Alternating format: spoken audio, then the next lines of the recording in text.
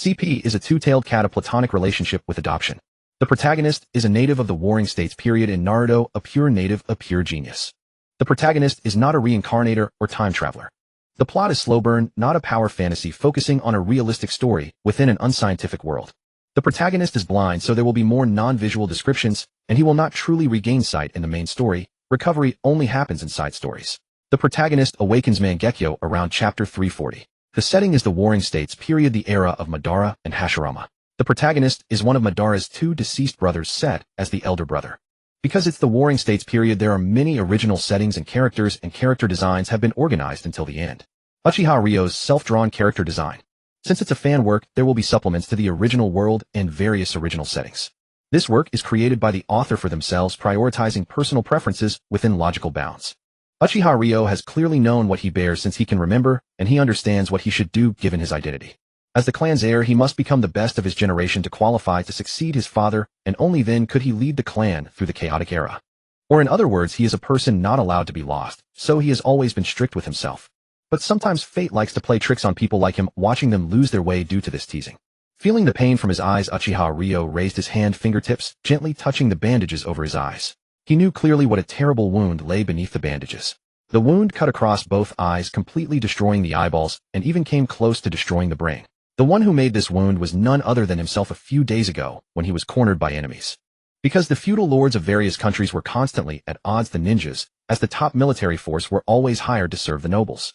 Assassination, poisoning, framing. As long as there was enough profit, ninjas could do anything, and the Uchiha, as the leading ninja clan, were accustomed to these matters. But no matter what person or force, they are destined to encounter difficult opponents as they grow. The Uchiha clan also has a persistent nemesis, the Senju clan. To what extent did the two clans entangle? To the extent that if one side hired the Uchiha, the other side would definitely hire the Senju to counterbalance. After decades of fighting, the Uchiha established a foothold while forming an unbreakable hatred with the Senju. Just like this mission, he was hired to flank and prevent the enemy from obtaining information, but he ran into a Senju supply escort team returning from their mission. Their missions didn't intersect, but because they were at war, the Senju leader immediately ordered his elimination. But he also drew too close, wanting to disrupt their mission. Once discovered, the situation spiraled out of control. He sabotaged the enemy's mission, but was forced into a corner, resorting to a mutual destruction tactic, even blinding himself to attempt suicide. An Uchiha who has completely lost his eyes. Hearing the arguing outside, Rei stopped his thoughts, sat up despite the pain, but even such a simple action made sweat bead on his forehead. Yet he still chuckled softly. If they knew I didn't die, those Senju would be furious. When I return to the battlefield, I'll remember to taunt them with that. But for now, I need to go out and see what's happening. It would be bad if father and the elders got into a pointless argument because of me. Because he was deprived of sight, Rei could clearly perceive his body, amplifying other senses, the most obvious being touch. Is the tatami always this rough? Is this the wall? If I walk along the wall, it should be fine. It hurts. Ryo's hands reached down, finally touching a cold wooden surface at about thigh height. Is it a low cabinet for ninja tools? In such a place, I'll carefully go around. But before he met the next obstacle, the sound of a sliding paper door, the unique wooden friction sound rang out, along with some messy footsteps and a concerned male voice. Rei, you are seriously injured. You should have called us if you needed anything. Why did you get up on your own? Father. Uchiha Rei stopped his groping movements, facing the direction of the voice, but fell into silence, not knowing what to say.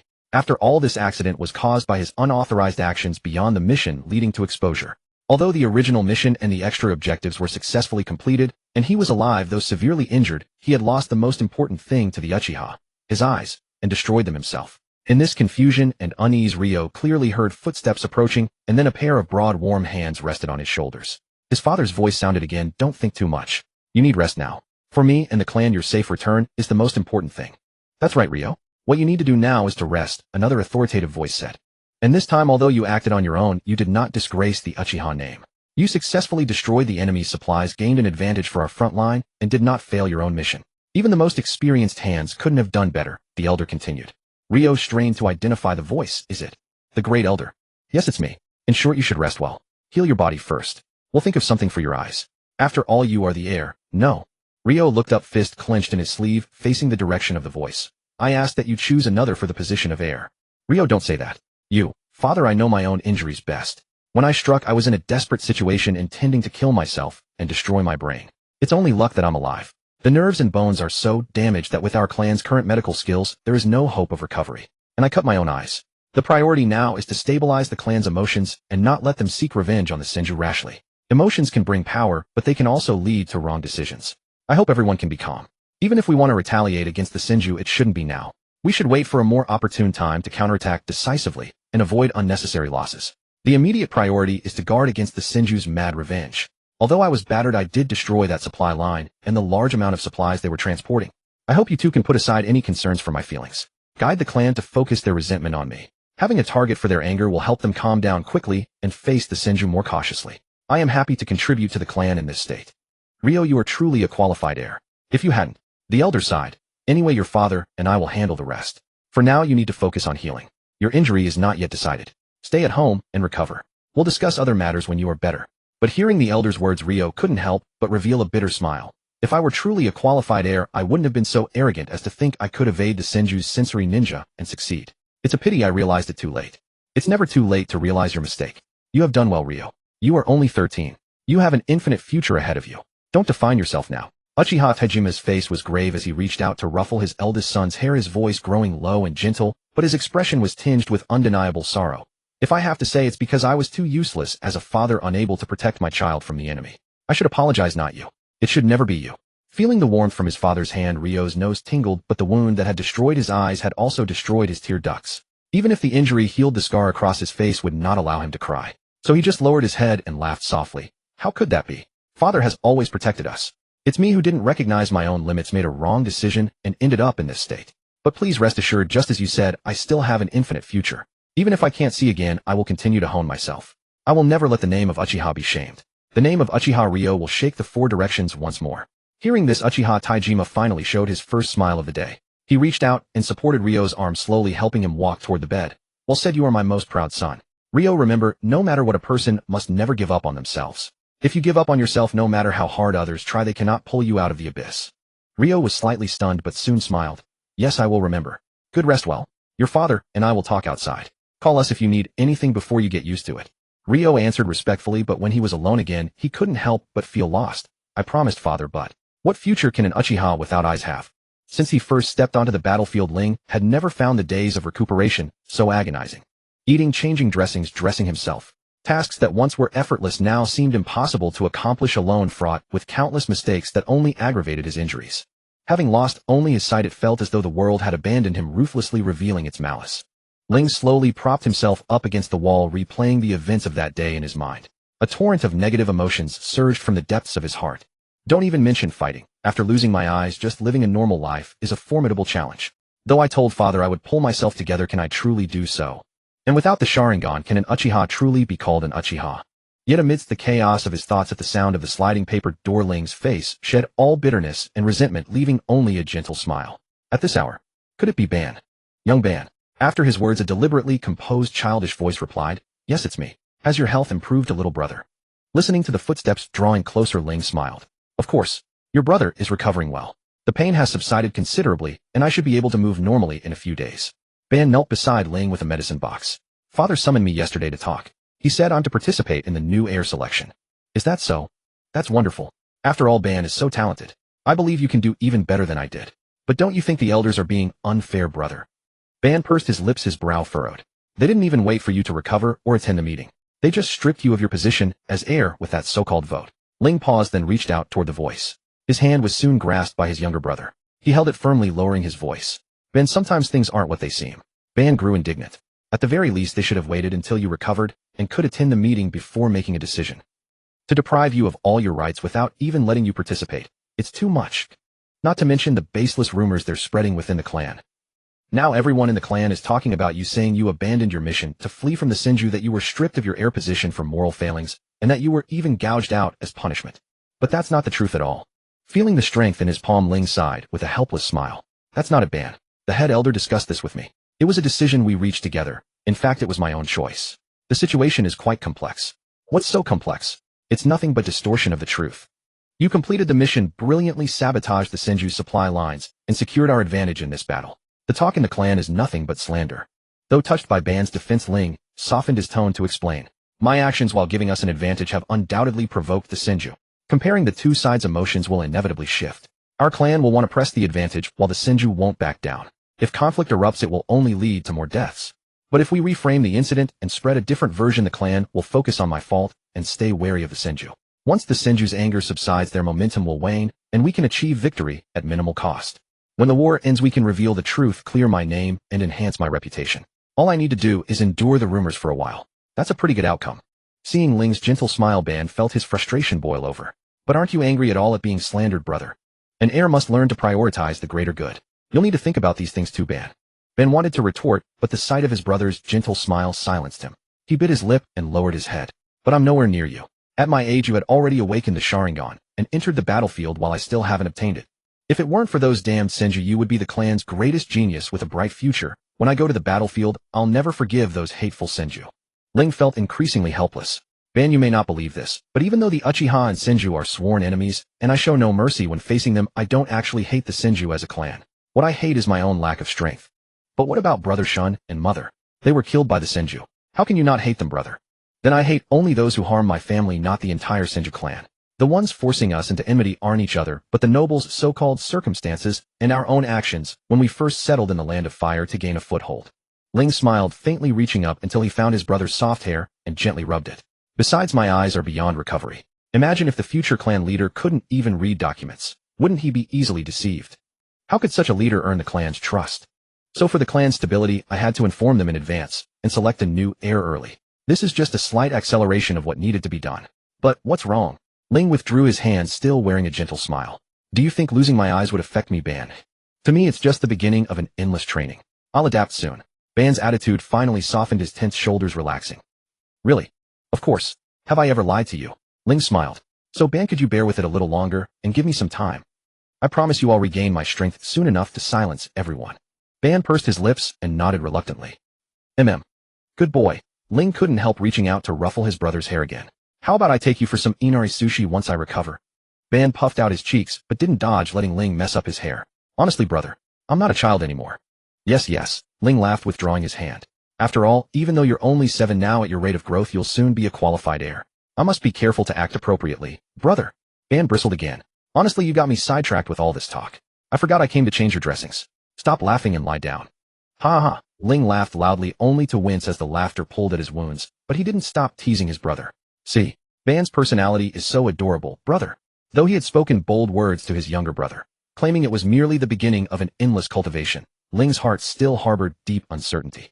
His words were nothing more than a balm to soothe his family's unease, even as his own trepidation lingered. If I cannot see, even with most of my physical injuries healed, there will still be countless inconveniences. Ling groped along the walls of the room with bare feet, committing every step to memory. Relying solely on the body's senses makes it hard to perceive the surroundings clearly. Perhaps I should consider using sensory ninjutsu. Ouch. He crouched down, clutching his knee, massaging the bruised spot to ease the pain. It seems I must not let my mind wander while walking until I'm fully accustomed to the darkness. I need to train my chakra and sensory ninjutsu properly. Once the pain subsided, Ling rose again and resumed walking. This time he focused entirely on his senses, not letting his thoughts stray. After circling the room several times and memorizing the placement of furniture, he finally let go of the wall and strode confidently across the floor. But things were not as simple as he had imagined. After tripping, stubbing his toes, and bumping his forehead, he once again reached out, found the wall, and sat down, rubbing his brow. Indeed, relying solely on memory, without expending chakra, was too naive. Perhaps I should consider finding a summoning beast. But summoning a beast from the clan likely requires passing its trial alone. So I must first overcome the limitation of blindness on my movements. The fluctuations of sensory ninjutsu are too conspicuous, and sustaining chakra for long periods is difficult. In battle, as Ling pondered how to overcome his visual impairment, in another room of a mansion, Uchiha Madara was also lost in thought. But Madara's thoughts differed from Ling's. He was mulling over what had happened at the clan school yesterday. After class, as he was about to head off for practice, he overheard some peers slandering Ling, their words growing increasingly harsh. Unable to contain himself, Madara punched the rumomonger until he cried. The boy then sought revenge by bringing his older brother, who was 2 or 3 years their senior, to settle the score. Madara stood his ground, bravely fighting 2 opponents at once. He suffered a blackened left eye socket, but sent both of them packing, and hit them harder than before. The defeated brothers then fetched more help. The next morning they cornered Madara outside the clan school. Just as Madara braced for a 3-on-1 fight, the newcomer did not attack immediately, but instead asked Madara to explain the incident. Madara recognized him as Uchiha Akihiko, the son of a hawkish elder. He had been one of the strongest contenders for the heir position alongside Ling. Incidentally, the Uchiha clan selects heirs based on the clan leader's son's age group. If the leader's son cannot surpass his peers, the position passes to the strongest of the generation. Originally, after Ling's accident, Uchiha Akihiko should have become the heir. But all the peers declined, and after Ling successfully disrupted the Senju supply lines, the heir selection resumed, allowing Madara to participate. Though sensing hostility, Madara recounted the truth without concealment. Then he saw the smiling youth about Ling's age abruptly slap the two smug brothers who had been making faces behind him, one smack each. You badmouth someone get beaten by his brother, and still have the nerve to ask me to back you up. Shame on you. Shame. And you dare glare at me. If you two weren't my own brothers, those two slaps wouldn't be the end of it, understand? Apologize. Madara knew all too well the Uchiha clan's almost mindless tendency to protect their own. So when Uchiha Akihiko actually listened to him and then scolded his own brothers, Madara was utterly astonished. But it didn't end there. After forcing his brothers to apologize, Akihiko pulled Madara aside, his expression somewhat awkward. Ahem. Madara, you know your brother has been through a lot lately. My father is a hawk, and when he suddenly got orders to stay put, he couldn't help complaining at home. My brother is just a copycat, he doesn't even know what happened. So don't be too hard on him. Madara just stared at him, utterly baffled. Ahem. Anyway, tell brother Ling that no matter what the clan elders say, we peers stand with him. Let him recover well, we're all waiting for his return. But please don't mention that my brother badmouthed him. I'll discipline him properly. I owe you one. Madara. Why? But Uchiha Akihiko didn't explain further. He grabbed each of his brothers by the ear and walked away, cursing, clearly intent on giving them a lesson at home. After hearing everything, Madara wore a look of utter bewilderment. He felt he might have glimpsed a side of his elder brother that he had never shown to the family. Just as Madara was pondering what Ling might be hiding, a crisp tap-tap from outside the door interrupted his thoughts.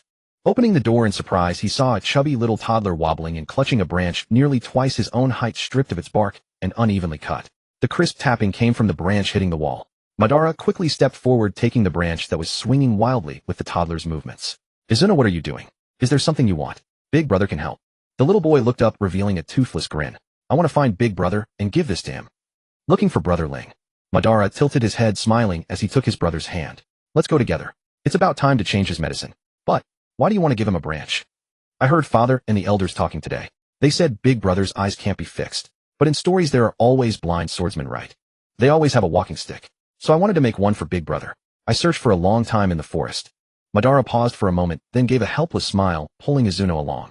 Our Izuna is so thoughtful. But this branch isn't ready to be a walking stick yet. Let's work on it a bit before giving it to Big Brother, okay? Yes, I'll listen to you. Izuna beamed. Once he has a stick, Big Brother will surely become a peerless swordsman like in the stories. Then we can train and go on missions together. Madara's grip on the branch tightened. The smile on his lips faded and a flicker of worry passed through his eyes, though his voice remained gentle. Yes, Izuna is right. Big Brother will surely pull himself together soon. Ban and Quan Nai trimmed a branch to a suitable length, though Ban only let Quan Nai make a symbolic 2 cuts, taking care of the rest himself, and polished it smooth. After confirming it could barely pass as a usable blind cane, Ban took the newly made cane in one hand and led the visibly delighted Quan Nai toward Ling's room. But just as they reached the door, they heard running sounds from inside. Ban paused, then knocked lightly. Brother. The running stopped immediately, but then came the sound of a heavy object falling and items scattering messily. Worried, Ban reached out and slid open the door. What met his eyes was Ling sitting amid a pile of clutter, silently groaning while holding his head with a fallen cabinet beside him. Brother, what are you? Hearing Ban's voice, Ling stood up while rubbing his head. Nothing. I just couldn't resist moving around after recovering. I was running on the roof, but then I heard the knock and got a bit flustered. When I came down, I forgot the distance and accidentally tripped over the cabinet. Not being able to see is really a big problem, haha. Ban.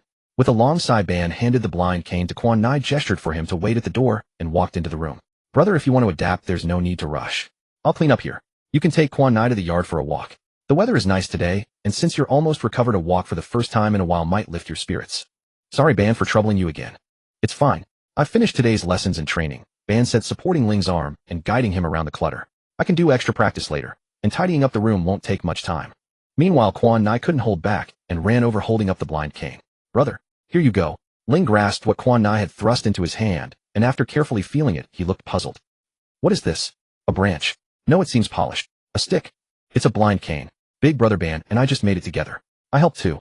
Ling paused slightly, then took the cane in one hand, while reaching out with the other to gently ruffle Quan Nai's hair. With a smile, he said, Is that so? Our Quan Nai is so thoughtful. Brother really needs this right now? Thank you for giving me this. Shall we go try it out now? After all, Brother hasn't tried using one yet. Then let's go to the yard together. Quan Nai cheerfully grabbed Ling's arm from the other side. Oh, and I've also started learning to extract chakra. Brother, help me check if I'm doing it right. Sure, with my Quan Nai being so smart, it'll definitely be fine. Ban watched the two walk away along the corridor, unconsciously clenching his fists. Quan Nai was too young to pay much attention, but Ban clearly saw the unnatural pause in Ling's movements just now. Indeed, Brother still cares deeply. It's all because of those hateful Chinsho, otherwise brother wouldn't have. Ban was startled, shook his head forcefully to dispel the malicious thoughts in his mind, clenching and releasing his hands repeatedly. After a long while he couldn't help but look at the mess and let out a light sigh. Brother neither shifts his anger nor wallows in self-pity for his own losses. Instead, I'm the one stuck in this quagmire. Can I really become the heir by overwhelming my peers like brother did before me? Ben shook his head again, forcing himself to stop thinking. He stared at the scattered items, his expression gradually firming. Though I'm still far from brother, as brother said, all hardships are just the beginning of a new training. Brother has done his best for me, and I must do my best. No, I must shoulder my responsibilities and never let brother down. At least I must overwhelm all my peers just like brother. After saying this, Ban clenched his fists again, repeatedly reinforcing his resolve in his heart. Only then did he begin to tidy the room, though his vibrant, eager aura made him seem a bit too enthusiastic. Meanwhile, on the other side, Ling, accompanied by Quan Nai, arrived at the corridor of the front yard. It was his first time leaving the house since his injury, and the various sounds around him felt extraordinarily novel. The most prominent of all was the rhythm brought by the wind. It howled lowly as it swept across the eaves, whispered sparsely through the leaves, then rushed forward with the fresh scent of soil, finally brushing past your hair and silently carrying away the troubles in one's heart. Before losing his sight, Ling had never experienced such a feeling. It was also the first time he felt that this world of darkness was showing him a side, without any malice. After a brief moment of daze, Ling let out a soft laugh. Seems things aren't that bad after all. People really need to get out more, huh? Quan Nai looked up at his brother in confusion, not quite understanding why Ling would smile so gently over a mere breeze. But he loved the smile on his brother's face now. During the time Ling had been recuperating at home after his mission, although he smiled, there was always something distant about it. None of those smiles were as heartwarming as this one. That's it. Brother is just like the blind swordsman in the story. He lacks a good blind cane. When I get strong, I'll definitely give him a better one. Ling didn't know he had been secretly labeled by his younger brother, but he was indeed in a good mood. He lowered his head slightly. Quan Nai, didn't you say you wanted to show me something new you've learned? What do you want to show? It's chakra extraction. The clan teacher said I'm the fastest. Is that so? Our Quan Nai is so amazing. Ling reached out and ruffled Quan Nai's hair. Brother will feel it carefully. Quan Nai, try extracting chakra, okay? Quan Nai nodded vigorously, pulled Ling to sit down on the edge of the corridor, closed his eyes, and focused his mind to begin refining chakra as his teacher had taught him a few days ago. Ling placed his hand on Quan Nai's shoulder, carefully sensing the energy flow within him. After a moment, he withdrew his hand with a gentle laugh and said softly, "It seems we have a little genius in our family." Really? Quan Nai immediately stopped his chakra condensation, his expression brimming with joy. Then brother, teach me more. The lightning release you used earlier was so cool. Teach me that. Ling shook his head slightly. That won't do. Brother, please teach me. I've had my affinity tested, I have lightning release too, I can learn it. Ling could almost imagine his younger brother's disappointed expression. He found it amusing, but also felt a twinge of regret. However, he did not change his stance, only softening his voice. It's different, little Quan Nai. It's not that I don't want to teach you, but you can't learn it yet. Quan Nai tilted his head in confusion. What's different? Why can't I learn it?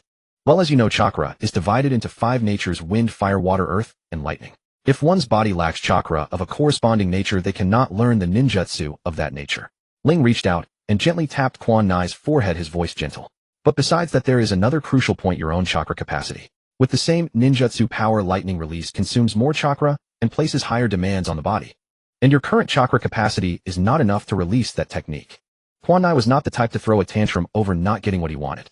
After receiving the explanation, he felt a little disappointed, but did not persist. Instead, he turned his attention to another question. Then how much more chakra do I need to learn that super cool technique? Well, for safety reasons, at least 20 times your current chakra amount. And you also need to learn nature transformation and quick hand seals. Your physical fitness must also be improved further. Your current physique won't be able to handle it smoothly. After all, that technique is my own secondary development, more suited to me. For others to practice it, the requirements are somewhat stricter. Quan Nai's cat-like eyes widened. 20 times. Lightning release places high demands on the body. See how quickly I recover after each mission. That's all thanks to my constant training. A strong body is essential for cool combat methods. Just beginning to learn about chakra, Quan Nai was thrown into confusion.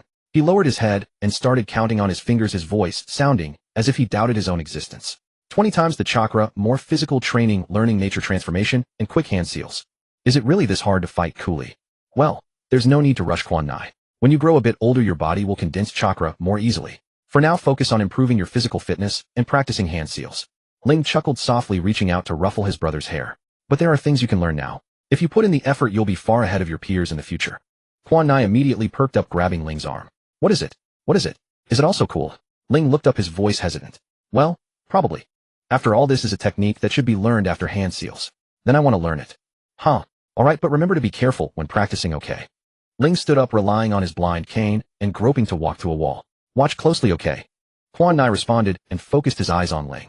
He saw Ling barefoot step onto the wall and then slowly walk along the surface, his entire body gradually ascending the wall until he stood steadily on it. Quan Nai had seen other clan members run up walls and dash across rooftops, but rarely had he seen someone stand on a wall at a parallel angle to the ground with such leisurely ease. His eyes sparkled. Is this also done using chakra? But it requires high chakra control. You can find a cushion to put underneath you and practice on the large tree in the yard. Ling turned around, walked slowly back down, and sat beside Quan Nai again. During missions, we often encounter harsh environments. The ground beneath our feet is not always solid. Muddy swamps, slippery moss water with no foothold. When faced with such situations, we must gather chakra at our feet to create a foothold, allowing us to fight effectively. Quan Nai tilted his head. Why does using chakra allow us to move steadily in those places against common sense? Does chakra form a flat surface to stand on? No, a more accurate explanation is that we use chakra to adhere to those objects, deceiving them into perceiving us as the same substance. The chakra also evenly distributes the weight of our body, thereby achieving stability and support. Different surfaces require different amounts of chakra. The more unstable the ground beneath your feet, the more chakra is consumed. You must adjust in time to move freely. However, the chakra consumed by this movement is negligible compared to releasing ninjutsu, so no need to worry about exhausting your chakra. So at your age with relatively little chakra, Quan Nai, it's better to practice this kind of exercise than to learn ninjutsu. I'll explain the key points to you now. Ask anytime if you don't understand something. Don't hide it, okay? I'll listen carefully and ask if I don't understand. When Ban finished tidying up the house and came out, he saw his elder brother barefoot in the yard, raising his hands to protect his younger brother as he walked step by step up the tree. A smile naturally appeared on his lips. He raised his voice slightly. Elder brother, are you teaching Quan Nai the techniques of tree climbing and water walking? Yes. Ling maintained a half-squatting posture, his arms hovering a palm's width away from Quan Nai. Our Quan Nai is very talented. He can already walk steadily for 7 or 8 steps.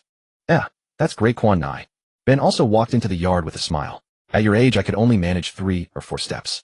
Just as Ban spoke, Quan Nai's foot slipped again, and he fell, but Ling caught him and lifted him up. Not bad, our Quan Nai made 10 steps this time. How exactly do I output chakra at my feet? Quan Nai's small face looked puffed up with frustration. If it's too little, I can't stand on it. If it's too much, I get stuck and can't lift my foot, or I might get pushed away. And standing on it feels like my center of gravity is off. This is too hard. Haha, that's normal. It took me a whole day to learn. Ban laughed. But there's a trick. At first, try using your hands to feel it. Once you've roughly mastered how much chakra to release, switch to your feet. That way, even if you're unsteady, it's hard to fall. Quan Nai's eyes sparkled and was about to say something, but Ling spoke with a smile. Ban, didn't you learn quickly only because you fell from a tree into water, couldn't swim, and the adults weren't around, eh? Ban's face turned red. Elder brother, you don't have to mention that. What's the harm? I learned it because I climbed too high out of mischief and couldn't get down. I had to learn it to get home in time. Ling laughed loudly while holding Quan Nai. When I first used this technique, I was a mess using both hands and feet. What you've done is nothing. After the day he went out for a walk with Chuan Nai, Ling began to shift his mindset. He no longer confined himself to his room to familiarize himself with his body, but instead, holding the blind cane gifted by his younger brothers, started to walk around the clan. As for Ling's behavior, opinions within the Uzibo clan naturally varied. However, this division was somewhat peculiar. Those who criticized Ling were mostly the battle-hardened elders and the younger generation who had a generation gap with him, while his peers, those who had just recently experienced the battlefield led by Uzibo Xiaoyan, almost unconditionally defended him. Externally, this manifested as every time Ling left his home, there would be an extra peer without a mission by his side. Sorry for causing you trouble. Xiaoyan's expression was somewhat awkward, but looking at the scar that ran across Ling's face, he couldn't bring himself to say anything too harsh. If you really feel sorry for us, then pull yourself together quickly. Our duel is not over yet. Ling chuckled softly. Xiaoyan, you really are not one to give up easily. How about we practice together now? Xiaoyan first glared away at Child, who was about to say something, pointing at Ling's wound, then revealed a look of obvious disdain. You want me to bully a blind man? Don't I have any face? Ling was not annoyed. Just taijutsu is still fine. Oh, I've recently started practicing again. Upon hearing this, Xiaoyan stroked his chin. Then how about the back mountain? There are fewer people there. Let's go to the training ground. Ling shook his head, slightly a hint of helpless smile on his lips. You don't need to protect me like this anymore. After all, in a few more days when this war ends, things will settle down. Hearing this, Xiaoyan couldn't help but turn to examine Ling's attire, his gaze finally falling on the scar on his face. With a look of sudden realization, he couldn't help but click his tongue and shake his head. You're a sly one, no wonder you don't cover your eyes. Ling chuckled as he raised a finger in front of him. I have to leave some clues for what's to come. If you're going to put on a show, you have to do it thoroughly right. Tisk wasting my good intentions. Xiaoyan hooked his arm around Ling's neck. Let's go to the training ground. I won't be satisfied until I give you a good beating today. Then please go easy on me first. Hey, slow down, I still need to count my steps.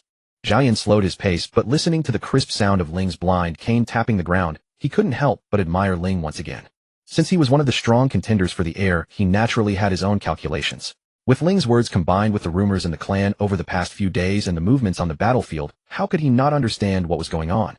It could only be that Ling had set up a scheme, using himself leveraging the existing conditions to calculate a move. First, he spread rumors that he had failed his mission and had his eyes gouged out, guiding the clan to contract its battle lines and avoid the fury of the Qinshu clan. Then he used the pretext of recovering from injuries to temporarily avoid conflict, allowing the clan members to vent their resentment on him, while also focusing on selecting the next generation of heirs. When the Qinshu clan began to fall into a disadvantage on the battlefield, Ling started to go out again, not hiding his injuries. As one of the most powerful ninja clans in the ninja world, how could the ninjas in the Yuzhibo clan fail to distinguish how Ling's injuries were actually formed? As long as there was doubt, most Yuzhibo, by their nature, would investigate on their own. Once they unearthed the hidden truth, overwhelmed by guilt and conflict, they would inevitably turn their attention to Ling and Ban. This would undoubtedly bring ineffable benefits to Ling's restoration of reputation and Ban's participation in the selection of the next heir. This move not only safeguarded the clan's interests, but also enhanced its cohesion. In the end, Ling himself suffered no loss except for briefly bearing criticism. But words are sharp. Even knowing this, how many people could bear such pressure?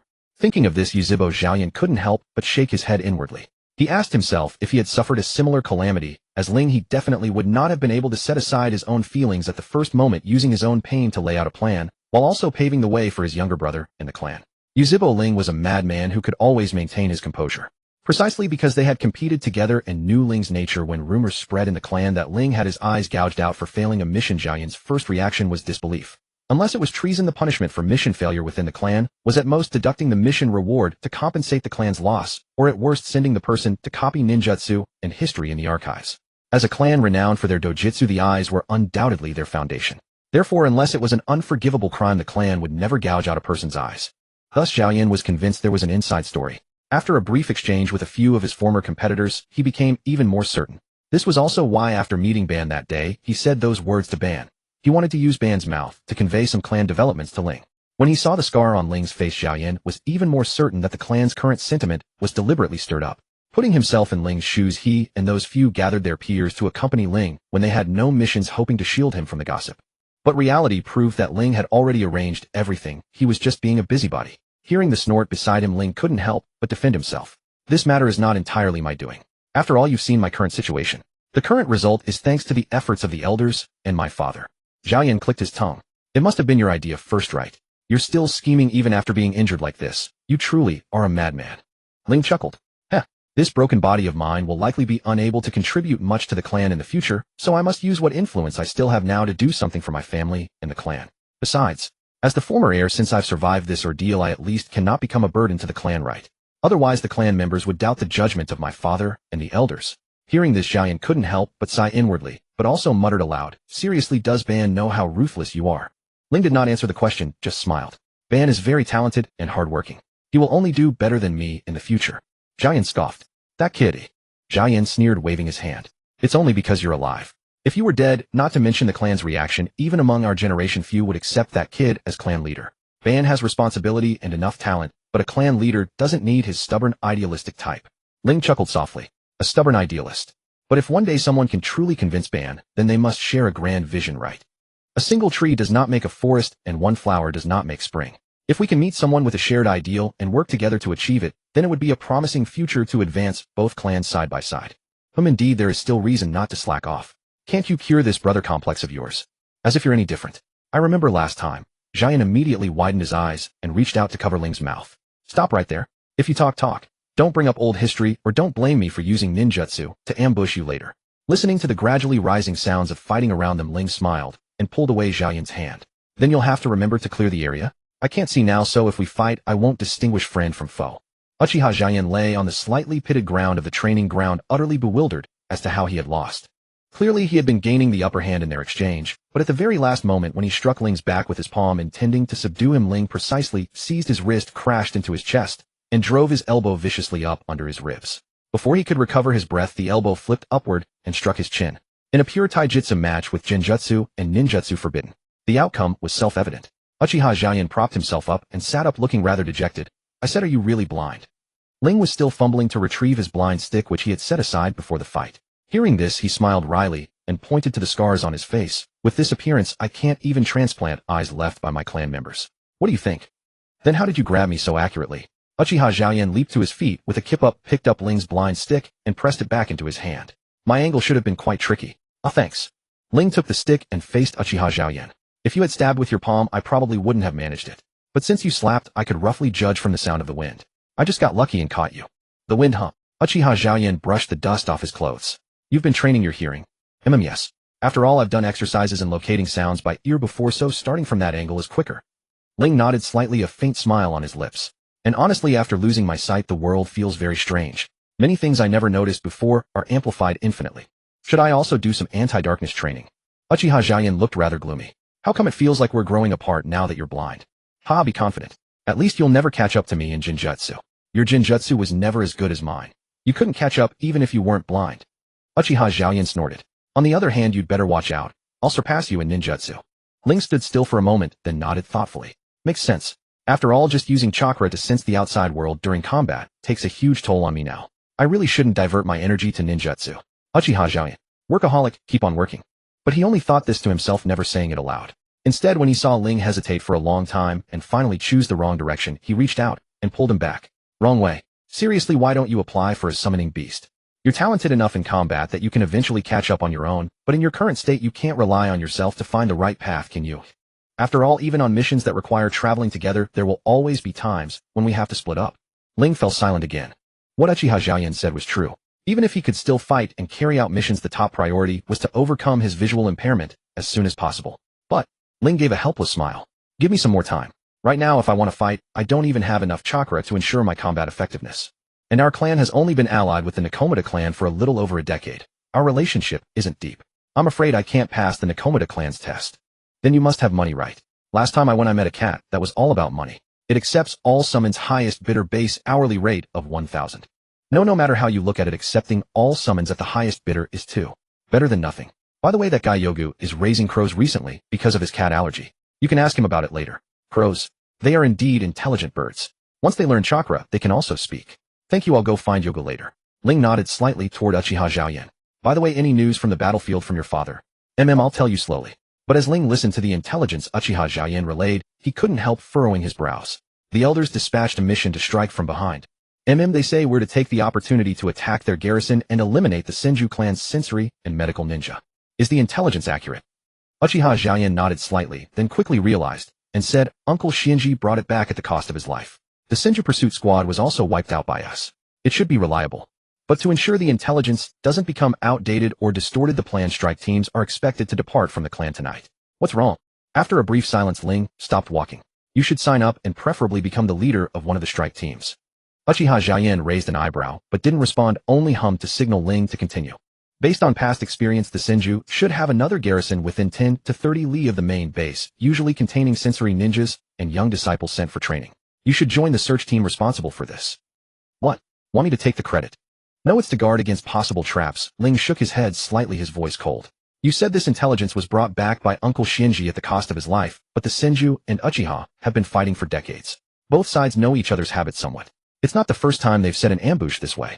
Unlike us, the Senju clan is a clan of love. If someone among them informed the garrison personnel in advance, what you'll face won't be a weakly defended garrison, but a group of death warriors willing to sacrifice for the clan and their so-called righteousness. I don't care what the Senju think. But we Uchiha, even if we die in battle, should not fall due to a moment's negligence under the schemes of our old rivals. If you are willing, I'll tell you in detail, and you can take the lead in dealing with it. If not, I'll go to the elders myself and entrust it to someone else. I understand. Uchiha Zhaoyan finally grew serious. Let's talk somewhere else.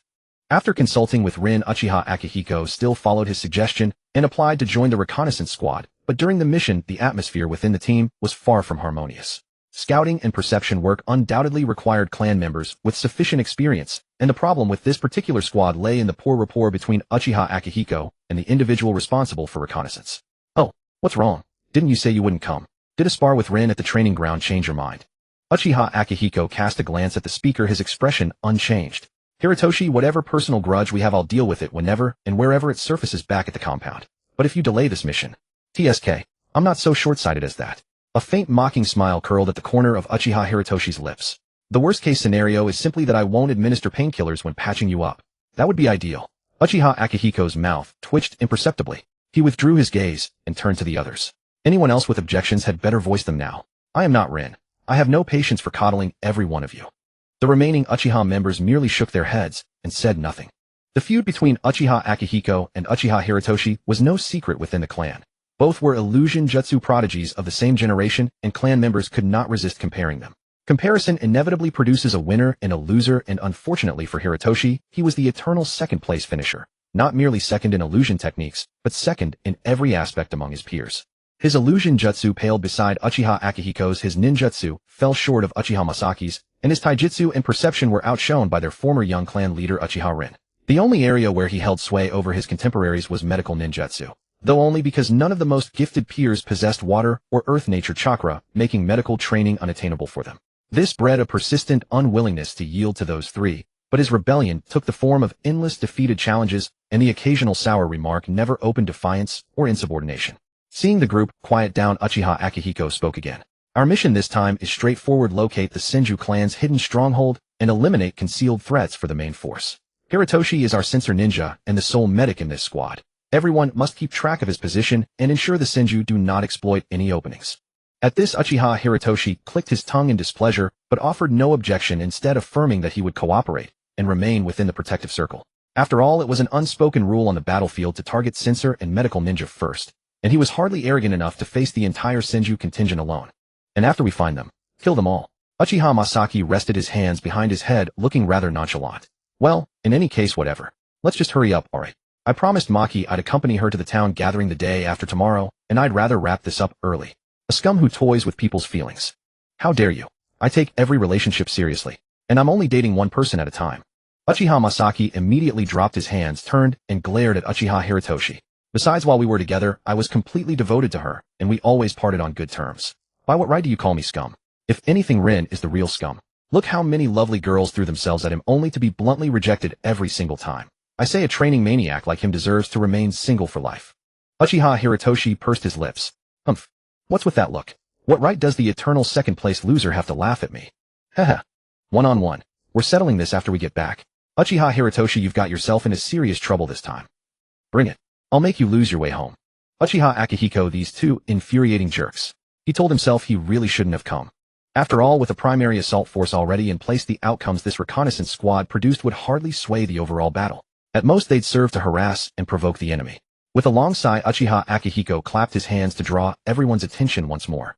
You two go sort this out privately. Don't squabble in front of me. And listen carefully, there is one requirement for this mission. Once you locate the stronghold, you will wound, but not kill. Additionally, Masaki and Hiritoshi, you must be ready to deploy sealing jutsu at all times. At the mention of serious business, the two ceased their noise. But once Uchiha Akihiko finished speaking, Uchiha Hiritoshi frowned. Wound but not kill? Since when have you grown so soft toward the Senju? Fool. Akihiko clearly intends to use this operation to tie down the Senju forces engaged on the main battlefield. Uchiha Masaki grinned. This cautious approach doesn't sound like your style. Did Rin, the training maniac, give you these orders? Uchiha Akihiko nodded, his expression unmistakably dismissive. Unless Rin had asked, do you think I'd want to go on a mission alongside the two of you burdensome, troublesome guys? If Rin gave the order, then we follow it, troublesome as it may be. Uchiha Hiritoshi furrowed his brows. Wound but not kill. Torturing them to near death should suffice, right? Or perhaps we could simply break their limbs. That'd save them from any underhanded tricks. Hey Akihiko, what exactly did Rin say? He said the operation must be swift, and that the Senju should appear sufficiently brutalized, but absolutely no killing. Ideally, they should still have enough strength to crawl toward the main battlefield themselves, yet be too weakened to mount any resistance. That's simple. Once Hiritoshi locates the stronghold, leave command to me. Uchiha Masaki licked his lips, pressed his palms together, and his eyes gleamed with keen interest. I'm quite adept at cat and mouse games. Very well. I'll leave it to you, but mind your distance. Don't press too aggressively. Uchiha Akihiko unfurled a map. Rin previously mentioned several suspicious areas to me, and I've marked them. Hiritoshi, take a look and tell us which direction to start with. After the official departure, the team members ceased their chatter, leaving only the occasional low exchange between Uchiha Zhaoyan and Uchiha Hong. 2 hours into the reconnaissance, they finally made a breakthrough. Uchiha Zhaoyan halted, his gaze fixed on the entrance hidden in the darkness not far away. Without turning back, Uchiha Zhaoyan made a series of hand signals. Upon seeing them, Uchiha Yushu slowly curled his lips into a smile and vanished with a body flicker technique. The other Uchiha scattered, beginning to set up traps and prepare for battle, their movements subtly positioning Uchiha Hong at the center. They did not have to wait long before a blinding flash of fire erupted from the stronghold ahead. Several unfamiliar figures burst out and fled in all directions. But they were met with sharp steel wires and blazing explosive tags. The few who evaded the tags were swiftly subdued by Uchiha Shinobi lying in wait. Hey, that was easy, huh? Uchiha Yeshu emerged from nowhere. I barely triggered half of my traps. Ling really is overly cautious, isn't he? Uchiha Hong walked over as well. I've checked them. No explosive tags on their bodies. They seem to be here merely for training. Let's interrogate them with Jinjutsu. Uchiha Xiaoyan nodded, grabbed the leader by the collar, and pulled him aside. The three Tomo in his crimson eyes slowly rotated as he stared into the man's eyes. But the next moment, he abruptly flung the man away and retreated. Retreat. All the Uchiha shinobi immediately dropped what they were doing and evacuated. In the very next second, the shinobi Uchiha Xiaoyan had been holding burst open, exploding on the spot. The fragmented flesh and surging blast wave sent Uchiha Xiaoyan flying over a dozen meters before he slammed into a tree, struggling to regain his senses from the dizziness. Hey, you still alive? Uchiha Xiaoyan pulled himself up with Uchiha Hong's help, clutching his forehead and cursing. A bunch of lunatics. What happened? Uchiha Yeshu watched the green light flicker on Uchiha Hong's hand, his smile gone. The three Tomo in his crimson eyes slowly rotated as he scanned the surroundings, directing the clan members to spread out and investigate. A sealing technique in his mind. Yeah, Jinjutsu triggered sealing technique. Uchiha Xiaoyan frowned deeply. As soon as the seal in his brain is activated by Jinjutsu, it detonates the explosive tags inside him. These Senju are madmen who'd sacrifice anything for intel. Ugh. Nothing serious, just a chakra backlash from forcibly breaking the Jinjutsu. Uchiha Hong retracted his hand. Don't use your dojutsu for a while, I'll let it rest. I won't scold you since at least you had the sense to drag him away for questioning. Chances are the Senju here are all expendable. Let's just kill them all. Uchiha Yeshu's crimson three Tomo spun faster. We're only heading to reinforce the main battlefield anyway. We're not pushovers. We can kill them, but we need to retreat and avoid the main battlefield. Uchiha Xiaoyan lowered his voice. I have a strong, ominous premonition. Hong isn't your brother on the main battlefield. You have a summoning beast. Tell them to evacuate too. If there are consequences, they can come to me. I'll take full responsibility. Uchiha Hong froze, his expression darkening. And what do I say? That my team leader got scared shitless by a human bomb and ordered a full retreat. We'll decide about retreat later. Uchiha Yeshu glanced at a young Senju, who was quietly trying to wake his companions and escape. He drew the short sword from his waist. Let's kill them all first. Before he finished speaking, he had already appeared above the group of Senju shinobi. With a few swift slashes of his short sword, he cleanly killed two Senju who had no strength to resist. But at that moment, two voices rang out simultaneously. Wait, Yeshu, stop. Uchiha Yeshu's blade stopped at the throat of another Senju. He tilted his head slightly, waiting for the two to give him an answer.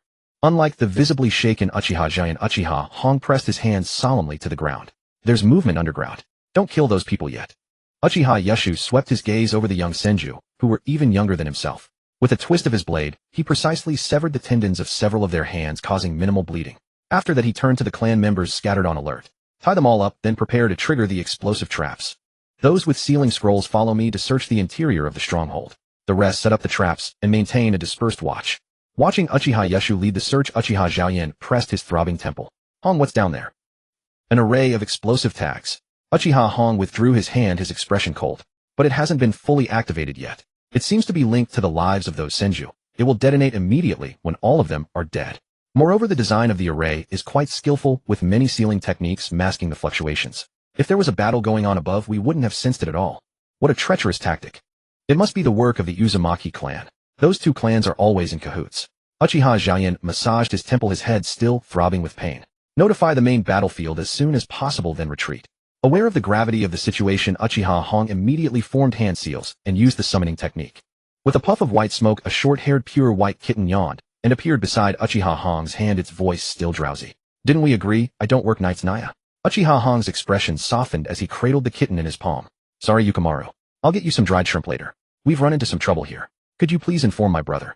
Yukimaru stretched, licking his pink paw pads, his voice lazy. Go ahead, Naya, but I want extra dried shrimp for overtime, Naya. Uchiha Hong then relayed the events concisely and clearly.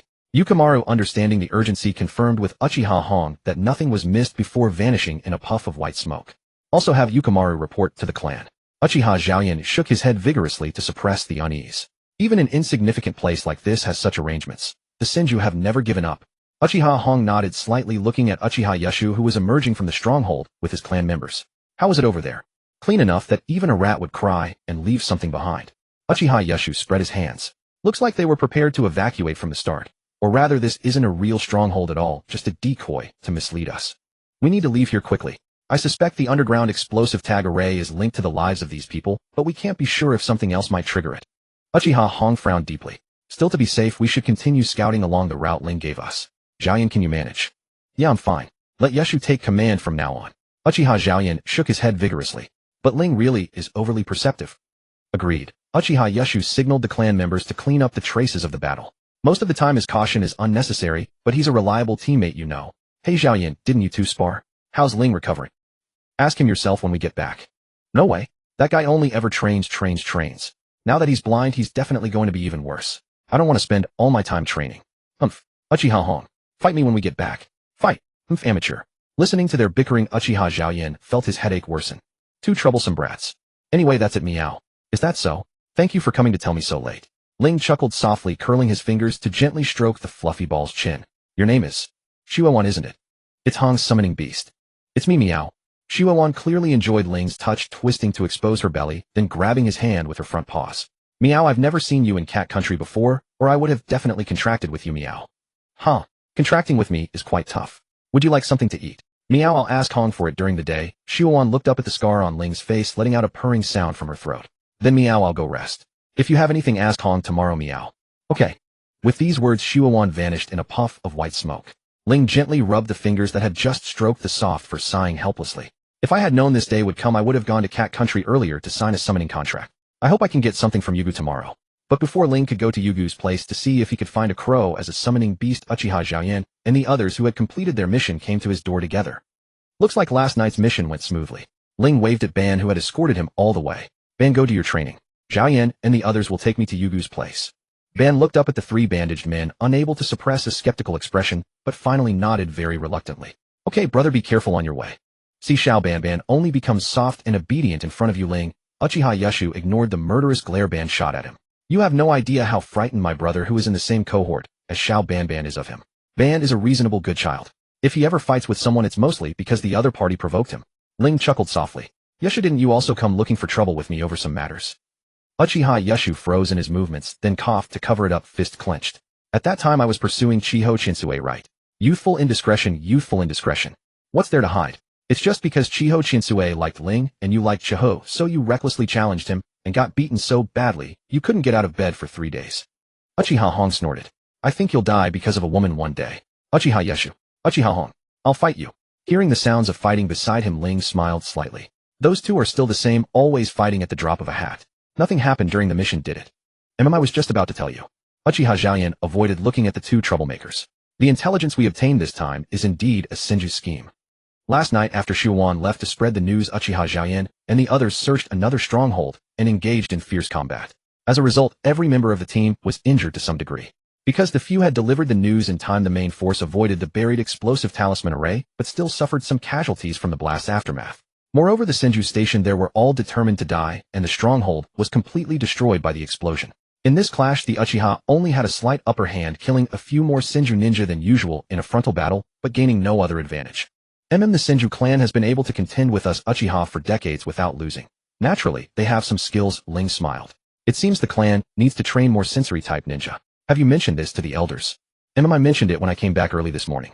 But don't get your hopes up, sensory-type ninja are even rarer than medical ninja. In our generation, those with the aptitude for sensory ninja, even counting you and Hong, can be counted on one hand. Uchiha Xiaoyan sighed. At times like this I have to admire the Senju clan. Among 10 ninja, at least 2 are sensory type and 80% of them can use medical ninjutsu. They really mass produce in this aspect.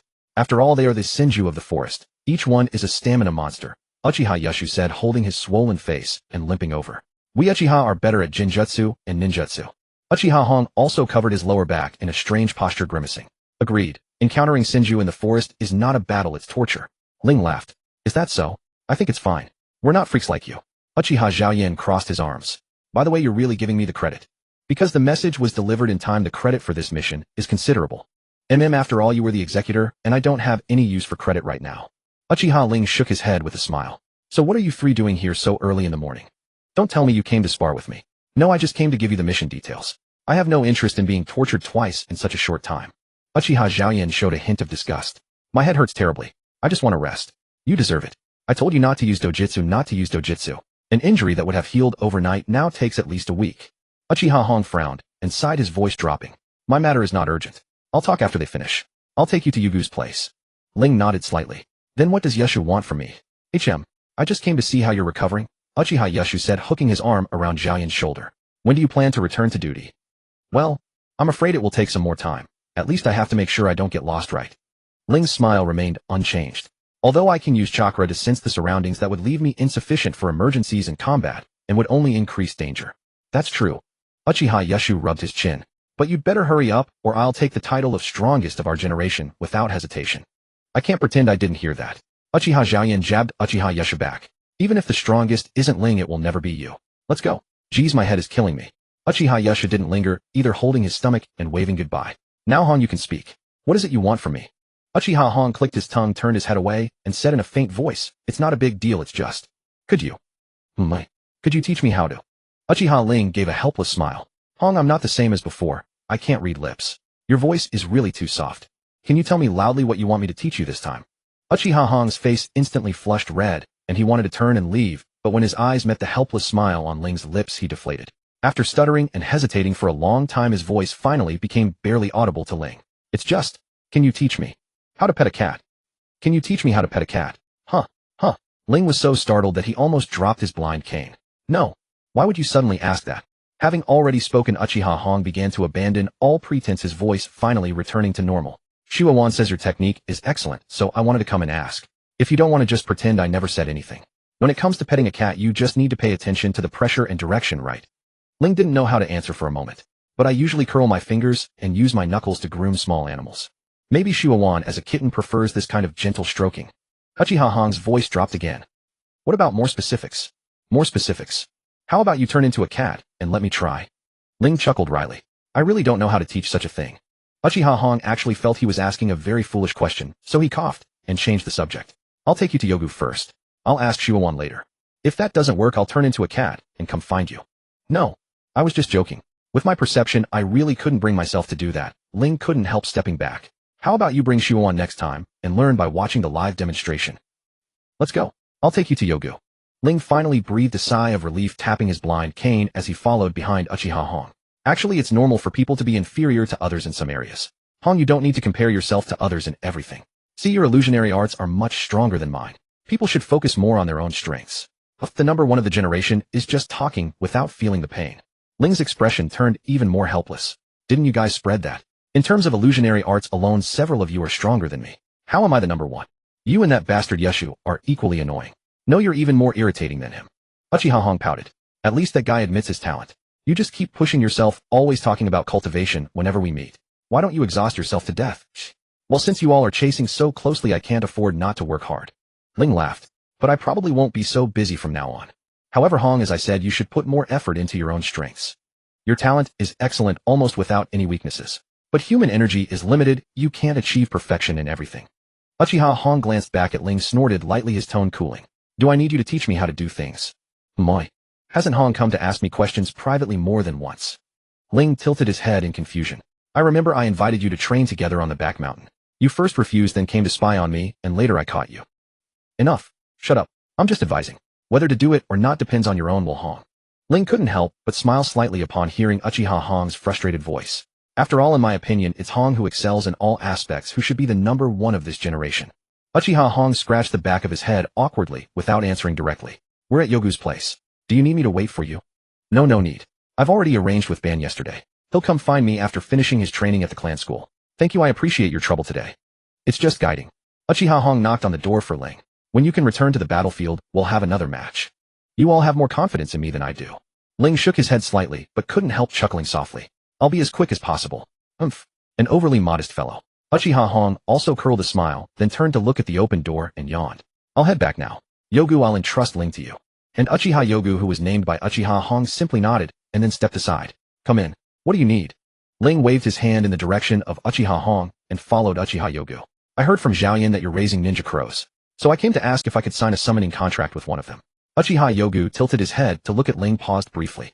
Not the current ones. There's no ninja crow that can follow you all day. You need to raise one yourself. I can give you a ninja crow egg and teach you the cultivation method. How long? Uchiha Yogu pondered slightly. A year should be enough. A year. Yes, the current ninja crows are ordinary crows I found a few years ago, and they haven't stably inherited chakra yet. To make them capable of using chakra, you need to gently guide chakra into them when they're still eggs. It's very troublesome. Uchiha Yogu led Ling into the house. Moreover, your situation is more complicated. What you need is a ninja beast that stays by your side around the clock to act as your eyes. But these current ninja crows have been raised by me. They would be fine with just passing messages, but I doubt they'd be willing to stay with you all day. Yes, Yogu is right, Ling sighed softly. I was a bit too impatient. You've already been very calm. Don't be too hard on yourself. Uchiha Yogu stopped, his expression still cold and stern. I've learned the whole story from Zhaoyan. I'm not good at combat, nor do I have the deep stratagems that you all have. But if this happened to me, I would surely have given up on myself and wasted the rest of my life. Ling, I heard from my father that the current clan leader's talent was once superior to the previous clan leader's son. But even after he successfully became clan leader, he couldn't convince all his peers. Yet you have done that. Zhaoyan Yeshuhan. They all have exceptional talent, yet they willingly submit to your leadership. Do you know what that means? Huh. Yogu saying that all of a sudden makes me embarrassed. Ling raised his hand to rub the back of his neck awkwardly. But I appreciate your kindness. Thank you. Yes, and you should also replace this blind cane. You'll continue to specialize in physical combat in the future. It won't do without a suitable weapon. Your merits should be enough to apply for chakra steel, right? You can apply for it. Coincidentally, I'll be going to the land of iron later to assist with purchasing supplies so I can find a reliable blacksmith for you. Watching Uchiha Yogu start to digress from this topic, chattering endlessly about clan affairs, Big and Small Ling didn't interrupt him. He just occasionally hummed in agreement to show he was listening, but the smile at the corners of his mouth never fell. It seems I need to work even harder. Ban still couldn't understand why his brother had spent most of the day outside only to return with 2 oddly colored eggs in his hands, asking him to help make 2 cloth pouches for easy carrying. Even when Ling told him they were important summoning beasts, he still found it hard to grasp. In his view, summoning beasts were merely a form of assistance. If needed, one could simply capture and use them. Devoting time and effort to nurture them went completely against the original purpose. But when he voiced this thought, Ling reached out and ruffled his hair, saying, "That's not quite right, Ban. Summoning beasts are both power and companions. Would you ever say to a fellow clansman, you are nothing but a tool?" "Well, no, I wouldn't," Ban replied, still looking somewhat perplexed. "But isn't the whole point of signing a summoning contract to borrow their strength? Rather than gaining power, it's more about compensating for one's own shortcomings." Ling chuckled softly. "Actually, I never even considered summoning beasts back then, since I could do everything they could, and even better. And once you sign a contract, you have to fulfill your duties. I was afraid it would delay my training, so I kept putting off the trip to the cat country. Now after an accident, I'm quite troubled by this. This shows that everything in the world has its irreplaceable value. If you underestimate something, you'll surely pay the price. Take me as a negative example, Ban. Learn from my mistake." Ban furrowed his brow and remained silent until Ling asked again, then reluctantly uttered ahm. It wasn't that he denied Ling's reasoning, he simply didn't want to hear Ling use himself as an example, even if Ling himself didn't mind. "Speaking of which, brother, would you tell me what to watch out for when taking on missions? The clan school will finish soon, and I'll be going on missions with our uncle before long." "Missions?" Ling stroked his chin. "The first mission usually doesn't involve combat. Just be careful. What was your first mission, brother?" "My first mission." Ling tilted his head back, brow slightly furrowed. "If I recall correctly, it was stealing information from a gambling den. I used the transformation technique to provoke the target and gambled with him. While he was heated, I swapped the real intel with fake ones I prepared. In the end, I not only got the information, but also made quite a bit of extra money. But gambling is hardly difficult for a shinobi. You can win easily. If you're short on funds during a mission, Ban, hitting the casino for some quick cash isn't a bad idea, but only in emergencies. Otherwise, stay away, since gambling dens aren't exactly good places. Besides that, there are izakayas and pleasure quarters, both excellent sources of intelligence. You should pay close attention to those during missions." Ban was startled. "Brother, did you also take missions in izakayas and pleasure quarters?" "There are many samurai in the pleasure quarters, plus noble guards and young masters or ladies out to see the world. Sometimes the brothel madams also post missions to collect debts. In short, many small missions come from these places. As for izakayas," Ling tilted his head slightly, expression a bit awkward. "After finishing a mission, I'd occasionally go for a drink. Though sometimes I was thrown out by the owner for being too young." "Ban, brother, didn't father say we must not loiter outside before returning to the clan to report and confirm the mission is complete?" Ling cleared his throat, his face slightly reddening. "Isn't it because the merchants in the clan-protected market all know me? If I used the transformation technique, things would get even more complicated." "Ahem, anyway, Ban, feel free to ask anything else." This time Ban's expression went blank for a while, but he didn't ask immediately. "So brother also breaks the rules sometimes?" "Of course, I'm human too." Ling smiled helplessly and reached out to ruffle Ban's hair. "I originally wanted to personally take you on your first mission, but now it's a pity I can't witness your growth firsthand. Don't worry, brother. I won't disappoint the family's expectations. I'll return victorious." Ban smiled, but soon got up to fetch a scroll of ninjutsu. "By the way, I have some questions about ninjutsu." Sure, Ban, go ahead. Their discussion continued until Uchiha Taijima returned. After dinner, Taijima called Ling aside alone. The conflict with the Senju has ended. Tomorrow, after sending Ban off on his mission, the elders and I will announce the truth. Taijima's face bore an apologetic expression. You've worked hard during this time, Ling. Ling sat upright in Saiza and shook his head slightly. No, it's simply what I should do. It's not hard work. Now that this matter is settled, I can fully focus on adapting to my current condition. Taijima's face grew more worried, but he didn't try to stop him. I understand. Let me know if you need anything. There is indeed something I'd like to ask of you, father. Ling rested the blind cane across his lap, his fingers unconsciously stroking it. Given my current state, I'm no longer suited for ninjutsu or jinjutsu, so I'll need a proper weapon. Though this cane is a gift from Ban and Izuna, it's not suitable for combat. Taijima nodded slightly. I see. The team purchasing weapons will leave in a few days. I'll have them bring back a cane sword made of chakra steel. Shall I have it made to the length you used before? No. Make it a bit longer. Ling hesitated. After all, I'm still growing, and from my recent explorations, a slightly longer blind cane is better for detecting the path ahead. Also, if possible, I'd like a small piece of chakra steel attached to the tip connected to the blade, and another protruding piece on the handle. That way I can use chakra to probe the surroundings without direct contact. Though I haven't found a chakra-efficient method yet, this is the most practical so far. I understand. I'll convey your requests to the clan members. However, this might extend the manufacturing time. You'll likely have to wait until the next resupply of weapons to receive it. Yes. Also, there's one more thing. Ling paused for a moment, then seemed to make a decision.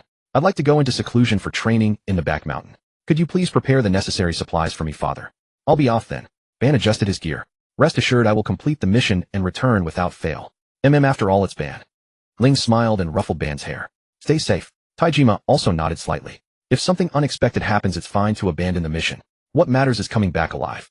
Senai clung to the hem of Taijima's haori, looking reluctant. Brother Ban, come back soon. You promised to teach me throwing techniques. Ban reached out, and just as Ling had done to him, gently ruffled Senai's hair. His smile was extraordinarily warm. Don't worry. But Senai, you mustn't slack off on your practice either, okay? After bidding farewell once more, Ban did not linger. He ran to the waiting team and departed with them. When Ban's figure was no longer visible, Taijima turned and retrieved a prepared ninja tool pouch from behind the door. Ling, this is yours. Senai's eyes widened and his voice sounded aggrieved, as if he were about to cry. Big brother is leaving too. Ling first thanked him, accepted the pouch, and slung it over his back. Then he turned towards Senai and ruffled his younger brother's hair. Since I've recovered from my injuries, it's time to start rehabilitation training. Senai still clutched Taijima's haori hem, but his cheeks gradually puffed up. Brother Ban is gone, big brother is gone too. Neither of you takes me. Ling couldn't help but chuckle. Senai, I'll be on the back mountain. If you want to see me, you can ask someone to bring you anytime. Senai only turned his head away, still pouting. Still not taking me. Taijima also chuckled softly, bending down to lift his sulking young son. Then how about we escort Ling to the back mountain? Senai's eyes immediately lit up. Really? Father is the best. Ling, however, looked somewhat concerned. Father, we've just finished a battle, and you must have many affairs to attend to. Don't worry, Ling, Taijima said, patting his eldest son's shoulder with his free hand, his smile gentle. As a father, I still have time to send my son to his training site. And knowing where you are will make it easier for me to have Ban bring Senai to visit you. So don't refuse. Let's go. Ling let out a soft, helpless sigh, but as he tapped his blind cane and followed Uchiha Taijima's steps, a smile inadvertently crept to his lips, and his previously tense shoulders relaxed. Yes, I'm sorry for the trouble. Senai, clinging to his father's shoulder, looked at Ling, and after a moment spoke. Brother, haven't you already adapted? Why do you still need to train? This is only the most basic adaptation, Ling said, lifting his face towards Senai. There's still a long way to go before true adaptation. The most fundamental step is to stay away from crowds and rely on my own strength to survive. Only by leaving the comfort zone provided by family and friends can I truly become familiar with my body's condition again. Senai nodded, half understanding. Will I need this kind of training too? No, neither you nor Ban will need it. The smile on Ling's lips faded slightly, but his voice remained gentle. If I could, I hope you two will never need this kind of adaptation training. Senai stared at the scar on Ling's face, instinctively raised his hand to touch his own eye socket. After a brief silence, tears began to fall drop by drop, and he buried his face in his father's shoulder, sobbing softly. Senai. Ling grew flustered. Are you crying? Big brother is fine. See. Not having eyes doesn't affect my daily life much. This training is only to return to the battlefield. I didn't mean to blame you. I just don't want you and Ban to get hurt. Senai. Please stop crying, okay? Big brother is worried about you. Uchiha Taijima sighed, softly reaching out to pat his young son's back. It's all right, Ling. Senai is probably just frightened by his own imagination. I'll soothe him afterward. Can I pick up the pace on the mountain path ahead? Listening to Senai's quiet sobs, Ling's expression was anxious, but he respectfully replied to Taijima's words. Yes, I'm fine. Uchiha Taijima gently cupped the back of his young son's head and nodded slightly to Ling. I'll increase the speed gradually. As the group's pace quickened, Taijima noticed that Ling's movements, which had been effortless at first, became increasingly strained. He kept losing his balance on the rugged mountain path. But each time he lost balance, Ling swiftly opened his palm to lightly touch the ground, then quickly adjusted his posture and got up with his blind cane never falling behind. However, this constant state of alertness clearly drained Ling. Sweat quickly beaded on his forehead, and his breathing grew rapid as the distance lengthened. Uchiha Taijima observed all this, but he did not help Ling. He maintained a pace that was challenging for Ling, yet not impossible, to follow, finally stopping at an open space near a water source suitable for camping. But Ling couldn't stop in time. He took a few more steps forward before halting, standing straight. Even though he tried to control it, his breathing remained ragged and heavy. Uchiha Taijima looked down at his eldest son, who still stood tall despite being utterly exhausted, and sighed inwardly. "I'll send you this far. Can you find your way back?" "Yes." Ling let out a long breath, suppressing the discomfort caused by uneven breathing, and smiled. "Please rest assured. Emma, my worthy son." Uchiha Taijima reached out and ruffled Ling's already sweat-damp hair. "Come, Senai, say goodbye to your brother." Senai raised his face, eyes still red, and waved at Ling. His voice was thick with tears. "Goodbye, big brother. Please be safe." "I will," Ling said, stepping forward a few paces by sound, groping until he found Senai's hand. "When both Ban and I are away, Senai is the man of the house. A man can't just cry easily. Our Senai is a strong child, right?" "I won't cry." Despite saying that, Senai still pouted and couldn't help wiping his tears. "When big brother comes back, I'll have multiplied my current chakra many times over. Then you can teach me ninjutsu, and I'll fight as coolly as you do." Ling finally smiled. Big brother will finish his training and return as soon as possible. After all, I still want to take our Senai on his first battlefield mission." Senai reluctantly extended his little finger. "Pinky promise then." "All right." Ling's smile deepened as he held out his own finger. "Pinky promise." Quan Nai lay dejectedly in his father's arms on the way back. It wasn't until they saw the courtyard of their home again that he looked up at his father and asked, "Father, my elder brother's eyes. It seems you understand, Quan Nai." Uchiha Tiandao's expression was sorrowful and helpless, but he did not hide the truth from his young son. "That's right, Ling cannot regain his sight, not because he doesn't want to, but because he can't. He is destined to spend the rest of his life in darkness." "Then did I do something wrong?" Quan Nai clutched the front of his father's Haori, "But my elder brother was so sad, and I said something like, a blind swordsman is very impressive." "No, on the contrary, Ling might even thank you, Quan Nai." Tian Dao slowed his pace. Ling is a child who is diligent and talented, but he always unconsciously sets too harsh standards for himself and places too much importance on the expectations of others to the point of neglecting his own needs. Under normal circumstances, these expectations might have been an invisible pressure slowly driving him toward a dead end, but in the current situation, the expectations of others will only serve as the motivation for him to get back on track. Ling now needs a reason to break free from the seemingly non-existent, yet tightly bound knots in his heart. The more expectations he has, the sooner he will pull himself together, so there's no need for you to blame yourself, Quan Nai. Quan Nai didn't quite understand his father's words and remained dejected, but there is no but. Uchiha Tian Dao ruffled his young son's hair. "If you really want to help Ling, Quan Nai, then strive to become stronger. After all, Ling's only wish now is to protect you and Ban." Quan Nai clenched his fists. "I will definitely become very strong enough to fight alongside my elder brother. By then I will guard my elder brother's back." Uchiha Tian Dao chuckled softly. Well said. You are indeed my son."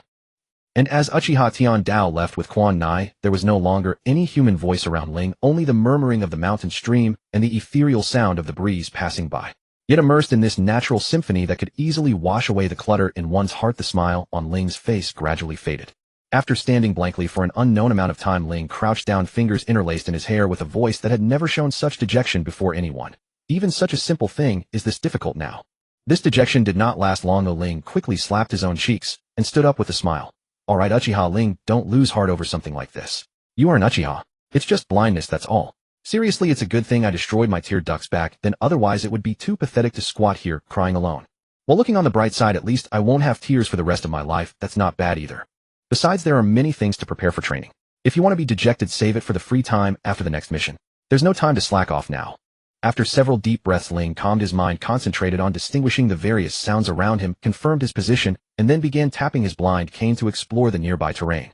But when he roughly sketched out the environment in his mind, he couldn't help sighing. As expected, "I've made father worry again." Realizing this, Ling couldn't help but start self-denying, then quickly deny his denial, and pull himself together, repeating this several times. Then he took his ninja tool pouch, pulled out the sealing scroll prepared by Uchiha Tian Dao, carefully opened it, and slowly traced his fingers over the various seals. A long sword, soldier pills, a change of clothes, and emergency medicine. With these I won't need to hunt for a short time. But if I want to return to the battlefield, I must be able to accurately distinguish the living creatures around me. Hunting is inevitable. He took out the long sword from the scroll, awkwardly tied it behind his back, rolled up the scroll again, and frowned slightly as he walked toward the direction of the water sound.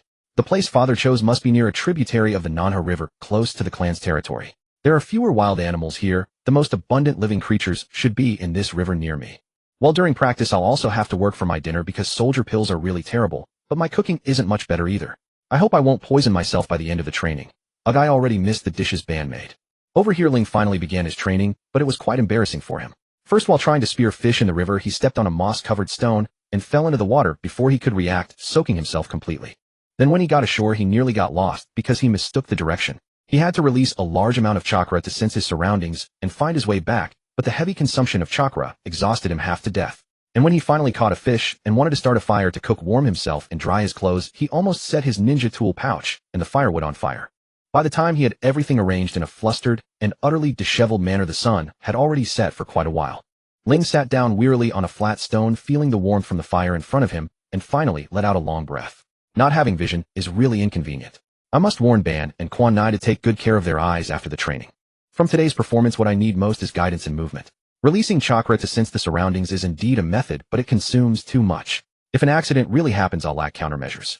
But if I use too little chakra, I might as well just use the blind cane to tap and infer the environment. A sudden burst of chakra followed by containment lacks stealth and cannot be applied in actual combat. Ling thus proposed guesses one by one, then negated them, and began to finalize his training plan for the next day. It wasn't until a burnt smell reached his nose that he snapped back to reality. After a brief daze, he panicked again. My grilled fish. As Ling had said, the first mission assigned by the clan would not be overly difficult. Within just 5 or 6 days, Madara had successfully completed his inaugural ninja mission under the guidance of his clan uncle Uchiha Keiji, who led the team. The only reason it had taken so long was that Uchiha Keiji was meticulously explaining the mission procedures to the young ones in the clan. Had he handled it himself, the entire mission, including the round trip, would have taken no more than a single day.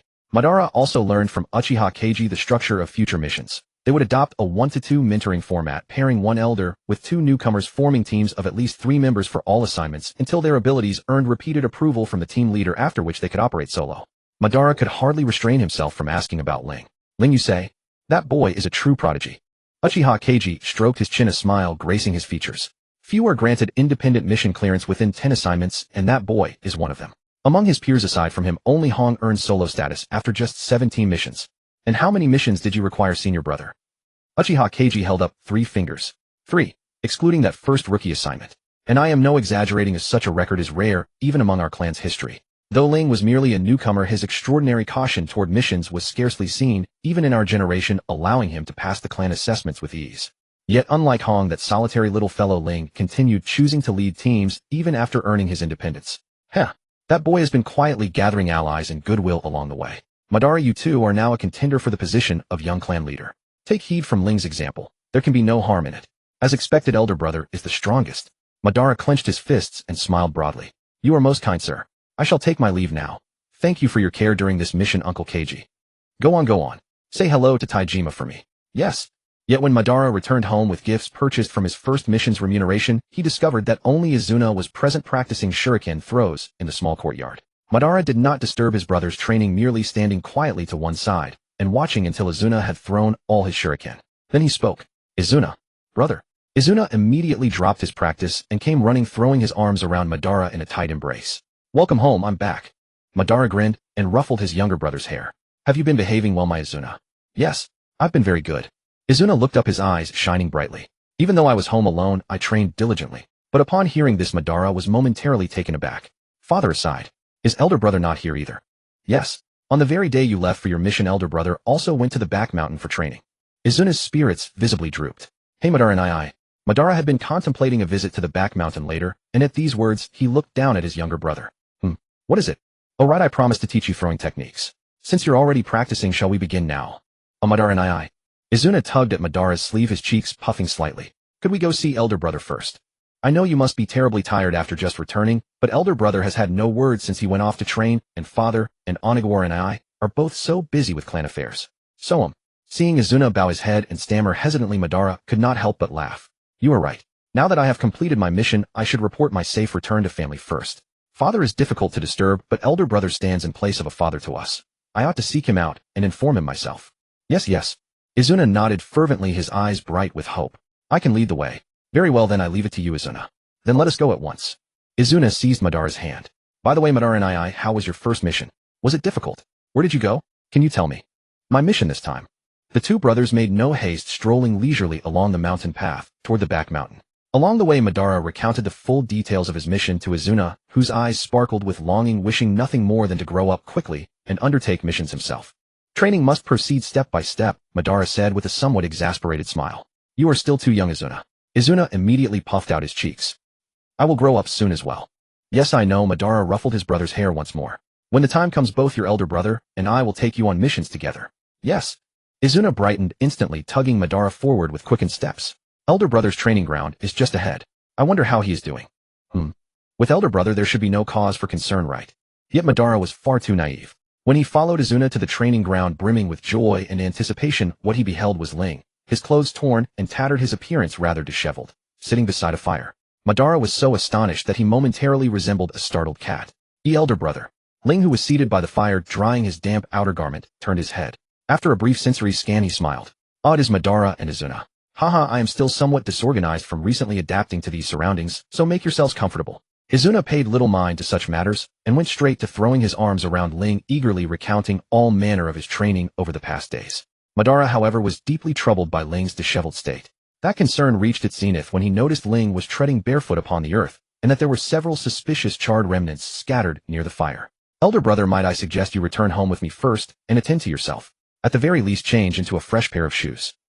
There is no need for such measures, Ling replied with a smile, scooping Izuna into his arms. I removed my shoes because they hindered my cultivation. Do I really look so wretched? Not at all. Elder brother never looks wretched no matter the circumstances. I merely. Madara lowered his head, his voice growing soft. I am just a little worried. Even merely listening, Ling could perceive the depth of Madara's concern.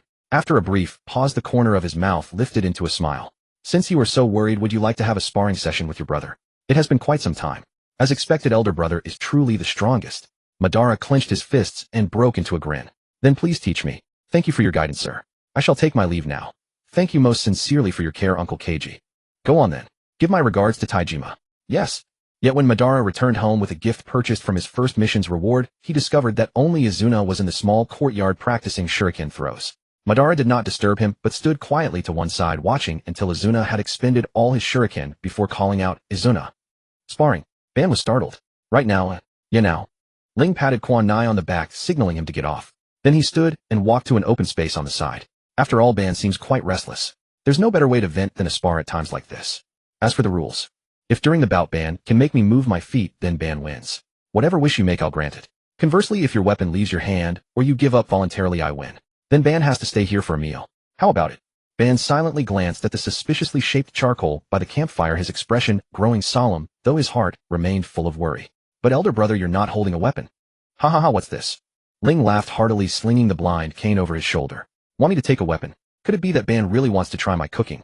Ban stared at the suspicious charcoal on the ground for a while longer, then silently drew the short sword from his waist. Then please instruct me, elder brother. Please be careful.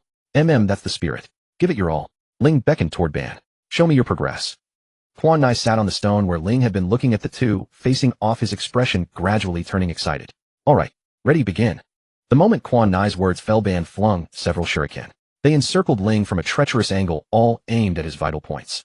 Yet Ling showed no panic. Without moving his feet, he swept the blind cane precisely toward the direction of the shuriken. But what puzzled Quan Nai was that Ling didn't sweep at the shuriken themselves, but rather behind them. Just as worry began to rise, the shuriken all changed direction when the cane swept past. Only then did Quan Nai notice the extremely fine steel wires attached to the shuriken. And that wasn't all. After catching the wires with the cane, Ling swiftly twisted his wrist, winding them all around the staff. Then he pulled tight, causing Ban, who was charging at him, to stumble. Before Ban could react, Ling smoothly transferred the cane to his left hand, gathered chakra in his right, and sliced through the wound wires. With a twist of his left wrist amid the clatter of falling shuriken, he precisely tapped the tip of the cane against Ban's left shoulder, sending him to the ground. Not a bad strategy. Ling laughed, returning the cane to his right hand. Pity against a sensory-type ninja, this approach is still lacking. Another round. Ban sprang up like a fish, a glint of battle finally rising in his eyes. Another round. And so Quan Nai, watching from the sidelines, began to witness Ban's varied defeats. Throughout, Ling never moved his feet as he had promised, relying solely on the blind cane for defense. Later, when Ban started using ninjutsu, Ling added only upper body movements, yet still dodged effortlessly, even taking the opportunity to lightly tap Ban's vital points with the cane while offering verbal guidance. When Ban charged forward for the 30th time only to have his attack easily neutralized, and his weapon knocked away through a flaw, he finally held his head in frustration. What gives? Ban has done very well. Ling chuckled softly, but didn't move. But that little trick of hiding a kunai for a sneak attack won't work on me, you know. Ban clicked his tongue softly, took out the hidden kunai from his sleeve, and looked even more dejected. I lost. Amazing. As expected of elder brother. Quan Nai's eyes sparkled. How did you know Ban still had a hidden kunai? I didn't notice at all. Through my understanding of Ban and a little trick of chakra sensing as a sensory-type ninja. Ling smiled and walked over to ruffle Ban's hair. Alright, don't be down. Ban is still young. When you're allowed on the battlefield like I was, your abilities will surpass mine. Ban looked up at Ling, muttering sullenly. How could that be? Ling just smiled, then rolled up his sleeves with an energetic look. Alright, sparring's over. Now let's try your big brother's cooking. Unlike Quan Nai's excited agreement, Ban panicked at the words. No, elder brother, maybe I should do it. Honestly, Ban, have a little faith in your brother. Ling's tone turned dejected, clearly understanding Ban's worry. And how could I feed my little brother things like that? Sure, when I first started training, I made a lot of terrible stuff and gave myself a stomachache, but I'm no demon. I wouldn't ask you to stay for a meal if I wasn't confident. But didn't you once burn down the kitchen because of cooking? Ling. That's true. Don't worry, Ban. There's no kitchen here for me to burn. After a brief pause, Ling gave a thumbs up. So it'll be fine. Ban. Even more worried now. Watching Ling tap his cane toward the riverbank, Ban's unease grew. He could never forget that day. He had been practicing ninjutsu at home when suddenly a terrifying wave of chakra erupted beside him and a raging fire swept toward him. If their father hadn't been nearby and controlled the situation in time, Ban would have definitely ended up in the medical unit that day thanks to Ling's kitchen fire. The most absurd part was that Ling had somehow managed to salvage the final product, but that product nearly made Uchiha Taijima vomit on the spot. After that day, to prevent Ling from ever entering the kitchen again, Uchiha Taijima prepared their meals no matter how busy he was, and Ban worked very hard to master cooking. But once Ban learned to cook, he became even more bewildered by Ling's earlier behavior. What in the kitchen required such a powerful ninjutsu? Watching Ling stand in the river using a long blade to spear fish, Ban's expression was indescribably complex. I'll just wait and see. If the final product looks too dangerous, I'll use a jinjutsu to trick Quan Nai and eat it myself. Hopefully I'll have enough time to send Quan Nai back and make it to the medical unit afterwards.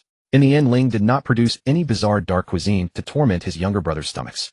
The grilled fish, though bland and slightly burnt, was otherwise normal, which finally allowed Ban to relax completely. Yet seeing Ling's precise movements as he deboned the fish for Quan Nai, Ban grew curious again. Brother, is this also achieved through chakra perception?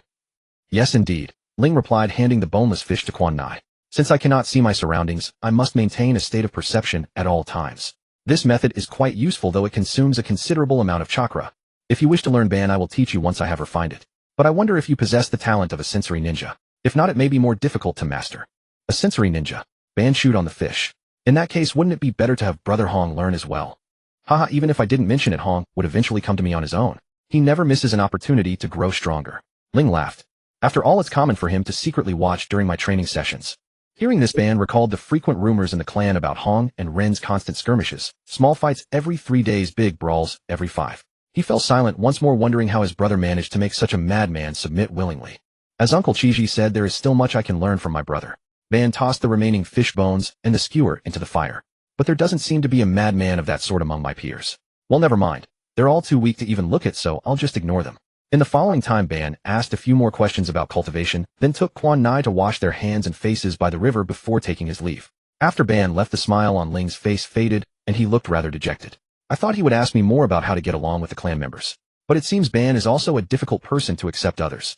This is really troublesome. After fretting over his younger brother's development, Ling instinctively reached for the crow eggs in the cloth pouch inside his clothes and began his daily, unyielding chakra guidance. These days, aside from dealing with survival issues, Ling's greatest concern was undoubtedly the 2 crow eggs he had obtained from Uchiha Yu. According to Uchiha Yu, his own chakra natures, wind, fire, and lightning, were all aggressive and unsuitable for nurturing summoning beasts from eggs. It was only because Ling was a sensory ninja capable of fine chakra control that he had been given the crow eggs. Otherwise, Uchiha Yu would rather have helped Ling find a ready-made ninja cat from the cat village, even if he was allergic to cat fur. After all, these 2 eggs, if cultivated by him, would become 2 more usable ninja crows. There was no reason to waste them on Ling. After finishing the guidance and confirming that his chakra had not damaged the egg's vital signs, Ling finally breathed a sigh of relief and carefully placed the eggs back into the pouch on his chest. This must continue for at least another 10 days. Indeed, summoning beasts are a huge hassle. If I had known I would be rescued, I wouldn't have slashed myself so deeply out of fear of being picked up and having my eyes dug out by the Senju clan. So many of my past habits have to be overturned. Even if I love training, this is too much. No, pull yourself together. The current perception method has too many drawbacks. It consumes too much chakra and requires physical contact with the environment. It needs improvement. At least I shouldn't have to expend over 60% of my chakra just to have a normal meal with my brothers. I can't. Thinking about all this is so exhausting. Ling lay back on the ground, exuding an air of despondency. Let's rest for today, shall we? At least I don't want to study new techniques today. Reasoning without pen and paper, relying solely on thought and practice, is too draining. But I can't afford to waste time. Let's do something that doesn't require brains, like refining chakra or training in taijutsu. I'll need both in the future anyway, though taijutsu must still be combined with perception. Alright, chakra refinement it is. Let me clear my mind for a bit. Saying this, Ling sat cross-legged again, took a few deep breaths, and entered a meditative state to begin refining chakra. After returning home with Quan Nai, Ban also told his father about his mission and Ling's current condition. Uchiha Taijima was both relieved and worried upon hearing this, but he did not show it. He merely instructed Ban on a few cultivation issues and sent him to rest. The following days were peaceful.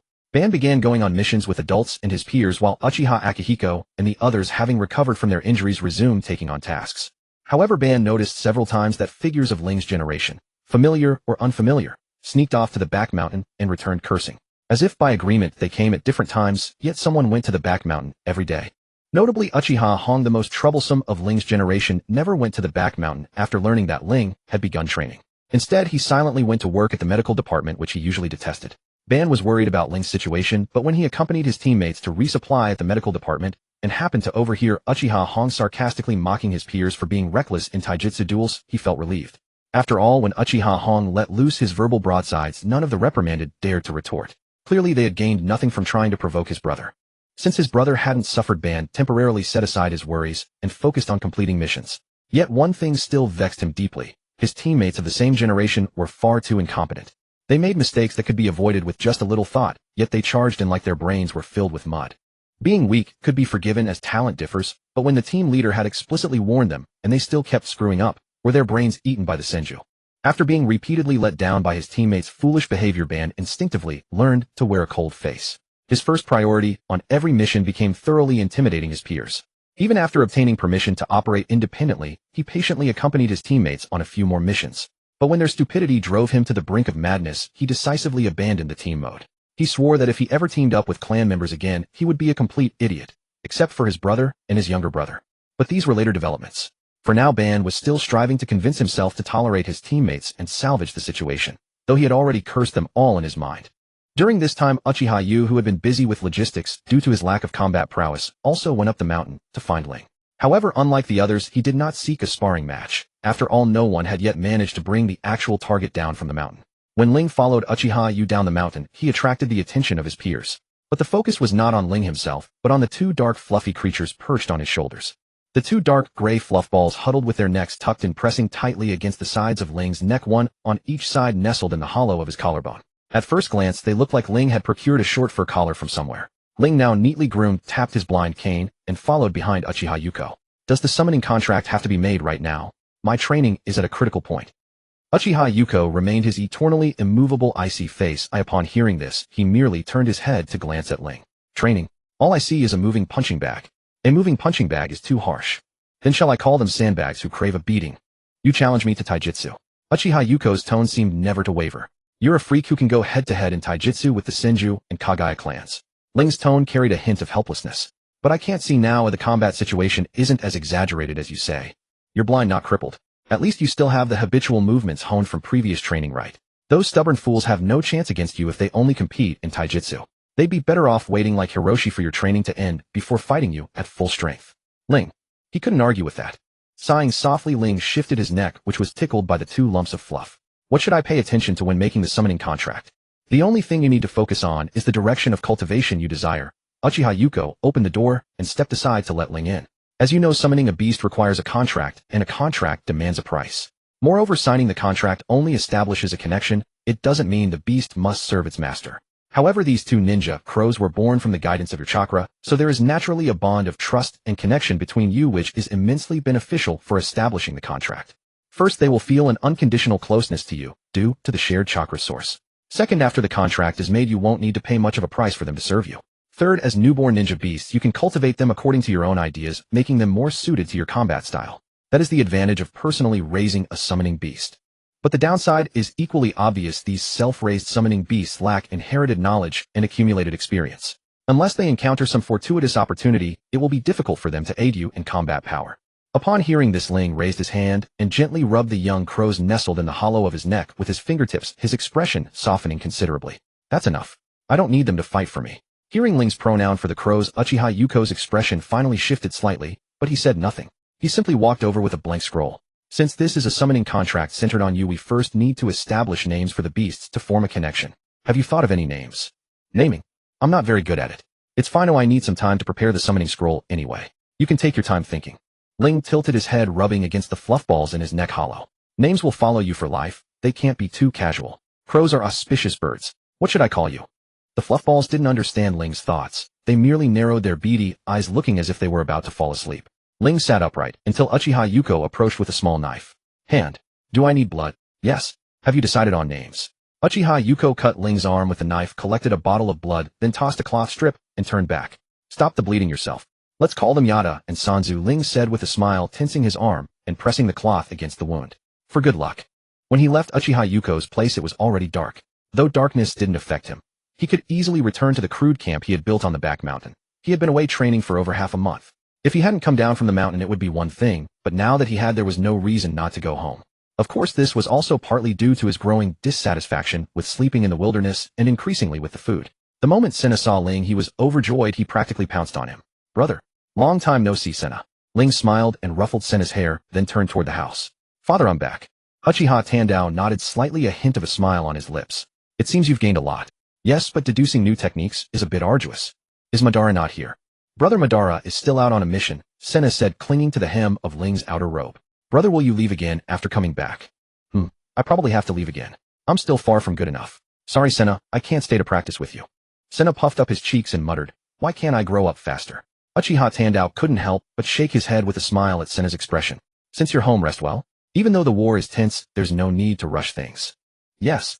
Ling leaned his blind cane against the wall, bent down to pick up Senna, and walked inside. I'll make sure to balance work and rest. Once in Ling's arms, Senna stared with great curiosity at the two fluff balls perched in Ling's neck hollow. But before long, he met two pairs of beady eyes that seemed to study him in return, and he stared back even harder. As a sensory ninja, Ling naturally reacted when someone stared so directly at his vital points, even if the gaze held no hostility. However, he understood Senna was simply looking at the crows, so he smiled and said, these are Yada and Sanzu, my summoning beasts. If we convert their age, they're about the same as you, Senna. You should get along well with them. As Ling finished speaking, the two young crows each gave a chirp, as if echoing his words. Senna blinked, reached out to poke the fluffy bodies of the chicks, and seemed half understanding.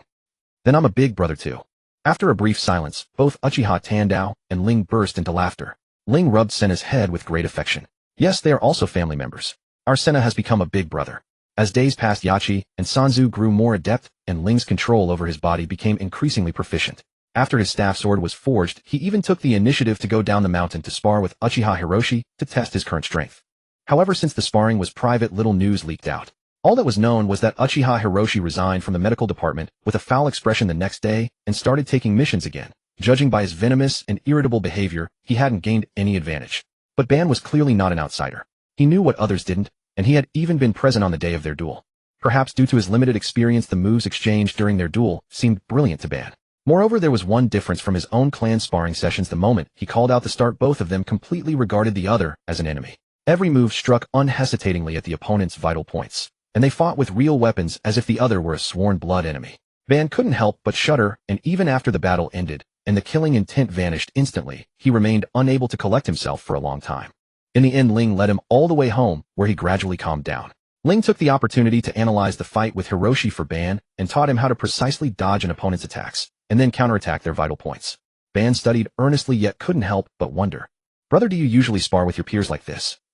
Only when I want to test my strength do I carry killing intent. Usually it's just ordinary sparring. Ling shook his head. And this kind of sparring isn't with all peers. For now, this practice with killing intent is only carried out among me, Hiroshi, Akihiko, Masaki, and Kenji. Kenji. Ban tilted his head. I don't recall seeing him among the people you usually associate with. Kenji is always on missions, so it's normal you haven't met him. Besides, Ling seemed to recall something helpless. His personality is a bit polarized, but he's not malicious. Rather, he's somewhat naive, which makes him a little hard to handle. Ban nodded, but soon grew curious. Is there someone even you can't handle, brother? It's not that I can't handle him, but I'm at a loss where to start. Ling chuckled dryly and turned away. Ahem, enough about me. How have you been getting along with the clan lately, Ban? Ban recalled those frustrating clansmen. Knowing Ling couldn't see him, he rolled his eyes several times, but his tone remained calm. Fine, except there are always disagreements during missions. Disagreements on missions are normal, since not everyone thinks alike. Ling turned his head back. If time permits, let everyone voice their opinions for discussion. But if time is tight, you must be firm and decisive. However, winning others' obedience is not easy. Your accumulated prestige, personal strength, and the recognition of your team members all affect this. Then you can't just focus on improving your own strength. Yes, I'll keep that in mind. How do you handle such problems, brother? Me. When I lead a team, everyone listens to my orders. So far there haven't been any heated arguments. Even when disagreements occur, they're usually after the mission when we discuss where to relax. Since I'm always the only one who wants to go to an izakaya, I lose my say then. Ban. Not to mention taming the clansmen. So it's normal for you to break the rules after missions, brother. Bringing up missions, Ling perked up. Speaking of which, Ban, have you ever killed anyone? Ban snapped out of his thoughts. No. Not yet. Then you must be careful. Ling lifted his head. When it comes to killing missions, many people can't bring themselves to do it, and even if they force themselves, they end up vomiting until they faint. What about you, brother? Me. Ling touched his chin. I don't feel much. After all, if I don't kill them, I'll die. And a shinobi's essence is that of a tool. Using a tool to kill is only natural. But Ban, remember, before being a shinobi, you are first a human. Humans are bound to have emotions. Even if you are called a killing tool, you must not truly treat yourself or others as tools. Understand? I don't quite understand, but I'll remember. Ban lowered his head, then after a brief silence spoke again. Brother, are you ending your training? Ling nodded slightly, a smile tugging at his lips. Yachi and Sanzu can now help me discern directions. It's time for me to try taking missions again. Then team up with me, brother. We'll do missions together, and you can teach me more. Ban's sudden increase in volume startled Ling, but Ling quickly nodded in agreement and asked Ban to help him prepare a set of gear as well, so they could go accept missions together tomorrow. Ban became even more elated at Ling's agreement. He no longer had to endure those stupid bleak teammates. Hooray! Hearing Ban humming a cheerful tune, Ling shook his head helplessly. Truly still a child. Well, I'm not that old either. Saying this, Ling couldn't help but laugh, but after the laughter his expression grew more bitter. I went to the battlefield at 9, but Ban is even a year younger than I was then. Is it because the war is still spreading? Sigh. Why is peace always so fragile? I don't want my little brothers to go to the battlefield. Then don't let them go, caw. With the sound of flapping wings, a pitch-black crow descended from the beam. Tie them up if they don't listen, caw. Yachi. It's easy to say, but they are my little brothers, just as you are my family. When I say I don't want them to go to the battlefield, I mean I want to protect them. Ling reached out and picked up the crow, his expression particularly helpless. If I did what you said, wouldn't I become the #1 culprit harming my brothers? Caw. Yachi is an idiot. Another fully feathered crow also descended from the beam and unceremoniously perched on Ling's head. If you want to protect someone, you should directly break their limbs. Lock them up. Lock them up. Sanzu is the idiot, caw. The crow in Ling's arms raised its volume as well. Breaking limbs is an act of harm, caw. That's putting the cart before the horse, caw. Caw. If you don't break their limbs, they'll run. I heard the master talking to those losers before. That's how they treat friends, called senju. Being treated like that is not being a friend, caw. Caw. Nonsense. The master said it himself. We must give a warm welcome to these friends from the senju. Friends and family and friends should have the same treatment. Your words do have some truth, caw. Ling. That's wrong in every way. Don't learn things by only half listening. It seems I need to be careful with my words from now on. Or maybe explain the role of tone to them. Ling reached up and grabbed Sanzu from his head, then stroked both crows, one in each hand, as they argued noisily. His expression was troubled. Indeed, raising one's own summoning beasts is a big hassle. Ling spent a full 2 hours barely managing to explain things to Baji and Sanzu. Some words required grasping the meaning through tone rather than literal interpretation. Humans are truly complicated, GA. That's right. Truly complicated. Ling's mouth twitched slightly. Alright, we have to go out on a mission tomorrow. I'm going to sleep. You two should rest too, you don't have to keep following me. Sanzu nodded, gently touching Ling's palm with its beak. Then remember to summon me if you need me. After all, master, you can't see. Although I really want to help, master, I really don't like being summoned, Baji also spread its wings. I feel like I'm going to throw up yesterday's meal. I completely agree with that. Terrible. Absolutely terrible. Well, sorry about that. Ling stood up and walked toward the bed. Once your chakra is sufficient for reverse summoning, I'll see if I can improve it. It's too much to ask me to improve something I know nothing about. Bazi master is an idiot. He actually thinks birds can have more chakra than humans. Gahaha. Idiot, you shouldn't say that directly, a master will be sad, Gaha. Master is too naive, gaha. Ling, who was changing clothes and preparing to sleep. It seems it's a good thing I can't hear animals' thoughts normally. With this thought, Ling fell into a deep sleep. The next morning, after checking the ninja tools he carried with Ban, Ling went with Ban to the clan's mission assignment location. Because Ling was blind, only Ban entered the mission office. He planned to note down the desired missions and then go out to discuss with Ling. He happened to meet up here and exchanged a few words, but before he finished speaking, Ban shuddered, feeling as if a fierce beast was staring at him. Instinctively, he drew his sword and turned only to face a pair of crimson three-tomo Sharingan. Seeing Ban's reaction, that person seemed to realize his behavior was inappropriate. His gaze shifted slightly downward, avoiding Ban's eyes, but he still stared intently at him, looking somewhat excited. You're Ban, eh? What is Ling to you? Ban frowned instantly. What's it to you? You're Ling's younger brother. The man who had called out to Ban grew even more excited, even walking slowly toward Ban. Finally, I've been waiting for this. Now not only Ban was tense, even his peer became nervous. The surrounding clan members also stopped and looked over. However, some of Ling's peers, upon seeing the person confronting Ban, showed smiles. One of them shouted, "Hey, no way, Shinsi. Ling has already recovered from his injuries, and you still haven't found his house." Ban was also stunned, and his gaze toward the person in front became suspicious. The person called Shinsi's face flushed red, but he didn't dare to take his eyes off Ban. Shut up. You're noisy. I just didn't seriously look for it. Stubborn. The person who had spoken earlier laughed. Break it up, break it up. He's looking for Ling, it's fine, it's fine. Hey Banshan, just take this guy to your brother. Ban. Who are you calling Banshan? I'm not familiar with you, don't be so intimate. Clicking his tongue, Ban signaled to the peer behind him that he could handle this, but he couldn't help looking up and examining the youth before him, called Uchiha Shinsi. Or was it a girl? The person before him had fair skin, exquisite features, and slightly wavy black medium-length hair falling on both sides of the face. Even though the Sharingan in their eyes exuded a dangerous aura as they spun, it was impossible to look away. This appearance was 1 in 100 even among the Uchiha clan, known for its beauties. Even if you're good-looking, you can't just stare at people with your Sharingan in public. So rude. Ban's expression was displeased. What do you want with my brother? But before the person in front could speak, another voice came from the doorway. Hey Shinsi, Ling is outside. What? Which one? Uchiha Shinsi looked overjoyed and quickly walked outside. But soon his steps froze again. He turned back, stiffly looked at the similarly dressed crowd, and his expression fell. It's hopeless. Ban watched Uchiha Shinsi's bewildered gaze, twitched his mouth, and raised his hand. You're not looking for me, are you? But what greeted Ban was Uchiha Shinsi's slightly skeptical look. You're Ban. Really? What's with this guy? Is he that face blind? Ban stared at Uchiha Shinsi, his expression gradually turning blank. Even though everyone is dressed similarly for the mission at this distance, he can't recognize someone just by turning his head. Under Ban's gaze, as if looking at a strange creature, Uchiha Shinsi's face reddened again. He turned and continued walking outside. If you won't say fine. Ling is outside, I'll find him eventually. Ban was no longer in a hurry to choose a mission. He followed Uchiha Shinsi's steps, intending to see what this guy was up to. Is that so?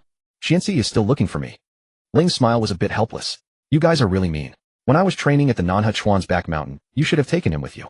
You know he's face blind and has no sense of direction. Don't say that. Watching Shinsi look for someone is quite interesting. And given his polarizing personality, you wouldn't have been able to handle him while you were recovering, right? The peer Uchiha who had been talking to Ling laughed. Oh, here he comes. Hey, Shinsi, over here, over here. The one with the blindfold is Ling Kuan. I tell you, Ling Kuan, you need to work hard. I'm waiting for you to be the team leader, so I can slack off. You have no idea how many meals I've missed dealing with team conflicts while you were resting. Thank you, Ingsi. Ling smiled. But give me a break. I'm already exhausting all my energy, just developing ninjutsu that suits me. Well, don't be so absolute. Uchiha Ingsi patted Ling on the shoulder. I'll go do my mission now. See you. Ling nodded. Stay safe. May your martial fortune be prosperous. Yeah, same to you, good luck in battle. Listening to Uchiha Ingsi's footsteps fading away, Ling sighed with a smile. Still the same as always. But before he could sigh more, he was grabbed by the collar by Uchiha Shinsi, who rushed over. Uchiha Ling. You damn bastard. Ling raised his hand. Now Shinsi, calm down first. How can I calm down? Don't you think your actions were despicable? Uchiha Shinsi pulled Ling close, his voice filled with fury. I told you I was going to lead the enemy away with fake intel. What did you do instead? Why did the real intel end up in my hands? And you ended up like this. Is that reasonable? Between a guy like me who can't do missions without the team and the current number one, everyone knows who should be abandoned, right? Couldn't you make the right choice? Actually, I did escape at that time. This injury happened when I later encountered a Senju squad and couldn't help myself. Shut up. You bastard. Uchiha Shinsi almost lifted Ling off the ground. That's even more idiotic. Do you know how many Senju you could kill on the battlefield if you grew up smoothly? If you had let me lure the enemy at that time, you wouldn't be in trouble now. You might have already killed a dozen Senju to avenge me. Why are you stupid enough to sacrifice your future for those scum Senju and a waste like me? And I heard that you can't even transplant the eyes preserved in the clan. Aye. How can I ever repay you? Wah. Ban, who had followed out, was stunned. He couldn't understand why this man who looked more beautiful than a woman would immediately burst into tears while clinging to his brother's waist after being so angry, looking even more heartbroken than his brother. Ban stood at the mission office entrance watching Uchiha Shinsi, who was clinging to Ling and crying loudly, completely indifferent to the clan members' stares. He looked at Ling with a gaze that was both sympathetic and shocked. There are so many weirdos in this generation. It's really tough, big brother. Wait, Kingji, stop crying. Ling was at a loss for what to do first. At least don't cry here or unfasten my belt. and then cry all right. Even if I have more strength than you, and can maintain balance, the material of this belt isn't strong enough for that. I don't want to. Uchiha Kenji cried, even louder, though his hands silently released Ling's belt, and instead clutched the hem of Ling's outer garment. You know, I can't remember people's faces. The only reason I can recognize my relatives is because I've memorized their voices from spending so much time together, and I can't remember the way either. If you go blind, you'd make me blind too. What kind of situation is this? If you go blind, won't there just be one more useless blind person among our generation? No, Kenji, look at me. I'm very easy to recognize. Ling breathed a sigh of relief and pointed at himself. See, I have a silk ribbon tied over my eyes. Only I dress like this in the clan, so it's easy to spot me. Anyway, can you stand up at least? We're blocking the door to the mission office. Uchiha Kenji sniffled and glanced around at the onlooking clan members, then finally rose to his feet, though one hand still gripped Ling's garment, like a frightened animal afraid of being abandoned. What do you want me to do? I could never repay this favor. Boo-hoo. Kenji stopped taking responsibility for favors that don't exist. Ling sighed and turned toward Madara. Madara, have you picked a mission you like? No. I haven't had the chance yet. Madara looked at Uchiha Kenji, his expression tinged with subtle distaste. That elder brother over there. It's fine, I can handle it. Madara, go pick a mission. Ling waved his hand at Madara, though his smile was somewhat feeble. Just wait for Kenji to calm down. Yes, just wait for him to calm down. Madara stared at the two of them with a somewhat complicated expression for a while, then turned and went back into the mission office. Is Ling going on a mission? Uchiha Kenji sniffled. Then I'm going too. Ling couldn't help but laugh. Wouldn't it be overkill for the two of us to take a mission together? Overkill. Uchiha Kenji's eyes widened, and the three tomo of the Sharingan involuntarily appeared. It would be worse if it were just you and your younger brother. A blind person plus a child who just became a ninja. That's the real problem. Do you find that kind of heroic sentiment about someone dying in your place amusing? No. Shut up, you idiot. Moron. Body technique maniac. Ninjas live from dawn to dusk. Do you really want an opportunity to throw your life away and make me carry your favor for the rest of my life? I'll cry. I'll really cry. Even as a ghost, I won't have any peace. Ling sighed and raised his hands in surrender. Yes, I understand. I agree to do the mission together, so can we skip the whole favor topic for now? Besides, why are you crying more proficiently than Chiho and the others? Uchiha Kenji's eyes returned to black, and after a brief silence to compose himself, he spoke again. Hey Ling, you're using chakra to sense your surroundings now, right? Haven't you noticed anything different about me? Different. Ling tilted his head. Does counting as having more strength count? I'm being serious. Take this seriously. Hearing Uchiha Kenji say that, Ling reached out and grasped his wrist, then focused his perception again. The chakra in your head has become more active. Have you awakened the Mangekyo Sharingan? Well, I'm not entirely sure, but after our last mission together, my Sharingan keeps activating on its own. I even had someone take me to the medical department, but they couldn't figure out anything. Then you're probably close to awakening it. Ling stroked his chin. And speaking of which, when I encountered Hong and Zhaoyan before, their cranial chakra was also quite active. I wonder which one of the three of you will obtain that power first. Truly anticipated. You can rule Hong out. Uchiha Kenji had finally calmed down completely. After confirming that only Ling was wearing the blindfold, he let go of Ling's garment. That guy may be skilled, but in these matters he's as if burdened by a curse. No, that's going too far, calling it a curse. Then what would you call it? An Uchiha whose primary affinities are water and earth. Half of his potential is already wasted. Uchiha Kenji crossed his arms. But he still manages to rank among the top students. Hong's talent is truly terrifying. His sensory ninjutsu keeps getting stronger. Last time I almost couldn't fool him. Yes, I barely edged out a victory against him in our last sparring session too. Ling raised his hand to rub the back of his neck and laughed heartily. I feel like I'm going to be left behind. It's quite pressuring. That's exactly why you should have let me be the bait last time. Uchiha Kenji muttered. Even if you had to destroy your eyes, you could have gouged them out and crushed them. Didn't you consider the possibility of surviving and coming back? Battlefield situations change in an instant. It would be disastrous if I were captured alive by the Senju clan. Ling's smile turned wry and he patted Uchiha Kenji's shoulder. So don't say gloomy things like using you as bait. Besides, I chose the mission and I brought all of you along. As the captain you nominated, it's my duty to prioritize your safety and bring everyone back alive.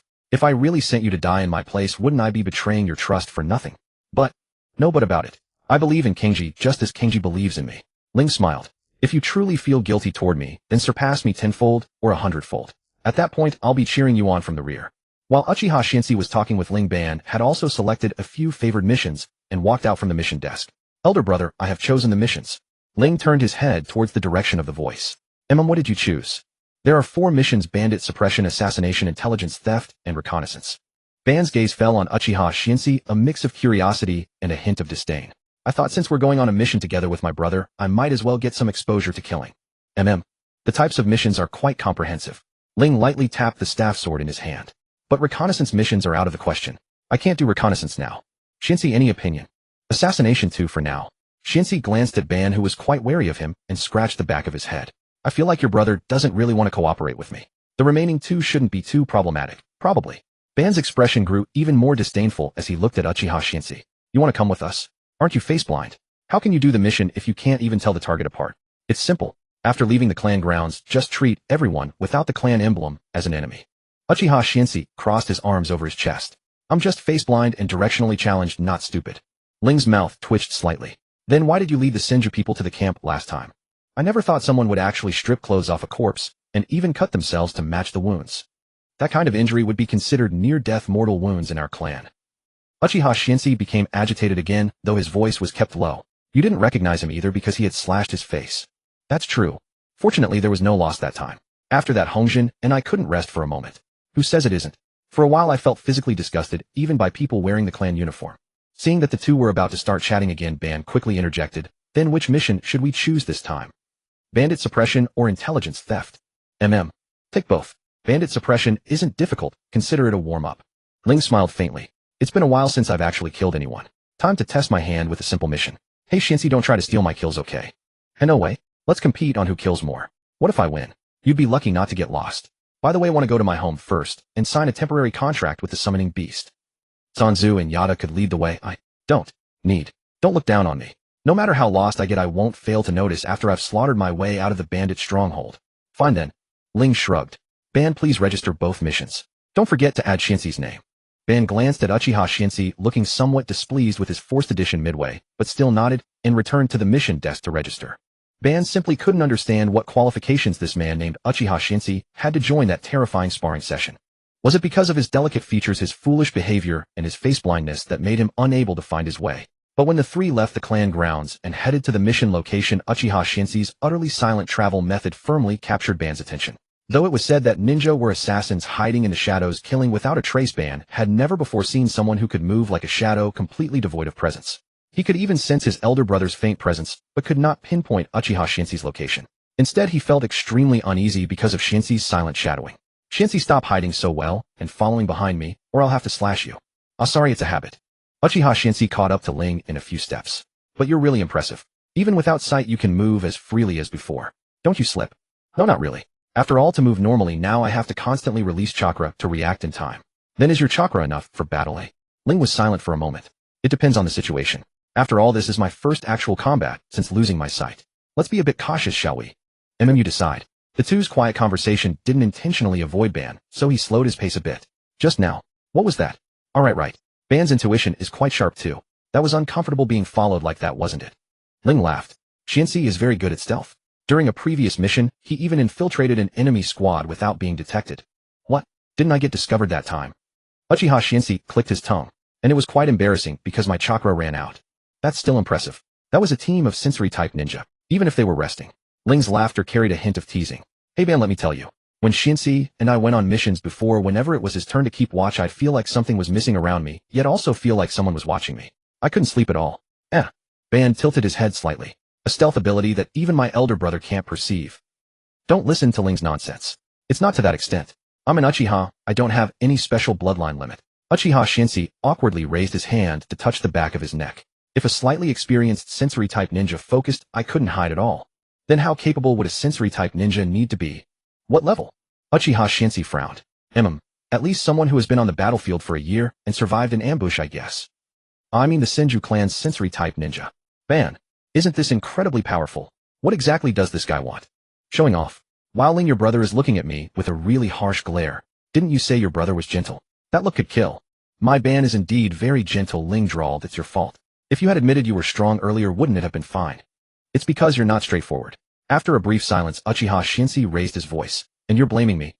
The location for the bandit suppression mission was not far, no more than half a day's travel at a ninja's pace.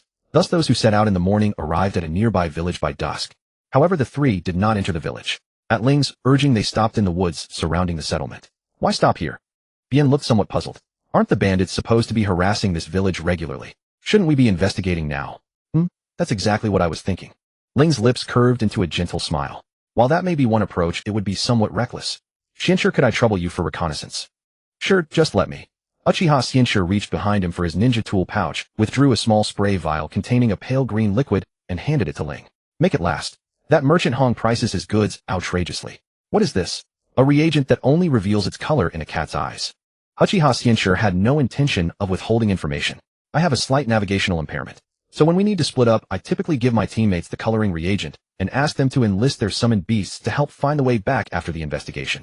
I carry one myself, and the coloring effect lasts roughly half a day. Bien's thoughts grew complicated though outwardly, he merely gave a cold nod to indicate his understanding. He then turned to Ling. And what exactly are we scouting for? We need to determine whether the village and the bandits share any connection. Ling's voice remained gentle.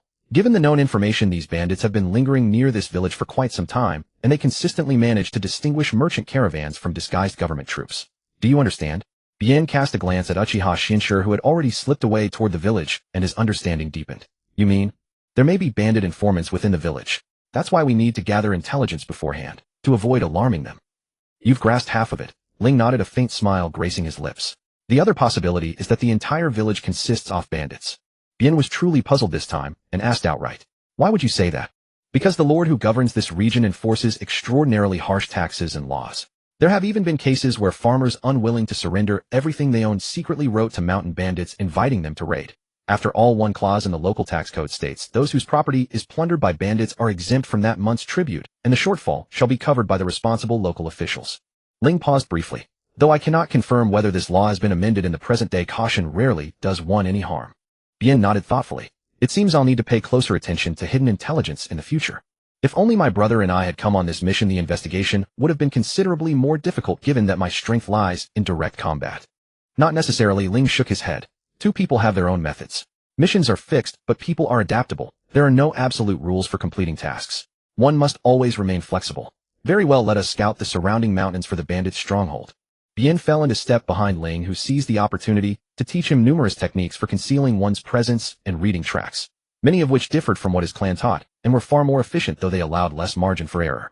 Shortly after the two located the bandit stronghold, Uchiha Rei returned, guided by his ninja cat. The village is populated mostly by the elderly and children, with few able-bodied adults. Each household stores no more than 10 days' worth of grain, yet every family's fields are meticulously tended. How about your findings? The exact opposite of yours. Ling turned his head slightly, the faint smile on his lips fading. Truly the scenario we least wish to encounter. Conceal yourselves and rest. We move at dawn. Leave no one alive within that stronghold. Uchiha Rei nodded and said nothing further. Bien also seemed to understand something, though he did not dwell on it. Whether the bandits and the villagers were connected mattered little to him, for this was but an ordinary mission. As the moon disappeared and dawn had not yet broken, the resting three moved almost simultaneously. Ling lowered his voice. Shinsher, take the watchtower. I'll handle the houses. Kill anyone we encounter along the way. Make it quiet. Bien, follow behind and finish off any survivors to prevent them from feigning death. Shrouded by the night, the three crossed the stronghold's walls with ease. As blades flashed through the darkness, crimson blossoms of falling life sprang up silently around them. A one-sided massacre unfolded within the stronghold. During the slaughter, Bien drove his short blade into the neck of the man before him. The sensation of the blade parting flesh and blood, coupled with the twisted, resentful expressions on the dying, filled him with deep discomfort. After sweeping through most of the stronghold, the three parted ways to search individually for any survivors. Bien chose a direction and searched house by house, yet he could not shake the memory of that sticky, warm blood spilling onto his hands, only to cool and lose its heat moments later. Is this what killing feels like? How repulsive. Stopping once more before a door, Bien frowned at the heavy breathing he heard from within. Gathering his chakra into his feet, he kicked the door open with force. The wooden door splintered and flew outward upon impact. The man hiding behind it stumbled and fell to the ground with a cry of pain. Bien stepped inside, drew the short blade at his waist, and prepared to end the man's life before moving on. Yet at that moment a child's tender voice rang out. Bad guy, don't you dare touch my father. Bien followed the voice and saw a young girl glaring at him with fury in her eyes. Behind her a woman clutched the child tightly, her face contorted in terror. Upon seeing Bien's gaze, despair deepened in her eyes. Please, I beg you, spare the child at the very least. She is so young, she understands nothing. She will forget all of this soon. Please have mercy. The woman's tearful pleas caused Bien to pause. His gaze drifted over the simple yet homely interior of the room. Lowering his eyelids, he tightened his grip on the blade. I am sorry. This is my mission. I will make it quick for you. With those words, Bien's blade flashed. It pierced straight into the chest of the man he had kicked aside. The same man who even at death's door had attempted to strike him from behind. Warm blood spilled as silence fell upon the room. Disclaimer: all content in this book is entirely fictional. The behavior of characters does not reflect the author's personal values. Readers are advised not to imitate or learn from the character's actions, nor to speculate on the author's intentions. Disclaimer: all content in this book is entirely fictional. The behavior of characters does not reflect the author's personal values. Readers are advised not to imitate or learn from the character's actions, nor to speculate on the author's intentions. Disclaimer: all content in this book is entirely fictional. The behavior of characters does not reflect the author's personal values. Readers are advised not to imitate or learn from the character's actions, nor to speculate on the author's intentions. Madara could feel the blood now lost to warmth slowly flowing along the blade toward his palm, while the man's gradually slowing heartbeat resonated clearly through the sword's length. Frowning, Madara sheathed his short blade and flicked the remaining blood from the edge. Behind him, the lifeless body, deprived of the blade's support, could no longer stand, its limbs twisted as it crumpled to the ground. At the sound of the corpse hitting the ground, the little girl broke free from the woman's grip and ran toward Madara, pummeling his legs with tiny fists. Bad man. Bad man. Don't hit my dad. Why are you bullying us? Bad man. I'll hit you. Why, daddy, get up quickly. I'll chase the bad man away for you, please get up. The woman finally snapped out of her terror, falling to her knees and choking out pleas for Madara to spare at least the child. Madara looked down at the wailing girl, raised his blade once more, but the moment he met her obsidian-like eyes brimming with fury and wet with tears, he found he couldn't bring himself to strike. Should I let them go? No, if I only spare the child. Before the thought could settle, a crimson line appeared across the girl's throat. Her young face froze in a mixture of anger and shock, as though blaming something unseen, and those obsidian-like eyes went permanently dark. Before the girl's head could even roll to the ground, the woman's desperate cries were cut short. Instead, Uchiha Kenji's low voice rang out. I was wondering why it took you so long. So you ran into a woman and child. Madara gazed down at the still small body, his voice rough and stiff. I hesitated. It's all right, Uchiha Kenji said, flicking blood from his blade before walking over to shield Madara's eyes from the corpse. You've never killed before today, you'll get used to it. If you're feeling too sick, go stand guard at the bandit camp entrance. Ling and I will handle the rest. Madara nodded blankly and shuffled forward in a daze. His mind remained clouded even as Ling and Uchiha Kenji approached, their garments stained with blood. It wasn't until a scorching wave of heat washed over him that Madara's gaze shifted to the two people unleashing fire-style jutsu to destroy the scene. Ling cleared his throat a few times, then reached for a sealing scroll. Tracing a hand sign, he produced 2 bamboo flasks of water, his voice slightly raspy. Kenji. Madara. Ah, thanks. Uchiha Kenji took one and tossed the other to Madara, his own voice equally dry. Fire release is handy, but it really dries out your throat. Ling pulled out another bottle, took a few sips, and asked, Kenji, how's the fire? No problems, came the reply. Given tonight's wind direction and the camp's position, it won't reach the forest. We can withdraw. Then let's move out. I recall our next intelligence gathering mission is in a nearby city. We'll rest there this morning. Ling turned toward Madara. You good to leave, Madara? Yes. I'm fine. He moved to take point, but Ling caught his wrist as he passed. Brother. Something's off with you. We need to talk. Plans changing. Let's find a suitable camp nearby. Before Madara could protest, Ling bit his right thumb, drew a horizontal line across his left palm, formed the hand seals in sequence, and pressed his palm to the ground. Summoning jutsu. White smoke billowed, and a raven with jet-black feathers materialized before them. After humorously shielding its eyes with its wings, it fluttered onto Ling's shoulder. Being summoned while I was asleep is a terrible experience, Ka. What do you need me to do, Ka? Sorry, Yachi. Ling tilted his head slightly. Can you find us a suitable camping spot nearby? No problem, Ka. Yachi nodded. Though I think we need to discuss working hours at some point, Ka. Fine. When I finish my mission and return, I'll bring Sanzoku along, and we'll sort it out. For now, thank you. Don't worry, follow me, Ka. Kenji, I'm counting on you too. Uchiha Kenji glanced at the still-dazed Madara without another word. His 3-tomo Sharingan quietly awakened as he looked up at Yachi circling above. Understood. Ling led Madara to follow Uchiha Kenji's pace. Madara, what's wrong? Nothing. It's nothing. Madara finally snapped out of it, and fell in step with the two, though his thoughts remained troubled. I just experienced some hesitation that doesn't befit a ninja. Is it the killing that's bothering you? Madara shook his head, then corrected himself. No, it's not exactly resistance. Though it feels uncomfortable, I just don't know if this is right. Let me put it, Uchiha Kenji slowed his pace. Simply put, this kid has compassion for women and children. He couldn't bring himself to kill cleanly. Seeing me do it clearly shook him up. I see. At Ling's words, Madara's lips pressed into a thin line as his thoughts grew tangled once more. I must have disappointed my brother, failing to complete even this simple task alone. As a ninja, I must eradicate these useless sentiments from now on. Looks like our Madara's a kind-hearted kid. Madara stared at Ling in surprise, and the gentle smile on his face significantly eased his frustration and tension. Yet his voice still carried doubt and self-reproach. Brother, you needn't spare my feelings. A mistake is a mistake. If it weren't for Brother Kenji back there, I probably would have let that mother and daughter go. The mission would have been deemed a failure, wouldn't it? I should be punished for such behavior. I'm not covering for you. That's unnecessary, Ling said with a smile. If anything, you did well. No vomiting, no crying, and you're already reflecting on yourself. For your first killing mission, that's quite good. And in my view, Madara's compassion toward women and children actually shows you have the potential to become a true strength. A true, strong one. Because a true strong person disdains to raise their blade against the weak. Ling's expression remained gentle as ever. Isn't there a saying? The strong turn their blades toward those stronger than themselves, while the weak turn their blades toward those weaker. It pleases me that Madara can show compassion toward the weak. Before Madara could speak, Uchiha Kinsuke cut in. You just keep spinning tails. Your little brother will be led astray by your nonsense sooner or later. What do you mean spin tails? I'm being perfectly serious. Uchiha Kinsuke clicked his tongue. Then what about Masaki?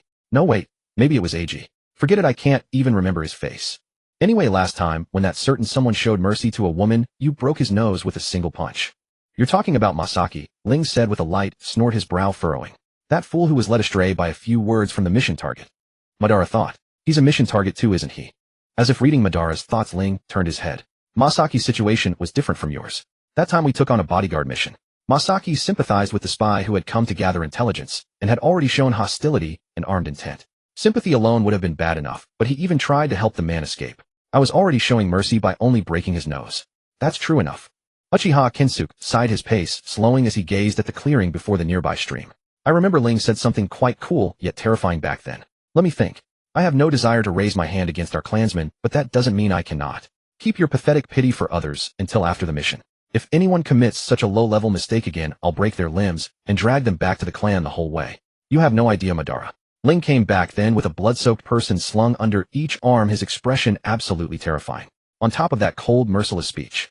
For a while a few of us actually thought he'd killed Masaki in his rage. Madara was taken aback. Brother. Said something like that. I did say that. Ling let Yada perch on his shoulder, drew some bird-feeding beans from his robe, and dispelled the summoning jutsu after the crow had eaten. After all, to me, simply guarding what I wish to guard, and what I ought to guard, already drains all my energy. So when someone's very existence threatens to cross my bottom line, I will act without hesitation, no matter who they are or what excuses they may have. Even if I know that my actions cannot stand on moral ground. Madara withdrew his gaze from the white smoke bursting from Ling's shoulder. Cannot stand on moral ground. Simply put, when I put myself in their position and evaluate the situation from their perspective, I judge that they are in the right. The smile at the corner of Ling's mouth remained gentle. Let's use this mission as the measure. Madara must have noticed it too. Those bandits were nothing more than villagers forced to seek another path because the tax laws were too harsh. They only resorted to exploiting loopholes in the law because they couldn't survive otherwise. If it were me, I might have gone even further than they did. But even if I pity them, I still won't hold back. Because here a good father may be nothing but a pest in the eyes of the lord, a villain in the eyes of traveling merchants, an easy, highly lucrative mission target in our eyes, and the hero who dares to resist in the eyes of most villagers. Madara froze, looking even more perplexed. If he's a hero to most people, doesn't that mean we're doing something wrong? Then has Madara ever wondered what would happen if countless villagers across the land all vied to follow this example? Madara was no fool and quickly realized the answer. War. Exactly. War. And a war of resistance whose scale is destined to be immense. The smile at the corner of Ling's mouth faded slightly. Though we are shinobi who exist thanks to war and conflict, and should be grateful to have work when war arises. Before anyone can set their sights on a future beyond this era, such wars of resistance will only waste a nation's foundations and our manpower pointlessly. Madara, this world is not a fixed sheet of paper with only one answer. The complexity of human nature guarantees that not everything in this world can be perfectly resolved. When one side gains, the other is destined to lose. All we can choose is to protect what is tied to ourselves and adapt to the currents of the era. With that, Ling reached out and ruffled Madara's hair. Your brother doesn't have the ambition to bring peace to the world, nor the power to match such ambition. But if Madara wants to pursue it, your brother will support you. Alright, don't use this chance to lecture your little brother. Uchiha Kinsuke, having finished a quick reconnaissance of the area, walked back. I checked. The stream's water quality is decent. Go wash the blood off yourself first. Ling tilted his head and smiled. Alright, then I'll leave setting up camp to you. Uchiha Kinsuke didn't rush to set up camp. Instead, he looked at Madara, who stood off to the side with clenched fists and pursed lips. What's wrong? Still feeling troubled? Yeah, a little. Madara hung his head, staring at his own hands. Even after what brother said, I still don't know whether what I did was right or wrong, and some things still feel somewhat. A common problem for newcomers. Then let me pass on a bit of experience to you too. Uchiha Kinsuke stroked his chin. Pity your enemies, and your family will die. Remember that, and act accordingly. Madara looked up at Uchiha Kinsuke, a little speechless. You don't need to tell me that, I understand it already. Then what's left to agonize over? Madara looked away, his expression awkward. I just never imagined that brother would. Uchiha Kinsuke immediately showed a look of understanding. You never imagined Ling could raise his hand against a clansman, right? Madara's body stiffened, and he nodded slightly. I remember brother always being a very gentle person. And if I'm not mistaken, the code of conduct states that clansmen must not be harmed. It does say that. But Ling never follows those rules rigidly. You could already tell from the fact that when he noticed we had trouble dealing with some missions, he broke the rules and took us to the Flower Quarter gambling dens, hot springs, izakayas, and other places to unwind after missions. All without telling the clan. Madara looked a bit dazed. But I heard from Akihiko and the others before that brother is extremely tolerant of our clansmen and doesn't overly reproach them, even when they make mistakes on missions. That tolerance refers to Ling being tolerant of clansmen who can't unleash their full strength due to lack of ability or psychological issues. He'll do his best to think of ways to help them overcome their shortcomings and maximize their value. Uchiha Kinsuke's expression turned odd. Tell me, Madara, you don't actually believe Ling is the kind of person with boundless, unconditional tolerance toward others, do you? If that were really the case, even if you're Ling's little brother, I'd laugh at you. Being unanimously elevated as the strongest of our generation definitely isn't just a matter of personal charisma winning over peers. Everyone in our generation, except a few who genuinely dislike fighting, has been subdued by Ling through sheer force. In short, in a clan like ours that lives by combat, power is the best voice. Without power, no amount of personal charm is worth anything. Absolute power is the right to speak. Is it? Madara nodded thoughtfully. He understood. Uchiha Kenji failed to notice the thoughtful expression on Madara's face. Borrowing the time Ling spent tidying himself up, he began enthusiastically feeding Madara a stream of Ling's dark history. Such as the time he stubbornly insisted on visiting an izakaya was ultimately vetoed by everyone and had to be carried off to a gambling den instead. Or how he once scared himself off a tree after being confessed to by a girl of his generation during a mission. And how he would forcibly drag people into singing along when he got too drunk.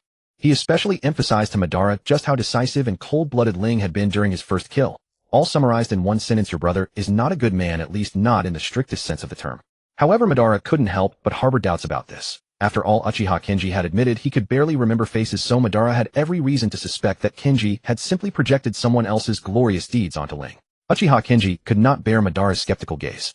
He immediately raised his voice and shouted toward the creek, Ling, was it you who last got drunk and dragged people into singing? Ling's voice soon drifted back. It's just that I couldn't carry a tune when I was tipsy. Can you just drop it already? Uchiha Kenji turned back around wearing a smug expression as he looked at the stunned Madara. Well, does what I said sound credible or not? Madara kept a stiff face, averting his gaze, looking thoroughly unwilling to believe it. At that moment, Ling walked over in freshly changed clothes, his expression one of extraordinary exasperation. What nonsense have you been telling my younger brother again? That's precisely why I'm telling him, Uchiha Kenji said with a wicked grin. Madara is now competing for the position of clan head. Too much worship toward you isn't a good thing. Isn't there plenty else you could talk about? Ling sighed. Don't tell him about those rule-breaking incidents. Uchiha Kenji then nudged Ling's arm with his elbow. What? You're allowed to practice outward compliance while secretly going rogue, but your brother can't be openly unrestrained. Ling shook his head, feeling utterly exhausted. Just go clean up already. Let's go, Madara. I'll tell you more of your brother's glorious deeds. Before Madara could protest, Uchiha Kenji hooked an arm around his neck and dragged him away. Although Ling is cold-blooded and disregards personal ties during missions, during the downtime after missions, he's the unconditionally indulgent folksy guy you remember. I still recall the last time we finished a mission. Madara, stop it already. I really don't want to hear this. After being forcibly bombarded with a slew of trivial revelations by Uchiha Kenji, Madara was completely drained of the energy to ponder whether killing was right or wrong. All he wanted now was to rebuild the image of Ling in his mind, which had been shattered and scattered by all those explosive pieces of information.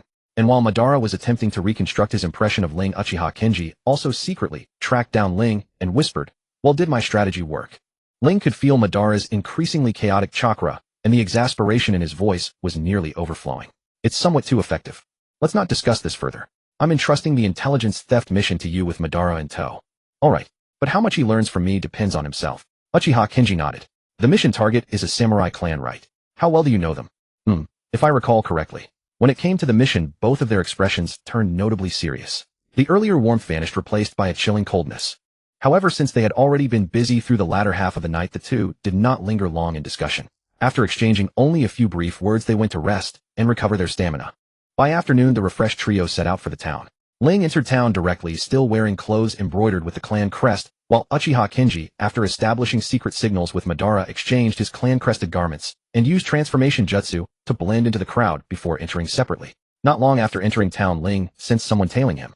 Rather than exposing them, he deliberately went about gathering information on the mission target right in front of these people. And under this provocative approach, it was no surprise that he was eventually cornered in an alley. But this was precisely within Ling's expectations, so he remained unfazed. Instead, he calmly stopped, leaning on his staff sword. What is the meaning of this, gentleman? You're a ninja of the Uchiha clan, aren't you? The man's low voice rang out. Daring to spy on our clan's intelligence. What are your intentions? Ling smiled lightly and nodded toward the man. I harbor no ill intent. I merely heard that your noble family excels in the art of the sword, so I wish to seek your instruction. I ask that you grant me this favor. But clearly the other party did not believe Ling would so honestly tell the truth. The man merely raised his hand and signaled to his clansmen, slowly closing in around Ling. Oh my. So you wish to converse and spar in this manner?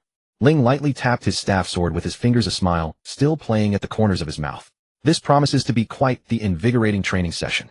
If you don't wish to suffer, it would be wise to surrender peacefully. Once we have confirmed your intentions, we will naturally release you. But if you resist, do not blame us for being merciless. The man's expression grew grim and watchful. After all, it's not only ninjas who can wield chakra, and you happen to be a blind Uchiha. Without your troublesome Jinjutsu, members of your clan are nothing more than ordinary people dabbling in parlor tricks. Besides, even the Uchiha clan would never go to war with our family over a blind man like you. So I advise you to be sensible and come quietly with us. Truly underestimated am I. Ling transferred his staff sword to his left hand and raised his right hand to rub his nose. What should I say at a time like this? Let's start by thanking you for that piercing remark, shall we? Seeing Ling's demeanor, the man breathed a sigh of relief. After all, clans possessing Kekkei Gunkai, including the Uchiha, were known for their fierce, vengeful instincts. It was better to avoid conflict whenever possible. Yet before he could fully exhale, Ling's gentle voice rang out once more. Secondly, a mere samurai clan dares to provoke the Uchiha in such a manner. The man's pupils contracted. He was about to signal his clansmen to attack when a flash of azure blade light streaked across his vision. The words he had been about to speak were swallowed by blood bubbling up from his throat. Yet he still managed to hear Ling's unfinished sentence. Ling flicked the blood from his blade, his smile remaining gentle as he chose not to sheath his sword. I suppose you might be willing to rephrase yourselves now. But soon upon hearing the sound of swords being drawn around him, Ling offered a helpless smile. You truly are rude to your guests. Though honestly, this works to my advantage. As Ling and his companions went about their business in an orderly fashion, the somewhat remote town welcomed another group of shinobi. Their leader was a tall man with a healthy, wheat-colored complexion, his features handsome and broad enough to inspire immediate trust. Yet when passers-by spotted the clan emblem on his headband, they quickly scattered to avoid unnecessary trouble. Even though they recognized the insignia as belonging to the Senju clan, rumored for their gentle temperaments, who could predict if these powerful ninja would invent some bizarre pretext to take their lives the very next moment. The young squad leader was long accustomed to this and paid it no mind. He simply led the half-grown youths behind him into a nearby tavern and took a seat in a corner that offered a clear vantage point. After ordering food from the innkeeper, the young leader turned his gaze to a boy in the group with a distinctive melon-cut hairstyle. To be honest, you've disappointed me on this mission, especially you, Hashirama. Upon hearing his name, the half-grown boy pressed his lips together and looked away, saying nothing. Sighing again at the boy's reaction, the leader continued, Hashirama, you are indeed talented, but I must make one thing clear: you cannot afford to show mercy towards suspicious targets that might threaten the completion of our mission. But they were merely passing civilians, the boy known as Hashirama exclaimed, slamming his palm on the table and rising abruptly, flames of indignation in his eyes. There was absolutely no need to go that far. The young man rubbed his temples, looking thoroughly exhausted. Jinjutsu at that level won't cause them any real harm, and it eliminates potential instability in the mission. In short, if you want qualification for solo missions, this is mandatory. But back then, Hashirama glanced at the terrified innkeeper, offered an apologetic smile, and lowered his voice as he returned to his seat. Didn't I say it already? They were ordinary people with not even a speck of chakra. Hashirama, not everyone possesses your intuition, and besides, intuition cannot be accurate every single time. The youth covered his head, his voice bordering on breakdown. Even a sensory ninja cannot guarantee every perception is accurate, let alone the fact that chakraless people might sometimes inadvertently or deliberately leak our intelligence. By the gods, I'd rather fight an Uchiha than take you on a mission, one where life and death are on the line. The accompanying youths nudged Hashirama, signaling him not to be so obstinate. Hashirama remained unconvinced and was about to retort when the wind chime at the tavern door rang once more. A gentle voice followed. Excuse me, do you happen to sell sake here? Hashirama had initially intended to ignore it, but he noticed the squad leader suddenly radiate intense hostility. Curiosity getting the better of him, he turned to look. Right there, emblazoned on the man's chest, was the striking red and black flame-patterned fan, the symbol of the Uchiha. Why, yes, we do have sake, the innkeeper stammered after glancing at the group in the corner. And not that. That's wonderful then. Please give me a glass of barley wine mixed with tea. More tea, considering my current appearance makes finding an establishment rather difficult. I beg of you. Hashirama couldn't help but study the young Uchiha. Dressed in light-colored garments that looked sharp and tidy, his black hair was neatly tied back, though a few rebellious strands curled playfully atop his head. This didn't detract from his appearance, rather it softened the aloofness that his nearly flawless features often projected. Yet what puzzled Hashirama most was the silk cloth used to blindfold the youth. After all, it was an open secret across the shinobi world that the Uchiha excelled at Jujutsu. He couldn't fathom why this man would choose to cover his eyes. Is he undergoing some form of training? With that thought, Hashirama's curiosity grew, and he found himself staring openly at the youth. Is there something amiss with me? Your stares are rather intense. Hashirama froze and lifted his head, directly meeting the youth's turned face. Even without seeing his eyes, Hashirama felt intensely watched. Along with that came a creeping sense of danger that raised the hair on his neck. Instinctively, he replied, "No, it's just that you're covered in bloodstains, so I couldn't help but notice." The youth blinked, lowering his head. Bloodstains? Where? Your right cuff and the right hem of your garment. I only have this one set of clean clothes. What a headache. I suppose I should stick to darker colors from now on. The youth sighed, turning toward Hashirama with a smile tugging at his lips. Thank you for the reminder. Hashirama was still somewhat dazed, never expecting to hear gratitude from an Uchiha. He instinctively shook his head, but glancing at the blindfold, he composed himself. No, it's nothing. After all, helping one another while away from home is only natural. Ha. You're quite the interesting kid, ha. But you're right, we ought to look out for each other on the road, ha. As the youth laughed, the oppressive sense of danger that had clung to Hashirama vanished. Yet his confusion only deepened.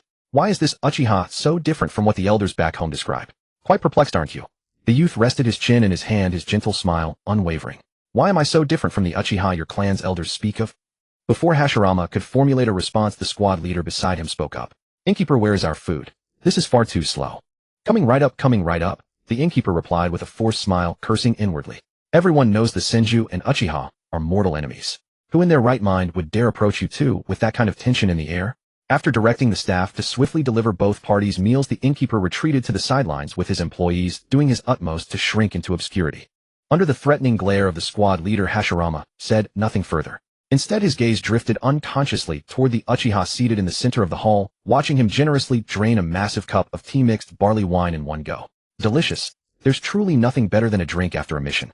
Satisfied, thoroughly satisfied, the young Uchiha let out a long breath. Innkeeper, please bring the bill. No need at all. It's on me, consider it my treat. That won't do. The youth shook his head slightly, his smile turning helpless as he placed coins on the table. Though some other friends here today didn't get to drink their fill, everyone is just trying to make a living, so I have no reason to make things difficult for you. Oh, right about that group of friends in the corner. I may not know whether you're Senju or Uzumaki, but next time you bring the clan's children out for training, it would be prudent to refrain from displaying such overt hostility. I'll let it slide this time because your kid is amusing, but the next Uchiha you encounter may not be as patient as I am. Once his identity was laid bare, the Senju squad leader dropped his silence, his words dripping with sarcasm. If I weren't accompanied by clan members, do you really think I'd spare a second thought for a blind man? State your name then. We'll see how you fare on the battlefield. A name, you say?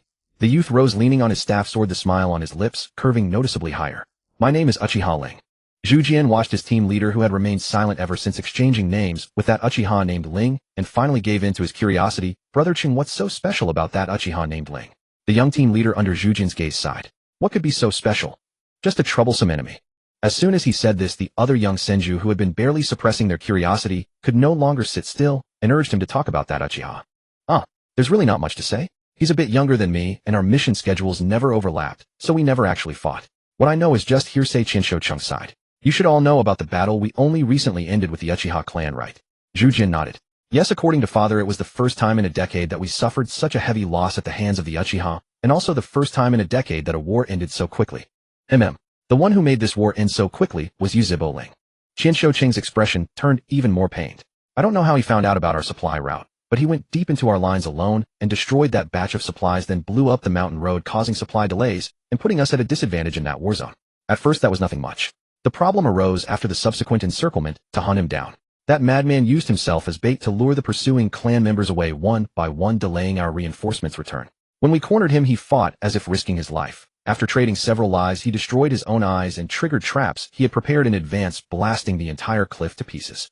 After that, because the Uchiha's attacks were fierce, we only had time to conduct a simple search and rescue for our own people, so we didn't pay attention to whether he lived or died. When you calculate it, it's a miracle he's still alive with all his limbs. At this point, Qinsho Chung looked around at the half-grown youths beside him. If you hadn't been here today, I would have definitely fought him after he stated his name. I can understand wanting to fight, but... Zhu Jian frowned. Does an Uchiha who has lost his Sharingan really need to be treated with this much caution? And how should I put it? I feel like he's actually a decent person. This time Qinsho Cheng's face became quite grave. Listen, Zhu Jian, I don't care how you usually treat civilians or ninja from other clans, but when it comes to the Uchiha, you must absolutely never trust them. Even if they appear completely normal, the Uchiha are nothing but a group of irrational psychotics. You can never imagine what insane things they'll do in the next second to get you killed. The Senju and the Uchiha share both a blood grudge and a hereditary enmity. Reconciliation is absolutely impossible between us. Zhu Jian just pressed his lips together and said nothing. Seeing Zhu Jian like this, Qinshu Cheng let out a sigh. I don't mind telling you that Yuzhibo Ling was originally the next clan leader chosen by the Uchiha clan. In all his known mission records, this person not only had a 100% completion rate, but his squad suffered 0 casualties. In fact, ever since he made a name for himself, he himself has been the most seriously wounded one so far. From now on, when you see him, everyone stay far away. Even if he's blind now, he's not someone a bunch of rookies like you can handle. Especially you, Qinshu Zhu Jian. Don't always treat my words as a passing breeze. I know, Zhu Jian said, looking at the wind chime that was still swaying, lost in thought. After all, that person seems kind, but in my senses he's quite dangerous. Someone I'm far from matching right now. What do you mean by that? Qinshu Cheng's mouth twitched, his expression turning unfriendly. Are you saying that once you become stronger you'll try to make contact with that person? Zhu Jian, not noticing Qinshu Cheng's expression, kept talking to himself. After all, he seems like he can be reasoned with. If only, ouch. Qinshu Cheng withdrew his fist, ignored Zhu Jian, who was clutching his head and screaming silently, and looked sharply at the other young Senju. Anyone else have the same idea? The young Senju looked at the lump on Zhu Jian's head and immediately shook their heads like rattles. No matter how strong one's recovery ability, getting hit still hurts. You'd better not. Qinshu Cheng snorted, rapping the table lightly, looking somewhat restless. Eat quickly. After you finish, leave immediately. Since an Uchiha has appeared nearby, it means this area is no longer safe. I don't want to take a bunch of dead weights like you to clash blades with the enemy. This time, even Zhu Jian, who had been hit, remained silent and focused on burying his head in his meal. Some things were fine to think about, but actually putting them into practice would be an old man taking rat poison, asking for death. But Zhu Jian bit his chopsticks. That Uchiha really is strange, almost too suspicious. As expected, going on missions with Yu Ling is really convenient. Yuzhibo Xianxi toyed with the intelligence he had just received. What did you do? Nothing much. I just made a slight provocation with some actions and killed a few people. With only that much, the other side will swallow this bitter loss. That's suspicious. Yuzhibo Xianxi handed the bamboo tube, which was less than a finger in size, to Ling. You never used to smile this happily after killing people. Have you kept it bottled up for so long that you've gone insane? Hearing this, Ban, who was cleaning his blade, also looked up at Ling. Indeed, as Yuzhibo Xianxi had said, Ling wore a delighted smile, and whom there also seemed to be a faint scent of alcohol. Ban quietly averted his eyes. After discarding the unreliable guess that Ling was ecstatic because he had managed to get a drink, he pricked up his ears to listen to the two men's conversation. Though being a ninja for a long time does cause some problems, I'm not at that stage yet. Ling chuckled softly. But the reason I'm so happy, you might not believe it. Yuzhibo Xianxi frowned. What? What could you say that I can't believe? Hee. I'm this happy because I came across the Senju clan. Ban was so startled, he nearly jumped. Yuzhibo Xianxi even covered his mouth, looking utterly shocked, and murmured, it's over, it's over. Ling finally couldn't take the pressure and went mad. Hey Banchan, if we end up fighting soon, you absolutely have to help me hold back your brother. You know, with your brother's little brother obsession, even if he goes mad, he would never lay a hand on you. But I'd be in dire straits. Ban, who had just opened his mouth to ask something. So who exactly is Banchan? I told you all wouldn't believe me. Ling chuckled, shaking his head. How should I put it? I really did encounter a most interesting Senju. Ha. What could possibly be interesting about a bunch of troublesome muscle-bound gorillas? Uchiha Kenji said, hands clasped behind his head, curling his lips in disdain. Ling, are you sure you didn't actually hurt your head? Who knows? Ling drawled. I truly hope I never run into him again, that interesting Senju kid. After all, if he grows up, the world is bound to become quite interesting, isn't it? Madara was taken aback, his expression turning puzzled. If he's interesting, shouldn't you want to meet him again? Why would you say you don't want to? Because without question, Senju and Uchiha only ever meet on the battlefield. When Ling says such a thing, he's both moved to kill and acknowledging the brat's potential. Uchiha Kenji revealed a malicious grin. Tisk tsk. Looks like you truly fancy this interesting Senju. Once you've got his measure. If you two meet on the battlefield, he'd hardly manage to escape, don't you think? If he could drag things out until my chakra runs dry and I can no longer sense him. Ling did not deny Uchiha Kenji's words. Then that would be his good fortune. Madara was only more confused. Then why don't we just charge over right now and finish them off instead of leaving it for later? I have no desire to wage a battle where I gain nothing whether I win or lose. Besides, that leader who plastered himself with explosive tags should be retreating about now, right? Ling laughed. If it weren't for that young Senju he was guiding, he'd have followed the tracks and come for me by now. That killing intent of his was rather intense after all. Madara plastered himself with explosive tags. Seriously. There's no need to be too surprised, Madara. It's a common Senju tactic, Uchiha Kenji helped explain. Though I hate to admit it, with an adult Senju's physique, that kind of blast would at most be severe injury, barely life-threatening. And their medical ninjutsu is comparatively more developed. Well, in short, Madara, if you ever encounter a Senju in close quarters, just keep your distance. Last time I was slow to dodge, I ended up bedridden in the clan compound for over a month before I could get back up. Madara nodded, taking note of this, but still looked puzzled. But brother, since you know this trick, the Senju shouldn't be able to hurt you, right? True. Ling nodded slightly. Though I cannot see now, dealing with a Senju of roughly my age isn't a problem. However, the Senju and the Uchiha also share an unwritten, or rather tacitly understood, rule. Namely, in the absence of conflicting missions, neither side will deliberately ambush a team that is out training with children. In fact, this is a principle all shinobi clans tacitly observe. After all, for any living species, offspring capable of carrying on the lineage are paramount. Thus, unless one is resolved to completely eradicate the other and has already taken corresponding measures, shinobi clans rarely lay hands on each other's children. Moreover, inflicting slaughter outside of missions only breeds more needless enmity and brings not a single benefit. So I always try to avoid it. But mark you, avoiding conflict is not a sign of weakness, got it? Madara. That's so complicated. Alright, stop filling Madara's head with all this. The kid's just started taking missions and hasn't even seen a battlefield. How's he supposed to understand all that? Uchiha Kenji ruffled Madara's hair hard and only withdrew his hand after attracting the boy's murderous glare. Let's go. Hand in the mission and get on with the next one. Ling tilted his head toward Uchiha Kenji. Kenji, are you still constantly taking missions these days? Well, I see roads and people pretty much the same anyway. Hanging around the clan all day is pointless. Might as well take a few more jobs and have some fun out there. Uchiha Kenji scratched the back of his head and let out a long sigh. At least I get to hear some interesting gossip. Ling wore a light smile. Then how about after we get back you put your missions on hold and train with me? You're not short on money, are you? No way. Uchiha Kenji's expression was one of utter disgust. Anyway, when you get back, Chiho is definitely going to come find you, right? Once I finish the mission after next, or maybe 2 after that, I'll take a break and train with you. But before that, go deal with that troublesome woman yourself. Chiho, huh? Uchiha Ling's mouth twitched slightly. You mean even after all this, she still hasn't given up? Who's Chiho? One of your brother's fervent admirers. Uchiha Kenji's mouth twitched.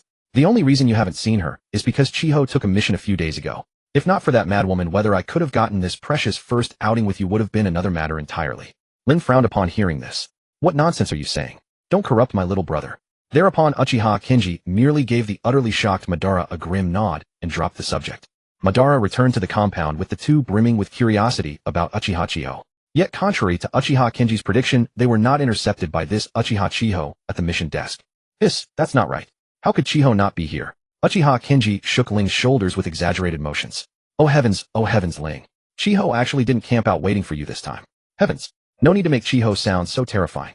But even as he said this, Ling breathed an inward sigh of relief. Among his peers apart from Uchiha Kenji, Uchiha Chiho was the only one he never knew how to handle.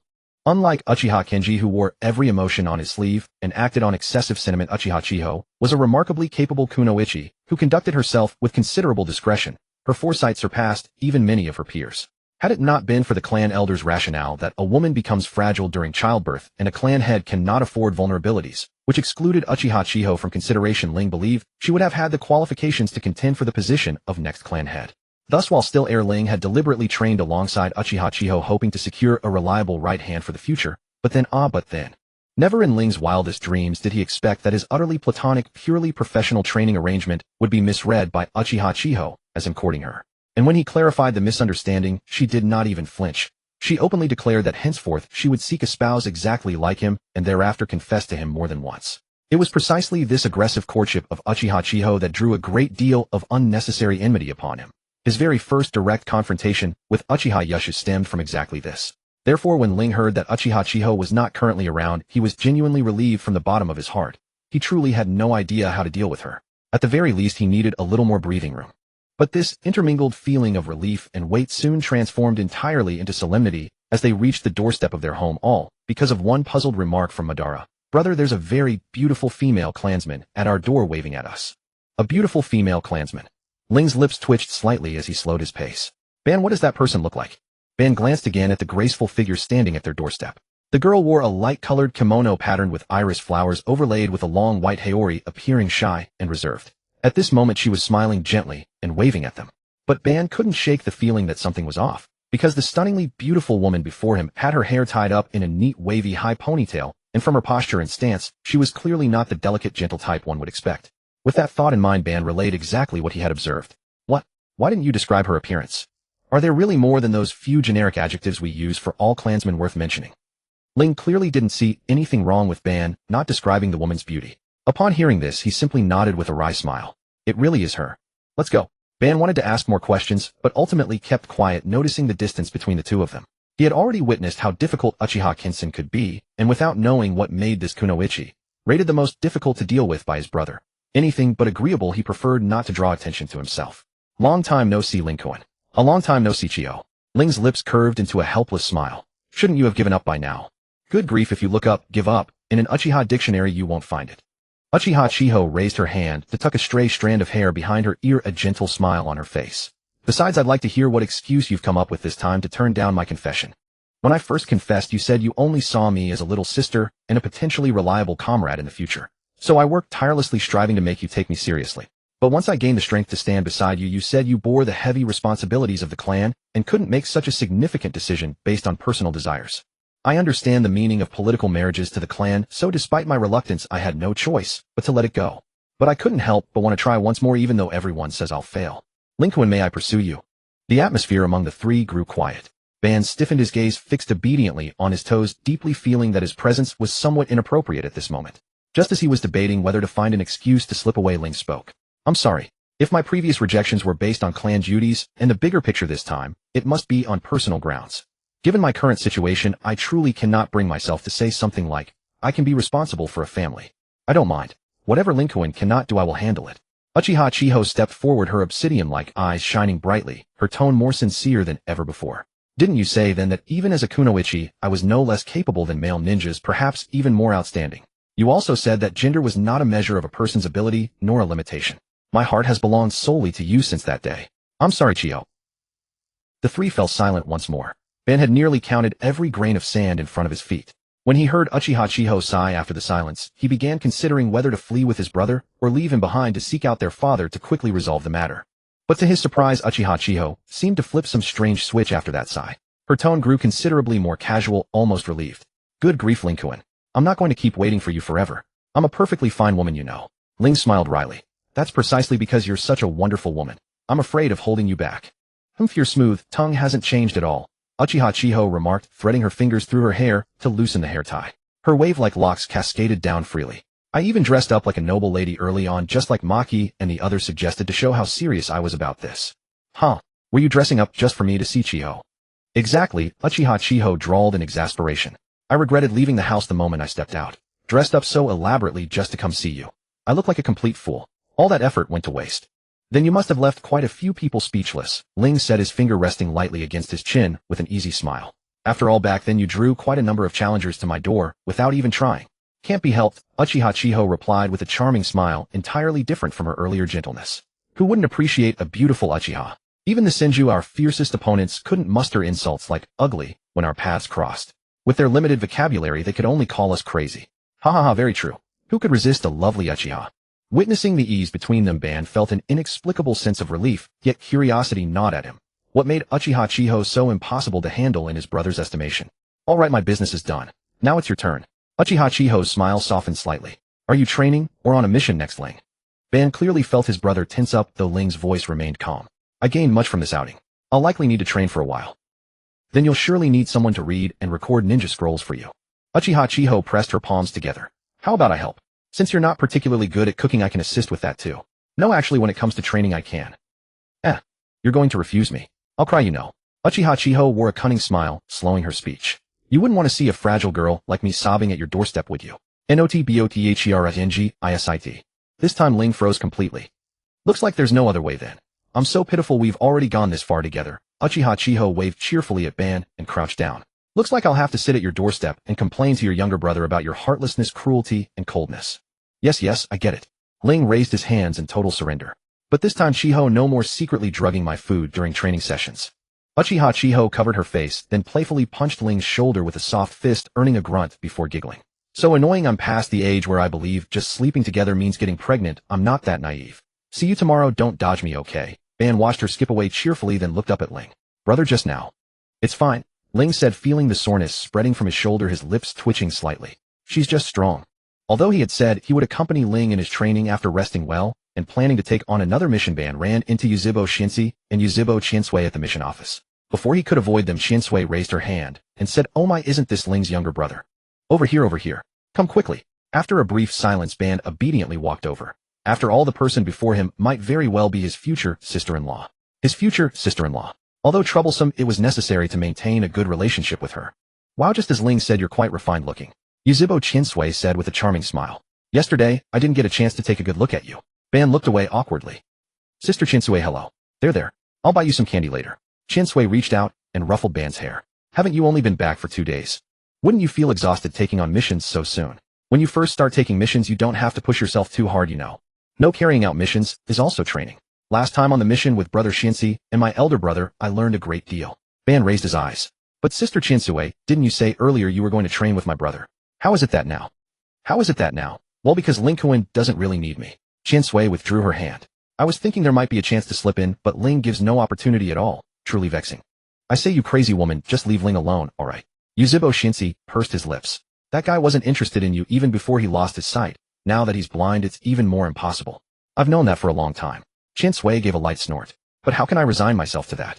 Honestly, he provokes people and then abandons them. Ling really is a mischievous man. Forget that, are you teaming up or not? If not, I'll go find someone else. Shinsi clicked his tongue. I promised him I'd go train with him after the next mission. Ban was taken aback and couldn't help interjecting, wasn't it the next time? Shinsi raised an eyebrow. How long do you think a mission takes? That next time was 3 days ago. Ban hasn't been taking missions for long. He wouldn't know your mission-taking frequency. Yuzhibo Chinsue rolled her eyes in exasperation. And training with Ling. Is it again that crazy approach you guys use? After all, this kind of training really brings great improvement. You've seen Ling's situation. This time he's probably developing some kind of sensory technique, right? And I'm good at concealment, so we're bound to have a match. Yuzhibo Shinsi stroked his chin. I just wonder what terrifying fighting style that guy will come up with this time. Previously, seeing him fight hand-to-hand with someone from the Kagaya clan was already hard to understand. Now he's really going to become less and less like a Yuzhibo. Well, but it's a good thing his fighting style isn't like a Yuzhibo, since I don't usually fight clan members anyway. Even in the abyss, he remains tenacious and unyielding. Truly the man I've set my eyes on. Chinsue cupped her face with both hands. By the way, Ban, would you like to join our squad for a mission? If Ban comes too big, sister will show you some interesting things. Ban recalled how Shinsi had crazily poured everyone's dark histories into his ears, and immediately shook his head like a rattle drum. Alright, stop teasing the kid. Ling's little brother can't take a joke. Shinsi reached out to pull Chinsue along. Let's accept the mission quickly. Although I've given Ling the time of 3 missions to think things through, if he thinks it through too well, then I'll be the one in trouble. Yuzhibo Chinsue allowed Shinsi to pull her along. Then why didn't you just go train with Ling from the start? Wow. If I had gone along on the same day you want to find Ling, would I have lived enough? Even for a lover of excitement, you need to pick the right time. What nonsense are you talking? You're the one who always gossips the most. And do I look like a violent person? Why is it impossible when I'm there? I'll give you a chance to rephrase that, Zyansikin. Why can't you be there? Don't you have any idea yourself? Your violence level practically matches those gorillas from the Senju. Ow? Wrong. Hand. Ban, who had witnessed all this, thought. Suddenly his peers didn't seem so repulsive after all. However, after forming a new squad and going on missions, Ban threw away all the sympathy he had felt for his peers. They were a bunch of trash. Especially after experiencing missions where Ling and Yuzhibo Shinsi carried him all the way, Ban increasingly agreed that all his peers were trash. However, considering the difference in age and experience, he decided to observe a little longer.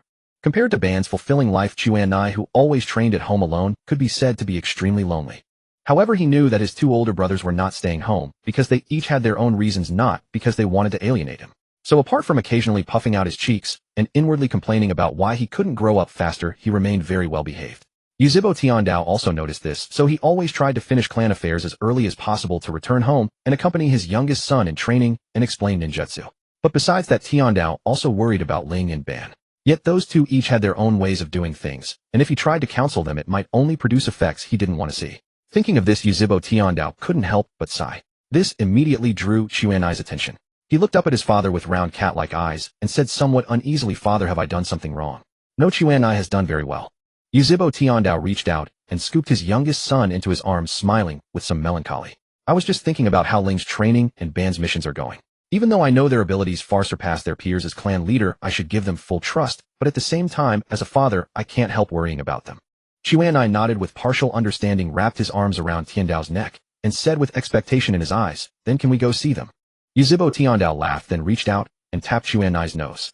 "That won't do. Didn't Ling specifically say before he left that he needs to train in seclusion because the technique he's developing is extremely dangerous and requires a quiet environment? When he finishes his training, Sanzu and Baji will tell us." Chuan-Nai puffed out his cheeks again and said in a muffled voice, "I really want to know how far my brother has progressed in his training." "Ah yes." Yuzhibo Tiandao lowered his eyes. "I wonder how far Ling has progressed in his training now."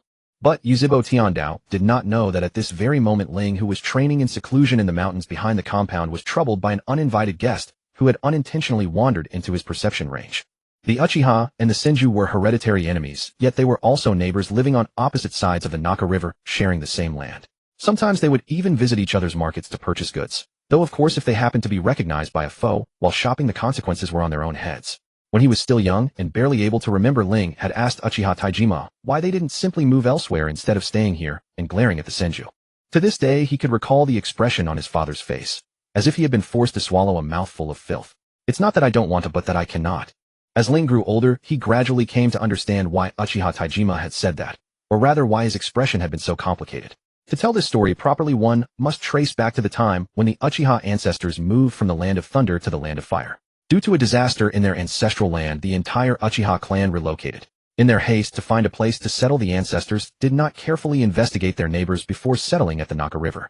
That might have been tolerable, but after settling they were eager to establish themselves and chose their neighbors as rivals, the very Senju clan of today. By the time both clans had firmly established their adversarial personas, they discovered that this irksome opponent lived just beyond the mountain. Consequently, while both clans wished to distance themselves from their enemy, they also feared being stabbed in the back if they moved, so they gritted their teeth and stayed put.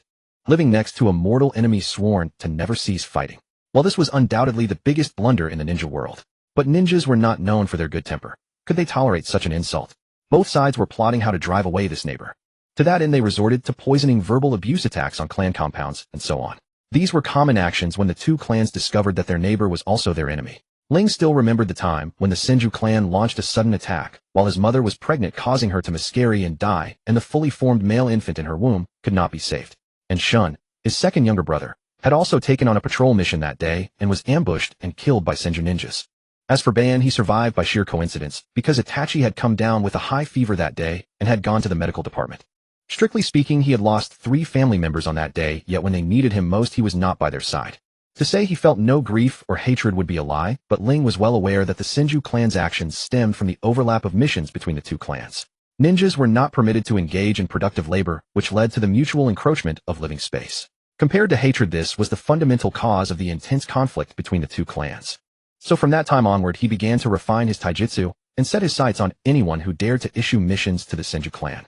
After all, no matter how strong the Senju were, they could not continue to reproduce if they were forbidden from engaging in production and had no missions to accept. In truth, as a censor-type ninja, Ling should have continued to cultivate ninjutsu and jinjutsu rather than choosing taijutsu. After all, he had awakened his Sharingan at a very young age, and the Sharingan granted a unique advantage in jinjutsu. It would have been almost unreasonable not to specialize in jinjutsu, especially since the Senju clan was notoriously weak in that area. To take revenge on the Senju, this was undoubtedly the best choice.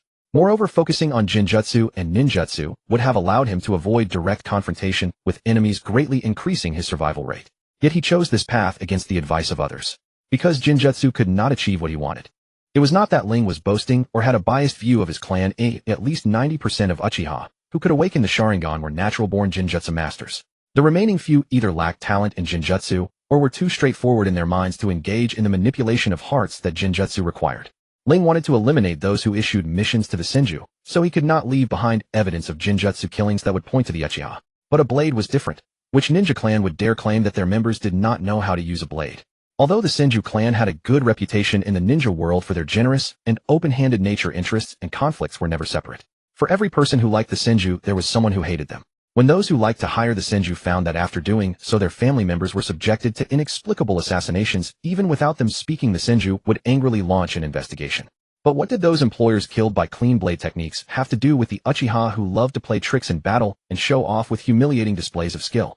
Thinking of this, Ling could not help but raise his hand to touch the blindfold strap, recalling the scene that day, and chuckled softly. Driven by the impulse of hatred, this choice instead gave him a chance to survive from the Senju clan. Fate is truly ironic sometimes. He thought, slightly tilting his head with a troubled expression. Although I thought I might encounter the Senju clan after going deep into the Naka River, this is too soon, isn't it? Ling sat down by the fire, groping to set the rabbit he had just caught and processed over the makeshift grill. His hand gripped the handle of the staff, sword, using the chakra-conductive steel connecting the handle to the blade to sense his surroundings. This amount of chakra. It should still be a child who hasn't fully developed right. Ling frowned, letting a child from the clan come to such a remote mountain where they might encounter the Uchiha. Isn't the Senju clan being far too reckless? Sensing the owner of that chakra approaching, Ling finally sighed. Forget it, I'll try to avoid conflicts beyond the mission. If he chooses to hide or retreat after discovering me, I'll let him off. It's just a pity that I've found such a good spot. Sure enough, the owner of that chakra stopped when he got close enough. Feeling the chakra contract, Ling knew that the child had spotted him. Not bad, not too stupid. After he leaves I should find another. Wait, no, why is he coming over? Senju Qin didn't like training within the clan. Compared to his physically robust peers, he seemed like a counterfeit Senju lacking their strong recovery ability and quick reflexes. In short, he was a substandard ninja. Perhaps because of his lack of talent, Senju Qin hated fighting and didn't want to be a ninja at all. But that was not an option. As long as one could extract chakra, it meant they had the aptitude to become a ninja. In this era of fierce interclan warfare, the clan did not consider their personal will. Weakness only invited bullying, so even if they were unwilling they had to learn and even become accustomed to fighting. But he really didn't want to train with his clansmen. After all, who would enjoy training that involved being beaten up unilaterally? So most of the time he avoided his clansmen and trained alone in the deep mountains upstream of the Naka River. However, today when he arrived at his usual training spot, he found it occupied by an unfamiliar young man. Senju Qin instinctively suppressed his aura and looked at the young man with his eyes covered. No clan emblem. The chakra fluctuation is not obvious and lacks a sinister feel, so he shouldn't be from the Uchiha. His clothes and weapons show considerable wear. A blind samurai who happened to pass through the Naka River. Senju Qin frowned. If he runs into other clansmen or those troublesome Uchiha, it would be bad. I need to drive him away. Having made up his mind, Senju Qin mentally prepared himself a few times and then walked toward the young man. Sensing the chakra drawing closer and closer, Ling found his thoughts in disarray. By all logic, when a stranger appears near the clan grounds, shouldn't the first move be to analyze the target's intelligence and then return to report? After all that analysis, you walk straight toward the suspicious person. What's that supposed to be? Now I truly understand what "there's a road to heaven, but no door to hell" means. Ling sighed inwardly, quietly switching his cane sword to his left hand. What a waste of my rare goodwill. Senju Qin had not made any special effort to hide his movements, so after seeing Ling's reaction, he stopped at once. I mean you no harm. You're a wandering samurai, aren't you? It's dangerous here. Don't stay. Ling's intended attack paused, and he lifted his head toward the speaker. Why do you say that? Senju Qin felt as if the murderous intent surrounding him had plunged him into an icy abyss. His throat tightened, his legs went beyond weak, yet he stubbornly spoke. It's dangerous, that's all. I arranged to train here with some people. Once they arrive, you won't be able to leave. Walk downstream along the river, and you'll be out of Nanha. Ling laughed. Heh, I'm blind, not stupid. Don't try to fool me with such a clumsy lie when your voice is shaking like that. But you mentioned the two clans of the Nanha River. Doesn't that make it even harder to let you go? After all, ninja tracking methods are formidable. In the silence that followed, it was Senju Qin who broke first. Yet he didn't run, instead he sat down on the spot, hugged his knees, and buried his head like an ostrich. Then go ahead and do it. It's not like I'm a match for you anyway. But after those words were spoken, Senju Qin found that the murderous intent from the person across from him had sharply diminished. He instinctively lifted his head and saw the young man tilting his head at him. His face was completely expressionless, yet Senju Qin could feel the confusion being conveyed. At that thought, Senju Qin became resigned instead, but his words were laden with bitter self-mockery. I don't have any family left anyway, hardly any friends, and my combat strength is pathetically weak. Even if I went to the battlefield, I'd die sooner or later. Hearing this, Ling felt rather amused and exasperated. Can't you at least struggle a little more? What if I soften at your begging? As a ninja, having such a weak will to fight is really disgraceful. My teacher said that the most useless thing to do in front of an enemy is to beg. Senju Qin raised his head to glance at Ling, then quickly buried it again, his voice low. I don't want to die uselessly. Although I really am useless. I hate this era so much. I don't want to fight at all. Why can't everyone just live together in peace? And living on alone is really hard. If I could, I'd like to go join everyone sooner. Listening to the sobs reaching his ears, Ling was briefly silent, then reached out to turn the roasted rabbit over. Honestly, I don't like this era either, but I wouldn't hate it to the point of wanting to throw away my life like you do. After all, there are too many things I'm unwilling to part with, and too many things I want to do. Then you're truly strong enough to be envied. Senju Qin sniffled, but his gaze landed on the roasted rabbit whose skin was turning golden and glistening with oil. Hey, can I at least die with a full stomach? As he spoke, Senju Qin's stomach gave a very timely growl. Ha ha ha. Now that's an unexpected thing to say, ha ha ha. Instead of begging for mercy, you want a full meal. Ling laid the cane sword that had been standing beside him flat across his lap. Enough. Let's just say this executioner is putting on a false show of kindness today. I'll spare you. Looking at Ling, who had suddenly lost all killing intent and was smiling brightly, Senju Qin felt his mind turn to mush. He was just about to say something when his stomach let out an even louder growl. After a brief silence, Senju Qin, hearing the loud laughter ringing by his ears, buried his head even lower. What? Does what I'm cooking smell that good? Ling's posture was languid. Amid the crackle of burning firewood, his slow, smiling voice carried a relaxing charm. When you're not opposing us, you lot are rather cute. Opposing? You? Let me think, Ling said, rubbing his chin. That fellow named Chung should have finished his mission and gone back by now. Could it be he didn't bring back news of me? Senju Qin's eyes flew wide open, his pupils shrinking sharply. Uchiha Ling. Ling neither admitted nor denied it, simply chuckling softly, looking exceptionally pleased. How about it? Once you go back, you can brag to your clansmen. I'm the one who escaped from that demon unscathed, and even forced him to cook for me. Something like that. Pretty great, right? But Senju Kin's cheeks flushed crimson at Ling's words. I don't want any pity from an Uchiha. Oh, is that so? Then are you still eating the roasted rabbit? It's almost ready, you know. You'll never buy me off. You treacherous. But Senju Kin's stomach clearly didn't have the same backbone. Before his words fully died, it rumbled with every sign that it would not stop until he was fed. Ha ha ha. I can't take it, I really can't, ha ha. Ling raised a hand to press against his forehead. When you're not enemies, you guys are way too funny. In just a few days I've encountered two such amusing little fellows, ha ha. Well, amusing as it is, you'd better run quickly if you see me on the battlefield. Senju Kin, rather irritated, clutched his stomach, puffed out his cheeks, and tried hard to put on a fierce expression. But when he saw the silk cloth covering Ling's eyes, he deflated. The Senju and Uchiha are enemies, aren't they? Why are you sparing me? Or are you saying I'm not even worth killing? Didn't I tell you? Today consider this executioner's kindness as false charity. Ling was still smiling. And don't say such reckless things. Were there any Senju or Uchiha here? But it's... No. Ling wagged his finger. Today there's only a child naive to the point of being an idiot and a young wandering samurai. That's all. Senju Kin was stunned only, then recalling that Ling had never once mentioned anything about Senju or Uchiha. It had all been his own words.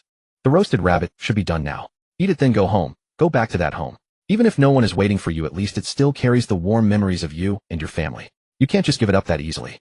Ling rose to his feet, gathered his things, and waved at the dazed Senju Kin. Also, don't say things like, it doesn't matter if I die early. Your family risked their lives fighting, not so you could go to them so soon. And besides, kid life is not something cheap. Once it's lost, it can't be brought back. Especially when you're alone now, at the very least you should treat yourself better. Qian Shouqin ultimately did not dare to touch that roasted rabbit, yet every word Ling had spoken to him left an indelible mark upon his heart. Yet what puzzled him most was still why Ling chose to let him go despite knowing full well he was from the Senju clan. Shouldn't those fated to become enemies be resolutely eliminated? Why spare me? Could it be he wants to shake my resolve as a shinobi? At this thought, Qian Shouqin could only let out a bitter laugh. No. Thinking that highly of myself would be overestimating my importance. Judging by his demeanor, it seems my self-deprecating words amused him, and that was why he let me go. But even so, isn't he Uchiha? What? Qin, there you are. The sound that erupted near his ear nearly made Qian Shouqin jump, but a palm roughly the same size as his own pinned him firmly in place. The voice came again. Calm down, it's me, Hashirama, Hashirama. Qian Shouqin clutched his heart, which pounded as though it might burst from his chest, his voice laced with mild complaint. Really, Lord Hashirama, don't startle me like that. I have a very timid disposition. Just call me Hashirama, that's fine, Hashirama. The half-grown boy with a watermelon hairstyle wore a radiant smile. The clan just gathered everyone to discuss dangerous individuals we might encounter on missions. You missed something rather worthwhile, actually. By the way, where were you this afternoon, Qin? I went to the back mountain behind Nango River for cultivation. Qian Shouqin's gaze drifted downward. What exactly did the clan discuss? Nothing particularly substantial. Just some powerful figures were permitted to flee from if encountered, Hashirama said with his hands clasped behind his head. But I never would have imagined. That Uchiha Ling I encountered on our last mission was unanimously rated as the most dangerous individual by those senior ninjas. Qian Shouqin paused, raising his head. Why would they say that? Hashirama crossed his arms, his expression troubled. That's precisely what confuses me. Everyone simply repeated his danger level, but when pressed for specifics, all anyone could offer were descriptors like cunning and treacherous. But didn't you encounter him yourself? Qian Shouqin raised his hand to rub the back of his neck, his demeanor somewhat awkward. Can't they make a judgment, even then? How should I put it? He's just an Uchiha who behaves strangely. Well, but in terms of being eccentric, I think all Uchiha are pretty much the same. Didn't the clan say it yourselves? Never attempt to decipher the behavior of madmen. Hashirama turned his head. Anyway, Qin, do you have time tonight? If so, I'll tell you what I heard this afternoon. What's wrong with you? Your face looks terrible. Did I scare you that badly just now? If so, let me apologize first. Should I accompany you to the medical division? Looking at Hashirama's deeply apologetic expression, Qian Shouqin rigidly shook his head. No, it's not you. It's my own problem. Did something happen? I'm sorry. It's alright, Qin. If you don't want to talk about it, you don't have to. There's no need to force yourself. Hashirama gently patted Qian Shouqin on the back. But if you ever want to talk, come find me anytime. As long as I can help, I will certainly lend a hand. Qian Shouqin's complexion grew even paler.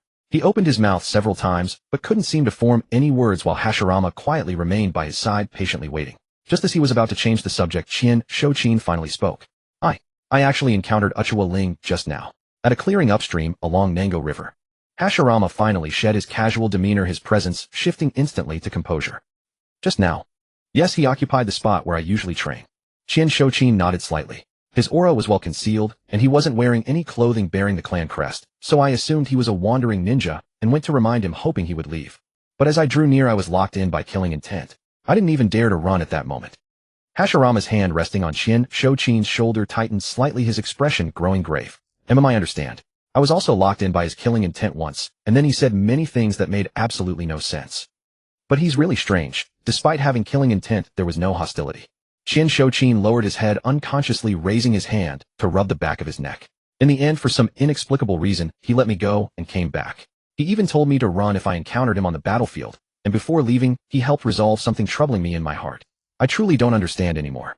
Hey Hashirama, what do you think that Uchiha was really trying to do? He spared me instead of killing me. Does he think I'm too weak to be worth killing? Don't say that. Hashirama turned to look at his contemporary. People are not objects. Language used to measure value belongs to things, not human beings. As for what that Uchiha Ling said. Shochin looked up and happened to catch the twitching corner of Hashirama's mouth, tilting his head with visible confusion. What that Uchiha said. Let's set that aside for now.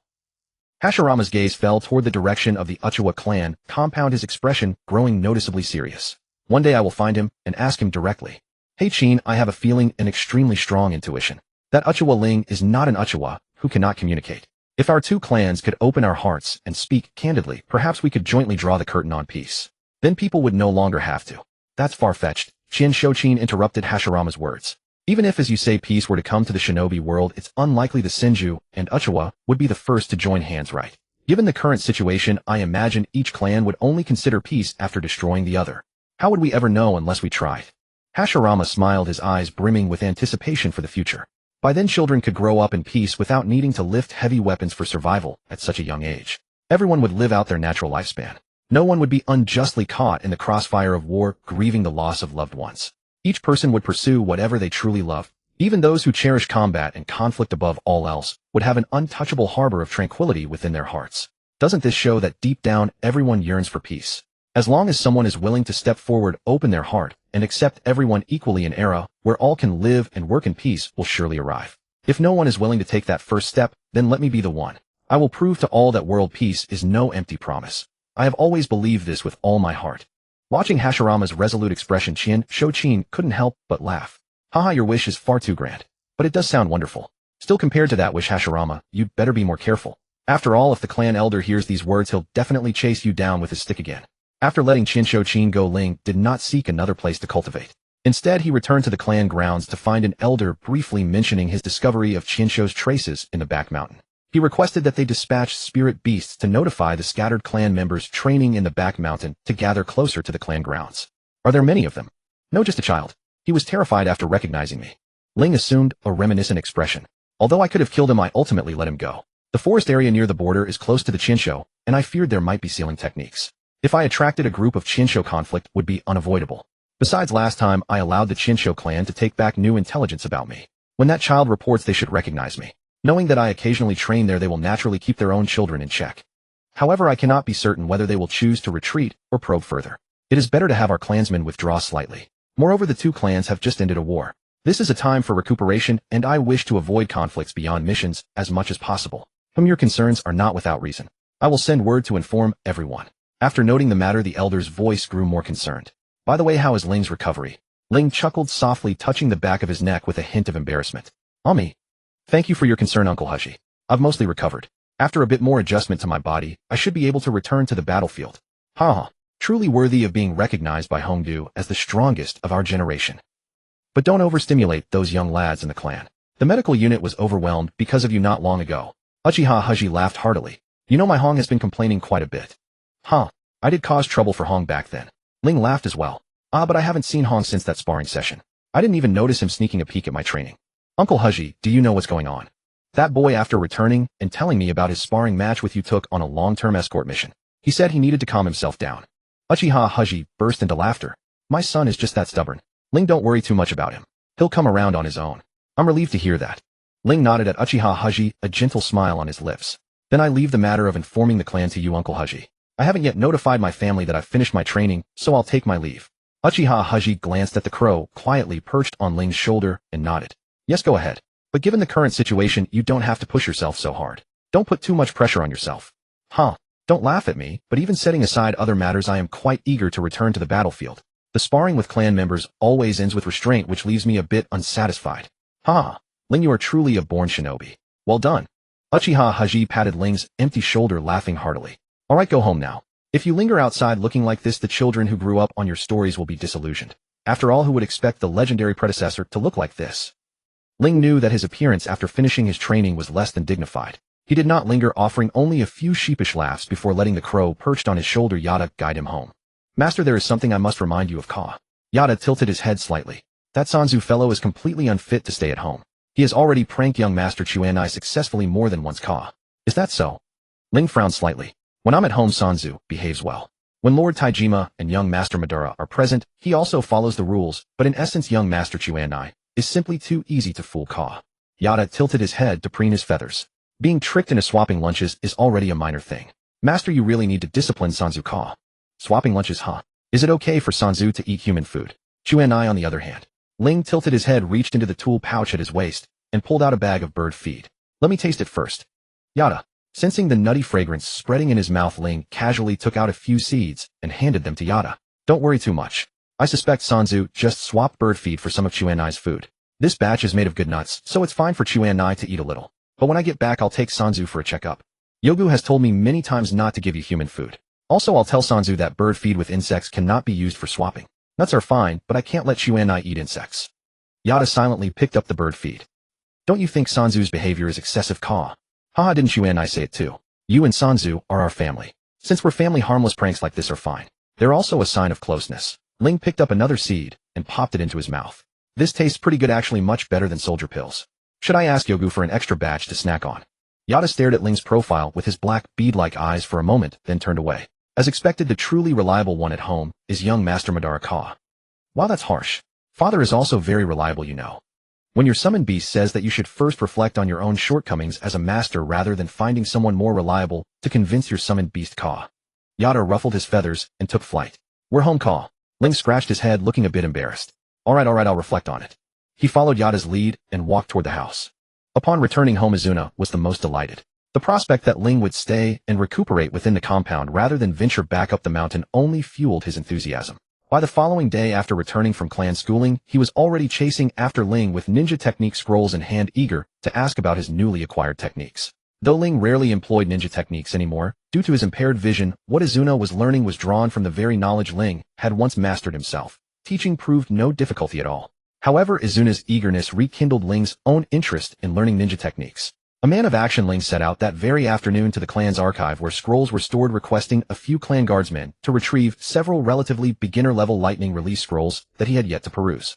Then, using the pretext of instructing Izuna, he had the scrolls read aloud to him and combined this with his existing experience to attempt mastery. It did indeed lead him to learn new techniques, though without being able to see the scroll's detailed diagrams of chakra pathways, Ling found himself taking quite a few unnecessary detours. He ultimately determined that at present self-directed development would serve him better than relying on another to read scrolls aloud.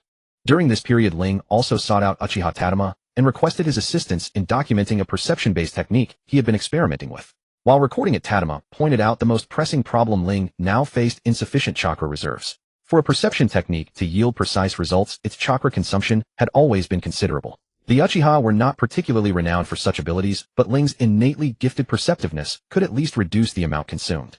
Even so, no perception technique could reasonably be maintained throughout the entire day. Indeed, I had considered that as well, but aside from further training, I cannot conceive of a better method to improve. Ling knelt properly. Moreover, I have now adapted to the darkness. I do not need to maintain the perception technique constantly. A battle of moderate intensity one can still handle. But as you surmised, Lord Father, until I resolve this chakra deficiency, I am afraid I shall be unable to return to the battlefield. Forgive me. Unable to return to the battlefield, you say? Then perhaps simply do not return. Uchiha Tadama chuckled softly. The latest intelligence tells me that many from the Senju clan who once crossed blades with you are going to great lengths to track your whereabouts, intending to kill you and wipe away that disgrace.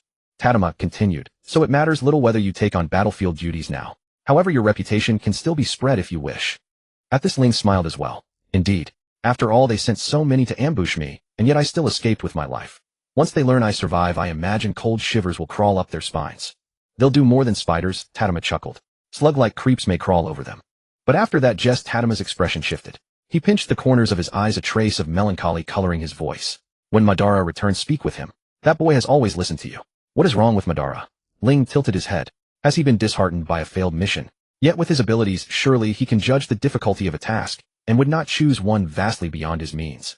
Ling had reason for saying this. Under the current mission assignment system, missions ranged from the trivial, delivering goods to a certain location, to the extreme extracting a target's head from amid tens of thousands of enemy soldiers. Even young genin newly beginning their assignments could, upon operating independently, unwittingly select a mission far exceeding their strength and meet their death. After all, this was a clan-based mission system. All requests came via letters delivered to each clan's hidden intelligence outposts scattered abroad, then gathered and consolidated by clan operatives before being transmitted inward. The sheer volume meant the clan headquarters was already burdened simply with cataloging mission rewards timelines and categories. This was precisely why the Uchiha clan required an independent mission certification examination. Beyond preventing fatal mistakes born of inexperienced shinobi who had never taken a life, the assessment served to teach them how to select missions suited to their capabilities. It is not such a matter. Tadama lowered his hand, his expression growing more troubled. Reports have reached me that the juniors paired with Madara have engaged in sharp verbal conflicts with him on more than one mission. In other words, Madara has grown somewhat unpopular among his peers. I do not insist on keeping the elder's position within my own branch. Greater ability brings greater responsibility. The leader should naturally be the most capable. But whether leader or subordinate communication is essential. Madara cannot continue like this.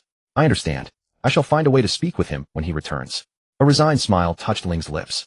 But forgive my bluntness. Compared to our generation, Madara's peers lack any particularly outstanding individuals. Perhaps that is precisely why friction arises so readily. After all, Madara was a prodigy, and prodigies often found themselves beyond the comprehension of ordinary folk. Tadama merely shook his head. Having himself been the youngest son at home, he could scarcely comprehend the near unconditional indulgence their eldest son showed toward his younger brothers. Yet he understood well enough the younger children's adoration for their elder. It was something he too had once felt. With that thought, Tadama's smile turned wistful. That is all I wish to discuss. If you have any uncertainties in your cultivation, come to me freely. Though body techniques are not my forte, I can certainly offer guidance. Yes, I shall trouble you then. Ling smiled softly and rose gracefully. By my calculations, the time has come. I should go to the clan academy to collect Izuna. Is there anything you would like to eat tonight? I should be able to finish clan affairs a bit early. Whatever you arrange, Lord Father, Ling replied with a light smile. Though it is difficult to find suitable vegetarian dishes during cultivation periods, I find myself craving something light and refreshing. That is rather easy to accommodate. Tadama rose as well, his expression softening though his words carried a teasing lilt.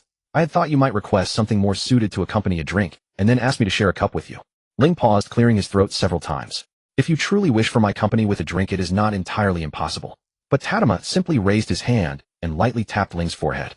That was acceptable in the past, but from now on, no drinking while away from home. Alcohol dulls the nerves, and for a shinobi a dull perception is fatal. For someone in your current condition, numbing your senses is little different from courting death.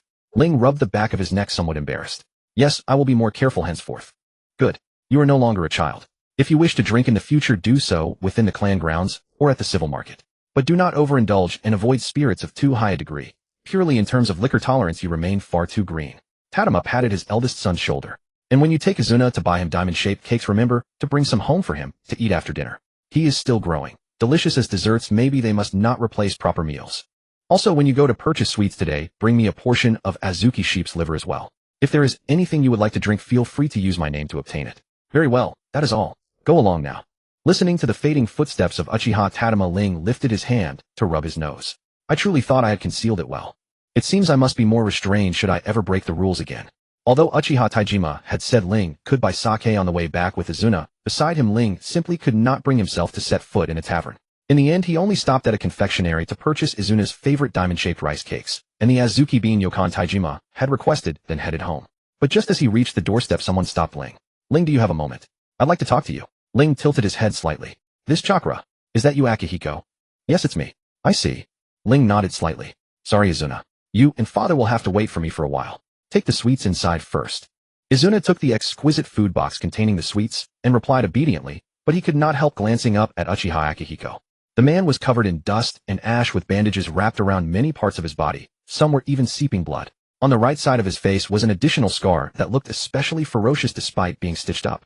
It was obvious that he had just completed a mission and had come straight over without even taking the time to properly tend to his wounds. Seemingly aware of Izuna's gaze, Uchiha Akihiko turned his head and forced out a stiff smile. His voice was a little hoarse. It won't take long. Go inside now. The moment he met those dark, heavy eyes, Izuna could not help shuddering. Those pitch-black eyes had always held gentleness and helplessness, but at this moment they were filled entirely with coldness and numbness. Izuna instinctively stepped back, but soon realized that was inappropriate. He bowed slightly, murmured an apology, and only then turned and ran toward the house. Hearing the door close, Ling let the smile on his lips fade. You awakened your eyes. Uchiha Akihiko hung his head, his voice even lower. Yes, the Mangekyo Sharingan. A truly overwhelming power. Who died? But this time Uchiha Akihiko could not answer immediately. He had fallen into a dazed state without even realizing it. I don't want this power. No, I should say, I even regret ever chasing after such power. Ling sighed, softly tapped his cane sword on the ground, and turned around. Let's take a walk. Uchiha Akihiko followed stiffly behind Ling, speaking in a low voice that was faint yet still clear enough to be heard. Ling, can you imagine the despair of that kind of scene? The person you have always wanted to protect is disemboweled right before your eyes by an enemy, and lets out a desperate wail while you, because your strength is spent, have your pleas and struggles alike ignored. Even if you want to turn your gaze away, someone grabs your hair, pries open your eyelids, and forces you to look at that scene. Ling stopped and turned to face Uchiha Akihiko, whose chakra fluctuations were in utter chaos. He asked the same question as before, his tone just as certain. So who died? But those words seemed to provoke Uchiha Akihiko. He abruptly stepped forward, seized the front of Ling's outer robe, and his pitch-black pupils instantly turned scarlet. You knew all along, didn't you? Yes. You are the clan head's son and the heir. You must have known all along that this kind of power inevitably carries misfortune, didn't you? Why didn't you say it? Why did you hide it? If you had told me.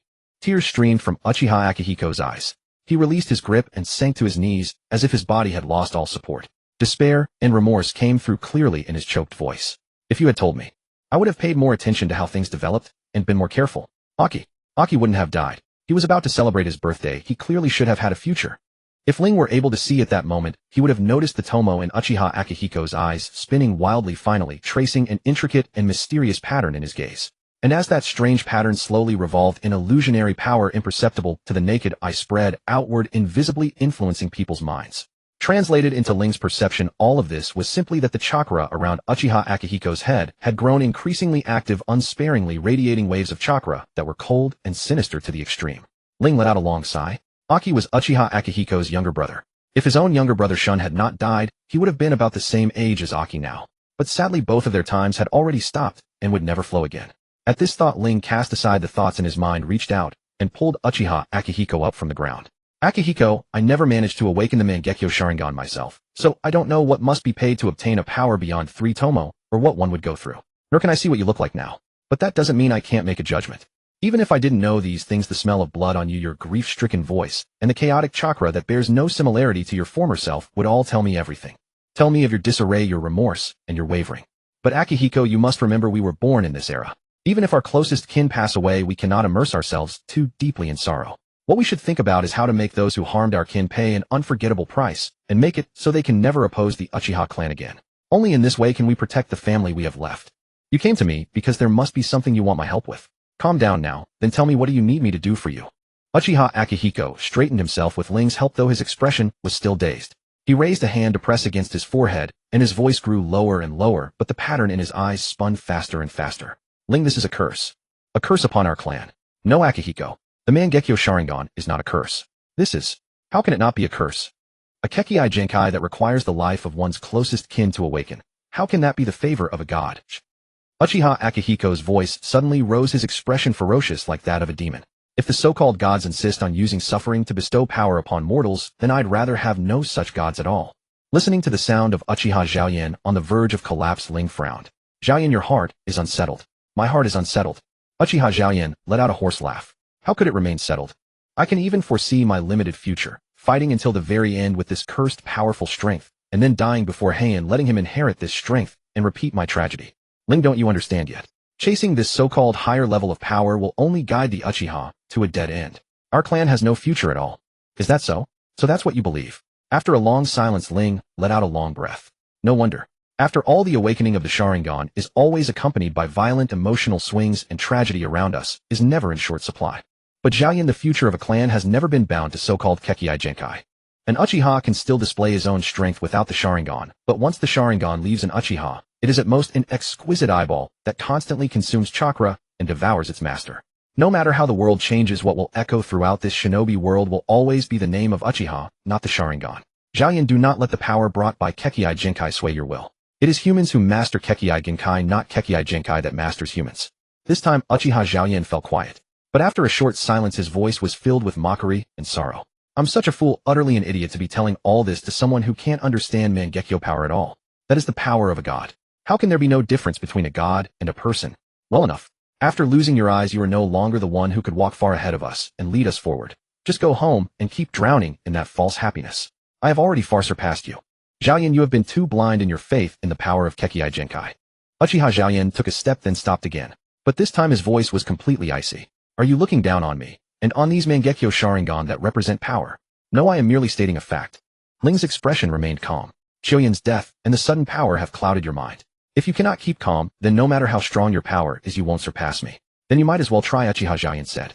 The pattern in his scarlet eyes kept scattering into 3 tomo, and then gathered again. A hoarse voice squeezed out from between his teeth. Come and taste for yourself this overwhelming power born from despair. I'll use my strength to show you what the gap between a human and a god is. Fine. Then wait until your injury. Right now? To the training ground. Uchiha Zhaoyan stared at Ling unwaveringly. Don't think about escaping. Under these eyes you won't have a chance. Ling let out another long breath, but this time there was obvious fatigue and a sigh in his voice.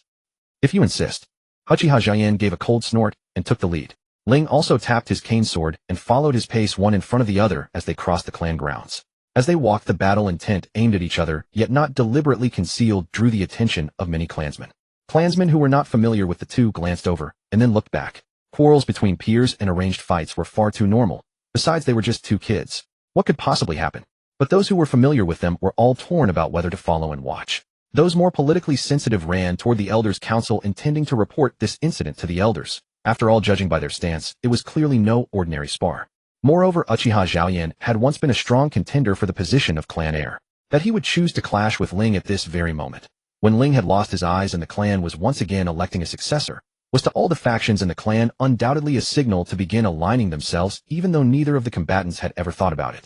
As the clan head, Uchiha Taijima naturally received the report as well. The moment he heard the news, his brows knitted together. He rose with a serious expression. Izuna, sorry, go ahead and eat. I must go and see. Izuna was somewhat dazed but still obediently nodded. Only after watching Uchiha Taijima follow the clansmen away did he sit alone by the table. Facing the rich food, he lost all appetite and silently drew up his legs, curling himself into a ball. He did not like eating alone. The number of clansmen following Ling and Uchiha Zhaoyan grew larger and larger, but it was already too late to change the venue. Ling subconsciously raised a hand to rub his brow, thinking through the possible outcomes after the fight, but before he could think deeply, Uchiha Zhaoyan's cold and rigid voice came over. Make your move. Don't say I didn't warn you. Ling slowly drew out his cane sword, the tip lightly tapping the ground, and let out an almost inaudible sigh. Come. Hearing their exchange, the clansmen who had been training deliberately retreated farther to make room for the two.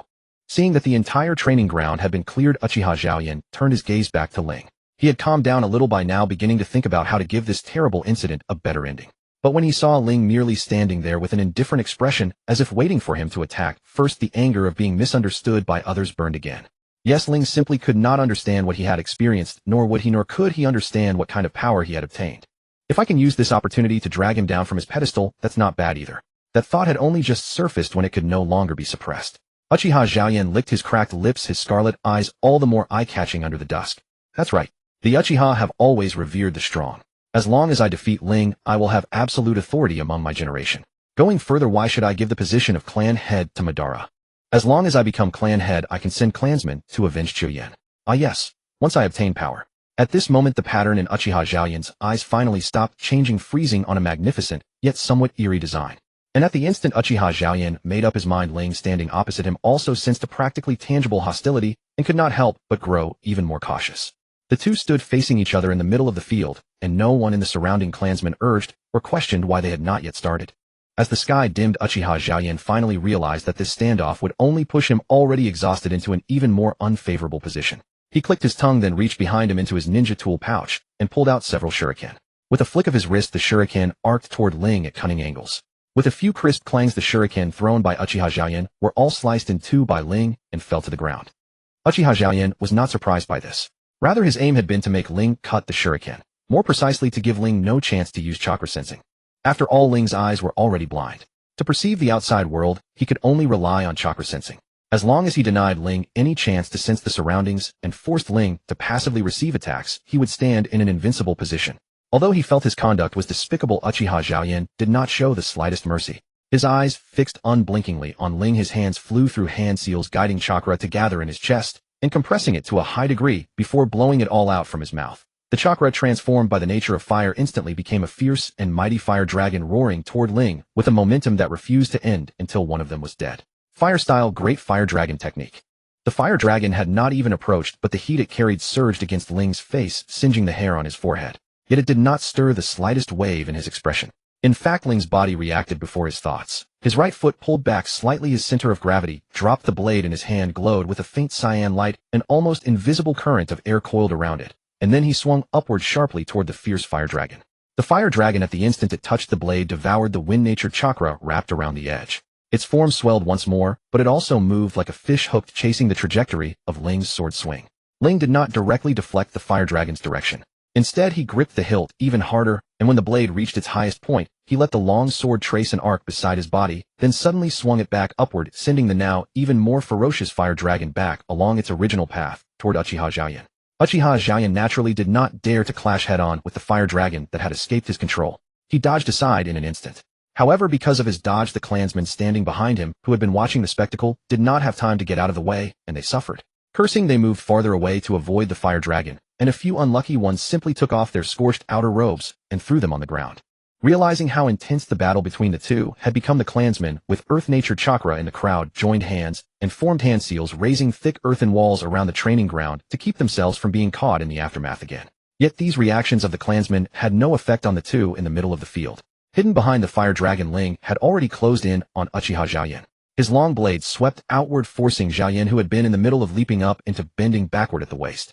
Having gained the upper hand with one move, Ling pressed his advantage without mercy. He stepped forward again, forcing Xiaoyan to dodge in the direction Ling wanted. The blade, wrapped in faint cyan wind, slashed straight down, aimed directly at Xiaoyan's throat. He intended to decide the outcome with this single stroke. But it was at this moment that a sudden change occurred. A huge blue-white skeleton appeared out of thin air, directly knocking Ling's long blade away. Just as Ling was startled, a whistling wind came from his left, and a fist made of blue-white bone slammed heavily into Ling's body so fast that Ling did not even have time to curl up to reduce the damage. Ling, sent flying by the skeletal fist, tumbled and crashed into the earthen wall, half of his body embedded directly into the wall. This wall, which the clansmen had set up to allow the two to fight freely, now became the culprit that worsened his injuries. The moment Ling struggled to land, he coughed up blood, and his entire left arm hung limp. But at this moment, compared with the injured Ling, it was clearly Uchiha Xiaoyan, protected in the middle by blue-white ribs and skeletal arms, who was more striking. The watching clansmen began discussing what kind of ninjutsu this blue-white skeleton was, and how to deal with it. This discussion, of course, inevitably involved sizing up Uchiha Xiaoyan, the main character. Some clansmen who had already awakened 3 Tomo clearly saw the line of blood on Xiaoyan's throat. They immediately stopped their gazing and turned their eyes to Ling, who was on the edge of the field, putting his dislocated left arm back into place. They admired him, but also could not help feeling regret for him. The exchange between the two might take a long time to tell, but in reality, from Uchiha Xiaoyan throwing the shuriken to Ling being sent flying by the blue-white skeleton, less than 2 minutes had passed. This is what a ninja's profession is like. Unless both sides deliberately avoid it during training, deciding victory, defeat, life, and death against an opponent is only a matter of moments. Uchiha Xiaoyan covered the bleeding line on his throat and let out a bitter laugh, his head finally cooling down. He had thought that after gaining the Mangekyo Sharingan, he was unquestionably the strongest of his generation, but now, with a complicated expression, Uchiha Xiaoyan looked through the gaps between the blue-white ribs at Ling, who had stood up again. I lost. Though I'm not in good condition, a loss is a loss. But Ling, did you feel it? This absolute power. Whether it is power, speed, or defense, it can do all of it. As long as we have it, Ling turned toward Uchiha Xiaoyan's direction, and clenching his teeth, reattached his left arm. Shut up. Uchiha Xiaoyan stopped speaking and looked at Ling, who had fallen to one knee again. Ling, admit it. This power is irresistible. I told you, shut up. Supporting himself with his long blade, Ling stood up, unable to stop himself from coughing up a little more blood, but the smile at the corner of his mouth only widened. This battle is not over yet. Don't use poor condition or unequal strength as excuses. In a battle between ninjas, no one ever holds back against an enemy because of such things. I originally intended to cut open your windpipe and then let a medical ninja treat you. But looking at it now, there is one more layer for me to cut through. Uchiha Xiaoyan's brows furrowed again. Fine, then go ahead and try. I've already lost, so just attack as much as you like. As long as you can break through this Susanoo and hit me, I'll obey any order from now on and have no second thoughts. Even if you want me to dig out these eyes and give them to you. How tempting. But forget about digging out eyes, losing my sight was already unpleasant enough. Ling wiped the blood at the corner of his mouth with his still trembling left hand and lowered his whole body into a crouch like a fierce beast about to pounce. But as for obeying any order, you said it yourself, so I won't be polite. And as Ling's words fell, the long blade in his hand once again became wrapped in cyan wind nature chakra. But this time the wind chakra around the blade was no longer a gentle vortex. It was a thin, sharp-edged blade that seemed capable of shredding everything. At the same time, fine pale blue electric sparks began to leap across Ling's body. The muscles on his bare forearms showed clear lines. Feeling the numbing pain caused by lightning-natured chakra traveling throughout his body, the smile at the corner of Ling's mouth grew even more wild. He raised his head toward Uchiha Rei's direction and said, "I'm coming then. Here I go, alright." The moment Ling's words fell, Uchiha Akihiko lost sight of him in an instant. In the brief span while Akihiko was stunned and searching for his figure, a piercing, cutting sound rang out from above, accompanied by Ling's voice. "This Susanoo is really tough." Akihiko stared in shock at the pale white skeletal frame bearing the mark Ling's single strike had carved into it. He was slow to react, but before long admiration welled up within him. To think he could go this far. That Ling is becoming more of a monster with each passing day. Unfortunately, the power of the Mangekyo Sharingan is absolute. It's simply impossible for mere human strength to overcome it. Just then a harsh thunderclap snapped Akihiko back to his senses. He cut off his train of thought and looked at Ling, only to find the lightning around him blazing ever brighter and the thunder growing ever fiercer. The violently surging chakra even burst the ribbon that had held his hair back. Freed from its restraint, his black hair flew wildly in the air, adding an indescribable madness to his already blazing fighting spirit. In contrast to the ever-intensifying lightning, the long blade in Ling's hand grew dim instead. The wind-natured chakra that had wrapped the edge was further compressed into a razor-thin layer of cyan light, so subtle that it seemed to bear no telltale fluctuations at all. Yet the faint but piercing whistle emanating from the blade's edge proved that this cyan glow was nowhere as harmless as it appeared. "Hey Akihiko, I'm about to go all out, you know." Ling lowered his body, his voice carrying a barely suppressed excitement. "It's still an incomplete technique, but a battle is only thrilling when you give it everything you've got." As if answering those battle-charged words, the surging blue lightning around Ling gradually tinged with scarlet. Those clan members who had not yet awakened their Sharingan might not perceive what was truly going on under the dim daylight. It merely looked like some new jutsu. But those with the Sharingan all wore grave expressions and began discussing in low voices with those beside them. "That's blood, isn't it? It's a blood mist produced when muscles can't withstand such explosive chakra and the capillaries burst. What a blood-curdling fighting spirit. That Ling kid has always been a bit mad when it comes to battle, so it's hardly surprising. But once he throws that strike, he won't have any strength left, will he? Too reckless. It's not highly practical in real combat. It's already dangerous enough to use two chakra natures in elemental transformation at once, and he deliberately picked the mutually conflicting wind and lightning attributes. Tisk, can't that kid give our medical department a little less trouble? Fooling around like this. Does he really think he's a Senju? A youth always brings recklessness. If I weren't so old, I'd actually like to ask him about that jutsu afterwards." At once a cacophony of opinions filled the air, yet none of it affected the two locked in the field. What the onlooking clan members with Tomo Sharingan could discern was naturally not beyond Uchiha Akihiko, who possessed the Mangekyo Sharingan. But unlike the spectators standing directly before Ling, he could feel the pressure far more vividly. It felt like a horde of invisible icy invertebrates crawling in formation from the base of your spine toward the crown of your skull. They blocked your sight, covered your mouth and nose, numbed your limbs, stole every breath of air from your chest, and then dragged you helpless and unresisting into a dark abyss to be devoured whole. This maniac. Ling did not give Akihiko long to dwell on his thoughts. The muscles in his calves abruptly tautened, and his entire body turned into a bolt of pale red lightning. In the blink of an eye, he had dashed to the front of the bone-white skeleton, the cyan-glowing long blade in his hand, precisely striking the same spot once more. Akihiko instinctively looked up at the point where the cyan blade met the bone-white skeleton. As a grating, ear-splitting screech rang out, the cyan blade sank straight into the bone. Yet it did not succeed in a single stroke. It cut only halfway and before halting, unable to advance any further. "Give it up, Ling." Uchiha Akihiko said, the Mangekyo Sharingan in his eyes spinning once more. "This power is nothing." "Hey, wait. Have you lost your mind?" Ling did not choose to give up, as Akihiko said. If anything, the chakra surging around him grew even more violent the moment Akihiko's words landed. At this moment, the pale red lightning around Ling all turned into a harsh, glaring crimson. Cracks opened one after another on his exposed skin. Fine bloody fissures. Yet he seemed utterly oblivious to the pain of his wounds, a wild smile still plastered on his face. He yanked the long blade free from the bone-white skeleton and with a flick of his wrist turned the tip downward. "Honestly, what kind of foolish nonsense are you spouting? I've never felt better." As the words fell, so did the cyan blade. This time the bone-white skeleton could no longer hold the edge back. As the cyan blade stabbed downward, the skeletal frame manifested from ocular power finally shattered. Akihiko watched the long blade thrusting toward him, his pupils slightly dilating, his mind left with nothing but disbelief. The next instant, however, the blade's edge grazed past his cheek, and he himself was slammed to the ground by Ling, who had descended from above, seizing his face. This outcome was clearly beyond what anyone had anticipated, especially the elders and Uchiha Taijima, who had rushed over after being notified and knew exactly what the Mangekyo Sharingan was capable of. But this was obviously not the time to discuss the matter. Uchiha Taijima frowned at his eldest son, whose body was covered with wounds, then immediately began evacuating the clan members and summoning medical ninjas to treat the two. At this moment, the clan members' frantic activity had nothing to do with the two at the center. Ling released his grip on Akihiko's face, rose to his feet leaning on the long blade, and still spoke with a smile in his voice. Hey Akihiko. I won.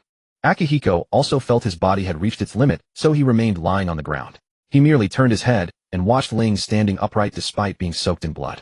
After a brief silence, the Mangekyo in his eyes quietly receded, and he let out a soft laugh. Oh, I know. You won.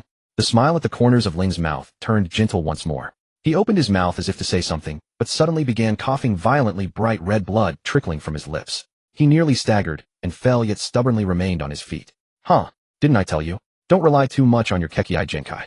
On a normal day, you wouldn't even have made me shift my blade away. You're the one to talk, aren't you? What kind of madman's fighting style was that? Uchiha Akihiko propped himself up, coughing a few times. There's no need to stake your whole future just to prove something that doesn't even exist, is there? Huh, can't be helped. Ling tilted his head back, struggling to keep himself upright without falling. With that movement, the blindfold strap finally gave way under the strain and snapped, revealing the hideous scar that ran across his eyes beneath. What can I say? I've always enjoyed battle. If I didn't give it everything this time, who knows if I'd ever get another chance. It's hard to outdo a madman like you. Speaking of which, didn't I just awaken my Sharingan further? How is it that you're crazier than me? No, I should say this guy's way of doing things has always been terrifying. Akihiko grumbled, but after a long silence without any reply, he couldn't help but look up at Ling. Hey, are you still listening? Hey, Ling, you can't fall asleep at a time like this. Hey, medical ninja, where are the medical ninjas? Enough with the planning over there. Save him first. Hey, Ling, don't you pass out now, you madman. Hey, Seems that even with the long war against the Senju temporarily concluded, the Uchiha Medical Department couldn't afford a moment's rest. After working through the night, the Uchiha Medical Ward was finally able to stabilize both of their injuries, but as both were critically hurt, they had to remain under short-term observation. Uchiha Akihiko already entered the fight with existing wounds, and the intense exchange only aggravated his condition. Fortunately, it wasn't severe. Once stabilized, he could return home to recover. Ling's condition was far more dire. While multiple muscle tears across his body were the most straightforward injuries to treat, the critical issue was that the lightning-style chakra he used to reinforce his physique remained highly active despite his unconscious state, violently rejecting the healing chakra from the medical ninja. After exhausting 6 medical ninja before his condition finally stabilized, Ling remained unconscious, so one medic was assigned to monitor him closely and stand ready to administer treatment at any moment. Ling's unconsciousness also earned Uchiha Akihiko a considerable amount of cold stares from Izuna, who occupied the same ward, especially after Madara returned from his mission the following day and learned what had transpired, making the room feel even colder toward Akihiko. The tension persisted until Ling regained consciousness on the 3rd day after the confrontation, though Uchiha Akihiko continued to receive wary looks from both Madara and Izuna during his hospital stay. Once Ling showed signs of recovery and cooperation with treatment, Akihiko requested discharge to recuperate at home, but not before venting to Ling about the persistent hostility he'd endured from the 2 younger Uchiha brothers throughout his hospitalization. Well, you can't very well blame Madara and Izuna for this. After all, it was supposed to be a family dinner that day. Izuna was really looking forward to it. As for Madara, he was just upset in a completely normal way. You pushed yourself too far. Couldn't you have just said so when you couldn't take it anymore? Huh. It's been a while since I fought at full capacity, so I got a bit carried away. How about we spar again once you've healed? I've learned from this experience. If you're still this tough next time, I'm confident I could cut through you in one strike. No, let's skip that. I'd rather not endure more hostile glares. If the Uchiha possessed the ice release Kekkei Genkai, Madara would have already frozen me solid by now. Hearing this, Ling chuckled once more, but his expression grew serious again. Alright, enough joking around. Now it's your turn to address something. Akihiko, I'll say it again. You can draw upon the power of your Kekkei Genkai, but you must never let it control you. Uchiha Akihiko sighed at Ling's earnest expression. Relax, the foolhardiness you knocked out of my head won't lead me to misuse this power. Besides, you should be worrying about yourself more than I am. Don't worry. Even though I can't move freely yet, my condition is actually quite good. This might turn out to be a blessing in disguise. What a madman. I should head home then. Though Akihiko's remains have already been buried by his family, I haven't had the chance to add a shovelful of earth myself. Tomorrow marks that child's birthday. I promised to take him to the Flower Country's festival. Now all I can send is a white flower. Which clan's ninja did this? Those maniacs from Kagaya who slash at anyone they see. You don't need to involve yourself in this. I'll handle it myself. Ling nodded and filed that away. Alright, if you need anything, just say the word. My recovery won't take long. Uchiha Akihiko didn't respond this time, merely offering a soft acknowledgement before heading toward the door, only to run into Madara and Izuna, who had come to visit Ling. Once again, he found himself met with 2 pairs of cold, disapproving glares. Uchiha Akihiko. Fine. Don't anger over children. Izuna puffed out his cheeks, glaring fiercely at Uchiha Akihiko's retreating figure until he disappeared around the corner, then let out a sharp huff before following Madara into the ward.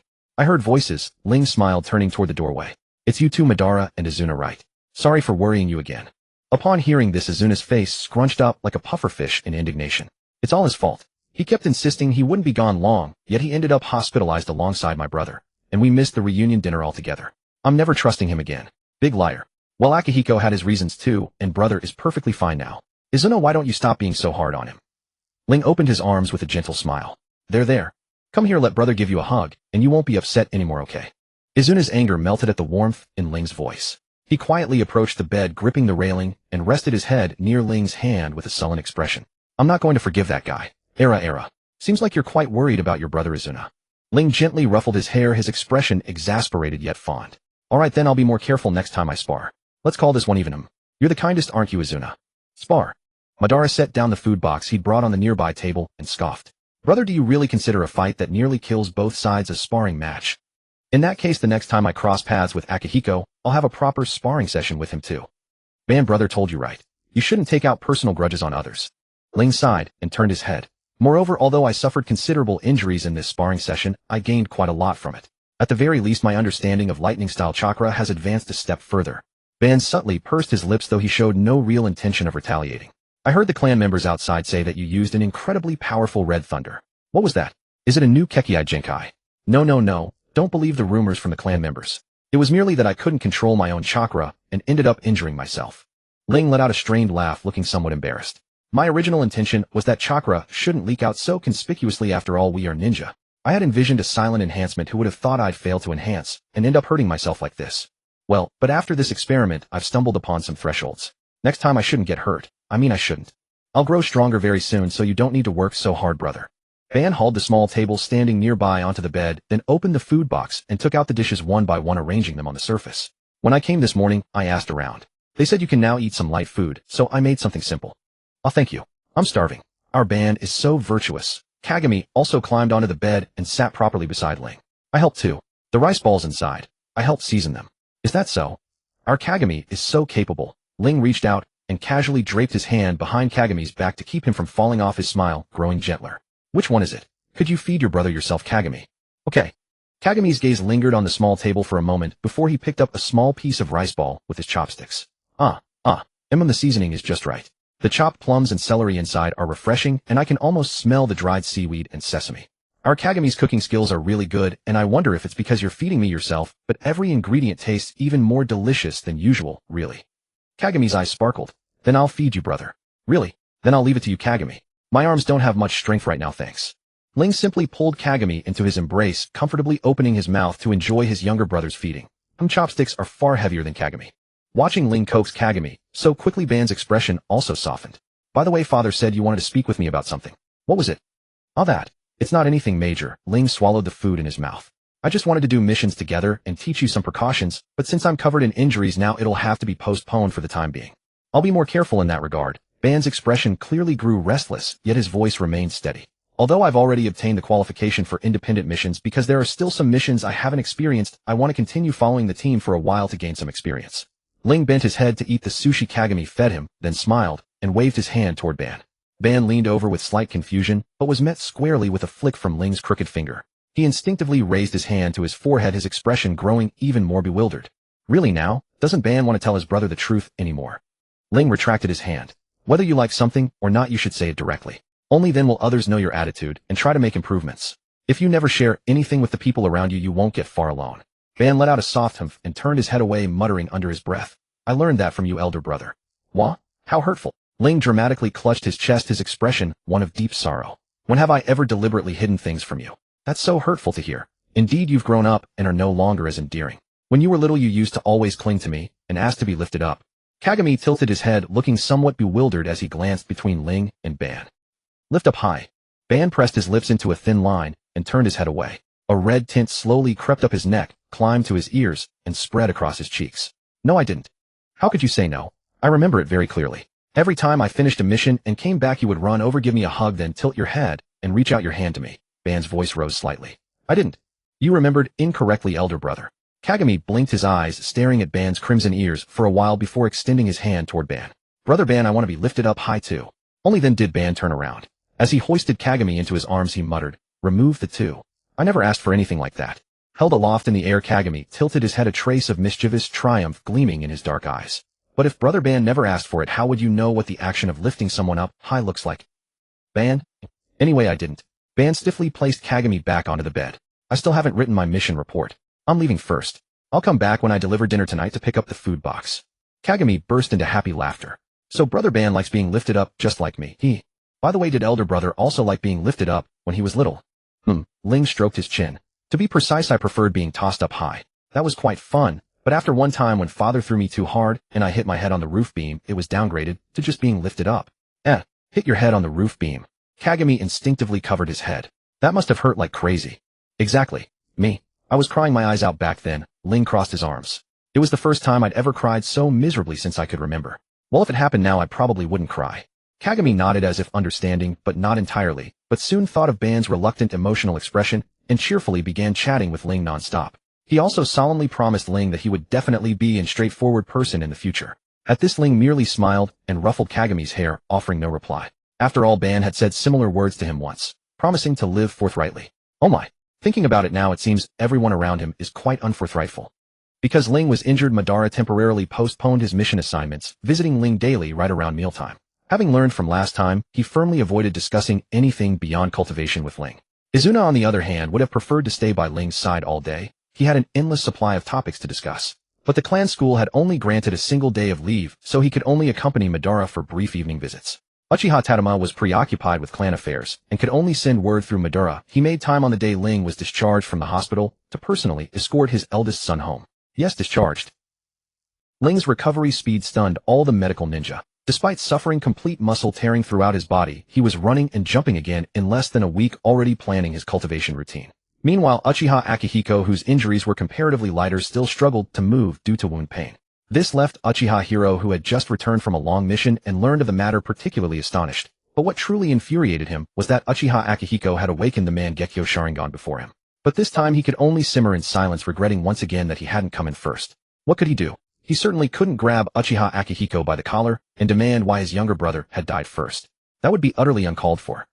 Moreover, upon learning how Uchiha Akihiko had awakened his eyes, Uchiha Hiro's desire to pursue that path actually faded somewhat. Though he was the youngest child with no younger brother to sacrifice, the very thought of trading a sibling's life for power made him sick to his stomach. Still, Ling's method of strengthening himself using chakra after nature transformation was certainly worth studying. Though he lacked lightning release, earth and water release would work just as well. Upon thinking this through, Uchiha Hiro, the type to act rather than hesitate, immediately sought out Ling. Only after much hemming and hawing did Ling finally grasp his purpose. Ling found himself in a difficult position, his expression troubled. Hiro, this time it really isn't that I won't teach you. Setting aside the fact that among our generation you're the only one besides me who possesses both water and earth release chakra. I simply lack these two natures myself, which means I don't understand them. How could I fabricate instructions for you? Besides, Hiro, you don't have wind or lightning release chakra either, so even if you learned it, it wouldn't help you. Enough with the excuses, just teach me and I'll figure out the rest myself. Uchiha Hiro huffed, his expression sullen. I've been lagging behind you lot because of this damn chakra affinity for more than a day or two now. At this, Ling raised his hand to rub the back of his neck and sighed. Alright, but I'm not fully recovered yet. I can only demonstrate the nature transformation of wind release chakra for you now. Is that acceptable? Yes, just do it. Now the first phase. Ling drew the staff sword from his grip, and as the blade emerged, a delicate vortex of wind materialized, curling around the gleaming edge. This is the most basic application of wind nature chakra adherence. It carries minimal offensive power on its own, but against fire release techniques, it proves invaluable, capable of easily redirecting an opponent's flame attacks away from their intended target. To achieve this, one merely needs to draw chakra from within the body and apply nature transformation at the moment of release. There's no requirement to transform all chakra completely. The properly converted wind nature chakra will naturally draw in and convert ordinary chakra around it. The clan possesses no scrolls detailing wind nature chakra transformation. I studied the clan's existing materials, first mastering lightning release properties, then systematically extrapolating the principles through analogy. If you wish to learn nature transformation, you'll face greater difficulty than I did. Our clan has very few members wielding earth or water release. There are scarcely any recorded ninjutsu techniques for either, let alone advanced cultivation methods for these two natures. And you're aware, of course, that our clan originally relocated from the land of lightning to the land of fire precisely because so many members possessed both lightning and fire release. Fire affinity members actually outnumbered those with lightning. Many techniques lost their effectiveness in the damp climate of the Land of Lightning. The Senju next door likely have scrolls covering this, but merely surviving an encounter without coming to blows is already a feat. Borrowing their technique scrolls is nothing short of a pipe dream. Uchiha Hero frowned. But doesn't chakra nature transformation already occur when performing ninjutsu? Yes, that's correct. But simply releasing transformed chakra differs fundamentally from using that transformed chakra to perform ninjutsu. Watch. Ling pointed his blade downward toward the ground. The wind-natured chakra coiling around it shifted from a light vortex into what appeared as a soft wrapping, gradually compressing until it became an exceedingly thin layer of blue-green light, emitting a piercing whistle. Hiro studied the chakra coating the blade in silence before his expression shifted to understanding. I see now. When performing ninjutsu, chakra is drawn forth in a single burst and transformed once, straightforward to learn. But your method requires maintaining continuous wind-natured chakra conversion, a sustained output, while preserving the flow of chakra throughout. This resembles the principles behind medical ninjutsu. Ling dispelled the chakra from his blade and returned it to its scabbard, a note of amusement in his voice. Is that so? Then that's ideal. Having relevant experience will make learning considerably simpler.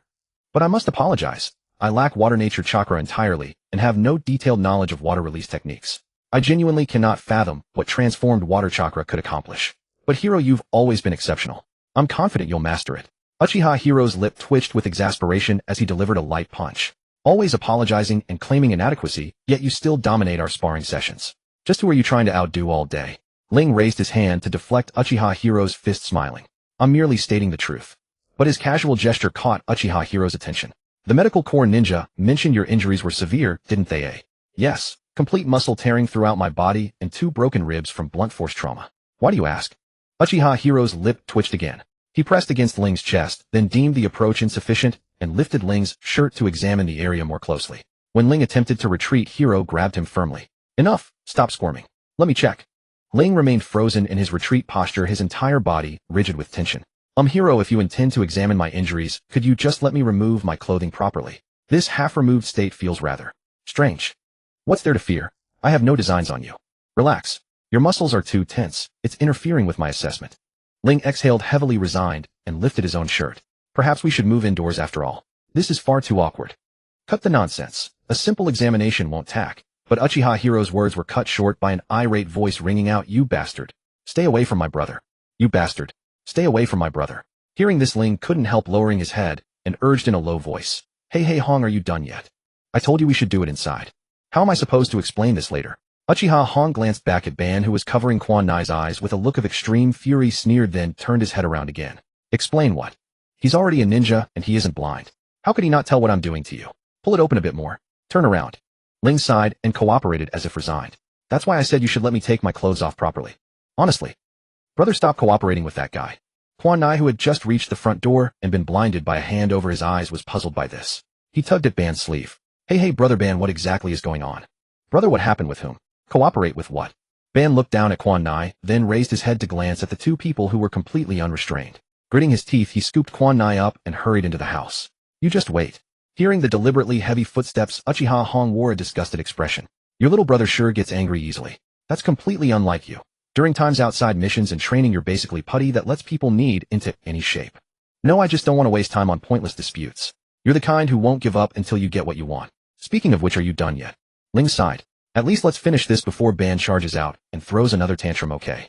Alright, all you do is urge. Uchiha Hong pouted and withdrew his hand. Your ribs only have a slight crack now, and your muscle condition is perfectly normal. But how should I put it? It somewhat rejects healing chakra. In the future, if you're hurt, it might be harder to treat. But what bothers me most is how fast your injuries recover. So fast it's abnormal, almost matching that Senju I interrogated last time. I suspect you accidentally used lightning release chakra to stimulate your cells and underwent a minor evolution. It's just that this acquired physical vitality.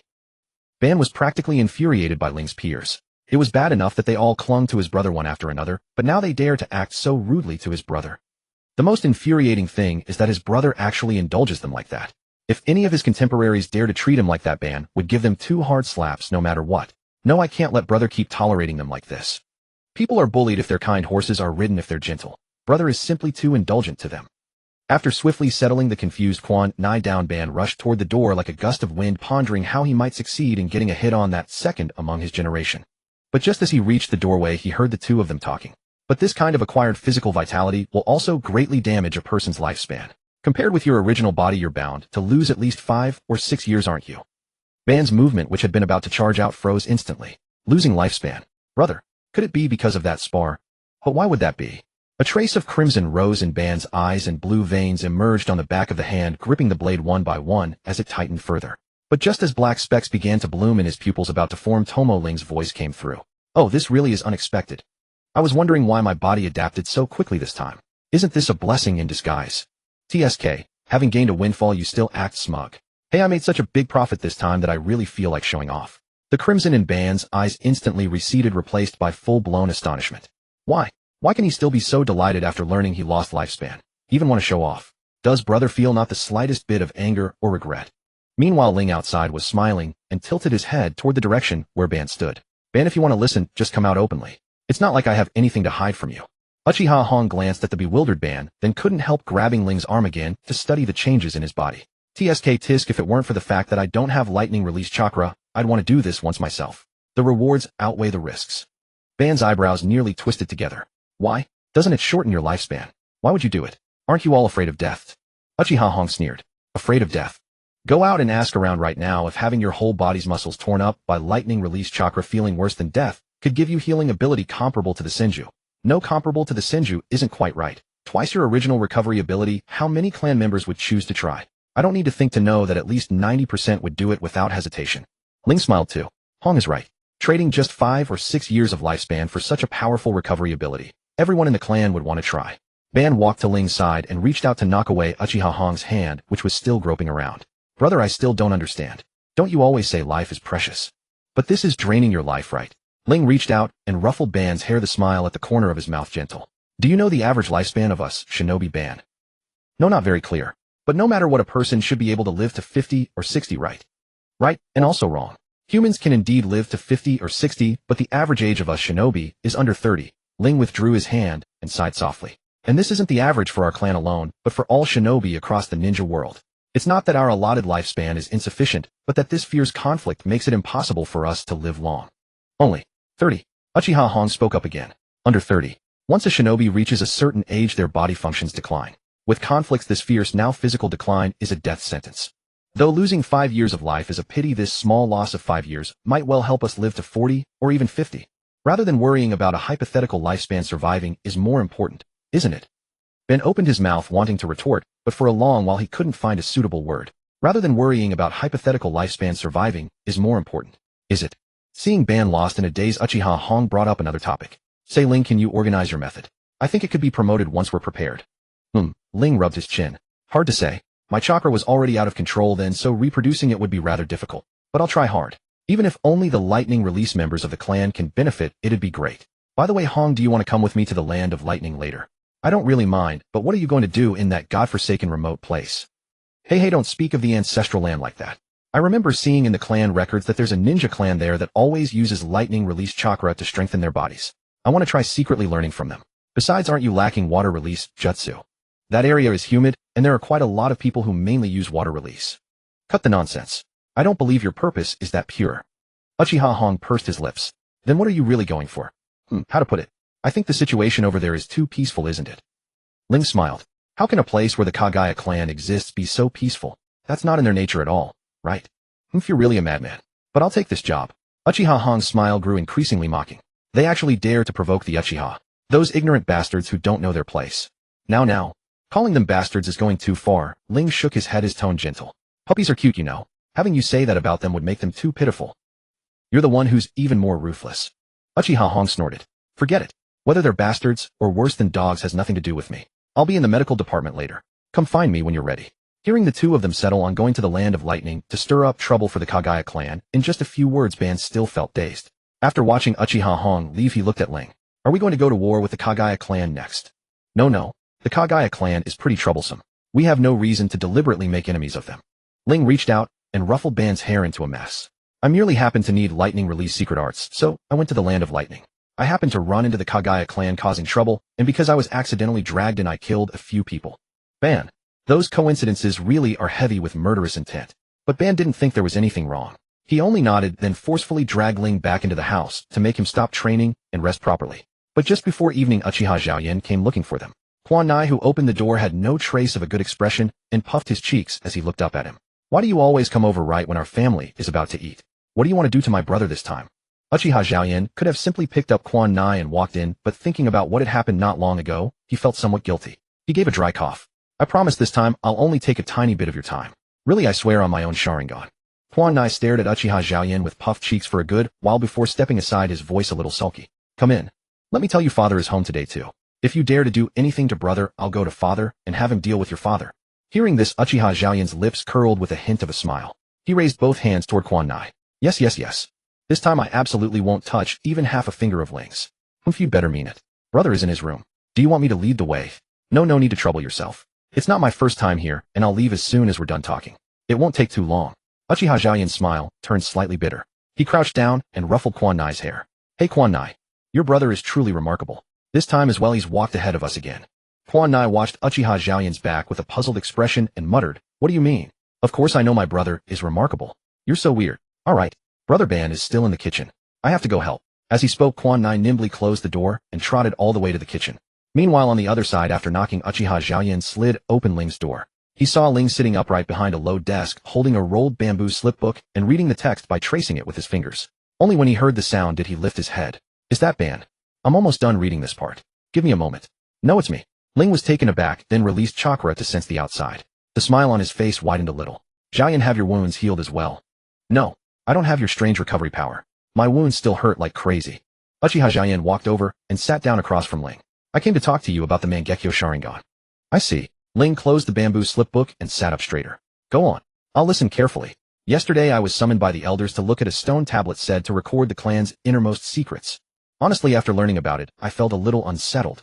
Uchiha Zhaoyan let out a long breath. It says that the ocular power of the Mangekyo Sharingan cannot be replenished, and every use pushes its wielder further toward blindness. It also says how to evolve the Mangekyo Sharingan into the eternal Mangekyo Sharingan, so that one can use its ocular power without limit and completely master that power. Feeling Uchiha Zhaoyan silence, the smile at Ling's lips faded slightly. Is it a terrible method of evolution? To evolve the Mangekyo Sharingan into the eternal Mangekyo Sharingan, you have to obtain another pair of Mangekyo Sharingan from the same bloodline. Then you gouge out one pair of eyes and transplant them into the other person's eye sockets. The other person then uses chakra to guide them along fixed pathways, causing the two pairs of eyes to fuse. In this way, the eternal Mangekyo Sharingan is born. Uchiha Zhaoyan lowered his head to look at his own hands. How ironic. The power was awakened to protect those closest to you, but to use it without restraint you have to sacrifice another person closest to you. It is indeed a bit off. Ling also looked somewhat troubled, though it does sound plausible. Uchiha Zhaoyan's expression was filled with mockery. Now I'm curious to know how many brothers that ancestor who discovered this had to lose, and what exactly he was thinking when he found it out. Trading kin for power. Ha, bullshit power. I've seen that stone tablet too, but I remember it only said that the Uchiha clan could obtain greater power by a stroke of fortune. Ling frowned. Is it because the ocular power of the Tomo Sharingan and the Mangekyo Sharingan are different? Uchiha Zhaoyan nodded, his mood low. What you see with the Tomo Sharingan and the Mangekyo Sharingan are completely different. The stone tablet also records many ocular techniques usable by the Mangekyo Sharingan, as well as the Mangekyo that have appeared through the generations. It should be genuine. I see. Ling crossed his arms, thought for a moment, then raised his head toward Uchiha Zhaoyan. So, what is your decision, Zhaoyan? What is Zhaoyan's decision? Or rather, after understanding the Wan Hua Tong Xialun Yin, what does Zhaoyan plan to do? Uchiha Zhaoyan raised his eyes to look at Ling sitting opposite him, his gaze slightly vacant. Then, after a moment, he looked away. I plan to find an opportunity to die in front of He Yin to stimulate him to awaken the Wan Hua Tong Xialun Yin, and then transplant my eyes to him. This way He Yin can gain greater power, and it will also preserve a pair of Yong Hong, Wan Hua Tong Xialun Yin for the clan. This is the best solution I can think of. I told you, didn't I? Don't let the Shui Ji Xian Jie control you. Ling sighed and shook his head. Things haven't even developed to that point yet, and you've already chosen the worst scenario and sentenced yourself to death. How dare you call me extreme? Uchiha Zhaoyan curled his lips without concealment. Then what do you suggest? As I said before, the stone tablet I saw only mentioned that our Uchiha clan would obtain greater power under fortunate coincidences. Now it seems this so-called greater power is undoubtedly the Wan Hua Tong Xialun Yin, but this fortunate coincidence is still open to debate. Ling raised his hand and gently stroked his chin. If we can only gain power by losing a loved one, the ancestors should have written something like usher in a turning point in sorrow and despair, rather than fortunate coincidence. Unless the coincidence back then and the coincidence now refer to different things. And the emphasis on sacrificing blood relatives is also suspicious. Even if the final record said something like, wanted the deceased loved one to continue accompanying them, so they dug out the eyes and fused them, finally figuring out the method of evolution, I would believe it without hesitation. But now, there are too many doubts. Regardless, the facts are right before our eyes. Not just my Wan Hua Tong Xia Lun Yin, but all the clan members who awakened their eyes in the past experienced immense despair. I have seen all this with my own eyes through the various pupil powers left on the stone tablet. Ling, sometimes people really need to accept their fate. Don't try to persuade me anymore. I am calm and have made my decision. Stop right there. Ling raised his hand, his expression indescribably complex, but upon closer inspection one could discern his overwhelming helplessness. You're not like me, who completely destroyed my eye sockets and can't transplant eyes. At worst, after you dig out your eyes for he, Yin, you can transplant a new pair. Why are you making such a fuss about dying? Compared to that, thinking of a way for he Yin to awaken his eyes without suffering is the most important thing, right? Uchiha Zhao Yin. Oh right. Tisk, those old geezers in the clan have brainwashed me. Uchiha Zhao Yin raised his hand to cover his forehead, his face slightly red. And being called out so bluntly by you is really... Damn it, I want to find a hole to crawl into. Hey, show some respect for the elders. Ling sighed. You used to be very considerate when thinking about things, but now your judgment has declined this much. It seems I need to reassess the influence of the Wan Hua Tong Xia Lun Yin after awakening on the person. Although it's a bit troublesome, can I ask you to engrave a copy of the information you can see on the stone tablet for me? I want to do a little research. Yes, okay. Uchiha Zhao Yan's gaze swept over the bamboo-carved book Ling had placed aside. When I recover from my injuries and go to the stone tablet to record the Wan Hua Tong information, I'll engrave a copy for you. I'm counting on you. I always feel that this matter is a bit suspicious. Perhaps there is a more peaceful way to awaken the eyes after all. Ling frowned slightly. And to be honest, Zhao Yin, your current chakra is vastly different from before. It gives me a very cold and gloomy feeling. Your pessimistic thinking might also be influenced by this chakra. You need to pay more attention to this in the future. Uchiha Zhao Yin also thought of his own stupidity just now and immediately covered his face. I understand. I'll think more carefully before acting in the future. Alright, that's all I have to say. I'll be going now. Wait, there are some more things I want to ask. Uchiha Zhao Yin then looked up again. What? You just said you would go to the stone tablet to engrave the pupil technique after your injuries healed, right? Is it your unique Wan Hua Tong pupil technique? What's wrong? Besides the usage methods of the Wan Hua Tong Xia Lun Yin, it also records the unique pupil techniques of all generations of Wan Hua Tong Xia Lun Yin. Ling bowed his head in thought for a moment before speaking. Then how many unique pupil techniques have you awakened, Zhao Yin? I only have 2 eyes, so of course 2. Uchiha Zhao Yin crossed his arms. What? Want me to tell you what my pupil techniques are? No, I want you to only record 1 pupil technique this time. After I read the carved book you bring back, I will think it over, and then have a detailed discussion. Then on the pretext of awakening again, go and engrave the information on the stone tablet once more. It must be exactly the same as the stone tablet's content, including the brushstrokes. Uchiha Zhao Yin. Although he felt that Ling was simply making excuses to mess with him, Uchiha Zhao Yin did not argue. He nodded in agreement, indicating that he would do so, and then did not linger any longer. He stood up and took his leave from Ling. Ling did not try to persuade him to stay, he simply stood up and saw him to the door. But watching Ling move without any hindrance, even without his blind cane, Uchiha Zhao Yan's expression turned strange. Did you develop some strange ninjutsu again? Ling tilted his head upon hearing this. What do you mean by developing strange ninjutsu? No. You now. You're wondering why I didn't take my blind cane, right? Ling chuckled lightly. Since our last spar, my perception in all aspects, including physical fitness, has improved. Moreover, I have already adapted to the darkness. It's just a short distance to see you to the door, and then return. I don't need the blind cane to assist my perception. Uchiha Zhao Yin opened his mouth, but in the end couldn't say anything. He just smiled and teased. You really have always been ahead of us, whether in the past or now. Ling. What's with that? Suddenly smiling so creepily. I'll think about it. The end of the Wan Hua Tong Xia Lun Yin is blindness, isn't it? You've just jumped a huge step ahead of us. With you scouting ahead, who knows, we might even be able to form a special unit. Ling thought seriously for a moment, and then spoke. I don't think it's possible. After all, among those who have the ability to awaken their eyes, only Hong is a perception type. The rest. Sorry, Zhao Yin, it's really not that I look down on you, but some things just can't be done without being a perception type. Uchiha Zhao Yin. Are you allergic to jokes? Uchiha Zhao Yin ultimately departed with a heart full of indignation, while Ling remained rooted to the spot for a moment, seemingly at a loss before offering a wry shrug and walking back with a smile. After dinner, Ling seriously pondered the matter of awakening the Mangekyo Sharingan. However, plagued by a lack of intelligence, he repeatedly extrapolated from the example of the 3-Tomo Sharingan, eventually concluding that its awakening might be tied to the user's emotional fluctuations. In essence, the more extreme the emotion, the greater the power, and the greater the power, the more extreme the emotion. Ling leaned back against his bedding, a faint furrow between his brows. What a perplexing, yet irresistibly alluring force. Judging by Zhao description, the steel records concerning the Tomo Sharingan were no different from what I had seen originally, which was rather ordinary. But the records regarding the Mangekyo were utterly bizarre, inciting us to slaughter one another. Could it be that archaic syntax has led to a misinterpretation? It was deeply unsettling. It seemed he would need to find the time to revisit the clan archives and search for earlier scrolls that might provide corroborating evidence.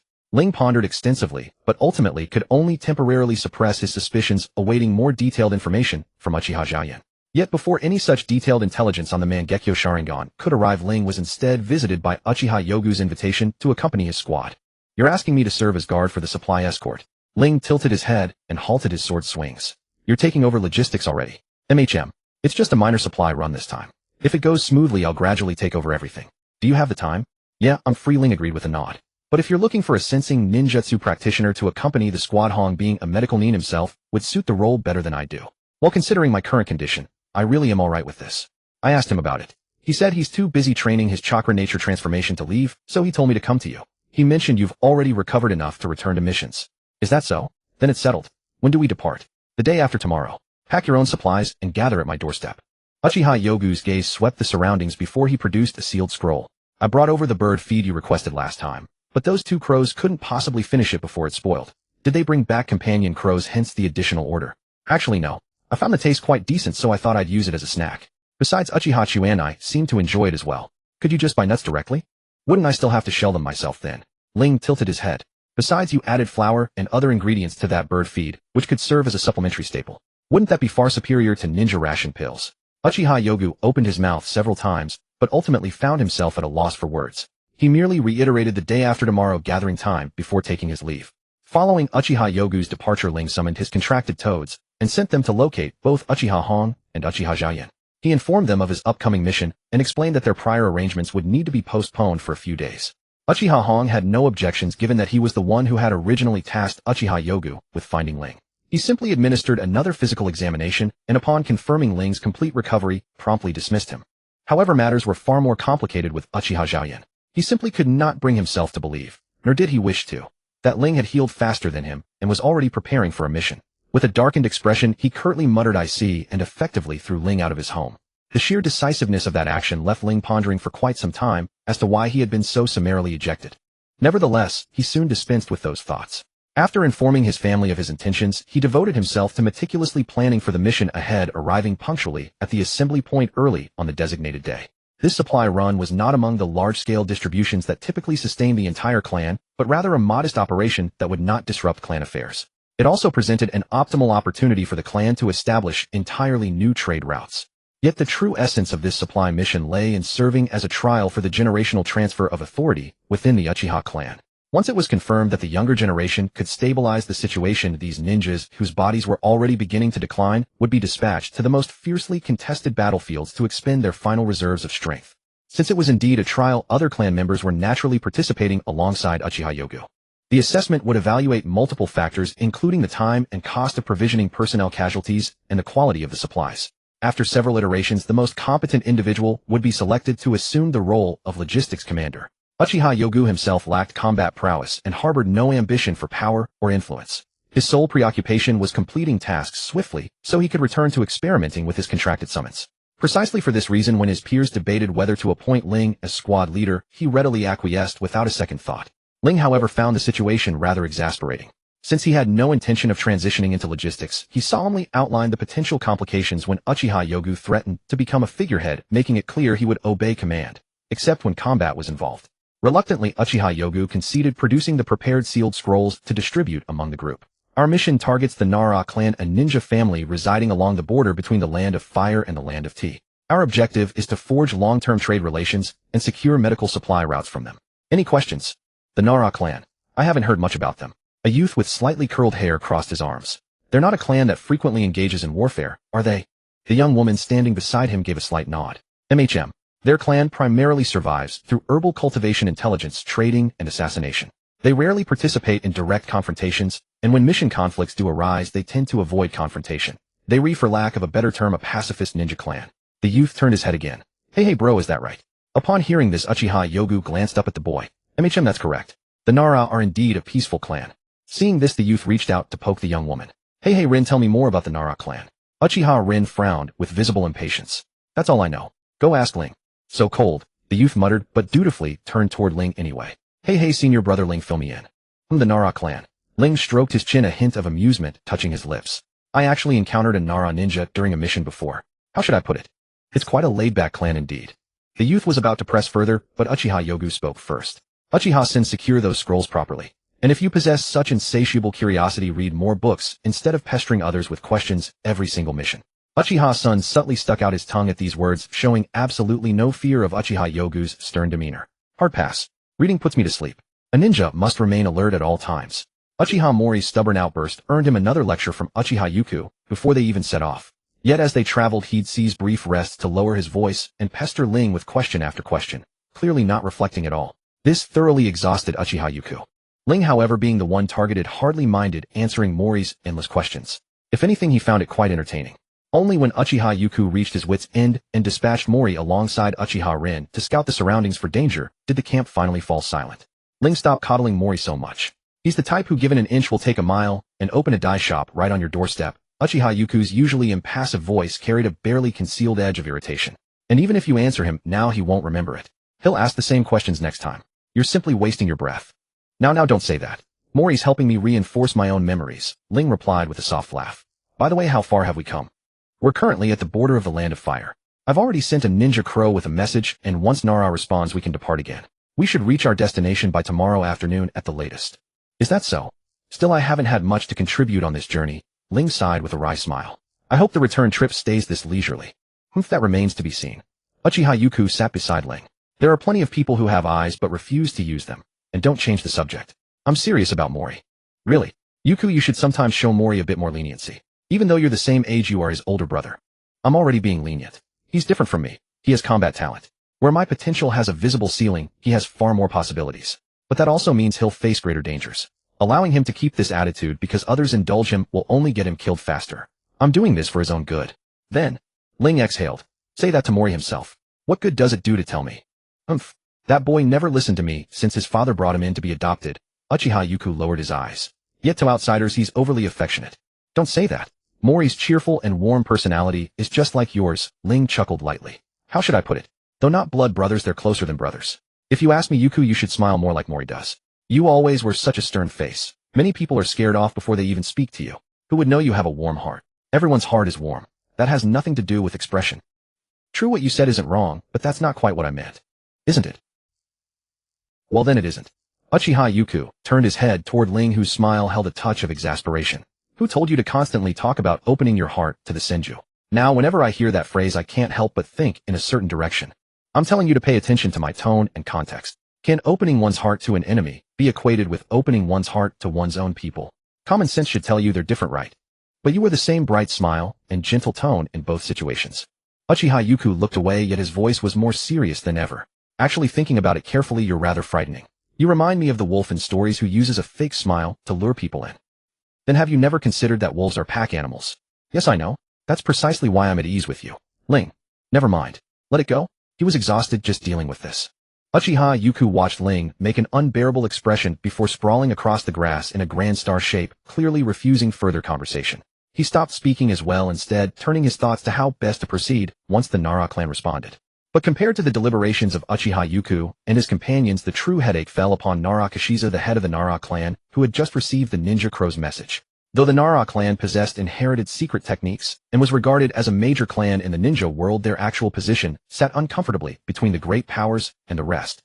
First, their inherited techniques naturally made them unsuitable for direct combat. Even with sufficient numbers, they could not claim the status of a truly great clan, yet they were far stronger than average ninja clans. Second, even with their alliance strengthening their combined power, the ninja world still harbored colossi they could not afford to provoke. Setting aside the distant threats nearby alone, there were three powerful clans capable of destroying their alliance. The Senju, who nearly dominated the Land of Fire decades ago, the Uzumaki residing by the sea with their bizarre techniques and close ties to the Senju, and finally the Uchiha, unpredictable and fierce, yet composed of strikingly beautiful and extraordinarily skilled members. These three formidable clans, difficult for ordinary ninja clans to handle, were exactly why their alliance kept to itself, strove to maintain goodwill, and even considered abandoning missions when encountering their ninja. After all, money could be earned again, supplies could be replaced, but once life was lost, all opportunities vanished. Precisely because of this, these three clans paid little attention to their alliance's development, occasionally sending envoys to trade materials and intelligence, which incidentally built a measure of goodwill. But here lay the problem. Look at these two correspondence letters on his desk. One from the Senju, and one from the Uchiha. In the Land of Fire, who didn't know the Senju and Uchiha despised each other? If the two clans actually crossed paths, what disaster would unfold? And if they discovered one came before the other, the matter would escalate even further. You let the Senju Uchiha precede us? What do you mean by this? Implied insult that we rank below the Senju Uchiha. As for not responding, the messengers were ninja crows. Returning them unpaid would risk appearing negligent toward either party, further fueling suspicion. Nara Kashiza sighed deeply. What a troublesome situation. Truly a headache. Even if Narashika was troubled, he still needed to send replies to both clans. Once the letters were dispatched, any friction that arose between them was purely a matter for the Senju and Uchiha. At most, relations between the two clans and the Nara would grow distant, but at least they would avoid inviting their wrath. However, if Narashika chose to hide information from either side, he certainly did not wish to draw the attention of those two great powers for no reason.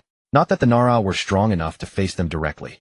Indeed, even the Uzumaki, a powerful clan whose bond with the Senju was so close it seemed they dressed in the same clothes, would choose to steer clear whenever the Senju and Uchiha went to war. Curious about the reason, are you? The reason lies in the fiercest clash between the Uchiha and Senju over a decade past. The Uzumaki, moved by old friendship, wished to lend a hand. But the Uchiha, driven mad or perhaps truly unhinged, abandoned confronting the Senju altogether, instead fixating on the Uzumaki with relentless ferocity. Though clashes between the Uzumaki and Uchiha were commonplace, and they understood the Uchiha's strength well enough, they were still utterly blindsided by such viciousness. Even the Senju, horrified by their allies' plight, were forced to divert attention to rescue the Uzumaki. By the time the war ended, the Uzumaki bore deep psychological scars inflicted by the Uchiha. Their original plan to relocate from the Land of Whirlpools to the Land of Fire was abandoned entirely. Thereafter, whenever conflict erupted between the Senju and Uchiha, the Uzumaki never intervened openly. They dared only to secretly deliver supplies and exchange newly developed jutsu as a token of support. Yet when the Senju were not involved, the Uzumaki still possessed the courage to stand against the Uchiha. In short, even the Uzumaki, their closest three-clan alliance, could barely withstand the turmoil, let alone be willing participants. Narashika absolutely would not allow his clan to be dragged into such strife, especially considering how vindictive the Uchiha could be. With this thought in mind, he sighed again, picked up his brush, and quietly penned replies to both clans. Whatever fate willed, he supposed. At worst, he would cede certain advantages to avoid drawing fire. But should they truly be pulled into the conflict, they would never allow themselves to be manipulated at will. After all, in an era where the average lifespan of ninja barely reached 30, the fact that their three-clan alliance had managed to raise the average lifespan of their people to 45 spoke volumes about their capabilities. However, this matter might escalate significantly, so he decided not to send the usual subordinate to receive them. He would handle it personally. Surely these face-conscious clans would not dare start fighting right before him. Yet as if by fate, misfortune rarely arrives alone. Shortly after Narashika dispatched his replies, both clans indeed arrived simultaneously, right into each other's paths. Had he not known beyond doubt that reconciliation between the Senju and Uchiha was impossible, Narashika might have believed they had conspired together to sabotage his peace of mind. Behold the identical expressions of hostility directed at one another. Were it not for the Uchiha being slightly fairer in complexion, and the Senju somewhat taller, one might have sworn they came from the same lineage. And observe the composition of their parties, the way their eyes fixated solely on the opposing side. 3 men and 1 woman on one side, 3 women and 1 man on the other. If one did not know they had come to purchase medicines from the Nara, one might have mistaken it for some epic romance unfolding before their eyes. Within his heart, Narashika silently complained of the inconvenience, yet his gaze couldn't help but drift toward the young Uchiha, whose eyes were wrapped in silk. He felt quite puzzled. Though the boy named Uchiha Yogu claimed to be leading the delegation, the entire group seemed centered around that young man. But those eyes of his. Was the Uchiha actually seeking medical treatment? Was the trade merely an excuse? Just as Narashika was lost in thought, the blindfolded young man spoke first. His voice carried no trace of killing intent, only a profound weariness. How shall I put this? In a certain sense, it is truly a nauseatingly synchronized rapport. From the Senju party, the tallest youth offered a strained smile. Had the feeling is mutual. What? Are you planning to transfer to logistics and spend your remaining years contributing? Of course not. I may be blind, but I am hardly useless. I will still return to the battlefield. Ling leaned on his staff sword, his smile gentle, yet edged with coldness. Rather, Chongqing, you must wait for me. I was counting on your head as a souvenir. Should you perish too soon, I would be quite saddened. Senju Chongqing's smile grew even more rigid. Is that so? Then it seems we differ on this point. Should you manage to die quietly in some remote corner, I would surely purchase a string of firecrackers to see you off. Only 1 string. How cold of you. Ling sighed softly. After all, we share a bond forged in life and death camaraderie, do we not? If you were to perish right now just to show off, I wouldn't hesitate. 10 strings of firecrackers bought on the spot. Haha, I'm hardly done living yet. Why don't you die first and let me watch? Incidentally, I brought quite a few explosive tags. Once you're gone, I'll detonate a dozen to celebrate. Then let us settle this on the battlefield. Perhaps then I can speak some heartfelt words to you. Senju Chongqing sneered. Though I must ask, has the Uchiha fallen so far that even a blind man like you is sent out to sell himself? I've already told you I'm only blind, not broken. But surely those who pursued me that day have begun their retirement by now, haven't they? How have they been?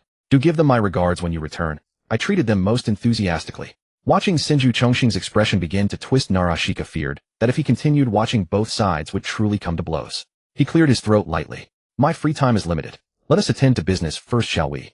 I am Uchiha Yogu, and I am Senjuma, leaders of our respective trade delegations. Our clans have come to purchase medicinal herbs. We kindly request your assistance, Elder Nara. Their voices fell almost simultaneously. Uchiha Yogu tilted his head toward the female ninja, who had spoken at the exact same moment, only to find her expression as sour as though she had swallowed a pound of cockroaches. An awkward silence descended, but it did not last long. Both spoke again in unison. Should Elder Nara grant us this favor, both the Uchiha and the Senju will not only provide the usual compensation, but also hold you in gratitude. We are open to negotiation regarding future missions. Even Uchiha Mori's perpetually stoic expression cracked with disbelief. His Sharingan flared to life as he glared malevolently. Are you deliberately provoking us? The Senju did not yield an inch. The Senju girl, relatively petite for her clan, stepped forward without hesitation, her hand resting on the short blade at her back. The ones deliberately seeking confrontation are you. Stop mimicking our speech. It's repulsive. Huh. The genuinely repulsive one here is you ape with no figure to speak of. Uchiha Mori sneered, his tomo spinning slowly within his eyes. Mimic you. As if those barbarians are worthy of imitation. Seeing the two on the verge of another argument, Naruto felt a headache building. Just as he was internally berating the absurd synchronization between the Senju and Uchiha, and preparing to intervene, once more Ling and Senju Chongqing spoke almost simultaneously. Enough, Mori. Pull yourself together. Ming returned to formation. Immediately. But after those words, all three parties fell silent once more. Ah, this damn sense of synchronization. After a long silence, Ling broke it, disgusting this completely unnecessary tacit understanding. Yeah, it's annoying, but this time I agree with you. Chiyu Chongqing wore an expression of utter disgust. I'd say it's rather unbearable. Dragging this out is pointless. Shall we go first? Sure, after all, your clan has more disabled people, and you have a more urgent need for medicine. Ling agreed readily, even taking a polite half-step back. Then you go ahead. Hearing this, Naruto internally cursed, this is bad, and as he glanced over, sure enough, he saw the vein throbbing on Chiyu Chongqing's forehead. Chiyu Chongqing took a deep breath and forced a stiff smile. Your Uchiha clan has deteriorated to the point where they're sending a blind man on missions. With a cripple like you around, how could I possibly have the nerve to compete with you? You should go first. If things come to blows, I'll have to restrain them all, and then notify both clans' leaders to come pick them up. Another huge headache. They must have conspired to pull a fast one on me, right? Naruto looked up at the sky. What a pain. Why was I born into the main family? Why am I here wasting time with these two groups of kids? What? Before Naruto could continue his thoughts, Ling's gentle voice rang out again. Then I won't stand on ceremony. I actually want to finish this mission early so I can buy some souvenirs for home. I guess being old rivals who really understand each other has its perks. You're surprisingly considerate. Chiyu Chongqing clenched his fists tightly, his body trembling slightly. You? Or are you saying you still want to make the deal first? Of course you can. Go ahead. We have some time to stroll around nearby anyway. By the way, you probably came from the other path, right? The scenery there must be quite nice. It's fine, I know what you're about to say. It's definitely some talk of fighting again, isn't it? Ling laughed softly, his voice sounding particularly sincere. And honestly, we rarely get to meet without mission conflicts. Let's not bring up those unpleasant topics. There's no need to make things uncomfortable for ourselves, right? Isn't being alive great? Chiyu Chongqing. What the hell, let me speak first. Alright, Yugu, the guy on the other side is letting us pass. You go negotiate first. They're rarely this generous. We shouldn't waste their kindness. Uchiha Yugu glanced up at Chiyu Chongqing's iron-gray face, couldn't resist letting out a breathy chuckle, and spoke clearly. It would be rude to refuse. On the other side, Chiyu Asa, the leader, raised his hand to stop the furious Chiyu Chongqing, frowned slightly and nodded. Do as you please. No need to see you off. Naruto immediately had his clansmen lead Uchiha Yugu and Uchiha Rin, who was serving as an escort, inside. After receiving the signal, he directed another group of clansmen to escort Chiyu Asa and another female ninja from the Chiyu clan, who hadn't spoken, then exhaled in relief. It seemed today he just needed to stay here and keep things under control. But just when he thought things would settle, Uchiha Mori's shoulders began shaking, and he finally couldn't hold back his laughter. Chiyu Ming, waiting outside, instantly lost his temper and drew the short sword from his back. You stinking Uchiha, don't push your luck. Come on, am I supposed to fear a little dwarf? Uchiha Mori's smile was full of malice as he reached for his own sword hilt. A Chiyu who failed to develop properly. Ha, what a joke. Mori, that's enough. Ling said, his expression unchanged. This is their territory. We're here to trade, not to cause trouble. Put your sword away. Uchiha Mori sheathed his half-drawn sword upon hearing this, though his arrogance only intensified. Come on, little dwarf. Hurry up and fight. Aren't you afraid? Ha ha ha. Chi Ming scoffed, sheathing his short sword behind his back with hands on his hips, exuding confidence. Nonsense, would I fear you? Your breath is so foul it could poison someone from 30 li away. Did you eat dog feces before leaving home? Ignoring the escalating verbal sparring between the two, Ling turned toward Chi Chongqing. Your spiritual energies are quite close. Are you siblings? Brother and sister? Chi Chongqing rolled his eyes, initially dismissing the question, but upon noticing the blindfold over Ling's eyes, he couldn't resist retorting harshly. None of your damn business. How about exchanging some intelligence? Ling chuckled softly. I'm heading to the land of lightning afterward. Want to come for revenge? Chi Chongqing's expression darkened further. You think I'd believe that? Believe it or not. Ling shrugged, appearing remarkably at ease, his hands never straying from his staff sword. You know I rarely lie, even to enemies. Chi Chongqing snorted. You could only fool the dead with that. But the land of lightning. If your offer is high enough, I wouldn't mind selling you some local information. Really, what relationship do we have? Ling laughed. We're sworn brothers who share each other's liver and gall. That's pretty close, isn't it? You being this cold isn't right. Go F yourself. Chi Chongqing rolled his eyes again. How the F can you call slicing each other open sharing liver and gall? My liver and your gall could never reflect each other. Well, physical sharing of liver and gall is still sharing. Ling's smile widened.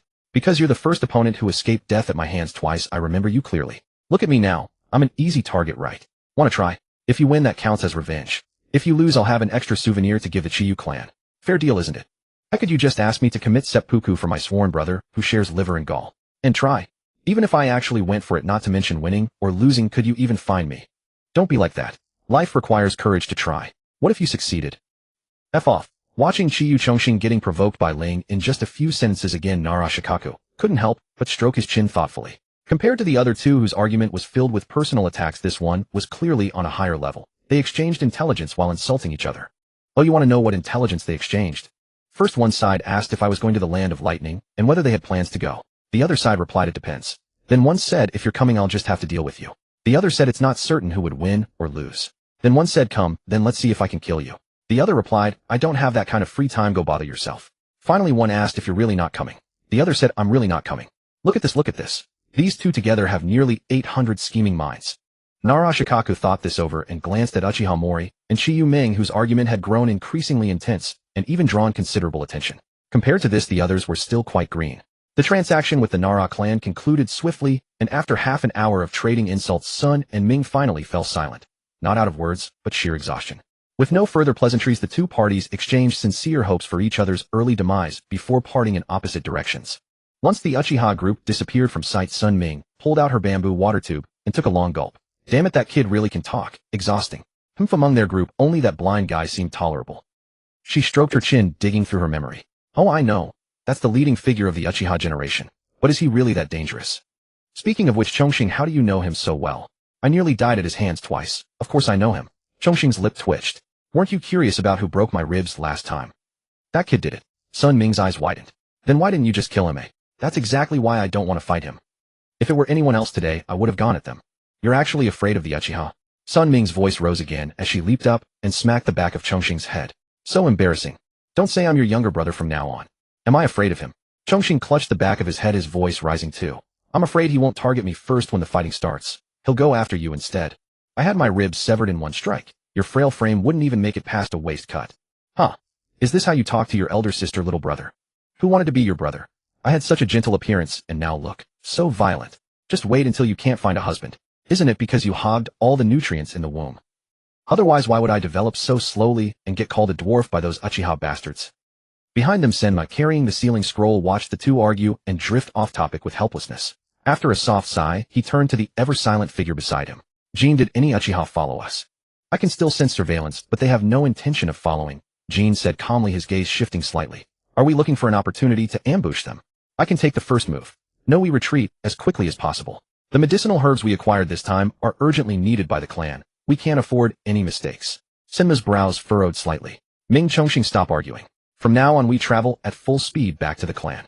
Upon hearing Senma's voice, the two who had been arguing fiercely fell silent immediately. Sun Ming took another drink of water and muttered softly, full speed again. So annoying. Chongqing clicked his tongue and shifted his steps to walk on Senma's other side. Stop complaining. Let's finish the mission quickly and find a temple to pray for blessings. Why, oi? Obviously to get rid of bad luck. Isn't it unlucky enough to run into the Uchiha while on a transport mission? That's definitely bad luck. Meanwhile, as the Sun Clan chose to accelerate their return, the Uchiha, on the other side, had their own conversation. How was it, Yugu? Was the transaction smooth? Upon hearing this, Uchiha Yugu gave a slight nod toward Ling. Very smooth. The Nara clan yielded quite a bit of profit this time. We should thank those troublesome Sun people. Indeed.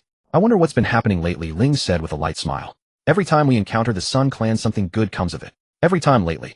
Uchiha's son tilted his head. Brother Ling, have you run into the Sun Clan many times recently?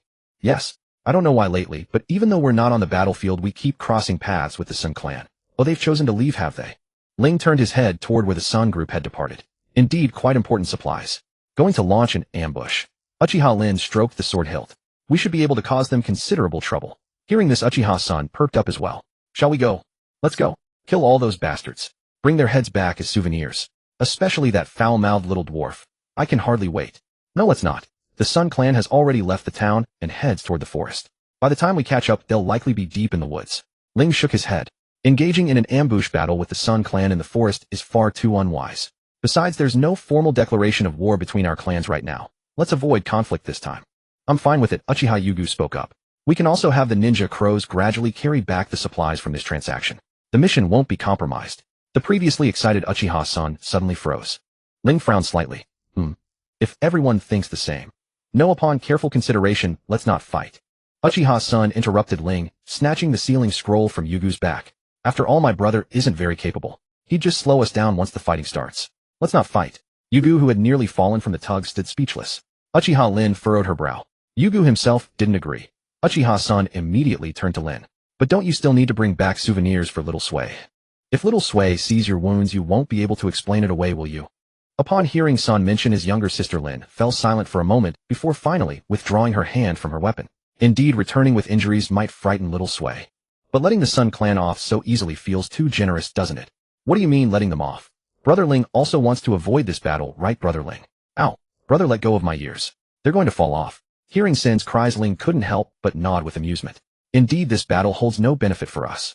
I'm not interested in fighting a battle that brings no gain and could only spark larger conflicts. Huh, that's not right, is it? Sin struggled against Yugu with both hands while turning his head toward Ling. I can understand no benefit, since if they realize they can't win, they certainly won't keep the supplies to aid the enemy. But large-scale conflict. We've been fighting with the Sun Clan for more than a day or two. Would they risk starting a major war over just an erased transport team? Huh. The large-scale conflict I'm referring to isn't with them, but with the alliance formed by the Nara Yamanaka and Akimichi clans. Ling smiled lightly, turning his head toward the trees on one side. One must not overlook others' strength simply because of their own power. You'll learn your lesson. After Ling's words fell, the sparrow that had been perched on the tree, grooming its feathers, finally took flight. At the same moment, in a dark chamber not far away, a middle-aged man with flowing golden hair opened his eyes, his expression complicated as he looked at Narashika beside him, who remained unfazed. As you said, that blind-eyed kid is indeed an unusual Uchiha. As you said, that blind kid is indeed an abnormal Uchiha. Right? Nara Luha shifted his posture.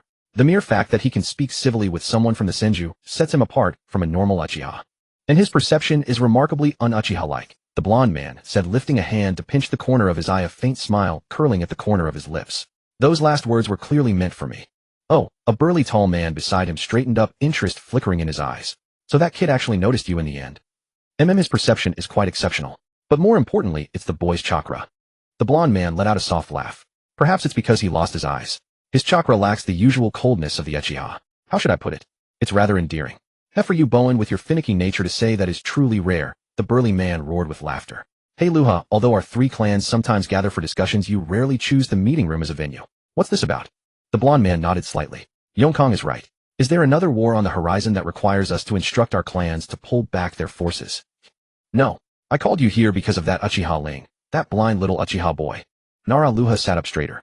How should I put it?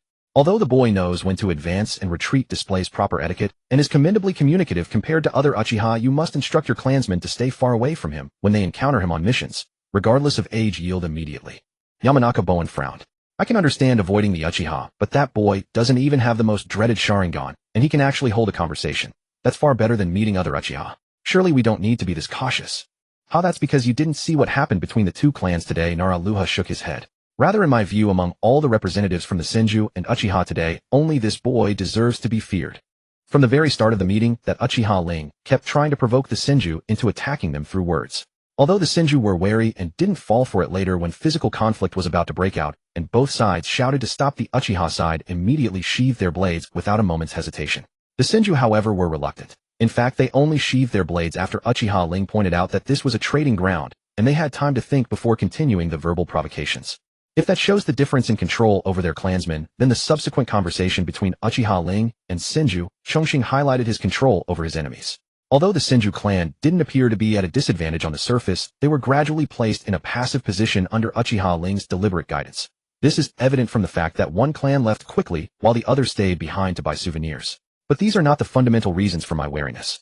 After all, Uchiha Ling was once trained as the next heir, and these are merely the basic skills of a good clan leader. The root cause of my vigilance is that he is simply too calm. Yamanaka Bowen and Akimichi Yonkong exchanged glances, looking even more puzzled. Nara Luha sighed deeply at his old friend's confusion. Let me ask you, what is his name? Uchiha. Ah, yes, he is Uchiha. Yamanaka Bowen frowned, unconsciously stroking the stubble on his chin. But not every Uchiha is necessarily a madman, right? What I fear is not a madman but a calm, thinking madman. Nara Luha massaged his temples. From the information I've gathered, that Uchiha Ling is a calm madman. You both know about the conflict between the Senju and Uchiha half a year ago, right? That Uchiha Ling at such a young age dared to penetrate deep into enemy territory and destroy the Senju supply lines. And as the clan's heir, he didn't hesitate to destroy the eyes that were most precious to the Uchiha clan. Do you think someone like that would be as reasonable as he appears? No matter how normal they seem on the surface, they become extreme after obtaining the bloodline limit. I once faced the Uchiha head-on to gather intelligence. How should I put it? They are a group of madmen blinded by the bloodline limit, filled with arrogance and endlessly seeking power. No matter how strong or reliable the Uchiha's combat power is, it only applies to their own clan. If I had to choose a side between the Senju and the Uchiha, I would unquestionably choose the Senju. At least with the Senju you can deduce their next moves based on their actions. But the Uchiha, even the Uchiha themselves cannot guarantee to predict their clansmen's next moves with certainty, let alone others. Akimichi Yonkong scratched the back of his head, looking quite simple. But doesn't losing the Sharingan mean he has broken free from his clan's shackles? And Luha, you said that the Uchiha's personality is influenced by the bloodline limit. Without the Sharingan, it's normal for him to be calm, right? Sai, why can't you understand? After losing both eyes, he still managed to maintain his influence within the Uchiha clan that is twistedly obsessed with power. Do you think this Uchiha is an easy mark? Of course he isn't. Nara Luha lowered his hand, already showing signs of irritation. Anyway, just listen to me for now. Tell your clansmen to avoid this Uchiha Ling on future missions. Treat other Uchiha as usual. Most importantly, don't believe a single word he says, or else I see them being duped and counting the money for him. I'll think of a more detailed explanation later and tell you. Akimichi Yonkong spread his hands, having no objections. Fine, I'll listen to you. It's just a casual mention anyway. Yamanaka Bowen still seemed to have reservations, but he nodded in agreement with Nara Luha, as Luha had detected dangers many times before and led the three clans to safety. I'll pass on your request. However, I still think that boy is different from other sinister and mad Uchiha. There will certainly be danger, but not as severe as you say. I'll find opportunities to observe him more closely later. Then you must keep your eyes wide open. Nara Luha sighed, helplessly propping his chin. Don't be fooled by the harmless facade of the Uchiha. After all, when you start to develop a liking for someone, it means your heart is already biased. Once your heart is biased, your judgment of people becomes unreliable. Uchiha Mori gazed in the direction Ling was facing, his expression growing puzzled after the sparrow disappeared. What do you mean you shouldn't neglect others just because you're strong? Isn't it only natural for the strong to rule over the weak? Not necessarily, Ling chuckled. Wouldn't you and Yuguta be a perfect example of that? Uchiha Mori made a disgusted face. What are you talking about? How can family and enemies be treated the same? Besides, my brother could never possibly defeat me. Oh, but from my perspective, in a real life and death confrontation, if they don't face each other head on from the start, the one who wins would always be Yuguta. Hearing this, Uchiha Mori hesitated and loosened his grip during their arm wrestling match, and Uchiha Yuguta immediately seized the opportunity, clamping Mori's neck in a crushing grip. Mori struggled, desperately gasping like a fish dragged from water. Uchiha Yuguta's face turned cold as he tightened his arms. How dare you act tough? What happened to all that bravado? You learn nothing, do you? Ling's smile spread wider. You see what I mean? Mori would have a hard time ever defeating Yuguta. Only then was Mori released. After coughing violently several times, he began making excuses, claiming that if it hadn't been Yuguta choking him, he would have already twisted his brother's arm and broken free. But before his words had barely left his mouth, Yuguta grabbed him by the back of his collar and dragged him away. Uchiha Rin scoffed and averted her gaze. Truly pathetic. I can barely bear to watch. Ah, don't say that. Mori's strength is decent enough, Ling said with a low laugh, but then tilted his head toward the wall on one side. This is quite Come, let's hurry up and finish our shopping and head back.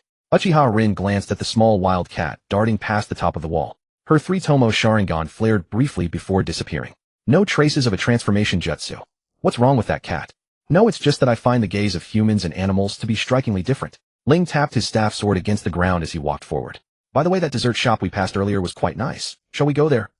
However, Uchiha Rin soon noticed that whenever they walked anywhere afterward, Ling would unconsciously turn his attention toward nearby animals. And at times it wasn't an immediate reaction. He would wait until the animal had passed for a moment before turning to face it. As they finally left the town, Ling remarked with a light laugh that the Uchiha were truly unwelcome guests wherever they went outside their own territory, which left the others somewhat puzzled. On their way back, they encountered other ninja on missions, but those individuals quickly departed upon seeing the clan garments they wore, and no conflict arose. After returning to the clan compound and submitting their mission report, Uchiha Ling was sought out by Uchiha Shihiko, who carried several scrolls of bamboo scripted texts. Thank you, Shihiko. Ling accepted the bundled bamboo scrolls. Do you have some time now? I may have a few questions while reading. Uchiha Shihiko had no objection. Yes, I can. But didn't you just return from a mission? Shouldn't you spend some time with your family first? Haha, family time can wait until evening. The afternoon should be more than enough to finish these books and raise my questions. Alright then, I'll come to your home later with the ninjutsu scrolls. After a brief exchange about recent events within the clan, the two parted. Once Ling arrived home, he tidied himself up, greeted the family members who were present, and then could hardly wait to unroll a bamboo scripted text and begin reading. As a member of the Uchiha, it was impossible for him not to yearn for the power of the Manjikyu Sharingan. Ling had often fantasized about what it would be like to possess that strength, but before he could ever realize that dream circumstances intervened, and the matter was left to fade. However, given the opportunity to learn more about it now, he certainly would not pass it up. Ling's fingertips gently traced the carved grooves on the surface of the bamboo slips. After a moment of identification, he picked up the scroll marked with the character 1 and opened it. To his surprise, the first volume did not contain stories about the abilities of the Manjikyu Sharingan, but rather a mythological tale about their ancestors. It stated that the Uchiha clan descended from the Sage of Six Paths, which was the fundamental reason why the Sharingan held power comparable to that of a sage. But, frowning, Ling returned his hand to the beginning of the passage. Why did this story feel so off? According to the bamboo scroll, the Sage of Six Paths, unable to bear the suffering of all living beings, taught humanity the method of cultivating chakra and founded the shinobi sect. He had two sons. The elder was Indra and the younger was Ashura. Indra, the elder brother, was brilliant, the first being in the world to use chakra in combat, and the first human to master ninjutsu. His extraordinary talent also made him independent and formidable. He could accomplish anything on his own. Ashura, on the other hand, was mediocre at best. He could scarcely accomplish anything without relying on others, so people naturally gravitated toward him. Even the Sage of Six Paths ultimately chose to pass the shinobi sect to Ashura rather than to the more exceptional Indra. When Indra confronted the Sage of Six Paths, feeling it unjust, the sage told him that he was outstanding and asked him to support and aid Ashura in strengthening the shinobi sect. Indra could not accept this, so he left in fury and declared himself an enemy of the shinobi sect. Throughout his life, he waged endless wars against Ashura, but ultimately was overwhelmed by numbers, never achieving the fairness he desired even on his deathbed. The shinobi sect under Ashura's rule gradually crumbled under Indra's relentless assaults, and the ninja dispersed across the world, eventually forming the various shinobi clans. But what surprised Ling most was that the bamboo scroll claimed the Uchiha clan were descendants of Indra, and went so far as to urge them to strive to clear their ancestors' name and claim the justice he was denied. The simplest way to achieve this, the scroll claimed, was to personally kill a close kin, transplant their eyes, and gain their power. Only by obtaining the eternal Manjikyu Sharingan could one truly be considered a Uchiha. Sibling rivalry reaching this absurd extreme. Ling frowned deeply. Shouldn't an elder brother rejoice in his younger brother's growth? Instead, he harbored jealousy and resentment, expecting his descendants to take up the cause for revenge. This Sage of Six Paths was equally absurd. Because his eldest son was talented, he lavished all his love upon his youngest. And when the eldest's sense of injustice boiled over, he had the audacity to say such things as hoping he would continue to help his younger brother. And what of Ashura? Did your brother lack the shinobi sect? Your brother lacked love. With such a vast gap in strength, if he truly wanted to kill you, he could have done so long ago. Couldn't a younger brother show dependence on his elder, or even act affectionate? Not a single one of them fulfilled their responsibilities. Your entire family deserved this infighting. And this rotten story requires unlocking the Manjikyu Sharingan just to read it. Which unreliable ancestor recorded this nonsense? Did they think slapping the title of sage onto it would make the story any more respectable? A complete waste of time that only serves to stir up frustration. Yet at this point, Ling had not yet realized that this story, riddled with flaws in his eyes, was not some fabricated fabrication by his ancestors, but rather a recorded account of history. Deeming the ancestors' accounts of certain deeds to be fabricated, Ling rolled up the first bamboo carved scroll, set it by his feet, and paid it no further heed. Instead, he took out the second bamboo carved scroll and began to read it, carefully tracing the carved text with his fingertips. Compared with the unreliable tales recorded in the first scroll, the second volume's records were far more formal. The first thing it introduced was the ability possessed by every pair of Mangekyo Sharingan, Susanoo. Susanoo is the ultimate power that dwells within the Mangekyo Sharingan. Strictly speaking, it is not constituted by ocular power itself, but rather a manifestation realized by guiding a colossal amount of chakra through one's ocular power and giving it physical form. Moreover, depending on one's personality and elemental nature, it manifests in different colors and chakra weapons, making it an unrivaled weapon for battle. One thing must be noted, however, the Mangekyo Sharingan has limited storage for ocular power, and the ratio of its recovery rate to the consumption rate when using ocular techniques is a staggering 1 to 10,000. In other words, the ocular power you expend in a technique would take 10,000 times the duration of that usage to fully recover. To put it more intuitively, the ocular power consumed by using the Mangekyo for a full hour would require 417 days of not using the Mangekyo to restore. As ocular power decreases, one's eyesight is also affected. With high consumption, slow recovery, and great consequences in this era, where people rarely live long and battles are intense, it is practically slapping the word blindness onto the face of the Uchiha clan. So the need for another pair of Mangekyo Sharingan is to compensate for this depletion. Ling rubbed his chin. And after the two eyes fuse together, the amount of ocular power they can store should also increase. But why must they be from blood relatives? Could it be that the eyes retain their original owners while thereby influencing the fusion? Or is it that without the same bloodline, fusion cannot proceed normally? I should find an opportunity to ask Hong about this. Let me look further. Bloodline disease. Awakening the Sharingan and Mangekyo Sharingan too early may cause ocular power to erode the flesh. Those afflicted with bloodline disease can be treated and alleviated with yang release chakra, but the disease cannot be cured. Eventually, the 5 internal organs will rot and cause death. The optimal age to awaken the Sharingan is after 10, while the Mangekyo should be awakened after 15 at the earliest. If that's the case, I was very likely to have contracted bloodline disease back then. And Xiaoyan hasn't reached 15 yet, has he? I'll have to urge him to get a checkup later. But alleviating it with yang release chakra. Among ninja clans that use yang release medical techniques, the only notable one should be the Uzumaki Rite. Given how strained our relationship is, getting treatment from them would be very difficult, not to mention that their alliance with the Senju means a natural lack of trust.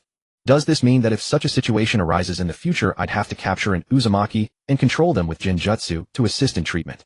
But most of them probably have sealing formulas implanted in their bodies, don't they? Ugh, I really don't want to deal with those people and their bizarre methods. Ling's expression became somewhat grim. He read the passages over and over again, but in the end could only sigh. He carefully rolled up that scroll, placed it on the desk, and then went to take the next one. Compared with the first scroll, which had only infuriated him after reading, the second scroll contained so much useful content that Ling found it hard to absorb everything at once. He stored it away properly, intending to read it again later. The third scroll recorded how to love a person and then kill them to awaken the eyes, or how to guide a beloved person to awaken the eyes through one's own suicide. In short, it taught those seeking to awaken the Mangekyo to deliberately manufacture tragedy in order to gain power. It further claimed that to ensure obtaining this power, one must leave behind as many descendants as possible, and if necessary, gouging out a child's eyes was not an unacceptable method. After finishing the scroll with great patience, Ling rolled it up and cast it beside his feet exactly like the first, another utterly useless piece of trash. He had wondered how Xiaoyan, originally a positive-minded person, had become so pessimistic. It turned out that these unreliable ancestors had deliberately guided him that way. How could ancestors by any reasoning not strive to solve problems for their descendants? Why, instead of solving problems, would you create more for your descendants? Are you so desperate to have your bloodline come to an end? Opening the fourth scroll, he found it full of medical knowledge about the eyes, including the extraction, transplantation, and preservation of the Sharingan. Ling only skimmed through it before rolling it up and placing it on the desk. Every art has its own specialist. This medical ninjutsu was not his path. He would bring it to Hong to study later, and a simple understanding sufficed for himself. Just as he finished that volume and was about to reach for the fifth, Uchiha Xiaoyan arrived carrying a ninjutsu scroll. After they exchanged greetings, Xiaoyan glanced at the 2 bamboo-carved scrolls discarded on the floor. Did volumes 1 and 3 turn out to be useless? Just a pile of nonsense. Ling opened the 5th scroll, unusually irritated. It's enough to understand what's in them. How anyone who believes them is a fool. Oh, by the way, when you leave, take the 4th volume to Hong. Have him send it back to me after he studied it. All right. Uchiha Xiaoyan nodded. Watching Ling trace the carved marks, he added, from the 5th volume onward, the records are all about individual Mangekyo ocular techniques and the awakening process. I've carved down everything that could still be made out. Take your time reading. This part is quite interesting. Ling nodded slightly. And if I have questions, I'll ask you. After that, the 2 each occupied one side of the desk, one earnestly reading the bamboo-carved book, the other delving into the jutsu recorded in the ninjutsu scroll. They exchanged opinions from time to time, creating a rather peaceful and tranquil atmosphere.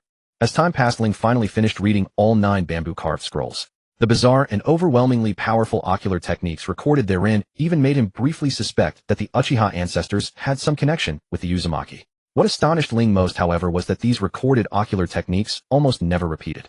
At most 3 or 4 out of 100 were alike, and those repeated ones belonged to different wielders further varied into different styles because of their owners' distinct temperaments. So this is why the Uchiha's traditional taijutsu always loved to show off techniques. Ling sighed, softly, his heart itching with restlessness. If anyone had this power, wouldn't they turn battle into a dazzling spectacle? This guy was too hasty back then. I should have awakened the Mangekyo and experienced it before going blind. Besides, I was practically dying at that moment. Wasn't that intense enough emotionally? Indeed, there are still many doubts about the Mangekyo. Seeing Ling roll up the last volume of bamboo-carved texts, Uchiha Akihiko couldn't help but ask, finished reading. Ah yes, truly a captivating power. Ling set down the bamboo book. But also a rather dreadful one, and the inconsistencies within it are far too numerous. The origin of the Mangekyo's immense ocular power, the means by which the eternal Mangekyo is born, and how that Indra figure sought to achieve fairness, though that last one is utterly absurd. None of the answers I seek are found in these pages, not even a trace. What is recorded in excessive detail, however, is the third volume's accounts of gaining power by harming one's own kin. If we follow that line of reasoning, the Sharingan is less the pride of the Uchiha clan and more the tool for which the Uchiha are cultivated. And this is supposedly the vital wisdom preserved on our clan's stone tablet. Utterly preposterous. Yet we do, as recorded, gain power through the deaths of those we hold dear. Uchiha Akihiko lowered his head. And you know the temperament of our clan members. If it would grant power to those they cherish, they would do anything, even if that act harmed the very ones they loved or meant sacrificing themselves. The only reason this hasn't surfaced more openly is the endless warfare consuming us now. Ling, you cannot expect everyone to be as level-headed as you. Level-headed? Ling smiled. I'm far more magnanimous than you think. Or rather, I'm quite petty, actually. Uchiha Akihiko let out a helpless laugh. You petty? There isn't a single Uchiha in the clan more tolerant than you. That isn't tolerance. It's simply that I want to do my utmost for those I care about, and those who care about me within the limits of my ability, and I strive toward that end. If they are friends, I protect them, guide them, help them grow. If they are enemies, I trap them, mislead them, and kill them. I don't want to make my friends grieve, so I must fight to live. I don't want to give my enemies joy, so I must grow stronger. These are merely the duties I must fulfill as an Uchiha. The smile on Ling's face cooled slightly. So I'm a little angry right now. Everything I hold dear was cast aside like worthless scraps by those ancients. Hey Akihiko, when the next rite comes around, do you think I should wear clan attire and head over to the Senju side to buy some cheap, low-quality incense for the offerings? After all, we're just useless descendants, so using shoddy incense shouldn't be a problem, right? No. Even after seeing something like that, you don't need to be this angry, do you? After all, they're all dead. The dead should be respected, so. Ling's smile remained unchanged.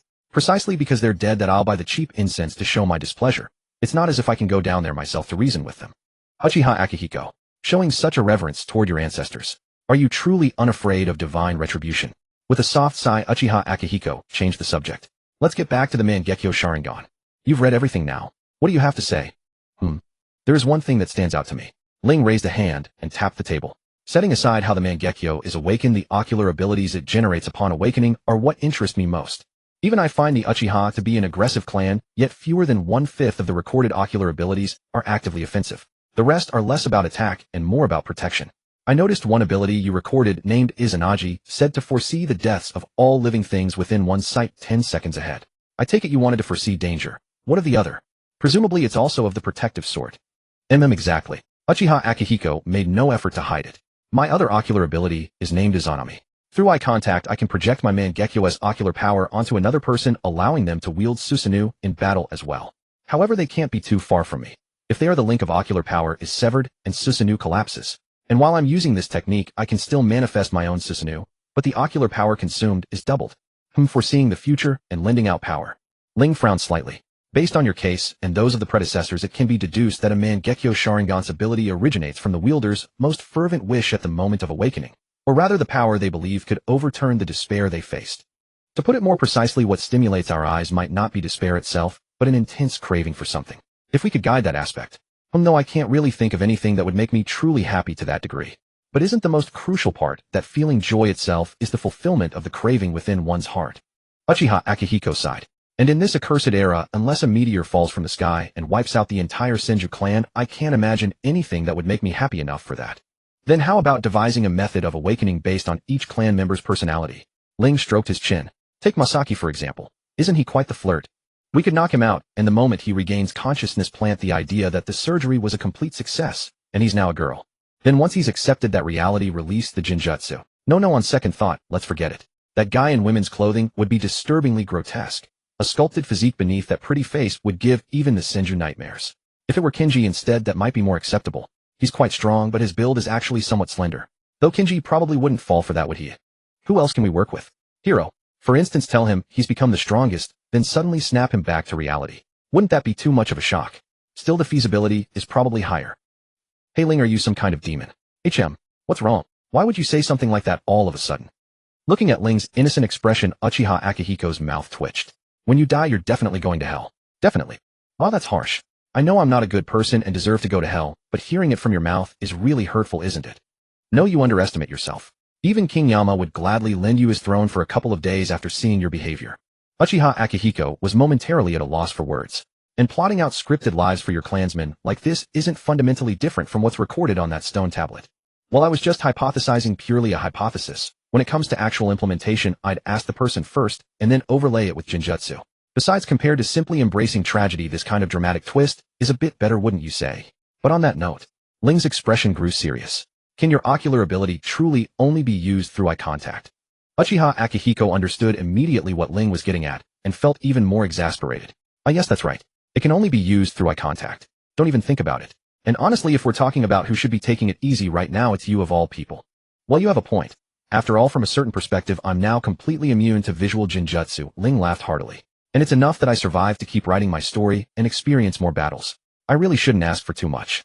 Watching Ling laugh in a manner that could only be called boisterous, Uchiha Akihiko briefly wondered whether he was sitting across from a Senju or an Uzumaki. But he quickly cast that absurd thought out of his mind and turned his attention back to the discussion of how to spare more clan members from the tragedy of awakening their eyes. Ling covered the desk with bamboo-carved texts, then pointed at the examples in high spirits. Look in the middle of the 6th volume. Here it records a method for awakening the Mangekyo without casualties and a dojutsu powerful enough to influence time at that. Yes, but isn't it obvious that he awakened this Mangekyo because he was too ashamed to face reality and wanted to go back to the past? Uchiha Akihiko's face showed disgust. And isn't it far too rash to awaken your eyes just because your confession was rejected? How many people awaken their Mangekyo over a failed confession? Then look at this one at the start of the 8th volume. This senior also awakened his eyes without casualties, and his Mangekyo dojutsu is equally powerful. It can even erase his entire presence. Uchiha Akihiko took a glance and the disgust on his face deepened. Oh yes, he got drunk, went to the pleasure quarter, and made a scene. Because he was too strong, no one managed to stop him. The next day, when he sobered up, he found himself naked, hanging upside down at a bustling intersection. Who wouldn't want to disappear in that situation? But there's no denying that this method can let clan members awaken their eyes without casualties. Moreover, reversing one's own time and completely concealing one's tracks are both abilities perfectly suited for shinobi. Ling's fingers slid along the page. And this one at the end of the 8th volume. A dojutsu that directly strikes the enemy's spirit body. Isn't that formidable? Because he was too determined to save face, he joined some kind of courage trial, only to be frightened into a faint by the festival staff and awaken the Mangekyo. Ling, the clan members only want to become stronger. There's no need to drive them to their doom, is there? We finally managed to find several methods to awaken the eyes without casualties. Ling shook his head with some regret. Isn't it just a little embarrassing? If you ask me, you're all too inhibited and not frank enough. In a situation like this, as long as you aren't embarrassed, the embarrassed party will naturally be someone else. Thanks for the advice, but I think they still have people they care about in this world, Uchiha Akihiko said expressionlessly. If they really awakened their eyes this way, in a few years they'd be looking for a chance to die on the battlefield. There would simply be no way to survive in the clan after that. But Akihiko, don't you think this is a good way to change the clan's image? Ling gave a soft sigh. If the political situation changes later, and the shinobi clans need to unite, wouldn't outsiders have a somewhat better impression of us once they know the Uchiha gain power this way? No, this method is utterly terrible. If you intend to put it into practice, please by all means leave me out of it. I don't have your level of resilience. Then it looks like I can only experiment on Madara. What kind of emotion should I use to guide Madara? That child is quite perceptive. I have a feeling it'd be easy. What if I pretend to be a Senju and suddenly confess to him? That should be shocking enough, right? No. Madara hasn't awakened his Sharingan, yet going straight to the Mangekyo is too early. Still, this way I can slowly lay the groundwork. Uchiha Akihiko. Sorry Madara, you're on your own. Big brother Akihiko can't help you. After silently mourning for 10 seconds over the tragic fate Madara might be about to face, Uchiha Akihiko also began to help brainstorm. What? Why, you asked, did he suddenly choose to switch sides? After all this was to be carried out by Ling himself, and the victim lived under the same roof as Ling, so blame could never fall on him. Joining in a little was therefore no problem. Besides, he was also curious whether this method could successfully awaken the Mangekyo. After this initial discussion, Ling once again stressed to Uchiha Akihiko that the contents recorded in the first and third volumes of the stone tablet were problematic and told him to pay special attention to those parts when next carving the texts. Uchiha Akihiko did not ask any more questions. He nodded in agreement, then took his leave carrying the fourth volume of bamboo-carved texts. He still had to deliver it to Uchiha Hiroshi before dark. After Uchiha Akihiko left, Ling picked up the first and third volumes he had tossed at his feet and opened them again. This time he read even more carefully and became all the more certain that these two volumes were fraught with problems. If only I could see it myself. This method still isn't direct enough. Ling raised his hand and pressed his brow, the corners of his mouth drooping. Come to think of it, I never wondered before. What was the clan's stone tablet made of? And what was used to preserve the contents that are revealed on it in stages through ocular power? Moreover, it's suspicious that some of the dojutsu records are blurry and indistinct. The clan has had Mangekyo users before, so some of the stone tablet's contents should not be secrets to the upper echelons. Has no one ever questioned what is recorded on this stone tablet? But then again, if someone really did intend to harm the Uchiha clan, what reason could they have? And if they had such ability to come and go without a trace, why would they only target the stone tablet instead of directly attacking the Uchiha clan members? Doubts surfaced one after another in Ling's mind, but in the end they only turned into a long sigh. It seems I should find time to talk to father about this. Well, I'll wait until Akihiko comes over to discuss the next batch of bamboo-carved texts with me before I go. I need to think it over carefully first. Just as Ling was brooding over all these doubts and planning to delve into them, Uchiha Hiroshi dragged him out again. Does what you said last time still count? Ling naturally knew what Uchiha Hiroshi meant and nodded immediately. Of course. Whoever dares to provoke the Uchiha must pay the price for provoking the Uchiha. What do you have, a good mission?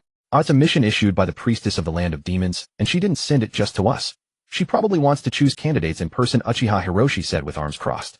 The land of demons is next to the land of lightning. Right now, the only reasonable way to get close to the land of lightning is through this mission. Ling was a little puzzled at this, but after a moment's deliberation he nodded. All right, this one it is. What are the mission requirements? There are only 3 requirements. Arrive at the priestess's palace in the land of demons within 10 days. Do not clash with hostile shinobi clans inside the land of demons, and be prepared for intense combat that may last several days. The reward is also quite generous. In addition to the regular pay, the selected team gets a prophecy from the land of demons priestess. Even those not selected get paid, but once they take the money they must leave the land of demons immediately. Hearing this, Ling couldn't help being a little surprised. How did you manage to get such a good mission? How did I get it? Uchiha Hiroshi snorted. My grandfather is an elder, my father works in logistics, and my second brother is in the mission assignment office.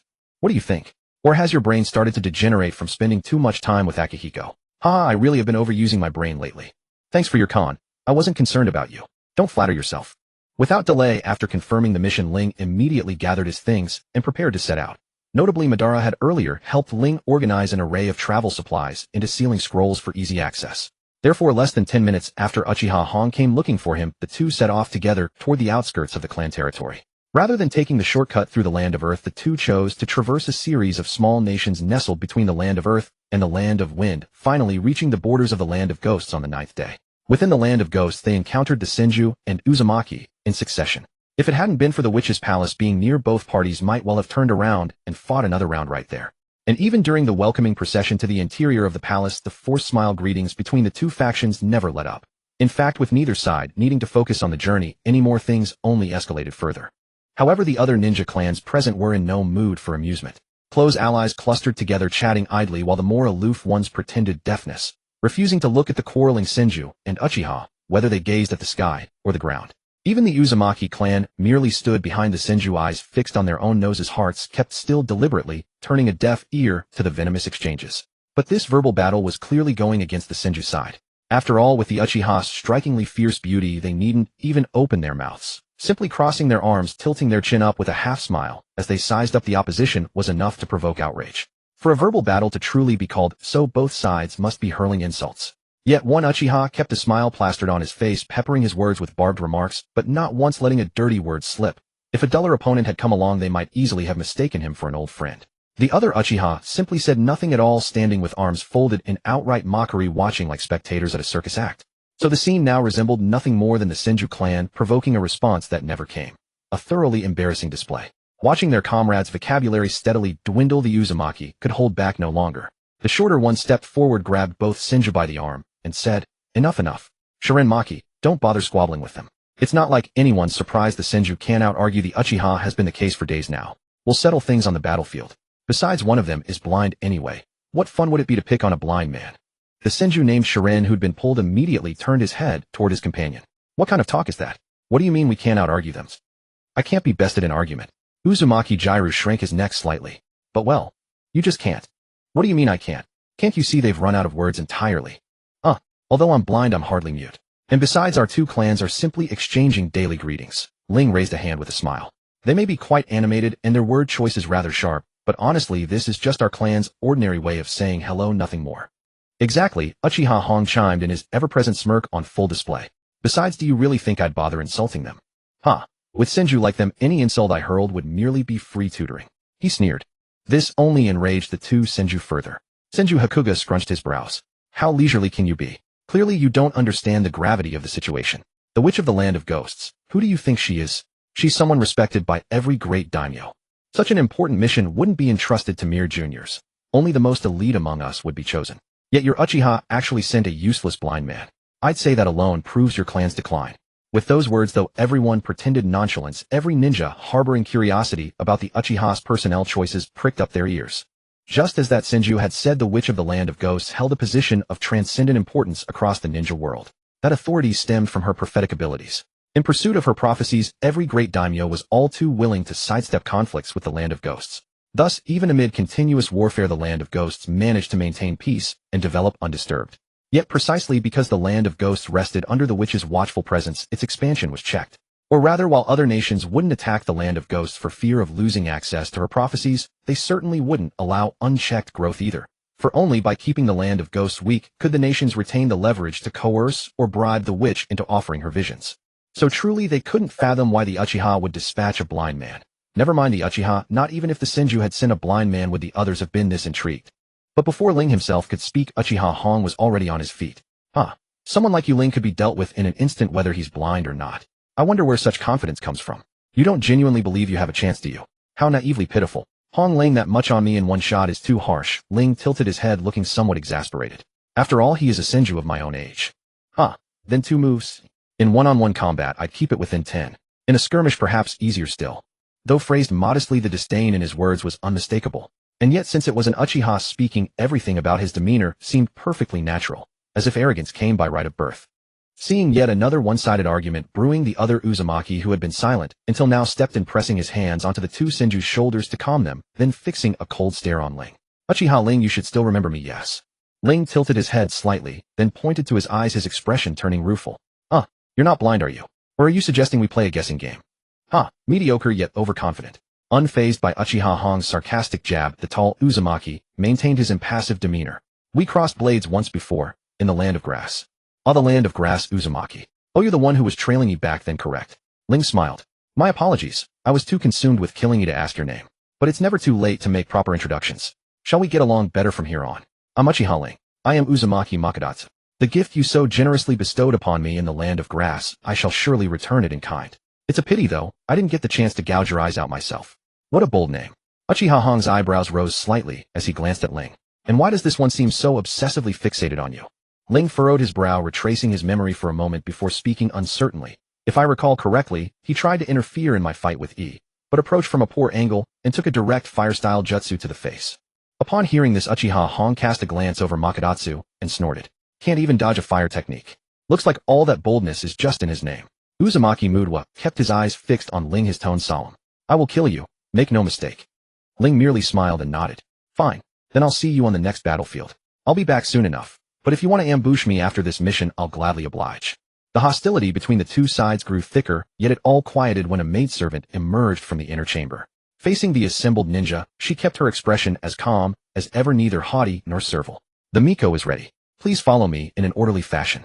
Senju Shilin immediately pulled Senju Baimo forward. Had he stayed with the Uchiha any longer, he would truly have been unable to hold back from throwing a punch. As for the Senju's rush to take the lead, Ling did not react, simply following along naturally and telling Uchiha Hong about Uzumaki he had met earlier in the Land of Grass. Every word carried deep admiration, and he even said he would introduce him to Uchiha Hong if a chance arose.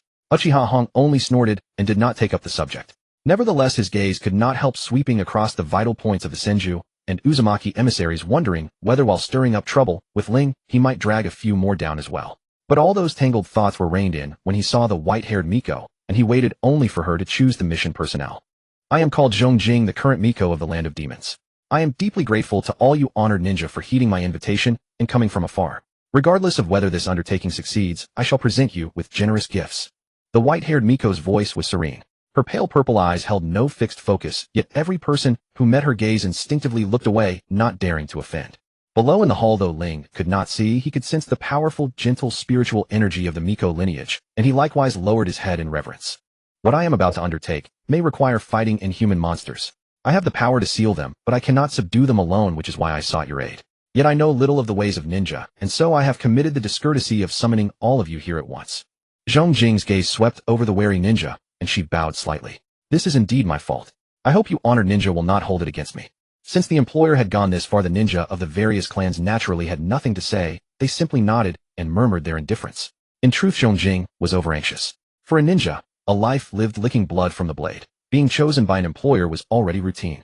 And normally a failed mission meant a wasted run, expending time and effort was only to be expected. But this time, even a wasted trip brought payment, and the easier the work, the more they would have wished for. Seeing how accommodating Zhong Jing was, one of the ninja below plucked up the courage to ask, "Would the Miko please tell us in detail about the demon you are to deal with?" "If I may, I wish to find ninja capable of fighting head-on against giant creatures with minds firm enough not to be easily beguiled by illusions." Zhong Jing straightened up. "The demon we are to subjugate holds tremendous regenerative power and an ability to cloud minds. Those whose resolve is weak might sink into becoming its puppets and perish in soul. I ask you all to weigh this carefully. It looks like what we are facing is a giant war beast that has been ravaging the land.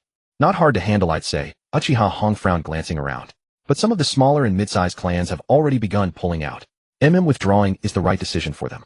After all, they lack experience in dealing with giant beasts and can hardly afford to lose their clan ninja." Ling tilted his head slightly. "Besides, with so many great clans present, falling back is a wise choice as well." Uchiha Hong nodded in agreement. "True. But with only the two of us, it's a bit strenuous. Let's see how it goes. If it truly proves too much, there's no harm in withdrawing." While Ling and Uchiha Hong were murmuring to each other, quite a few ninja in the hall left again. In the end, those who remained were unexpectedly all emissaries from the great clans. Zhong Jing looked at the ninja remaining before her and spoke once more. "Since I am not familiar with the abilities of you honored ninja, I would like to conduct a small test to determine them. Would that be convenient for you? May I ask what the Miko intends to test?" At this question, Zhong Jing reached out and took from the tray behind the maidservant a bead suffused with an ominous purple-black glow. "This is the Wraith Orb, a part of the demon we are to face. Touch it, and those with unsteady minds or tangled thoughts will be pulled into an illusion hard to wake from. But rest assured, our Miko lineage has the mind-awakening technique to revive those who fall into the illusion. No one will be genuinely trapped. Since this demon concerns the very survival of the land of demons, I beg your forgiveness for this discourtesy." Yet the moment this was announced, many more clans bade farewell and left. No ninja would be naive enough to place their lives in someone else's hands. Only 4 ninja clans remained in the hall. 3 of them, the Senju, the Uzumaki, and the Uchiha. The remaining clan felt at that moment that neither leaving nor staying was right.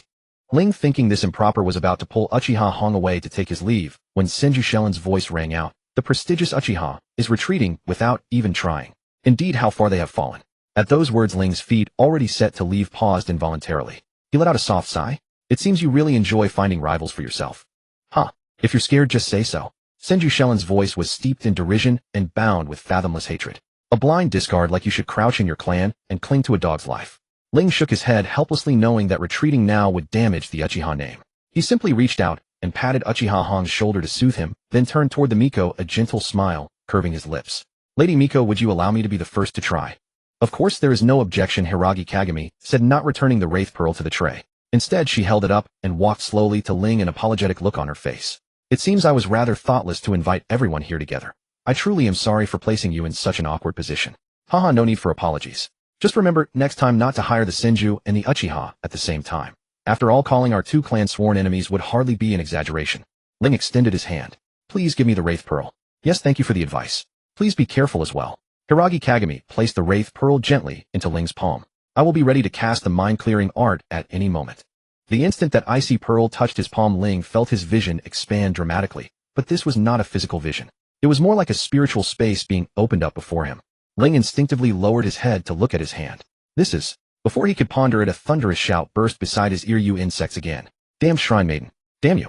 You lowly humans." Ling instinctively raised his eyes, and a hideous demon hundreds of meters tall, wreathed in ominous energy, loomed before him. Yet before he could be astonished by the threat of this colossal monster, violet black miasma, came raging toward him, the instant his gaze met the demon's scarlet pupils, drowning him completely. The moment his vision went dark, endless negative emotions surged forth. The nervousness of his first mission, the grief and self-reproach of losing his family, the torment of hitting a training bottleneck, and the tragic resolve of facing mortal peril. And after waking, the confusion and helplessness of discovering he had lost his eyes, along with the bitter unwillingness and despair rising from the depths of his heart. Drip. The back of his hand resting on the cane sword turned cold. Ling's unfocused gaze slowly focused again. He instinctively lowered his head to look at the water stain on his hand, and after a brief daze laughed self-deprecatingly. So I really did want to cry. How unfit I am. The hideous demon before him, like a small mountain, was still roaring its threats, but it could no longer affect Ling in the slightest. He wiped away his tears and looked up at the demon. Alright, I've had my cry. I can't keep the Senju outside waiting to laugh at me. On the outside this whole time Ling had stood as motionless as a statue after receiving the pearl. As time passed, Uchiha Hiroshi's 3 tomo quietly appeared in his eyes, carefully watching every move of the Senju, and Uzumaki, his feet subtly shifting to respond to any emergency. He hasn't moved for this long. Could he be dead in there? Senju Sharon's voice dripped with ridicule. Why not ask the Lady Shrine Maiden to help you? If something happens to that blind man, only you will be left. Yet Uchiha Hiroshi did not let his gaze waver in the least. He merely stood there quiet and vigilant. Senju Sharon measured the distance between them, narrowed his eyes, and took a step forward. What, even now you still cling to your clan's worthless pride? It's for you to ask the Lady Shrine Maiden for help, not to open your mouth to us. Surely there's no need to be so cold. Uchiha Hiroshi's expression turned fierce, and he was about to speak when a gentle voice sounded before him. If you take another step forward, I will have to cut off your head in front of the Shrine Maiden. Senju Sharon raised his head and met Ling's faintly amused expression. He intended to provoke him again, but a breath before he could speak he felt genuine killing intent descend upon him. As he instinctively stepped back and readied himself, Ling's voice sounded once more. So you retreat, just like that. It seems your hatred for us, Uchiha, isn't that strong after all. With that, Ling turned his wrist and offered the pearl to Uchiha Hiroshi. Try it, it's quite interesting. Just remember to use the power of your eyes. The moment he took the pearl, Uchiha Hiroshi's Sharingan, which had been dormant, reappeared. He looked at the wraith pearl in his hand with obvious surprise. This is indeed interesting. No wonder you took so long. Ling laughed softly and nodded, then faced the Shrine Maiden Hiragi Kagami. If I had not tried touching this pearl, I might have wanted to give up on the mission. But now I want to try it. However, might we alter the reward? Exchange the prophecy for this wraith pearl. Hiragi Kagami blinked, equally surprised. That is no problem. But although the wraith pearl is hard to produce, it is not really valuable. Are you sure? Whether it is valuable depends on one's needs. With all due irreverence, to me this wraith pearl's usefulness far surpasses your prophecy. Please be accommodating.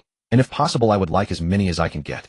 Seeing Ling's resolute expression and that Uchiha Hiroshi beside him showed no sign of objection, Hiragi Kagami nodded slightly in agreement. She reached out and took the wraith pearl from Uchiha Hiroshi's palm, then looked toward the other 3 clans. Would any other shinobi like to give it a try? I will. Uzumaki Madatsu stepped forward 2 paces and took the wraith pearl from the Shrine Maiden's hand. After a moment, he opened his eyes and clicked his tongue. An illusion projection technique. No, there's something else. Osamu, you try it. Uzumaki Osamu sighed, took the pearl, and after a moment could not help retching.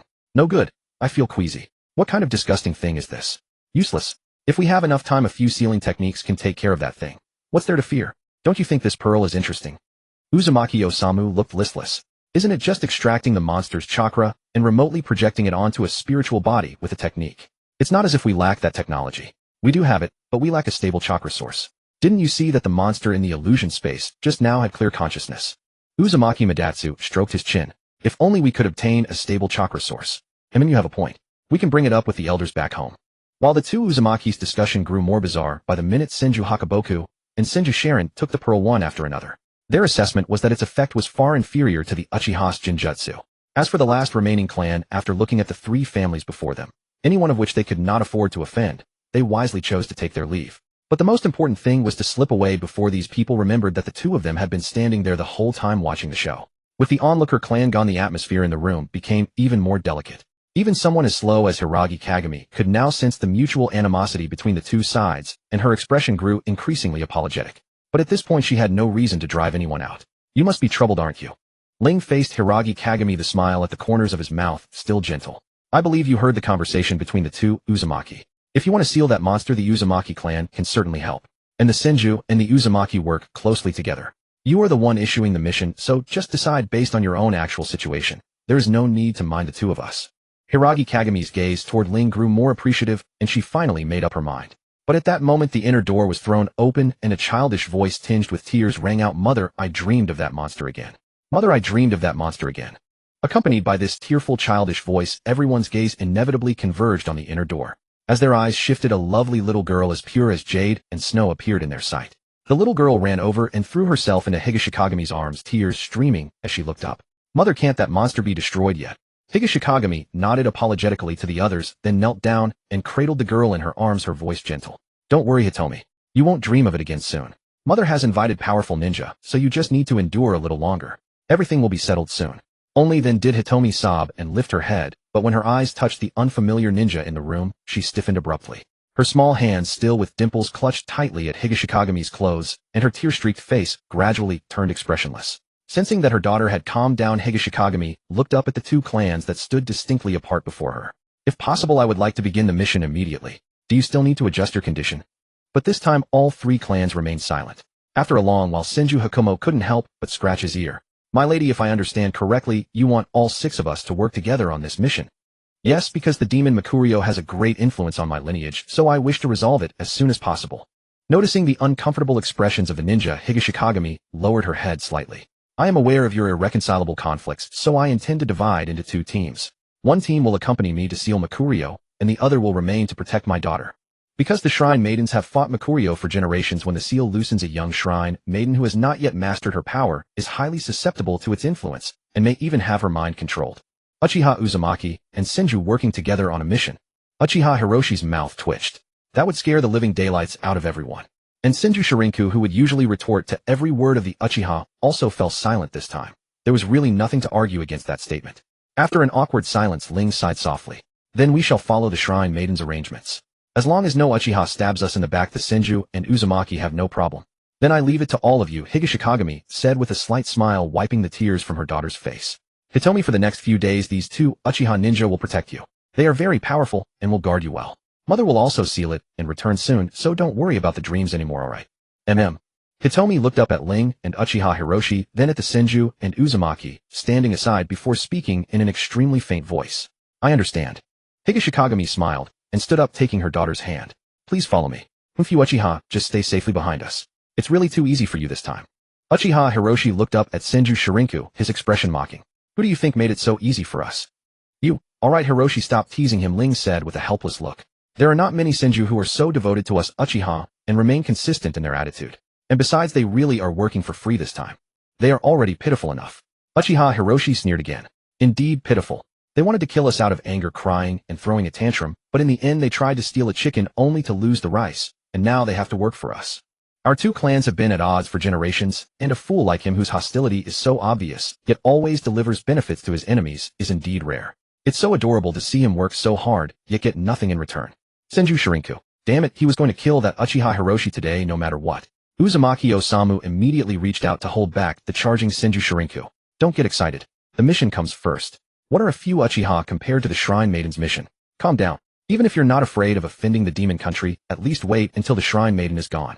Higashikagami noticed this and couldn't help but raise a hand to her forehead. This is my negligence. Hataru, please take the Uchiha ninja and Hitomi to the inner chamber.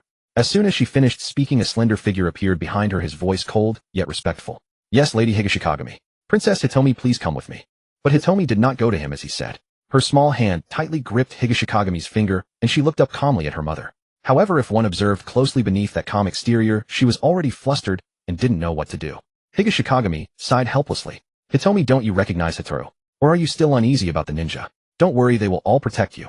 Hataru stepped forward and crouched down, opening his arms to Hitomi. Princess Hitomi, please come to me. Lady Higashikagami needs to prepare for the exorcism and will be very busy. But Hitomi just pursed her lips. After a moment, she turned her head to look at Ling and Uchiha Hiroshi, her voice exceptionally faint. But one of them is a dead person. The moment Hitomi spoke, Higashikagami's expression changed. Uchiha Hiroshi also frowned, but before he could say anything, Ling stopped him. Ling faced Hitomi and asked, what does the dead person you see look like, princess? Hitomi lowered her head, her voice even softer. It's someone with terrible wounds on both eyes, covered in blood, buried under rubble. Oh, then you must be seeing my past, Ling said with a light laugh, even letting out a small sigh of relief. I did almost die that time. You saw correctly. Anxiety still clouded Tue's face. But enough to. Hiragi Q replied gently to Tue's words. Seeing no offense taken by Ling, she sighed in relief and continued. When Amiko awakens her spiritual power, she can see visions of the past and future. has natural talent for becoming a Miko, but she is still too young to properly distinguish between past and future. I apologize for any offense caused. It's alright. These are merely things I've already experienced, nothing to be ashamed of. Ling shook his head with a smile. Besides, even if I had grown angry and embarrassed, the facts remain as they are. Better to face them openly. I would rather you not frighten Princess to continue to cling tightly to Hiragi Q's garment, him unwilling to follow Hataru away. But as a shinobi sworn from childhood to protect only the Miko, Hataru did not know how to coax a child. He simply held out his arms, steadily waiting for it to come to him. She pressed her lips together, stubbornly gripping the small corner of fabric in her hand. She knew she should leave obediently, but only when beside her mother would that monster not appear, and she would not see those strange visions.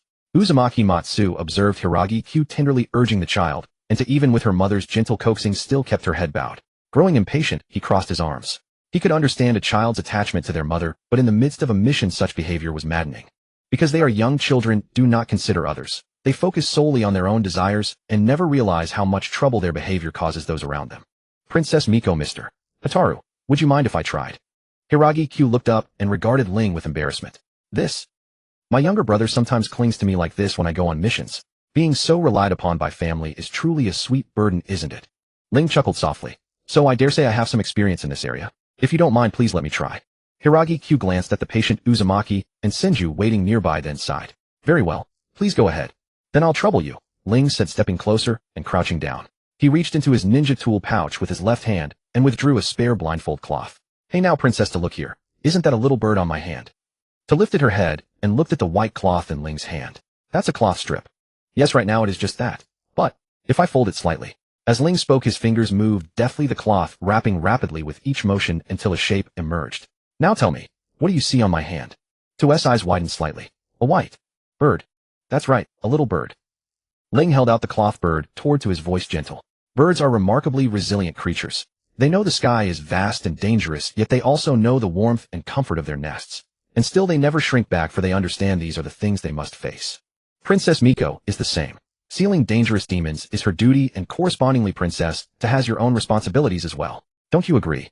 Ta lowered her head again, but soon lifted it to look at Hiragi Q. Will mother return soon? Seeing this, Hiragi Q smiled softly. Yes, Mama will return soon. We made a promise. Ta pursed her lips and loosened her grip on the fabric. Her voice grew a little stronger. Please be careful. Only then did Hiragi Q rise to her feet, whispering a few parting words to Hataru before leading the Senju and Uzumaki ninja away at a quick pace. Listening to the fading footsteps of the Miko's retinue, Ling smiled and held out the folded cloth bird once more toward Tu. You did very well, Princess Tu. Ta looked up at Ling, whose face carried a warm smile, and reached out to take the soft cloth bird. Thank you. Very well, shall we go? Ling maintained his outstretched arm posture. May I carry you, your highness? Ta glanced at the receding figure of Hiragi Q around the corner, then nodded before stepping closer to Ling on her own. Sorry to trouble you. Ling wrapped his arm around her and lifted the child securely before rising slowly. Then I'll count on Princess Tu's care for the next few days. Please look after me. Ta kept a stern little face, studied Ling for a moment, then carefully wiped the tears from her cheeks before speaking. Yes, please look after me. Hataru, let us go to the library. Hearing this, the normally silent Hataru gave a slight nod and turned to lead the way. Meanwhile, across the way, Uzumaki Osamu couldn't resist glancing back at the blindfolded Uchiha Ling, who was smiling warmly and coaxing the child in a soft voice. Hey, don't you think? You're not seriously impressed by that Uchiha trick meant only for children, are you? It's not that. Uzumaki Osamu averted his gaze. Don't you think that Uchiha is a bit strange? They're Uchiha. Nothing they do would be surprising. Senju Sharon's tone had softened considerably now that the Uchiha were out of earshot. If they got off easy this time. Not necessarily. Uzumaki Matsu stroked his chin thoughtfully. Since this involves sealing, one cannot simply pile seal upon seal. That would only destabilize the jutsu. It must be considered from every angle. To reinforce it that way, the previous seals would need to be completely overturned. But that demon named Morrison possesses the power to bewitch the mind, and the Miko maintains a spiritual connection with it. It remains to be seen who has the easier task. This ninja-san speaks truly. This humble one wishes to reconfigure the seal, so future generations might find it somewhat easier, yet Morrison excels at disturbing the mind. Hiragi Q bowed her head slightly, her expression filled with unspoken worry. Our Miko lineage is protected by spiritual power, and thus unaffected, but those around us. You need not worry about that, Senju Sharon said, now almost unrecognizable from his earlier self. Though I cannot stand the Uchiha, their strength is reliable, and they take missions seriously. You may trust them.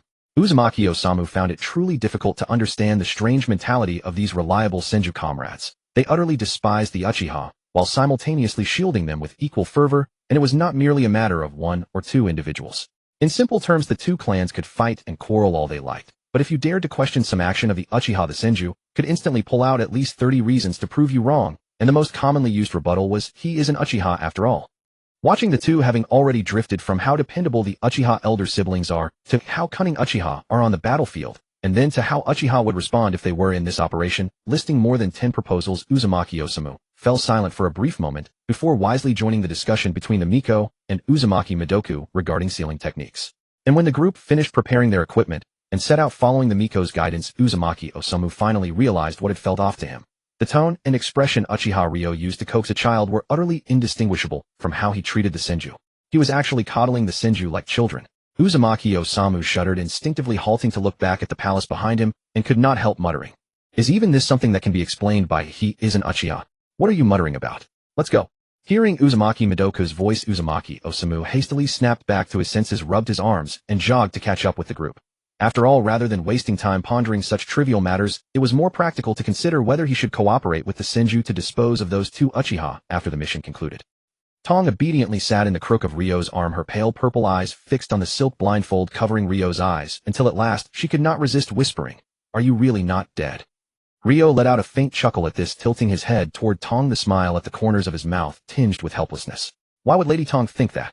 Tong lowered her eyes. Many books record tales of the dead returning, and such things have occurred in the history of the land of demons. Is it because of that Mononobe? Uchiha Hiro stepped forward, also looking at Tong. Does that Mononobe possess the power to revive the dead? Oi. Tong lifted her head to glance at Uchiha Hiro, then pressed her lips together and fell silent again. Uchiha Hiro clicked his tongue. People who only say half of what they mean are truly annoying. If this little girl weren't a mission target. Alright Hiro, don't frighten a child. Tisk, children don't remember things anyway. Uchiha Hiro curled his lips. Besides, what could a child this small possibly understand? No, children do remember things. In fact, quite the opposite. They are far more delicate and sensitive than we are. It is merely because they have only recently been born and have not yet learned how to express themselves or understand the actions of others that they behave in ways we find puzzling. Ryo followed unhurriedly behind Ataru. Therefore, no matter the time or circumstance, the most correct approach is to never underestimate anyone. Tong lifted her head once more to stare at Ryo, and after a long while spoke again. I really did see you die. I am not lying to you. Uchiha Hiro narrowed his eyes, finding the little girl increasingly unpleasant, but Ryo seemed to be stirred by some memory. His expression remained unchanged, yet he softened his voice as he spoke. I recall Lady Tong mentioned a person whose eyes were destroyed, drenched in blood, and buried beneath ruins. Might Lady Tong be willing to describe that person in greater detail? For example, that person's clothing and hairstyle, or perhaps the weapons and the surrounding environment. I do not remember clearly, but I saw that the person's arms, legs, and neck were all twisted in an unnatural manner. Tong lowered her eyes, gazing at the lifelike origami in her hands. No human could survive such injuries. If that is your past, then it can only mean that from that point onward you were no longer human. I really cannot listen to this any longer. Uchiha Hiro's expression turned unpleasant. Ryo was indeed gravely wounded back then, but his arms and legs were perfectly intact. There was never anything like what you described. Is this the Miko's power of prophecy? Don't make me laugh. I have not lied. Tong's voice was soft, yet resolute. If it is not the past, then it is the future. The prophecies of the Miko lineage have never been wrong. You little brat. Hiro, I told you, don't frighten the child. Uchiha Hiro paused mid-sentence, but quickly raised his voice again. Do you even understand what this brat is saying? With a mere flip of her lips, she decides whether another lives or dies. You've been cursed like this and still have the mood to soothe the child. Well, after all, the prophecies of the land of demons Miko are famous precisely because they have never erred in several hundred years, Ryo said, the gentle smile still at the corner of his mouth. But nothing in this world is absolute. Lady Tong is confident in the prophecy she has seen, and I am equally confident that it was a scene of the past. After all, if that were the future, I doubt I would have any need to destroy my eyes a second time. So perhaps Lady Tong's prophecy is slightly inaccurate. Tong stared at the smile curling at the corner of Ryo's mouth, and her body, which had been faintly tense, relaxed a little. But I truly saw it. I did not deceive you, and the Miko's power would not deceive me. I know. I never said you were deceiving me. Ryo chuckled softly. I only mean that perhaps Lady Tong saw the self who was meant to die rather than the self who exists now. Tong tilted her head in confusion. I do not understand what you are saying. In my view, so-called prophecy is nothing more than articulating the most probable outcome according to the shifting of the world. Even an absolutely true prophecy may contain a trace of deviation, Ryo said in a gentle voice. Let me give you an easy example, shall I? Suppose I wish to go home and my home lies to the left, but on the way I pass a crossroads and am drawn by a dessert shop on the right. Then would I go to the dessert shop or head straight home? Perhaps even I myself would not know my next step at that moment. Lady Tong, this world is not a book already written, where no matter how many times one turns the pages, there is only a single conclusion. The thoughts of every person in this world never remain unchanged, and every minute shift makes the final outcome entirely different. What you have seen may be an unalterable truth in another span of time, but without a doubt in the present in which I live, what you have witnessed is merely how I nearly died in such a miserable manner, not the truth. Tong still appeared composed, but her expression had clearly turned dazed. In the end, she silently lowered her head once more to stare at the origami in her hands, and said nothing further. Uchiha Hiro, however, could not help but cast Ryo a few extra glances before speaking with irritation. So you mean to say that it was because you studied philosophy with that fellow Akihiko that your brain started to degenerate? Though I am indeed somewhat mentally exhausted for you to say that Hiro is going too far. Enough chatter. Instead of wasting time like this, why not go develop your jutsu? What use is there in studying this fallacious philosophy of I am not? Does it help you become stronger, or help you regain your sight? It is a complete waste of time. If you ever truly die one day, you have only yourself to blame. But Ryo merely gave a soft laugh in response. If I must give a reason, it would be to prevent our clansmen from falling into the cycle of tragedy. Do you intend to choose this volcano as the sealing site? Forgive my bluntness, but this is hardly an ideal location. I am well aware of that point, said Shibakyo Kagami, gazing with worry at the slumbering volcano before him. But since the Moyo is an and sinister demon, the volcanic environment will allow the seal to endure much longer. Uzumaki Madatsu reached out to caress the mountainside, pinching a handful of earth and stone between his fingers with a frown. The composition of the mountain's earth and rock is subpar, which means our preparations for casting the jutsu will require significantly more effort. Perhaps we should employ the four-symbol seal as our foundational technique. Uzumaki-ji leaned in. We could adopt layered inscriptions to synchronize the techniques, thereby forming a larger and more robust sealing array. Wouldn't a mortise and tenon structure serve us better than layering?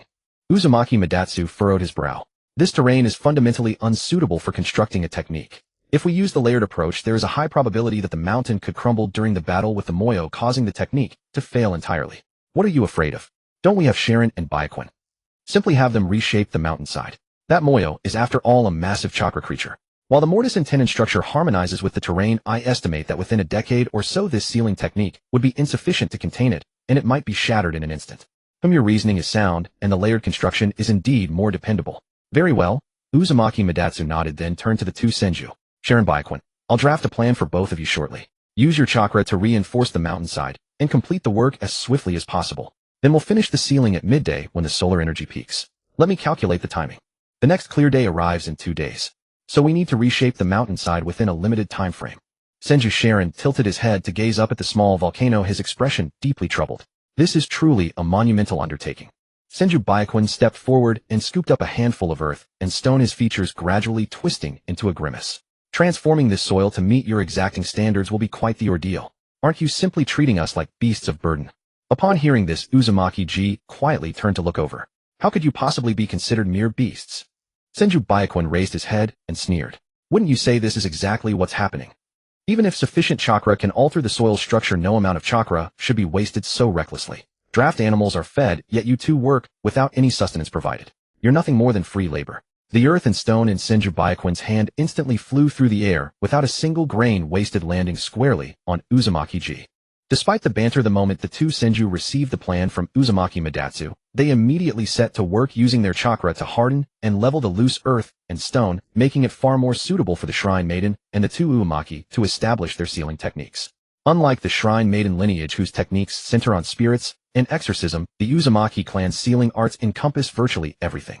Their sealing techniques range from reshaping mountains and filling seas to waterproofing roof eaves. There is nothing beyond their capability that you cannot imagine. What? You claim something has nothing to do with sealing arts. The Uzumaki would respond, not at all. Sealing techniques can accomplish anything. This is precisely how an Uzumaki reacts when told a task lies outside their craft. If one insisted there existed something sealing arts couldn't achieve, the Uzumaki would only offer two explanations: you lack sufficient skill, or your chakra reserves are inadequate. Much like how the Senju seamlessly invoke that man is an Uchiha as an all-encompassing excuse. Yet sealing techniques demand precise chakra control, which has shaped the Uzumaki people's personalities into something rather meticulous, to the point of being fussy. Such was the case right now. Although Shibakyo Kagami felt the conditions for performing the ritual were already excellent, he kept getting stopped by Uzumaki Madatsu, who then directed Senju Sharon to continuously refine the ground using earth-nature chakra. Meanwhile, Senju Byakuin was so frustrated by Uzumaki-ji's constant muttering that he nearly threw in the towel multiple times, only to be goaded back into action by that low-spirited nagging. Just listen to what he says. I'll find if it doesn't get fixed, it doesn't get fixed. At worst, it's merely another failed mission on the record for our Uzumaki and Senju clans, another reason for the Shrine Maiden to worry about our two families, and more gossip among the daimyo about how unreliable the Senju and Uzumaki truly are. Senju Byakuin, can you even hear yourself? That's not even human speech. Who are you threatening here? I'll do it. I'll do exactly as you say, damn it. As the two Senju continuously modified the mountainside according to specifications, the two Uzumaki were equally busy. After directing the Senju to prepare the areas the Shrine Maiden required, they began carving the ceiling arrays into the rock walls from the outside inward, pausing twice along the way to consult with Shibakyo Kagami when they felt the plan fell short of perfection. By the time all work was completed 2 days later, the entire volcanic cave had become a tapestry of ceiling arrays. In comparison, the primary techniques Shibakyo Kagami had arranged seemed almost inconspicuous. And this proliferation of ceiling patterns across the cavern was largely due to the two Uzumaki, who midway through their engraving became so exhilarated that they turned it into a competition. This left Shibakyo Kagami feeling rather embarrassed, compelling him to meticulously scrutinize his own techniques over and over again to prevent any mistakes. Senju Sharon watched the two Uzumaki, still vibrant, as they discussed the most efficient way to activate the techniques, and silently produced ration pills, offering some to Senju Byakuin. How is your chakra holding up? It's manageable. I should recover by tomorrow noon, replied Senju Byakuin, working the stiffness from his shoulders before popping 2 ration pills into his mouth. Remember to maintain your weapons later. Those two shouldn't be a concern, but we should remain cautious about the Shrine Maiden's safety. Shall I take the frontal position? Alright, just don't push yourself too hard, Senju Byakuin yawned. I'm going for a quick nap. I'll wake you in the early hours. TCH, it's almost unfair how easily they got assigned this mission. They certainly have it easy. Perhaps we should find a way to eliminate them on our return. Senju Sharon's expression suddenly darkened. I actually overheard Choco mention that they encountered Uchiha Rei, who repeatedly provoked them. Let's see if an opportunity presents itself, and if so we act. I can't stay awake anymore, I genuinely can't keep going. I'm going to rest now. I'm counting on you, Sharon. Very well, I'll awaken you in advance if any danger arises. Senju Sharon nodded, then couldn't resist rubbing his eyes before turning his gaze toward the two Uzumaki, still deep in discussion about the techniques, his expression growing somewhat complicated. They truly possess endless stamina. It's been a full 3 days. Can't those blockhead Senju stir up even the slightest fuss? Uchiha Hong said, biting into an apple. Even if they just came to pick a quarrel, it'd beat waiting around like this. Now isn't this rather nice too?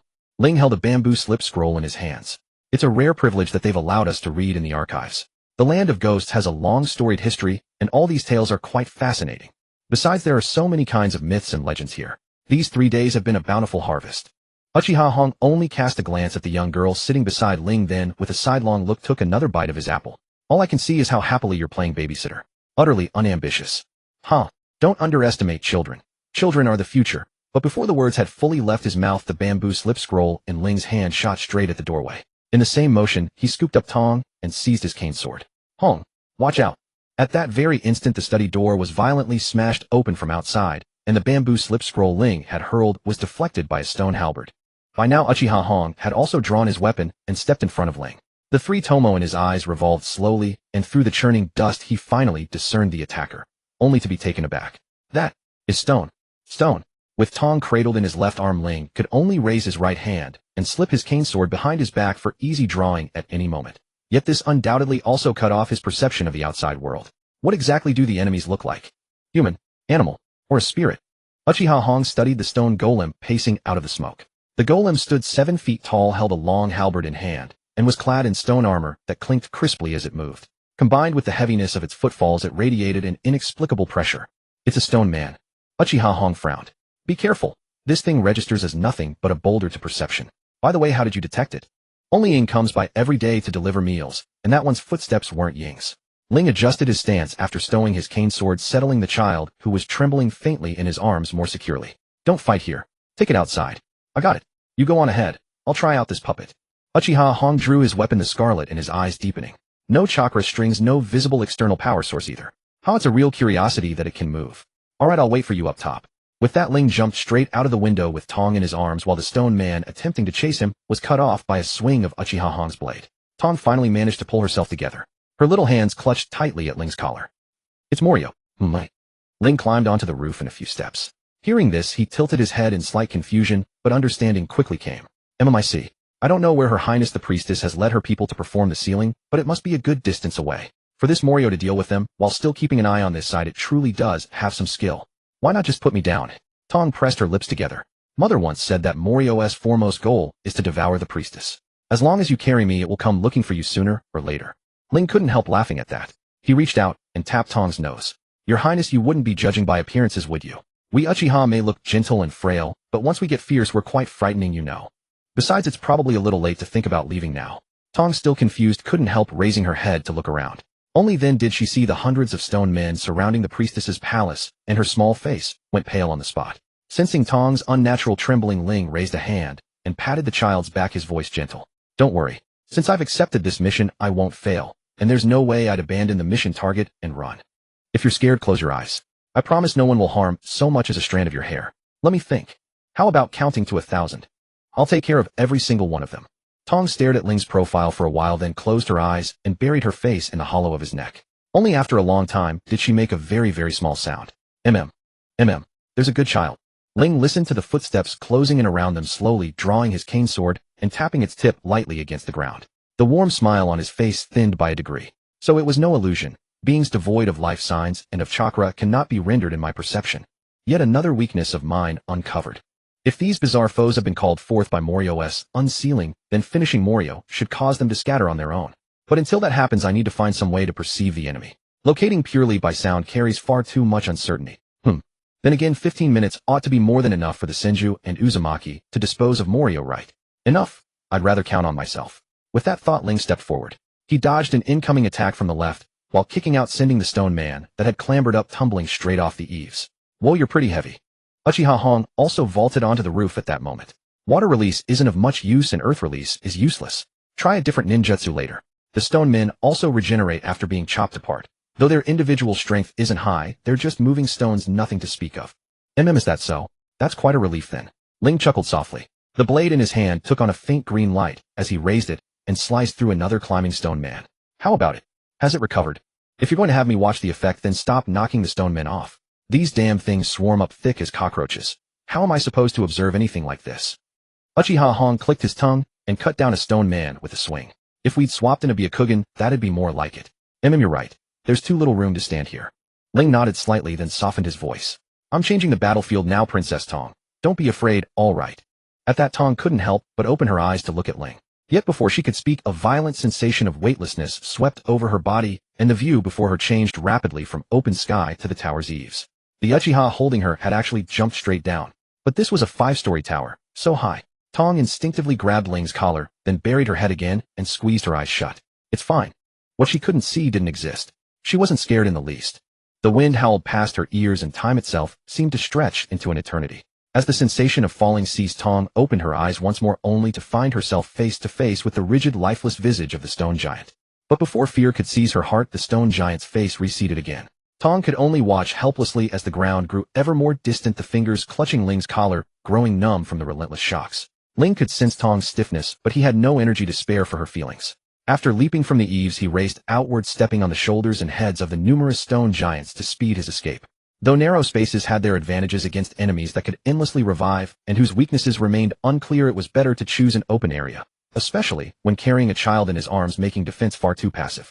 Lightning is a close combat attribute, so I can only use wind and fire. No fire techniques require hand seals, and I'm not yet proficient with one-handed seals. The margin for error is too small now. I'll have to rely on wind. With his battle plan set, Ling powered his legs, chakra erupting as he crushed the stone giant's skull beneath his foot. After a few bounds, he finally set foot on solid ground. The moment the ball of his left foot touched the earth, Ling channeled chakra to stabilize his body, pivoting on that axis. His right hand gripping the blade coiled with power, and as he spun around, he slashed outward. In an instant, an azure wind blade detached from the edge, slicing through the stone giant before him with ease. The shattered stone clattered to the ground, raising a thick cloud of dust amid the sound of grinding rock. Seems I can use even less chakra, Ling remarked casually, twirling his blade before resting its tip on the ground. I can still only sense the stone. What an unfriendly battle. While Ling engaged in his fight, the Senju and Uzumaki faced a far more perilous situation. Wang Liang, released from its seal, roared and howled, only to be yanked back into place time and again by golden chains. Upon closer inspection, the imposing chains emerged from behind Xuanwamudwa and Xuanwaji, though the chains behind Xuanwaji were noticeably thinner and his complexion paler in comparison. Elsewhere, Qinsho Baimo and Qinsho Shilin stood guard in front of Zhongjing.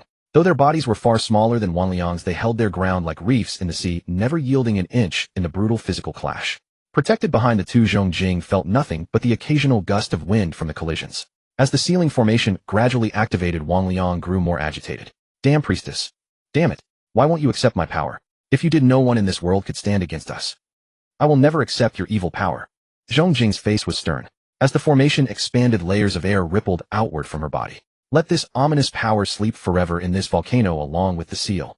Everyone, please drag Wang Liang into the formation. Is it finally over? Xuan Weiji's face was pale.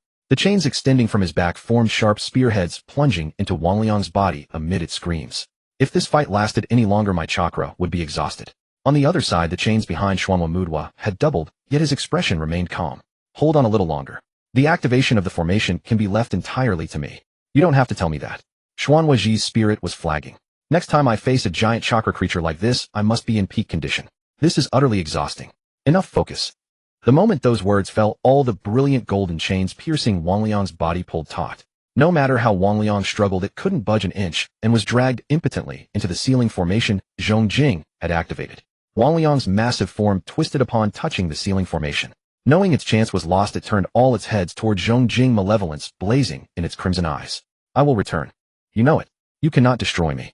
Even if you seal me, I will only grow stronger. But you cannot guarantee that your descendants will be as powerful as you, nor can you always have such strong ninjas to aid you. Priestess, the fate of your bloodline is already sealed. No matter how powerful your prophecies are, you will ultimately fall too. As the formation completed its activation, Wang Liang's voice was cut off, and its form vanished completely from the cavern. The chains behind Xuan Weiji vanished, and he collapsed to his knees, a sense of relief washing over him. Finally over. Are you that weak? Qinsho Baimo's expression was disdainful. Look at Mudwa, then look at yourself. Both worked for 3 days straight, yet you're already on your knees. I'm embarrassed for you. Xuan Weiji sat cross-legged on the ground, eating a few military ration pills, his expression dejected. Mudwa was born with more chakra than me. And after 3 days of non-stop inscription with no rest, and then such intense combat, anyone would be tired. Qinsho Shilin watched as the chains behind Xuanhua Mudwa pierced the activation points in the rock walls one by one and let out a slight sigh of relief. Good thing we reinforced the walls earlier. Otherwise we might have been buried by falling debris mid-battle. True enough. But you have to admit that Wang Liang hits hard. Qinsho Baimo rubbed his back, unable to find a comfortable position. After a while he turned his back to Qinsho Shilin and lifted his shirt. Hey Shilin, take a look. Is it bruised? Qinsho Shilin glanced and nodded honestly. It's bruised and swelling. No wonder it feels so bad. Hiss, are the bones okay? Qinsho Shilin helped Zhong Jing, who was somewhat drained, to her feet. From what I see, nothing's dislocated or fractured. After we get back, a couple of days rest should do. Qinsho Baimo lowered his shirt and looked at Xuanhua Mudwa, who was gradually activating the formation. Now we just wait for Mudwa to finish. TCH, those two Uchiha got off too easy. How about we cause them some trouble on the way back? Qinsho Shilin, though he loathed the Uchiha, didn't agree with Baimo's idea. You mean the two of us, exhausted after several days, can easily handle that troublesome blind man and the other bitchy face? You sure have confidence in your abilities. TCH, true. Qinsho Baimo scratched the back of his head in irritation and muttered a curse. Annoying.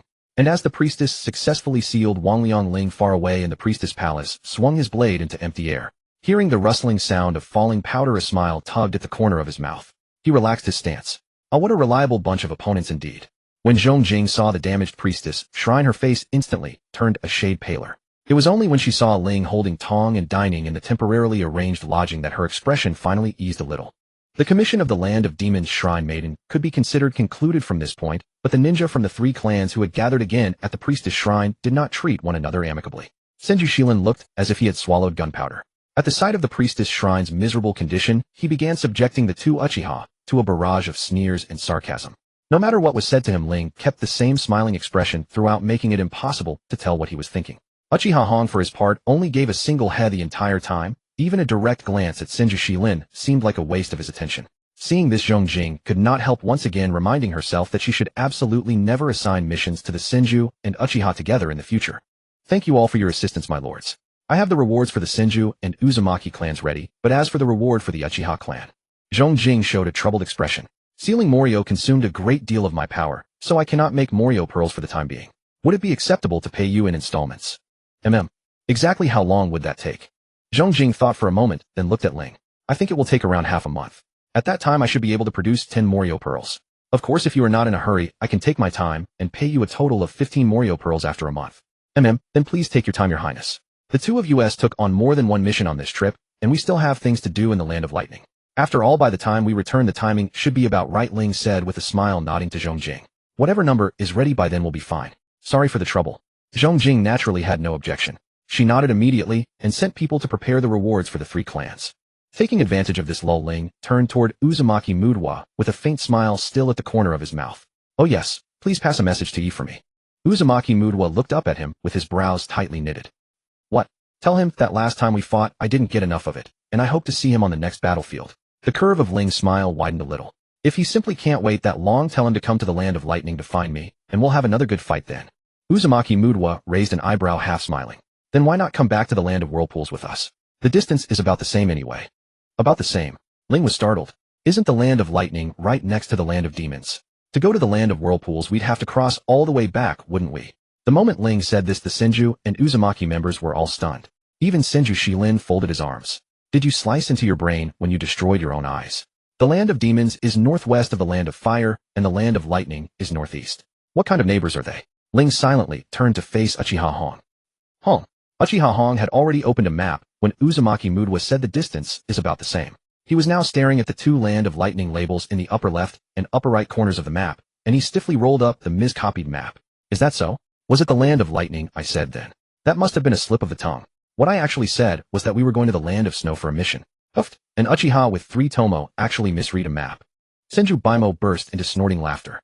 This joke I can remember for a lifetime. No, I can remember it into my next life. Ling also looked utterly helpless. It seems I really do need to start teaching Yada and Sanzu to read. I've really been swindled miserably.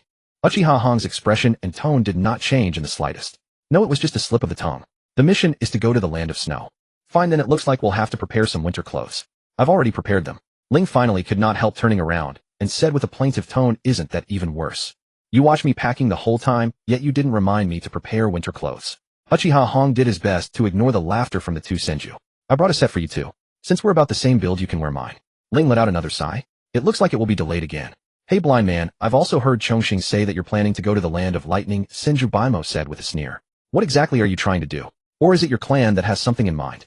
Have you finally thought it over and plan to crawl back to the land of lightning? As for my objective, I suppose you could say it's preparation to return to the battlefield. Ling rubbed his chin, not dwelling too long on the misdirected mission. You've all seen my situation. It is rather troublesome.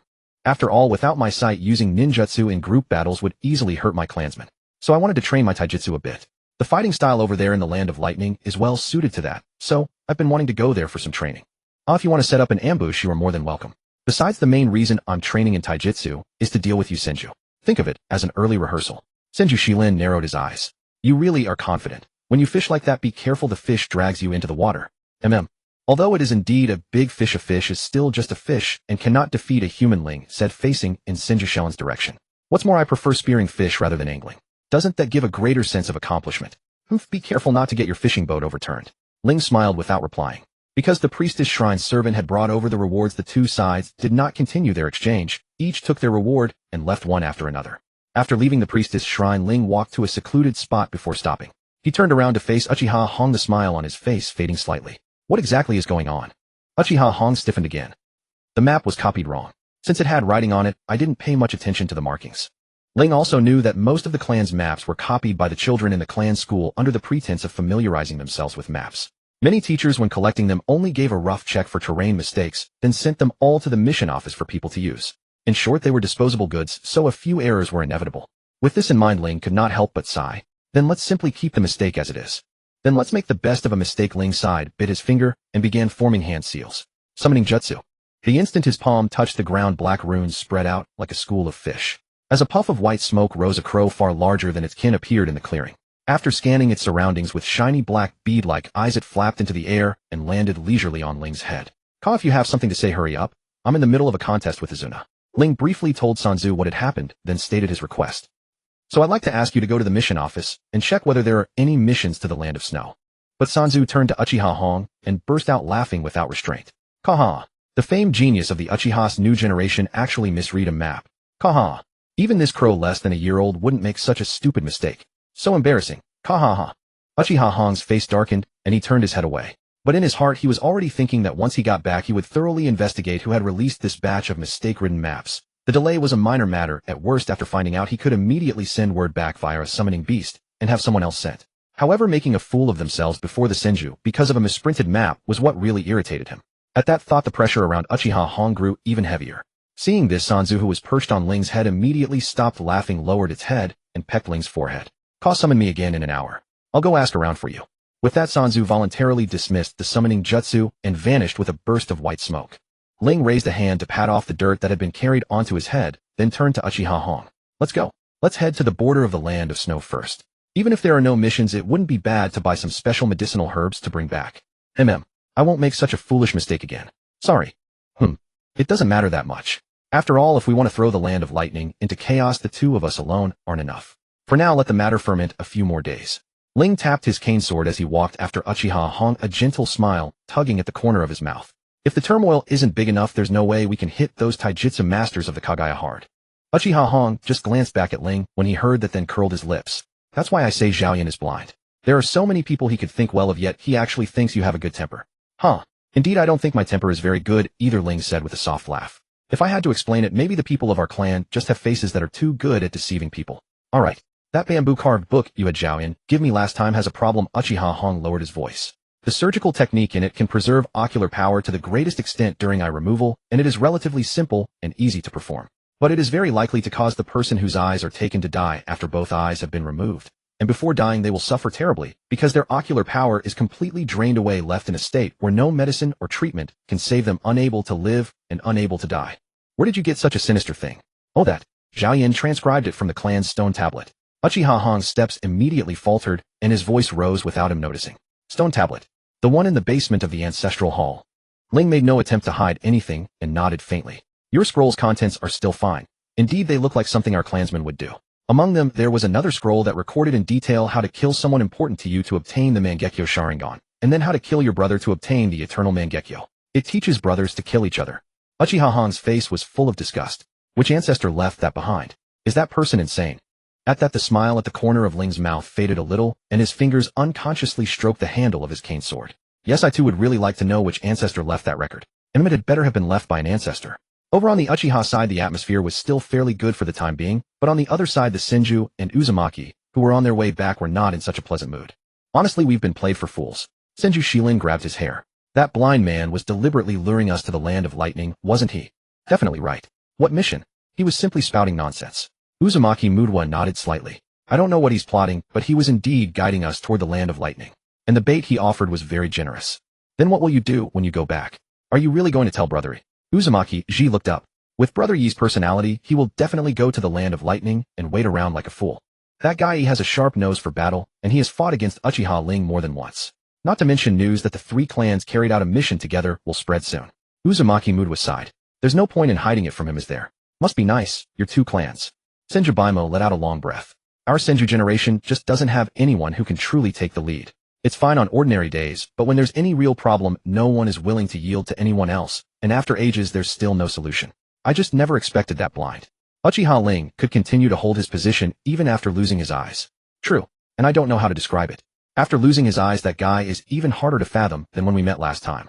Uzumaki Mudwa frowned. Take this mission as an example. When he found out that both our clans were present, and that the final test might make him lose consciousness briefly, he chose to retreat without the slightest hesitation. Yet after Shilin provoked him, he turned the retreat into an advantage, winning the Shrine Maiden's Guild.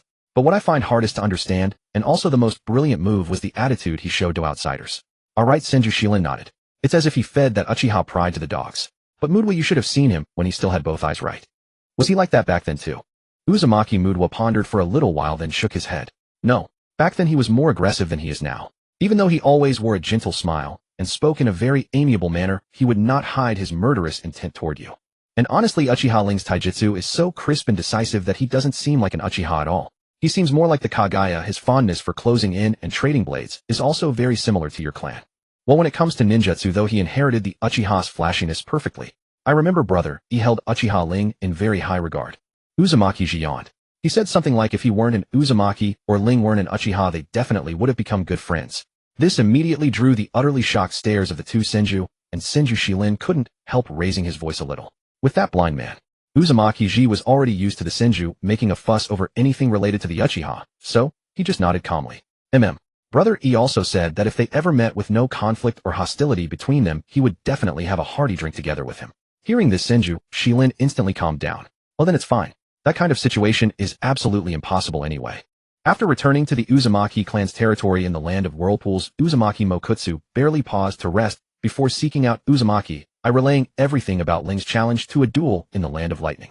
The young man across from Uzumaki Mokutsu had dark skin and a head of striking short red hair. His features were honest and broad, giving him the look of a kindly soul. After listening to Uzumaki Mokutsu's account, he grinned, flashing a row of white teeth. Is that so? Ling actually challenged me. How delightful. I'd heard he'd gone blind, and I was rather sad about it. Uzumaki Mokutsu frowned. That dangerous man recovering his fighting strength is hardly a pleasant prospect. And I can't shake the feeling that this Uchiha Ling is scheming something. That's where you're wrong, Mokutsu. Uzumaki, I slung an arm around Uzumaki Mokutsu's shoulder. Once you've fought Ling face to face, you can sense the man's heart through his blade. An Uchiha this upright and honorable is a rare sight indeed. An upright and honorable Uchiha. Uzumaki Mokutsu's mouth twitched. I honestly can't tell if that's praise or mockery. A bit of both. Uzumaki, I rubbed his chin. If you could set aside your preconceptions about the Uchiha, you'd come to like Ling too. He's the sort who'd make a wonderful friend, lover, or even enemy. Lover. Just a prime candidate for a political marriage is all. After all, his sense of responsibility runs deep, and he's the type who both loves to care for others and genuinely knows how. Uzumaki, I patted Uzumaki Mokutsu on the shoulder. In any case, I accept the challenge. I'll make a point of taking on more missions from the land of lightning from now on. You've only just returned, so go get some rest. The strain that a sealing technique like adamant and sealing chains places on one's stamina and spirit is incalculable. If you don't recover properly, you won't last nearly as long the next time you use it. Uzumaki Mokutsu shot back a dismissive hand gesture and left without another word. Uzumaki, I laughed heartily, but then his gaze unconsciously dropped to the scar on his left arm. To overcome such hardship and stand back up this quickly. As expected of you, Ling. Meanwhile, back in the Senju clan's territory, Senju Sharon and Senju Hakaboku had organized the events and submitted a report to the clan. They then began rallying people across the clan, debating whether they should lie in wait to ambush Ling. But just as Senju Hakaboku had said earlier, although this generation of the Senju boasted many prodigies, there was no one with the overwhelming strength to dominate their peers and seize control of the clan's voice. As a result, after Senju Hakaboku and Senju Sharon brought back their news, the younger Senju split into two factions. One side advocated timing their missions to the land of lightning, overturning Ling's fishing boat outright, and killing him on foreign soil. The other side deemed it unnecessary, arguing that killing any Uchiha was the same, so why waste effort hunting down a notoriously difficult target? As the discussion wound down, they exchanged what intelligence they had on the Uchiha clan and dispersed, each resolving to act according to their own judgment. And Senju Sharon and Senju Hakaboku, who had inexplicably joined forces with an Uchiha for a mission, had become the most popular figures among the clan's children, constantly cornered and pestered with questions about the Uchiha. Senju Hakaboku, overwhelmed by the harassment, promptly accepted a mission and left the compound once his injuries healed. Senju Sharon, by contrast, good-naturedly took on a patrol duty within the clan grounds, patiently answering the children's questions and even offering detailed analyses on how to deal with Uchiha shinobi while keeping oneself safe.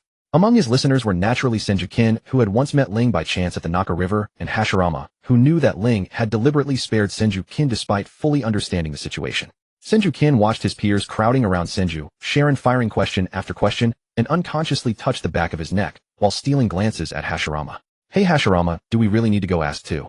Of course. Hashirama turned his head. We're gradually touching the battlefield now, but with our current abilities we wouldn't even qualify to appear in a battle involving Uchiha. This is a rare opportunity. Besides, aren't you at all curious, Kin? That Uchiha Ling, after what he did to you, actually went on a mission with our clan. No matter how you look at it, that's strange. Senju Kin was about to say something else, but the moment he looked up his whole body went rigid. Senju Sharon had somehow appeared beside them and was studying them with appraising eyes. Hashirama, still oblivious, kept rattling off his speculations about Uchiha Ling. Senju Kin swallowed hard, reached out, and shoved Hashirama to get his attention. Startled by the sudden push, Hashirama lifted his head in confusion only to meet Senju Sharon's dark, scrutinizing eyes. He was so taken aback that he let out a hiccup. A trace of helplessness flickered in Senju Sharon's eyes as he reached out and patted Hashirama's back to soothe him. You were just saying, what did Uchiha Ling do to you too? Hashirama frantically shook his head like a rattle drum. No, he didn't do anything to us. Seeing Senju Sharon's brows knit tightly, Hashirama quickly added, it's precisely because he did nothing that I'm so curious about what kind of person he really is. At that, Senju Sharon's brow eased slightly. Tell me in detail. So Hashirama, in a low voice and rapid pace, recounted how he had once encountered Ling and how Senju Kin had met Ling while training in the mountains behind the village. Does that blind man actually train at the Naka River? Senju Sharon lowered his gaze. Seeing this, it seems likely. Watching Senju Sharon sink into thought, Hashirama tugged at his clothes again. So, I really want to know more about this Uchiha Ling. Brother Sharon, can you tell me? You don't need to pay attention to that blind man for now. If you ever see him, just run. He's our enemy. But you're right about one thing. He certainly doesn't fit the typical Uchiha mold. Even so, his hostility toward the Senju is no less than any other Uchihas. As for the fact that he didn't lay a hand on you too, Senju Sharon's gaze dropped. I'd say you can only thank your weakness and your status as children. Hashirama and Shinjukin exchanged a glance, both thoroughly confused. Alright, stop dwelling on this. If you have that much free time, go train. Senju Sharon clapped his hands to draw their attention. Him letting you off once or twice doesn't mean he'll let you off every time, and it certainly doesn't mean other Uchiha will. So unless you have a mission, get to training. Understood. Hashirama acknowledged with a grunt and dragged Senju-kin away with him, though within his heart his resolve to seek out Ling for a conversation once he grew stronger was further cemented. The conflict between the Senju and the Uchiha originated from an accident. If only everyone could sit down and talk properly, clearing up the misunderstandings. Perhaps peace in the shinobi world wouldn't be too far away. At that thought, Hashirama clenched his fists. So for both sides to be able to converse with calm hearts and usher in true peace, I absolutely must gain power equal to Uchiha Ling's. Ling, of course, had no idea how the two clans were gossiping about him again. Right now, he and Uchiha Hong were heading to the Land of Snow to carry the act all the way through. Unfortunately, the Land of Snow was vast, but sparsely populated, and its climate was so extreme that there were very few missions to be found. Therefore, even though Ling had sent Sanzu to the mission office to inquire ever since leaving the Miko Palace, it was only yesterday that they finally managed to get a mission, and a poorly paid, time-consuming material collection task at that. After learning about the mission, Uchiha Hong silently cursed himself once more, but Ling seemed rather pleased and reassured him that this was a good opportunity to train his sensory perception. At least this isn't an official mission, Uchiha Hong said, pressing a hand against his eye socket. To think the Senju got to see me make a fool of myself. TSK, what are you doing?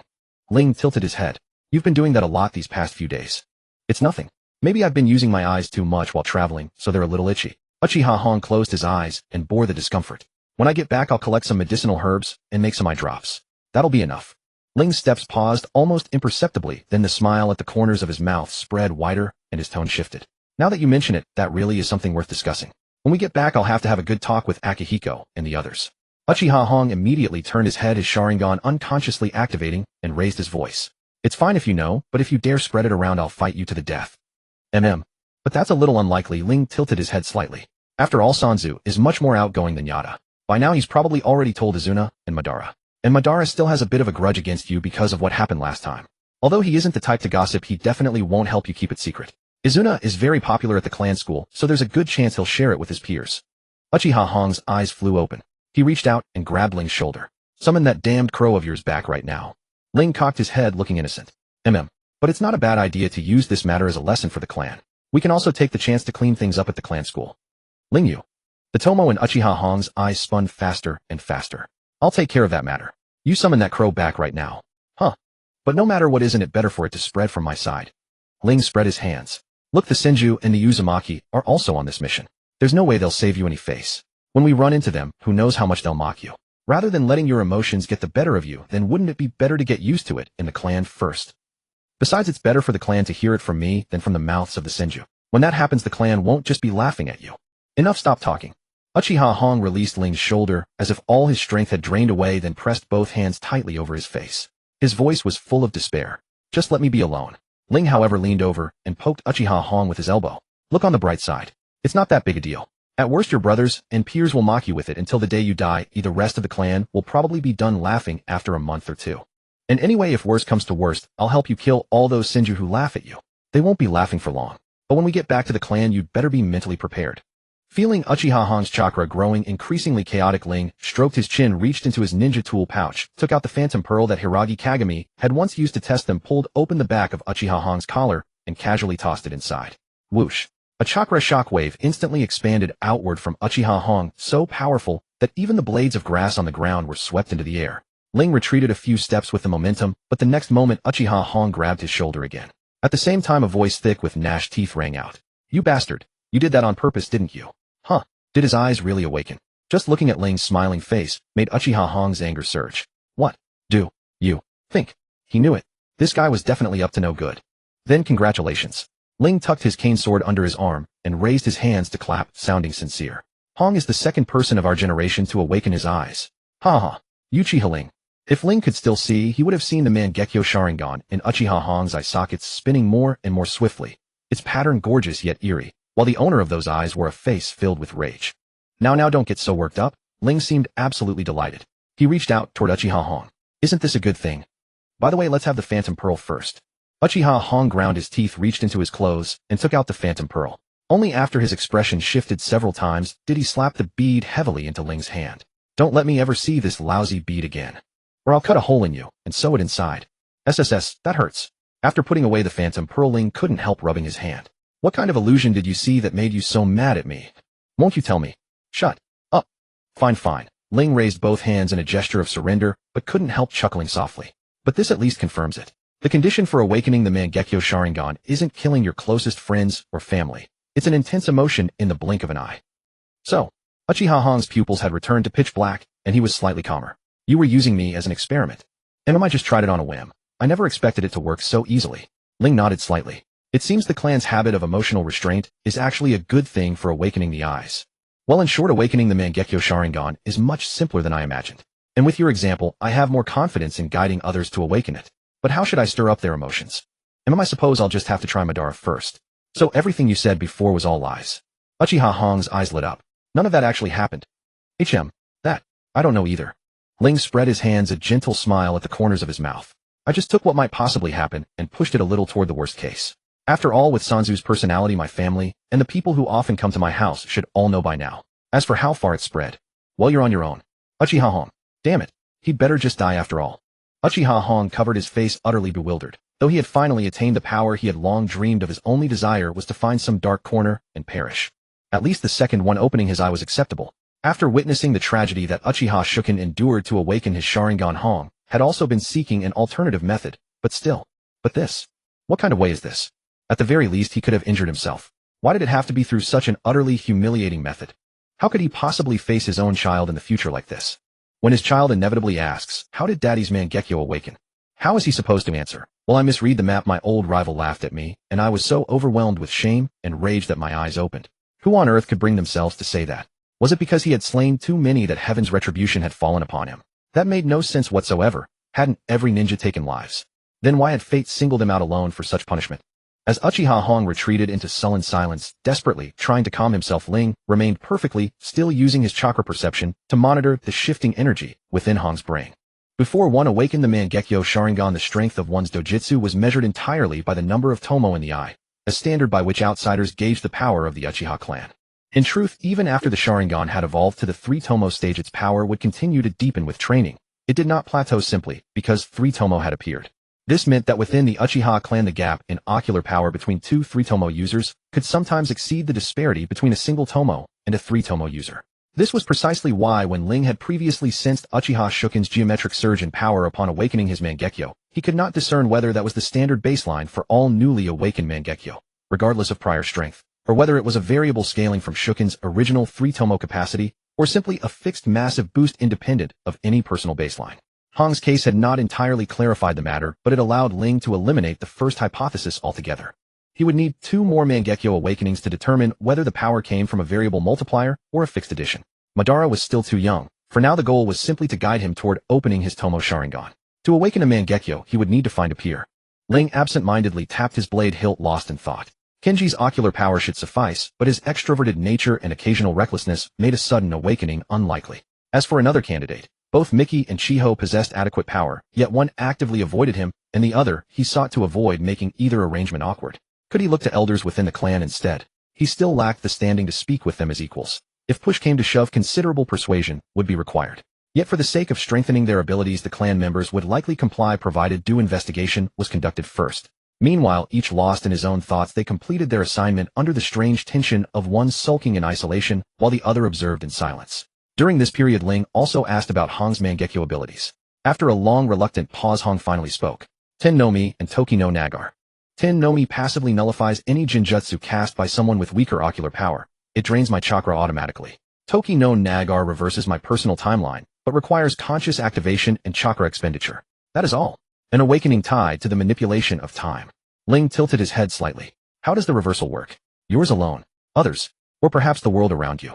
Simply put, Hong replied. As long as I have sufficient chakra, I can rewind my personal timeline by several years, and then train from that point onward. Hong's expression remained grim as he snorted sharply. If I could twist the world's timeline itself, accepting missions in the land of demons might be debatable, but before anything else I would strangle that loose-tongued crow of yours. Ling chuckled. So in essence, this is an extremely sophisticated genjutsu, one that deceives the enemy while deceiving yourself. Hong exhaled heavily and nodded. I suspect the same. But clearly without the Mangekyo as a conduit, a Jinjutsu powerful enough to alter reality would be impossible. By the way, Ling asked, did Shuken ever mention his own abilities to you? No. Generally speaking, no one would casually share that with just anyone. Hong clicked his tongue. What do you think your reputation is among us? You are selling yourself far too short. I lament not then, Ling smiled faintly. But given the trust you place in me, next time I am backed into a corner, I suppose I should remember to scramble my own mind to prevent intel from leaking. Hong turned his head away. If you are ever forced into such a dire situation again, you will have only yourself to blame if you die. Ling shook his head but could not help but muse aloud. It is rather fascinating. Same Kekkai Genkai yet branching into such different paths. Even more intriguing is how each derived ability seems intimately tied to the user's own desires. Much like how Shuken's aspiration was to protect his younger brother, and Hong Yu wished to escape. Uchiha Ninji. Do you think I won't fight you to the death?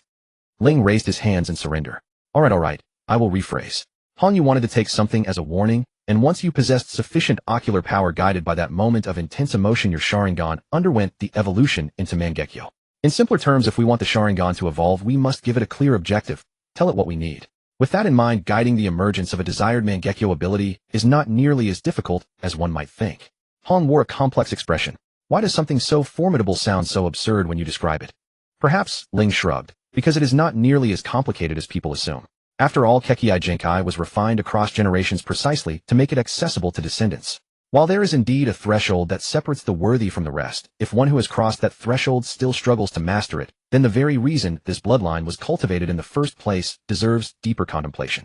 No longer dwelling on matters of Kekkai Genkai, along the way the two of them, having completed their mission in the land of snow, pressed on, without rest, to return to the Shrine Maiden's palace in the land of ghosts, collected their remaining payment, and headed back to the clan compound. To be honest, at first Uchiha Hong did not quite understand why Ling had chosen to exchange the Shrine Maiden's prophecy for the Wulyang Pearl. After all, although the Wulyang Pearl carried a Jinjutsu capable of awakening the darkness within one's heart, it posed no real threat to the Uchiha clan, renowned as they were for their prowess in Jinjutsu. Even those who had not yet awakened the Mangekyo Sharingan, merely opening 1 or 2 tomo, could dispel the illusion given enough time. More to the point, if one wished to train their ability to break Jinjutsu, it would be far more efficient to simply ask the elders of the clan for guidance. Though the elders would not employ truly offensive Jinjutsu, that was more than sufficient for practice purposes. When all factors were weighed against each other, the Wulyang Pearl was clearly nothing more than a worthless trinket likely to leave psychological scars. After all, when a superior option existed, who would choose a futile and thankless path? Thus Uchiha Hong could only conclude that having been blind for so long, Ling was merely seeking some form of emotional release by using the Wulyang Pearl, which allowed one to see again within the mental space, and so he chose to trade the Shrine Maiden's prophecy for the pearl. If the clan were to learn of this matter, there would undoubtedly be no end of nagging from the elders. After all, a prophecy from the Shrine Maiden of the Land of Ghosts could fetch a sky-high price in the hands of any great daimyo. With such funds, the clan would have far more flexibility in accepting missions. Uchiha Hong, who had once competed for the position of heir, naturally understood these intricacies. However, on one hand, he had simply not wanted to fall behind at the time, possessing neither the desire nor the sense of responsibility for such matters. His friends meant far more to him than these tedious concerns. On the other hand, this mission had been secretly arranged through his own connections in the first place, and its specifics were known only to his family. Making minor alterations to the mission details upon their return would hardly be difficult. Even if it were eventually exposed, the blame would merely be shifted between the upper echelons. In such a fait accompli situation, the clan leadership would surely not air the matter and risk unsettling the clan members. At worst, he would be scolded by his grandfather and father, then spend a few extra days being overworked in the medical division. Hardly a serious consequence. As for Ling, the situation was even simpler. When they had worked alongside Captain Senja, the clan had already used Ling's injuries to make a point as soon as he had begun to recover. The chief elder responsible for this matter would likely want to offer Ling some form of compensation, probably letting the matter drop with a light hand. Moreover, as Ling's father and the clan leader, Uchiha Taijima, would surely be even more lenient. In summary, no great problem, probably. But this had only been his mind set up until the moment his eyes awakened. After successfully leveraging the Wulyang Pearl to stir negative emotions when his mind was vulnerable, thereby awakening his Sharingan, Uchiha Hong knew that every action taken during this trip to the Land of Ghosts had been entirely justified. Whether it was secretly intercepting the mission, altering the mission rewards, or failing to report everything upon returning to the clan, none of it mattered anymore. Could a prophecy from the Shrine Maiden of the Land of Ghosts, which saw through life and death, possibly hold greater appeal for the Uchiha than the acquisition of a higher tier of power? Absolutely not. This meant that this entire endeavor not only bore no fault, but also brought tremendous merit. Only, Uchiha Hong turned his head to look at Ling, who was strolling leisurely beside him. Only, hadn't Ling anticipated this all along? Or rather, can one truly calculate every possible outcome the instant they encounter something? Thinking this, Uchiha Hong's gaze toward Ling grew increasingly sharp. Ling being stared at like this felt profoundly uncomfortable and had no choice but to stop walking. Hong, are you still mad at me? If so, can I apologize? You staring at me like this makes me extremely uneasy. Suffer it. My frustration hasn't subsided yet. Uchiha Hong sneered, but finally averted his gaze, steering the conversation back to the Wuliang pearl. Why did you choose to exchange the reward for the pearl as soon as you made contact with it? Were you certain of the pearl's effects from the start? No. It's simply because I had previously discussed the awakening of the Mangekyo Sharingan with Akiyuki, and combined with the characteristics of the Wuliang pearl, I made some conjectures. Even setting that aside, the sealing technique used on this pearl, and the genjutsu that draws out the darkness of the human heart, are both worth studying. After all, our clan's Kekkei Genkai resides in the eyes. If we could utilize such methods to train ocular power from a young age, we would undoubtedly adapt more readily after awakening. But to be honest, I didn't have much confidence beforehand. I had actually prepared myself to be scolded by my father upon our return. I never imagined that awakening the Sharingan could be so easy under the right circumstances. So, please forgive me. Uchiha Hong ground his molars. Just like that. Ling let out an awkward laugh. Of course, there was also some selfish desire to see the light again within the genjutsu space.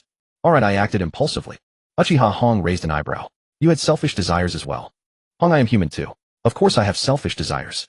Ling's expression was somewhat helpless. Humans are creatures composed of various desires. How could there possibly exist a human devoid of any self-interest? Even those selfless individuals praised by the world harbor selfish motives in other aspects. Uchiha Hong knew he could not debate this point with Ling, and merely snorted. Then what did you do inside that illusion? What did I do? Ling sounded somewhat embarrassed, but did not conceal it. I unconsciously burst into tears. Looking back now, it was rather inappropriate. You cried. This time Uchiha Hong was genuinely surprised. I remember you didn't even cry when Annie Meguri passed. What on earth were you crying about at that moment? Isn't there a saying? If one weeps loudly at the death of a loved one, their soul will be unable to find peace and reach the pure land. Ling smiled as he rubbed the back of his neck, though his brows carried an undertone of sorrow. I only wept before my mother's tomb after her 7-day lying in period and burial. Besides, before she passed, my mother left words for me. She said she wished for me to smile more and not wear such a stern expression just to project authority. And honestly, smiling more does seem rather pleasant, doesn't it? Uchiha Hong sniffed. Living solely for others' expectations won't kill you, will it? Is that what you think? Very well, let's leave it at that. Ling chuckled softly. I also hope you can help me with research on the Mangekyo Sharingan afterward. Would that be convenient? Uchiha Hong had no objection and immediately nodded. Of course. With your help, I'll save some energy to research other things. And besides, this shouldn't be something only one person experiences. If we're going to lose face, let's do it together. Let's see who dares to use this to mock me. Hearing this, Ling pressed his lips together to suppress a smile, his voice nearly overflowing with mirth. Then that's perfect. By the way, Hong, what exactly did you see? I've told you mine, so you tell me yours. Uchiha Hong's expression darkened instantly, and his pace quickened. Shut up and keep walking. After returning to the clan, Ling and Uchiha Hiroshi had barely submitted their mission report when a clansman from the mission office informed them that the elders were awaiting their presence, and had been waiting for several days. The clansman who informed them had expected both to shrink back or examine themselves carefully, but instead they merely nodded with nonchalant composure, as though they had already anticipated this moment, even speaking enigmatically right before him. Summoned immediately upon returning. Could you possibly have stolen that mission? Uchiha Hiroshi nodded and turned to leave. Of course. Otherwise this mission would have inevitably ended up in Akihiko's hands. Ling let out a soft sigh and followed behind. It seems the matters requiring explanation have only grown more complicated. That's what I need to explain, so why are you worrying? Ling sighed again. Let me think about how to phrase this. I only hope Lord Father won't be too harsh in his judgment. The clansman who watched them depart grew even more bewildered, and driven by curiosity, he unrolled the scroll they had just submitted, only for his expression to twist in disbelief. Snow Country material mission. You would steal something like that. What could possibly be so appealing about such a remote place? Ling and Uchiha Hiroshi, of course, were unaware of the clansman's confusion. Upon leaving the mission office, they headed straight for the council hall, where the elders maintained their residence. The Uchiha clan's council structure was largely similar to other families, composed of aging ninja, who could no longer deploy to battlefields, and several civilian representatives. In other words, while the elders' combat prowess might be diminished, their experience was unquestionable. Though the elders were aged, it was impossible for them to abuse their seniority or act capriciously in an era like this. After all, setting aside the civilian representatives, the ninja who survived to become elders, phrased charitably, were vigorous in body and seasoned in experience, tasked with teaching the next generation how to adapt. Less charitably, they endured because their strength was insufficient for the fiercest battlefields. The Uchiha had no motive to force their clan's folk to certain death, which is precisely how they came to serve as elders. Thus, while the clan maintained respect for the elders, it was tempered. Most often they shouldered the clan leader's administrative burdens so he could focus on leading warriors into battle, and during critical decisions affecting the entire clan, they served as a check against the leader's impulsive resolve. To leverage seniority for undue privilege was a luxury reserved only for peacetime. Yet in these war-torn times, young warriors like Ling and Uchiha Hiroshi, who could take to the battlefield, held an invisible status that arguably surpassed even the elders. Regardless, upon entering the council hall and facing the elders, both were reprimanded severely. Even Uchiha Taijima pulled Ling aside for a weighty lecture. The underlying message was clear: if they desired a mission, they should seek it openly rather than resorting to clandestine means and bringing disgrace upon the Uchiha in front of the Senju. That damned crow. Uchiha Hiroshi was nearly beside himself with frustration, wanting multiple times to storm off to Ling's home and throttle that loose-tongued crow, but the presence of his own grandfather kept him restrained as he endured the scolding. Once Uchiha Taijima had finished his remarks, Uchiha Koji finally set down his water cup and released his crimson-faced, humiliated grandson. That's all there is to say. Take this as a lesson and remember it. Uchiha Hiroshi nodded stiffly. Taijima, it's yours to handle. Don't spare him. He needs a proper lesson. As he spoke, Uchiha Koji glanced at Ling, whose expression remained completely unchanged, and let out a frustrated huff. Absolutely relentless, one after another. Uchiha Taijima understood this was Uchiha Koji's way of signaling that Ling, as the primary offender, deserved stricter punishment. Even if Taijima privately wished to be lenient, protocol demanded he initially show severity before any mitigation. With that thought, Uchiha Taijima sighed inwardly while maintaining a stern exterior and lowering his voice. Given what's happened, Ling, do you have anything to say for yourself? Yes, I admit my judgment was flawed this time. I accept whatever punishment the clan leader and elders deem fit. Ling lowered his head. But before the sentence is decided, there's something I'd like to share with all of you. Ling's evident willingness to acknowledge his mistake softened the elders' expressions considerably. The senior elder, Uchiha Masaru, who had always harbored some guilt toward Ling, spoke first. Ahem, Taijima, you know Ling isn't one to act recklessly, and his combat prowess rivals that of a peer's Mangekyo. Let him explain himself. His words weren't merely offering Taijima an honorable way out. They were also subtly warning the other elders that while the punishment could be announced grandiosely, it shouldn't truly cripple either of them. A performative reprimand would suffice. Uchiha Taijima scanned the assembled elders, observing their nods of agreement, and only then did his expression soften slightly. Very well. Speak, Ling. Upon receiving permission, Ling nodded briefly and began. What I'm about to discuss concerns our clan's Kekkei Genkai. Please observe carefully. Hiroshi, show the clan leader and elders what you can. Uchiha Hiroshi pursed his lips, took a deep breath to steady himself, and then channeled his ocular power into his eyes. 3 scarlet tomo immediately manifested within his sockets. The elders exchanged puzzled glances, but before their confusion could deepen, they witnessed Uchiha Hiroshi's 3 tomo begin to twist and interlock, forming an intricate and magnificent design. Uchiha Koji, overcome with emotion at seeing his grandson awaken to the Mangekyo, slammed his palm against the table and rose abruptly, but he maintained enough composure not to rush forward and embrace him, instead locking eyes with Uchiha Taijima to signal he should continue. Uchiha Taijima, now the center of attention from all the elders, was himself deeply shaken. Though every Uchiha who had awakened the 3 tomo Sharingan knew of the Mangekyo Sharina, beyond it not all 3 tomo users could achieve this awakening. And as the clan stone tablets recorded, opening the Mangekyo came at the cost of losing someone precious. Despite their desire for power, the Uchiha sought strength to protect those dear to them, not to sacrifice them. Thus, except when clan members would deliberately seek death during times of crisis to trigger a loved one's awakening, the Mangekyo existed in an uncomfortable paradox. Universally coveted, yet never actively pursued. The previous generation's Mangekyo wielder had already fallen in battle, and Akihiko, Ling's contemporary, had only awakened after witnessing his brother's death, still grappling with his newfound power. Yet now Uchiha Hiroshi had somehow attained the Mangekyo Sharina without enduring such tragedy. Combining this with what Ling had said earlier, Uchiha Taijima turned sharply toward his eldest son, his voice trembling. Ling, you. Ryo, you too. Uchiha Taijima tried to speak, but too many questions surged up at once, and his voice caught in his throat, leaving him unsure how to continue. Ryo understood the impact this would have on his father and the entire Uchiha clan. After only a brief thought, he spoke up. By now the clan head and the elders must have seen Hiroshi's condition. As you can see, Hiroshi has obtained the Mangekyo Sharingan without having gone through any tragedy. I remember you two went to the land of demons and the land of snow on missions, Uchiha Taijima said calmer now. Was it the Shrine Maiden of the land of demons? Or did you find some extraordinary opportunity in the land of snow? Strictly speaking, neither. But it does have to do with our trip to the land of demons. Ryo shook his head slightly, took a pearl of Morio from his ninja tool pouch, and held it in his palm. This is a pearl of Morio we obtained in the land of demons. It was entirely because of this that Hiroshi was able to awaken his eyes. Unhurriedly, Ryo explained how he and Uchiha Akihiko had gone from conjecture and research to the idea of helping Uchiha Hiroshi unlock his eyes. Naturally, he remembered to omit the part where he had questioned their ancestors, and even contemplated showing them disrespect. That was fine to mention in private, but with so many elders present it would hardly be appropriate. Whenever Ryo reached the part about Hiroshi misreading the map and being mocked by the Senju and Uzumaki, the elders could not help glancing repeatedly at Uchiha Hiroshi. Their looks carried envy and relief, but above all an indescribable mix of sympathy and quiet thankfulness. Uchiha Hiroshi's face, which had recovered considerably, darkened again. Damn it, just thinking about it made his blood boil. Everyone present felt differently, but one thing was unmistakable: the eager, longing gaze for the Mangekyo Sharingan in the elders, and Uchiha Taijima's eyes had become more conflicted. Uchiha Taijima cleared his throat. Ryo, the two of you did well. If this method can truly bring the clan more pairs of Mangekyo Sharingan, then go ahead and do it. The details afterward will be explained to them by me and the elders. Yes, I understand. Ryo nodded slightly. After this, I will first carefully screen and guide candidates within our own generation. Uchiha Taijima could not help glancing at Uchiha Hiroshi once more. Ahem.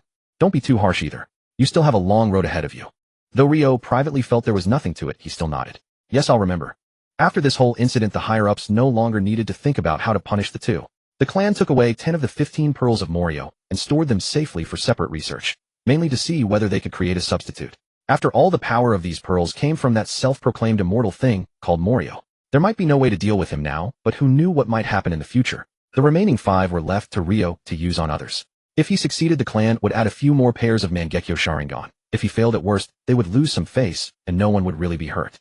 Now that they had finally found a way to awaken the Mangekyo Sharingan without harming the person, they did not want to let it go. Well, although in a sense using this method was almost as bad as dying, it was not their own bodies being put through the ringer, so a little indulgence did not seem like a problem, right? The elders then began discussing how to reward the two without making it public. After all, no matter how one looked at it, the two had taken the pearls without permission and changed their mission. Even if the outcome was good, it was still not a behavior worthy of encouragement. Ryo offered his own thoughts on the matter. When Hiroshi and I returned to the clan, I had already laid some groundwork at the mission desk regarding this matter. So the elders need not trouble themselves too much. Simply using the guise of punishment to let us achieve our respective goals would be the best reward. Uchiha Taijima had always known that his eldest son had a mind of his own, so he nodded at once. Let's hear it. Ryo then turned toward Uchiha Hiroshi. First, Hiroshi, because he has just obtained the Mangekyo Sharingan, his ocular power is still in an unstable rising phase. He also needs to go to the clan shrine to record his dojutsu. My research in this area also requires his cooperation with Akihiko, so it would be best for him to stay in the clan for the time being. Hearing this, Uchiha Hiroshi, whose expression had been foul the whole time, nodded and offered his own view. I think the same myself. Because my ocular power has surged so much in such a short time, I get dizzy if I look at things for too long now. I also want to compare how my ocular power and Akihiko's differ in their changes. I believe this can help others of our generation avoid many unnecessary detours after awakening their eyes. Uchiha Koji could not help stroking his beard at this, grinning so wide the corners of his mouth nearly reached his ears. Even when he was displeased inside, his grandson could suppress his emotions at once and think of the clan first. He truly was Koji's grandson. Look at that breadth of mind. But this attitude, being so extraordinarily certain when none of the principal parties had even spoken yet. Uchiha Koji clicked his tongue and cast a somewhat bitter glance at Ryo. This was the fellow who spent all day leading his grandson astray. His grandson had originally been such a well-behaved child. Now he had even learned to act first and report later. In view of Uchiha Hiroshi's status as a medical ninja, the other elders after deliberation also approved Hiroshi's request. They even granted Uchiha Akihiko an additional period of leave to facilitate their discussion and research, though that was the truth known only to those on the inside. Outwardly, they would simply say that the two had sneaked out and lost face at the Senju's place, so Uchiha Akihiko had been sent to keep Hiroshi under watch and confinement. With Uchiha Hiroshi settled, the elders' attention turned to Ryo. This time, Uchiha Taijima had to stand back somewhat to avoid partiality, so the head elder Uchiha Masami cleared his throat and spoke. Then what are your plans, Ryo? Ryo turned toward Uchiha Masami. To answer the head elder, frankly, I have some personal matters that require me to go to the Land of Lightning, but I do not want to draw too much attention. This trip only took me to the Land of Demons by chance. I wonder if the clan has any business in the Land of Lightning whose name I might borrow. However, as soon as those words left Ryo's mouth, the elder's expressions turned rather strange. The battle between Uchiha Akihiko and Ryo after Akihiko awakened his eyes had taken place not long ago. As the first person in this generation to possess the Mangekyo Sharingan, Akihiko naturally received a great deal of attention from the elders, so the reason for his awakening was no secret among the higher-ups. All the elders knew that Uchiha Akihiko had awakened his eyes because while on a mission in the Land of Lightning, the Kagaya clan had deliberately provoked him, and he had witnessed his younger brother being brutally killed by them. So when Ryo, who had rarely gone to the Land of Lightning before, suddenly brought it up, they naturally began to read more into his words. Uchiha Taijima, too, could not help taking a few more looks at his eldest son, who remained perfectly composed. After a moment, he spoke first. The clan indeed has some business to attend to in the land of lightning. The clan does indeed have certain affairs to settle in the land of Lei Yuzibo Tiandao, said lowering his gaze to his eldest son. As you are aware, the Yuzibo ancestral grounds lie in the land of Lei. When the clan relocated to the land of Hua, we were too pressed for time to attend to those lingering matters there. Now that the clan has firmly taken root in the land of Hua, it is time to bring those complicated affairs in the land of Lei to a conclusion. Ling pondered for a moment before asking, are you referring to those collateral relatives left behind in the land of Lei during the clan's first relocation? However, this matter is far-reaching, so you certainly cannot go alone. The Great Elder will lead a team. After handling the ancestral land affairs in the land of Lei, they will go to the land of Tai for resupply. If you truly wish to go, you may assemble a team of your own during this period. Yuzibo Tiandao's gaze turned somewhat complicated. Whatever you intend to do, you can inform the Great Elder and take your leave on your own, as long as you remember to return together to the clan grounds in the land of Hua at the end. Yes, thank you, clan head. If you have nothing else to say, just wait for me outside. There are no important matters today. After a brief discussion with the elders, I will come to find you. Ling paused then smiled. Yes, father. After leaving the council hall, Yuzibo Hong took his leave first, carrying the supervisory transfer order approved by the elders to find Yuzibo Zhuyin, who was still idle at home. Ling, who had been left behind, did not have to wait long. Soon Yuzibo Tiandao emerged from the council hall. Let's go. We're going home. Ling acknowledged and followed slowly behind his father. You handled this matter very well, Ling. Yes, thank you for the compliment, Ling said, bowing his head slightly. But this was simply what I should do as a member of the Yuzibo clan. There is no need for such praise. No, Ling. In this world, there is never such a thing as someone owing another that kind of sacrifice. Even between clan members and the clan, or between parents and children, no one is obligated to give. Yuzibo Tiandao slowed his steps, his eyes filled with concern as he looked at Ling. Of course, I am not denying your contributions to the clan, nor saying that your considerations for the clan are wrong. But Ling, I am your father. I have watched you grow up and know your nature. You push yourself far too hard. Unlike me, you are still young. With your talent, even without relying on the Sharingan, you should be able to carve out a vast world of your own. Yet your various actions now are too radical and impatient. Ling, even in the present moment of increasingly fierce conflict, I absolutely do not want to see my child depart for the Pure Land before me, nor do I want him to go there solely because of inner anxiety and urgency. So father had already noticed. Ling raised his head, a bitter smile at the corners of his lips, yet his expression was candid. I am truly ashamed. In fact, it was only during this mission when I came into contact with the Demon Pearl that I realized these things myself. As you said, after losing my sight, I may indeed have become somewhat restless and anxious. But when I try to quiet myself, I find it hard to suppress the surging negative emotions in my heart. Only by filling my mind with one thing after another can I find peace. Since you can see my problem, you must also see that Ban has even greater talent in combat than I do. Even without guidance, he will surely awaken his eyes and gain power within a few years. But gaining power also means facing more dangers and dealing with more people. Perhaps one day in the future, Ban will become an invincible powerhouse, but he is truly soft-hearted and simple in nature.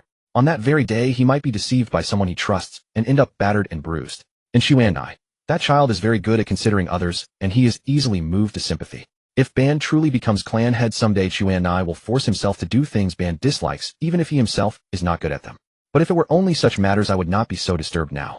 After all, this is also part of growing up, and with mutual support, they should not run into trouble. Yet the bizarre inscription on that stone tablet concerning the Mangekyo Sharingan, the supreme power requiring the sacrifice of bloodkin, and the inhumane method of awakening a bloodline limit. Every time I think of these, I find it even harder to set my heart at ease. So I want to lay a stronger foundation for them while I can still think and fight, so that they may walk more smoothly in the future. Or perhaps this is all just my baseless worrying. But like you, I love Ban and Xuanai. That I will spend the rest of my life in darkness is already destined. Therefore, I want to find a way as much as possible to keep them from enduring the baptism of tragedy. If I can live to see a peaceful and prosperous era, perhaps I can find another home for my heart. But for now, please allow me to continue living this way. The father and son both fell silent. After a long while, Ling spoke again. Please rest assured, father. During this trip to the land of Gui, I vented my emotions appropriately, and I have also noticed these problems myself. I promise I will not act rashly. Yuzibo Tiandao looked at the somewhat bustling civilian market before him, then reached out and patted Ling's shoulder. Indeed, you have grown up. Even without my saying, I think you already have plans for these things. I smell the aroma of the wine sold at the market today, or it's quite pleasant. Let's buy some, and tonight you can have a drink with me. Oh. Ling was startled, unable for a moment to understand why the topic had jumped to this. Father, I'm really not much of a drinker. You are my child. Then just one cup. Yuzibo Tiandao looked at his eldest son, whose face showed a guilty conscience. Ling, you know I have watched you grow up. Ling merely raised his hand to scratch the hair on the side of his face, looking awkward. Cough. Then I'll follow father's wishes. Any difficulties in your training recently? There are indeed a few, but I have already arranged to meet an opponent in the land of Lei. A bit more real combat should allow me to achieve a complete understanding. The father and son chatted about cultivation, and the previously heavy atmosphere gradually dissipated. But in the evening as they raised their cups, Yuzhibo Tiandao was troubled by Ling's drinking manner. Even while drinking, Ling remained proper and composed, and even after Yuzhibo Tiandao himself felt somewhat tipsy, Ling's expression did not change in the slightest. If one had to say how his present drinking differed from his usual manner, Yuzhibo Tiandao raised his eyes to look at his eldest son, who had abandoned his cup in favor of a wine flask, drinking with bold abandon. He then glanced at the dozen or more empty bottles beside Ling. Even though Ling's speech remained perfectly coherent, he must already be drunk, right? In such a state, it seems there will be no need to give Ling advice on this matter in the future. After another sip of his sake, Yuzhibo Tiandao glanced at Ban, who had also returned from his mission and was on break, and who was now staring at Ling with shock in his eyes. Then he looked at Xuanai, who had eaten and drunk his fill, sitting obediently to the side, listlessly counting the patterns on the wine bottles one after another because of boredom. His heart sank with worry. One maintains self-control at all times, another conceals nothing of his thoughts, and the third does inexplicably silly things. Is there something wrong with the way I raise my children? Yuzhibo Tiandao let out a sigh and poured himself another cup of wine. The selection of candidates for the ancestral land was still underway, so there was no rush. Thus on the morning after waking, Ling went to find Uchiha Hong and Uchiha Akihiko, who had already begun their confinement. Before he even reached the door, he heard their arguing voices spilling from inside. Let me look at it. It won't kill you. Uchiha Hong. Stop trying to pry into my eyes. I've been putting up with you since yesterday. I'm not going to dig your eyes out, so what are you afraid of? Besides, who am I doing this for? Among our generation, we're the only two with Mangekyo. Do you expect me to just stare at my own reflection in a mirror? Then why did you activate your Mangekyo to look at me? Does a simple examination require Mangekyo? What nonsense. Who knows if you'll cast a Jinjutsu on me halfway through? Bullshit. If I wanted to use Jinjutsu on you, I wouldn't even need Mangekyo. Damn it. I can't take this anymore. Uchiha Akihiko, do you dare fight me? Standing at the doorway, Ling felt that knocking would be awkward, and so would not knocking. Perhaps I've come at a bad time. Maybe I should. But before Ling could make up his mind, the door before him was violently yanked open with a bang, and the instant it opened, Uchiha Hong and Uchiha Akihiko's argument abruptly ceased. Feeling a little embarrassed, Ling scratched the hilt of his blade with his fingernail and gave a dry laugh before speaking first. How about you pretend I was never here? Since you're here, speak first. Uchiha Akihiko pinched the bridge of his nose, suppressing his anger. Did you discover something new about the Mangekyo? But before Ling could speak, Uchiha Hong sniffed the air. That reeks of alcohol. Did you go back and drink last night? Huh. Is it that obvious? Ling grabbed his clothes and smelled them. I thought I washed and changed properly. It's pretty strong. Uchiha Akihiko also nodded. But if the smell didn't fade, even after washing, just how much did you drink? I can't quite recall, but I did finish all the sake I bought with father at the civilian market yesterday. Uchiha Hong opened his mouth, and it took him a long while to squeeze out a sentence. You didn't drink the clan leader into some kind of trouble, did you? When I left home this morning, Madara told me that father's condition was normal when he departed, so he should be fine. Ling chuckled lightly and raised a hand to point behind them. Speaking of which, if you two aren't going to fight, could you let me inside to talk? Interrupted by Ling, the two lost their interest in dueling and shifted aside to let him in. So have you discovered something else? Uchiha Akihiko closed the door and followed behind Ling. And you actually helped Hong awaken his Mangekyo. How did you do it?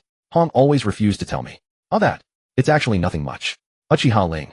The words at the tip of Ling's tongue abruptly swerved. Cough, let's not ask about that for now, shall we?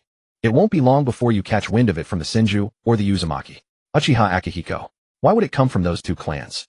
But seeing Uchiha Hong's expression already as dark as the bottom of a pot, Uchiha Akihiko still held back from pressing further and simply pulled the conversation back. So what did you come to see us about this time? I came to talk to you about the ocular power of the Mangekyo. Ling faced the two.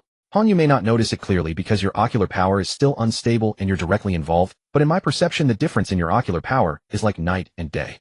We're two different people, so it's only natural that our ocular power differs, right? Uchiha Hong raised an eyebrow. If you're talking about the amount of ocular power, then I admit I can't match this bastard. But he'd better not think he can easily suppress me. Uchiha Akihiko's mouth twitched, but he said nothing. It's not about the amount of ocular power but the feeling it gives off, Ling said with a slight shake of his head. Compared to Hong, Akihiko's ocular power feels far more gloomy and ominous. Is that so? Uchiha Hong grabbed Uchiha Akihiko's hand and carefully sensed it, but soon spoke again. I don't feel any major difference. Maybe it's just because he awakened his eyes first and is more familiar with his ocular power.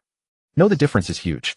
But since there are too few examples for comparison, I can't be certain of the cause yet, Ling said, tapping his sword hilt lightly. It might be related to your chakra natures, or it might be related to your personalities. But I think the most likely answer is the difference in how the eyes were awakened.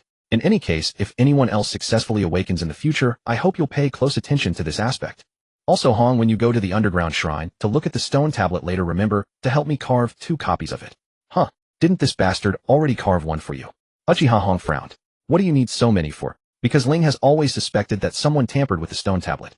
Uchiha Akihiko spoke up to explain, I've also looked into it. No matter how chakra is infused, it can't affect the ocular power already left on the stone tablet. Moreover, the tablet ensures that all subsequent imprints of ocular power can convey their intended information without interfering with one another. Although we don't know who created the stone tablet, this kind of brilliant craftsmanship has no record within the clan. So it was very likely commissioned from outsiders by our ancestors in ancient times, or it's some ability of the eternal Mangekyo Sharingan. In short, with the current means of our clan, it's impossible to influence the stone tablet at all. Hearing this, Uchiha Hong finally understood. He walked over to the table and sat down, drawing out his words.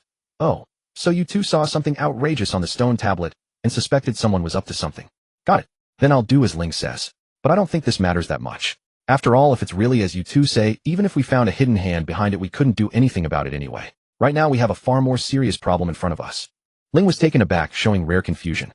A more serious problem? Uchiha Hong slapped the table. The more serious problem is that this guy Uchiha Akihiko won't cooperate with me on researching the Mangekyo Sharingan. When are you going to get me a few more Mangekyo Sharingan to use as material? Also, during your trip to the Land of Lightning, did you find anyone good? Who are you planning to use as material? No. Hong, it's too much to treat clan members as mere materials, even for you. If you don't concoct another one for me to share the shame with, I'll go ruin your younger brother. Ling Yimiao spoke seriously, but I'm confident they'll understand. I'll do my best to ensure that. Having listened to the entire exchange, Uchiha Akihiko's gaze toward Ling grew peculiarly complex. So it was your meddling that produced the Mangekyo after all. But his attention was soon drawn to another matter. Ling, you're heading to the Land of Lightning. Yes, the clan has ancestral matters to attend to there, and I need to go to refine my taijutsu skills. Ling answered briefly, then turned to Hong. Regarding candidates, there are Shinsi Yeshu and Shinhui. Since there are few peers whose ocular power resembles yours too, which do you think is more suitable? Shinsi. Uchiha Hong crossed his arms and pondered. That shameless fellow. How can you possibly handle him? After a brief silence, Uchiha Akihiko spoke up. Shinhui may be talented, but she's a girl. It's not appropriate for you to treat her this way, is it? Then Yeshu. If I don't have to divert energy dealing with Shinhui and Shinsi, I'd find it easier too. This was Ling's thought. Then Yeshu it is. He's the only peer left who can still awaken the eye. Oh, we must ruin him. This was Uchiha Hong's thought. No objection. Shinsi and Shinhui are too resilient to feel humiliated. If we want genuine experimentation, we must use the comparatively sensitive Yeshu. Moreover, Yeshu harbors psychological shadows regarding Ling from childhood incidents. Given this premise, Ling can guide him more efficiently. Uchiha Akihiko was overthinking. The three thus selected the next unfortunate soul. However, after the selection was made, Uchiha Akihiko couldn't resist complaining to Uchiha Hong. If you hadn't tied me up, I could have accompanied you to the Land of Lightning this time. What would you do there? Charge headlong into danger in a fit of impulsivity, only to beg Ling to retrieve a pair of eyes for you. Uchiha Hong snorted. With that energy, you'd be better off obediently assisting my research. Assist you? Your research is nothing short of deliberate revenge. Hey, now let's talk this out. No need to quarrel. Ling raised a hand to intervene. Furthermore, Akihiko, I agree with Hong. When you mentioned the Land of Lightning, just now your cranial chakra fluctuation was extremely intense. Therefore, even after this mission concludes, I hope you will refrain from visiting the Land of Lightning for now. Uchiha Akihiko's brows knitted tightly upon hearing this. Ling, you know I cannot simply let this go with them. Yes, I know. That's why on this trip I will help you gather intelligence on the Kagaya clan, and I'll also help you train your taijutsu to prepare for future revenge against them. However, before you fully master these eyes, you are not permitted to go to the Land of Lightning. Ling, do you expect me to simply watch my enemies roam free? Embarking on reckless vengeance without full control of your body is merely seeking death. The Kagaya are not some obscure nameless ninja clan. Do you truly believe a single Mangekyo Sharingan alone will enable you to annihilate them? Ling's voice rose slightly. Akihiko, do you wish for Chioyun's sacrifice to have been in vain? And Kahiko is still young. Do you intend to burden him with such a heavy fate? Upon hearing his brother mentioned, Uchiha Akihiko's voice abruptly ceased. His hands clenched and unclenched repeatedly several times before he released a long sigh. You're right, at least not now. Kahiko hasn't awakened his eyes yet. If I die now, even with the clan's preservation methods, these eyes can only be maintained for at most a year. Therefore, I must survive until Kahiko awakens his eyes. Ling, I didn't mean it that way. Well, never mind. As long as he can think it through temporarily, that's fine. Subsequently, Hong proposed wanting to attempt exchanging eyes between them to see if the ocular techniques would remain, but was wholly rejected by Uchiha Akihiko. Uchiha Akihiko's exact words were as follows. Exchanging eyes is fine, but currently, there are only 2 of us with Mangekyo in the clan. After you swap, won't you end up studying me? Besides, aren't you mainly interested in practicing surgical techniques? Go find other clan members who have similar requests. I need to familiarize myself with combat methods while wearing the Mangekyo. I have no time to indulge your foolish schemes. This infuriated Uchiha Hong to the point where he nearly came to blows again. Nevertheless, despite their quarrels, both remained serious about the Mangekyo Sharingan. Hong also stated that once he had sorted out his own physical changes, he would visit the stone stele beneath the ancestral shrine. Ling pondered once more, realized he indeed had nothing further to say to the two, and then took his leave, heading to the council chamber to inform the elder chief of the squad members he desired. Uchiha Yeshu and Uchiha Madara. Elder Uchiha Masatada stroked his beard, and after a moment, he looked toward Ling and spoke. I understand your choice of Yeshu, who is equally outstanding among his peers, but Madara, could you explain your reasoning? Yes, Ling nodded slightly. First, Madara's ocular power has been consistently rising since he began engaging in battlefield combat. As you know, when an Uchiha first awakens they are prone to falling into unconsciousness or exhaustion due to mental shock after the outburst. I wish to avoid such dangerous situations as much as possible. Secondly, this is also related to information I obtained from the stone stele. It states that for members of the Uchiha clan who awaken their eye before the age of 10, there is a high probability of developing a Kekii Genkai disease. Currently among the younger generation, Madara possesses the highest ocular power. Therefore, I wish to keep Madara close by to observe what physical changes occur within our clan during the instant of awakening. The final point stems from a worry regarding my younger brother. Madara seems unable to get along well with his peers due to his exceptional talent, causing his temperament to grow increasingly cold. Thus, I initially considered simply having him integrate into our generation first, and then gradually allowing him to interact with peers of the same age. I respectfully request your approval. Uchiha Masatada gave Ling a meaningful look. I understand. I will make the arrangements. After reporting the chosen candidates to the Grand Elder, the only thing left was to wait for the team to assemble. But on reflection, merely standing by wasn't going to solve anything, so Ling couldn't help asking how much longer it would be before they could set out. Once he received an answer, he very decisively took his younger brother, accepted a few short-term missions, and left the clan compound. He thought that if he could help his younger brother awaken his eyes during this period, he would not need to bring him to the Land of Lightning. Unfortunately, although Ban's spiritual energy had improved tremendously, he showed no sign of awakening his eyes during those short missions. What was more, when Ling returned with his younger brother to turn in the missions, Uchiha Zhaoyan and Uchiha Hong blocked him at the mission post with cold, grave faces.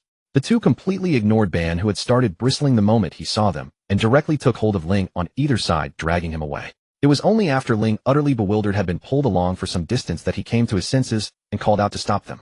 Only then did the two halt, looking rather anxious. If I hadn't sensed that it was you two, I would have thought I was being kidnapped in our own clan grounds. Ling straightened his clothes and sighed. Even if you've discovered something, is there any need to be this urgent? It's about the stone tablet.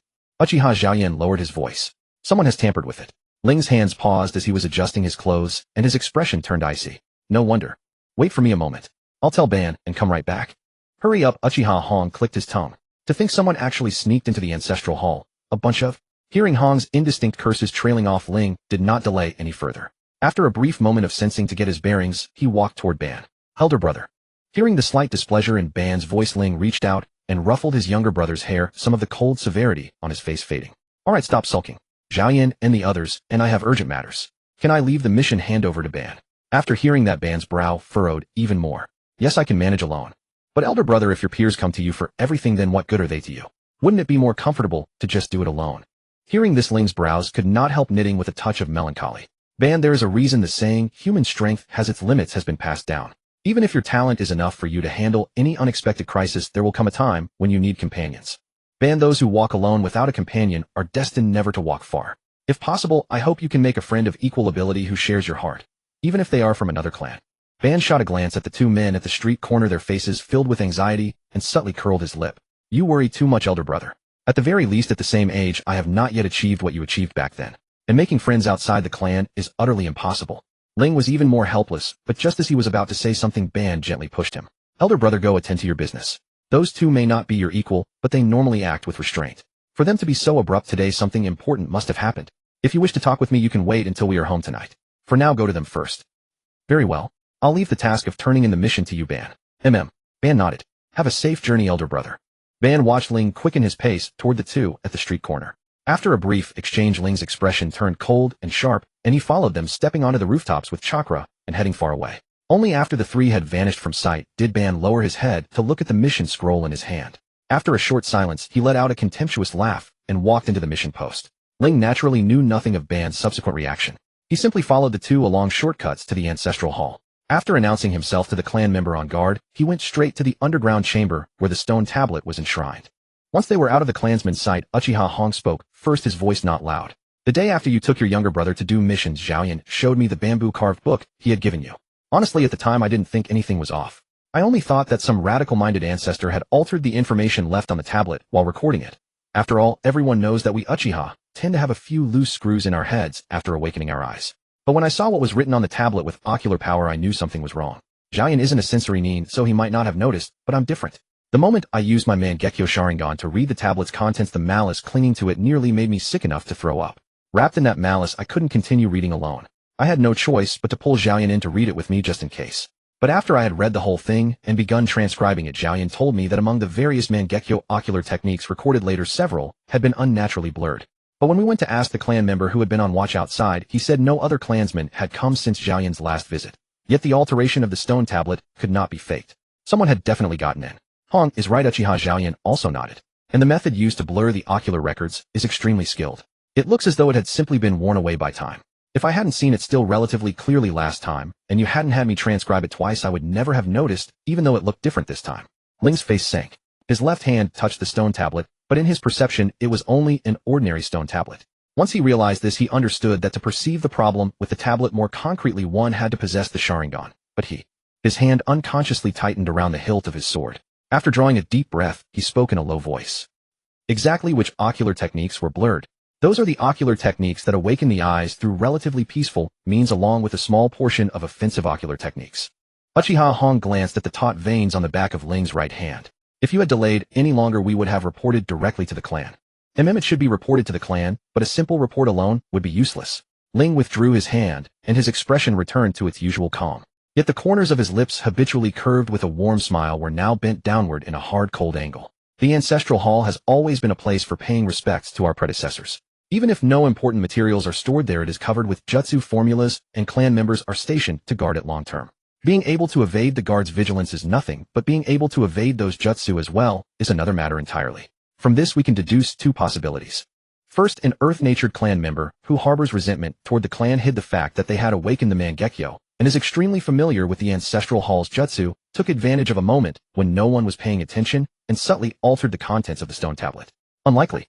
Uchiha Xiaoyan shook his head. Our clan has very few earth-natured people to begin with, and among our generation there is only Hong.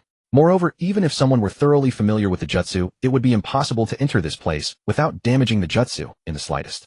At most they could silently break them and then repair them again when they left. But that would inevitably leave traces. After Hong and I noticed something was wrong, we immediately checked the jutsu here. All the seals were linked intact, and the surrounding rock layers showed no trace of chakra having altered their nature. Then the second possibility is the only one left. Ling let out a long breath.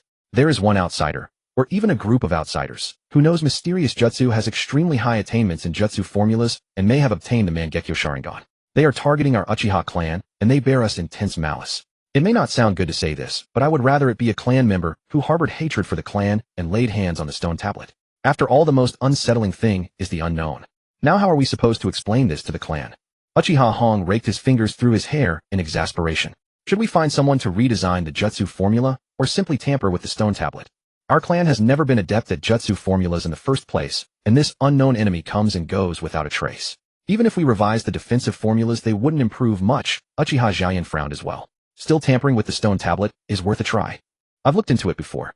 There is a sealing technique in the clan called the transcription seal, which requires Mangekyo ocular power to activate. It can inscribe one's Mangekyo dojutsu and a portion of one's ocular power onto an inanimate object, or even a part of a living being, and can also be set with a trigger. Although it consumes ocular power, it's the best course of action when facing an enemy entirely unknown to us. Unfortunately, none of my dojutsu are attack type, so even if I left them on the tablet, they'd hardly serve any purpose. What about you? Same here. I don't have attack type dojutsu either. Uchiha Hong spread his hands. Besides, even if one of us did, it would still be hard to catch something that skulks about like that, wouldn't it? Look at the jutsu formulas all around us. Not a single one has changed. If not for the changed content on the tablet, who would have known something had been meddled with? Given how cautious the enemy is, do you really think relying on just one attack type dojutsu would be enough to take it down? It's a bit naive however you look at it. Moreover, with the enemy's ability to materialize and vanish at will, even if we set up dojutsu traps, they'd likely detect them and find a way to avoid them. In the end, we'd only waste the ocular power spent on inscribing the dojutsu. Alright, there's another thing. I'm not biased. Put your hand on your heart, and tell me if not for Ling would the two of us have had any communication beyond sparring. Would we have wandered over here again and again just because we had nothing better to do? Even if we noticed the tablet's anomaly, would we have gone straight to the other to discuss it? Uchiha Xiaoyan's brow knitted even tighter, yet he could not help but agree with Uchiha Hong. The two of them truly did not get along. Case in point, they were both studying the Mangekyo Sharingan now, yet neither had told the other about his own dojutsu. At most they exchanged insights on using Susanoo. The Uchiha clan was naturally proud, and those who had awakened the Mangekyo Sharingan were the cream of the crop. As fellow individuals standing at the apex, their pride would never allow either to bow before the other first, even if that other was a clan member he acknowledged. At that thought, Uchiha Jian and Uchiha Hong exchanged a glance. Each could see disdain and helplessness in the other's eyes, and both could not help but sigh inwardly. Even without attack-type dojutsu, we can still tamper with this stone tablet before we report to the clan. Hearing this, Uchiha Hong could not help but look up at Ling, who stood resting both hands on his sword cane, his face cold and stern. What kind of tampering? Leave a few trap-type sealing jutsus on the tablet. If we're really going to do that, better let the adults handle it. After all, the few half-baked sealing jutsus our clan knows won't make much difference no matter who does them. If there's no suitable sealing jutsu, we could also capture a few Uzumaki ninja and interrogate them, Uchiha Zhaoyan said, stroking his chin. After all, their clan is truly unrivaled in this field. But the most critical problem is that sneaking into their compound to steal something is way too troublesome. They have sentries every 3 steps and guards every 5. Didn't something like that happen before? Someone tried to sneak into the Uzumaki compound only to get trapped by a sealing jutsu before even getting inside. My elder brother told me about that, Uchiha Hong said, tilting his head. It happened because the Uzumaki clan had inadvertently carried off something our mission required. One of his peers, confident in his superior stealth, tried to steal it back quietly. But the moment he approached, he triggered some sealing jutsu from who knows where. If the rescue hadn't arrived in time, he would have been captured alive. Uchiha Zhaoyan shook his head. I really don't know how they managed to live with such a dense array of sealing jutsus in their own compound. Just thinking about it makes one feel that every step is a struggle. Maybe it's like having our compound covered with jinjutsu everywhere. Uchiha Hong added uncertainly, but quickly shook his head. If that were really the case, I'd probably apply for a long-term mission and not come back. Even if I could break them, who would like an environment like that? Uchiha Zhaoyan nodded, his gaze shifting to Ling, who had been facing the stone tablet in silence after finishing that remark. So what do you think, Ling? Are we really going to set up sealing jutsus? No. As you both said, if we want to catch something this furtive, relying only on our clan's sealing jutsu is far from enough. Ling reached up and touched the tablet again. By the way, how much of a drain is it for you two to leave dojutsu records on the stone tablet? Compared to using Susanoo and Mangekyo ocular powers, it's negligible, Uchiha Hong said with his arms crossed. To put it in perspective, the ocular power I consume in a single second of Susanoo would be enough to trace every character on this tablet with my ocular power. Are you suggesting that we directly use our ocular power to leave something else on the tablet? Ling nodded slightly at this. In addition, I'd like to ask you two to repair the damaged records of known dojutsu on the tablet. That's not difficult, and if the enemy comes again, it should serve as a warning. But how are we supposed to phrase it in the report to the clan? Uchiha Zhaoyan rubbed his brow. If we tell them directly, I doubt we'll be trusted. After all, even as Mangekyo users, we're still just immature kids in the eyes of the adults. The jutsu formulas and the rock strata here haven't changed either, so even if we told the truth, it wouldn't be taken all that seriously. How about we say that Hong sensed an ominous aura from the stone tablet, one that could subtly influence people's minds through ocular power. But if someone is promptly awakened, no lingering harm will occur. From now on, let's have the clansmen come here, at least in pairs. The time of this stone tablet's creation has long been lost to history, yet through all the upheavals the clan has undergone, it has never been damaged. That alone is enough to prove its extraordinary nature. But that person, or those people, who clearly have the ability to come and go freely within the Uchiha clan, nonetheless chose a subtle cumulative approach, altering the tablet's engravings to gradually influence our minds. This perhaps indicates that the enemy is not skilled in direct combat, or that some reason prevents them from appearing openly in the shinobi world. And this could be our chance to break through the deadlock. Ling crouched before the stone tablet, his fingers sliding down from the top and lightly tracing the inscriptions carved upon it. But the most important thing is, when we have no way to kill the enemy or drag them out, the only option left to us is to remain vigilant. Hong Zhaoyan, after you finish repairing the dojutsu records, please leave this message for me. Hearing this, both turned to look at Ling, and Uchiha Hong even spoke up. What do you want to write? A threat? No, more like a compliment. Please relay this to them, Ling said as he rose to his feet, a gentle smile once again curving at the corners of his mouth. Yet his voice was laced with bone-chilling murderous intent. To dare scheme against the Uchiha clan. Your courage is commendable. After submitting his mission, Ban had intended to go to the civilian market to buy some ingredients for home, but halfway there he was intercepted by a clan uncle he had barely interacted with, who shoved a scroll into his hands. Ban initially thought it was meant to be passed to Ling, but the man informed him that it was for both Ling and himself. This left Ban somewhat bewildered, as normally only 2 types of people received direct mission scrolls from the clan: those who had not completed enough monthly tasks, and those who had performed exceptionally well and were thus assigned important missions. Due to Ling's recovery period from injury, the clan had temporarily granted him the freedom to take on any missions without having to meet the monthly quota. Ban himself was always taking on one mission after another, so the first possibility was certainly ruled out. So it must be an important mission. Ban looked down at the scroll in his hand, a flicker of excitement stirring in his heart. I am one step closer to Big Brother. But before that excitement could surface, he suppressed it deep within. I am still far from worthy compared to my brother. I must work even harder and not become complacent over such a small improvement. Letting out a long breath, Ban tucked the scroll away and headed toward the civilian market, pondering what to make for dinner. Yet his light, brisk steps still betrayed the youthful joy he harbored within. However, that lightness dissipated entirely when he returned home with the purchased ingredients and was met by the thick, bitter scent of tea that permeated the house. Following the aroma deeper into the house, Ban found Ling sitting upright in the inner room, a tea set laid out before him. The intensely bitter fragrance of tea emanated from there. Ban, is that you? Yes, it's me. Ban peered through the crack in the door. I received a mission scroll from a clan uncle, and he said it's for both you and me. Do you know what it's about? Ling chuckled softly at that. That must be regarding the matter I mentioned to the Grand Elder earlier. Put away your things, and come over, I'll explain it to you. Yes, I'll be right there. Ban replied, then closed the door. But as the door clicked shut, his brow furrowed. He had only recently learned that his elder brother was a heavy drinker and enjoyed it, so he was not yet familiar with Ling's subtle drinking habits.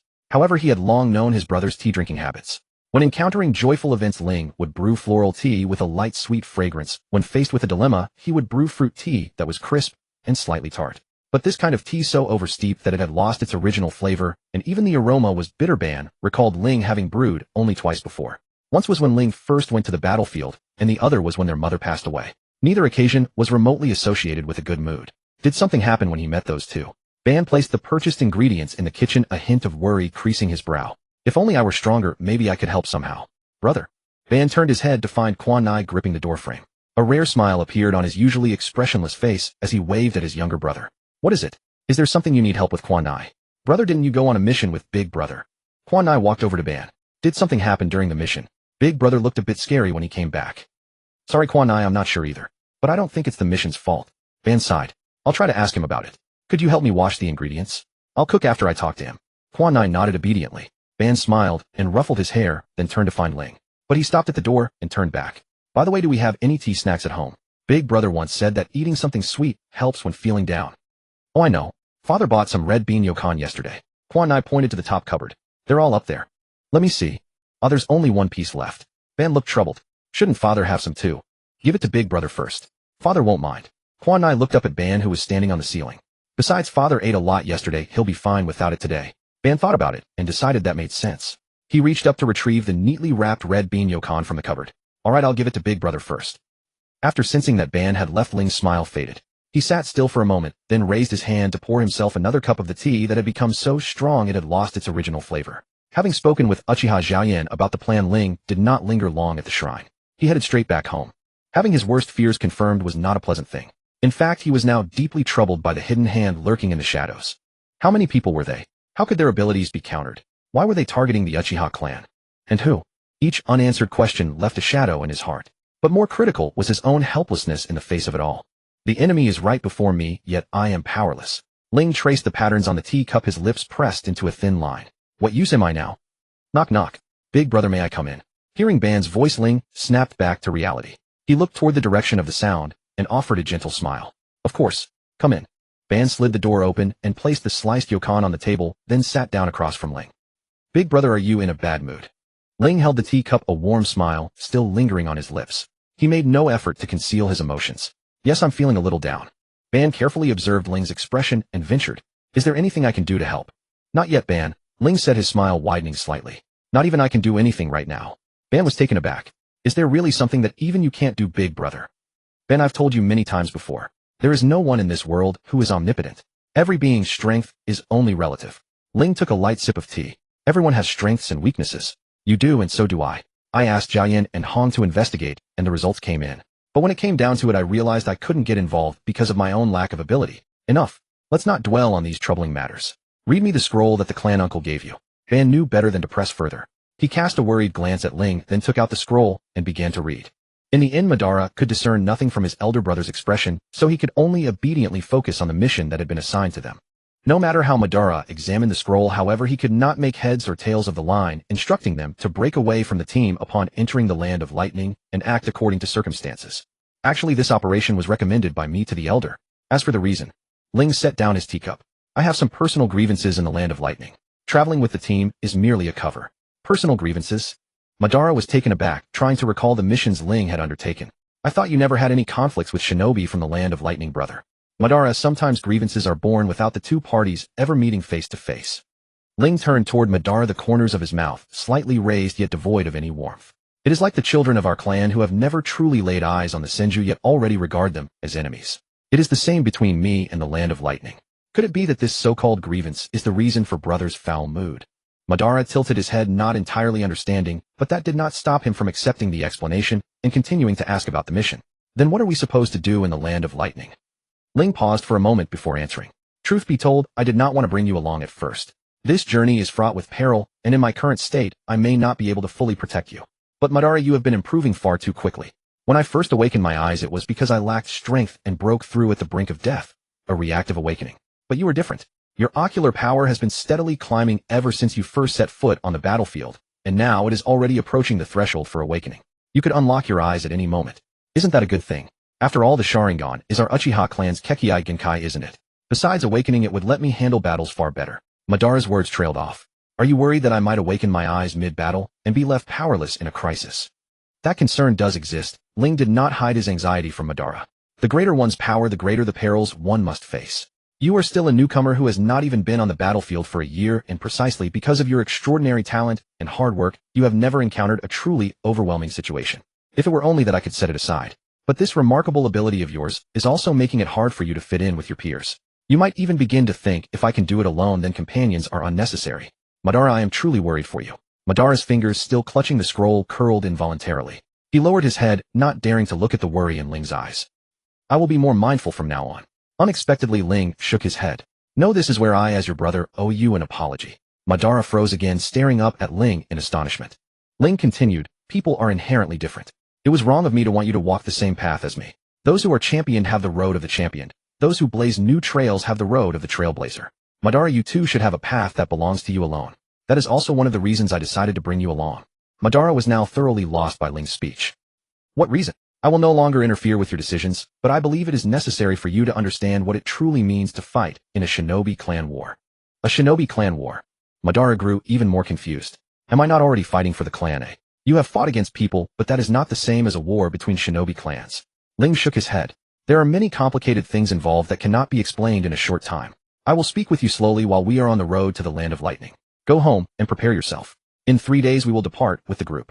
Madara knew that when Ling did not want to speak of something, even his father could not pry a single word out of him, and he would have no choice but to investigate privately. Besides, Ling had said he would explain during the journey, so Madara did not dwell on it. He merely nodded.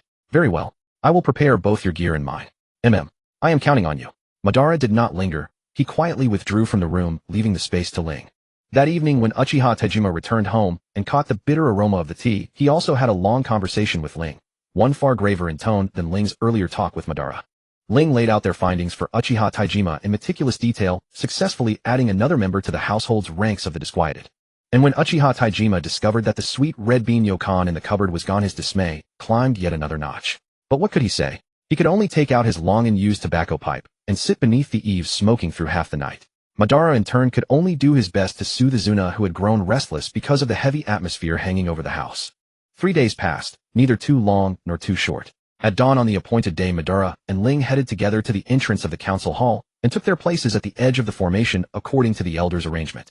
A clan operation was different from acting alone. There were many matters to account for, so even after everyone had gathered, a great deal of preparation was still required.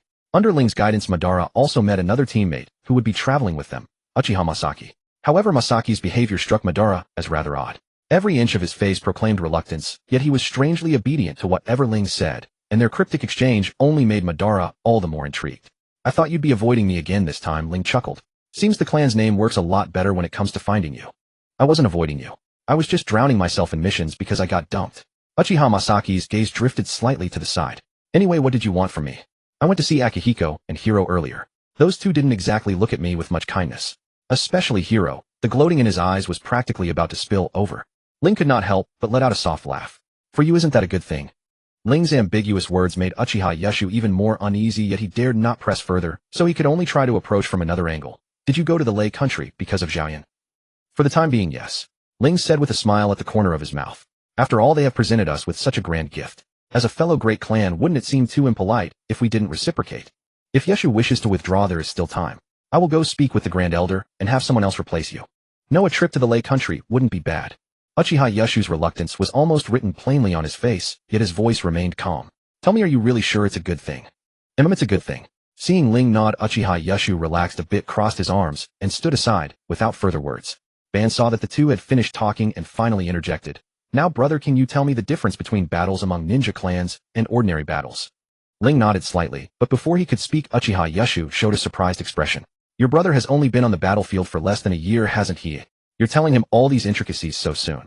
As you know, my situation is not good. Ling raised a hand to point at his own eyes, his smile unchanged. And recently I've discovered many unsettling things. Ban's nature is too innocent. Your brother is innocent. Uchiha Yeshu's voice unconsciously rose. He has scolded my brother to tears several times over missions. That's because Uchiha Wenshu himself was being foolish. Ban crossed his arms, looking up at Uchiha Yeshu with some impatience. And after deliberately provoking a fight, he lost, and then went back to complain. Where does he get the nerve? Look at your brother's lousy temper. It's exactly the same as yours back then. Uchiha Yeshu rubbed his arms. Whenever things don't go his way, he beats someone up and speaks harshly. But I've only clashed with Yeshu twice, right? Once because of a mission, and once because you like Chinhui. Ling tilted his head. But compared to Ban, you are indeed more innocent, Yeshu. Ban watched Uchiha Yeshu's expression turn ugly in an instant, and also recalled what Uchiha Kinshir had said to him earlier. He's the fool my brother mentioned who was led astray by a few words from the mission target. Although it was a question, Ban's tone was clearly certain. I've killed more people than you've done missions, you little brat. What right do you have to say that? Uchiha Yeshu clicked his tongue. If you weren't Ling's brother, I would have. Humph. Ban showed no sign of backing down. Then come on. Even if you win against me now, I'll get my revenge later. I'm not like Uchiha Wenshu, who only goes to his brother to tattle when he loses. You unpleasant brat. Now that's enough, Ling said, rubbing his temples with a headache. Ben, you can't speak to your elders that way. And Yeshu, you should stop too. Look at the things you've done sometimes. I don't even want to talk about you. Uchiha Yeshu's brewing anger was instantly checked. He snorted and turned his head away, saying nothing more. Ling shook his head and turned to face Ban. Let's talk about the difference between ninja clan conflicts and ordinary conflicts.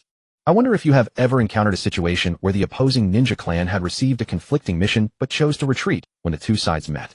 Or when you have just completed a mission and are in a weakened state while the opponent is at full strength, yet they still avoid conflict. Ban frowned slightly, thought for a moment, and nodded. Yes, there have been such cases. Then have you thought about why they chose to retreat? This time Ban answered without hesitation. Of course, because I am stronger than them and I would never leave my exhausted weak side exposed to the enemy. No one can be on guard forever. Ling chuckled with slight helplessness. Let me put it another way. Even if they are truly inferior to you and you would never allow yourself to show weakness, your talent, no matter how high, still makes you a newcomer to the battlefield. Is it really impossible for them to defeat you? As far as I know, there are many bounties targeting our Uchiha clan in the black market. Even a corpse without the Sharingan can sell for hundreds of thousands. Under these circumstances, what reason would they have to let you go? Ban was not stupid. He quickly understood Ling's implication. Because I am an Uchiha. Ling nodded slightly. Then can you think why they would choose to avoid conflict? Because you are an Uchiha. Ban's brows furrowed again. Because our clan is stronger than their clan. That's just one point, Ling said, reaching out to ruffle his younger brother's hair with a smile. But the most important thing is how our clan responds when such things happen. Guess, Ban, what happened to the last person who dared to accept a bounty on the Uchiha clan in the black market? Since you say that, brother, that person's fate must be bad. Ban tilted his head up slightly. He must have been killed by our clan, right? I didn't witness such a thing myself. I found it in the clan history records, Ling said, withdrawing his hand, the corners of his mouth turning down slightly. At that time, the Uchiha clan was merely a moderately famous ninja clan, only well known locally, not known throughout the entire ninja world. It gained fame thanks to a powerful foreign ninja who loved to travel across countries. By chance, he saved one of our clan members who was training outside and was thus invited to stay as a guest. During his stay with the Uchiha clan, that ninja also sparred and exchanged ideas with our clan's powerful ninjas and naturally came to know about the Sharingan. He admired the power and beauty of the Sharingan and asked if he could describe the Sharingan's beauty and power to outsiders. Our clan agreed. Not long after we agreed, that ninja left our clan and continued his travels. But we never expected that this consent would attract malicious covetousness from outsiders toward the Sharingan. The one who coveted our Sharingan was not strong in power, but extremely wealthy. To obtain the Sharingan, he spent a fortune to place a bounty in the black market, hiring other ninjas to attack the Uchiha clan. Because there was no defense, many young clan members out training had their eyes gouged out alive. After having their eyes removed, they were also dismembered, hands and feet cut off, and sold again for people's perverse amusement. By the time our clan discovered it, at least 30 clan members of various ages had been killed, and among them fully 2/3 were children who had just begun to experience the battlefield, roughly Ban's age. Ban's fists had long since clenched, unconsciously, his voice a little hoarse. What happened next? Later. That person was found out by our clan, Uchiha Yushu said with a snicker, taking over the conversation with a deliberately intimidating tone. We went to his home, subdued his entire family. First, before his eyes, we gouged out the eyes of everyone in his family, both adults and children, one by one, and fed them to him. Then we slowly cut off their limbs, carving them into human stumps, and drove unpolished wooden stakes through their lower bodies, protruding from the neck or mouth, leaving them to bleed to death. As for the instigator, fine needles were inserted into his eyes one by one until his eyeballs were churned to pulp. Then his chest and abdomen were cut open and nails were driven against his internal organs, linking his body to the stake. Finally, slices of flesh were cut from his body. And to prevent him from dying midway, our predecessors continuously used medical ninjutsu to heal and sustain his life. That person, listening to the wails of his family members, endured such torture until all his family members had died, and only then was he allowed to breathe his last.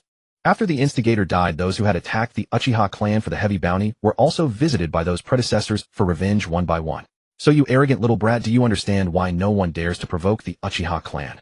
So, Uchiha Yushu drawled the smile at the corner of his mouth, carrying an edge of menace. Do you get it now, you arrogant little brat, why no one picks a fight with the Uchiha?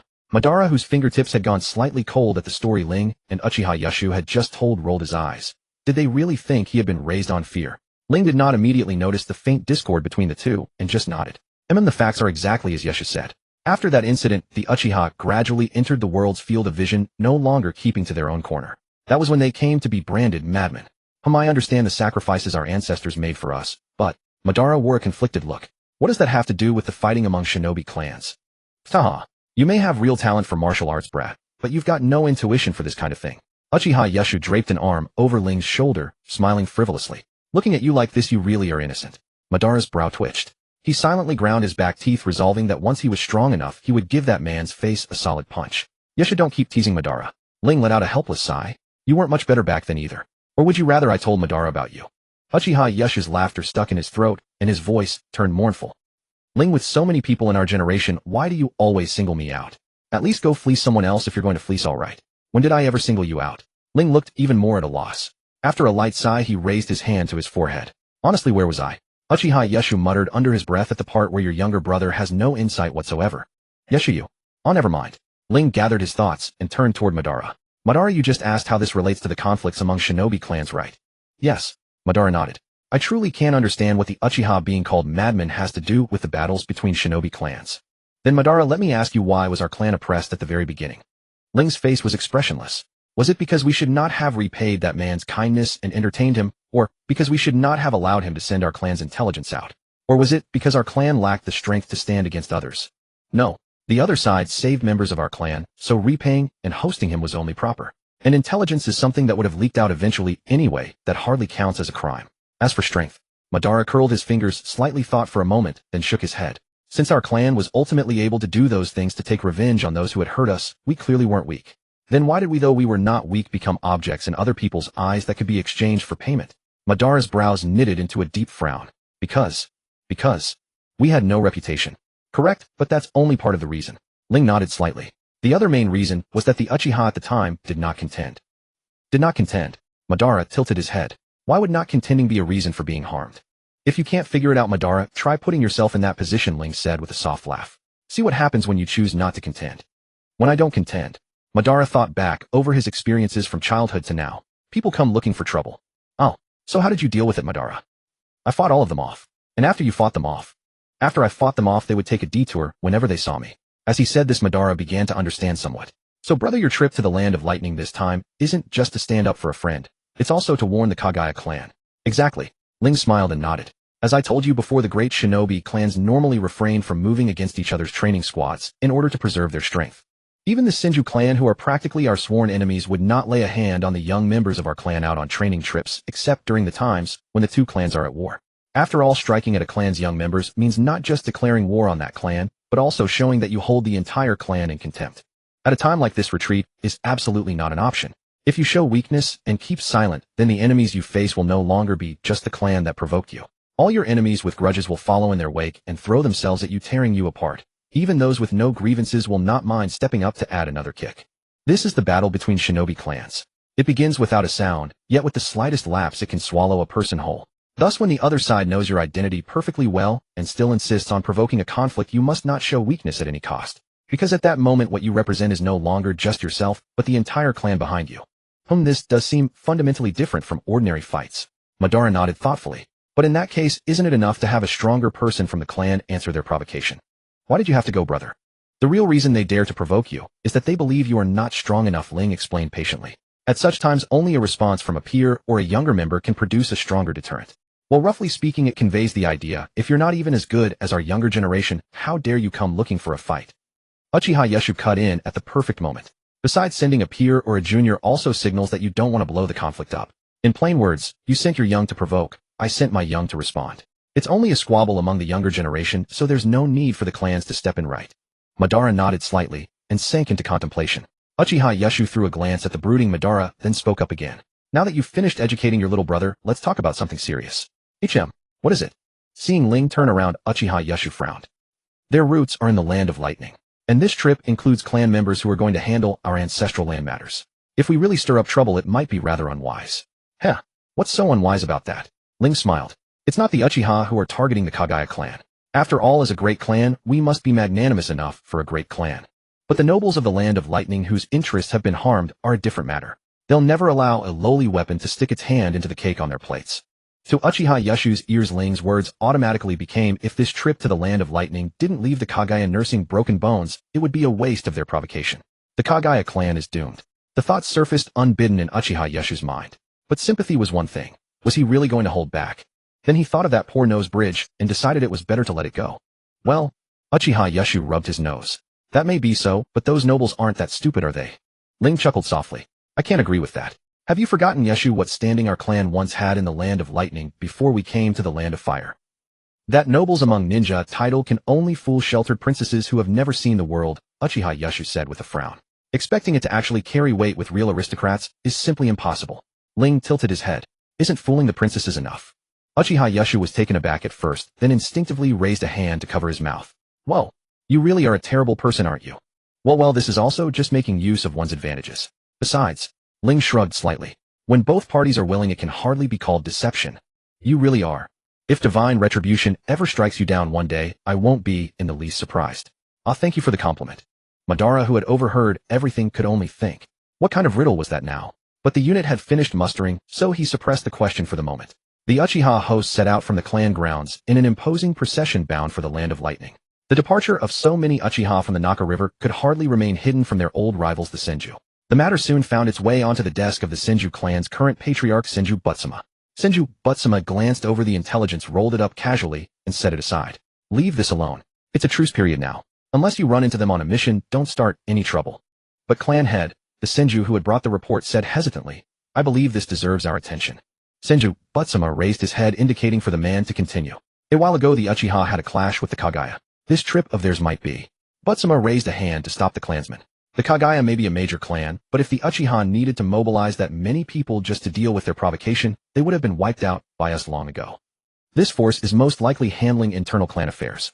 Its members should be ordinary shinobi of some reputation, but little real power. Attacking them would not only do us no good, it would enrage the Uchiha. Enough.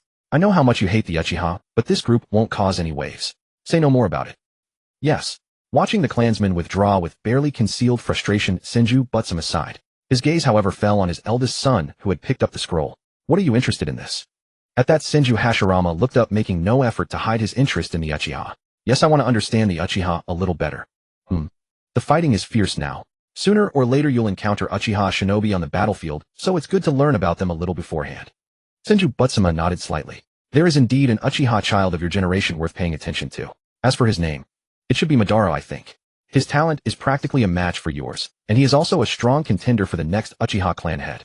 If you ever meet him, you must not hold back. Understood? Hashirama nodded solemnly and said nothing. There should be a name list inside this, Butsuma said, reaching out to tap the scroll in Hashirama's hand. Take it. There probably aren't any powerful shinobi on it, but these are all people who could influence the Uchiha's next move. Memorize the names for now, but once I'm finished, I'll find you records of their appearances. Yes, thank you, father. There shouldn't be any more clan affairs brought in, so you may go. Yes. Hashirama drew out the list tucked inside the scroll, rose obediently, and said, then I'll take my leave. But after leaving the room, he had not yet taken 2 steps before his expression twisted. He looked down at the list, and his gaze stopped at the very end. Whereas Senju Butsuma had mentioned Uchiha, Madara was clearly listed. And right beside that name was Uchiha Ling, the one the clan had repeatedly warned them to watch. Did father notice this list? He didn't, did he? Otherwise, after the clan had emphasized Uchiha Ling's danger so many times, he wouldn't have simply sent his clansmen off like that. Hashirama's face contorted, uncertain whether he should turn back and report this to Senju Butsuma. Big brother, what are you spacing out in a place like this again? Hashirama jolted and instinctively stuffed the list into his robe. Turning to look at the newcomer, he scratched the back of his head with a foolish grin. Haha, it's Tobarama. I'm not doing anything. Nothing at all. The child Hashirama had called Tobarama had white hair and delicate features. At the moment, his striking red eyes were studying Hashirama with keen scrutiny. Nothing. Then what's that in your hand? That said, Lord Tobarama really did have a textbook Uchiha face as a child. Huh. Is that so? Hashirama raised a hand to scratch his hair, and thinking himself subtle, nudged the object deeper into his robe, trying to bluster his way through. There's nothing in my hand, is there? Tobarama's gaze landed on the paper corners sticking out of Hashirama's chest, and he couldn't help sighing. Big brother, are you really someone who has already been on the battlefield? Of course. Soon I'll be allowed on the battlefield where the Uchiha are. Hashirama planted his hands on his hips, raised his chin, and thumped his chest with a confident air. If there's anything you don't understand, Tobarama, just ask your big brother. Watching the paper slip out even further from Hashirama's thumping, Tobarama's mouth twitched beyond his control. He raised a hand and pointed at Hashirama's chest. So, big brother, you think I can't see that? Hashirama looked down. After a brief silence, he tucked the paper back into his robe. It's fine now. Tobarama was speechless. Big brother. What exactly? Hashirama dashed over and clamped his hand over his younger brother's mouth. Shush, what are you shouting for? You're making it sound like I can't show my face. I said I'll tell you all right. Tobarama's eyes widened. Do you honestly think you don't look suspicious enough? Ahem, we'll walk and talk.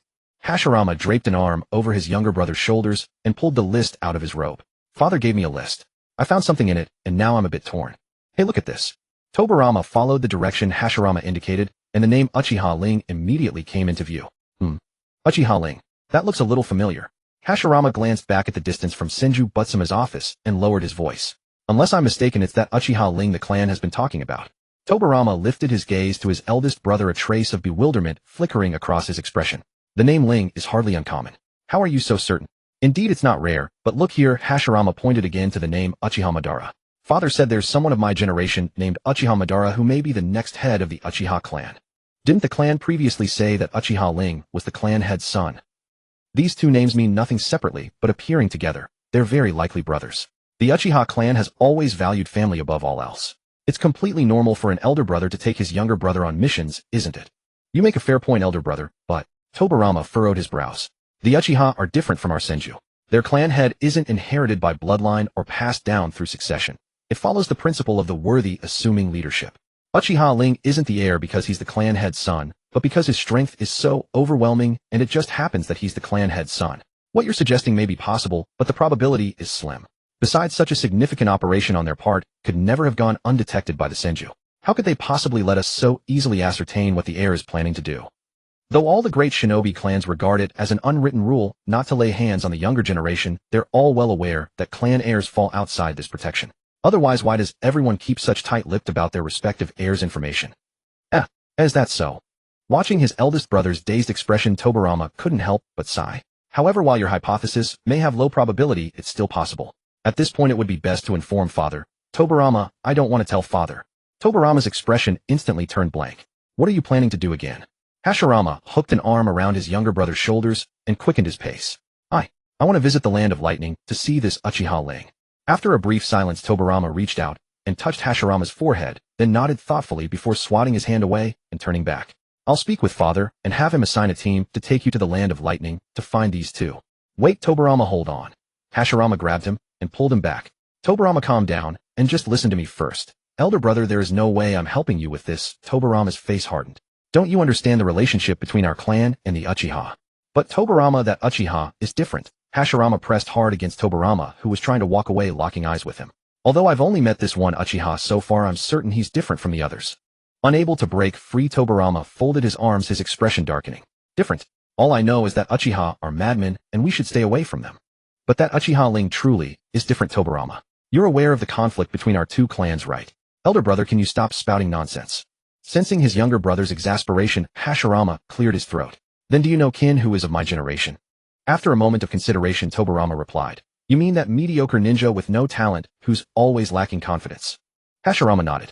That's him. To keep up with everyone else, kin always trains extra in private. before he once encountered Uchiha Ling deep in the mountains near the Nagato River. Only then did Tobirama slightly rein in his impatience. And so, because of that Uchiha's momentary pity toward Kin, you've decided he's a benevolent Uchiha. No, there's more. Before that I also encountered him while on a mission. Hashirama shook his head slightly. Although he harbored killing intent toward our group, there was no hostility. I need to figure this out one way or another. Elder brother, is your brain purely decorative? Can't you make it work inside your skull? Tobirama clicked his tongue. Why would he let you go? He likely didn't know you were the heir, and you were in a training squad. Too weak to even catch his attention. That's why he spared you. Perhaps making friends with an Uchiha could be safe and reliable, but you're saying they'd show leniency toward their enemies too. Elder brother, do you even believe what you're saying yourself? Please Tobirama, I know this is dangerous, but I really want to observe that person further. Please help your elder brother think of a way. I really have no one else to turn to but you. Hashirama clasped his hands together and bowed to his younger brother. If you help me, I promise I won't set foot in a gambling den for a whole month after I return. All the money I earn from missions will be under your management. Tobirama's expression darkened even further. What was his elder brother implying? Was he suggesting that Tobirama shouldn't have been reining him in from going to gambling dens as a fat sheep? As if Tobirama had somehow committed some unforgivable wrong by trying to control him. And his elder brother's habit of instinctively viewing everything in the best possible light. When on Earth would he ever shake off this overly naive and idealistic flaw? Other shinobi clans might be forgivable, but this was the Uchiha. The relations between their two clans had deteriorated to the point where they were on the verge of laying hands on the younger generation out on training missions, and yet his elder brother still had his head full of thoughts like, this Uchiha is different from the others. Truly insane. Remembering this, Tobirama shot a sidelong glance at Hashirama, who was clasping his hands together and looking at him pitifully, and scoffed. What exactly do you think will come of meeting that Uchiha? What are you really trying to do? I want a world free from war and strife. Hashirama's expression grew serious. Ending the feud between the Senju and the Uchiha is the first step I wish to take. The fact that Uchiha Ling let Kin go shows that compared to other Uchiha, his attitude toward the Senju is at least relatively peaceful. So, I want to personally make contact with him again and see if someday when I have the strength I might be able to start from him and put an end to the warfare between our clans. Tobirama's eyebrow twitched. He desperately wanted to grab Hashirama by the collar and demand to know just how much water had gotten into his skull for him to utter words like, wanting peace, while being a shinobi, a profession that survived precisely because of war. What would they do after peace arrived? Drink the northwest wind. Please Tobirama, help your elder brother. Tobirama let out a long breath and turned his head aside somewhat impatiently. Didn't Shilin and the others say when they returned that Uchiha Ling issued a challenge to E of the Uzumaki clan? You could go to E for help and disguise yourself as a member of the Uzumaki to observe that Uchiha Ling. Tobirama, you're the best. I knew you'd help me. Hashirama laughed heartily and hoisted his younger brother into the air. Brother loves you so much. With his feet dangling helplessly in the air as he was spun around, Tobirama's face flushed red. You idiot of an elder brother. Put me down right now immediately. After several days of travel, the Uchiha party finally crossed into the land of lightning. Ling and his companions, however, did not immediately break away from the group, but followed the main force to call on relatives and friends. Nearly a century of separation had turned the two sides bearing Uchiha blood into two separate clans, their ways of life, now entirely different. Moreover, most of the ancestors on this side had originally been sons-in-law who married into other families. Because their own families were entangled here, they had not left with the main clan back then. Most of the clansmen who remained were also ordinary people without ninja talent, those destined never to awaken their Sharingan, and even those unable to mold chakra. After several generations of inheritance, the Uchiha bloodline running through them became increasingly faint until they no longer even used the surname Uchiha, changing it instead to Huiwa. Precisely because the bloodline had grown so thin, there was almost no one in the Huiwa clan who could awaken the Sharingan. When someone occasionally did, the clan head on this side would immediately send word to the Uchiha clan of the Land of Fire, asking them to quickly send people over to take away the awakened individual and their entire family. Such an act may seem cold-blooded. People who were family just a moment ago are immediately cast out because one clansman was a little different. But it was undoubtedly the correct decision. The Huiwa clan had been far from conflict for a long time. In this chaotic era, their meager strength was not enough to protect those who awakened the Sharingan. They had no strong martial power and did not have the Uchiha name at their backs. To them, the Sharingan was never a supreme treasure. It was a death warrant. Yet this approach was not safe either. In the context of the current era, a person might attack you even if they held no grudge simply because they disliked the look of you passing by. No matter how great the Uchiha's power, they could not protect everyone at all times. Some clan members would always be ambushed by reckless people during relocation. Even if revenge was later exacted, the dead could not stand up again. The reason the Uchiha came this time was also because they had finally secured a firm foothold in the Land of Fire and wanted to move the entire Huiwa clan over. First, to keep Uchiha blood from being left outside, and second, to permanently solve the recurring problem of someone awakening the Sharingan and needing to move the whole household. However, before Uchiha Zhengong led the team over, he had never imagined that this branch of the ancestral land in the Land of Lightning would develop so well, going from an in-law ninja clan all the way to local minor nobility. Since the other party had become nobles recorded on the rolls of the Land of Lightning, the relocation naturally fell through. But it was still a fact that Uchiha blood remained here, so the two sides inevitably had to tussle for a while and set down terms to protect their clansmen. But that process dragged on. It was only after the two sides began their tussling that Ling and the others said they wanted to go out and take a walk around the area to see the scenery of the Land of Lightning. After learning of this, the Huiyue clan, no, by now they should be called the Huiyue house. The head of the Huiyue house took the initiative to recommend some outstanding young members of the family as guides for Ling and the others. Ling and the others naturally had no reason to refuse, and they immediately thanked him and accepted. Is it really all right to bring an ordinary person along? Uchiha Yashu followed behind Ling, looking quite unwilling. And what if later? Now don't be so impatient. Even when fishing, not every situation has fish willing to bite, Ling said with a light laugh. Before that, it's not bad to slow things down and let the bait we've scattered spread. Wow, your conscience really is rotten. I'm flattered. Madara. My brother's habit of speaking too indirectly should really be changed. What kind of riddle is this again? Just as Madara was pondering what those two were talking about, a warm and clear voice sounded from ahead. Oh my, you must be the honored guest, the clan head said. We should entertain. My name is Huiwechi. By order of the clan head, I am to serve as your guide for a while. Although we are still strangers, let us get along well, shall we? Madara looked up at the figure standing in the doorway. The newcomer had delicate features and a warm smile at the corners of his mouth, giving an approachable impression. Except that perhaps the way he was looking at them was a little too eager. A pleasure. I am Uchiha Ling. My companions are my fellow ninja Uchiha Yashu, and my younger brother Uchiha Madara. Ling inclined his head slightly toward the direction of the voice. We'll be in your care these coming days. No, this can hardly be called trouble. Rather, it is my honor to be able to accompany a beauty like you. Ling. Huh. Haha, please don't mind me. After all, everyone admires beauty. I'm merely someone who is somewhat more devoted to beautiful appearances than others. Huiwechi said, moving to the side. Since we are close in age, I'll take the liberty of addressing you all directly by name. Oh yeah, that's fine. Ling nodded slightly and stepped forward, tapping his cane sword. Then we'll trouble you for these next few days, Chi. You're welcome. Huiwechi chuckled and led the way in front, but his eyes landed on the lower half of Ling's face. Do you and the others have any taboos? You're joking, Chi. We are ninja. We have always only been in the position of being chosen. What right do we have to be picky? Ling seemed completely unaware of Huiwechi's gaze, his lips curving with a gentle smile. But when I have time off from missions, I occasionally like to have a drink. If this trip lets me appreciate the fine liquor of the Land of Lightning, there won't be any regret in coming here. Huiwechi seemed to think of something, and his eyes brightened. In that case, I do know a quiet, excellent spot. Seeing the two of them chatting pleasantly, Uchiha Yashu slowed down to walk alongside Madara and lowered his voice. That guy is the same kind as your brother. Pretty terrible news. You'd better watch yourself. What do you mean the same kind? I mean the kind that's smiling at you one second and stabbing you clean through the next. Madara turned his gaze away. As if you wouldn't do the same. Of course I wouldn't do that, Uchiha Yashu said with a sorrowful expression. I'm an extremely compassionate person, so I usually choose to give the other side a quick death. Well, although encircling and hunting someone while watching them slowly sink into despair is fun, the screams during interrogation are delightful, and a will that refuses to yield even at the brink of death is moving no matter how many times you witness it. But since they're enemies, this is the only way I can treat them. Then after they've confessed their information, I kindly give them a clean death. Compared with Ling, I'm simply too kind. Madara, where do you get the nerve to call yourself kind? Well, you don't believe me. Seeing Madara's expression, Uchiha Yashu couldn't help pursing his lips. Before your brother went blind, he only worried about keeping up appearances in front of the family. When he got into a fight, he was crazy as hell. You should know, even though I was also one of the heir candidates back then and my strength was sufficient, I was also the first to announce my withdrawal. Why? Because my mind simply wasn't dark enough for their kind of political scheming. Uchiha Yashu's tone was emotional, but his voice remained very low. Compared to them, all I'm missing is writing weak, pitiful, and helpless on my face. I'm the kindest one among my generation. That guy is even more dangerous than the one named Shinzi. With this thought, Madara silently quickened his pace and stuck close behind Ling, once again confirming a conclusion.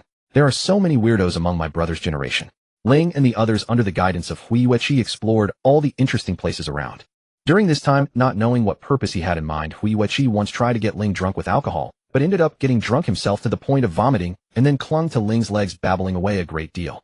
His gist was that he really admired Ling's current fragile beauty teetering on the edge of shattering, and asked if Ling could make a few cuts on his body so he could truly appreciate that delicate fragility. This successfully made Ling's hand tremble, spilling quite a bit of wine from his cup. Huiwechi himself was ultimately knocked unconscious by the furious Madara with a single slap and thrown out the door. It was Uchiha Yashu who couldn't bear to leave him there, muttering about how they were all madmen from the same lineage, while retrieving him and propping him against the entrance to wake him once they finished eating and drinking, then settle the bill.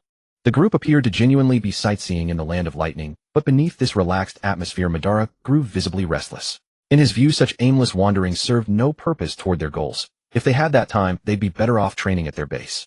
In response, Uchiha Yashu patted Madara's shoulder solemnly, urging him to ease his worries and trust that Ling had everything under control. After his drunken attempt failed, Hui Wechi became considerably more subdued, though his fixation on Ling only intensified. By Uchiha Yashu's description, it was like a robber spotting treasure, a chef eyeing prime ingredients, a pervert seeing. Never mind, he did not wish to break his nasal bone a second time. Just as Madara's patience reached its breaking point, the Kagaya clan finally came calling. Or rather, someone brought them to their doorstep. The one leading the Kagaya ninja made note to conceal his malice, his words sharp from the outset. To think you'd associate with shinobi. Truly the Huiwe clan's base origins show through. Huiwechi's expression remained unmoved, his voice cooling slightly. I suppose we can't match the audacity of your Yagyu clan hiring anyone without hesitation. The young man, roughly Huiwechi's age, took a seat across from them without hesitation, allying with foreign ninja clans. Do you even realize where you are?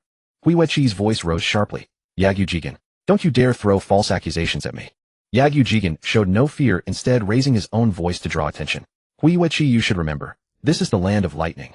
And yet what are you doing now? Colluding with ninja from the land of fire. Don't bother with that nonsense about sharing ancestry centuries ago. As nobles of the land of lightning, you're committing treason. So the land of lightning forbids distant relatives from other nations from visiting family. The calm voice immediately captured everyone's attention. Ling, now the center of focus, continued savoring his wine with ease. Such strict decrees indeed. Yagyu Jigen narrowed his eyes at Ling, letting out a derisive snort. Well, isn't this the renowned Uchiha clan? Looks like you're faring quite well after abandoning your homeland. You flatter us who our clan cannot bear such a prestigious title, Ling replied without anger. After all, when a nation fails to protect its people, and even turns its blade upon them, it naturally loses the right to demand their loyalty. Or do you simply enjoy having a blade at your throat just to survive? If that's the case, I apologize for my presumption. I may not have witnessed the Uchiha's true strength, but your sharp tongue is undeniable. Still, I admire someone like you. Yagyu Jigen countered with a smile, his words dripping with malice. I recall last time you visited the land of lightning, you clashed with our local ninja clan, didn't you? Tisk, that's hardly a promising sign. As the saying goes, it's better to resolve disputes than to create them. Conveniently, I've brought the parties involved today, and I'd be happy to mediate. You could simply share a drink and consider this matter settled. What do you think, Lord Tanny? This time, before Ling could respond, the Kagaya ninja who had remained behind Yagyu Jigen stepped forward, seized the wine pot, and approached Ling directly. Indeed, it's better to settle differences than to deepen them. Allow me to toast you first. The Kagaya clan. How to describe it, their appearance was rather polarizing. The higher the bloodline limit awakening, the more striking they became. Such was the Kagaya clan. Now let me wash my eyes. Ling's smile remained unchanged as he reached for a wine pot of his own. I'll gladly accept the toast, but let's skip the reconciliation. I have no desire to befriend wolves and tigers. That's quite the compliment. Speaking of which, on my last mission return, I actually encountered someone from your clan. Kagaya Tanny didn't rush to clink glasses, his gaze raking over Ling with clear hostility. Those pale blue-white bones were remarkably powerful. Tell me, is that the Uchiha clan's hidden trump card? I see. Did you play a part in Shihiko's incident? The smile on Ling's lips faded slightly. It seems this trip to the land of lightning was well worth it then. It does bear a striking resemblance to our clan's bloodline, doesn't it? Kagaya Tanny raised his wine pot. Could it be that you coveted our Kekii Genkai and developed this as an imitation? The Uchiha clan has no habit of continually shattering our clansmen's bones to awaken bloodline limits. Ling smiled lightly, raising his wine pot in return. Besides, a bloodline limit that inevitably leads to bloodline disease upon awakening wouldn't suit us. What a pity then. Come, let me toast you. However, the wine pot in his hand never met Ling's. It was raised high above Ling and then inverted. Clear wine poured from the pot's opening and a voice thick with malice followed. Oh dear, my apologies. My hand slipped. Crystal clear wine dripped from Ling's hair, soaking his shoulder garment and taming his usually unruly locks. Madara's gaze sharpened. He reached for the short blade at his waist to rise, but Uchiha Yasha pressed him back down. Watch quietly. Wouldn't he have any backbone at all? That was what Madara wanted to say. But the moment he saw Uchiha Yashi, his voice died in his throat. What kind of expression was that? Clear wine dripped down Hui Yegu's cheek. Unlike Ling, shards of the broken wine flask were scattered across his head, and against his bewildered expression the scene looked absurdly comical in the silence.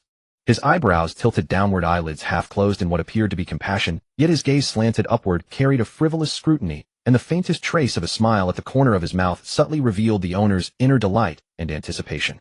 Madara could only manage a single syllable before being forced to halt, even unconsciously shifting his body to create distance. The minor interruption went unnoticed by those present. As the mellow fragrance of wine diffused through the silent space, the tension between the two sides grew increasingly heavy. After a brief flash of heat in his gaze, Hui Yuechi quickly composed himself, his voice cold. Night Moon Sichuan, do you truly believe that marrying a princess into your clan will turn you from common fowl into phoenixes? It's far better than being an inferior noble who desires everything yet obtains nothing. Hui Yuechi narrowed his eyes about to respond, but Ling raised his hand to stop him. He gently shook his head, sending droplets of wine flying. Oh my, what a waste of such fine wine. Hui Yegu squinted his eyes, his interest deepening. He reached out again to take the wine flask. Indeed my fault. Allow me to toast you another cup. Ling merely chuckled at this. Very well, though there's one thing I think you could improve. What? If you're going to provoke someone, you should be more overt about it. Huh? Hui Yegu drawled, his voice leaning forward toward Ling, who sat by the table. What are you talking about? That wasn't provocation. I simply slipped, you understand. Bang? Madara beside them also widened his eyes, his mouth instinctively opening. Only when he heard Uchiha Yashi's suppressed laughter did he snap back to reality, his guard rising. Yet his mind couldn't stop replaying the scene. His elder brother had swung the wine flask with full force, swung it again and again. As expected of my elder brother, so satisfying.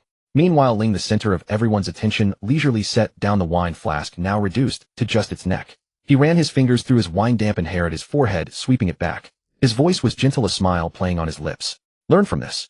Now that's what I call slipping. Hui Yuechi's eyes brightened further, but before he could speak, Ling seized him by the collar and dragged him forward. While enjoying the visual assault, he also felt a chill at the back of his head. A pale bone blade slid past him from somewhere, and with a metallic clash struck Ling's staff sword that had been half drawn from its sheath, without him noticing. Oh, that's more like it. If you want to fight someone, why be so restrained? Ling still smiled. We're all ninja clans accustomed to producing lunatics. Let's be straightforward with each other. Hui Yegu's face contorted into a hideous grin as the pale bone blade in his hand pressed down again. Then I must. Thank you for the lesson. Oh my, you're welcome. Ling made no attempt to match Hui Yegu's brute strength. His wrist pressed forward and Cyan Wind Nature chakra instantly spread across the blade. Had Hui Yegu not retreated swiftly, he would have lost 2 fingers. After forcing Hui Yegu back, Ling tossed Hui Yuechi behind him and advanced instead of retreating. In motion, his right hand flipped to pass the scabbard to his left, and as soon as his left hand grasped the scabbard, his right hand drew the blade and slashed diagonally upward toward Hui Yegu. Uchiha Yashi, already prepared, caught Hui Yuechi before he could fall, his eyes fixed on the two engaged in chaotic combat. I knew they'd start fighting. Madara slashed aside a flying fragment of table with his blade, looking quite shocked. My brother's taijutsu is incredibly impressive. Being the best of our generation isn't just talk. Uchiha Yashi pulled the still-dazed Hui Yuechi behind him, a scarlet hue quietly emerging in his eyes as he tracked every move of the fighters, though his attention lingered more on the other Kagaya ninja accompanying them. Watch closely. The best is yet to come. As Uchiha Yashi finished speaking, the battle between the two in the arena grew increasingly intense. Hui Yegu had transformed into something unrecognizable. Pale bone spurs sprouting from various parts of his body, making him resemble some monstrous creature far more than a man. Compared to the grotesque Hui Yegu, Ling appeared far more fragile, wielding his blade against him. Yet in this life-or-death struggle, where a single misstep meant death, the seemingly weaker Ling held the advantage. The wind chakra-wrapped blade severed the pale bone edge several times before striking Hui Yegu's body, only to be blocked by bone membranes forming beneath his skin. What's wrong? What's wrong? Ling drew out his words with a light laugh, his blade work growing increasingly vicious. Didn't your Kagaya clan pride itself on having the finest taijutsu? Why are you now reduced to pure defense against a blind man like me? Hui Yegu found himself unable to speak, bearing the bitterness. Though wielding a single-handed technique, Ling's strikes grew heavier with each blow, forcing him to divert energy into bone membranes beneath his skin for defense. As his strength scattered, the bone blades he generated became increasingly fragile, gradually putting him at a disadvantage. With his opening strike, he hadn't expected anything significant, so he naturally didn't form the sharpest bone blade. But Ling showed no intention of avoiding it, meeting it head-on with a fierce drawn sword, and one misstep led to a chain of errors. For Hui Yegu, falling behind in combat was hardly shameful, and losing the verbal exchange was equally unremarkable. After all, he would be the one delivering the killing blow in the end, and only the survivor could claim victory. Yet he had never encountered anyone crazier than himself outside his own clan. Look at that Uchiha. He wasn't even defending himself. Is this some kind of Uchiha? Weren't they supposed to specialize in Jinjutsu? Oh, he's blind. That explains it. Bullshit. Having such exceptional taijutsu after going blind is actually weirder, isn't it? Hui Yegu's gaze hardened progressively, and with that realization he had no choice but to. Ryo, who was engaged in battle against Kagaya Tani, was in a rather delicate state. The fact was, after going blind, his greatest source of information had been his chakra perception, a faculty he never ceased employing even during combat. Though the perception ninjutsu consumed vast amounts of chakra, it granted him information far richer and more precise than ordinary sight. Were it not for this advantage, Ryo would never have chosen such an aggressive fighting style. The Kagaya clan possessed a unique Kekkei Genkai. Their entire bodies were living weapons. Engaging them in close combat meant that a single lapse in concentration could leave him with a fatal wound. Yet now, with every clash between his blade and the bone blades, his perception ninjutsu flawlessly relayed the flow of Kagaya Tani's chakra back to him. He could sense precisely where his opponent's chakra concentrated, which of the hardened bone blades was most fragile, and even which muscles tensed in preparation for the next strike.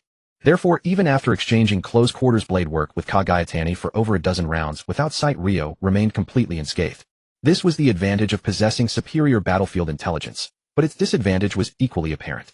Absorbing an overwhelming flood of information in a short span could easily overwhelm the mind, making it difficult to process and isolate the vital details needed in the moment. However, this posed no problem for Ryo, or indeed for any Uchiha skilled enough to wield the three-tomo Sharingan. For when fighting with the three-tomo Sharingan, although they could perceive their enemy's subtlest movements and even replicate jutsu by observing hand seals, it was ultimately their own minds that performed the analysis. As expected, prioritizing the development of perception ninjutsu had been the right call. Although he could not see, the volume of information he gathered had actually increased, and it did not hinder his ability to fight. Still, this came with a drawback: his perception radius contracted, making it difficult to divide his attention to watch over comrades. Upon returning, he could attempt solo ambush or flanking missions to adapt. He might also record these techniques to teach the clan's perception ninjas, giving them more combat options. Ryo locked in combat with Kagaya Tani furrowed his brow. In his perception, the opponent's hand chakra suddenly surged, and their offensive movements grew sluggish. Recalling the Kagaya clan's ability to manipulate their own bones, Ryo silently increased the chakra output of his perception ninjutsu, cleaving through another bone blade and carving a wound into Kagaya Tani. Almost in the very next instant after the bone blade fell, Kagaya Tani recoiled sharply backward, all 10 fingertips pointed squarely at Ryo. "You filthy insect, die!" 10 finger bone bullets. As his words fell, pale bone joints burst through the skin of his fingertips, then shot toward Ryo at a terrifying velocity. Watching from the side, Madara could not help but gasp. "Brother, be careful." Clang, clang, clang, clang. The crisp sound of impact echoed across the arena. The 10 bone bullets, each carrying considerable destructive power, failed to pierce Ryo's defenses. Instead, they scattered in every direction, puncturing smooth round holes into the surrounding walls. Whether by coincidence or design, the majority of the bone bullets, deflected by Ryo's blade, flew toward the Kagaya clansman on the other side. Yet that Kagaya ninja was no pushover. He immediately drew bone blades from his own body and slashed the incoming projectiles away. And only then did Madara's unfinished words finally spill forth. "Heart." Ryo, still in the center of the battlefield, turned to face Madara. He nodded with a smile at his younger brother, then stamped his foot and relentlessly charged Kagaya Tani, once more forcing him toward the corner. Judging by his demeanor, he seemed intent on dragging both Kagaya ninja into the fray. "Don't worry, this level of foe means nothing to your big brother." Uchiha Masaki chuckled, though his expression held a tinge of complexity. The claim that he was the top of his generation doesn't apply only within the clan. Madara could not fathom Masaki's complicated emotions. Hearing this, he merely tilted his head and refocused his attention on the battlefield. The other Kagaya ninja was no less hot-tempered. Once Ryo forcibly pulled him into the battle, he cast his employer aside entirely and joined Kagaya Tani in surrounding Ryo. They say 2 fists cannot contend with 4 hands, and those words carried truth. With an additional opponent, Ryo's movements initially grew somewhat hurried. But as the blade exchanges multiplied, he gradually regained his rhythm. Madara, watching from the sidelines, even caught a clear glimpse of the unmistakable delight on his brother's face each time they crossed blades. No matter how battle-hungry Kagaya Tani was, he knew he had encountered a formidable adversary. After exchanging a glance with his companion, his expression grew even more ruthless. Both realized that continuing this attrition would yield only a Pyrrhic victory, so they immediately shifted to staggered attacks, one in front wielding a bone blade to pin him down, while the other launched bone darts from behind to disrupt him. The battle, which had gradually leveled in Ryo's favor, tilted once again against him due to their tactical shift. Ryo deflected the incoming bone dart once more, his smile unwavering, though a faint electrical glow finally began to shimmer across his body. "Is it really alright to focus solely on me? No one's protecting your client, you know." Kagaya Tani dismissed Ryo's threat outright. "Go ahead and try it if you're not afraid of leaving your entire Uchiha contingent stranded in the land of lightning." "That's not quite accurate." Ryo's smile widened. "It was you who demanded the client increase the payment on a whim. When he refused, you killed that unfortunate soul in a fit of wounded pride. We Uchiha merely intervened after witnessing injustice." Kagaya Tani knitted his brow. The Kagaya were mad, not foolish. Would they truly blackmail a client midway through a mission? Were they idle? With that kind of energy, they could have finished the job quickly and challenged someone to a duel afterward instead. Yet when a scream erupted alongside Ryo's deflection of the bone dart, Kagaya Tani finally sensed something amiss. Instinctively, he turned his head for information, but was forced backward by the long blade Ryo slashed toward him. And that man was still smiling. "Don't lose focus. I haven't even begun to enjoy this." As those smiling words fell, the electrical glow upon Ryo's body intensified further. The blinding flash of his blade completely enveloped both Kagaya ninja, stripping them of any lingering ability to divert their attention. Meanwhile, Kajitsuki Kei, having been tossed aside by Ryo, obediently shrank behind Uchiha Masaki and Madara, showing not a shred of embarrassment at being protected by someone younger than himself. After all, he fully understood that any single one of these handsome, distant relatives could defeat him single-handedly.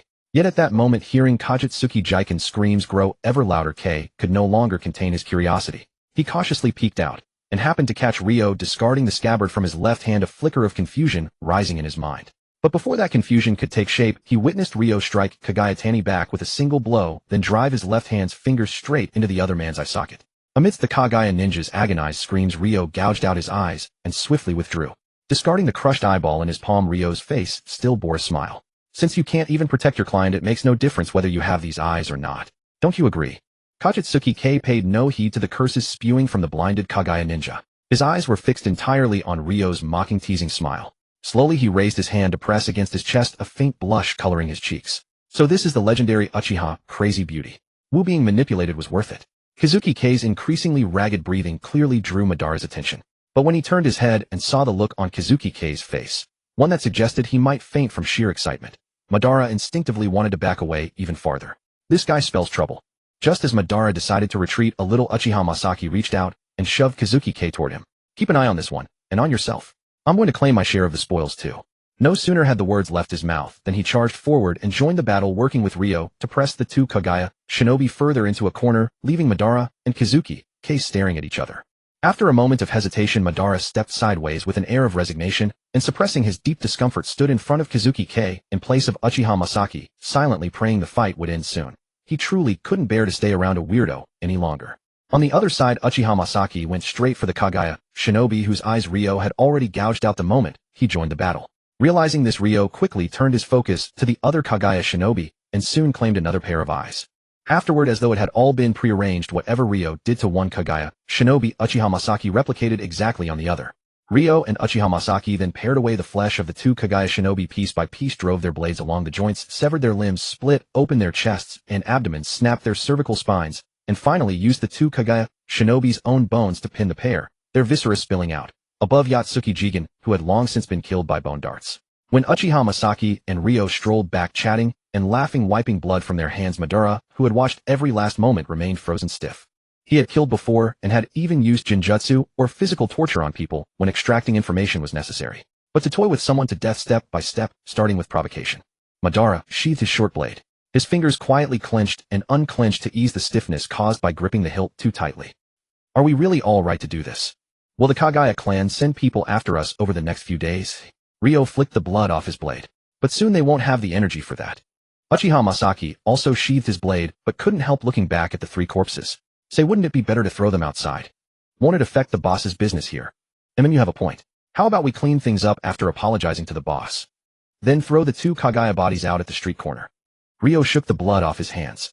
As for that Yatsuki one, leave that one to me, Kazuki Kei said, brushing the dust from his clothes, his expression and voice tinged with regret. It is unfortunate I failed to save him, but we have already made the murderers pay with their lives. The daimyo will surely not blame us too harshly. Ryo appeared equally remorseful. Yes, we had been getting along so well, only to be met with such a tragic turn. Truly a pity. Kazuki Kei sighed. Indeed, truly a pity. The Kagaya clan's evil deeds are enough to enrage both gods and men. I'll have to warn my friends to steer clear of them. Madara. Wait, wasn't that man killed by us? Uchiha Masaki, who had returned from placating the boss, happened to see this and patted Madara on the shoulder. I told you those two are cut from the same cloth. One day you'll be tainted by this mundane world just like me. Madara turned his head to look at Uchiha Masaki. Is this how shinobi clans fight? Well, part of it. Uchiha Masaki took out a sealing scroll and produced a bucket of water from it. He gestured for Madara to pour it for him, so he could wash the blood from his hands. As for the final result, that still depends on the Kagaya clan's subsequent response and the maneuverings of the nobles in the Land of Lightning. Madara pulled out the stopper and tipped the container. Didn't you say you weren't good at that? Of course I'm not good at it. Uchiha Masaki rubbed his hands together under the stream of water. I picked all this up through constant exposure. You've heard the saying, near vermilion one turns red, near ink one turns black, right? Our clan is a little partial to family, but you'd better not judge Ryo through such a biased lens. Besides that black-hearted guy Akihiko, even Hiroshi only learned these things later. Normally no one who's barely set out on missions would kill a person or knock out a fellow clan member without hesitation, right? But your brother can. I've been struck by him more than once. My brother has always been reasonable. You definitely deserved it. I do admit there's some self-inflicted part to it. Uchiha Masaki's mouth twitched. But you brat are beyond saving. Completely beyond saving. Just wait until your brother talks you into an early grave. Madara gave a humph. His gaze moved to Ryo and Kazuki Kei, who were conversing, and his voice dropped. By doing this, aren't we confusing right and wrong, inverting black and white? Meh. There aren't that many absolute rights and wrongs, Uchiha Masaki said, scratching the back of his head and lowering his voice as well. A shinobi is a professional dirty worker. How could anyone stay spotless forever and never do anything against their conscience? That stubborn innocence of yours really couldn't be more different from Ryo. Madara lowered his head and fell into thought, holding the bucket in his arms. On the other side, Kazuki Kei's gaze as he looked at Ryo was still burning hot, but the two of them had steered their conversation in a questionable direction. Ryo, do you take long-term protection missions as well? Of course. A shinobi will do anything as long as there's a reward, Ryo chuckled. Since we've gotten along fairly well, if Kei wants to hire me, I could consider giving you a discount. Oh, specifically. Kazuki Kei's eyes swept over the gesture Ryo held up, and his words came to an abrupt halt. That really is an unaffordable price. Long-term and short-term missions have different rates. Ryo laughed again, then turned back to the three corpses at the side. You've worked hard during this time. Let's part ways after this. After all, we've just sent the Kagaya clan a return gift. In their pleasant surprise, they'll likely be eagerly wanting to exchange formal pleasantries with us. Just as Ling had said, since that day the actions of the Kagaya clan in the Lei country had become noticeably more frequent. Ban clearly felt that he had become the target of the enemy's breakthrough. Whether they could kill him or not, they would always ambush him first, or in the middle of battling Ling and Uchiha Yashu, they would suddenly rush at him recklessly, while he could do nothing but flee. This was the first time Ban felt like a burden after going on a mission. He could not detect the enemy in time, found it difficult to dodge their attacks, and even when he attacked with full force, the enemy would dodge with a sneer. Under such intense pressure, Ban's growth was also terrifying. From having his weapon knocked away in the first instant of a clash to now not yielding an inch, even when his tiger's mouth split open, and even being able to parry a few moves. All in just a few short days. Uchiha Yashu, however, commented that although the brothers had no similarity in personality, their combat talents were terrifyingly consistent. I figured it out. Your brother brought me here with ill intentions, Uchiha Yashu said as he carefully bandaged the tiger's mouth that had split open for who knows how many times these past few days, his tone quite irritable. Isn't it obvious that he wants me to be your babysitter? Ban looked up at Uchiha Yashu, rare in that he didn't retort. He himself wanted to curse himself. Ling was sitting to the side maintaining his swords and chuckled softly upon hearing this. You've worked hard. I can handle treating my own wounds without much trouble now, but I still have some difficulty in treating others' wounds properly. Uchiha Yashu pursed his lips. I say, isn't it about time? We've been chased by those lunatics for half a month. When we showed up in town yesterday, I heard news that the daimyo wants to reorganize the ninja clans of the Lei country. Ling smiled as he wiped the blade with a soft cloth. Although the Kagaya clan's actions were slower than I expected, it's commendable that they managed to get those notoriously slow-moving nobles to this point in just half a month. So that means we still have to be chased for a few more days before the decree is implemented. Uchiha Yashu groaned, covered his face, and crouched on the spot. I'm just an ordinary and traditional Uchiha. Why do I have to suffer this with you? Ban looked up again and said, aren't you also the first? All that. Uchiha Yashu forced himself to be spirited. I only have an advantage in the number of ninjutsu I've mastered and my chakra reserves. Compared to those guys who are nothing but grinding, I'm completely insignificant. I'm a very typical Uchiha ninja, and I'm completely not good at hard work. But then how can you be called the first? Ban tilted his head. Just like you said, my brother is not just the first among the clan's generation, there must be a reason you're called the first in ninjutsu. That. Uchiha Yashu touched the back of his neck, his gaze shifting, as if in recollection. If I have to say it's that ninjutsu that others take days to learn, I can just look at it and master it. I'm the kind of person who relies on talent. Ban, listen to yourself. Is that even human language? Yashu, that's too much. Back then we all envied your excellent memory, Ling said as he sheathed his sword, looking helpless. That could save a lot of training time. That's why I said I'm not good at hard work. Uchiha Yashu muttered. Not to mention, who would work hard for something they can learn just by casually glancing at it? If it weren't for you guys constantly urging me, I wouldn't want to do any extra training beyond the basics. And that guy Han always picking a fight with me just because I learned something new. You should talk to him too. I'm not good at hard work anyway, and with him causing trouble, I want to work even less. Ban's expression became even stranger, but rather than envy for the other's talent, he felt more of an urge to slap this guy in front of him. Ling also shook his head. It's because you always say things like that Hong always ends up in conflict with you. What about chakra? Ban stared straight at Uchiha Yashu. How much chakra do you mean by a lot? Currently, I'm barely on par with the Chinsho of the same generation, but I can't be considered among the top tier. The top tier in their clan have chakra reserves that double the ordinary ones. It's too demanding. Ban's expression turned completely wooden. Can't you speak a single truthful word? This time, it was Uchiha Yashu who was confused, his voice tinged with a sense of naturalness. I'm telling the truth, aren't I? I don't lie to my own people. Ban. This guy is definitely the most annoying among my brother's peers, isn't he? He never speaks like a normal person. Come to think of it, is there no normal person among my brother's peers? Then what did you mean earlier when you said my brother isn't just the first among the clan's generation? Of course, because Ling has never lost to anyone his age. Uchiha Yushu crossed his arms, looking even more puzzled. Hasn't your brother told you about his missions? My brother tells me some points to note when carrying out missions and how to choose a suitable mission. He doesn't mention what kind of opponents he encountered. Ban lowered his eyes and thought for a moment. On that, he only said how to analyze the opponent's combat habits through an ambush and how to respond. Uchiha Yushu looked quite conflicted, then, after a moment, turned toward Ling. Ling, can I talk about your matters? Of course, you know I don't mind being talked about. Ling looked up, his voice full of resignation. You no longer sympathize with enemies now, so you don't have to be so afraid of me. How is that possible? Uchiha Yushu unconsciously raised his voice. Do you know how much damage your merciless punch did to me at that time? I still have nightmares about the look in your eyes from then, okay? Ling shook his head with a smile, but just as he was about to say something, his smile suddenly faded as he looked to one side, his brow furrowing. Seeing this, Uchiha Yushu quickly wiped off his playful expression and picked up his weapon, also grabbing Ban from the ground. Are those crazy dogs from the Kagaya clan coming again? Yes and no. Ling shook his head with a strange expression. I didn't expect them to end up together. Now it's really going to be interesting. Can't these Kagaya maniacs tell that we've been actively avoiding them? Did they finally dig out their brains and decide not to use them anymore? The red-haired youth bore quite a few wounds. Looking somewhat exasperated, he kicked the corpse on the ground. A few months ago they provoked the Uchiha, and now they provoke the Uzumaki this quickly. Are they trying to get their entire clan annihilated? Don't say that, Yang. It's not like their brains have only been missing for a day or two. The red-haired youth with shorter hair flicked the blood off his blade. Only the hem of his clothes was stained with some of the enemy's blood. Besides, they're already dead, so don't complain about them so much. Unless you want to drag their souls back from the underworld and whip their corpses. Do you think I dug my brain out along with theirs? At that, Uzumaki Yang rolled his eyes hard and healed his wounds with the mystical palm technique. Just because I find them annoying, I'd go to all that trouble of dragging them back from the underworld and whipping their corpses. Do I really have nothing better to do? Haha, that ritual really is so complicated it gives you a headache. But if Yang wanted to do it, you could still pull it off, couldn't you? Oh, shut up.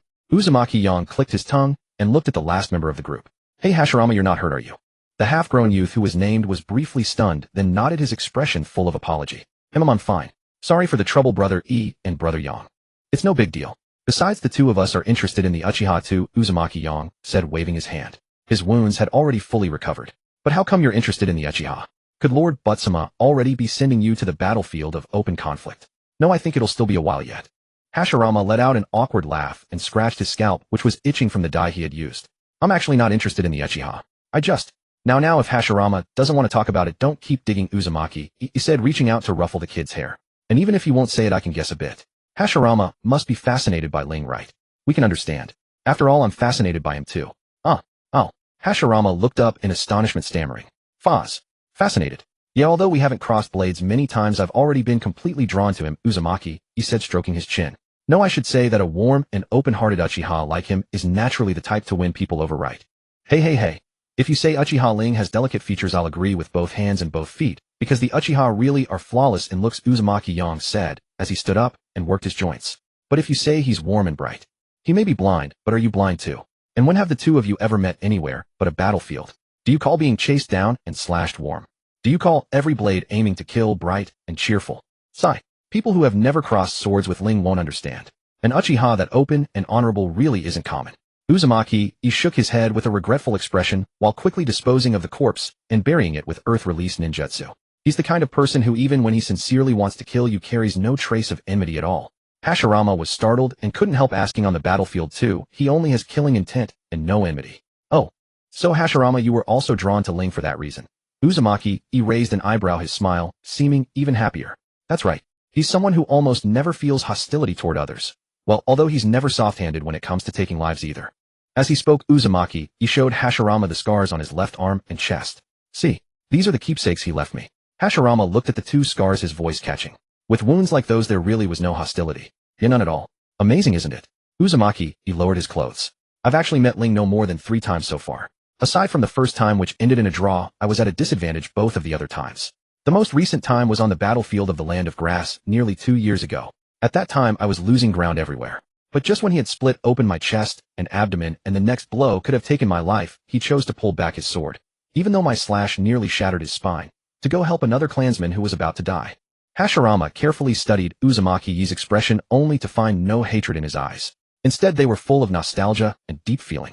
Somewhat bewildered, he asked, brother, don't you hate him? My feelings toward him are complicated, I guess. Uzumaki smiled. The first time we fought I only saw him as an opponent neither of us could overcome. But in only our second exchange, because of my habitual assumptions about him, I nearly had an arm cut off. At that time I really did hate him. So even after my left hand recovered, I started practicing dual swordsmanship, determined to pay that humiliation back to him. Who could have guessed that when we met for the third time he would still say with pure joy, I never thought I'd see you again. Want to exchange names? I'll remember you. If this turbulent age ends within our lifetimes, how about we go have a drink together? Words like those. After that I was firmly drawn to him. Such sincere feelings shouldn't be left out in the cold, so I went back and studied quite a few dangerous sealing techniques. I planned to subdue him in the next battle, have a drink with him, and then send him on his way. Unfortunately, it was after that he went and lost his eyes.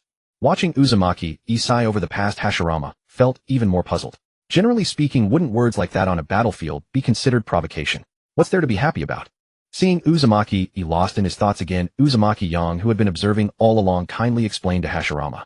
Our Uzumaki clan has a sensory ninjutsu called Kagura Mind's Eye. After closing both eyes and opening the mind's eye, one can sense abnormal movements within a radius of tens of kilometers through chakra. And when a particular chakra signature is already known, you can grasp not only the direction of chakra flow inside the other person's body, but also their pulse rate and how their muscles are tensing. If you're close enough, you can even detect their emotions. So besides being used to sense surrounding chakra for intelligence, it is also applied in combat. However, using Kagura Mind's Eye in combat is very taxing and easily leaves openings, so normally it is only used for reconnaissance. Only a rare few clansmen have mastered the combat style of Kagura Mind's Eye, and is one of them. But this guy has never been able to resist others' goodwill. Once he senses it, even if the other person is an enemy, he absolutely has to respond in kind. And then, as you can see, this guy has now to tally fallen. Upon hearing Uzumaki Meidi's response, Hashirama's lips twitched slightly. What about you, brother Meidi? Why are you interested in the Uchiha? Me? Uzumaki Meidi stroked his chin. I'm not interested in the Uchiha for any other reason. I want to marry an Uchiha woman. Hashirama immediately leaned back, his voice trembling. Marry an Uchiha, as a. Uzumaki Meidi was accustomed to Hashirama's astonishment and waved his hand dismissively. Stop stuttering. You heard correctly. I want to take an Uchiha woman as my wife. Hashirama swallowed hard, opening his mouth several times before finally managing words. But. Why? Uzumaki Meidi scratched his head. Look at what you're saying. Who wouldn't find beautiful Uchiha women appealing? Aside from having short tempers, sharp tongues, and brutal fighting styles, Uchiha women are beautiful and devote themselves to their families without reservation. They're absolutely the ideal marriage partners. Compared to those simple, violent women from our clans, aren't they 100 times better? Plus, the Uchiha are our enemies. After capturing one, there's no need to consider her feelings too much. And let's not forget their offspring might inherit the Sharingan, which provides absurd combat enhancements. In short, kidnapping an Uchiha woman as a wife is an excellent idea. Hashirama couldn't help but take a step back. Haha, when I first heard such reasoning, I was also startled. Uzumaki was finally snapped out of his thoughts. But upon careful consideration, Meidi isn't entirely wrong. After getting to know them personally, one would discover Uchiha people are indeed very suitable as life partners. However, if we're talking about a partner, I think mutual consent between both parties is preferable. Well, I was just speaking hypothetically. Whether we can even capture one alive is questionable given that terrible Uchiha temperament. Uzumaki Meidi sighed, but quickly stroked his chin and continued. And there's another point I find quite appealing. Given the physical characteristics of both clans, Uchiha women tend to be petite compared to us. That delicate, easily carried away feeling is also rather delightful. Yes, that's true, Uzumaki. I nodded in agreement. The figure and appearance of Uchiha women certainly arouse others' desire to protect them. Hashirama swallowed again and took another step back. Heavens help him. His interest in the Uchiha had nothing to do with such concerns. Uzumaki was about to say more when he suddenly turned his head toward another direction, battle intent blazing in his eyes. Fate truly works in mysterious ways. Meidi finds something to cover Hashirama's face. Hearing this, Uzumaki Meidi pressed his fingers to his forehead and closed his eyes to sense the surroundings. After a moment, he curled his lip, removed his wind-blocking scarf, and tossed it to Hashirama. TCH, they're all men. I actually thought I might meet my future wife by coming with you. Hashirama raised his hand to catch the scarf and wrapped it around his face with some confusion. If it's Uchiha Reika, there's no need to hide my face, right? Besides, I've already dyed my hair. If my memory of the chakra signatures is correct, following Reika should be someone named Uchiha Masaki. His photographic memory is exceptional, and since your clans live nearby, he may have seen you at some point. Uzumaki explained. If he recognizes you and tells Reika today won't end so peacefully. Upon hearing this, Hashirama fell suspiciously silent for a moment, then pulled the scarf tighter around his face. I feel like Uchiha Reika might not need anyone to tell her I'm Senju. Haha, Reika isn't such a rigid person. I think as long as we deceive his clan members it should pass. Brother, how do you know? If I must say. Uzumaki raised his thumb. Intuition. Although intuition can sometimes work, brother, I look at the occasion. Hashirama silently covered his face and began seriously reflecting on whether his eagerness to find Uchiha Rei so soon had been too hasty. But by this point the arrow was already on the string, and he had no room for hesitation. Taking a deep breath, Hashirama produced a kunai and gripped it firmly. Hope they overlook me. No, I should hope fewer people come. Otherwise being treated as the weak point would truly be troublesome. As footsteps drew closer, Hashirama finally clearly saw 3 figures emerging from the forest. The leader was none other than Uchiha Rei, the woman he had been longing for. The other 2, one appeared to be of his generation, his hand resting on the hilt of a short sword looking somewhat guarded. That must be Uchiha Madara. As for the third, Uchiha Masaki mentioned by Uzumaki, Hashirama secretly glanced up at that person only to meet their scrutinizing gaze. His heart skipped a beat, but the person merely scanned him a few times as though seeing something unpleasant, and quickly looked away. Hashirama even heard their unhidden complaint. Has Uzumaki switched from seals to intimidation tactics now? This hairstyle is. What bizarre aesthetic. That alone was tolerable, but after Uchiha Masaki finished speaking, the person, who was most likely his contemporary rival Uchiha Madara, also poked his head over to glance at Hashirama. Hashirama could clearly see that person's pupils contract and tremble slightly. Hashirama, what's wrong with a watermelon head hairstyle? He quite liked watermelon heads. And all you Uchiha have hedgehog hairstyles. Hashirama fumed silently to himself, but Uzumaki I had already drawn his twin blades with eyes shining brightly. Reika, long time no see. Long time no see. Reika also smiled and drew his staff sword. I didn't expect Mukadori to actually deliver the message faithfully. That's somewhat unexpected. Of course, how could I not respond to such sincere emotions? Uzumaki I's battle spirit intensified. Come, Reika, let me see if you can still live up to the title undefeated. Do I have such a title? Reika frowned lightly, tapping his sword tip against the ground. I've never heard of it. Of course you haven't, because you and I gave it to you ourselves after gathering intelligence about you. Hashirama clearly saw Reika's obvious expression of astonishment upon hearing Uzumaki I's words, but soon thin trails of electricity flickered across his body as a smile curved his lips. Then I sincerely appreciate the compliment. With Ling's words falling, the atmosphere between the 2 clan squads instantly grew tense. On one side, even though Ban was extremely nervous within, he could not suppress that strange sensation in his heart. What had that short-haired Uzumaki just said? How could I not respond to your sincere feelings? Are you even aware of what you're saying? The Uchiha and Uzumaki relationship, while not as strained as with the Senju, is still hostile, alright. And what exactly is this sincere emotion? Explain yourself. More importantly, elder brother, why aren't you refuting him at all? Could it be that such conversations are actually quite common during battles, and he only finds it strange because he hasn't participated in many fights? If Hashirama could hear Madara's thoughts at this moment, he would genuinely agree. He also feels something is off. However, regardless of what Madara thought inside, or whether Hashirama would agree with him, the main characters at this moment would not be them, but the 2 individuals facing off with weapons drawn. Upon seeing the lightning attribute chakra around Ling, which seemed almost tangible, Uzumaki Yi's expression shifted from initial excitement to composure. Realizing that continuing to wait would only strengthen Ling's momentum, he no longer hesitated to hold back a trump card and charged straight at Ling with a burst of speed.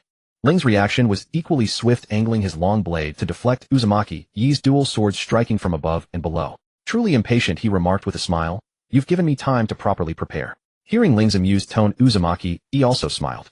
"That won't do. I was hoping we could enjoy a hearty drink together this time." "Don't be like that, my younger brother is watching." Ling pressed harder with his hands, forcing Uzumaki Yi back, though a gentle smile still lingered at the corners of his mouth. "Can't you save me some face? Don't say that I've got kids with me too." Uzumaki Yi crossed his dual swords, sidestepping the long blade to close, in his voice equally laced with amusement. "Don't I deserve some face as well?" If one were to listen solely to their conversation, one would surely assume they were old friends acquainted for years. However, the reality was precisely the opposite. Every strike from either party precisely targeted the other's vital points, aiming to incapacitate with the next blow. Just as Ling's previous slash had narrowly missed opening Uzumaki Yi's chest to end his life, Uzumaki Yi retaliated with black runes covering his dual swords, intending to seal Ling away. The speed of their clash was so rapid that afterimages even formed. However, Madara noticed that compared to worrying about Ling's safety, Uchiha Masaki was clearly more on guard against the other Uzumaki ninja, also observing from the sidelines. Striving to ignore the watermelon-headed individual of the same age, Madara also shifted his gaze toward the other Uzumaki ninja. Yet before he could properly scrutinize him, that Uzumaki ninja strode forward. Uchiha Masaki almost instantly activated his Sharingan. "Uzumaki Yang, if you come any closer, I won't show you any mercy." "Ah, don't be so tense." Uzumaki Yang stopped with a grin. "I'm not that guy. The mission isn't complete yet. I have no desire to waste my strength here against you." "Then get lost." Uchiha Masaki's entire being radiated aversion. "I have nothing to say to a perv like you. Isn't it just that last time you tried to steal your girlfriend, eh? Given the relationship between our 2 clans, that's only natural, right? Moreover, I didn't succeed at all. Is it necessary to hold such a grudge? Uzumaki Yang crossed his arms, smirking shamelessly. By the way, didn't you bring your girlfriend this time? Uchiha Masaki's expression darkened, his voice turning gritted with fury. You've got the nerve to say that. If you had truly attempted to steal a woman, I wouldn't be this angry. No choice about it, you Uchiha are all so pretty looking. I never expected I'd end up grabbing you back then. Uzumaki Yang chuckled, appearing quite honest and simple. And speaking of which, you're quite light to hold, almost like a girl. Madara paused, his expression a mix of confusion and exasperation as he glanced from Uchiha Masaki to Uzumaki Yang, momentarily at a loss as to where to begin his retort. This is wrong in every single aspect.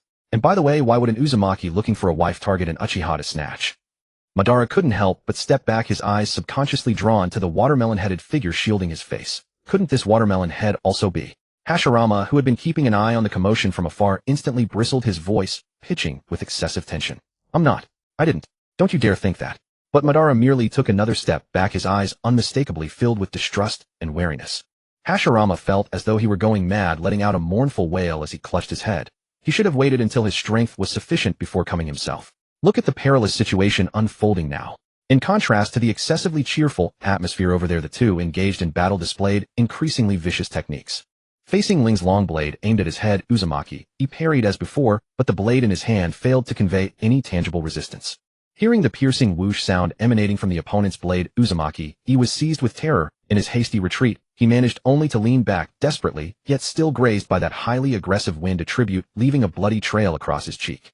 Nevertheless, Uzumaki's reaction was equally swift. Upon dodging the blade, he discarded his broken sword and slapped at Ling's left arm, then leveraging the recoil force he retreated, without hesitation, narrowly avoiding Ling's follow-up slash. Dark cursed seals manifested a menacing aura the instant Uzumaki's palm made contact with Ling's left arm, hurtling straight toward Ling's heart. In its path, it devoured all the jumping arcs of lightning. Had Ling not reacted promptly by forcibly exploding his chakra to shatter the curse, he would undoubtedly have been ensnared by the chakra-devouring curse on his heart, rendering him combat ineffective. However, at this moment, although Ling avoided being captured by the curse, this action undoubtedly worsened his already precarious situation due to insufficient chakra, and even the arcs of lightning on his body revealed signs of faltering. Not rushing into attack, Ling took a deep breath, striving to calm the turbulence of chakra within him. On the other side, Uzumaki, he having been driven back again similarly, did not rush to attack. He cast a downward glance at the broken sword he had discarded, and after a brief silence raised his hand to wipe his cheek. However, after clearing a trace of blood, no wound remained on his face. Ling, I am somewhat disappointed. Ling slightly raised his head, facing Uzumaki's direction, his breathing appearing somewhat rapid, yet still carrying a smile. There's no helping it, you can't expect recovery from losing a hand to be the same as recovering from losing an eye, can you? You took a full year for that. That's true.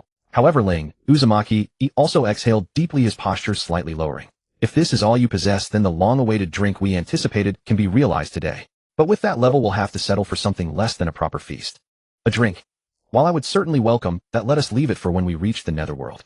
Ling laughed softly and straightened his posture. The lightning surging across his body dissipated, yet the chakra coiled around his blade grew thinner and more refined, its menacing hum gradually subsiding. Did I not already tell you? My younger brother is here today. I refuse to lose face. Drawing his gaze away from the long blade in Ling's hand, Xianyao Yi's expression darkened. What a dangerous technique. Then let us end this with one final exchange. After all, I would rather not appear too undignified before a junior.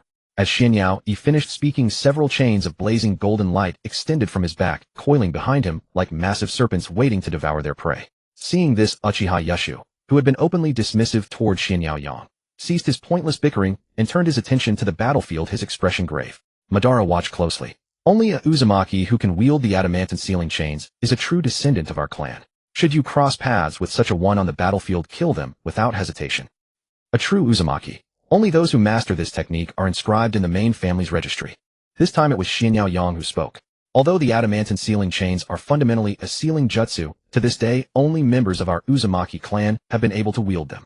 Not even the Senju clan, whose constitution is nearly identical to ours, could learn it.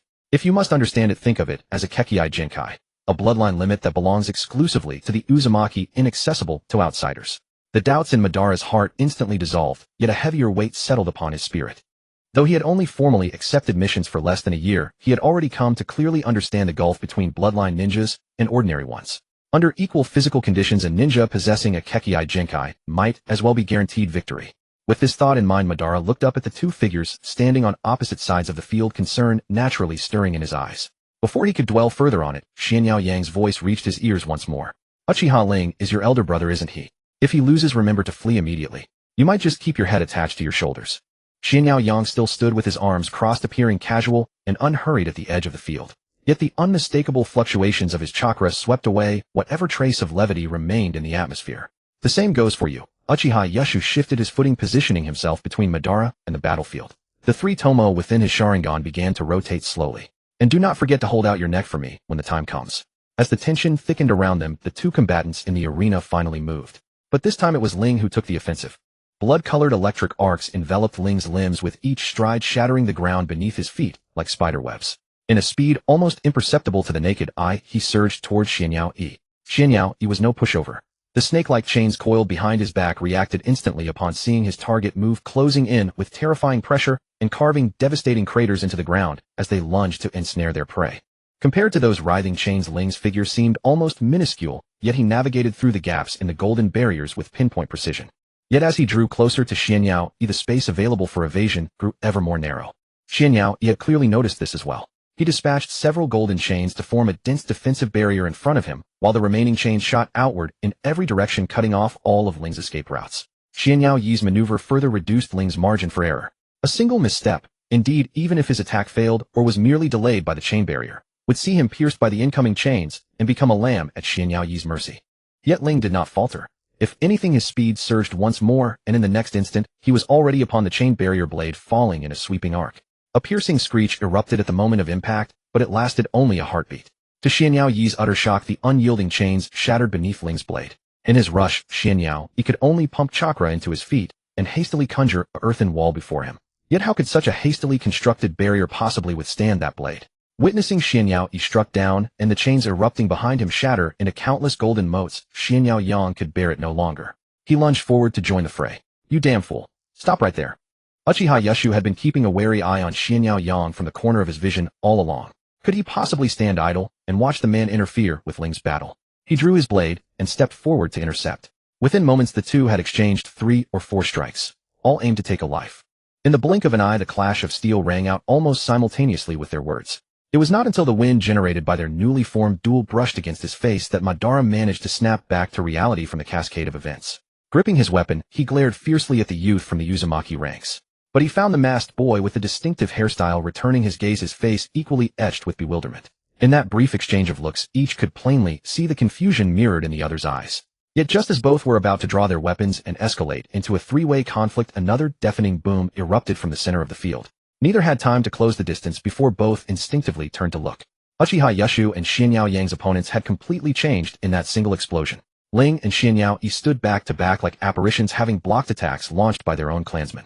Neither of them looked in good shape. Ling's light-colored attire was now caked with dirt, and upon closer inspection, his exposed skin bore numerous fine weeping cuts. Xianyao Yi fared even worse. A gash at least 2 palm lengths long tore across his chest, the fabric of his garment soaked through with steadily flowing blood. From Madara's vantage point, he could faintly glimpse the beating heart beneath. Had Xianyao Yi not clamped both hands firmly against the edges of the wound, blood would have spouted uncontrollably. And yet, despite their conditions, both stood resolute, deflecting their clansmen's attacks with apparent ease. In the sudden silence, it was Ling who spoke first, his voice slightly hoarse, but laced with weary resignation. All right, then shall we all just calm down for a moment? In short, let us all calm down, shall we? Yes, you two should calm down first, Uzumaki interjected. Lest we emerge unscathed while you come to harm.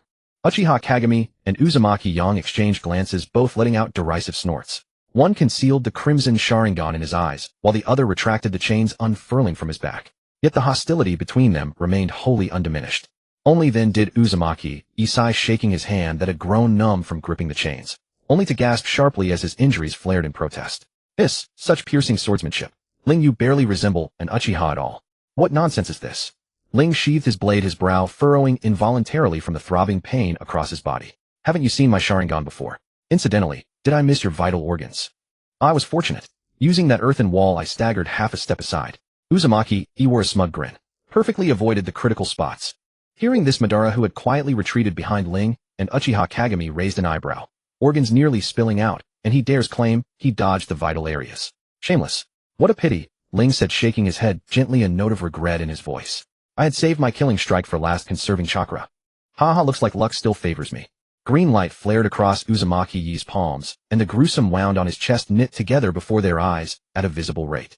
But truly, Ling, you're formidable. When you severed my arm tendons back, then it took me ages to pull myself together. But judging from your recovery, you must have begun training again as soon as your injuries healed, correct? That's truly remarkable.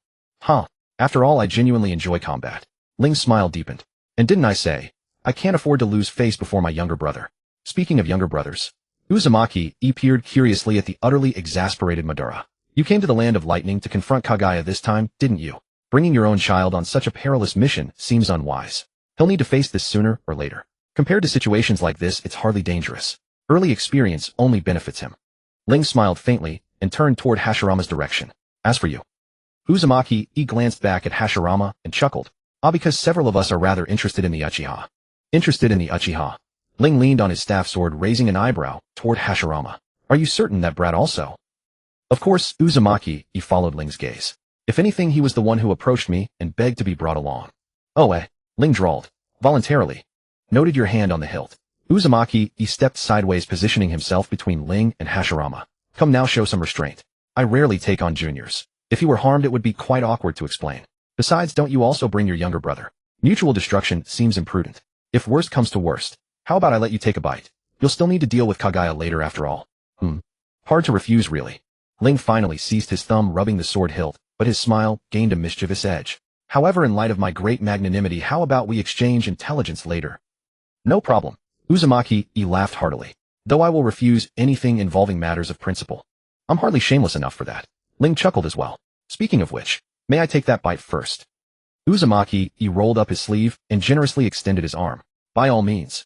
Madara knew that certain members of the Uzumaki clan possessed a special constitution allowing chakra absorption through biting, without hand seals, and even without the donor's consent for healing purposes. Yet even so, watching Ling sink his teeth into Uzumaki's arm, without hesitation, still sent his mind into chaos. Setting aside why two people who had been at each other's throats moments ago now coexisted so harmoniously, the fact that Uzumaki could instantly deploy a sealing jutsu was already unbearable for Madara to accept in someone so close. And that they were fundamentally enemies only made it worse. Don't look so puzzled. Your brother and I are, shall we say, familiar strangers. Uzumaki lowered his sleeve, his smile widening. We agreed on a single strike to decide this, so it is one strike. That is all. Even toward an enemy one can maintain composure and wary trust. Ling, I find myself liking you more and more. You consistently accomplish the impossible, upending my expectations yet offering nothing I could ever hope to replicate. Madara's eyes flickered with unmistakable dread. Does this man have any idea what he's saying? Such remarks that invite misunderstanding. If I were of another gender, I'd certainly take that as a confession, Ling said with exasperation, shaking his head. Thank you. Thanks to you, even if we fought again right now, I wouldn't grow weary. Good. If I fail to kill you myself in the end, I'd be deeply regretful. Uzumaki laughed boisterously. But Ling, though today's battle is paused, there is still something I must declare. Oh, what's that? Uzumaki's smile faded. If that was truly your trump card, then next time we meet on the battlefield you will die. The best outcome being nothing more than taking me with you. I'm aware. I'm not naive enough for that. Ling still smiled lightly. If I wish to fight on the battlefield, I'll need to cultivate my sensory jutsu further, to avoid wounding my own clanmates by accident. Hashimoto remained dazed, unable to fully process the cascade of events that had just unfolded. Since childhood, he had always been a step ahead of his peers in strength, able to hold his own, even against older opponents for several exchanges, buying time for reinforcements to arrive, and sometimes even escaping directly. Yet today his attention was still lingering on the moment when Uzumaki was struck down in a single blow, and the thought of helping had only just crossed his mind when Uzumaki erupted in a furious burst of action. Simultaneously, Uchiha Yashu revealed the fangs hidden beneath his seemingly idle demeanor, their brief clash preventing Uzumaki from advancing even a single step. The sheer intensity of their confrontation convinced Hashimoto that he would be cut down the moment he crossed blades with either of them. Yet these two formidable individuals were effortlessly stopped by the wounded Uzumaki and Ling. Hashimoto could not see the full extent of Uchiha Ling's injuries, but the noticeable pallor of his face made it clear that he had expended a great deal of energy. Even so, at the brink of exhaustion, he could instantly join the fray, his blocking movements steady and unwavering. Uzumaki's injuries were even more apparent. A wound so deep that the internal organs were visible, hardly a light injury, despite his remarkable healing ability. Yet with that very wound, he used a single hand to halt Uzumaki-Yang's adamantine sealing chains. In a clash charged with killing intent, even if Uchiha Yashu and Uzumaki-Yang had noticed the change in their opponents and pulled back their strength in time, they could only mitigate a fraction of the force. This meant that Uzumaki and Ling had essentially taken the full brunt of the attack head-on. Yet afterwards, at Ling and Yi's words, they both sheathed their weapons, simultaneously suppressing their own hostility. But what struck Hashimoto the most was the demeanor of Uchiha Yashu and Uzumaki Yang while observing the battle. Though one stood lazily and the other smiled amiably, their gazes toward the battlefield were filled with the same fervent trust and admiration.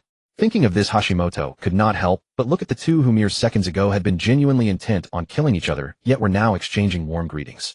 When facing someone who wants to kill you even if they call for a truce, shouldn't you at least be wary? How can they be so free of resentment? Hashimoto frowned deeply. What must one achieve to command such respect within their clan as they do? If I could gain the recognition of the ninja world just as they are recognized by their clans, would I be able to put an end to this endless conflict? Unlike Hashimoto's tangled thoughts, Madara's mind was singularly focused. It felt like only yesterday that Ling had overused activated lightning chakra to strengthen his body, ending up sent to the medical unit. Thus, when he noticed the faint red lightning aura around Ling, despite his belief that Ling would not lose, Madara's heart was filled with anxiety. Finally, the pale, weakened state Ling showed after stopping Uchiha Yashu was obvious to everyone present. This weakness, which had once exhausted their clan's medical unit, was quickly restored to a healthy flush after Ling bit Uzumaki Yi's arm. Madara could not fathom the principle behind it, only finding the other's ability exceptionally convenient. It seems I should take note of the opposing Uzumaki clan from now on. If someone near me gets hurt, and there's no medical ninja, I can just grab one of them to absorb chakra and heal the wounds. Thinking this, Madara's gaze inadvertently fell upon the silent boy of his age. I wonder if he has the same constitution. And how would I find such people later? Bite them one by one. Madara furrowed his brow in deep thought. Hashimoto's contemplation and Madara's dilemma clearly had no effect on the atmosphere. Unlike Ling and Uzumaki, who were discussing what kind of sake they would drink if they ever got the chance, Uchiha Yashu and Uzumaki Yang, once they confirmed that no fight would break out today, simply traded sarcastic taunts. So this is the best of the Uzumaki clan's generation. Uchiha Yashu said, arms crossed lazily, chin slightly raised, his peach blossom eyes glancing at Uzumaki with a calculated nonchalance. That's all there is to it. Are you implying that Uchiha Ling won? Uzumaki Yang replied, his expression sour. If that's true, you might as well not keep those eyes. Just transplant them to Uchiha Ling. Uchiha Yashu was not offended. He spread his hands and said, if Ling wants them, he can take them. I don't have much interest in being a ninja anyway. No, I should say that Ling could take anyone's eyes from our generation and he would succeed. What can I say? Ling is the best of the generation after all. He deserves to be supported in whatever he wants. Uzumaki Yang was momentarily speechless. Damn it, weren't the Sharingan supposed to be the most important thing to the Uchiha? And take anyone's eyes? Since when are eyeballs a portable convenience? Uzumaki chuckled at this, patting Uzumaki Yang on the shoulder. Alright. I lost fair and square. There's nothing to argue about. Uzumaki Yang slapped his hand away irritably. Whose side are you on? Didn't you say it yourself? Uzumaki replied with a hearty laugh. The Uchiha have everything going for them, except their mouths. Uzumaki Yang snorted and decided to drop it. But Uchiha Yashu was not about to let him off. I'll look at him and look at you. No self-awareness at all. Yashu, enough, Ling sighed softly. Today, strictly speaking, it was a draw. A draw. Uchiha Yashu shrugged at Ling. I know, but isn't it amusing? The poor Uzumaki, unable to win an argument or start a fight, is so frustrated he's crying and throwing a tantrum. How pitiful. Madara swore he saw the vein bulging on Uzumaki Yang's forehead. He suppressed his thoughts and looked up at Uchiha Yashu. He was certain now this person was simply rotten to the core. Come on, let it go. Uzumaki withdrew his hand. You can't out-talk him anyway, so why bother? We can always find another chance to snatch him back again later. Then we'll think of a way to modify the body with sealing techniques. Wouldn't that be a win-win? Seeing Uchiha Yashu's face instantly darken, Madara silently turned his gaze to Uzumaki, whose smile was warm and open, and instinctively moved closer to Ling. It seemed the idea that a ninja only needed strength to solve everything was too hasty. You also had to deal with freaks. Sensing Madara's inexplicable unease, Ling reached out and ruffled his younger brother's hair, his smile gentle. Enough small talk. Although I don't mind, it's not good for Uchiha and Uzumaki to be seen mingling. Right, Uzumaki turned to Ling. How about a question-for-question exchange? Alright, I'll ask first. Ling paused, hearing no objection, then continued. What reason did you use to come find me? Uzumaki chuckled. Do you even need to ask? Of course we took the mission. That answer was rather perfunctory, but Ling didn't seem to mind. He simply nodded and motioned for Uzumaki to ask his question. What happened to your eyes, Ling? As you can see, Ling replied with a gentle smile, I'm blind. Uzumaki was startled for a moment, then burst out laughing. Sorry. Old habits are hard to break. Let me start over. We've taken an investigation mission to look into the northern part of the land of lightning, and running into you was nothing but pure coincidence. Ling nodded slightly. My eyes were destroyed by my own hand during the last battle with the Senju clan when I was driven into a corner. The wounds were too deep for the eyes preserved in our clan to be transplanted. If you don't mind, may I ask what you're investigating? Apparently a powerful ninja beast has been appearing, and they wanted us to seal it away or drive it off after investigating. Yang and I are just the vanguard, so overall it's been fairly straightforward. Uzumaki didn't go any deeper. Instead, he changed the subject. How many of the Kagaya who were chasing you are dead? About 14. They're pretty persistent. What about you two just now? 3. Their skills were decent, but they weren't exactly an elite squad. Using the Kagaya clan as a starting point, the two exchanged a great deal of information about other clans, while tacitly avoiding anything sensitive involving their own two clans. Later, Uchiha Yeshu and Uzumaki Yang set aside their hostility and chimed in, as well, joining this rare exchange of intelligence. All of them slipped into a subtle, delicate harmony. That harmonious mood was ultimately broken by a question from Uzumaki Yang. Can you give us some information about your clan's kunoichi missions? Uchiha Yeshu's Sharingan flashed in his eyes almost instantly. I know you're a twisted pervert who spends all day dreaming about stealing wives from us, but asking us so openly. Are you as brainless as the Kagaya? I really don't get why you're so worked up, Uzumaki Yang said, digging a finger into his ear. Given the relationship between our two clans, doing something like this is pretty normal, don't you think? That's true enough. Now that you mention it, the Uzumaki clan really is convenient. Ling looked thoughtful. Maybe I should bring it up with my people when we get back. Uchiha Yeshu immediately turned his head. Hey Ling, think this through. There are plenty of people in the clan who care about you. You don't need to lose your head and choose an Uzumaki. If you really intend to choose one of us Uzumaki as your other half, there's no need to steal. Uzumaki, he said, stroking his chin. I could consider introducing my little sister to you. But before that, you'd at least have to leave the Uchiha clan. I might trust you, but I certainly don't trust your clansmen. What nonsense are you spouting? How could I possibly abandon my clan? Ling wore a confused expression. Besides, I never said I was capturing people to marry them. If I'm going to go through that much trouble, wouldn't it be better to seek a marriage alliance with another clan directly? Not marriage. Uzumaki Yi's brows drew together, and his voice grew cooler. Human experimentation? Let's just say it's a personal need of mine. Ling tilted his head, showing no intention of hiding the truth. You saw the lightning release I used earlier, didn't you? Without a medical need by my side, developing it further is rather difficult. But if I had an Uzumaki with a special constitution beside me, that problem could obviously be solved with ease. Truthfully, if you think it through, you'd make a fine target. It's just that now that I no longer have the Sharingan, dying together with you wouldn't be hard, but trying to control you and use you as a healing tool. Now that would be a real challenge. Uzumaki, I was only trying to get you to leave your clan and become my brother-in-law, yet you're thinking of using me as a tool and draining me dry. Even after Ling said all that, Uzumaki, he showed no sign of anger. He simply shook his head and continued on the same topic. If I'm your target, that really would be difficult. Rather than trying to capture a clansman of mine and controlling them with Genjutsu, you'd be better off finding a summoning beast that can heal you. That would be far more efficient and faster. I did consider that. But as you know, with summoning beasts, it's not as if you can sign a contract just because you fancy them. They judge you too. They say a beast takes after its master, so summoning beasts tend to favor masters of similar temperament. And with the Uchiha clan's reputation in the ninja world, Ling's expression grew a little helpless as he trailed off. Finding a healing-type ninja beast is genuinely difficult, so I might as well find a way to catch an Uzumaki. Well, that's true. Looks like I'll have to warn my clansmen to be on guard from now on. By the way, Ling, are you really not considering leaving the Uchiha? Uzumaki, he scratched the back of his head, ignoring the threatening glares from Uchiha Yeshu and Madara. Look, you don't have the Sharingan anymore, and we Uzumaki are open to accepting outsiders. Once I work things out in the clan, you could simply join the Uzumaki as a wandering ninja. By then, with your strength and looks, you'd be extremely popular in our clan. Wouldn't your training then be able to proceed with ease? Oh, spare me. Ling laughed softly. The simple fact that I'd likely become a breeding tool once I joined the Uzumaki is enough to make me keep my distance, let alone all those sealing formulas around your clan grounds. Don't make life difficult for a blind man, okay? Ha ha ha, you saw right through me. Uzumaki, he laughed loudly. But Ling, you're a sensory-type ninja, aren't you? This might not sound nice, but in your current situation, rather than whether someone is good-looking, isn't the unique character of their chakra what attracts you? If it ever came to that, I'd rather choose the Senju. After all, Uzumaki chakra may feel warm, but its aggression is no less aggressive than that of the Uchiha. Well, that's true. Uzumaki, he looked at Madara, who had been shooting icy glares at him the entire time, and smiled. Hey kid, your brother is a remarkable ninja. As his younger brother, don't ever disgrace him, all right? I don't need you to tell me that. Madara snorted, his expression cold and sharp. If not for the hand Ling had placed on his head, it would have been quite intimidating. Uzumaki, he didn't care in the slightest. He grinned, baring his teeth. Then how about starting with long hair? It's a mark of the strong. With that pretty face of yours, long hair would absolutely make a whole crowd fall for you. Watching Uzumaki Yi's warm, bright smile, Madara couldn't help taking a step back, the hairs on the back of his neck standing on end. What the hell? This Uzumaki is seriously creepy. Hey, don't say strange things to my little brother. A flicker of displeasure finally appeared on Ling's face as he raised his hand to block Ban behind him. Besides, if you wouldn't do it yourself, don't incite others to do so. Is it that I didn't do it? Xuanwei Yi's expression turned complex. Wasn't it because I was traumatized by you grabbing my hair and swinging me around back then? When did I ever do such a thing?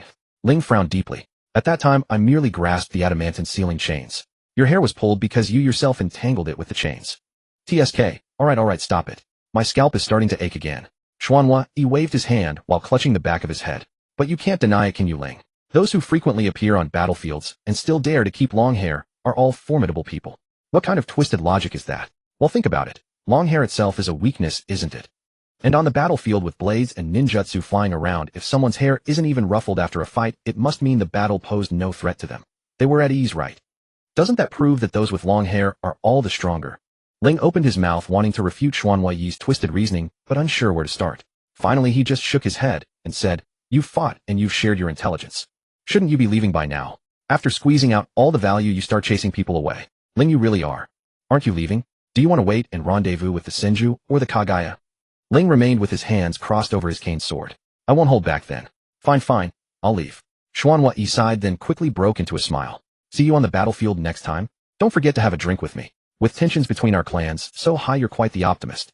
Ling shook his head with a smile. "We'll save that for after we've gone to the underworld." A wry smile touched Xuanhua Yi's face, but he didn't reply. He simply waved his hand and led his squad swiftly into the distance. If one ignored the ravaged ground left by his and Ling's clash, it would seem as if they were merely passing by. Once Xuanhua Yi had left his perception range, Ling's smile grew faint. "Yeshu, lead the way to the nearest town. The closest Kagaya pursuers have been killed by the next squad won't arrive so quickly. We'll find a place to rest." "I get it. On guard against the Senju, right?" Uchiha Yeshu clicked his tongue. "One or two of them always haunting us like restless spirits." Ban instinctively followed their steps, but couldn't help asking, "Isn't it said that this kind of clan-based operation usually isn't interfered with? Why bring up the Senju?" Probably because there's a troublesome brat in Yi's squad." Ling chuckled softly. "But at least he has courage and guts." "That brat?" Uchiha Yeshu furrowed his brows, then after a moment of thought his expression turned fierce. "In that case we should have struck just now, right?" Ban couldn't help puffing out his cheeks. This world where he alone couldn't keep up with the conversation was truly exasperating. But it wouldn't have meant anything, would it? Ling smirked lightly. "After all, if we'd really fought, the best outcome would be only one of you and Xuanhua Yang making it back alive. Such a mutual destruction scenario is best avoided. Besides, the timing of our meeting with wasn't ideal. If we haven't deviated from the route these past few days, we should have been moving along the eastern side of the Lightning Country. Coming from the Whirlpool Country to the north of Lightning, one would normally choose the western route. Only someone starting from the Fire Country would take the longer eastern route for convenience. Not to mention that interesting brat being in the squad." Hearing this, Ban finally realized belatedly, his voice rising an octave. "That bowl-cut head is a Senju. If I'm not mistaken, he's likely the heir. Otherwise, he wouldn't have backed down so easily since he enjoys fighting as much as I do," Ling said, stroking his chin.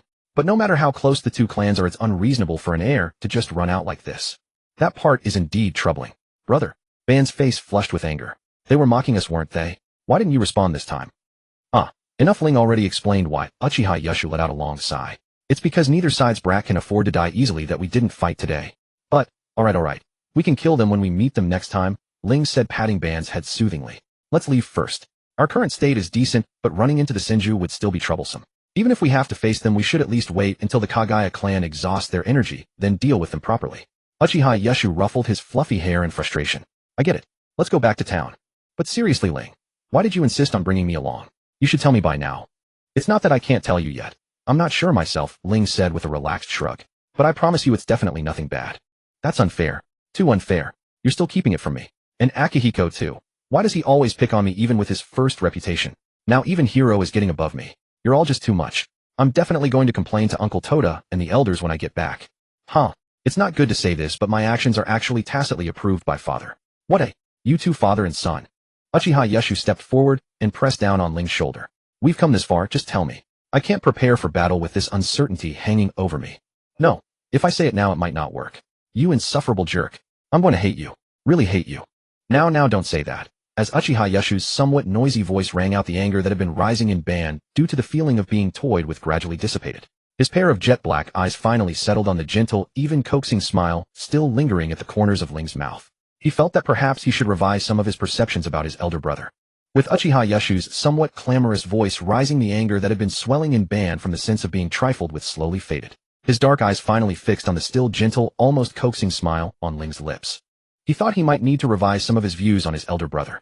After leading Xuanhua Yang and Zhu Jian for nearly 10 kilometers, Xuanhua Yi's pace gradually slowed, his voice somewhat heavy. "It's truly incredible. Ling is still exactly the same as before." Xuanhua Yang almost immediately grasped Xuanhua Yi's meaning, clearly surprised. "His strength hasn't declined." "Decline is certain after all that troublesome Sharingan is gone. But his efficient taijutsu remains difficult to handle. In fact, he fights even more ferociously than before. Xuanhua Yi stopped and turned back to look in the direction they came from, his previously bright smile, replaced by a complex expression. Having such a person as an enemy is truly both exhilarating and unsettling. Exhilarating my ass, it's only unsettling, right? Xuanhua Yang scoffed. By the way, are you really okay? I saw that slash connect solidly. If you put it that way, I do need to take care of this. Just as Zhu Jian was puzzled about what Xuanhua Yi was doing, he watched him take a deep breath and press his thumb joint against the xiphoid process. Before long, he spat out a mouthful of blood, and his complexion had improved considerably compared to before. Brother Yi, what are you? Moi. Xuanhua Yi wiped the blood from the corner of his mouth. Oh, it's nothing. It's just that Ling's chakra corroded into my body earlier, causing some internal damage. Zhujian, didn't you just say you weren't injured? Seeing Zhujian's bewildered expression, Xuanhua Yi laughed loudly again. Ha! You can't expect me to directly tell the opponent my true injuries, can you? That would be too stupid. And if it were truly exposed, that guy Ling would definitely figure out some way to slash me again, without any hesitation, right? Sigh. I truly lost disgracefully this time. Zhujian tilted his head. But didn't that Uchiha Ling say it was a draw? No, I lost, Xuanhua Yi said with a smile ruffling Zhujian's hair. A touch of helplessness colored the smile on his lips. Because I had no certainty of perishing alongside Ling, but he had the certainty of dragging me down with him. That's quite a disastrous defeat. So you were holding back too much against that Uchiha from the start. Xuanhua Yang frowned deeply. Wouldn't it have been better to just kill him directly with a sealing jutsu? You had already branded the sealing jutsu onto his body back, then didn't you? If I'm not mistaken. It was the 4-limb heavy seal, right? Yeah, but Ling reacted quickly. He dispersed the incantation with chakra in an instant. Preparing it again would also take time. I only learned the 4-limb heavy seal not long ago and haven't become familiar enough with it to cast it instantly. Speaking of this, Xuanhua Yi wiped his face, his expression rather troubled. By the way, how could a blade cut through the adamant sealing chains? Is my impression of the Uchiha unclear? Aren't they known primarily for jinjutsu? With Ling's swordsmanship, I almost thought he was from the Hitaki clan. Exactly. That guy doesn't seem like an Uchiha at all. Not only does he not show off in combat, but while others aim to chop off your limbs, this guy goes straight for your life. Xuanhua Yang's expression also grew glum. Moreover, although the adamantine sealing chains are constructed from chakra, they're still considerably harder than ordinary swords and blades. How could that guy cut through them as if it were play? And he severed several of them in succession.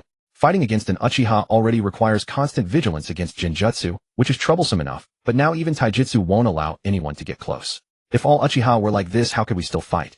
Xuanhua Yi sighed and looked up. By the way, Zhujian, how long has it been since the last war between your clans ended? Let me think. Zhujian recalled the time of the last conflict with the Uchiha clan. It should have been 10 months ago, right? And what about the first news regarding his mission outside? Just tell me what you know. Seems to have been 4 or 5 months ago. Zhujian scratched the back of his head. I remember I was on a mission with Brother Chang at the time, and I ran into him during a rest break. He even thanked me then. So that guy only went blind for less than half a year before he started going on missions again. Xuanhua Yang cursed. Does he have no heart? Xuanhua Yi also lowered his head, a bitter smile on his lips. Less than half a year. This loss is even more thorough. Zhujian looked somewhat puzzled. Why do you say that? Didn't I already say it?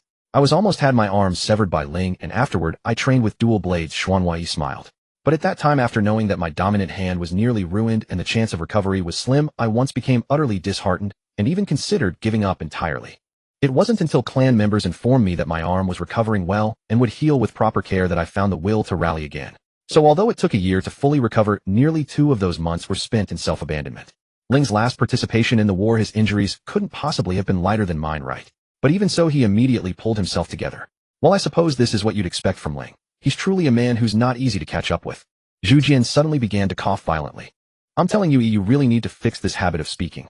Look how scared the kid is. Xuanhua Yang took out a sealing scroll, fetched a bottle of water, and handed it to Zhujian.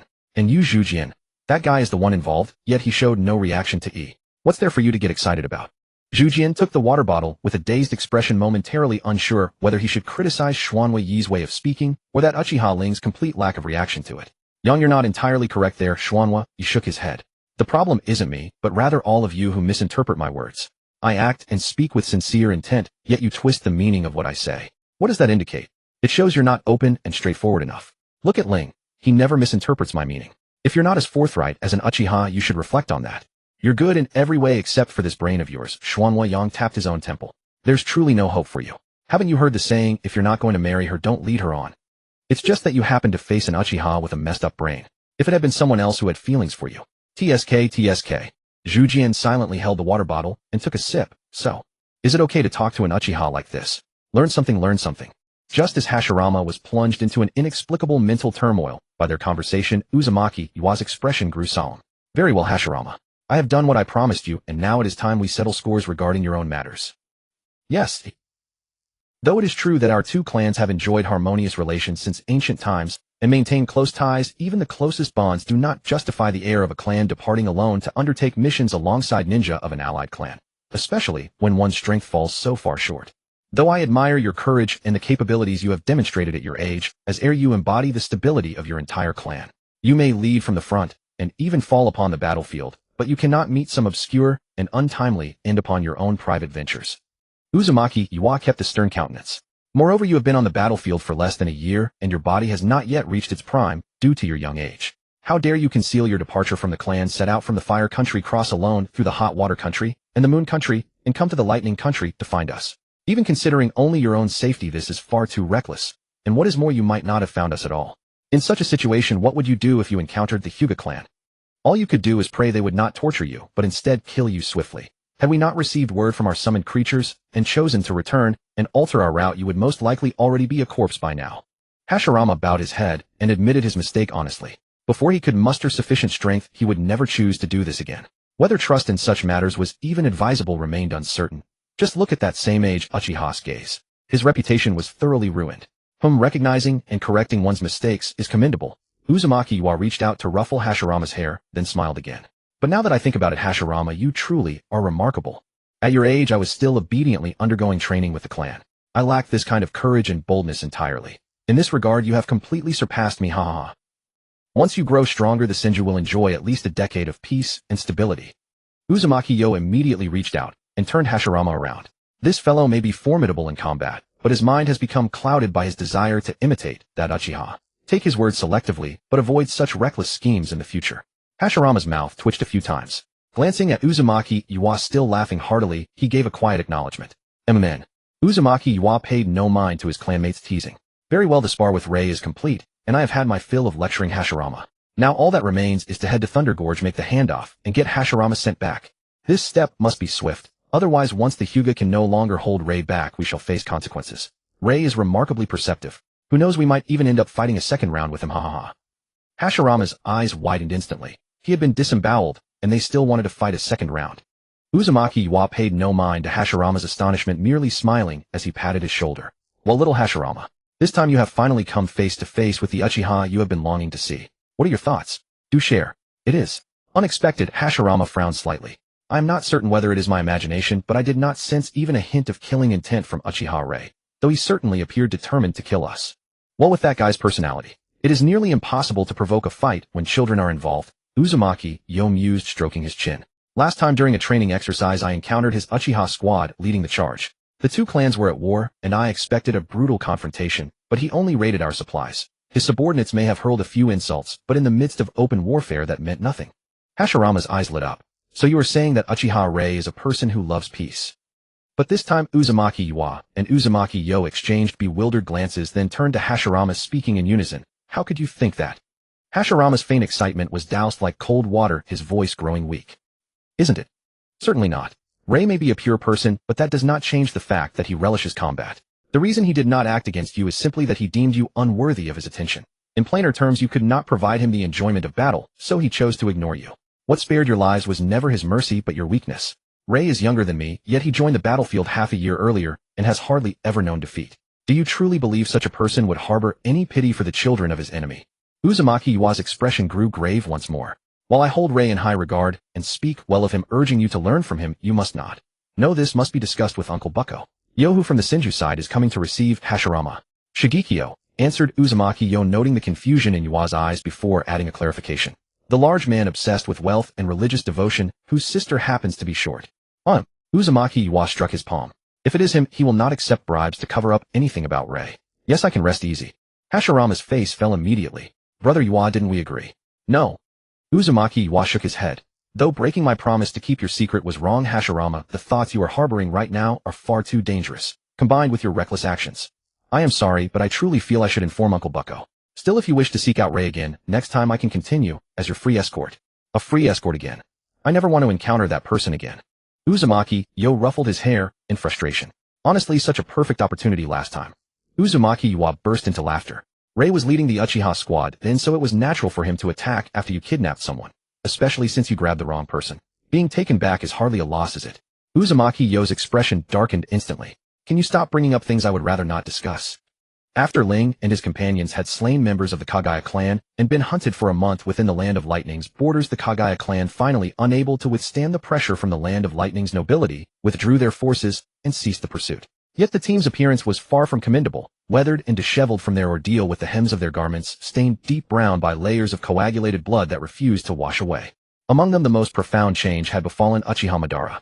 This half-grown youth had shot up another inch over the past month, and the childishness in his eyes had been entirely stripped away, replaced by a coldness that chilled the soul. If Madara before those days had been nothing but a roughly forged weapon, formidable in appearance yet incapable of delivering true harm, then the past month of flight and slaughter had sharpened that blade to a deadly edge, its gleam now so murderous that merely gazing upon it inspired dread. Uchiha Yashu, by contrast, maintained his usual languid demeanor, save for the occasional flash of cold light in his eyes when their gazes met, a glance that could frost one's very bones. Compared to the other two, Ling appeared almost out of place.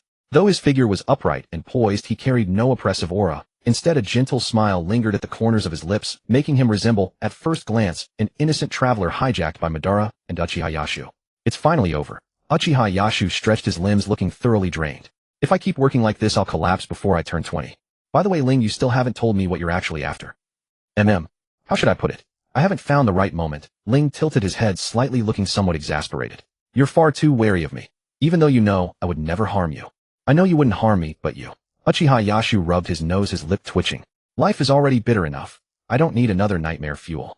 Ling shook his head, gently turning toward Madara. Madara, how are you feeling?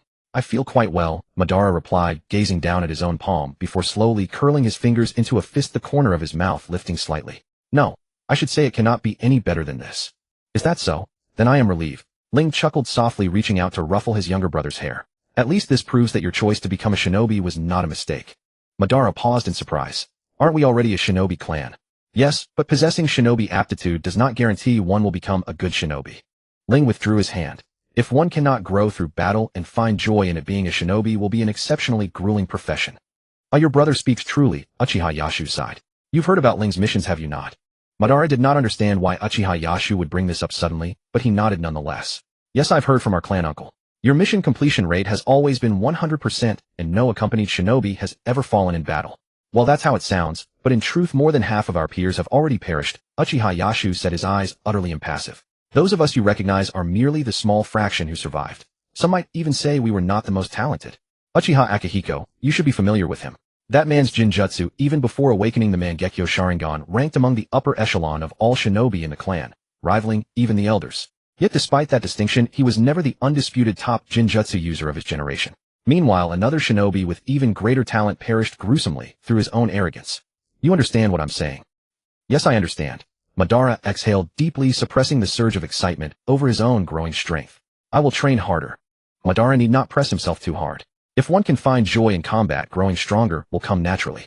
Moreover, your brother is still here. It's perfectly fine for Madara to rely on me a little before his body fully matures. Ling laughed softly, tapping his own temple. Though as for some of my less admirable habits, perhaps you'd best not imitate those. Madara immediately frowned. Brother, please do not joke about such things. Not a joke, merely stating a fact. Ling's smile deep and gentle as ever. Life is full of surprises.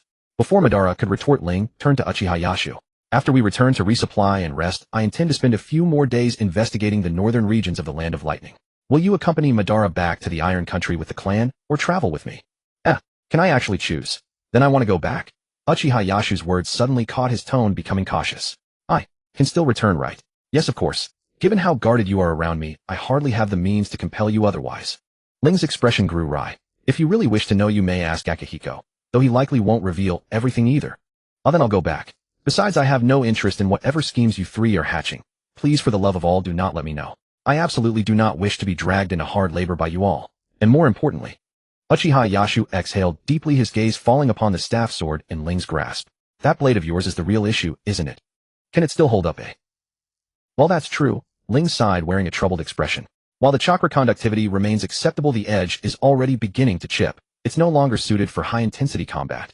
The Kagaya clan is still no pushover in terms of martial prowess. Shall I help you commission a new one? Chakra steel is pricey, but your remuneration aside from drinking and buying gifts for your family hasn't amounted to much, has it? Yes, please do. Ling nodded slightly. Forge it to the same specifications as my current staff sword, though the sheath could be made a little longer.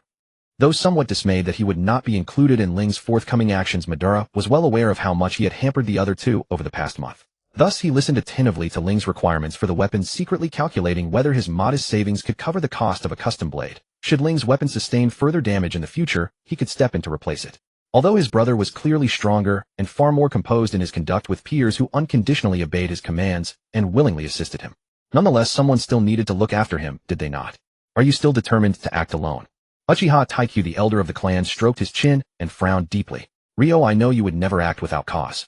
However, our clan's affairs with the Kajitsuki family have already been settled, and we shall not be staying much longer. Right now we are still within the land of lightning. The nobles of this region may yet accord you some courtesy and allow you to act with discretion. But once our clan members withdraw from the land of lightning, even so, do you still insist on acting independently?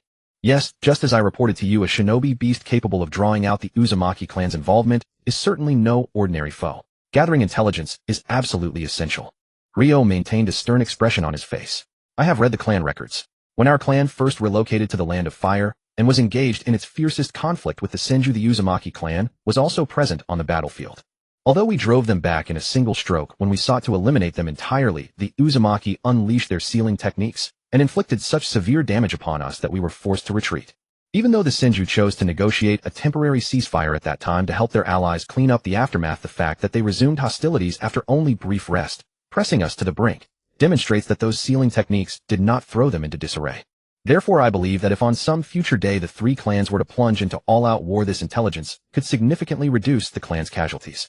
During my reconnaissance, I will maintain a constant connection with my summon. Even if I perish, I will be able to relay the information back. Moreover, in my current condition, if I simply change out of my clan attire, few except those who frequently cross blades on the battlefield would ever link my identity to our clan. There should be no trouble brought upon the clan. If your concerns are not without merit, Uchiha Taikyu sighed. But Ryo, you need not always be so thoroughly cautious. As you know, I have always savored combat, Ryo said with a low chuckle. Were you to leave me idle, I would be the one most unwilling to accept it. And I understand. I shall personally oversee Madara's training from here on. Uchiha Taikyu shook his head slightly, a quiet sigh stirring within his heart. This business with the Kagaya clan has already brought sufficient benefit to our clan. If nothing further is accomplished henceforth, it is of little consequence. Everyone's safe. That is what truly matters. Yes, I shall keep your words in mind. Thank you for your concern. Ryo nodded slightly and rose to his feet. I shall begin my preparations. Once Ryo had departed, Uchiha Taikyu let out a long sigh and rested his hand against his forehead, falling silent in thought. As for Ryo himself, despite having reported to the elder, he made no hurry to depart. Instead, he calmly rested for 2 days in this secure location to recover his condition, and only then began preparing the items he might need for his journey. If there was one regrettable thing, it was that Uchiha Yashiki remained on high alert until Ryo's very last moment, leaving him absolutely no opportunity to attempt opening Yashiki's eyes. But this was hardly something that could be forced. So Ryo only resolved that when seeking his next target, he should avoid appearing too conspicuous lest he encounter another situation like Uchiha Yashiki's, where constant vigilance left him no opening to act. Madara was somewhat reluctant as Ryo departed, but only until Ryo quietly pulled him aside to explain the function of the Phantom Pearl, then secretly slipped one into his hand, telling him to find an opportunity to drop it into Uchiha Yashiki's collar to test whether it worked, or if no chance arose, to keep it for later use when ambushing someone. Only then was his reluctance forcibly suppressed. Madara, elder brother, you. If elder brother does this, he must have his reasons. No, I really can't make this up anymore. What on earth does elder brother think about every single day? By the way, should he even feel grateful that elder brother didn't take advantage of his unguarded state?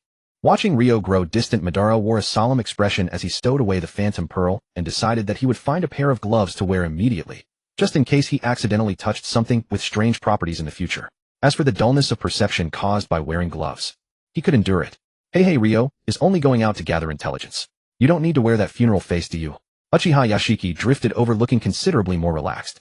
Are you that unwilling to let your brother go? Hearing this, Madara turned to look at Uchiha Yashiki with eyes full of pity. I have decided that once I am strong enough, I will spare you from getting beaten. Uchiha Yashiki, listen to yourself. Listen to yourself? Is that even human language? Madara then turned back, gazing at Ryo's silhouette that had already shrunk to a small, his expression rather complicated. Elder brother isn't usually like this at home. Yashiki, who had originally intended to ruffle the boy's hair in revenge, stopped his movement and folded his arms, looking in the same direction as Madara, his expression equally complicated. What do you think the probability is of a sane person emerging from a pack of madmen? Madara fell silent. You've got a lot to learn, kid. Uchiha Yashiki patted Madara's head, but immediately withdrew his hand upon receiving a glare. Once you've gone on more missions with Rio, you'll see just how despicable he really is. Enough about that. Weren't you saying you wanted to learn the technique of combining ninjutsu with hidden weapons? I've got time now. Wanna come?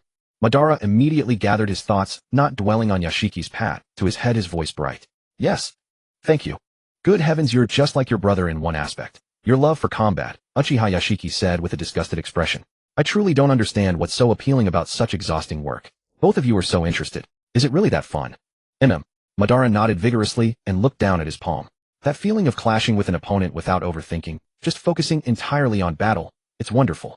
No need for so many calculations. Either you send them to their death, or they send you. That sense of breakthrough in the span of a single breath, it's utterly addictive. Why yes, I get it. Uchiha Yashiki looked even more disgusted, turning on his heel toward the training grounds. You two really are brothers, a big training maniac and a little training maniac. Madara, you never seem to dare say these things to my elder brother's face. Nonsense, I'm scared. Uchiha Yashiki clicked his tongue and rubbed his nose. Do you have any idea what kind of courage it takes to face someone who has appeared in your nightmares for 3 consecutive years? That I can overcome my psychological issues and still go on missions together with him. Is that not impressive enough? Okay. Ling had already anticipated encountering plenty of trouble on the road after taking off his clan robes, but he never expected to run into bandits 3 times in just half a day's journey. Though calling them bandits was not quite accurate. Their steps were unsteady and weak, they wasted their stamina by swinging weapons recklessly, and their shouting was filled with fear and uncontrollable trembling. Even without laying eyes on them, Ling could be certain that those who came to rob him were merely ordinary people with no combat training whatsoever. Ling did not even need to draw his staff blade. He simply used it as a club and sent them all fleeing with cries of pain. They're picking a fight with us, aren't they, Gua? Yada crouched steadily on Ling's shoulder. Why not just kill them all, Gua? They're nothing more than ordinary folks driven into a corner. Ling shook his head. They're just trying to survive. There's no need to show them no mercy. Besides, I didn't hold back all that much. Those hits will leave them aching for quite a while. Moreover, they are citizens of the land of lightning, and I am a shinobi of the land of fire. If I were to attack their citizens without being hired to do so, it could easily be seen as an act of aggression and spark unnecessary conflict. Yada tilted his head. But by that logic, we'd be helping them pacify their country, wouldn't we, Gua? Surely such good deeds that require no reward should be welcomed, Gua. It's precisely because no reward is demanded that trouble comes looking for us. Ling let out a snicker. Those nobles may lack real power, but their paranoia alone can easily destroy an entire shinobi clan. Take this very incident, for example. The Kagaya clan clearly possesses the strength to slaughter every noble in the land of lightning, yet they are still forced to bow to them, halt their actions against us, and even reign in their clan's influence under those baseless accusations. If someone with ulterior motives were to scheme further, well, if luck is on my side, I might even live to see them driven out of the land of lightning. Didn't you say those nobles are weaker than shinobi, Gua? Yada tilted his head. The weak shouldn't have a say, right? I did say something like that, but when ants gather in great enough numbers, even they can bite an elephant to death. Shinobi number only a few hundred thousandths, or even a millionth of the common folk, and their abilities vary greatly. If ordinary people truly rose up in resistance, the shinobi would be all but doomed to defeat. Yet even the weakest shinobi possess power that ordinary people can hardly hope to match. So to prevent a violent clash between the two sides, shinobi are forbidden from engaging in production and barred from owning land. In return, the nobles and commoners must hire shinobi for missions so that shinobi may earn their means of survival. And from another perspective, hiring shinobi for missions is far more cost-effective and efficient than raising a personal army. The smile on Ling's lips faded slightly. It is for all these reasons that shinobi do not arbitrarily slaughter the common folk or the nobles who rule over them. But this relationship is undoubtedly fragile, twisted, and fundamentally wrong. Let one single part of it go awry, and the entire world's order will collapse in an instant. Unfortunately, I am nothing more than a battle-crazed madman at heart. Even if I have dabbled in such matters, I am destined to be short-sighted. I can point out the flaws, yet I cannot find a solution. Well, even if I could find one, I probably wouldn't do anything about it anyway. Why not, Gua? Because shinobi are a profession that can only survive through conflict. If the world were at peace, we who only know how to kill would be discarded the moment we were no longer useful. How complicated, Gua. Indeed, how complicated. Ling stopped in his tracks and turned toward the forest on his side with a hint of helplessness. I knew the people of the land of lightning were fiercer than those of the land of fire, but to encounter a fourth unexpected incident in a single day. Is the ruler here actually governing this country properly? I think it also has something to do with you choosing the forest paths, Gua. But taking the main road requires a travel permit and tolls. Though I'm not wearing the clan robes now, if I were truly investigated, there'd be no end of trouble. Ling sighed and shifted to the edge of the road. I want to avoid meaningless complications, but heaven refused to grant his wish. He had barely taken a few steps when he heard the sound of footsteps heading straight for him. The one in the lead collided directly with him. Feeling the force and position of the impact, Ling's brow furrowed even deeper. A child. A heavy thud followed, and then a girl's voice thick with tears rang out. That hurt. Are you all right? Are you injured? Ling lowered his head. Sorry, I didn't notice you. No, I'm fine. More importantly, can you please? The girl's tearful pleading voice came to an abrupt halt, replaced by shock. Why you? Are you blind? Ling had no intention of hiding it. He nodded calmly. Yes. I lost my eyes because of certain circumstances. You? The girl tried to say something more, but the chaotic footsteps and the sound of snapping branches made her deeply uneasy. Standing only a step away, Ling could even hear her breath halt entirely from sheer tension. I'm truly sorry, but please, you have to help me. The girl said, her voice even more panicked, yet still kept extremely low. For you to be walking alone under such circumstances, you must have some means of protecting yourself, right? I can pay you. Please save me. Ling shook his head slightly. As you can see, I'm just a blind man passing through. The girl wanted to say more, but by then vicious shouts were already coming from behind her. She hesitated no longer, raised a hand to wipe away her tears, and spoke quickly in a low voice. I'm sorry I was too forward. Please forgive my impertinence. The moment the words left her mouth, Ling felt the girl shove him hard. At the same time, she raised her voice. Get lost. You useless blind man. Ling understood at once that she was trying to sever any connection between them. Without the slightest resistance, he tumbled into the roadside grass. And even as he did, he could hear her whispering a small apology. She's quite a decent person, Gua. Even in a situation like this, she remembered to distance herself from you. Yada said, landing on a branch above Ling's head, his tiny jet-black eyes fixed on the girl's shrinking figure. Aren't you going to help her, Gua? As she is indeed a decent sort. Ling listened to the approaching shouts and sat up unhurriedly. But her choice of words was clearly shaped by an aristocratic education. I don't want to drag trouble onto myself. And just as the man and the crow were speaking, the chaotic footsteps arrived at their doorstep. A portion of the group chased after the direction the girl had fled, while the rest stopped before Ling. That little brat sure can run. What's the deal with this blind man? Boss, I've checked the scattered luggage over there. There's nothing suspicious about it. He's probably just an ordinary blind man passing through. Fine. Make it quick and clean. If word of this gets out, it won't do us any good. Understood. Hearing the sound of blades being drawn before him, Ling let out a long sigh. With a slight squeeze of his right thumb and index finger, he pushed his staff blade partway out of its sheath. Truly the tree desires stillness, but the wind will not cease. The tree longs for stillness, yet the wind never ceases. Hey, you blind fool, you're quite the wordsmith. You've only your bad luck to blame. The man in the lead had been unconcerned, but as he turned, he caught a glimpse of the cold gleam in Ling's hand. A powerful sense of danger instantly seized him. Wait. Be boss. The man could only watch as the dazzling blade light swept past his subordinate's neck. The next second, bright red blood scattered into the air, refracting in the sunlight, like delicate flowers blooming out of thin air. But before he could think further, he felt a chill at his neck. As his field of vision rose, Ling's gentle voice reached his ears. Although your identities, as I can tell from your conversation, are extremely troublesome, and I don't want to invite trouble asking me to spare someone who harbors murderous intent toward me. As the bodies of the group crumpled to the ground, raising a faint dust, Ling expressionlessly flicked the blood from his cane sword. Sorry, but I don't have that good a temper. Bazi tilted its head from the tree, looking at the fallen corpses. Aren't they rather weak, GA? And didn't Master still end up in trouble, GA? Yes, trouble never stops coming. Ling sheathed his cane sword with a sigh. But since I've been dragged in, I need to finish this cleanly. Baji, sorry to trouble you. Got it, GA. Hearing the sound of wings, Ling fumbled around until he found the beast-attracting powder and sprinkled it over the corpses. Without staying any longer, he picked up the scattered luggage and ran off in the direction Baji had flown. Pain. It truly hurt. Whether from skin scraped by branches as she ran, soles treading over jagged mountain rocks, or lungs stabbed by needles from breathing too hard, all manner of pain intertwined and coiled around her, making her so miserable she wanted to cry. But she couldn't cry, because if she cried, she wouldn't be able to see the road ahead, and those assassins would catch her and kill her. Yet she didn't want to die. She couldn't understand at all why this was happening to her. It was her father who was supposed to be taking her and her mother home. She only wanted to be with her parents. So why?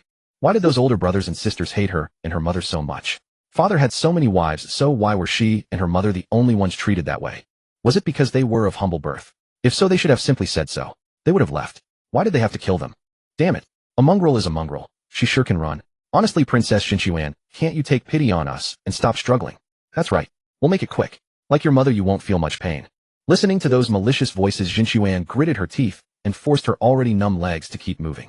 That blind swordsman from earlier could definitely save her. He could have acted, but she had no reason to ask him to act. But she didn't want to die. She really didn't want to die. So anyone, please anyone at all, come and save her. It was said that a person's fierce will could in a single moment unlock the body's potential, but there was always a limit to such an awakening. Having run for an entire morning, Xinchuan finally reached her limit. Her foot didn't land properly, her body tilted, and she rolled down the slope. Xinchuan barely managed to climb to her feet. Looking down at the wounds on her hands stained with dirt and stones, tears finally spilled from her eyes in big drops. I'm so tired. I'm really so tired. My whole body hurts. I don't want to run anymore. And how could I possibly get away? Let it be. Let it end like this. If I die, I won't have to suffer anymore. So your highness has finally stopped running. From morning all the way until now, the tall man cut aside the branches and strode toward Jinchuan. You certainly made us chase you. Enough. Stop wasting words on this little mongrel. Kill her and report back. The boss still has that blind man's corpse to deal with. Jinchuan saw the malicious smile on the man's face and couldn't help retreating in panic. After a few attempts, however, she began to sob from the pain in her body and could only watch in despair as he raised the long blade. Didn't Mother say the gods protect all people? Have I fallen to such a state because the gods have abandoned me? But just as the long blade was about to fall, a swift black shadow streaked across the man's arm, drawing a spray of blood. Because of the pain, the long blade in his hand fell to the ground. Oh, damn bird. Jinchuan couldn't help opening her eyes wide to follow the black shadow. Was it a god? Had a god heard her prayer and sent a messenger to save her? Enough. Forget that beast. Kill the little mongrel first. Seeing the man approaching, Jinchuan gritted her teeth, scrambled to her feet, and mustered all her remaining strength to keep running. But the gap between them was far too small. She had only taken a few steps before he grabbed her hair and yanked her back. But almost at the same moment, she was yanked up. The man's cry of pain rang out. Jinchuan watched the crow fly away again, each of its claws clutching a mushy lump. What is that? For a moment, Jinchuan was too stunned even to struggle. She could only blankly look up at the man who had grabbed her hair. It wasn't until she saw the two bleeding holes in his face that she belatedly realized what the crow had been holding in its claws. When she saw the crow swooping down again, Jinchuan let out a small gasp and raised her hand to cover her eyes. She felt the man's hand suddenly release her hair. A stream of filthy curses poured from his mouth, hurled at the crow, but came to an abrupt halt the next instant, replaced by the dull sound of a heavy body hitting the ground. Jinchuan carefully parted her fingers a crack, wanting to see what had happened. But when she recognized the person standing behind her, she couldn't help widening her eyes. You. How? My. I had no choice. Who told them to insist on attacking a harmless blind man like me? Ling flicked the blood from his cane, soared a helpless smile, tugging at the corner of his lips. To protect myself, I had to strike. Zhen Quan stared at the headless bodies before him, both hands trembling as she covered her mouth, her voice shaking. Just self-defense. Merely self-defense, Ling said with a soft laugh. After all, I'm just a blind man. If I let those who harbor ill intent toward me walk free, wouldn't I be unable to sleep or eat in peace for a long time to come? Zhen Quan looked at Ling, whose smile was gentle, yet she felt a chill run through her entire body, even though he had just saved her. I've already checked. There are no living people left around here, Ka. The sound of wings came from not far away. Yada landed on a branch diagonally above Ling, craning its neck to look at Zhen Quan, who had collapsed on the ground. If we don't count this little girl, that is Ka. Good work. That way we can continue our journey with peace of mind, Ling said, unconcerned about the fallen Zhen Quan. He turned and walked back the way he came. Let's finish the investigation before a bigger trouble arrives. Understood. Then I'll guide the way, Ka. Seeing that Ling had no intention of stopping, Zhen Quan was stunned for a moment, but quickly scrambled to her feet and stumbled after him. Sir, wait. Please wait. Ling halted and tilted his head slightly. Is there something else, miss? Please help me. I'll give you everything valuable I carry. Just please take me to the nearest town, Zhen Quan said, not daring to approach too closely. From 5 paces away, she held out her purse with both hands, her voice timid. I beg you, just take me somewhere with people. I won't cause you any trouble. Oh dear, miss, Ling said, a helpless smile curling at the corner of his mouth. I'm just a blind man. Even mere self-defense is already a struggle for me. Zhen Quan stiffened and slowly withdrew her hand. I'm sorry. It's best that you understand. Ling nodded in her direction. After all, I'm only a blind man. If someone were truly to follow us in secret, I'd hardly be able to notice. Hearing this, Zhen Quan couldn't help but raise her head again, trying to glean something from Ling's demeanor, only to see him turn and walk away without the slightest hesitation. Biting her lip, Zhen Quan still summoned her courage and followed, because in her frantic flight, she had completely lost her bearings, and now exhausted and hungry, she could never find her way out of the forest on her own. If only I can get back to the trail before I lose him, then at least I'll have a chance to survive. But as she walked, Zhen Quan discovered that trailing Ling was far easier than she had imagined. Because Ling was much taller than her, he would push aside or cut through the dense foliage as he walked, and his footprints left solid depressions on the ground. All she had to do was follow them one by one. Thank goodness. At this rate, I should be able to follow him back to the trail. Zhen Quan tried her best to tread carefully, while unable to resist observing the crow that had just saved her. She thought, I hope Mr. Crow won't tell this samurai that I'm following. Because blood had gotten on Yada's claws, it did not return to Ling's shoulder, but after guiding him out of the thicket, it flapped its wings and flew away. Ling continued at the same unhurried pace, making his way along the rugged path. Along the way, Zhen Quan caught sight of another of her pursuers being devoured by wild wolves, flesh and blood already mangled beyond recognition. Were it not for her desperately clamping a hand over her mouth, forcing herself not to look, and worrying that Ling might discover her following and drive her away, she would surely have dropped to her knees by the roadside and vomited by now. As dusk approached, Yada flew back from somewhere, the bloodstains on its claws now cleaned, and settled once more on Ling's shoulder. Ling began to prepare camp for the night. Zhen Quan did not dare get too close. Seeing that Ling had stopped walking, she carefully sat down against a large tree at a distance and began to sob quietly. Under the fading light of the sunset, Yada craned its neck to look at Zhen Quan, then pressed close to Ling's ear and lowered its voice. Master, didn't you say you didn't want to invite trouble? This little girl may be decent, but isn't she trouble herself, Ka? Ling fumbled to set up firewood, then lit it with a ninja technique. I'm just a blind man. How can I control where another person's feet want to go? Then why are you making a fire now? Didn't you say a ninja should endure harsh conditions, Ka? We're not on a mission now, and I'm not wearing the clan attire, so there's no need to cling to those rules, Ling said, taking out a sealed scroll and running his fingers over the runes on it one by one. Besides, I've been walking all day. In my weariness, I'd like to eat something warm too. Here, this is yours. Yada tilted its head, said nothing more, and simply lowered its beak to peck at the bird feed Ling offered. After Yada finished eating, Ling took out his own dried rations and placed them by the fire to warm. Yada looked at the portion that had clearly been prepared separately and couldn't help speaking up. You really do have a puzzling compassion for the weak at times, Master Ka. Ling curled a finger and gently rubbed Yada under the chin, letting out a soft laugh. Don't say that. Those who struggle to survive are never weak. All right, go rest. Not far away, Zhen Quan, after weeping for a long while, finally calmed down. Rubbing her eyes, she looked toward Ling's direction and found that the gentle yet fearsome samurai had fallen asleep leaning against a large tree. Beside the blazing campfire lay a neatly folded thick coat and a portion of food. Zhen Quan felt her eyes grow hot again. She whispered a soft thank you, then crept over on tiptoes, stuffed her purse into Ling's pack, and sat down by the fire to eat. He's terrifying, but he's also a kind samurai. Could he be the guide sent to me by the gods? With that thought in her heart, Zhen Quan curled into a small ball and fell asleep by the fire. After she was fast asleep, Ling, who had seemed to be sleeping, reached into the pack and took out the purse she had just slipped inside. He chuckled softly. Look at this, look at this. What an endearing little one. Are you going to keep it, Master Ka?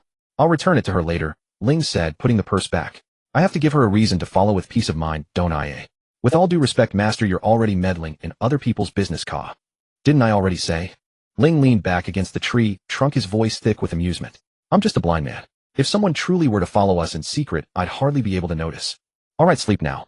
Zhen Quan was startled awake the moment sunlight washed over her. The first thing she did was look frantically toward the spot where Ling had been sitting the day before. Seeing that he was still there, breathing evenly and leaning against the same place, she let out a long breath. She folded her outer garment back into its original shape as best she could, set it beside the campfire where only a few embers remained, then stepped back, took out the leftover dry rations, and gnawed at them with determination. By the time Zhen Quan finished wrestling with the cold, hard, dry rations, Ling finally stirred. He packed up his things, thoroughly extinguished the campfire, and left in silence. The peculiar pair spent 4 days reaching a small, out-of-the-way coastal town in the Land of Lightning. Along the way, Zhen Quan stumbled and fell behind more than once, but whenever she was about to cry, she would see Ling's crow and manage to find her way back. She also always woke earlier than Ling. Zhen Quan was not stupid. On the contrary, she was very clever for her age. So even though Ling had not spoken a single word to her during those days, she understood that he was tacitly allowing her to follow. Thus, when she caught sight of that small seaside town, she could not help running up to Ling and tugging at the hem of his clothes. Ling stopped and lowered his head with a smile. Oh my, so you've been following me all along, miss. You gave me quite a scare. Thank you. Truly thank you so much. Zhen Quan withdrew her hand and bowed to Ling. May I ask your name? I will definitely repay you. My, wouldn't that be even more troublesome? Ling shook his head slightly and resumed walking. Forget about repaying me. After all, I never helped you with anything. But please don't follow me any longer. Yes, thank you again. Zhen Quan bowed once more. But this time when she raised her head, Ling was already gone from her sight. Yada watched the figure walking toward the small town, then tilted its head toward Ling. You are kind in every sense of the word, Ka. Is that so? Ling tilted his head slightly. If the hypocrisy of an executioner can be called kindness, then I really am a kind man. Well, we've delayed long enough. Let's pick up the pace a little from here. I'll leave the task of gathering information to you, Yada. It is only my duty, Ka. Yada flapped its wings and took off. But after returning this time, I hope you will properly teach Sanzu to read. If another situation like this occurs, relying on me alone is far too draining, Ka. You've worked hard. After we return, I'll make sure Sanzu studies. Ling nodded slightly. After hearing the sound of wings fading into the distance, he let out a long breath. Our supplies are depleting faster than I expected, and speaking of coastal town, seafood should be fairly affordable, right? Sigh. If the money isn't enough, I'll have no choice but to take a job from the black market. By the way, what was this month's black market code phrase again? I haven't been there since I got injured, so I've more or less forgotten it now. Meanwhile, as Ling began searching for a suitable shop to buy supplies, the Uchiha group, staying in the Land of Lightning, set out toward the Land of Iron. Uchiha Masaki had also received a care package sent over by Uchiha Hiroshi through a summoning beast. This incident made Uchiha Masaki feel all the more that his long-held vigilance had been wise. Accompanying the care package was a short message that Uchiha Akihiko had written for Ling. You came at a bad time. Ling left several days ago. Uchiha Masaki took out a dried fish and handed it to the little snow-white kitten in front of him. I only know the general direction he left and not his exact location. What a hassle for a cat, meow. Yukimaru clutched the dried fish in his paws and gnawed at it. Heaven knows how much effort this cat put into reaching the land of lightning, meow. More importantly, Uchiha Masaki rubbed his chin. Doesn't Ling have a summoning beast? Didn't Hiroshi tell you? He did, meow. But the crow left behind is too stupid. It hasn't learned the reverse summoning technique yet, so it can't contact its master. Yukimaru bit the dried fish resentfully. And the one that can reverse summon has been in a summoned state these past few days, so there's no way to reach it, meow. Huh. Is it something very urgent? If so, I could go find him. Uchiha Masaki looked down at Yukimaru. Did Hiroshi and the others say how to handle it?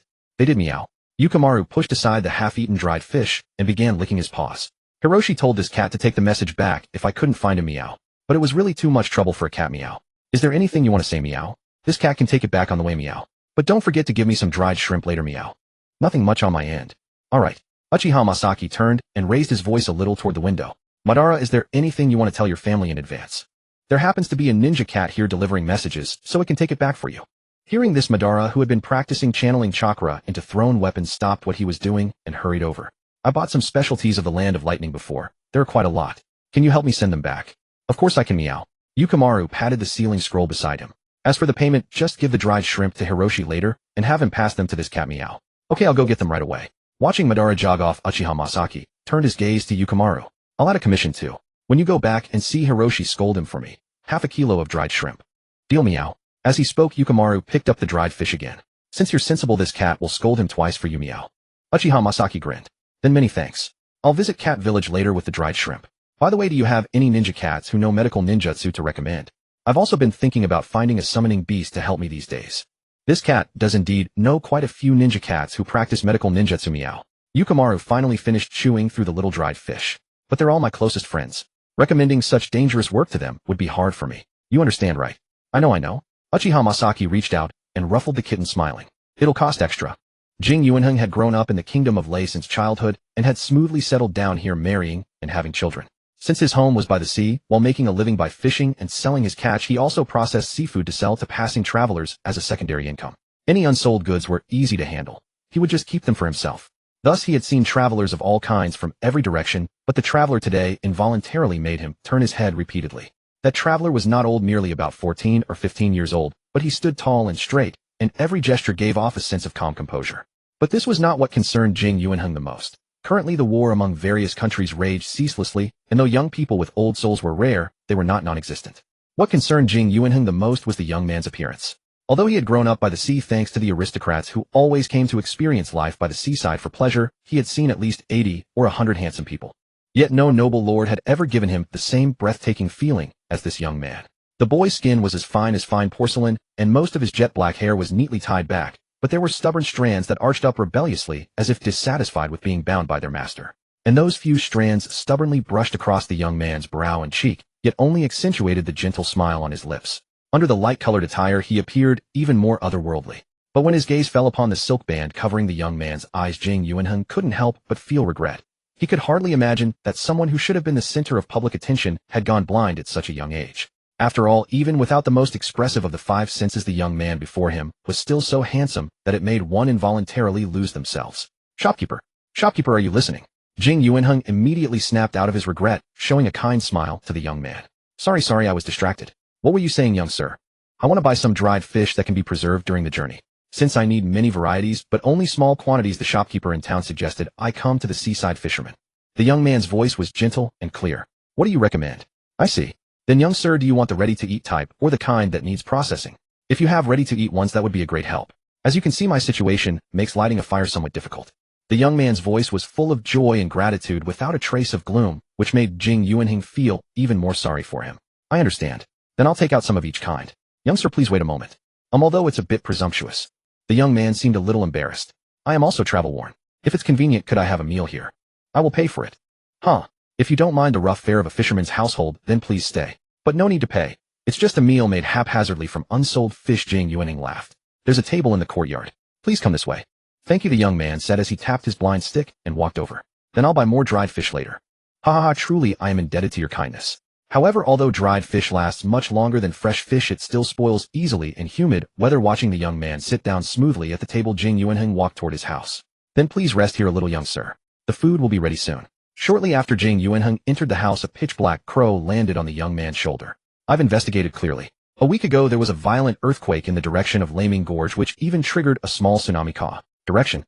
Due north from here. Ka. Good work Yachi. The young man bent his finger to rub the crow's chin. Go back and rest first. After handing over with Sanzu, also send word to my father and the others that I'm safe. I understand. Ka. As the words fell, the crow on the young man's shoulder dissipated into a puff of white smoke, leaving only the young man tapping his blind stick lightly with his fingers and muttering to himself, a week ago. If so, calculating the time, and the others have really been delayed quite a while. Could it be that the child from the Qinsho family is of great importance? By this token, I can't let him off so easily next time. But why did that child sneak out like this? Ling found himself completely puzzled. Did he corrupt his mind? Or is there another scheme? Ling placed his cane sword horizontally across his lap, interlaced his fingers, and rested them on the edge of the table. I'm a brat that needs to be guarded against in every sense. Long time waiting. At the sound of the voice, Ling turned his head and chuckled lightly. No, I am the one who is blessed to be hosted. Jing Yuanheng placed the bowl in front of Ling. Since your situation is special, I sliced the fish thin and put it in one bowl. If you like raw fish, you can drizzle it with miso. If you prefer it cooked, just pour the hot soup over it. Which one do you prefer, young sir? Ling reached out and took the spoon. My taste is relatively light. The current way is fine. No need to bother. Alright then. Jing Yuanheng nodded blankly. He also sat down at the table, then watched Ling begin to eat unhurriedly. Although it's a bit presumptuous, you don't seem like a blind person, young sir. Ling swallowed the food in his mouth. When you live in darkness for a long time, you always pick up some tricks. The fish slices are very fresh and tender, and it seems the bones have been carefully removed. That's a great help. Oh, it's just a gesture. But young sir. Jing Yuanheng looked Ling over from head to toe, again his tone somewhat wistful. You coming here now is not very timely. Not timely. Ling tilted his head slightly. What do you mean by that? Because we've had many disasters here recently. Earthquakes and tsunamis. Jing Yuanheng stroked his chin. People like us can't move away, we can only endure. But travelers like you don't need to suffer this. You should leave quickly while things are still relatively calm. Such things happened. Just as Ling was about to inquire further, a woman's scream came from inside Jing Yuanheng's house. Qianma. At the woman's scream, Jing Yuanheng rose to his feet almost immediately and strode toward the house, his voice tinged with alarm. Qianma, what's wrong? I'm fine. The woman's voice sounded again. It's just that cat came to our house again. I was merely startled. Honestly, are you hurt? Ling Weiwei tilted his head, listening to the voices from inside the house. Once he confirmed it was no trap, he focused and resumed eating earnestly. Freshly sliced fish brimming with succulent juices and delicately sweet perfectly offset the coarse texture of the mixed grain rice in the bowl, while evoking the distinct clean sweetness of the grains, unleashing a rich and layered flavor in the mouth. When Ling was nearly done eating, 2 pairs of footsteps sounded from the direction of the house. He set down his utensils, turned toward the door, and said with a slight smile, "It seems the trouble has been resolved." Yes, already resolved. Jing Yuanheng sighed. Sorry to have made a spectacle of myself in front of you, young man. You're the traveler Hung just mentioned, aren't you? A cheerful feminine voice chimed in. You really are remarkable. Why, even I find it hard to move about once night falls. Ling Weiwei tilted his head. You are? My name is Qianma. I'm Heng's wife. How is the food? Since I didn't know your tastes, I only used ginger and scallion water to remove the fishy smell from the fish slices. Does it suit your palate? Yes, it's absolutely delicious. Your cooking is wonderful. Ling nodded with a smile. However, forgive my rudeness. What exactly happened just now? About that. Qianma sighed and looked at the cat dangling from her husband's grip by the scruff of its neck. Some little thing has taken a liking to our house for no discernible reason. I was busy in the kitchen just now and didn't notice it right away, so it gave me a fright. Jing Yuanheng also held the kitten by the scruff, keeping the hissing, clawing little creature farther from himself. Yet his voice was laced with a smile. This little one is quite famous among the fishing households of our village. Ling nonchalantly propped up his cane sword again, but then paused. After a barely perceptible frown, he spoke in a gentle voice. I'm very interested in that. Would you mind telling me more in detail? Actually, it's nothing much. Jing Yuanheng laughed a few times. It was probably startled out of the mountains by the earthquake a few days ago. It must have been starving, and since it hasn't learned to hunt yet, it keeps coming to scrounge off the fishing households. This little one certainly knows what's good, picking only the plump, fatty part of the fish belly. Hearing this, Qianma let out a sigh.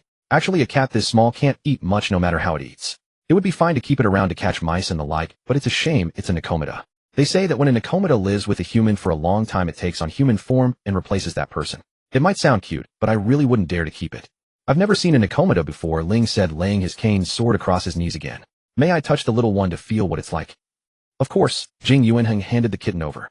Be careful. It may be small, but it can be quite fierce with people. Ling reached out. Yes, I'll be careful. The warm, soft sensation came clearly through his fingertips. Ling carefully cradled the little cat in his hands, but the very next moment it sank its teeth into his finger without mercy, and a low, threatening growl rang out clearly. Your hand, young man. Just as I thought, I'd better take it off you after all. Jing Yuanhing stared at Ling's already bleeding hand and reached to pinch the kitten's scruff to pull it away. Qianma, go get something to stop the bleeding. It's fine, it's fine. It's just a small wound. But this little one really is quite frightened. Even as blood flowed without stopping, Ling's right hand held the kitten steady, and the smile on his face didn't change at all. There, don't be afraid. I'm not going to do anything to you. Relax. Ling eased his force using the pad of his index finger to gently rub the hollow behind the little Nakomoda's ears. With Ling stroking, the little Nakomoda finally let go of his finger and lay quietly on Ling's palm, licking its blood-stained teeth. Oh my, it's never been this docile before. Qianma returned with the medicine box and looked at the little Nakomata, which lay as still as if dead in Ling's hand with surprise. How did you manage that? Feeling the little Nakomata calm down in his hand, Ling curled his fingers and stroked it along the direction of its fur, one stroke after another. My friends and family have kept cats, so I've picked up a few tricks. Forget that for now, young man. You'd better tend to your hand first. Blood is already spreading everywhere. I'm sorry for the trouble. With swift, deft movements, Ling shifted the little Nakomata to his other hand. While extending his right hand, he even took care to rub his knuckles gently against the kitten's chin. You really bit down without a shred of mercy. Could it be that I'm frightening? However, the little Nakomata in his hand merely narrowed its eyes amid the continuous gentle strokes and let out a faint purr. Ling chuckled softly and shook his head, then looked up. You said earlier that this little Nakomata appeared after the earthquake. All right. I don't know what's going on either, but things have been really turbulent lately. Jing Yuanheng sighed. First, people kept disappearing over at Laming Gorge. In the end, it got so serious that the nobles apparently invited some extraordinary ninja masters to deal with it. After that, earthquakes and tidal waves have been occurring all too frequently. Now that things have come to this, aren't the nobles doing anything about it? How could those big shots possibly care about us? Jing Yuanheng shook his head. Besides, the most frequent rumor I hear at the market these days is that the daimyo is gravely ill. Under such circumstances, how could the nobles have any mind to care about our lives? No matter how many disasters there are, someone will always be there to shield the nobles. Indeed. Ling's smile dimmed slightly as he withdrew his bandaged hand. Please pack some food for me. Though day and night mean nothing to me anymore, the chill of the night is still hardly kind to a traveler. Very well then. I'll just pack a bit of everything for you, young man. Emma, please do. By the way, what did you usually do with the little Nakomata when you caught it before? All that. Just hand it to me, young man. On my way to the city to sell goods, I'll pass by the woods and release it into the wild. Then let me do it instead, Ling said, taking out his money pouch and placing it on the table, signaling Jing Yuanheng to take what he needed. I happen to be heading toward Laming Gorge anyway. Releasing it along the way would be no trouble at all. Oh, would that be all right? Wouldn't that be too much trouble for you, young man? Ling looked down at the little Nakomata, which had already gone limp in his hands, and smiled. How could it be? A mere trifle. Huh, is Ling acting on his own again? This cat is just a non-combat summoned beast Hong. If you want to find someone, you should contract a combat type summoned beast Meow. Uchiha Hong reached out and picked up the sealing scroll Yukimaru had carried back, then took out the contents one by one, a grimace creeping onto his face. The compensation we have to front this time really isn't small. Most of these are souvenirs Ling's little brother asked to bring back, Meow, Yukimaru said, licking a paw. And if next time you only give me a rough direction like this cat is going on strike. Let me reiterate, this cat is not a combat type ninja cat. Don't impose your shinobi theory of being able to handle everything on this cat. Do you have any idea how much effort this cat spent finding the way and how many favors this cat had to call in, Meow? Being a ninja cat isn't easy either, you know, Meow. As a human, don't go making trouble for cats, Meow. Faced with the grumbling, slightly hot-tempered little kitten before him, Uchiha Hong harbored not the slightest irritation. He coaxed her in a soft voice until Yukimaru dismissed the summoning and only then turned with a dark expression toward Uchiha Akihiko, who had been on the verge of choking from holding back his laughter. Uchiha Hong, his face still dark, picked the still unopened message out of the pile of items and tossed it over. If you want to laugh, then laugh. Who exactly are you trying to disgust with that look? Ha! Uchiha Akihiko caught it with one hand and finally burst out laughing, his other hand unable to stop rubbing his stomach. Sorry, I really rarely get to see you at a loss, haha. Humph. Uchiha Hong pursed his lips. So what's next? The confinement period is just about up. Are you going to find Ling along the way? I'd love to go to the land of lightning and find those Kagaya, but that place is in the middle of political upheaval. Showing up now would easily cause unnecessary international disputes. I have no desire to deal with those nobles. Besides, this discovery is rather important. To be safe, I should tell Ling as soon as possible, Uchiha Akihiko said as he stood up. I'll go to Ling's place again and see whether the other ninja crow has come back. Take that troublesome kid's shipped goods as well. While I still have some confinement time left, I'll study the integration of the Sharingan with sensory jutsu, Uchiha Hong said, pointing at the wrapped souvenirs on the table. Then he turned and took a scroll down from the bookshelf, a vicious glint surfacing in his eyes. To actually dare scheme against the Uchiha.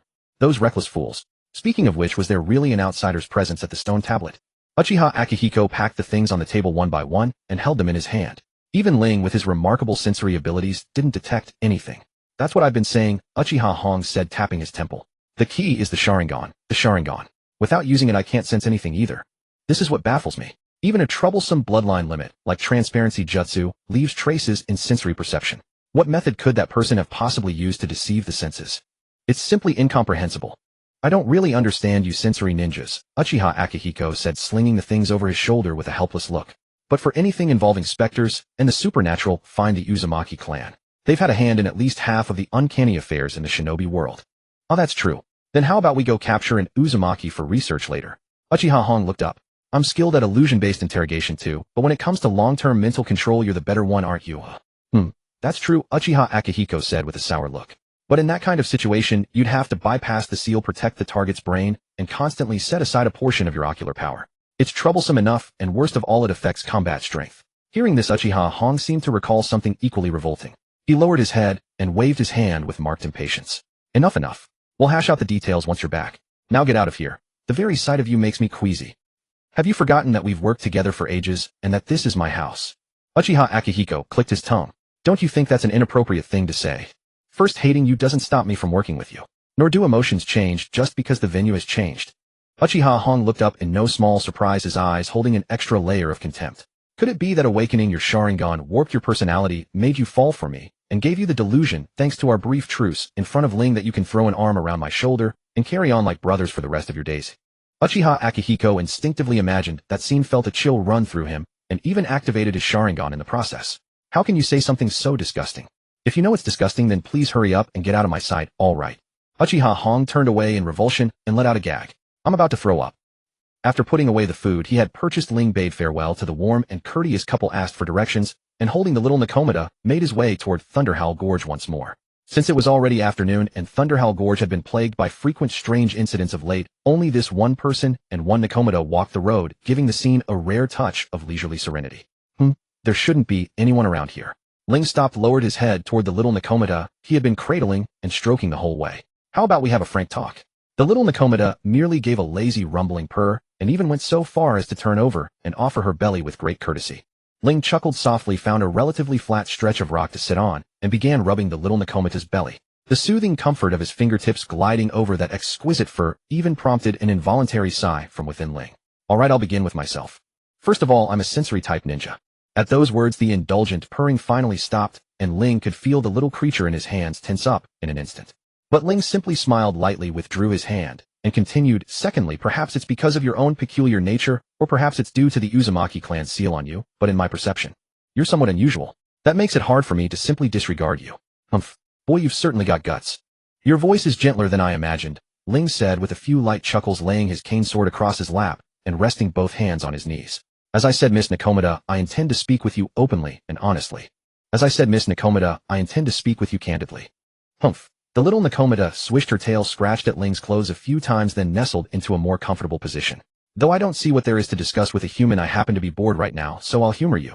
But you're quite bold for a human, knowing full well I'm a Nakomata. And what of it? Ling chuckled softly.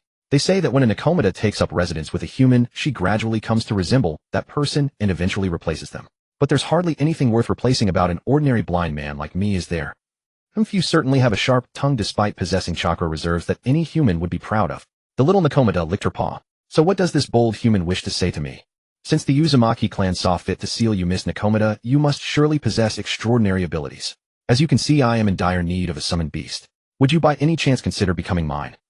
Though I've said it more than once, you truly are a remarkably bold human. The little Nakomata abandoned her languid demeanor and slowly sat upright. And I assumed you would approach the matter with a bit more tact. Aren't humans supposed to excel at hypocrisy? Well, yes, Ling replied. But if we're to become companions, isn't honesty the better path? After all, a comrade won through deception can hardly be relied upon in battle. He tilted his head slightly. And if you have no interest, we may part ways early and spare ourselves any unnecessary awkwardness. Though I do appreciate that frankness, I have no intention of becoming companions with a creature weaker than myself. Rejected without hesitation, I see. Ling laughed softly. I had thought that using a ninja beast that eludes sensory perception as my summon would prove tremendously advantageous on the battlefield. A true pity. If I expected you to try harder. Oh, I would. But I doubt you're aware of this, Miss Nakomata. Ling said, a helpless smile tugging at the corner of his lips. When the Uzumaki clan undertakes missions to subdue ninja beasts, they typically seal the target completely and carry it back to the clan. whether as a trophy or as teaching material. Never once have they been known to release a captured beast. Yet you managed to escape even with the seal upon you. A beast with such skill cannot possibly be some nameless creature. If I had forced you into a contract while you were weakened, and then failed to eliminate every root of trouble, I shudder to imagine what a cat's vengeance might have in store for me. The Nakomida's eyes gleamed with growing interest. For a human, you are quite endearing. Does that mean you've changed your mind, Miss Nakomida? Unfortunately, no. The little Nakomida tilted her head up to stare at Ling's chin. Yet even after deducing all that you still dare to lay everything bare. Are you not afraid? I do feel some fear and caution, Ling said, bowing his head slightly. But you should be able to sense that I bear you no hostility. Moreover, even with all your power, you don't harm humans wantonly. And from another angle, a beast that the Uzumaki clan went to the trouble of sealing is well worth the risk.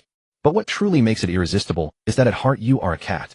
Who could ever refuse a creature as adorable and enchanting as a cat? What a silver-tongued young man you are, I'm flattered. Ling smiled, reaching out once more to stroke her luxuriously soft fur, while inwardly lamenting. Since we cannot reach an accord, let us part on good terms. As he trailed off in befuddlement, a burst of white smoke erupted midair, and a raucous voice came echoing out of it. Gaha! This great master knew reverse summoning couldn't stump me. Gaha! Oh, it's you, Kuzu. Ling laughed, his fingers absently stroking beneath the Nakomida's chin. Learning reverse summoning this quickly is quite impressive. Gaha! I am naturally impressive. Sanzoku unceremoniously took up residence atop Ling's head. When I get back, I'm going to mock that sour-faced white cat like crazy. Gaha! Era. You mean Yukimaru? Ling re-gripped his walking sword and shook his head resignedly. Yukimaru and Hiro have certainly influenced each other a great deal. But Sanzoku, did you come here via reverse summoning because something urgent happened? Gamasaki said he had an important discovery that he absolutely had to tell you about. Sanzoku flapped his wings and landed on Ling's arm that gripped the sword. It's in the bird pack. I see. Thanks for the hard work. Ling withdrew his petting hand and fumbled to open the pack on Sanzoku's back. After drawing out the contents, his expression turned awkward. This is a short message in a pouch. Can you read now, Sanzoku? Guy still can't make sense of it, but I've memorized the sounds. Reciting it aloud should be no problem. That's excellent then. Let's see what Masaki wants. Ling turned his head toward the weight on his left forearm, his smile turning helpless. Miss Nakomita, you're quite nosy yourself. I'm merely a harmless cat. There's no harm in looking, is there? Then look with me, but do keep it to yourself afterward. Finding the angle of his arm unsatisfactory, the little Nakomita climbed onto Ling's shoulder and leisurely licked her paw. I'm not some gossiping human. Ling chuckled softly, sensing the sealing formula attached to the short message. Just as he was about to undo it, Sanzoku's voice cut in. You ugly cat, there, are you the new summoned beast my master's taken on? The Nakomida's eyes narrowed. You crow there, are you talking about me? Gahaha, is there any other cat around here besides you? Sanzoku flapped into the air and circled above Ling. It's so ugly. That blue and black flame-like fur, and those mismatched eyes are hideous beyond belief, and you've even got two tails. A complete freak, Gahaha. And your chakra fluctuations are pathetically weak too. You're absolutely a waste of a cat, Gahaha. Glaring at the crow circling overhead, the little Nakomida licked her sharp fangs with a pink tongue. What a thoroughly irritating bird. Enough, Sanzoku. Don't say such things. I apologize on his behalf, Miss Nakomida. However, Ling raised a hand and brushed his knuckles against the Nakomita on his shoulder, fur that resembles flames. What a beautiful sight I long to see. Boy, how about I make you an offer? What would that be? Kill that crow, and I'll enter a temporary summon contract with you. 3 strikes on your behalf. How about that? My. That is a generous offer indeed. Ling shook his head with a wry expression. But I regret to say, Miss Nakomida, that Sanzoku is an important partner of mine. I will not abandon him. However, if you are truly angered, I can send Sanzoku back once he's done delivering this message, and summon him only after you and I have parted. Not going to abandon your comrades. The little Nakomida licked her paw. You sure have the nerve to say that. Ling did not answer Nakomida. Instead, he formed hand seals to undo the seal attached to the message, unrolled the small scroll, and said, All right, Sanzu, help me read this message. Let me see. Sanzu landed on Ling's head again and craned his neck at the paper. Akihiko developed a new ooze for the Wangling Orb, and squid it to you, told you to try it at a safe plate, and use chakra to probe. Ling. He probably means that Akihiko developed a new use for the Wangliang Orb, sent it to me, and wants me to try it out with chakra somewhere safe, right? Are you really sure this bird is useful to you? The little Nakomida's eyes took on an almost human expression of disdain. Neither his phrasing nor his pronunciation is right. Usually this task is handled by another of my ninja crows. Sanzu mostly guides me or searches for things. The smile at the corner of Ling's lips grew increasingly helpless as he tilted his head up slightly. But when we get back, I really should push you to study your reading a bit, Sanzu. Did I read it wrong? But it doesn't matter. I can still guess the general meaning. Ling picked up the pouch. Looks like I need to find a suitable place. Sanzu. A hidden and safe place, right? I know one. Sanzu spread his wings and took off. You find a place to rest for the night first. I just took over the watch, so I need to familiarize myself with the terrain. After I break the reverse summoning, wait a bit longer before you summon me back. I'm counting on you. Watching the arrogant crow fly off, the little Nakomata couldn't help sweeping her tail across the back of Ling's neck to get his attention. So what are you going to do next? I'll probably head back to town, right? Ling tilted his head slightly. After all, I didn't bring much money when I came out. I should think of a way to earn some travel money for the way back. Miss Nakomata, do you want to come with me? I'll pass. The little Nakomata jumped down from Ling's shoulder. So as not to give you unrealistic expectations, farewell, interesting young man. Won't you really reconsider me? Miss Nakomata. Miss Nakomata. Ling turned toward the direction the voice had come from, but waited a long time without hearing a reply. He could only sigh softly. This trait of blocking perception really is troublesome. It seems I need to train more as well. Watching Ling walk away tapping his sword cane, the little Nakomata who had already said goodbye stretched, and then followed Ling with light silent steps. She had a feeling that more amusing things would happen around this human. Although Ling couldn't sense that slightly strange little Nakomata, the intuition, honed on battlefields over many years, told him he was being watched. Such heavy curiosity, indeed the nature of a cat. Ling pretended not to notice and walked back at the same unhurried pace as he had come. Is she curious about what Akihiko sent me? Or is she simply looking for some amusement? But to follow me so openly like this, even with absolute confidence in her own strength, isn't that a little too naive? Still, this trait of blocking perception is rather enviable. I wonder if it's her own ability or simply because of a seal. For now I'll observe a little longer. If I get the chance, I'd still like to work on making her a summon partner. When he once again heard human voices, Ling asked his way back to town, just as he had said he would. His talk of earning travel money was no excuse. He really hadn't brought much money with him. Running out of money on the road was not uncommon among ninja, and the ways to solve it were just as numerous: theft, robbery, gambling, selling information, or taking on private missions under a hidden identity. All perfectly good options. Still, the funds he had on him were enough for now, so there was no need to rush off somewhere to earn extra cash. But mention of extra cash made Ling feel a pang of regret. For him, gambling was without a doubt the fastest and safest way to make money. Even without using his Sharingan, his luck was absurdly good no matter how casually he bet. But in his current situation, if there was no one around to witness the bet, the casino would most likely deny the payout and drag him into a pile of needless trouble. He wasn't afraid of trouble coming for him, but if the commotion got too loud, there was no guarantee that the Senju he had drawn over earlier wouldn't pick up his trail. That would be the most troublesome thing of all. The other options were a mixed bag as well, and none came without their share of trouble. All things considered, Ling decided to find a place for a quiet drink first. After all, a lone blind man away from home was an easy target no matter how you looked at it. Robbing someone outright might prick one's conscience, but if it was a case of the crooked preying on the crooked, it wouldn't, and it definitely wasn't just because he loved to drink. With that decided, Ling began asking passersby one after another whether there was a place nearby where he could drink and spend the night, but which was not a brothel. After asking 7 or 8 passersby, Ling met an overly eager middle-aged man who said outright that he had an excellent place to recommend. He added that when Ling got there, he should mention the name Nakano Sanzo, and the owner would bring out fine hidden sake to treat him. After getting the directions, Ling thanked him with grave sincerity and, making inquiries along the way, headed toward the establishment Nakano Sanzo had described. The little Nakomata, who had watched the whole thing, felt thoroughly ill at ease. Because of her own nature, she could almost see the malevolent intent spilling from the man who called himself Nakano Sanzo like a tangible substance. And Ling's readiness to trust the man directly without the faintest doubt made her all the more disappointed. Because he dared to propose a summoning contract with me, I thought he might be an interesting brat. But in the end, is he naive enough not to see through a trap this blatant? The little Nakomata stood on the eaves watching Ling's retreating back, her mismatched eyes unable to hide her disappointment. How boring. Yet just as she was about to leave, Ling stopped and tilted his head slightly, as if waiting for something. The little Nakomata's interest immediately sparked again. She padded along the eaves until she was beside Ling, and Ling resumed walking as if nothing had happened. But whenever she and the human were separated by a certain distance, Ling would stop again and stand there quietly waiting. After this had repeated several times, the little Nakomata was truly astonished and found the whole thing amusing once more. She stopped hiding herself altogether, leaped straight from the eaves onto Ling, grabbed his sleeve, and quickly climbed to his shoulder. Can you actually sense me? Ling curled a knuckle and rubbed the little Nakomata's chin, then said with a light laugh, if I had to say, it's intuition. The difference between a human gaze and an animal's is pretty obvious. After the little Nakomata obligingly purred a few times, she unceremoniously grabbed Ling's hair, climbed to the top of his head, and settled into a perfect loaf. That man is lying to you. His malice is practically undisguised. Can't you see it? I know. After all, as a ninja, it's easy enough to tell whether the other party has hostile intent. But didn't I say so before? Ling began walking again, his smile deepening. I've run out of travel money now. What an ill-tempered boy. The little cat pawed at the stubborn tuft of hair sticking up on Ling's head. For the sake of making things more interesting, I shall forgive your deception. Ling paused for a moment before quickly comprehending what the little cat meant. He chuckled and shook his head. Miss Mayo, I never deceived you. I truly cannot sense you with perception ninjutsu. After pressing down the stray hair blocking his vision, the little cat satisfiedly resumed its loaf position. Umph. Truly hard for a cat to believe. Hey boy, we should turn left. Turn left. I understand. A smile still lingered on Ling's lips. But Miss Maoyu, you're truly very kind to humans.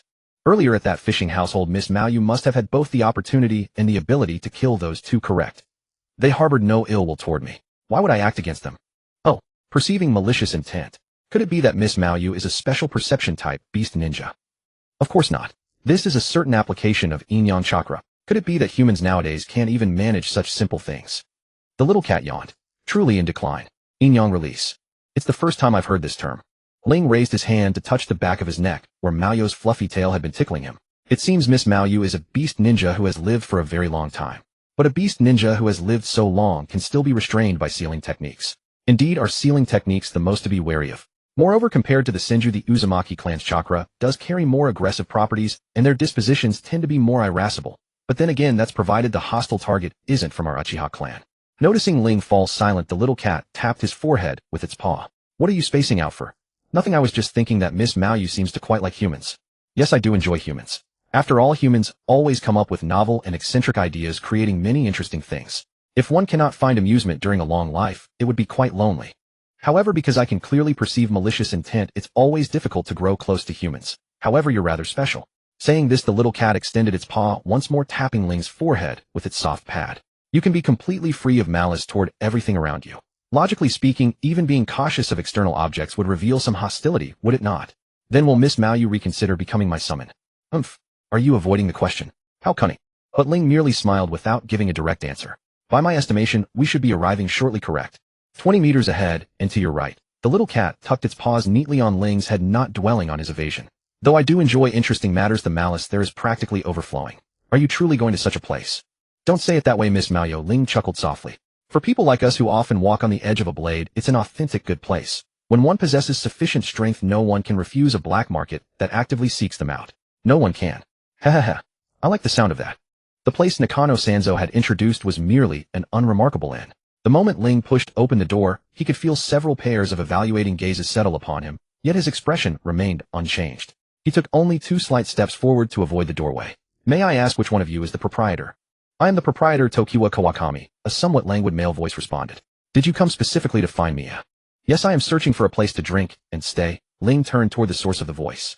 Along the way, I met a rather helpful individual named Nakano Sanzo who recommended I come here, saying you possess extraordinarily fine sake.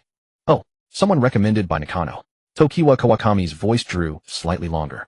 Very well, guest, please register here. I shall produce fine sake to entertain you. After recording the name and length of stay, Tokiwa Kawakami spoke again. Does the guest have any dietary restrictions? None whatsoever, though I prefer lighter flavors. Lighter flavors. Tokiwa Kawakami let out an ambiguous hum. Truly a fine habit. Make yourself comfortable anywhere. Thank you for your trouble. As he walked, Ling felt the little cat that had been resting on his head leap onto his shoulder. Its lowered, gentle female voice soon followed. It's not just that one called Tokiwa. Ever since you mentioned Nakano Sanzo's name, everyone here has been radiating unmistakable malice. This is perfectly normal. Ling chuckled softly, his lips barely moving, his voice kept extremely low. That Nakano Sanzo is someone who specifically seeks out fat sheep for the black market. Who gets to claim the fat sheep that are found, and what they'll be used for depends on who acts fastest. Umph. Sounds like you've done this more than once. This is actually the first time since I lost my sight. As Ling had said not long after he sat down, the people around began to grow restless. Several quickly departed only to return a short while later, taking seats at empty tables near Ling, gradually warming the previously desolate atmosphere of the inn. At least it sounded quite lively. When the proprietor Tokiwa Kawakami brought out the meals, those who had set their sights on the fat sheep could no longer restrain themselves. Ling felt the corner of his table being gently tapped. A raspy yet gentle male voice sounded from slightly above. Hello, may I ask if I can sit here? I truly cannot find a single empty seat that belongs to me. Ling raised his head with a faint smile. Of course, please be seated. This is truly a great help. I am Dongyun, a traveling merchant. The one calling himself Dongyun sat beside Ling. Judging by your attire, you likely travel between various countries as well. I wouldn't say I travel between various countries. I merely plan to clear my head after experiencing recent changes. Ling reached up, feeling his way to pour himself a cup of wine. After taking a small sip, the smile at the corners of his mouth grew noticeably more genuine. The taste is mellow and smooth, yet retains a certain warmth. Truly fine wine as expected. Oh, my young man, the Land of Thunder is famously known for its strong liquor. You shouldn't be drinking like that when alone. Dongyun's voice carried heavy admonition, his expression extremely earnest. Yet the malice radiating from him only caused the little cat extremely sensitive to such things to disdainfully climb back onto Ling's head. Humans truly are rather hypocritical.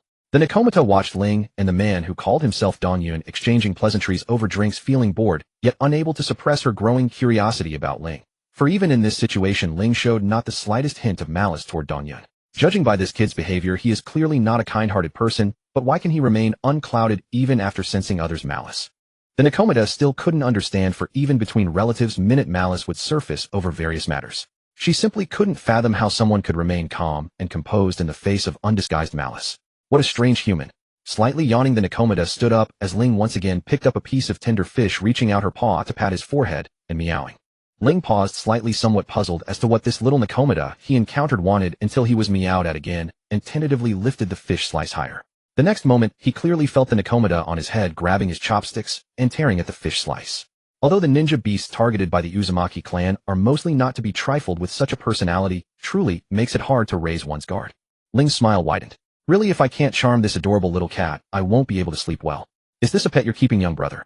Dongyun eyed the Nakomata with its strange fur color but exceptionally fine coat. Nakomata are inauspicious, you know. Just a little one I met on the journey. Ling withdrew his chopsticks and picked up his wine cup instead. And no matter how bad it gets, it can't be worse than losing my eyes, can it? Oh, young brother, you say that, but life is still long. Dongyun laughed as he took out a paper packet, sprinkled its powder into the wine flask, and shook it gently before speaking with a grin. Come, let me fill your cup.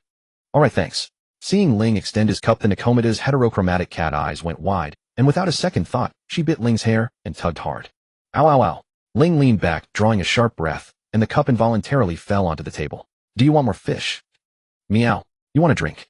Meow. Yes, it's fine, it's fine. Ow, ow, ow. See, young brother, I told you not to get too close to a Nakomata, didn't I, eh? Dongyun pushed the filled cup toward Ling with a smile. After all, feline creatures are quite moody. Hiss. But isn't that also what makes cats charming? Ling lifted the Nakomata off his head, placed her on his lap, and stroked her fur. After patting his head with a lingering sense of fear, he half groped for the just-filled cup and drained it in one gulp. By the way, brother, Dongyun mentioned the change in the crown prince of the Land of Lightning earlier, didn't you? Is that true? Of course it's true. I just returned from the country not long ago. The daimyo has fallen ill more than once, but this time it's especially serious. The princes are fighting fiercely. Dongyun's tone was somewhat wistful. So the Land of Lightning is not a good place to come to now. Really, I couldn't have come at a worse time. Ling seemed a bit tired, covering his brow with his hand, and after shaking his head slightly, his voice became somewhat slurred. Is the wine of the Land of Lightning so strong? I haven't drunk that much, have I, eh? Upon hearing this, Dongyun scanned the 20-odd empty wine jugs on the table and twitched his lips. Like I said, young brother, don't drink so fast. Which room is yours? Let me help you to rest. Thanks. Thud. Before the mumbled thanks were fully out, Ling collapsed onto the table. The lively atmosphere of the inn instantly quieted, with only a few people speaking sourly, saying that Dongyun had easily picked up a good catch. Dongyun also spoke with pride. Who told you guys to be indecisive and always want to wait and see? But come to think of it, this kid's tolerance is really terrifying. He drank so much of Boss she used specially brewed strong liquor, and in the end, I still had to drug him to make him fall. Don't mention it, Dongyun, your drugging technique is simply atrocious. Dongyun waved his hand dismissively. He's blind anyway, why bother with the effort? Even if the fat sheep this time is blind, you should at least go through the motions a bit. He's blind, why should I put on an act? Dongyun looked at the dumbfounded expressions around him, his voice trailing off, but he stubbornly finished, blind. So cold. And here I was cooperating so well with you. I really hit the table when I fell. Dongyun whirled around, and when he saw Ling resting his chin on his hand and looking over, his expression twisted. Damn. A double cross. Haha, I've run out of travel money, you see. Ling's face showed a cheerful smile. So will you hand it over willingly according to the rules, or should I do it myself? Dongyun cursed fiercely and raised his voice. Boss, put the meal on my tab. I'll pay you later. After Boss Shiyu Chuanchi acknowledged, the small interrupted in laughter. Oh, Dongyun, you've really met a good catch. This time we really have to thank Dongyun. FCK, you old bleeps, don't let me get my chance. Dongyun grumbled and took out a money pouch, throwing it in front of Ling. Young but deep. You're not a repeat offender, are you? This is the first time someone's been willing. After all, my current situation isn't convenient for going to the casino, Ling said with a smile, as he picked up the money pouch, feeling its heavy weight in his hand, his smile growing more sincere. Thanks, brother, Dongyun is quite generous. Bad luck. Dongyun clicked his tongue, still unwilling to give up. I clearly saw you swallow the drugged wine. Even that strong a drug didn't work. That. Ling pressed his thumb against his throat, and with a slight movement of his larynx, he spat out all the wine he had just drunk, then wiped his lips with his finger. As you can see, I didn't drink it at all. Dongyun cursed again about bad luck, stood up, and left with a depressed face. He had to go home to get money to pay the bill. The atmosphere in the inn grew even more cheerful, and the Nikomata lying on Ling's lap was somewhat startled by the sudden drop in malice around her, but was brought back to her senses by the gentle stroking. See, I told you it's fine.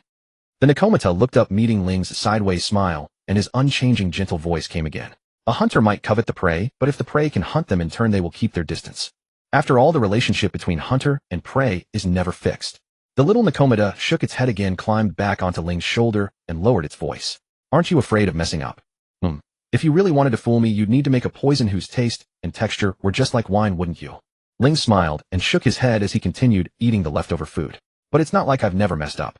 The first time I came to the black market to earn some extra money, I was also treated as easy prey. That time though, I got lucky. The other party wanted to sell me to some noble as a slave.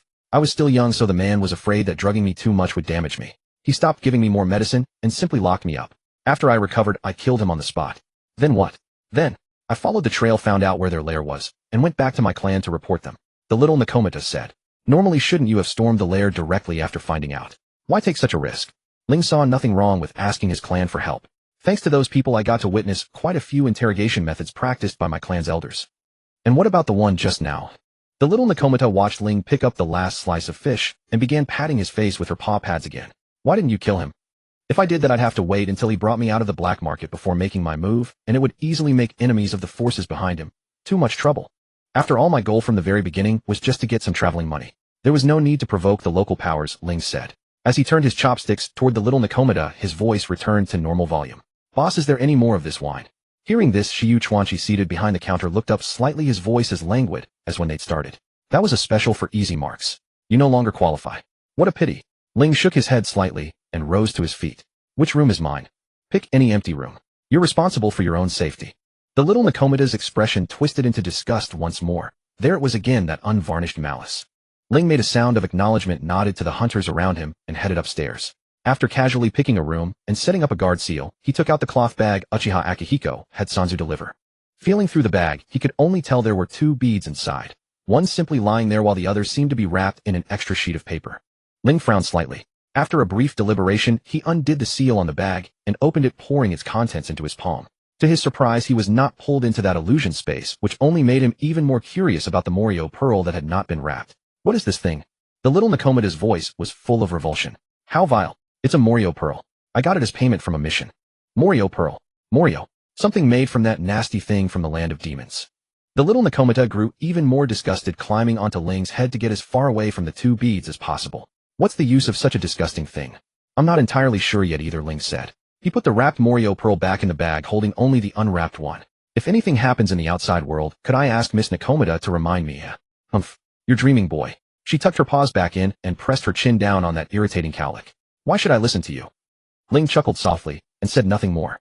He readied himself, gripped his cane sword tightly, and cautiously poured chakra into the bead in his hand. The moment it touched chakra, the bead released a strangely twisted wave and pulled Ling into an illusion. The fluctuation, however, startled the little Nikomata. Her oddly colored cat eyes flew wide open, unable to hide their surprise. This chakra fluctuation. Is he a descendant of that brat Indra? Ling had thought he would see Morio's enormous and awe-inspiring figure again, only to find the spiritual space he entered this time was pure white. Just as he was momentarily stunned, a familiar voice came from behind him. It sure was hard to find you. Ling turned around. The boy in view had short black hair. His features were handsome, yet carried a sharp edge that made it hard to look at him directly. A gruesome scar stretched from the right side of his cheek down to his jaw, adding to his forbidding air.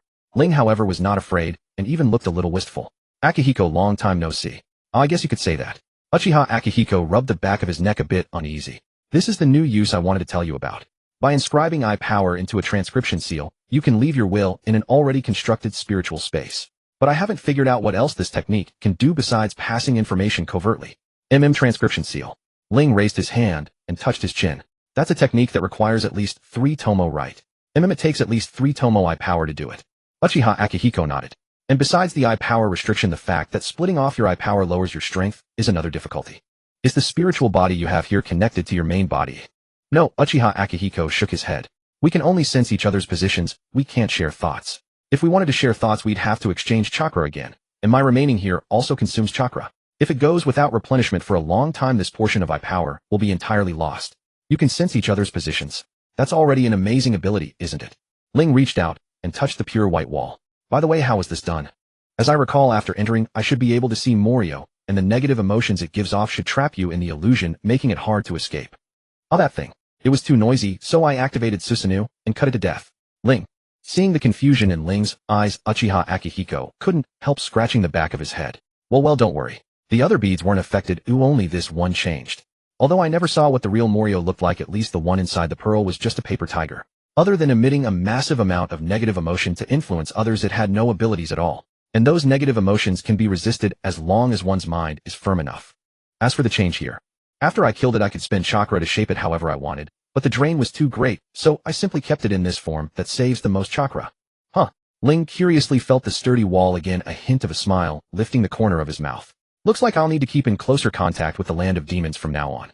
Ling did not converse much with Uchiha Zhaoyan. He merely stated that he would attempt using another netherworld pearl. After exiting, briefly exchanged a few words about the clan's situation, agreed to discuss matters further upon returning to the clan, and then decisively withdrew from the illusion. Mental communication was inherently faster than reality, so to an outside observer, Ling only seemed to pause for a fleeting moment before recovering. After a brief contemplation of the tactics to counter the netherworld, he decided to follow Zhaoyan's suggestion and make a tentative attempt. The moment he moved, the little Matatabi, who had been stunned by the fluctuation of chakra, snapped back to reality and repeated the question she had unconsciously asked earlier. Are you a descendant of that Indra brat? Ling paused, his brow furrowing slightly. Lady Matatabi, you know of Indra? Of course I do. I might as well say I watched that brat grow up. The little Matatabi's tone carried a hint of nostalgia. But which branch of his descendants are you from?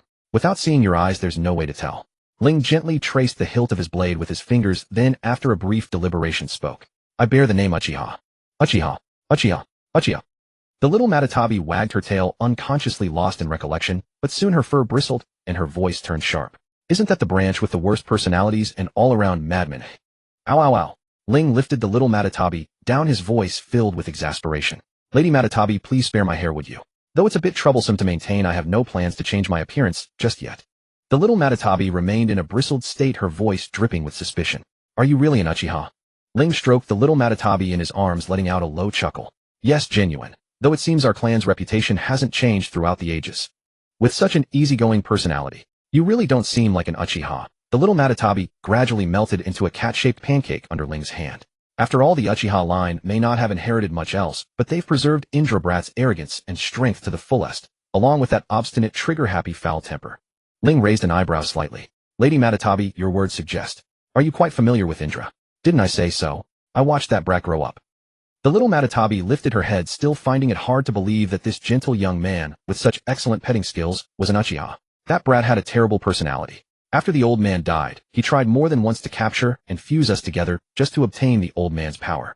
I was forced to die several times back then thanks to his antics.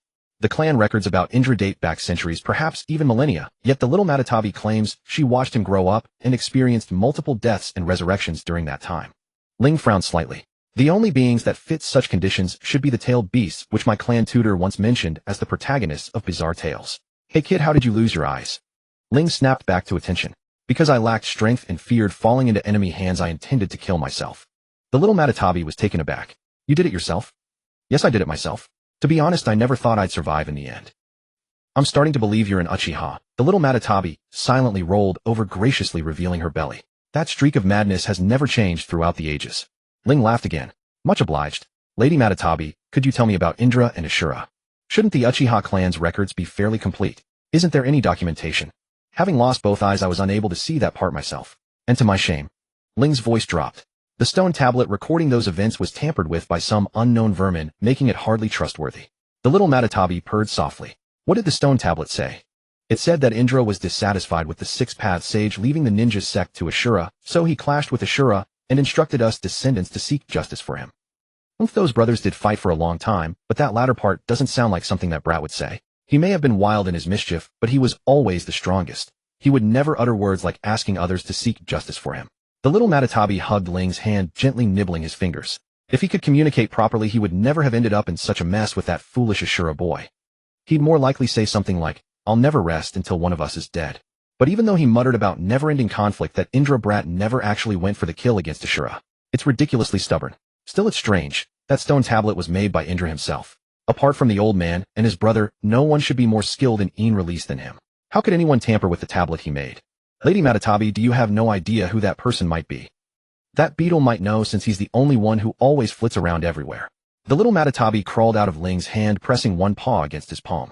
Kid, now that we've come this far, you must have figured out what I am, right? Ling nodded slightly. It seems the Uzumaki clan has provoked a truly formidable enemy. He and the others will likely regret it for a while. You're surprisingly calm about it. Because I find Lady Matatabi very easy to get along with, Ling chuckled softly. In fact, I'm even more eager to bring you home now. Won't you consider me? But this time the little Matatabi did not refuse immediately. Instead, she fell into silence. Ling sat quietly, but after a moment, he couldn't help reaching out to take her tiny paw in his hand, kneading it absently. After who knows how many times the paw had been squeezed, the little Matatabi finally broke her silence. She pulled her paw back and pressed it against Ling's hand again. Signing a summoning contract doesn't mean I have to do your bidding. Human lives are so fleeting, so I'll give you a chance for now. Excellent, then I thank Lady Matatabi. The smile deepened at the corners of Ling's mouth. Let me formally introduce myself. My name is Ling, Uchiha Ling. What name is it? Listen well, kid. The little Matatabi retracted her paw, sitting upright on Ling's knee. My name is Yatabi. Matatabi. That's a really nice name. Of course it is. The old man gave it to me. Ling was no longer in a hurry to study the Morio jewel. Compared to something that could be researched at any time, the information brought by a tailed beast that had survived since the ancient era was clearly more important. Old man. Do you mean the father of ancestor Indra, the sage of 6 paths? Sage should be an honorific, so that one should simply be called 6 paths. Some do call the old man that. After that name was spoken, Matatabi, as if unburdening itself, collapsed contentedly into a cat loaf and accepted Ling's pets. But 6 paths and sage are only titles. The 6 paths refers to the 6 paths of living beings, namely the Deva path, Asura path, human path, animal path, hungry ghost path, and hell path. Sage refers to the old man's mastery of chakra. The old man's real name was Otsutsuki Hagoromo. Otsutsuki Hagoromo, is it? Ling frowned. I have heard of the Hagoromo clan. Could they be? They are not the old man's descendants. They were simply ordinary people who followed him and profited from it. Speaking of bloodline, you Uchiha are far closer to him than they are. Matatabi licked its paw, a low purr rumbling from its throat. Besides, if they really were the old man's descendants, there's no way they'd be in such a sorry state now. In his prime, the old man could hang that little brat Indra up and beat him. After that, Matatabi spoke at length about the ancient era, jumping from one subject to another, and Ling gradually built up a picture of the sage of 6 paths and the others through the tidbits Matatabi let slip. Otsutsuki Hagoromo, the legendary founder of the shinobi world and the origin of all things, was immensely powerful and bore great love for all people. He was also the creator of the 9-tailed beasts and was honored by later generations as the sage of 6 paths. It was just that he was too partial to his younger son. He was a qualified ruler, but not a very qualified father. Otsutsuki Indra, the eldest son of the sage of 6 paths, was highly gifted, self-reliant, and independent. He created the hand seals that truly popularized ninjutsu. Proud yet harboring good intentions, he had a personality too twisted for others to get close to, and his autocratic ways only isolated him further. Still, because he was so powerful, many people sincerely followed him. He was a genius who was excellent in every way, except for a temperament so awful that it was hard to stand. Otsutsuki Asura, the second son of the sage of 6 paths, was not talented by any means, yet he loved helping others. He was always stumbling into trouble due to his carelessness, but his physical constitution was outstanding, so he managed to grow up in one piece. He was constantly surrounded by all kinds of friends. He was a troublesome kid who had almost no virtues other than his astonishing ability to connect with people. In short, they were a family with serious problems. But one particular doubt nagged at Ling. If the Uchiha clan were the descendants of a single person, Indra, exactly how many children had this ancestor fathered? One man, one whole clan. Hey, that phrase shouldn't be used that way, or at least it shouldn't be used here. Ling didn't hide his confusion and asked outright. This just shows how far the shinobi world has fallen. Matatabi yawned. Back in the old days, when the old man wanted to grant someone some bloodline limit, he could adjust the chakra in that person's body to affect their bloodline. Indra could do it too. Your Uchiha clan and the other branches of Indra's descendants were all created that way, using chakra to influence bloodlines. That truly is hard to imagine nowadays. Ling's voice was tinged with emotion. Can you tell me about the ancestors' other descendants? Besides you Uchiha, the more famous ones should be the Chinoite clan and the Kurama clan, right? But the Kurama clan isn't really a bloodline descendant. They could better be called a shinobi clan that received orthodox tutelage. I've fought members of the Kurama clan before. Their lifelike jinjutsu, which manipulates the 5 senses, is quite troublesome. But Chinoite. Ling tilted his head slightly. I haven't seen such a clan in our clan's records, nor have I encountered one on the battlefield. Matatabi swished its tail. Their clan is a little unusual, and they act just a bit more extreme than you Uchiha. Just a bit. Ling froze. Was there truly a clan in the shinobi world that acted even more extremely than his own? If they're more extreme than our clan, they should be quite famous, right? Ling tilted his head even farther. And no matter how extreme they are, they should still be better than us Uchiha. We're provoking a single member counts as insulting the entire clan, and then we fight to the death, right? You're surprisingly self-aware about that, kid. Thanks for the compliment. So what exactly is the deal with that Chinoite clan? Matatabi's voice was full of complexity. I'm not wrong. The Chinoite clan really is more extreme than you Uchiha. After all, no matter how extreme you Uchiha get, you only target outsiders. The Chinoite target everyone except themselves, including friends and family. Ling couldn't help but fall silent. This had to be a problem with ancestor Indra's bloodline, right? It absolutely had to be. The two direct lineage shinobi clans were both unquestionably mad. More importantly, the Kurama clan, which had merely received formal tutoring, not only didn't inherit that madness, but also gained extraordinarily powerful abilities. What was that all about? Teach disciples with heart, but raise sons with feet. Isn't that exactly the same as the Sage of Six Paths? On one hand you deny another person's actions, on the other you go and do the very same thing. Ancestor, are you really sure about what you want? Ling felt that he truly hated this ancestor after all, yet he had to admit that this blood-boiling sort of behavior was precisely the Uchiha style. Regardless of how messy it was, he would tentatively acknowledge this ancestor for now, and as for that dying wish, true or not, he would give it a try. Even though on some level, he didn't want to acknowledge this ancestor at all. Seeing the expression on Ling's face, already beginning to twist, Matatabi swept its tail across his wrist to comfort him. There, kid. You don't have to agonize so much. After all, strictly speaking, only Uchiha who can awaken the Sharingan and Chinoite who can awaken the Blood Dragon Eye can be regarded as Indra's descendants. Those who can are just holding the title, they don't really count. Ling's expression twisted even further, but he still keenly caught the information in Matatabi's words. Blood Dragon Eye. It's the Chinoite clan's bloodline limit. Apparently the ability to manipulate blood. In short, it's a big pain for ordinary living beings. Matatabi began licking its paw again. Because of this bloodline, the Chinoite clan never became all that famous. After all, not only did everyone who fought them die, but they also seemed to collect the corpses to grow stronger. With no information leaking out naturally, there was no reputation. A bloodline limit that manipulates blood. Ling raised a hand and pinched his brow. It looks like I'll need to put the clan on guard. Matatabi was a wonderful conversational partner, not only knowledgeable, but almost always ready with an answer for every question. Such a gentle temperament even made Ling briefly doubt whether the fierce-tailed beast from his childhood clan school stories had ever truly existed. But that doubt lasted only until the following day, and it lasted only until the following day, when Matatabi heard that Ling planned to return to his clan to make a summoning scroll before signing a contract. She became inexplicably furious with a faint hint of melancholy underneath. In her own words, such items had been invented to make up for the user's lack of skill, if someone with real ability simply had no need of them, and the binding force of that kind of contract was practically non-existent. Then she slammed a paw down, lamenting how much of the shinobi heritage had been lost, and told Ling to undo the seal on her body. She would teach him how to sign a true summoning contract. Ling, however, thought that a tailed beast, a being that had survived since ancient times, would be truly awe-inspiring in its original state. He certainly couldn't undo Matatabi's seal just anywhere in town. So he asked in detail how to establish a summoning contract without a ready-made contract scroll, and while petting the cat, he carefully studied the seal on Matatabi's body. Once everything had been explained and settled, Ling finally lay down to rest with the little cat he had coaxed over to his side.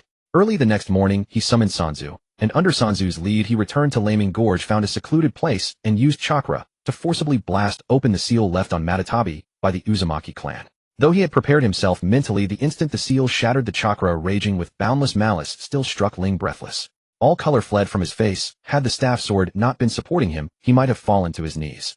It could even be said that ever since he had learned sensory ninjutsu, Ling had never faced a sense of crisis like the one today. If the one using sensory ninjutsu was a sphere of water, then the one perceived by it was a pebble dropped into that sphere. Passing through it only caused a few ripples. But the chakra Matatabi sent back was a meteorite, one blazing fiercely at that. What would happen when a water sphere met a blazing meteorite? With good luck, maybe a little steam would remain. With bad luck, it would naturally vanish into thin air, leaving not even a trace of its existence. To put it more directly, you might use a finger to pick your nose, but you would never accept someone cramming a whole watermelon straight into your nostril. It's too big. It would break. Ling was in exactly that situation.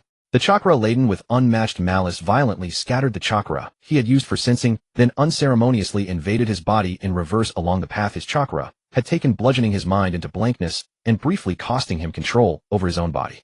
It was like being seized from behind by the throat in pitch darkness and dragged into the deep sea by some unknown existence before one could even struggle.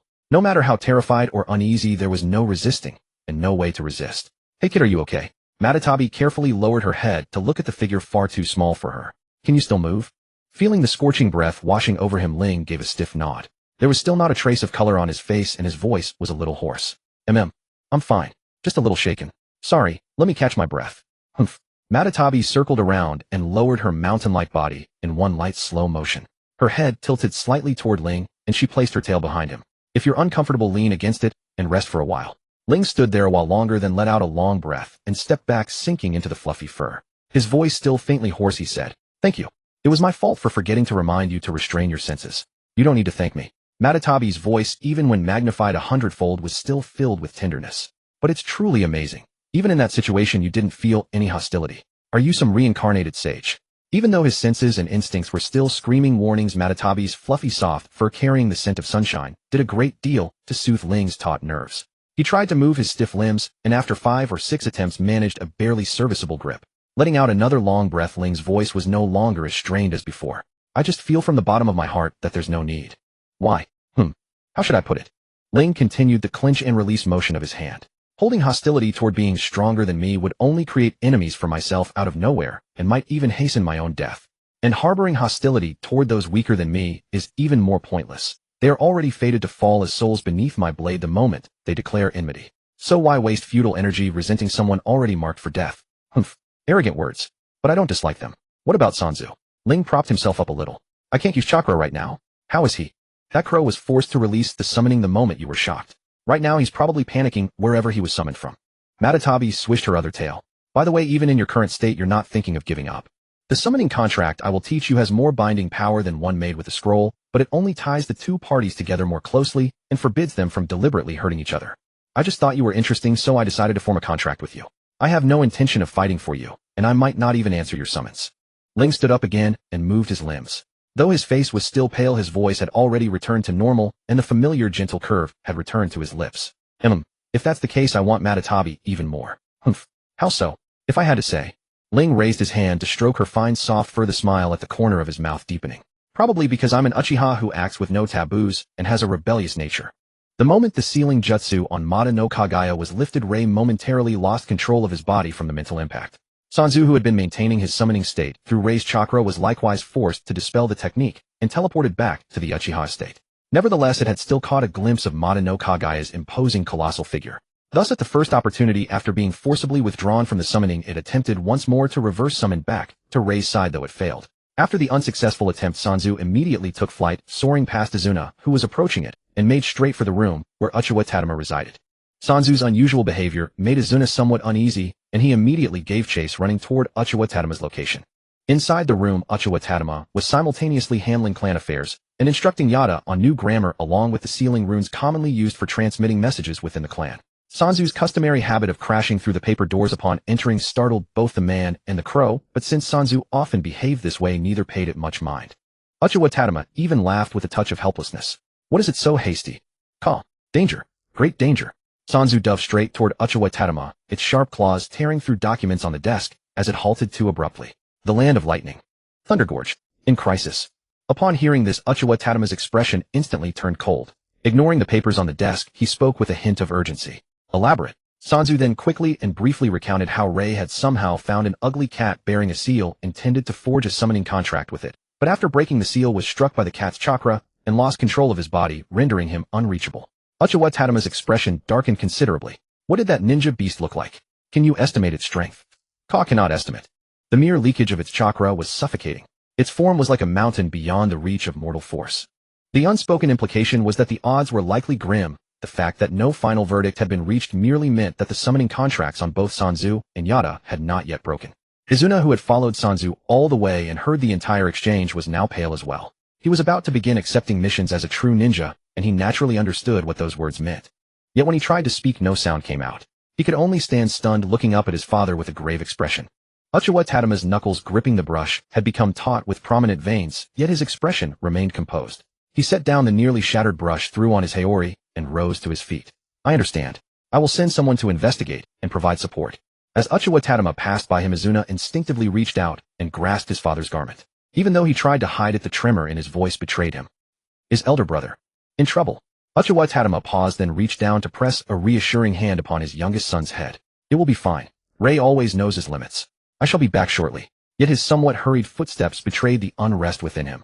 Izuna's unease grew. He could only turn his gaze toward the two crows on the desk, conversing in crow language, hoping to glean some information that might ease his anxiety. However, after exchanging intelligence, Yada immediately took flight, while Sanzu offered a brief word of comfort to Izuna before following Yada out the window. Left alone in the room, Izuna clenched his fists tightly. After a brief silence, he slapped his own cheeks forcefully to rouse himself, then returned indoors to retrieve his ninjutsu kit and sprinted toward the training ground. He truly wanted to grow stronger as soon as possible so that he could be of help in moments like this rather than being comforted by everyone and left behind forced to hate his own weakness alone. Elder brother. Izuna gritted his teeth until his knuckles turned white. Please return safely. Uchiha Hiro frowned at the papers scattered across the floor after the crow's forcible entry had stirred the wind, his expression darkening. Those were my newly organized research data. You had better actually have something urgent. I apologize for the intrusion, but the situation is truly urgent. Ka. Yada bowed slightly. Might I trouble Lord Hiro to use a summoning beast to notify the Land of Lightning's forces? Ka. Uchiha Hiro's brows drew even tighter, his demeanor growing solemn. What has happened? Though anxious inside, Yada knew the importance of explaining the matter clearly. After a moment's thought, he began, You see, Ka. As he listened to Yada's account, Uchiha Hiro's expression grew progressively darker. He picked up brush and paper, writing as he listened. By the time Yada finished, he had completed his last stroke, then immediately formed hand seals to summon Yukimaru. Upon seeing Uchiha Hiro's grim expression, Yukimaru halted his impending complaints and obediently listened to his new mission, clamping the small bamboo tube containing the message in his beak before dispelling the summoning. After seeing Yukimaru off, Uchiha Hiro rose immediately and headed outward. Yada fluttered up and landed on his shoulder.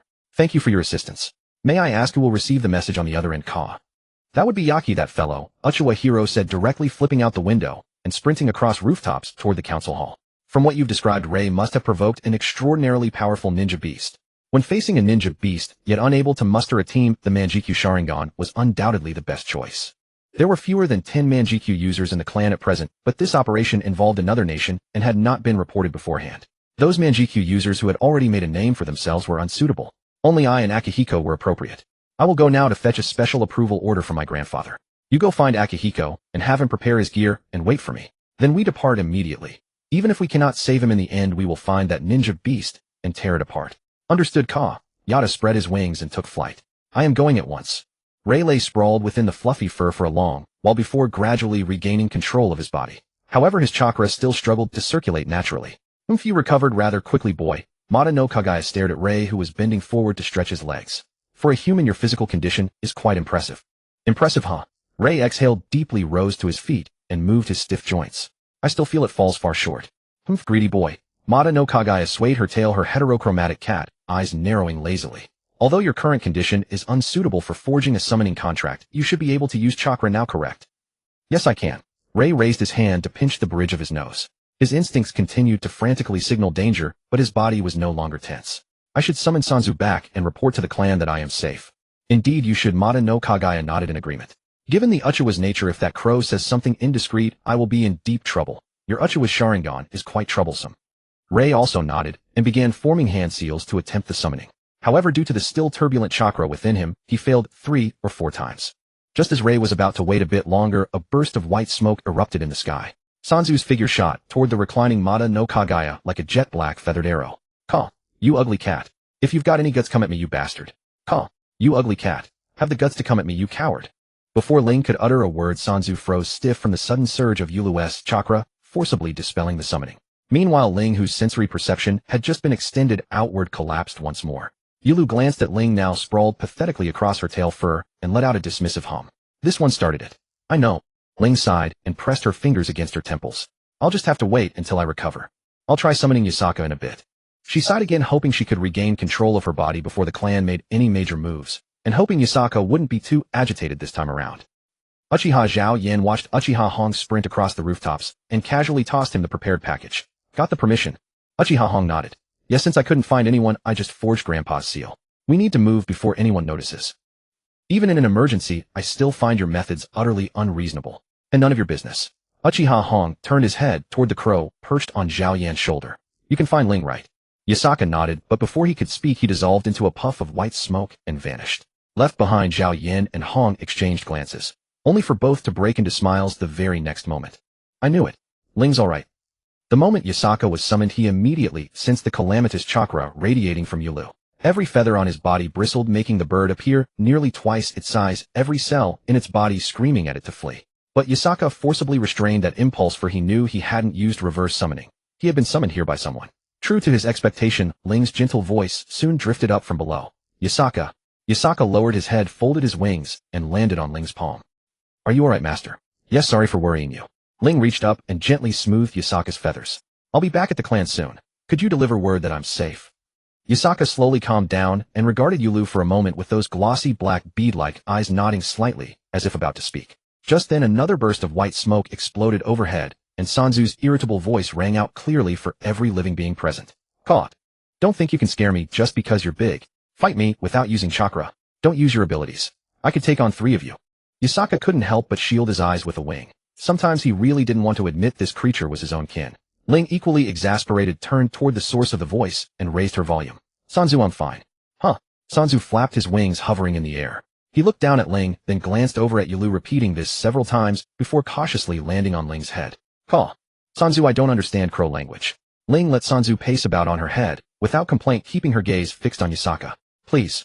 I need you to tell everyone to stand down if they're preparing for battle. I'll be back soon. Understood, Caw. Yasaka cast one more look at Yulu, imprinting that mountain-like figure deeply into his memory before dispelling the summoning.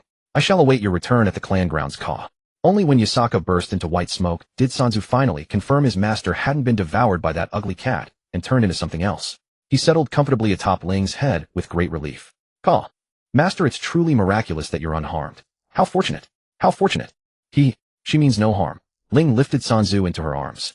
You should head back too. Help Yasaka calm everyone down. Nothing's wrong here. Caw understood. Sanzu shook his feathers but tilted his head to glance at Yulu on the side, as though wanting to say something.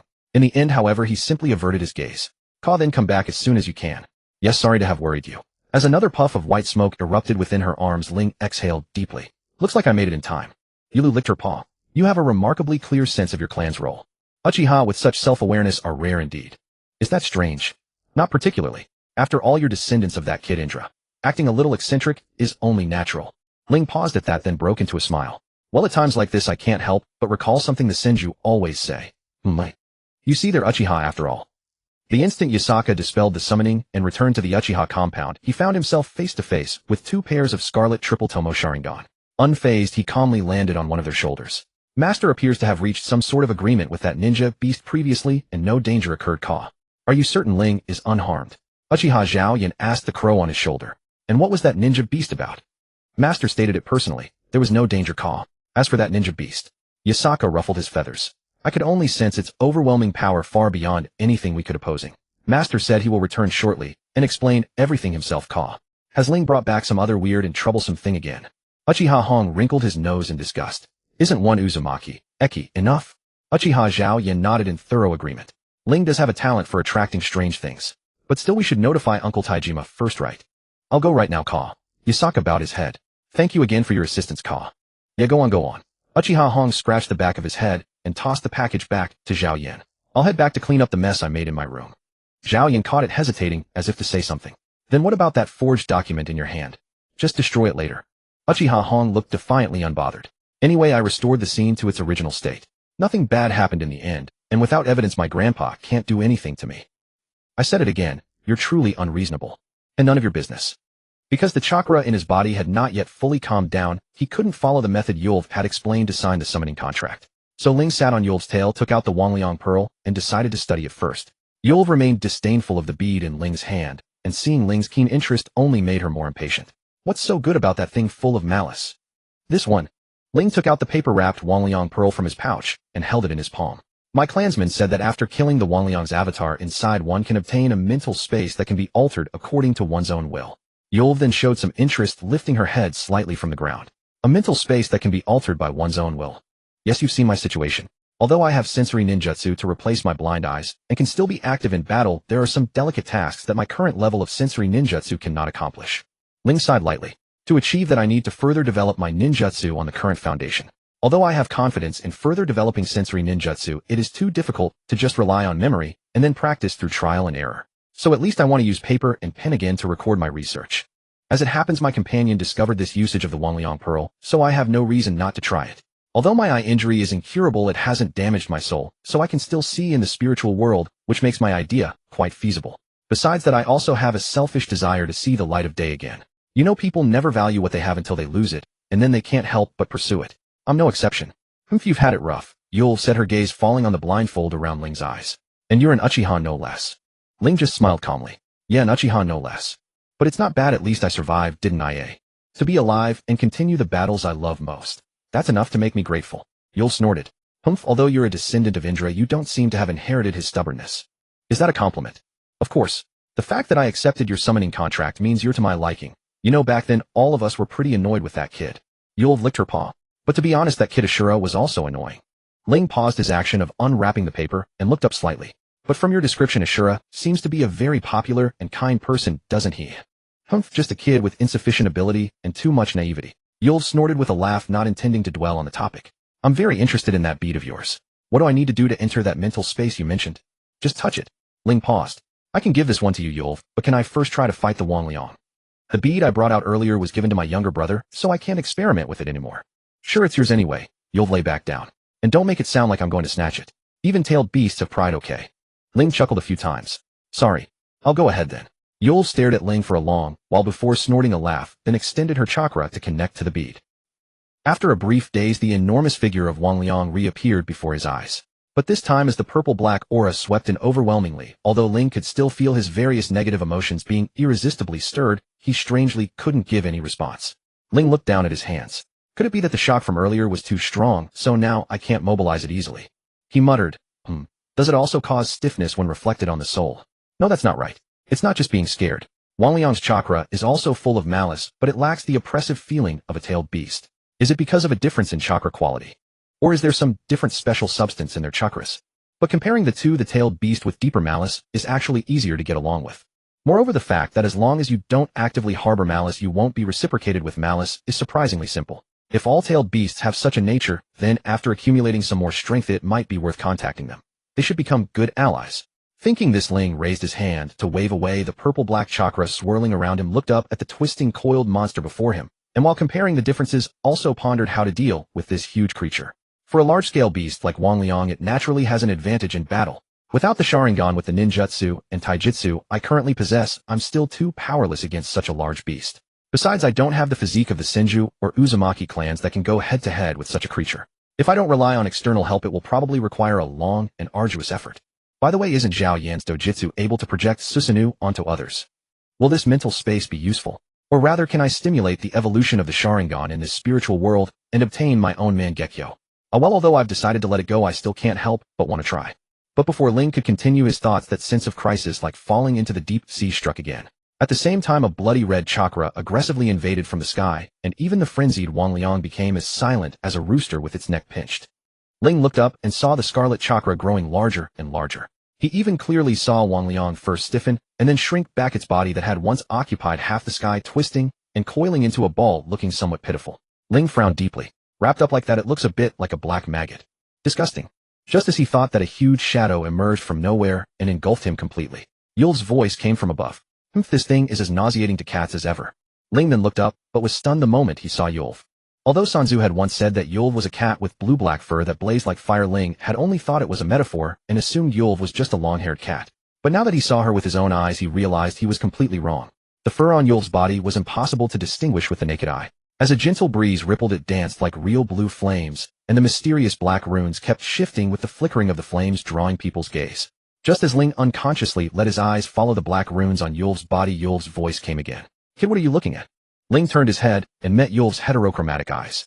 Unlike ordinary cats whose pupils become vertical slits in bright light, Yul's eyes remained round with a natural transition between pupil and iris, shining like brilliant gems under the light. Ling snapped back to reality, smiled, and reached up to stroke Yul's chin, feeling the softness under his fingers, his mood lightening. Nothing. I just think you're really beautiful. It's nothing. I just think you're truly beautiful. Matatabi paused noticeably, then turned her head away without expression, though the tip of her tail unconsciously curled upward. Boy, you certainly know how to flatter. Sorry, did I make you uncomfortable? Ling chuckled softly, his gaze still irresistibly drawn to the black runes flowing ceaselessly across Matatabi's body. These black runes possess an innate illusionary quality. They're genuinely captivating. The old man left these to me as well. Matatabi's voice carried an indescribable pride, yet when her gaze fell upon the spirit cowering in the distance, undisguised disgust spread across her cat-like face. Boy, have you tried it. I'm still formulating a strategy, Ling said finally, turning his gaze toward the spirit. Though if I could still use the Sharingan, I'm confident I could dispatch this spirit fragment cleanly. But unfortunately, I've already lost my Sharingan. After losing my eyes, my fighting style changed considerably. Sensory techniques alone drain the meager chakra I possess entirely. Fighting against humans is manageable, but against a colossal thing like this. I have no intention of wasting all my chakra here. But the main reason is that even if I could use the Sharingan again, I could no longer apply it in reality. So I want to avoid relying on it as much as possible. After all, I may face similar situations against giant shinobi beasts in the future, and when that time comes I won't have the luxury of leisurely planning my response. It's merely an aggregation of malice accumulated from a handful of humans. Is something this feeble really worth your concern? Matatabi sneered. Even that filthy tanuki could easily crush this wriggling maggot. Tanuki. Judging by her tone, she means another tailed beast. But with that attitude. Ling tilted his head slightly. It must be weaker than Matatabi. One tail? I've also heard something about a beetle before, but I've never heard of any beetle having a tail. Is that a tailed beast too? If so, how many tails does it have? And she said it's an aggregation of malice accumulated from a few humans. Is she implying the formation of tailed beasts is similar in nature, just more advanced? What are you scheming about now, boy? I was thinking about you. Ling met Matatabi's gaze without flinching, staring into her eyes like shifting gemstones, the smile at the corners of his mouth deepening. And perhaps it's just my imagination, but I feel like I'm truly seeing this world for the first time. Compared with the power held by tailed beasts, the conflicts among shinobi seem like nothing more than children's squabbles. Matatabi let out a sneering laugh and looked away. It's not just strength. Even when it comes to age, you're all just a bunch of children. Compared to tailed beasts, indeed. Ling chuckled. Though it may be ill-timed, may I ask an impertinent question? Go ahead, let's hear it. Someone as powerful as you, Matatabi, how did you end up defeated by E? Or to put it another way, how were you sealed by the Uzumaki clan previously? The tip of Matatabi's tail, which had been raised all along, immediately drooped. That really is quite an impertinent question. Ling spread his hand slightly. My apologies. If you'd rather not say, then you need not answer. We don't have that human habit of hiding things for the sake of pride, Matatabi said, sounding somewhat displeased. It's just that I didn't unleash my full power from the very start, and that's why those two brats caught me off guard. If they hadn't come at me with those troublesome sealing arts right away, So for tailed beasts, the most difficult technique to deal with is the sealing art. Matatabi was silent for a long while before speaking. Sealing arts were created by that boy Ajura after he broke with Indra, and they are the only type of technique he developed ahead of Indra. That boy said the original intent of these arts was to subdue an enemy and achieve reconciliation without harming them. He created them in pursuit of his so-called equality for all beings. And we tailed beasts react considerably slower to attacks devoid of malice. Otherwise, do you really think those two inexperienced brats could have defeated me? Is that so? Back when I fought E, he did mention that after trying to let go of hostility, his sealing arts improved further. Ling nodded thoughtfully, the smile at the corners of his mouth spreading wider. Oh dear, it seems I've inadvertently helped nurture a fearsome opponent. If anyone's a true monster here, it's you, boy. Well, perhaps. Ling shrugged with an easygoing air. Without relying on the Sharingan, I don't have much confidence in settling this fight cleanly. Dragging things out would just waste time on pointless guesswork. So I'll leave the rest to you, Matatabi. I'll find another opportunity to conduct my experiment once I return to the clan grounds. You're a strange Uchiha indeed. However strange I may be, I am still an Uchiha, Ling said with a soft laugh, raising his hand to stroke Matatabi's soft fur. And I will only ever be an Uchiha. Matatabi let out another sneering laugh, lifted her head, and looked toward the spirit bundled up in the distance. Boy, watch closely. I'm about to show you what a tailed beast is truly capable of. Ling felt a sudden tightness around his waist, and the next moment he was swept up by crimson chakra, landing on Matatabi's back. Yet he had no mind to appreciate the delightful sensation of the fur beneath him. Frowning, he pressed his fingers against his temples, trying to quell the nausea surging from his stomach. A tailed beast's chakra isn't exactly friendly to sensory-type shinobi. Ling pressed his palm against his stomach. Under such circumstances, even a gentle-natured beast would be perceived as an enemy the moment it senses someone nearby, wouldn't it? In a way, Yi's chakra-concealing sealing art really did me a great favor. I'll have to thank him next time we meet. While Ling was briefly lost in thought, Matatabi lowered her body toward the spirit. Just as Ling wondered what she intended to do, crimson and cerulean chakra materialized out of thin air, converging before Matatabi. Even the smallest of those chakra spheres was as large as Ling's head, yet to compare with Matatabi, they were nothing. Ling watched as the chakra gathered, churning and twisting together, ultimately condensing into a violet-black sphere the size of Matatabi's own head. The moment the violet-black sphere formed, however, it was not launched as Ling had expected. Instead, Matatabi opened her mouth and swallowed it whole, and the violent chakra fluctuations abruptly vanished from his senses. Before confusion could even surface in his mind, far more intense chakra fluctuations flooded Ling's senses again.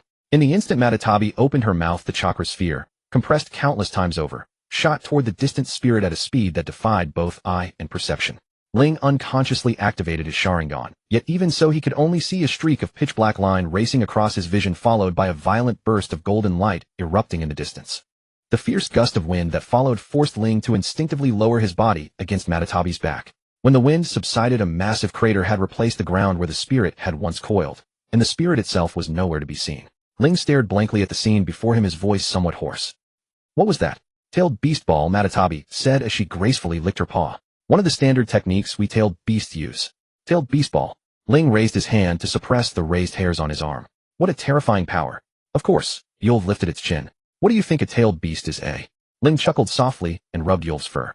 Looking at it this way, haven't I stirred up a terribly troublesome creature? Yulv snorted with a laugh. Now you're too late to regret it, kid. Why would I regret it?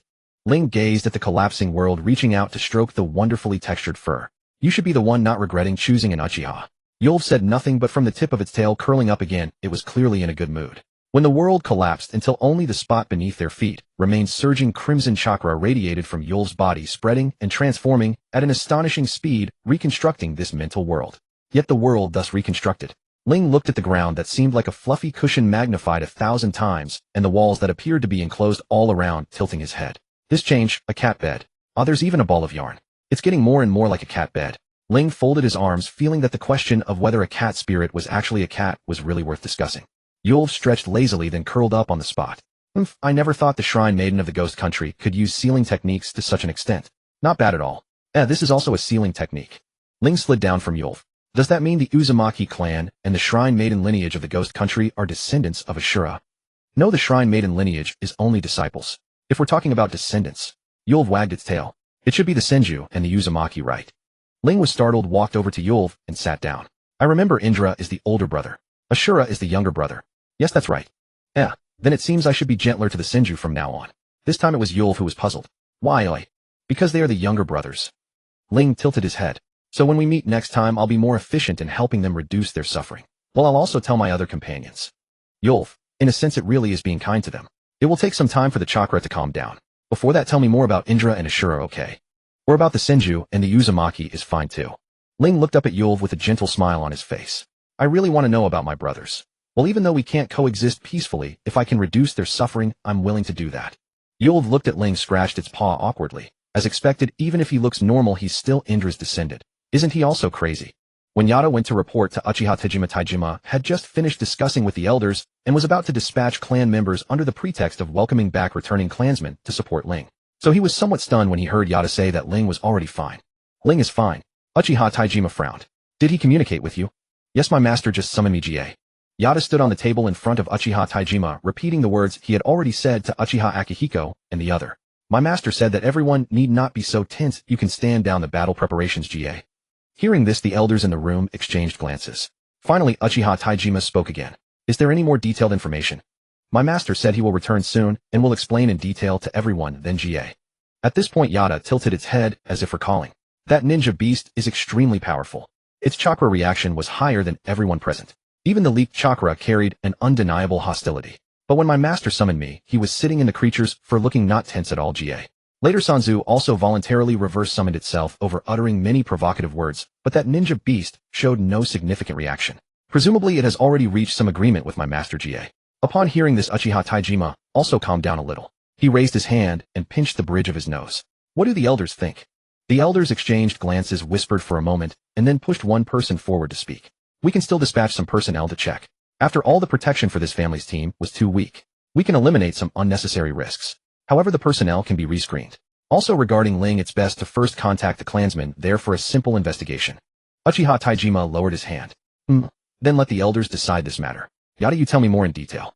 After receiving the message from Yada, the Uchiha's arrangements became much more relaxed. Nevertheless, the support squad still departed from the clan grounds that very afternoon. Meanwhile, as the support team set out, Uchiha Masaki, who was far away at the border of the Lei country, was visited by Yukimaru. After receiving the message, his usually smiling face immediately darkened. Glancing at Madara, who was asking clansmen about combat techniques, Uchiha Masaki comforted Yukimaru, put back on a smile, and went to find the team leader Uchiha Tadami, handing him the note. Upon seeing the brief message, Uchiha Tadami's brows also tightened. After a brief silence, he gave Uchiha Masaki a meaningful look. You want to go? Yes. Uchiha Masaki said succinctly. Please let me go. Uchiha Tadami fell silent for a moment again. I understand. I'll write you a permit now. Handle Madara's side yourself and try not to show any flaws. I will. Thank you. With that, Uchiha Masaki strode away. Uchiha Tadami watched Uchiha Masaki's back, feeling both worried and gratified. To be so supported by those who fear him even when he's in danger. Taijima really has a fine son. After hearing many stories from Matataki, the restless chakra within Ling finally calmed down. Even when Matataki deliberately released chakra to scare him again, it only rippled slightly before returning to a steady state. While feeling astonished, Matataki's tail tip curled upward once more. After confirming he had calmed down, Ling withdrew his thoughts from the Myobika no Tama and felt the world growing dark once more. His hand gripping the sword hilt tightened involuntarily. After a long moment, he exhaled deeply. I still need more training. Matataki, I'm ready. Shall we forge the summoning contract? However, after speaking those words, Ling received no response. After a brief hesitation, he cautiously extended his perception outward, but the information returned was nothing but blankness. Just as Ling stood stunned, the Myobika no Tama in his hand began to swell. The moment his fingers touched the soft fur, he immediately switched to supporting it with both hands. Matataki, what's wrong? You look so surprised. I just didn't expect you could shrink. Tailed beasts have no flesh and blood. We're purely chakra creatures. Our physical size is determined by the amount of chakra within us. Matataki wrapped its tail around the Myobika no Tama and quickly climbed onto Ling's shoulder, settling into a seated position. As long as we intend to change, we can freely alter our forms, though it is rather troublesome. Does that mean your true form is now inside the Myobika no Tama? That's precisely how it is, Matataki nodded. After all, when forging a summoning contract, the gap in chakra between the two parties cannot be too large. Since I don't plan to assist you in combat, you only need to sign a contract with a fraction of my chakra. Besides, my transformation ability makes this quite convenient. How considerate. Ling curled his fingers to stroke Matataki's chin. If it were me helping you, would you let me weave the Myobika no Tama into a covering for your body, eh? Matataki haughtily lifted its chin and chuckled. That can wait. Let's sign the contract first. All right. However, I must warn you about one thing beforehand. Matataki's voice grew serious. After the summoning, you must not casually reveal my name to anyone, even your family. Very well, I'll remember that. Ling nodded slightly. Can I call you Xiaoyu from now on?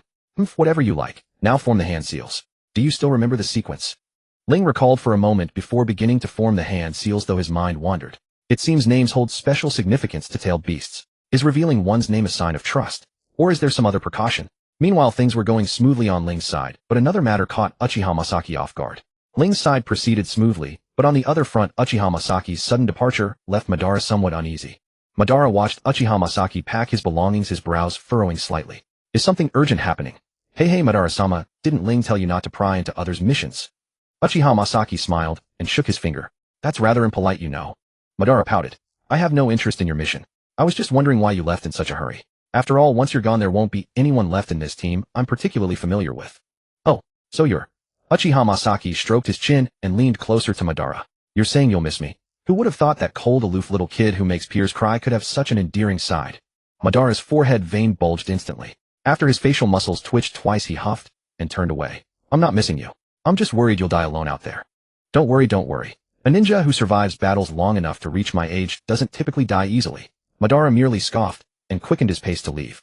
Uchiha Masaki watched Madara's retreating back, the smile on his lips gradually fading until his expression turned cold as he left the room. He was Ling's younger brother, but his acuity was completely different from that slick fellow Ling. Meanwhile, Uchiha Koso stared at Yukimaru, who was demanding double payment from him, and finally realized what he had forgotten. He had forgotten to recall the snow rabbit Yukimaru to inform Uchiha Masaki. You're trying to stiff me, aren't you, Meow? Yukimaru scrutinized Uchiha Koso suspiciously. I went all the way to the land of lightning for you, working hard and worrying over half a day, Meow. No, I'll send the payment later. Uchiha Kosu's mouth twitched. It's just... Yukimaru looked up at him. It's just... Could you run another errand? Uchiha Koso swallowed. Ling just sent word saying everything's fine, so... Before Uchiha Koso could finish his sentence, Yukimaru leaped up and swatted him across the face with its tail. Are you deliberately messing with me? Go to hell, Meow. Watching the puff of white smoke explode before his eyes, Uchiha Koso silently rubbed his stinging cheek and attempted summoning once more, only to be rejected unsurprisingly. I should prepare more dried shrimp next time. Is there any way to fix this situation? Given Masaki's drive, he should be on his way by now, right? Uchiha Koso gazed at the research materials spread across his desk, just recently organized, and nervously touched his nose. This isn't deliberate troublemaking. Should I go find Ling's crow? With Ling's help, I might be able to smooth things over somewhat. But before Uchiha Koso could figure anything out, his door was roughly pushed open. If he hadn't quickly pressed down on the materials, they would have scattered everywhere once more. Thinking of this, he angrily looked up toward the doorway, but locked eyes with his grandfather's equally furious gaze. Uchiha Koso. Uchiha Koji's voice brimmed with anger. His beard, usually meticulously groomed, was sticking out in all directions. You've become increasingly audacious. Stole mission orders from your father and brother last time, and now you dare to use my seal to forge mission permits. Are you asking for a beating, boy? Uchiha Koso froze, but still attempted to struggle. I didn't. Grandfather, you need evidence. This is slander. Cut the crap. Get your sorry self out here. I want to see how much you've improved. Don't think just because you awakened your Manjikyu Sharingan that I can't discipline you, you brat. Get out here. Dad, I'm his actual father. You're skipping a generation. Shut your mouth too. All you do is cover for your son and deceive his elders. Is that how I raised you? Uchiha Koso silently used his paperweight to secure his research materials. Never mind, Uchiha Masaki. I'm the one in trouble now. Uchiha Koso silently used his paperweight to secure his research materials. Forget about Uchiha Masaki. For now I'm the one in deep trouble. Boss, bring me some wine. Hearing the faintly familiar voice, the man behind the counter looked up from his newspaper. Only after taking in the newcomer did the young boss pause with a start. Didn't you have enough travel money the other day? Don't make it sound like I came here just to cause trouble. The blindfolded young man sat down at the counter with a gentle smile. I've been following the rules and Boss Shiyu should have made a tidy profit out of it, didn't you? Shiyu Chuanqi didn't answer, simply fixing his gaze on the seemingly harmless young man before him. So what does young Master Ling want to eat today? Do you have that kind of wine? Ask as many times as you like. That's reserved exclusively. What a pity. Ling shook his head, then quickly poked the little fur ball in his arms. Little you, what do you want? The little blue cat with black markings poked its head out from Ling's embrace and let out a soft milky mew. Is that so? Boss, this time I'll have the fresh fish slices we didn't order last time, and whatever wine you care to bring. I'll be staying here tonight as well. Yes, just a moment. Honestly, with so many excellent places around. Ling only chuckled softly, then kneaded the fur ball as he pricked up his ears to catch the occasional low-voiced arguments drifting through the inn. Yulv hooked a claw into Ling's garment, climbed onto his shoulder, and whispered, I really can't bring myself to like this kind of place. There's no need to like it, we're simply taking what we need from each other, Ling said, tilting his head slightly with the same smile. And here you can genuinely get a lot of interesting information for free. Yulv pricked up its ears too, but after listening for a while all it heard was the same group, turning a few phrases over and over. Growing restless, it began grinding its claws. Ling reached over and caught the cat's paw, rescuing his shirt from the already snagging threads. He explained in a low voice, the black market has its own coded speech, you can't read it by taking the words at face value. Take the two on my right for example. They're discussing the latest smuggling market. They say business in the land of lightning has become extremely difficult since the shift in leadership, so they're thinking of moving to the land of fire. The ones behind us are talking about changes in black market bounties. Huh. Bold of them no less. Discussing hunting bloodline limit shinobi. Now that's some useful information. Hearing Ling's translation, Yulv couldn't help pricking up its ears again to check, but no matter how hard it listened it still couldn't extract any worthwhile gossip from words about weather and whether food tasted good. For a moment it began to doubt its feline existence. Just as Yulv gave up on eavesdropping and turned its attention to the fish fillets that had been set down, another group entered the inn. The moment they crossed the threshold they raised their voices. Boss, bring out good wine and good food. Shiyu Chuanqi, who had just settled back behind the counter and picked up his newspaper, rose again. What? Caught some fine prey. Hey, and why not? Just after I looked at the bounty list something good came right to my door. The usual deal. You handle it. Sure, I'll take a look at the goods in a bit. Make yourself comfortable. Yulv watched the man carrying a cloth sack sit down beside Ling, and couldn't help lifting a paw to tap Ling's hand as he was pouring wine, signaling him to translate. Ling explained in his good-natured way it means an easy-to-catch bounty target with a high reward just delivered itself to their doorstep. You really know your stuff, young man. Are you a pro too? The man laughed heartily and stretched out his hand. How about making a friend? Just as that broad palm was about to land on Ling's shoulder, a wooden sheath pressed against the man's wrist. Holding a wine cup in one hand and a cane sword in the other, Ling tilted his head slightly toward him. Putting aside the fact that I don't make friends in the black market, isn't it a bit impolite to offer friendship with hands that are still stained with something? The man was visibly taken aback, and seeing his reaction the laughter and commotion around them grew louder. Ha ha ha, as expected, even Shinshu took a spill. Same target whatever, but your methods are practically identical. You and Dongyun really are in sync, huh? That young man squeezed Dongyun for a hefty sum before. Hearing the crowd's remarks, the man called Shinshu finally understood what had happened. He wasn't upset and drew back his hand with a chuckle. I owe you bastards. Why didn't you tell me earlier? You just had to see me make a fool of myself, didn't you? Boss Shiyu put that young man's meal on my tab. After the boss answered, the man turned and cursed a few lines at the onlookers before turning back. Then allow me to introduce myself. I'm Qianxiao Shinshu, and Dongyun is my little brother. As for my trade, well, as you saw, I'm just an ordinary law-abiding merchant. By the way, are you sure you don't want to reconsider? I could sell you for a very decent price, and if you have a preferred master in mind, I can help you scout one. Better not, Ling said, raising his wine cup without taking offense. If you did, both you and the buyer would have your lives shortened, and by quite a lot at that. Then forget it. Qianxiao Shinshu turned his gaze to Shiyu Chuanqi as the latter approached with dishes. Check the goods first. If we wait much longer it might die, and that wouldn't be convenient for you, boss, would it? I'll bring it over. Qianxiao Shinshu handed Shiyu Chuanqi the burlap sack that had been sitting at his feet. But when the sack was opened it wasn't any ordinary prey. It was a girl barely breathing. Ling even overheard Shiyu Chuanqi's remark, you really did catch a big fish this time, right? Finding a big fish like this is practically a jackpot. Plenty of money should come down from above, don't you think? Qianxiao Shinshu chuckled. After all, no matter how far she's fallen, she's still a princess with inheritance rights. Let me confirm. Shiyu Chuanqi wove a few hand seals and pressed his finger to the girl's forehead, then lowered his voice. Name and her father's identity. Jun. Quan. The girl said, her voice hoarse and as faint as a mosquito's buzz. Land of Lightning. Daimyo. She's the right person. Shiyu Chuanqi withdrew his ninjutsu and lifted the girl whose last shred of life had been severed by the technique. I'll take the goods. Bounty on your account as usual. Alright, the usual. And give a cut to Dongyan too. Understood. Having heard all of it, Ling could only sigh inwardly. He had no intention of meddling. He might lend the girl a hand along her path if it proved convenient, but if you asked him to avenge the injustice she had suffered, shinobi were never saints. But perhaps fate was determined not to leave him on the sidelines. When Shiyu Chuanqi was about to put the lifeless girl back into the burlap sack, her tightly clenched hand finally opened. Half of a golden koban slipped out, bounced a few times, and lightly struck the back of Ling's hand. Ling froze for a moment, then reached out, picked up the half koban, and held it between his fingers. Oh my, what a cheap commission. Oh dear. Such a cheap commission. Handle your grudges yourself, Shiyu Chuanqi said calmly as he carried the girl's corpse away, but if you break anything you'll pay tenfold. Meanwhile, Qianxiao Shinshu also let his smile fade. Look friend, we're all just trying to make a living. Even if you've come to wreck the place, there's no need to be this quick about it, is there? Sensing the undisguised malice radiating from the other party, Yulv let out a low, threatening growl, its fur bristling. No, that's not what I meant. Ling waved a hand, scooped the bristling kitten back into his arms, and smoothed its fur. You said before that she was a big fish you picked up, didn't you? Can you tell me the specifics? Qianxiao Shinshu raised an eyebrow, the hostility around him dropping sharply. This move of yours, young man, is not wise. Like you said, we're all just trying to get by. There's no need to make things hard for each other. Ling laughed, quietly, carefully tucking the half koban into his robes. And if not you, someone else would have picked her up. The one who changed her fate was the person who made her have to be picked up, as if she were cargo. Oh my young man, you're surprisingly agreeable. Qianxiao Shinshu laughed loudly, but his eyes remained as calm as a still ancient well. All right, there's no harm in telling you. Plenty of people saw it anyway. Consider it a favor I'm doing for you, young man. I'd rather pay for it. Ling set the money pouch he had gotten from Dongyan the day before on the table. After all, favors are hard to repay. Huh, how cold and worldly wise. That's what you say, Qianxiao Shinshu said, but he took the money pouch, without hesitation weighed it in his hand a few times, and then spoke. I found that kid in the waste processing area of the pleasure district. Her limbs were broken, her body was a mess from top to bottom, and she was thrown into the waste disposal zone stark naked. If her face hadn't still been intact, I doubt I would have fished out this fish. That's all I know. Ling tilted his head slightly. Around what time today? Around sunset, I think. Since she was on top of the pile, she probably hadn't been thrown away long ago, Qianxiao Shinshu said, one hand propping up his chin while the other swung the money pouch. Come to think of it, today's sunset was a vivid red. Really quite beautiful. I see. Ling stood up, smiling and nodding at Qianxiao Shinshu. Thank you for your hospitality then.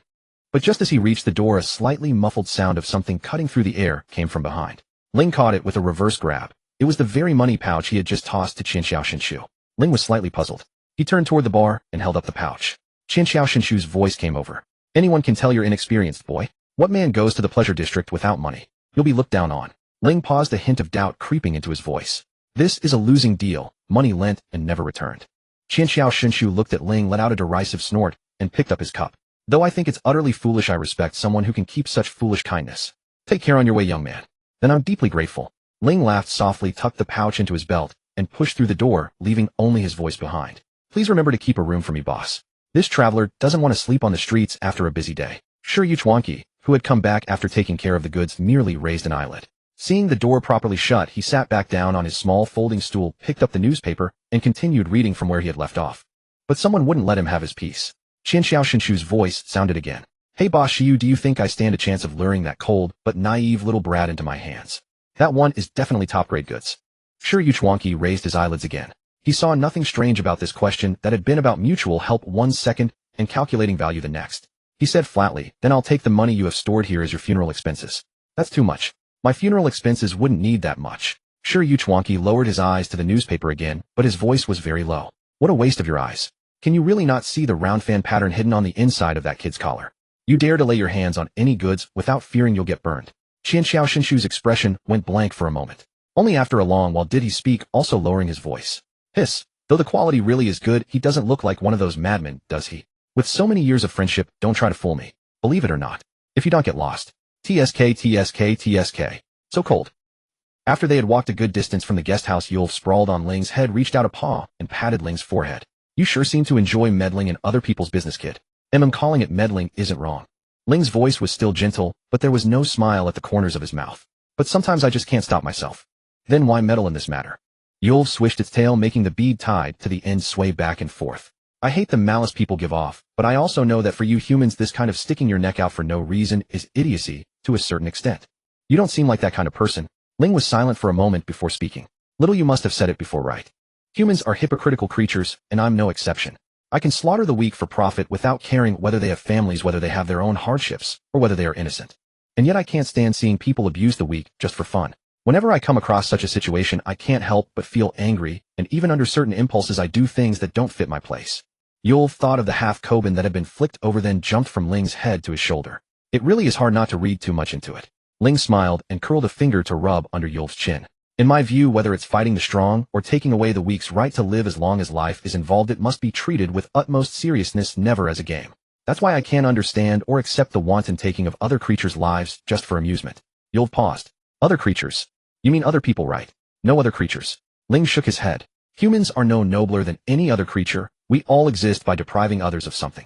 An executioner like me who can take lives wantonly without feeling the slightest guilt would only be getting what I deserve if I died at someone else's hands one day. Yulv could sense that Ling's words came entirely from the heart. For that very reason, it couldn't help falling silent. Although it loved humans, its power was simply too great. Those who approached it either wanted to obtain its power or simply wanted to hunt down a strange beast and become famous far and wide. After the old man, it had never met a single person without ill intent toward it. So much so that every time it trusted humans, things ended badly. On several occasions, it was even forced to undergo rebirth. Thus, in its long life, it had committed no few acts of deliberately destroying towns and slaughtering people. First to take revenge on those who had forced it through rebirth, and later simply for amusement. Just as some humans torment cats and dogs purely for fun, no one cares what a creature so much weaker than themselves feels while being abused. Hypocritical, isn't it? Ling's voice called Yulv back from its thoughts. It couldn't help turning its head to look at him, but he only continued in a gentle voice. Here I am, a madman among madmen who loves battle and can take lives without a second thought, yet I still hope someone will come and do something about this world where lives are so wantonly taken. Yulv was silent for a long time before speaking. That really is an unrealistic wish. Uchiha Yeshu did not rest. The very night he obtained the authorization, he made straight for Laming Gorge. But even with all his strength conserved and his pace at its limit, he reached the gorge only at dusk the next day. He found no traces of recent battle in Laming Gorge. Forcing down the unease in his heart, he went to a nearby town to gather information. The absence of battle traces could only mean one of two things: either the two sides had never clashed, or the gap in their strength was so vast that the weaker side could not leave a single mark. To be fair, Uchiha Yeshu naturally hoped for the first outcome. Unfortunately, the urgent message from Uchiha Hong made it impossible for him to think optimistically. What kind of black market could this remote little town even have? Uchiha Yeshu thought, his face cold. Recalling the black market's recognition code for the month, he wound through a series of twists and turns before finding his destination, a highly unremarkable inn. Uchiha Yeshu looked around, frowned slightly, and without further hesitation pushed open the door and walked straight in. The instant he entered, the already faint conversation in the inn died out completely. When he swept his gaze across the room, those who had been sizing him up averted their eyes one after another, and the murmuring gradually started up again, sparse as before. What an unpleasant place. Uchiha frowned, strode over to the counter, and lightly tapped the edge of it. After meeting the owner's eyes, he deliberately lowered his gaze. I'm looking for someone. The man behind the counter put down his newspaper, gave him a quick once-over, then leaned back again, sounding lazy. He's already gone. Left this morning. Uchiha Yeshu was taken aback. He hadn't even tapped the recognition code, had he? The man stood up, his voice entirely even. Young with long black hair, blind in both eyes. A blade is hidden inside the walking cane at his side. A blue Nakomata follows him around. As for his name, he called himself Ling. Is he all right? You're too close, guest. Sorry, I got too worked up. Uchiha Yeshu sat down at the counter, took out a money pouch from his robe, and set it on the counter. Could you please tell me where he went? Even just a direction would do. All I can tell you is that he went southwest. Where exactly he was going, I don't know. After all, I'm only a black market boss in a small town. The man took the money pouch and weighed it in his hand. Should I return the extra change or count it toward a meal? Is there no more information? That guest did stay here the night before last. After he headed to Laming Gorge early yesterday morning, a terrifying surge of chakra erupted from the gorge, but it vanished as quickly as it came. The man tucked the entire money pouch behind the counter. Besides that, before that guest checked in last night, he turned some noble's mansion upside down. Go out and head west, and you'll see it about an incense stick's walk away. I won't elaborate on news you can easily pick up on your own. Uchiha Yeshu nodded, slightly thanked him, and left. For a ninja, trying to find someone this much intelligence was already enough. Only after Uchiha Yeshu had left did the young man on the other side of the counter speak, his voice laden with emotion. Tisk tsk. Others are still merely thinking about it and haven't even gotten their hands on him, yet his own clan has already sent someone to the door. Boss Shiyu, do you think their clan has some kind of telepathy? A specimen like that. Shiyu Chuanchi sat back down behind the counter. Whatever you're thinking of doing, just go ahead and do it. I'll give you a grand funeral. TSK. So cold. That's how it went, Ka. Oh dear, so in the end some of them still couldn't make it in time. Ling smiled helplessly and gently smoothed Yada's feathers. When Yeshu returns he'll probably have a quarrel with Hong, won't he? Yada meanwhile kept craning its neck upward to study Matatabi, who was sprawled on top of Ling's head. Is this Master's new summoned beast? You can just call her little you. The two of you should get along well from now on. Yada opened its beak, finding it difficult to connect the harmless-looking little Nakomata before it with that mountain-like giant beast, and even more difficult to say such an adorable name under Matatabi's gaze. In the end it could only nod once, cancel the reverse summoning, and leave. This crow of yours is fairly sensible. Matatabi licked her paw. Unlike that other one. It's loud and fussy to begin with, and it's stupid too. But when it comes to loyalty, there's no fault to be found. Yada is indeed more reliable. Ling casually leapt into a large tree and sat down. Since Yeshu is looking for me, I'll wait here. Then I can head back to the clan's group with him. Honestly, I thought I was going to miss this opportunity. I wanted to discuss the matter of the blade in person with the smith. Ling laid the cane sword across his knees. It was all right when I could still see, but now. Many of the techniques I once learned can no longer be used. The only option is to clash head-on. This has greatly aggravated the blade's wear. No matter how excellent the weapon, it is difficult to keep using it for long. If it broke during combat, the consequences would be unimaginable. Isn't there a method like that? Matatabi tucked her paws on top of Ling's head, like emitting chakra to reinforce the weapon or something. Are you talking about chakra blades? Ling tilted his head. I used to use that method quite often. But my chakra is now barely enough to sustain daily life and combat. Until I train further, I really can't spare the energy to maintain a weapon. What a useless human. Yes. Following me must be quite the grievance. Ling reached up, lifted Matatabi down, and let out a soft laugh. Little you great one. Hey, you know what's good for you. And so when Uchiha Yeshu came looking for him, what he saw was Ling hopelessly absorbed in petting a cat. Uchiha Yeshu, I've run myself ragged and worried in every way, and here you are petting a cat. I'm going to throw a fit. I really am going to throw a fit. Uchiha Yeshu was thoroughly exasperated by the heartwarming scene before him, yet he dared not voice his anger. He could only express his displeasure by crushing the twigs and grass beneath his feet with a satisfying crunch. Hearing the noise, Ryo extended his senses once more. Is that you, Yeshu? Uchiha Yeshu approached with a dark expression. You idiot. At least send word that you're safe. Do you have any idea how worried everyone has been? Sorry. I just received Hiro's message, Ryo said, leaping down from the tree while holding Matatabi. He explained the sequence of events, then added, sorry for making you come all this way. Honestly, are you all just incapable of letting me have a moment of peace? Uchiha Yeshu completely lost his temper. Bringing me to the land of lightning during my scheduled vacation, keeping the purpose secret from me. Fine, I can let that slide since the overall goal was to deal with those fools who were asking for trouble. But the fact that no one bothered to inform me that the crisis was resolved, that's genuinely going too far. We're comrades, aren't we? Why do you always make me work for nothing? If you have any grievances with me, just say it directly. If you tell me, I'll change. Why do you always treat me like this? I get hurt too, you know. Matatabi found it highly amusing to watch this young man whose entire being radiated resistance toward being near Ryo, yet whose words betrayed vulnerability. This little brat is quite interesting. Uchiha Yeshu immediately stopped his complaining and turned his gaze toward Matatabi. A new summoned beast you got. Ryo nodded in confirmation. You can call her Matabi. The fur color and breed are quite rare, but... Uchiha Yeshu stepped closer, his brow furrowing. Something about this feels off, doesn't it? Matatabi simply tilted her head and gave Uchiha Yeshu an adorable look. Well, whatever. I'm sure you have your reasons. Uchiha Yeshu withdrew his gaze and reached over to snatch Matatabi from Ryo's arms. Speaking of which, you really went all out yesterday, didn't you? When I went to investigate, there were still soldiers prying eyeballs stuck to the ceiling. Your cat has a really nice feel to it.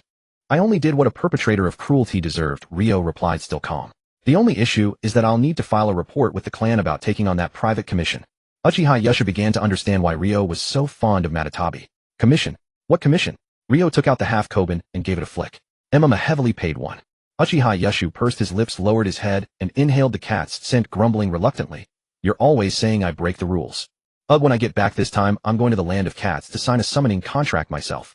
Matatabi behaved just like an ordinary kitten, stretching out a paw to resist only when Yeshu tried to bury his face in her belly. Then she unceremoniously stepped on his face, moved to the top of his head, and tucked her paws beneath her. It's truly amazing that you can mistake me for a harmless, ordinary ninja cat. Uchiha Yeshu's gaze shifted upward. Aren't you just a cat spirit? We ninja don't have any taboos about that. Matatabi licked her paw. You really do trust that boy, don't you?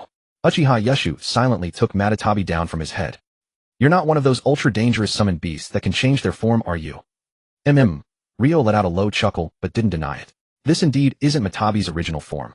As for her true appearance, you'll get the chance to see it someday. Uchiha Yeshu, tell me about such dangerous things in advance.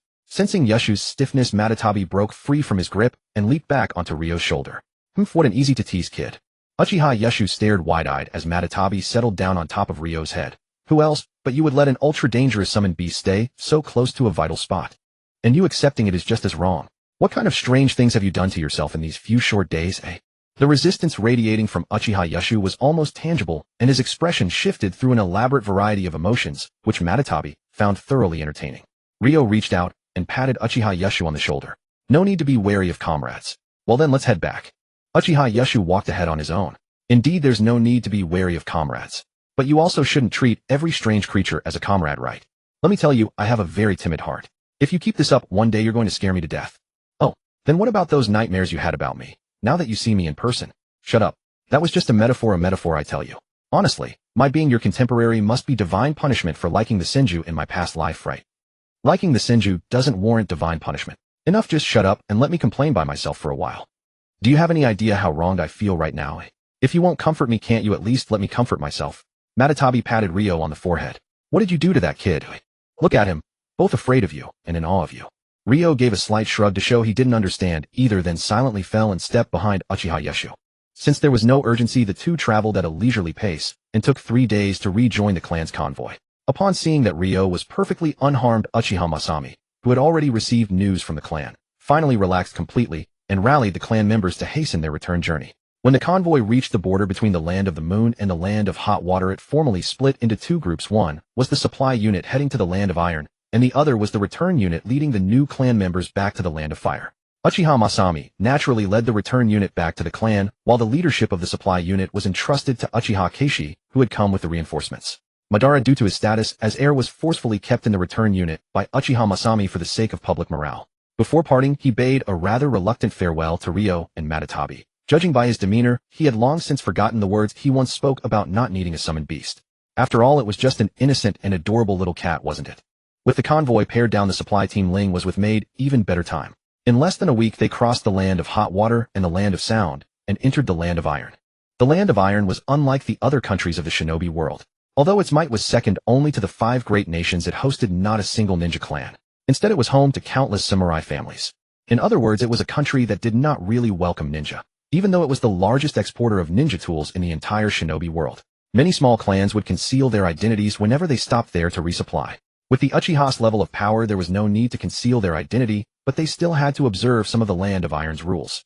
For instance, they were not to oppress civilians or intimidate craftsmen, nor were they allowed to engage in armed conflict within the city. In general, these requirements were much the same as those of any other nation. But in some ways, armed conflict wasn't actually a big deal. So long as you had the confidence and ability to face a city of samurai and ronin hunting you down, and so long as you were utterly indifferent to being permanently cut off from all trade with the Land of Iron for yourself and your clan. This was the main reason so many minor clans kept their identities hidden. You could make trouble, you just had better not be investigated. After all, the Land of Iron never asked who had started the conflict, it simply put both sides on the blacklist at once. Speaking of which, one cannot help but mention the Uchiha's brilliant record. Back when the Uchiha still lived in the Land of Lightning, a samurai from the Land of Iron once came to their gate looking for trouble. Extremely arrogantly, he threw down a challenge, killed several Uchiha, and left swaggering, declaring that ninja were nothing more than that. At the time, that powerful samurai had not only provoked the Uchiha. Many other ninja clans, once they learned he had already returned to the Land of Iron, merely found out where he was staying and sent forth experts of comparable age from their families to challenge him. But could the Uchiha swallow such a wrongful insult? The Uchiha clan head of that era started from the very bottom of the Land of Iron's hierarchy. One samurai family at a time, he went calling with deliberate provocation. Braving the bans and the pursuers, they killed many people. After the Land of Iron put them on the blacklist, they cast off all restraint and mobilized the entire clan, throwing the whole Land of Iron into chaos. As the saying goes, it's not the presence of madmen you fear, but a den of madmen, especially when those madmen are anything but weak. In the end, it was the daimyo of the Land of Iron who could not hold out first. He revoked the blacklist and had that samurai beheaded as a public example. Only then did the Uchiha deign to say the matter was over and continue abiding by the rules. To be sure, the Kagaya clan, already notorious for their love of battle at the time, could only exclaim in delight when they witnessed the Uchiha's wild move. What a pity they no longer had a pretext to go raise hell in some other country. In those days, because of that affair that had almost shaken the entire shinobi world, the Uchiha and the Kagaya enjoyed a rather wonderful honeymoon period. The shinobi world once again remembered the Uchiha's mad reputation, and everyone tacitly avoided crossing their path. Thus, even though it had been many years since their predecessors had torn through the land of iron, quite a few of its old samurai families still instinctively chose to steer clear whenever they saw Uchiha. But as they continued to steer clear, they discovered that these Uchiha were actually very easy to deal with. As long as your attitude was good enough and your goods met the standards, the Uchiha did not mind letting you take a little more money out of their pockets. Most importantly, though, they never committed robbery or murder. Even if you hired them reluctantly, you would find that they truly were useful. They would not abandon their employer even when their own lives were at stake, even if that commission no longer earned them a single coin. So if you could tolerate the Uchiha's occasional sarcasm while on the job, and that look they gave everyone as if they were staring at unrecyclable garbage, then they were absolutely the best hires available. After all, in this shinobi world, the only clan that would mobilize itself fully to avenge you after you died on a failed mission was this one. Then again, before they were actually provoked, the Uchiha were still a fairly well-behaved clan. At least now Uchiha Chiji, one of the veteran ninja leaders of the older generation, was earnestly telling his clan's juniors to remember the rules. Especially UNC. Don't go off to some strange place while we're waiting. Uchiha Chiji pointed at the young man who was currently slinging an arm around Uchiha Yashu's shoulders, his face dark. Last time after a mission you went off to an izakaya and drank so much that you were picked up like easy prey. As an Uchiha, don't you feel any shame? Yes, I remember. Uchiha Ingsi raised a hand and replied with plenty of spirit. If I go to places like that this time, I'll bring Ling along. Ling has always been reliable when it comes to drinking. Uchiha Yashu looked at his clan uncle, whose face was as black as the bottom of a pot, then poked his friend and lowered his voice. Are you sure you're okay? I feel like Uncle Chiji is about to start hitting someone. That doesn't sound much better. If anything, that's scarier. Relax, my uncle has never hit me. Uchiha Ingsi said with an airy smile. At worst, he'll just interrogate me with Jinjutsu. That still doesn't sound any better. If anything, it's even more terrifying. Now don't worry about it, don't worry about it. Uchiha Ingsi reached out and hooked an arm around Ling. How about we grab a drink once we're free in a bit? The sake of the land of iron can't be compared to what other places serve. After all, these northern samurai can't handle soft, gentle alcohol. Sure. Ling readily agreed. Alright, but this time you really have to keep an eye on me. Last time I genuinely drank a little too much. What's the big deal? When you're drunk, the only ones in danger are other people. Uchiha Ingsi smiled in an irritatingly punchable way. Honestly, if it weren't for Yashu saying he had seen you drunk with his own eyes last time, I would never have thought that you, who can pass as a singing girl in a pleasure house, would sing your own little ditty completely out of tune. Ling shook his head helplessly. Imitating things I've heard is not hard, but you guys really are fixated on just this one thing, aren't you? After all, it's not every day one gets dirt on Ling. Uchiha Ingsi burst into laughter. So, how about it? Later let me hear exactly how Ling sings when drunk. I'll go find the most amazing tavern. I'll find the best tavern around. Ling laughed softly too. Alright, if you can manage to get me drunk, I don't mind making a bit of a fool of myself. Ling and Uchiha Eiji were discussing with utter audacity what sort of outrageous thing they should do next. Uchiha Keishi, listening from up ahead, felt the veins at his temple grow more and more pronounced. Finally, when he heard Eiji suggest taking Ling to the gambling den for a few rounds, he could no longer hold back. He turned around, glared with his Sharingan, and cast a Jinjutsu on his nephew. With one arm still draped around each of them, Uchiha Eiji dropped like a corpse on the spot. Fortunately, Ling and Uchiha Masaki reacted swiftly enough to keep him from hitting the ground. I told you not to provoke Uncle Keishi. Uchiha Masaki propped up his friend, who was as limp as a dead dog. Uncle Keishi is the clan ninja, who most often takes charge of the younger generation, and he has always been extremely strict about following the rules. This feels absolutely terrible. Uchiha Eiji, his limbs weak, was dragged along by the two of them. He threw me into a high-speed vortex, spinning round and round until I almost couldn't find the point where I could break out. Ugh, seems like Uncle Keishi went easy on you. After all, if we're talking about high-speed spinning, I think a tornado would have been even more intense. Woling saying that is just too cruel. Ugh. Because of Uchiha Keishi's Jinjutsu, Uchiha Eiji still hadn't recovered by the time the group finished concluding business with the merchant caravan. Ling set aside the matter of going out for drinks and discussed improvements to the cane sword with the craftsman. The craftsman who forged the cane sword had not expected its wielder to be completely blind. After hearing what Ling needed, he agreed to reforge the weapon and also told Ling something. In the deep sea of the land of water, there was a miraculous metal. As long as it absorbed chakra, it would continue to grow, while retaining its hardness. It also possessed a degree of ductility, making it an ideal material for weapons. He added that if Ling could procure this material, he would reforge Ling's ninja sword at a discount. Ling thanked him and committed the matter to memory, thinking that if he had time later, he would accompany the team on a few missions to the land of water and see if he could find the metal the craftsman had spoken of. Uchiha Eiji, having repeatedly tested Uchiha Keishi right to his face, was once again put down by the team leader. Seeing that their plans for drinking had completely fallen through, Ling simply took the idle opportunity to ask Keishi for instruction in taijutsu. Uchiha Masaki, who had only passed by and glanced in before being dragged into training, felt that life was no longer worth living. He even tried to provoke Uchiha Keishi in hopes of being similarly taken down by Jinjutsu, but his acting was so poor that he was not spared at all. All he could do was train fiercely against Ling with a face full of misery. The other clan ninja accompanying the trip could only sigh at the sight, remarking that the young one certainly had plenty of energy. Uchiha Eiji, who had been clamoring to go out and have fun, finally regained his spirits the following afternoon. With remarkable efficiency, he spent an hour familiarizing himself with the shops and specialties nearby, then returned and dragged Ling away without another word. Since the cane sword had been left with the craftsman for reforging, Ling only brought a simple long blade slung across his back. In case they ran into a fight without a weapon, he also had his freshly contracted summoning beast perched on his head as he let Uchiha Eiji pull him along. I'm telling you, this place is super well reviewed around here, and right now they're running a really great challenge. If you can drink an entire jug of their signature hard liquor without passing out, the whole table's bill for the day is free. Uchiha Eiji hooked his arm around Ling's shoulder with a teasing grin. So, what do you think? Isn't that a great deal? Now that you mention it, I'm a little curious. Ling raised a hand to rub his chin. After all, apart from that one time, I haven't felt that light floating sensation of being drunk again. If you ask me, the one who's truly abnormal is you. On your first time drinking, you managed to drink more than one adult under the table. Uchiha Masaki looked at Ling over their friend's shoulder. You know, you drank those people into alcohol poisoning and nearly killed them, right? They only planned to use the job as an excuse to pry some information out of you, but instead you nearly took their lives.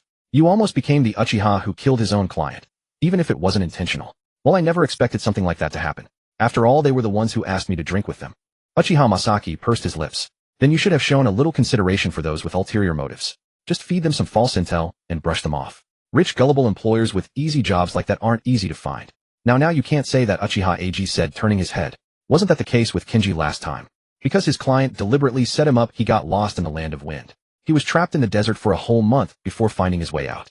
After that, he immediately went to the land of cats to sign a summoning contract, and he never took a solo mission again. He hasn't even left the land of fire since. Uchiha Masaki waved a hand. No, that incident was simply because he has face blindness and a terrible sense of direction. He lost sight of his client the moment he glanced away, didn't he? Ling nodded slightly as well. I remember that when the clan went to search afterward, they only found the client buried in the sand. There were no external wounds on the body, but there wasn't a trace of moisture left in him. Is that so? Then that client really was pitiful. By the way, do you want to go to the festival in the land of rice fields this time? I heard they've got something new planned. Then should we all go together? Sounds interesting. I wonder if there will be any girls whose appearance and personality are both lovely. The female ninja in our clan, the ones who look gentle on the surface but could pry open the top of your skull with their bare hands, are honestly starting to scare me. Last time Maki nearly snapped my arm off just because she was in a bad mood with me. Uchiha Eiji's lips twitched. Honestly, you really need to restrain yourself a bit. Speaking of which, what about you, Ling? Want to come along? Huh. I plan to stay home and develop a jutsu after this. Besides, I still have things to follow up on with Akihiko and Hiro. Amid this idle chatter, they arrived at the tavern Eiji had picked out. Just as they were about to enter, a voice filled with impatience and disgust came from behind them. Why are you Uchiha everywhere? What bad luck? Why are Uchiha everywhere? What bad luck? The sudden voice drew the attention of the three. Uchiha Masaki turned back with a displeased expression, ready to see which reckless fools dared to provoke him. But upon spotting the equally unapologetic clan emblem on their garments, he retracted the Sharingan he had been about to activate. No wonder. They were Senju. For members of that clan to speak this way could hardly be considered an insult. If anything, they were being quite courteous. After all, their greeting didn't even contain a single curse word. After a brief inspection confirming he recognized no one, Uchiha Masaki fixed his gaze on the sole female ninja among the opposing group, tilting his head in confusion. The Senju actually brought their own cub to a tavern. Isn't that wildly irresponsible? Uchiha Eiji, by contrast, was far more enthusiastic. He cheerfully raised his hand in greeting. Yo, long time no see, Senju. Last time we ran into each other, we were both leading our teams on missions. Aren't you going to introduce us? The leading Senju clicked his tongue, then turned to look at the person beside him. Makoto, do you know him? Senju Makoto's lips twitched. Uchiha Eiji. His position among the Uchiha is the same as mine among the Senju. Saying it's the same is rather harsh. I've been to the battlefield, you know, an experienced veteran ninja. Does cleaning up the battlefield count as being on the battlefield? Senju Makoto's face twitched. Can you not bring shame to the Uchiha? Come on. We're all flawed, no need to be so cold-hearted. So Makoto is more of a logistics-oriented ninja. Ling tilted his head slightly, looking rather puzzled. Then when you provoked me last time, were you just saving face because your juniors were watching? No, it's because you were blind. Well, I am weaker now, no question. Ling looked even more confused. But that doesn't make you stronger, does it? Although the explosive tags were a bit troublesome in the end, that's all they were. I also set up a sealing technique that triggers upon death. Ah, I see. Ling nodded slightly, finally showing a look of understanding. In that case, without the ability to use Genjutsu, it really would be somewhat troublesome. Hey, let's go inside first. Uchiha Masaki tilted his head. Standing at the entrance and chatting like this is too disruptive to their business. If we really want to talk, we can just sit closer and do it. The leading Senju couldn't help but wipe his face. Sit closer. The Uchiha brain really is as peculiar as ever. Since the two clans currently have no combat missions, and there's no real desire to fight today, sitting closer to gather intelligence is the optimal move, isn't it? You can't even figure out something like that. Uchiha Masaki's expression turned scornful. The Senju are the ones with the peculiar brains. That's rich coming from the Uchiha and the Kagaya. Despite the words, the two clans still entered the tavern with relative peace, taking seats within earshot of one another. Of course, this peace was from the two clans' perspective. To outsiders, they looked like they were practically radiating hostility at each other, just one step short of a brawl. Not wanting to invite trouble, the owner sent 2 waiters to take orders for both tables simultaneously. The clan's choices also reflected their characters. The Senju ordered hearty, filling, ordinary meals, while the Uchiha ordered delicate, high-calorie sweets. Yet what surprised the Senju most was that the Uchiha actually ordered alcohol. Hey, we're right next to you. Daring to drink in front of us. Aren't you looking down on us a bit too much? Uchiha Ag turned his head toward the leading Senju, who had spoken, smiling with narrowed eyes. If you're not afraid, you can drink too. We're not stopping you. Ling, now seated, finally had the chance to use his sensory jutsu. After a brief moment of discernment, he broke into a smile. Well, all familiar faces. Jushin Ming, long time no see. As for Makoto, we already exchanged greetings. You dare to drink without even bringing a weapon. A vein bulged on Senju Jushin's forehead. You really are as arrogant as ever. Haha, if you can't stand it, come give it a try. I don't mind at all. Ling's laughter was hearty. I thoroughly enjoy battle. Uchiha Masaki, however, looked somewhat puzzled. This Senju Jushin is also a main combatant. I've never seen him before. While Jushin specializes in stealth and infiltration. If anything, he's similar to Kenji. You're always on the front lines, so it makes sense you haven't crossed paths with him much. How pitiful. Having Kenji as an opponent, Uchiha Masaki said with sympathy in his eyes. Clearly they're old rivals, yet every time it's like meeting a stranger. You can't blame Kenji for that, Uchiha Ag snickered. It's not his fault the Senju all have such unremarkable faces, right? You never see him mistaking someone from the Uzumaki clan. Hey, you damn Uchiha are just looking for a fight, aren't you? Senju Ming slammed the table and shot to her feet. Anyone with eyes can recognize the Uzumaki clan's red hair. Only a blind person wouldn't. Ling paused, then silently raised his hand, looking somewhat meek. I may be blind, but I can recognize it. Obviously. You're a sensory ninja, aren't you? You're blind, not incompetent. It'd be a miracle if you couldn't recognize it. Senju Ming pointed at Ling. And what's with you, lunatic, playing innocent? Wasn't it you who deliberately provoked me last time in the land of tea? And weren't you the one who chased down my little brother before that? Before Ling could react, Uchiha Masaki unconsciously widened his eyes and pointed at Senju Jushin with a trembling finger. You're her, this guy's. So what if I am? Are you serious? Uchiha Masaki covered his mouth with his hand, looking utterly shocked. For a Senju of the same age, you're so petite. Is your body really all right? Can you even use that monster strength properly? Senju Ming's face cycled through pale and red, her voice rising a pitch. Then come outside and find out. I may be small and delicate, but I can still rip your skull off with my bare hands. You damn Uchiha, get out here. I'm throwing away the rules today just to rip off your damn skull. Uchiha Masaki merely looked deeply concerned. No, I'm genuinely worried. It would be such a pity if an adorable girl like you died on the battlefield. I'd rather not slaughter the weak. You damn Uchiha, get out here. I'm throwing away the rules today just to rip off your damn skull. Uchiha Masaki stopped looking at the fuming Senju Ming and turned to his friend beside him. Did I say something wrong? Uchiha Ag's shoulders were shaking with laughter. Maybe she thought you were flirting with her. Oh, I see. Don't misunderstand. I don't like women like you without chest or hips. Even if we met on the battlefield, I'd just give you a quick, clean death. Damn brat, don't hold me back. I'm definitely beating this Uchiha to a pulp today. Sis, calm down. Calm down. Ling, who had been listening to the whole thing, recalled the information he had heard from Matatabi. A fond, doting smile crept across his lips. He poured himself a cup of sake before speaking. Come now, Masaki, don't be too hard on the Senju. If I end up getting properly drunk, we might just have to rely on them for help. I think you're right, sis. These Uchiha deserve a beating. Senju Jushin's face was pitch black. Let's figure out a way to kill them all. Just as the two clans were exchanging sincere greetings, and fostering mutual affection, a discordant voice cut in. A lunatic and a bunch of brutes. The two of you really are a perfect match. Madmen and brutes. Your two clans are truly a perfect match. As the clear, resonant male voice rang out, the pleasant conversation between the two clans came to an abrupt halt.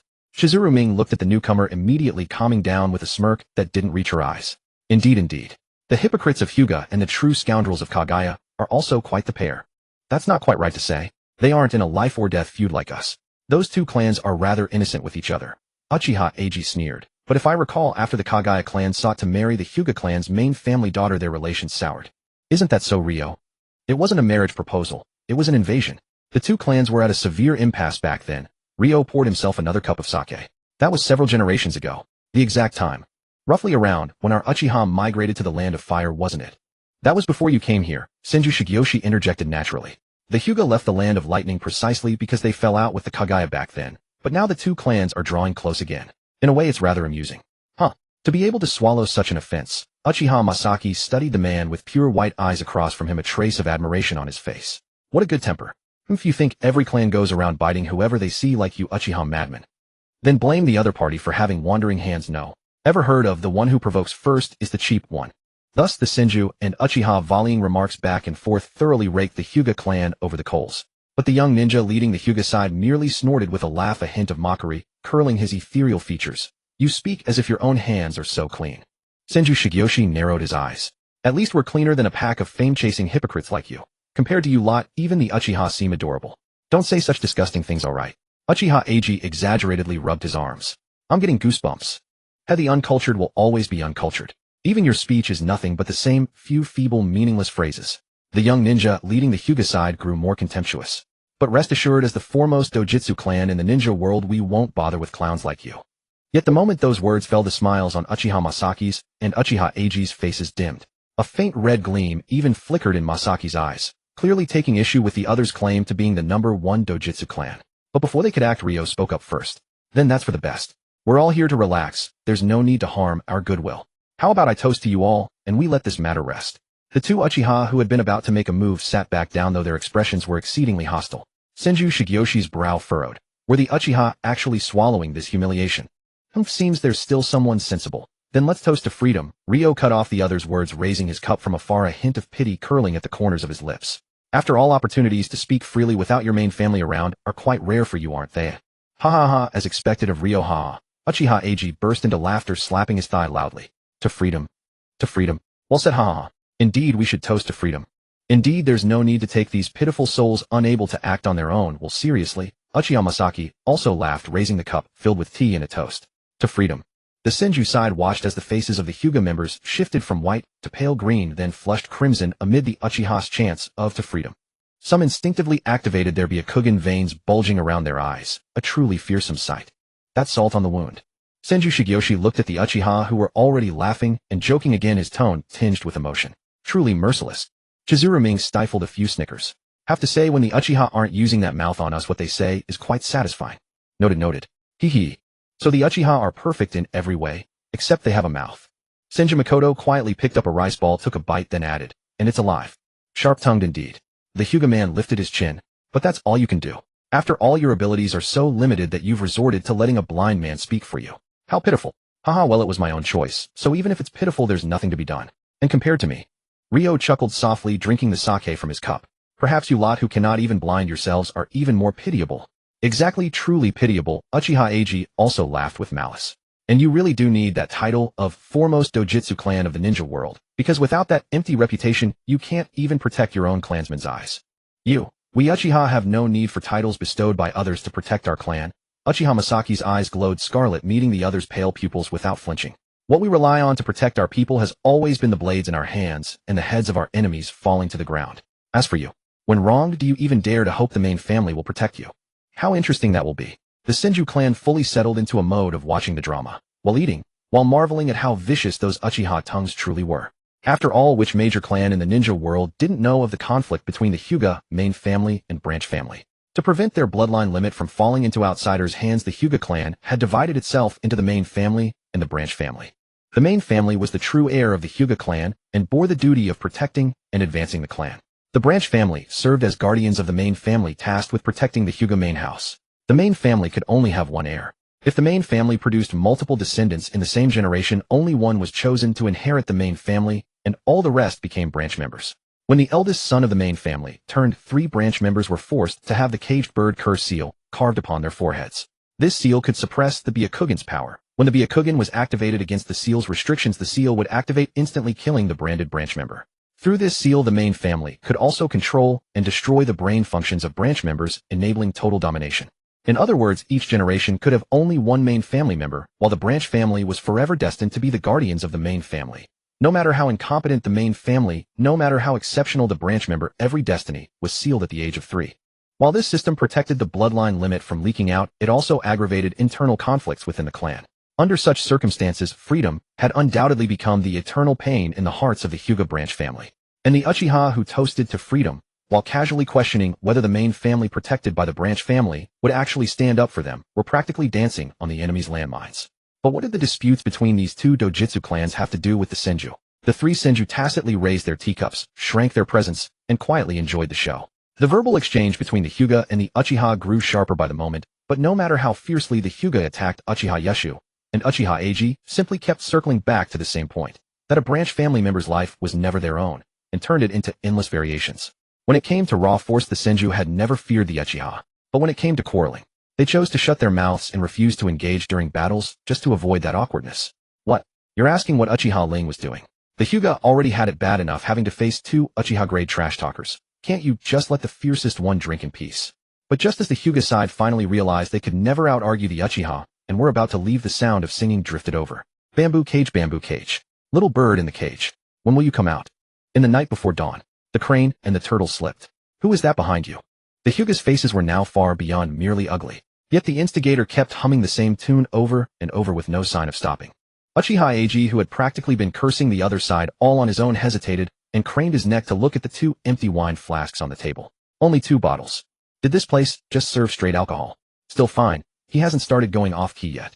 Uchiha Yeshu reached out and stopped the hand Ling was stretching toward the 3rd wine flask. Stop drinking. Ling paused as if considering this, but soon swapped to his other hand to grab the flask. Once we leave the land of iron, there won't be wine this good again. Just let me indulge a little, won't you? Hey, don't actually do it right in front of the Senju. Uchiha Yeshu pressed Ling's hand down again, only to meet Ling's half-smiling expression. After a brief stiff second, he silently withdrew his hand. Fine. That's the last one. Okay. Ling nodded and went back to humming and drinking, though this time, he slowed down noticeably after downing 1 cup. Compared with Ling's ease, the other 2 Uchiha were clearly tense. Uchiha Eiji quietly took a sip of tea and got up to find the shopkeeper. Uchiha Yeshu meanwhile rapidly demolished the food on the table. Still chewing, he looked up in bafflement at the Hyuga squad's livid faces, as if wondering why, since the argument was over, they still hadn't left. That only made the breathing on the Hyuga side heavier. The Uchiha really are good at provoking people. Senju Ming patted her belly in satisfaction. Noted. I'll try it on the Hyuga next time. Sis, you can't even out-talk an Uchiha. Why don't you set that idea aside and focus on researching your monstrous strength? Senju Ming immediately stood up and cuffed Senju Zhongxing on the head. You little brat. How dare you talk to your big sister like that? Senju Zhongxing clutched the back of his head, acting as aggrieved as a 1.8-meter-tall child. Can you stop always hitting me on the head? Watching you even try to jump is painful enough. You little brat, say that again if you dare. Hey, can you two stop fooling around and just watch the show? You don't get to watch Uchiha-related drama this close and this peacefully every day.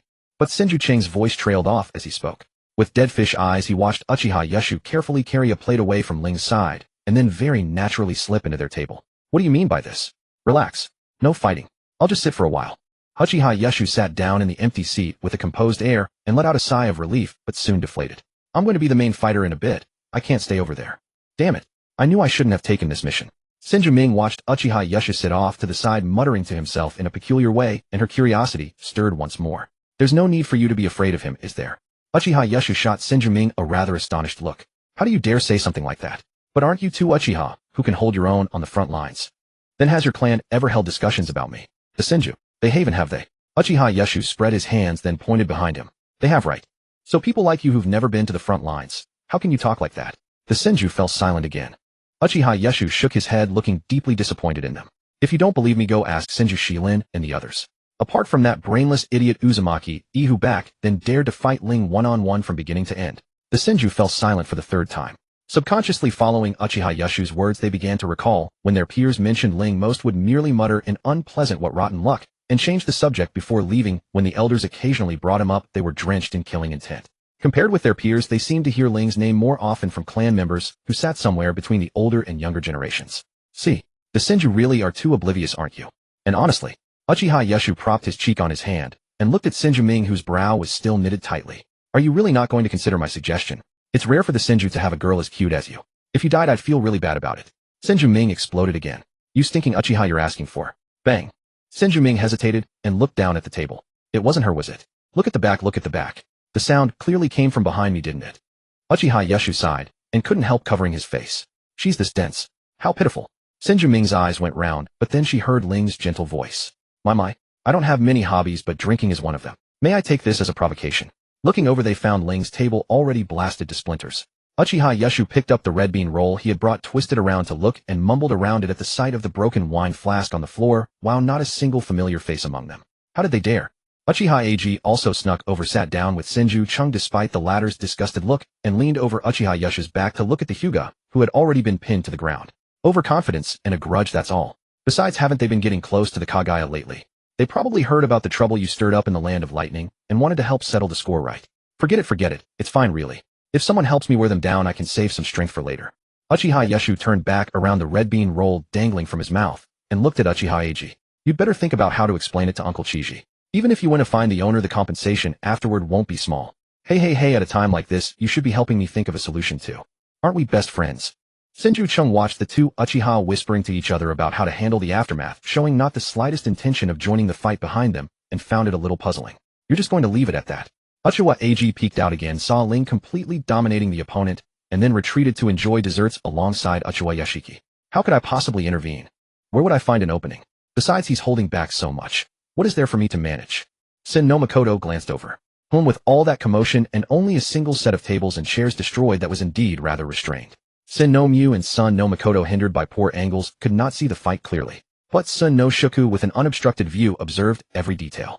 Throughout the entire duel, Ling never drew his long blade. Instead, he engaged in close-quarters taijutsu against the Hyuga clan, who were already masters of hand-to-hand combat. While the long blade's limitations indoors certainly played a role, Sun no Shuku could still sense the madness woven into the Uchiha's very bones. They called the Hyuga clan hypocrites simply because this family treasured their reputation above all else, and had always been skilled at climbing the social ladder, not because they denied their strength. From another perspective, if they were not frequent rivals who clashed on missions, they would never have coined such a derisive title for them, just as they constantly labeled the Uchiha as madmen and psychopaths.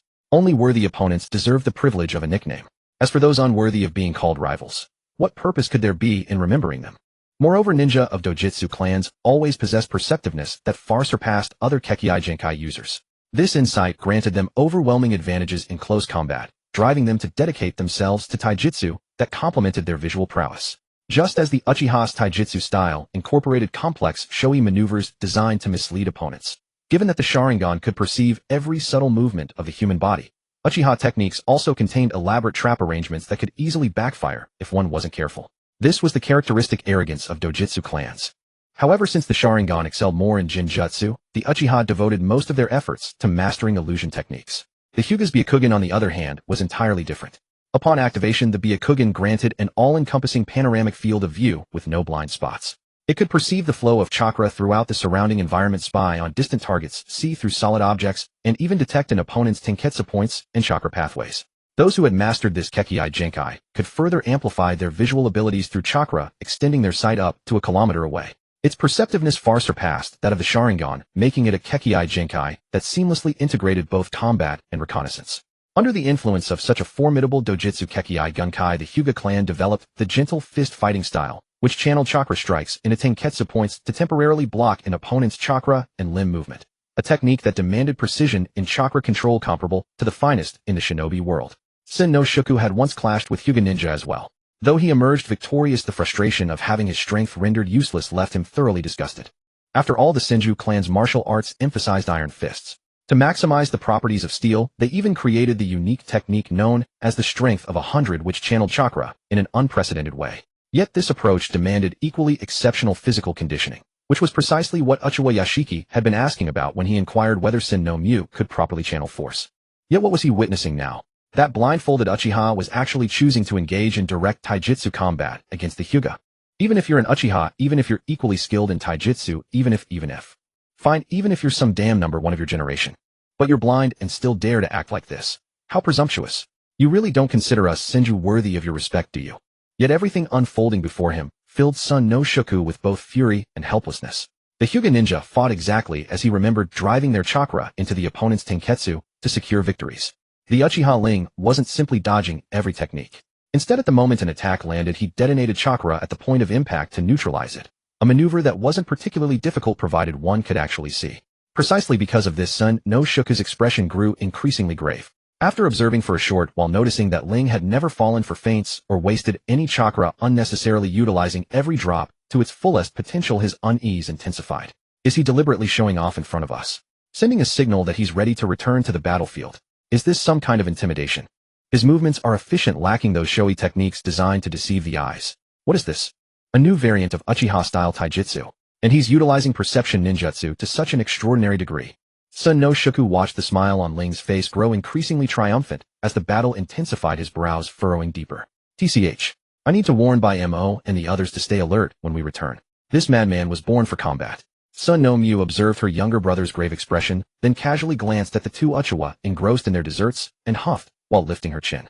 This Uchiha Ling isn't all that impressive. Isn't he even struggling against ordinary Hyuga now that he's lost his sight? Uchiha Yashiki looked up at her briefly before returning his attention to his food. Your ability to think this simply is truly enviable. Sun no Mu's temple twitched, yet her voice remained surprisingly calm. Seriously, why don't we spar? Right now? I can't wait to see what that complicated brain of yours looks like. Oh, you're mad. Why? You damn. Uchiha Yashiki watched Sun no Mu being pinned to her seat by Sun no Shuku, his expression caught between grievance and disdain. Wow. It's so incongruous hearing you curse like that. With such good looks you should do something cuter. Uchiha Eiji couldn't resist prodding Uchiha Yashiki. Control that nasty habit of yours. Don't you understand the principle of if you're not going to marry her, don't tease her? And with that energy, why not flirt with a Sarutobi girl and study Jinjutsu together instead of staring at this gorilla pack from the Senju? I'm just stating facts. I may not be into mediocre figures, but she is genuinely cute. The Senju members. Do you genuinely believe he's hitting on her? And another thing, can you really not sense the malice overflowing from your words? The Hyuga clansmen finally took their leave, their hearts seething with pent-up grievance and indignation. As a preeminent clan of the ninja world, to have instigated a confrontation only to be laid low single-handedly by one man was such a mortifying humiliation that they wished they could crawl into a crack in the earth. What drove them to the brink of death, however, was not being spared by their opponent. It was that Uchiha, after defeating them, having the gall to say, since you've no more appetite for fighting, how about we all enjoy ourselves together? And then he began dragging them into drinking and singing. As for the drink, he had merely tested them once before devoting himself to his own cup, but forcing them to sing along. That was absolutely intolerable. Not understanding the improvised ditty he was crooning was bad enough. The easy way out was just to hum along nonsensically with that drunken Uchiha and get through it. But demanding they reproduce that bizarre melody note for note and threatening to gouge out their eyes if they failed, was that not crossing the line into outright inhumanity? Who in the hell knew what he was warbling? And a tune he himself could not repeat a second time, yet he commanded others to sing it. Surely that was deliberate provocation, was it not? Had it not been for the cat perched atop that drunkard's head, its fur blasted upright by the singing, striking the drunkard down with a single claw, whether their company could have returned intact today was anyone's guess. To die from a lost brawl was one thing. They had been outmatched in skill, and they would accept that. But if they were to die by having their eyes gouged out because they could not reproduce some deranged little song, thereby triggering a technique, then even in death they would crawl back from the Pure Land in spirit form to curse this drunkard. There was no precedent for this. Even mockery had its limits. The Senju who had witnessed it all was not in high spirits either. When Ling finished the fight, he grabbed the Hyuga's young leader, as one might snatch a chick, hauled him to the counter to order another jug of sake, then as though nothing at all had happened pulled him to an empty table and sat down to drink. Up to this point the Senju could still accept the course of events. After all, these were all prominent clans that had come to the Land of Iron to resupply. A fight was a fight, and with lives spared both sides could still speak cordially afterward, but their tolerance lasted only until Ling opened his mouth to sing. The instant Ling's voice rang out, Senju Ming, her countenance thick with terror, seized Senju Chongqing's arm, asking whether the Uchiha had devised some baleful sound-based Jinjutsu. Yet when she saw the two Uchiha across from them also twisted in agony, her inquiry mutated into an accusation. Why did none of you restrain him? Does listening to a drunkard sing not cause you pain? The two Uchiha replied in impeccable unison. By all means you try it. We certainly won't stop you. The subsequent exchange between the two Uchiha only devastated the Senju further. This is what you call off-key. What the H? Is there even a key to begin with? I told you to quell that curiosity of yours, didn't I? Quell it. Just wait. It'll be some time yet before he quiets down. Then how about I go back first to inform my uncle? We are sworn brothers bound to share fortune and misfortune alike. Would you truly abandon me? For a brother one would endure knives through the ribs. Would you truly abandon your bosom friend to this torment? Spoken like a true friend, but if you dare leave me alone to handle Ling, I might well run a knife through your ribs myself. You can take that as you will. At that, Uchiha Ingji, muttering curses under his breath, clamped his hands over his ears in agony, while Uchiha Yashu continued methodically annihilating desserts with a face of utter numbness. Senju Chung suddenly cast Uchiha Ingji several pointed looks. So you're the one whose irrepressible damned curiosity let this drunkard out to wreak havoc, are you? On the other side, Senju Chongqing could never have foreseen, not in 1,000 lives, that Uchiha Ling, the ever-calm, ever-collected man who had kept his Senju peers so thoroughly under his heel, harbored such a side within him. The complexity of his expression was beyond measure. Yet even while his heart churned with tangled sentiments, his mind was calculating whether an opportunity existed to keep Uchiha Ling here, where Uchiha Ling eliminated the Uchiha of this generation robbed of their leader, and their purpose would prove vastly easier to handle. Until he witnessed that Ninkino, barely a palm in size, which had been dozing with paws tucked on top of Ling's head, have its first shot upright by the singing. It swelled in an instant to a clouded leopard's proportions and cuffed Ling, who had been about to continue his performance, to the floor with one swipe, cursing through its teeth. In all my years, I have never heard a song so execrable. If you ever get drunk before me again, I shall kill myself on the spot, and I'll henceforth avoid the Uchiha at every turn. All his years. Kill himself. Avoid the Uchiha at every turn. Senju Chongqing immediately quashed his aggressive intentions, fixing instead a long somber gaze upon that leopard-sized Nikomata standing atop Ling. He pondered whether he should later seek out the Uzumaki clan to inquire if any Ninkino could revive after death or linger in a spirit form. After all, the ninja world was vast, and any Ninkino bold enough to boast all my years was not to be underestimated. Uchiha Yeshu and Uchiha Ingji, after a heartbeat of stunned stillness, behaved as though they had received a reprieve. They rose swiftly, gave a wide berth to the Hyuga ninja with their contorted faces, and with one hoisting the unconscious Ling and the other cradling the blue Nikomata, now shrunk back to kitten size, nodded briefly to all those present before departing at a brisk pace. Watching the Uchiha's retreating forms, Senju Ming's features contorted nearly into a knot. What was the meaning of that? We and the Hyuga are the ones who suffered their poison, aren't we? Senju Ching looked at the Hyuga ninja hobbling away in mutual support and could not resist raising a hand to rub his ear. That Uchiha Ling is in a sense terrifying in every conceivable field. There has never been a time when those dojutsu clans were not a little unhinged. Senju Chongqing, unable to resist, either rubbed his ear in turn. Look how those Hyuga were driven to folly by that Uchiha's tongue. No. Might it also be because they were not the ninja in charge? Senju Chung withdrew his gaze. At the very least, I've yet to see any ninja beyond our own clan dare to pick a fresh quarrel with Uchiha Ling after a bout with him. He alone is the exception. That fellow's mind is already thoroughly broken. That reminds me, didn't Hashirama slip out earlier? When I went to receive him, he told me the boy had run off to meet this Uchiha Ling and went so far as to consider that blind man a kind-hearted lover of peace. Senju Chongqing pressed a palm to his face. The sheer audacity of that boy knows no bounds. Say no more. I fear that boy as clan head is about as reliable as a crumbling cliff. Senju Ming let out a huff. Seriously though, should we propose to Uncle Butsuma that we adopt that selection system of the Uchiha? Fight them we do, curse them we do, but I too want a future clan head like Uchiha Ling. Someone who can talk and fight and harbors tolerance for all things. Tolerance for all things. The corner of Senju Chongqing's mouth twitched hard. Sister, what in the world convinces you that a man of that sort, suave on the surface, raving within, harbors tolerance for all things? Look at him. He didn't kill a single one of those Hyuga. They were the ones who provoked and then wreaked havoc, yet afterward he still could pull them into a drink. And did all of you see it? Even after going blind, that man is still so revered among the Uchiha. Then sister, did you not notice that in those two's eyes fear outweighed reverence? Would someone revered in the Uchiha clan be a spineless goody-goody who only knows tolerance? The Uchiha are a pack of lunatics whose minds harbor nothing but the worship of power. That is exactly why I cannot be at ease about you, sister. Has your body along with your brain simply stopped developing? You wicked little brother, just say that again if you dare. You're begging for a beating. Senju Chung, put aside the clan head. The pair of you are pretty well done for two. Uchiha Keiji's heart sank halfway when he saw Ling being carried back by two people. He had only been gone for a short while, and already this mess. After all, he had been sent by the clan specifically to provide support. Before departure, Uchiha Taijima had pulled him aside, privately expressing his hope that Keiji would keep a closer eye on Ling. As clan head, every move Uchiha Taijima made was closely monitored by their enemies. If he went personally, it would inevitably attract unnecessary trouble. Uchiha Keiji had agreed without hesitation. After all, Ling was a sensible child who caused little worry from an early age. Unlike other young juniors, he never provoked other clans, least of all the Senju. He had even heard old enemies on the battlefield praise Ling with genuine respect despite the killing intent in their voices. Who wouldn't want to keep a watchful eye on such a promising youth? By contrast, his nephew was far less reliable. The boy was either looking for trouble or on his way to find it. Unless he was leading younger children on training missions, he would invariably become the biggest liability in the entire group. Just like now, his nephew had only been gone less than 2 hours and had already knocked out a fine kid and carried him back. If something had gone wrong, how could Keiji ever face Taijima again? Thinking thus, Uchiha Keiji hurried forward, desperate to learn what had happened. But the moment the overwhelming stench of alcohol reached his nostrils, his urgency vanished, and his mouth curved into a pronounced frown. The somewhat aged ninja folded his arms, crimson flaring in his eyes. Uchiha Eiji, you had best explain to me before I lose my temper why you went to a tavern. Uchiha Eiji lowered his head, almost instinctively avoiding Keiji's gaze. Fidgeting nervously with the small cat in his hands, he finally began to explain. Keiji's expression darkened with each word. Finally, he raised a finger toward the house behind him. I'll let this go for now. When Ling wakes, have him come find me. I will investigate this personally, so don't even think about conspiring in secret and brushing me off. Understood? Yes. Nods inside. Uchiha Eiji immediately launched into an enthusiastic rub of the cat's head, only to be launched upward by Futari midair, receiving a sharp paw swipe to the face. This strike was far less measured than the ones landing on Ling. Uchiha Eiji's cheeks swelled instantly, while Futari used the force to spring lightly onto Uchiha Yashiki's head, then bounded onto the bed. Hiss, what a fierce cat.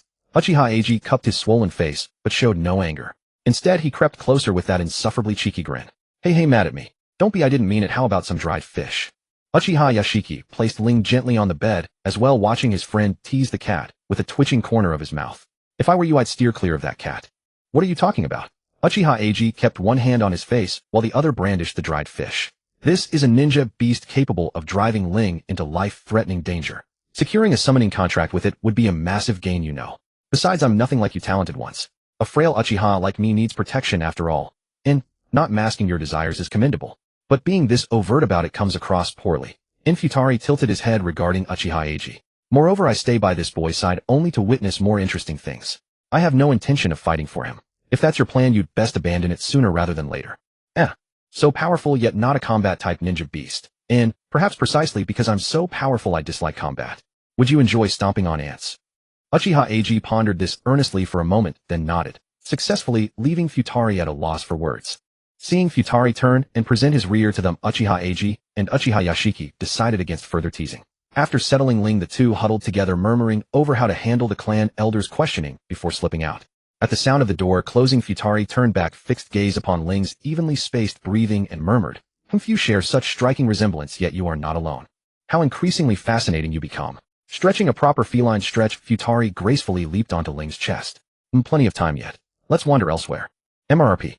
Just then Ling shifted in his sleep and curled both arms around Futari, enclosing the cat entirely. After a brief stunned pause, Futari began pawing at Ling's hands to escape, only to have the boy nuzzle his head against Futari's crown, unconsciously murmuring, "Be good. Don't fuss." In watching Ling drift back into defenseless slumber after the soft words, Futari huffed a laugh and nestled deeper into the crook of his arm. What a clingy kid. Oh well, I suppose I'll take a nap too. Ling's sleep was profoundly deep. As a ninja, he knew he should never have lowered his guard so completely, but the scent of sunlight radiating from the figure beside him made it impossible to resist. He surrendered to it willingly, drowning in warmth. It was like those days when his mother still lived. The family bedding always dried until fluffy and soft, clinging to him irresistibly, making him linger in bed and delay his training as though enchanted. Consciousness returned to the familiar darkness Ling knew so well. He stared blankly for a long, while subconsciously nuzzling the soft, fluffy, sun-warmed pillow in his embrace. Am I becoming too complacent? You really do sleep without a single guard up, don't you? Ling's nuzzling froze. He switched hands and reached out as if seeking confirmation. No matter how much you confirm it, you did sleep embracing me for nearly a full day. Ling withdrew his hand, a trace of apology on his face. Apologies? Did I disturb you? Disturb? Not at all. As a tailed beast, I am in a sense immortal. Such a brief span means nothing to me. Futari stood and shook out his fur. But you certainly have courage, boy. To sleep beside a tailed beast wielding its full power with absolutely no defenses. Ling sat up, cradling Futari and gently stroking his fur. His voice carried the huskiness of just awakened sleep, yet it barely concealed its warmth. Yeah. Perhaps it's because I know you wouldn't harm me, little Futari. Futari fell still for a few seconds, then let out a snort of amusement. Truly eloquent. Ryo had barely regained consciousness when Uchiha Yashu and Uchiha Eiji came knocking, bearing a dangerous signal from Uchiha Keishi. Whoa, Ryo, what are we going to do? Eiji plopped down beside Ryo. My uncle's eyes were murderous back then. This time we were indeed in the wrong. Just confess and apologize properly. Ryo tilted his head, a gentle smile playing at the corners of his mouth. Don't worry, I'll take the main responsibility. That's easy to say. But Uncle Keishi won't believe it, will he? Uchiha Yashu leaned against the table, arms crossed, his gaze falling on his friend, especially with Eiji around. Eiji's expression turned even more despairing. I don't want to think about how long I'll be interrogated with Genjutsu this time. I just hope my uncle grants me a stay of execution. Ryo laughed. Uncle Keishi isn't that rigid. If you give him the intelligence we obtained, he'll forgive you. Intelligence? Eiji looked up. I already told him everything that happened that day, discussed it with Yashu while you were asleep, and then informed my uncle about the possible alliance between Hyuga and Kagaya, as well as the likely supply personnel for Senju's mission. There shouldn't be any omitted intelligence, right? There is. Ryo chuckled softly. The sake at that tavern contained a hallucinogenic spice unique to the Moon Country. Will you, Jade? Eiji's eyes went wide. And you still down 3 pots? Are you insane? A dose like that is nothing. Ryo said, lounging lazily and waving his hand. You know, don't you? After Chiho drugged me, I deliberately trained myself to resist common and obscure drugs, anything that might be used against me. And something like Wuyu Jade, which only causes mild addiction, is often added sparingly by taverns in many places to keep customers coming back. It's fine, it's fine. Huh, then nothing's wrong. Yeshu cocked his head. Why bring it up specifically? Well, only the third pot had that drug, and it wasn't added according to the proper dosage. Besides, I'd only drunk half of it when the Hyuga people came looking for me. Ryo chuckled twice. It's hard not to overthink. You think the Hyuga drugged it? Yeshu rubbed his chin. I recall that in small doses that drug makes people emotionally agitated. Probably to provoke the Uchiha publicly and further solidify the Hyuga's reputation in the shinobi world. Ryo nodded slightly, his smile widening. Though this might sound conceited, before I lost my eyes I had beaten quite a few Hyuga of my generation on the battlefield. Now that my strength is diminished, I suppose they recognized me and acted on a whim. Wow, how dare they? Yeshu made a disgusted face. None of them were familiar faces. It's precisely because they aren't familiar that they dared to test the waters. Eiji tilted his head. Apart from the Senju, I've never seen rival shinobi of our generation provoke Ryo on the battlefield. Usually we have to start the shouting before they retaliate. Anyway, let's tell Uncle Keishi this theory. Ryo carefully set down the kitten he was holding, then stood up and stretched. If we find evidence in the Moon Country, then the renewed alliance between Hyuga and Kagaya can be confirmed. True, no matter how convenient the route to the Iron Country is for the Hyuga, it wouldn't take them through the Moon Country. Yeshu nodded but couldn't help frowning. A coalition of those two clans would be troublesome. It won't last, Ryo said, straightening his clothes. As the saying goes, when a wall is about to collapse, everyone pushes it. The Kagaya clan has long been disliked by many nobles in the Lightning Country for their arrogant behavior. Now with the change of royal power, the nobles will surely take a bite out of every shinobi clan in the Lightning Country. The Hyuga clan, adept at reading the wind and beloved by nobles across nations, will find a way to distance themselves once they learn of the Kagaya's unpopularity. Even a few years of alliance would be a pain. Yeshu sighed deeply. I don't like fighting. Seeing Yeshu start his daily humble brag, Eiji leaned close to Ryo. So you were acting back then? The sake at that place wasn't actually that strong. No, I really did get tipsy. But you know I don't black out. Ryo spread his hands. What time is it now? Can we go see Uncle Keishi? It's almost noon, but my uncle is currently checking goods with merchants. He might not have time. Let's go eat first. Great, shall we go back to yesterday's tavern? Whoa. If my uncle finds out I took you to a tavern right after you woke up, he'll make me die dozens of times in a jinjutsu. Don't get me in trouble, Ryo. Just kidding, just kidding. Ryo chuckled, reaching out to pick up the kitten. Getting drunk once could be excused as being off guard, though doing it again would be irresponsible. I'll wait until we're back in the clan. I suspect that place serves straight alcohol. No, the taste is quite mellow. It only hits with a spicy kick after it goes down the throat. Drinking it makes you feel warm all over. Ryo touched his chin. And the aftertaste is nice. I plan to buy some from that shop to bring home. Eiji's eyes widened. Uncle Taijima allows you to drink. Father is easy to talk to. Oh, damn it. I want it too. I love that floaty feeling after drinking. Eiji ruffled his already messy hair even more. Why won't my parents and relatives let me drink? Yeshu finally stopped self-pitying and looked up at Eiji. If you had half of Ryo's capacity, who would stop you? A one-shot and blackout type, like you should quit your addiction. You've changed, my friend. Eiji clutched his heart dramatically. You never used to be so cold to me. So love does fade, huh? Yeshu rolled his eyes in exasperation and strode toward the door. Thanks, but I never loved you. After listening to yet another report from the group, Uchiha Chiji sank into thought. In the end, he only made a perfunctory remark that it should not happen again, then ordered them not to leave their quarters before departure, and let them off, causing Uchiha Ingsi to exclaim in relief. Of course, it was also possible that he planned to personally drill the little brats after returning home. The handover between the clan and the merchant caravan was completed quickly, but in order to wait for the staff blade Ling had sent to be reforged, the group lingered in the land of iron for a few more days. During this time, Uchiha Chiji also received a visit from a Hyuga ninja, whose stated purpose was paying a courtesy call, but whose real purpose was to demand accountability. The seasoned Uchiha leading the group did not make things too difficult for him. He simply folded his arms across his chest and flashed the Sharingan to show his stance. This was completely different from the earlier scolding of Ling and the other juniors with that seemingly furious, but actually helpless attitude that said, "You brats keep causing me trouble every day. Don't think I won't discipline you." Now Uchiha Chiji was exactly as he appeared, stopping just short of saying outright, "Our juniors did hit your juniors. What do you intend to do about it?" The Hyuga ninja replied with a few conciliatory words while maintaining an arrogant bearing. The gist being that both families were dojutsu clans, their mission scopes barely overlapped, and there was no need to damage the harmony over a bit of friction between juniors. Uchiha Chiji turned him away with a single heh. The Hyuga ninja could hardly say the other side had done wrong, because at the root of it, it was still their own younger members who had stirred up trouble, let alone the fact that the other side had held back when they acted. After a few more perfunctory exchanges, the Hyuga ninja took his leave. Uchiha Chiji likewise closed his door to visitors and waited only for the artisan to deliver Ling's weapon after reforging it. Ling was not idle either. With considerable self-discipline, he began training. Uchiha Yushu, who had been dragged in as his sparring partner, was utterly reluctant, but with a rueful face, he exchanged blows with Ling in a lively back and forth. When they got carried away in the heat of it, they even demolished a house. The clan adults accompanying the party, however, did not mind in the least. On the contrary, they were quite supportive of the sparring and used an earth release technique to open up a temporary training ground for them. In the end, it was the adults themselves who trained with such gusto that Ling and Uchiha Yushu were squeezed out. Uchiha Yushu felt as though he had received a pardon. Without a second thought, he patted down his clothes and headed back to his room to rest. Ling, meanwhile, began by using a sensing technique to determine everyone's general approach, then tried to join in. Even though he was suppressed by the adults, he had a wonderful time. If anything, he felt even more able to cut loose. The adults were also happy to give Ling practice. They pointed out how he could exert strength more quickly and with less risk of injuring himself, and at the same time told him about the recent situation in the shinobi world and which clans he was most likely to encounter once he made it to the battlefield. During the breaks, Ling also discussed his own lightning release development with several clan uncles who specialized in lightning release, gaining plenty of inspiration and experience. The artisans did not keep the Uchiha party waiting too long. After all, most shinobi had bad tempers, and the Uchiha were even more infamous abroad. If they really made these shinobi wait until they grew impatient, the artisans who knew nothing beyond forging would have no way to resist. Besides, even if this country kept talking about rejecting and boycotting shinobi, in reality, it had quite a few dealings with them. One could even say that at least 20% of this country's economic income came from shinobi. Under such circumstances, the artisans could only try their best to satisfy the shinobi's needs, earning enough to keep themselves fed, while making sure they would not be killed in a shinobi's fit of wrath. Ling did not think as much about the artisans. He only felt that the staff blade made this time after the artisan took his measurements fit his hand better. After thanking the artisan and paying the balance, Ling packed his gear and followed the group onto the road home. Counting the time, Ling had been away for nearly 2 months, about as long as a long-term mission, and he had gained a great deal from this trip.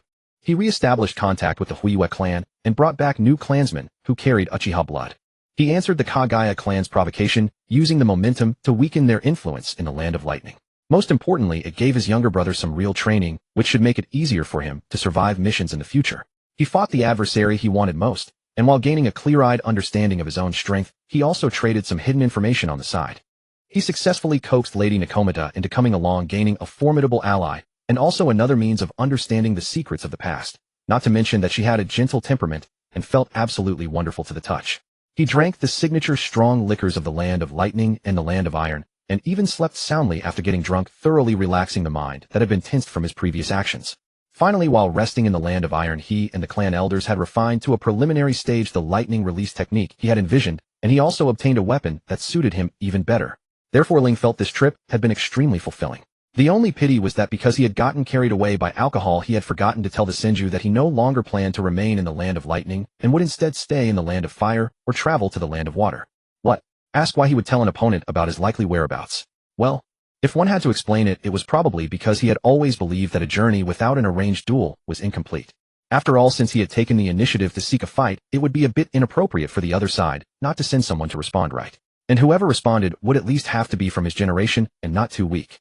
Given his current situation, he could not be sure of suppressing the other side, but taking the one who fought him down with him before dying was well within his ability. If he could also get them killed as a bonus, it would be an even greater profit.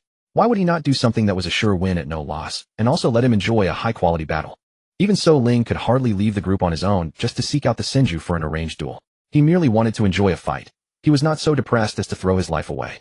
After a 2-month absence, Ling found himself showered with Quan Nai's affection, almost as if he were a little shadow trailing behind him wherever he went, be it for cultivation or shopping in the civilian market. Ling also enjoyed it, guiding Quan Nai's cultivation whenever he wasn't on a mission, quite satisfied with his current life. Yul was welcomed by the entire family, but compared to Uchiha Taijima's guarded and calculating warmth, the complete trust and fondness that Madara and Quan Nai showed toward the cat obviously won Yul's preference. The 3 brothers also slept in the same room after a long time. Madara and Quan Nai even argued a few times over who could stay closer to Ling while holding Yul, but most of the time Madara would yield. This sort of life, missions then cultivation or research then returning home to family, felt especially leisurely and comfortable to Ling. It also boosted his spirits since he had successfully arranged a confrontation with the Senju at the Land of Water while out on a mission. Just as he was pondering whether to depart for the Land of Water right away, Quan Nai's news stayed his steps. Ling lifted his eager younger brother, the smile on his lips fading slightly. Is that so? Quan Nai is starting to go on missions now too. Yeah. Quan Nai was visibly excited. I can finally go on missions with senior brother and brother. Just thinking about it makes me super happy. Then senior brother needs to work harder too. Ling smiled, pressing his forehead against Quan Nai's. When the time comes, shall I take you on your first mission together, alright? Quan Nai nodded vigorously, sliding out of Ling's embrace. I won't let senior brother down. I need to tell brother Madara quickly. Yulv watched Quan Nai run off quickly, then extended a paw to tap Ling's forehead. You don't seem very happy. Yeah, a little. The smile on Ling's lips finally faded completely. It feels like yesterday when Madara started going to the battlefield, and now Quan Nai is going too. Quan Nai is actually younger than Madara was when he started taking missions. Who asked humans to fight over trivial matters? Yulv lazily licked his paw. If humans ever go extinct from their own conflicts, I wouldn't be the least bit surprised. Ling set Yulv down and silently walked to the corridor outside, sitting there while absent-mindedly stroking the cat's soft warm fur. I wouldn't be surprised either. After all, as long as there are two or more people, humans are destined to have conflicting opinions. I just don't want my younger brothers to have to disregard life and death so early for others' desires. Yulv purred and out of courtesy flipped onto his back. Despite saying that, aren't you enjoying it quite a lot yourself? Yeah, I do enjoy that feeling of fighting others with my life hanging in the balance. Ling lowered his head, looking straight at Yulv. But Madara is different. Although he also loves battle, he is the complete opposite of someone like me who could be described as cold-hearted and cold-natured. He always harbors pity for those unfortunate people. Even if he ultimately acts according to ninja principles, he always ends up entangled in his own thoughts alone after everything is over. If Madara had such a kind nature, but wasn't born in these chaotic times, he'd probably become quite a popular, kind, and upright leader, wouldn't he? Yulv raised his eyes and stared at Ling, not responding, but listening as he continued. Quan Nai is still too young. Too young to even have a complete understanding of what being a ninja means. He simply wants to become one because his father and elder brothers are all ninjas. Moreover, the fact that Quan Nai is already taking missions at such a young age only shows how tense the current situation has become. In ninja confrontations, there is no mercy shown simply because someone is young. If anything, the opposite is true. The enemy will only try every way possible to kill you. Ling's expression carried a hint of sorrow. Just thinking about receiving news of my younger brother's death someday in the future sends bones deep grief spreading through my heart. This unease cannot be eased no matter how strong I become, so sometimes I wonder if someone could bring an end to these chaotic times. At least then children wouldn't have to be forced to fight due to circumstances before they even know what they truly desire. What about you? Yulv tilted his head and sat up. If you had been born in a peaceful world, what would you have become? Me. Ling looked up silent for a long moment before speaking. I would probably still end up in professions involving combat, I suppose.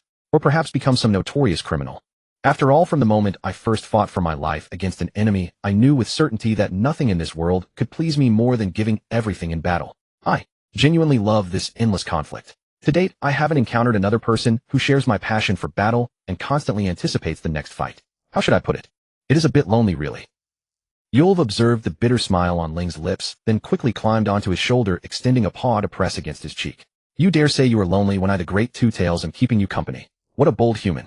Little Yulv, you don't even like fighting. Ling chuckled softly, turning his face to nuzzle against Yulv's soft fur. But having you by my side is truly a blessing. Thank you. It is good that you understand, kid. You should know that tailed beasts do not easily show favor toward humans. Yulv raised his chin. You need to work even harder. Yes. Ling's lips curved upward more noticeably. And no matter what the reason, I will work even harder. After confiding in Utabi, Ling resumed his usual warmth when facing his family. Even Uchiha Taijima failed to detect the hidden turmoil his eldest son was concealing. Madara, however, possessed far fewer layers of thought. His only delight was the prospect of undertaking missions alongside his younger brother. When Madara recounted mission objectives to Izuna, slight deviations born of personal habit inevitably crept in. It was then that Ling would offer corrections, drawing frequent sidelong glances from Uchiha Taijima. For all his eldest son's commendable mission records, rule-breaking had occurred more times than he cared to count. Yet hearing this now, goodness, the boy remembered details that even he himself had overlooked. Uchiha Taijima's gaze grew deep, though he remained silent. After all, those so-called ninja codes were often nothing more than facades for novices and outsiders. As long as missions were executed flawlessly, no one would scrutinize such dispensable matters. Compared to his eldest son, favored by his peers and resourceful enough to resolve complications independently, Uchiha Taijima worried far more over his second son, whose exceptional talent constantly ignited conflicts with contemporaries, and his youngest son soon to march to war. With these thoughts weighing upon him, Uchiha Taijima sighed. According to the latest intelligence, a right-wing official in the Land of Fire had contracted the Senju, while a commission order from the left wing, targeting the Uchiha, had been delivered to his desk 2 days prior. News he had yet to share with the clan. It was precisely because war with the Senju clan loomed that the Uchiha Academy had accelerated the graduation of select promising members. Yet this excellence was nothing more than a veiled death warrant. Listening to Ling and Madara deliberate over where to take Izuna for his first mission after their rookie assignment, Uchiha Taijima's anxieties deepened. Perhaps you should entrust these initial missions to your uncle Chiji. Let Izuna acclimate first, then the three of you may go together, just as you once took Madara. Izuna's original excitement withered like water poured upon embers. Yet he understood his father's fears, so he merely pouted and curled around Utabi in silence. Madara's fervor also cooled somewhat, though he still pressed his case. Then may I accompany Izuna as well? After all, Uncle Chiji must lead numerous shinobi on missions. If I follow, I could at least offer some assistance. Yet Uchiha Taijima merely lowered his eyes, rendering his thoughts unreadable. Does this mean we are on the verge of war with another clan? Ling turned his head slightly, his expression hardening. If not for pressing military affairs, you would scarcely have grounds to refuse. Both Madara and Izuna paused. Izuna, still innocent regarding such matters, simply brightened. Who are we going to war against? The Senju. May I go? Izuna, the battlefield is not akin to missions, Madara said, no longer the Navi novice he once had been. Understanding slowly dawned upon him as he reached out to ruffle his brother's hair. Battle conditions shift endlessly and are far more perilous than routine assignments. Even when comrades stand at your side, timely support is not guaranteed. The clan will not send a green ninja fresh from the academy to the battlefield, and I have yet to receive permission for formal combat deployment. You cannot surpass your older brother by recklessly courting danger. Izuna puffed out his cheeks, once more diligently stroking the cat. I am aware of all this, but I wish to be of aid. Then help your brother sharpen his blade, Izuna. I shall fight with both our strengths combined. Ling's voice drew every family member's gaze. Uchiha Taijima could not suppress his frown. Are you not being hasty? Ling, you need not drive yourself so mercilessly. Even with war imminent, our numbers should not be so scarce. Rest assured, father, I will not betray your trust. Ling's lips curved faintly. And you know, I have not had the opportunity to truly unleash myself in combat for far too long. You intend to return to the battlefield, brother? Madara leaned forward, concern stark in his eyes. I have heard that sensory jutsu consumes vast quantities of chakra. Should you find yourself depleted on the field, the consequences would be dire. At that point, not only would continuing the fight be impossible, you might scarcely distinguish friend from foe. Honestly, show a bit more faith in your older brother. Ling chuckled with mild exasperation. There is no need to worry about my sensory techniques. I have grown accustomed to maintaining them around the clock and possess sufficient reserves to undertake consecutive missions. Moreover, though the battlefield may resemble a chaotic melee unless one side achieves overwhelming dominance, most engagements remain duels. The worst scenarios involve facing two opponents simultaneously or enduring successive battles, never a suffocating swarm. After all, everyone wields ninjutsu, of friendly casualties are equally undesirable. Madara nodded thoughtfully. If it truly remains one-on-one, there is indeed little cause for fear. Uchiha Taijima's lips twitched faintly. Ling's assessment held merit in certain respects, yet the caliber of opponents awaiting them, whether facing a single adversary or two, was impossible to predict. With unfortunate fortune, a rookie ninja newly deployed could easily encounter veteran shinobi coordinating an ambush. Ling offered Madara a reassuring nod before turning toward Uchiha Taijima. Father, which clan are we confronting this time? The Senju. Uchiha Taijima pressed his fingers to his temple. I would advise against your return to the battlefield this time. The reasons should be evident without my articulating them. The Senju HM. Ling furrowed his brow slightly. That does indeed complicate matters. Why would the Senju present complications? Izuna asked bluntly. Are they not our longtime rivals? Should that not make things simpler? How shall I put this? Ling drawled. Your brother happens to be rather prominent among the Senju, which makes me somewhat sought after. Madara immediately looked up at Ling, memories flooding back of their missions throughout the past year. Every encounter with the Senju marked by that absurd level of recognition and their palpable hatred, as though they craved nothing more than to slay them, drink their blood, and devour their flesh. His composure cracked entirely. Brother, are you speaking entirely in earnest? Uchiha Taijima paused upon hearing this, a faint smile gracing his features while a quiet sigh stirred within his heart. He no longer pressed Ling to reconsider, instead turning the conversation to Ling's recovery and suggesting they practice together when time permitted. Ling understood this was his father's concern for him. Without hesitation, he readily agreed and earnestly sought advice on the difficulties he had recently encountered in his cultivation. Madara, meanwhile, began pondering what manner of missions he could undertake to aid the clan while ensuring his own safety, and how the looming war between the two clans might affect their respective mission assignments. With both his father and elder brother present, he raised his questions openly, gaining much wisdom from the exchange. On the other side, Izuna no longer dwelt on his inability to join the battlefield. He began recalling the weapon maintenance teachings from clan studies, planning to help Ling properly polish his staff sword. Once the family gathering concluded, everyone returned to their own endeavors. Uchiha Taijima in particular was consumed with preparations, having to confer overnight with the elders on arrangements for the impending war against their long-standing rival. Madara had yet to feel such overwhelming pressure. He simply kept pulling Izuna along, continuing his lecture on mission precautions.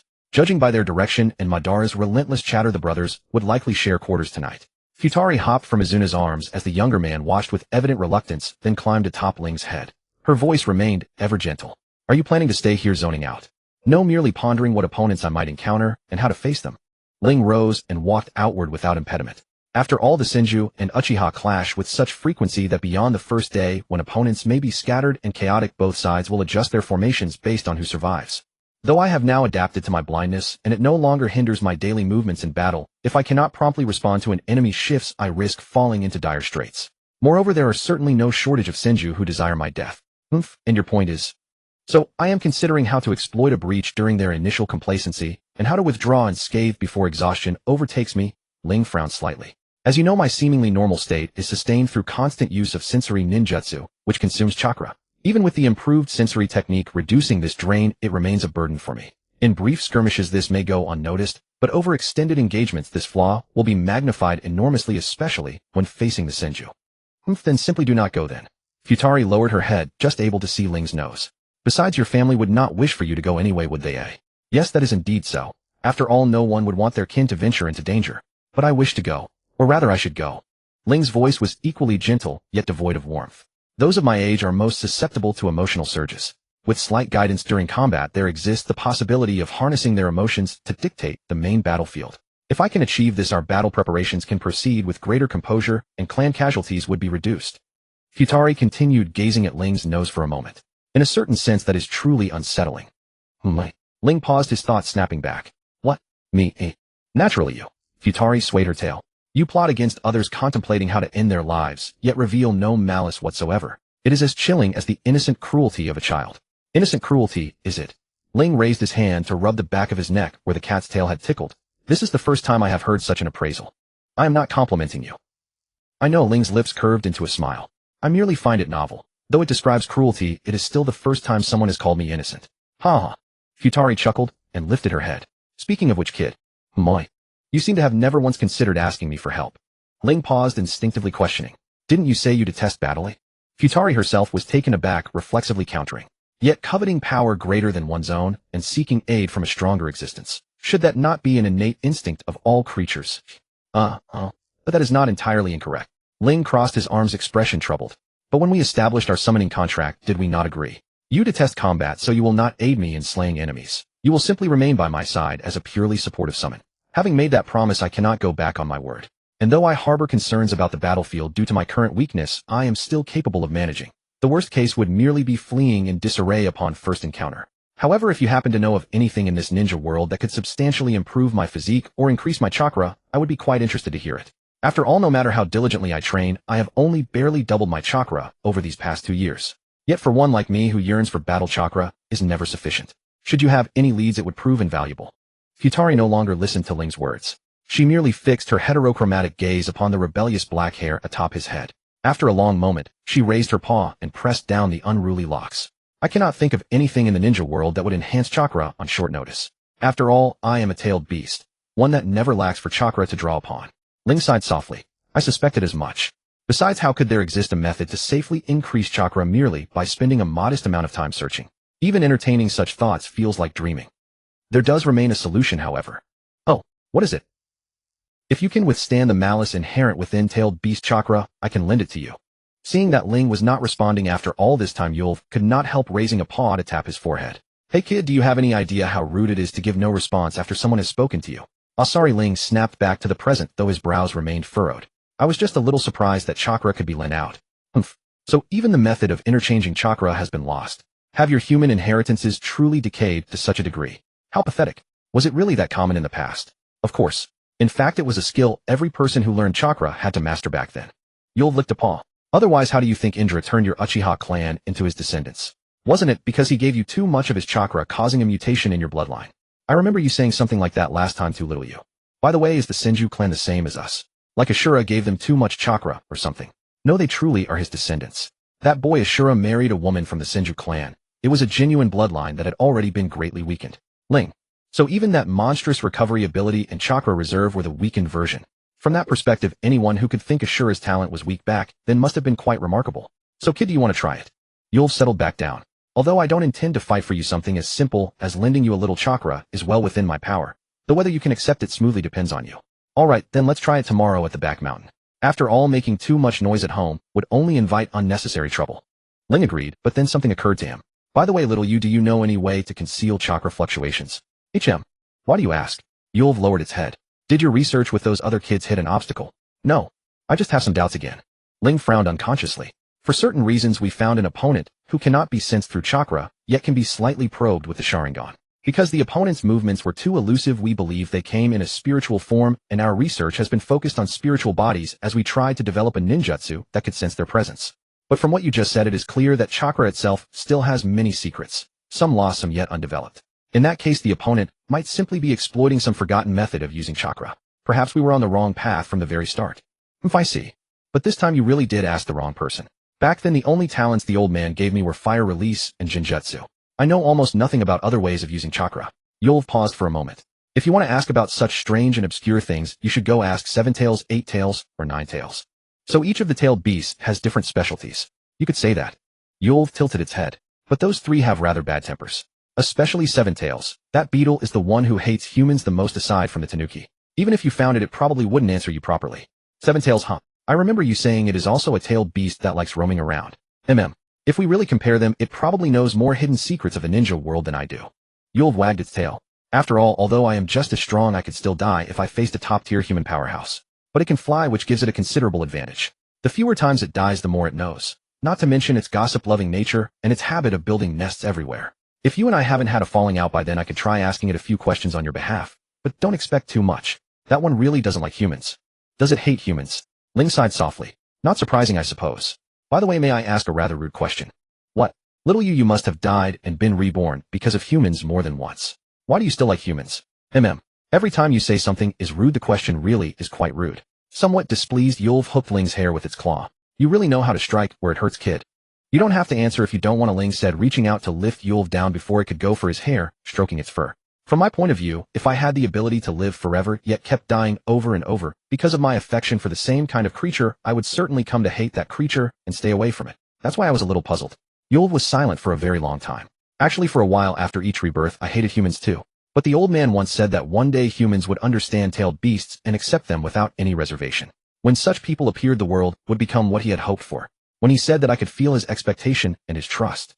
I don't want to let the old man down, so I have always searched for the kind of person he spoke of. That is the reason I draw close to humans. So saying that I like humans isn't quite accurate. It is only because I want to fulfill the old man's wish that I approach humans again and again and am reborn again and again. Ling was silent for a long moment before speaking. That must have been a truly arduous experience. To still choose to try trusting humans after all of that. Little you really are gentle. Humph. So if you betray that trust, the reborn me will come back full of rage to take revenge. Hearing those mildly threatening words, Ling could not help laughing. Then little you is probably going to be disappointed. Yulv lifted its head, warily, tail standing straight up. What do you mean by that?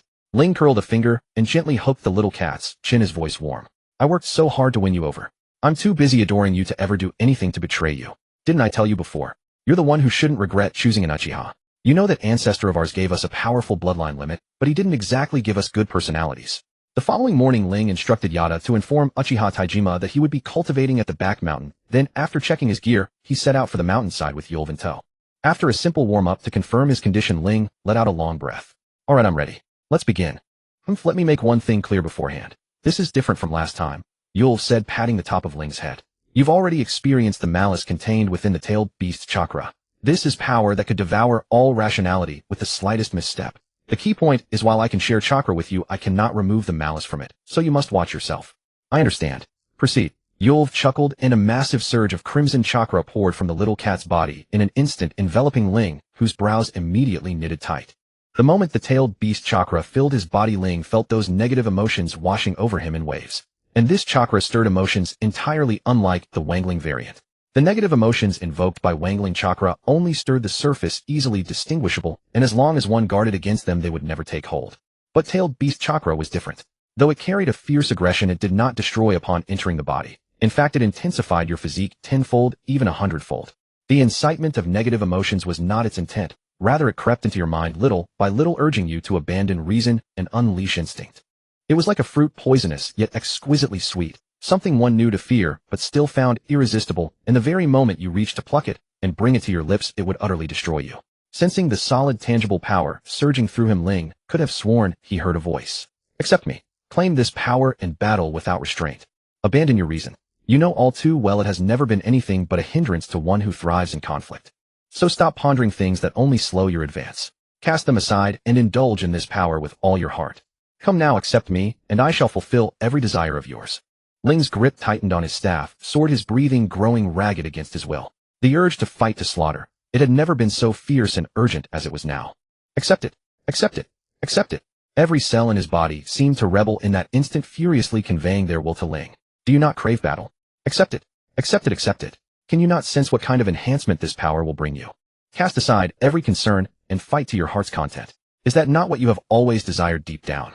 For a moment, Ling could no longer tell whether this was his own inner longing or merely an illusion conjured by the tailed beast chakra. He hadn't even noticed the corners of his mouth rising into a smile tinged with madness. Well, can you accept it? The gentle female voice came from above, gently pulling Ling back to reality. He pressed his fingers to his temple, exhaled deeply, and after a long moment his expression softened. It may prove more difficult than I imagined. What are your thoughts? An intoxicating power. Ling drew his staff sword and attempted to neutralize the tailed beast chakra with his own, making it serve him. I don't know how others would feel, but at least for me, it was highly tempting. How should I put this? I think I can finally understand that sensation Zhao Yin experienced after awakening his Mangekyo Sharingan. The feeling of being mesmerized by power. It's quite remarkable being able to do anything. Don't celebrate too soon. Yulv licked her paw. Strictly speaking, tailed beast chakra isn't exactly beneficial to humans. You'll understand once you've expended it. Easier said than done. Ling suppressed the impulse to find an opponent and spar, familiarizing himself with the nature of the tailed beast chakra. But the chakra you passed to me was far greater than my own. Was it that much? I was quite careful. I gave you only a tiny portion. Yulv tilted her head. Compared to a tailed beast, humans are far too weak. This amount is less than 1% of my chakra. Less than 1%. That's terrifying. Ling exhaled again and assumed a stance, beginning empty sword drills. By the way, has your chakra always been like this? This time it was Yulv who fell silent. After a long while she spoke. No. When we were first created by the old man, our chakra carried no such malice. It was pure chakra, nothing more. Ling counted his empty sword strikes in his mind to steady his emotions. May I ask? There's nothing to hide. When the tailed beasts died and were reborn, they needed to reconstruct their chakra. Yulv pawed at the ground, messing up Ling's already unruly hair, even more, her usually gentle tone heavy with melancholy. But apart from the natural chakra floating in the air, human chakra also dissipates upon death. And when people die, it is always infused with strong negative emotions. This means the chakra released at death is saturated with malice. For us who also died harboring resentment, this chakra was far easier to absorb and transform than natural chakra. Furthermore, while alive, we absorbed surrounding chakra to strengthen ourselves. Over time, our chakra merged with those emotions until they became inseparable. I see. Yulv's voice carried a hint of lingering sorrow. It is precisely because of this. Though I still carry memories of the old man and his wishes, everything he left me has faded into vague recollection and a name I no longer know whether right or wrong. Thank you. What's this sudden thanks for, kid? Thank you for entrusting me with a name you hold so dear. Ling stopped his movements and tilted his head upward. Though my life is but a fleeting spark compared to yours, I will cherish this bond. I give you my word. After a brief pause, Yulv curled into a ball atop Ling's head, letting out a single syllable to acknowledge before falling silent. Ling made no further attempts to start a conversation. After several deep breaths, he raised his staff, sword once more, and resumed his monotonous training. The process of adapting to tailed beast chakra proved far more agonizing than Ling had envisioned, particularly once the tailed beast chakra within his body had been fully drained, a torment akin to his entire body being torn apart. Though his body bore no wounds, the pain was such that even moving a finger demanded great effort.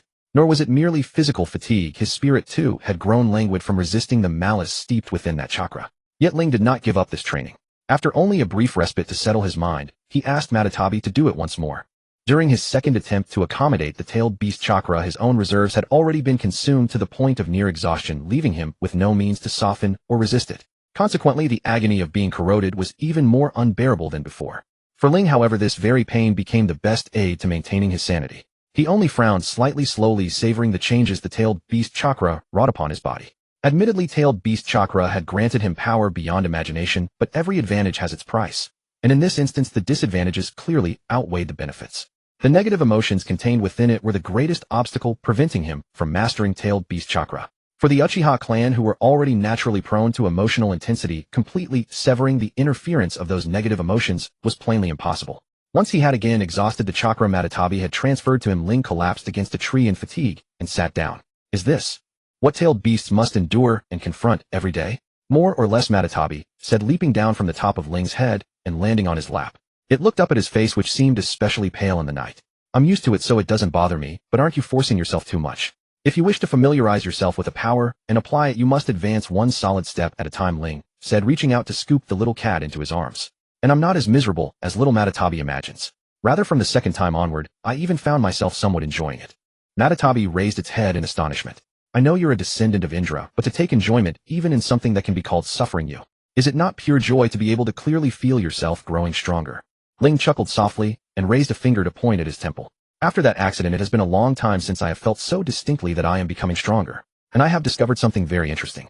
Although tailed beast chakra corrodes the body and brings pain, it also continuously heals the body and markedly strengthens it. Ling began listing the merits of tailed beast chakra, his every word conveying his fondness for it, and his thoughts on how to make the most of it to reinforce himself during the days before the war began. Matatabi still looked up at Ling. Tailed beasts were creatures of pure chakra born with the ability to sense another's emotions through the resonance between living things and natural chakra. At this moment it could sense that every word Ling said contained not the slightest trace of deception. For that very reason it grew even more puzzled.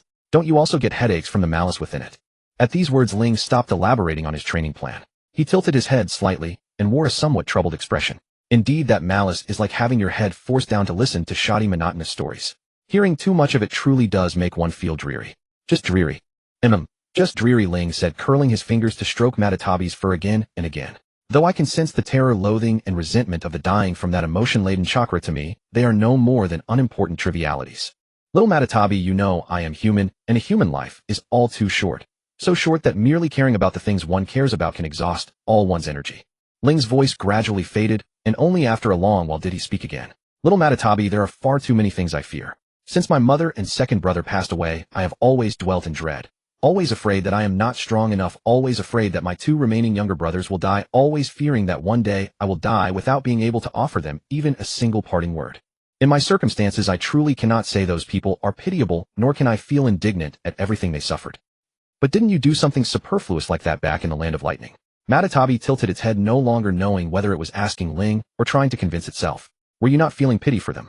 This world is already horrible enough, so when one comes across such things it does not hurt to act within one's ability. Ling shook his head, his expression indifferent.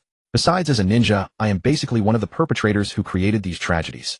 How could I truly be swayed by a bit of pity for others? So as I said, feeling those things more often only makes one's heart oppressive. If you want me to feel any deeper sentiment, you will probably have to wait until I have truly experienced death. Matatabi looked at Ling's calm face and scratched its paws uneasily, yet it could not say a word, or rather it did not know what kind of answer it truly wished to obtain from Ling. This is the downside of being immortal and indestructible, isn't it?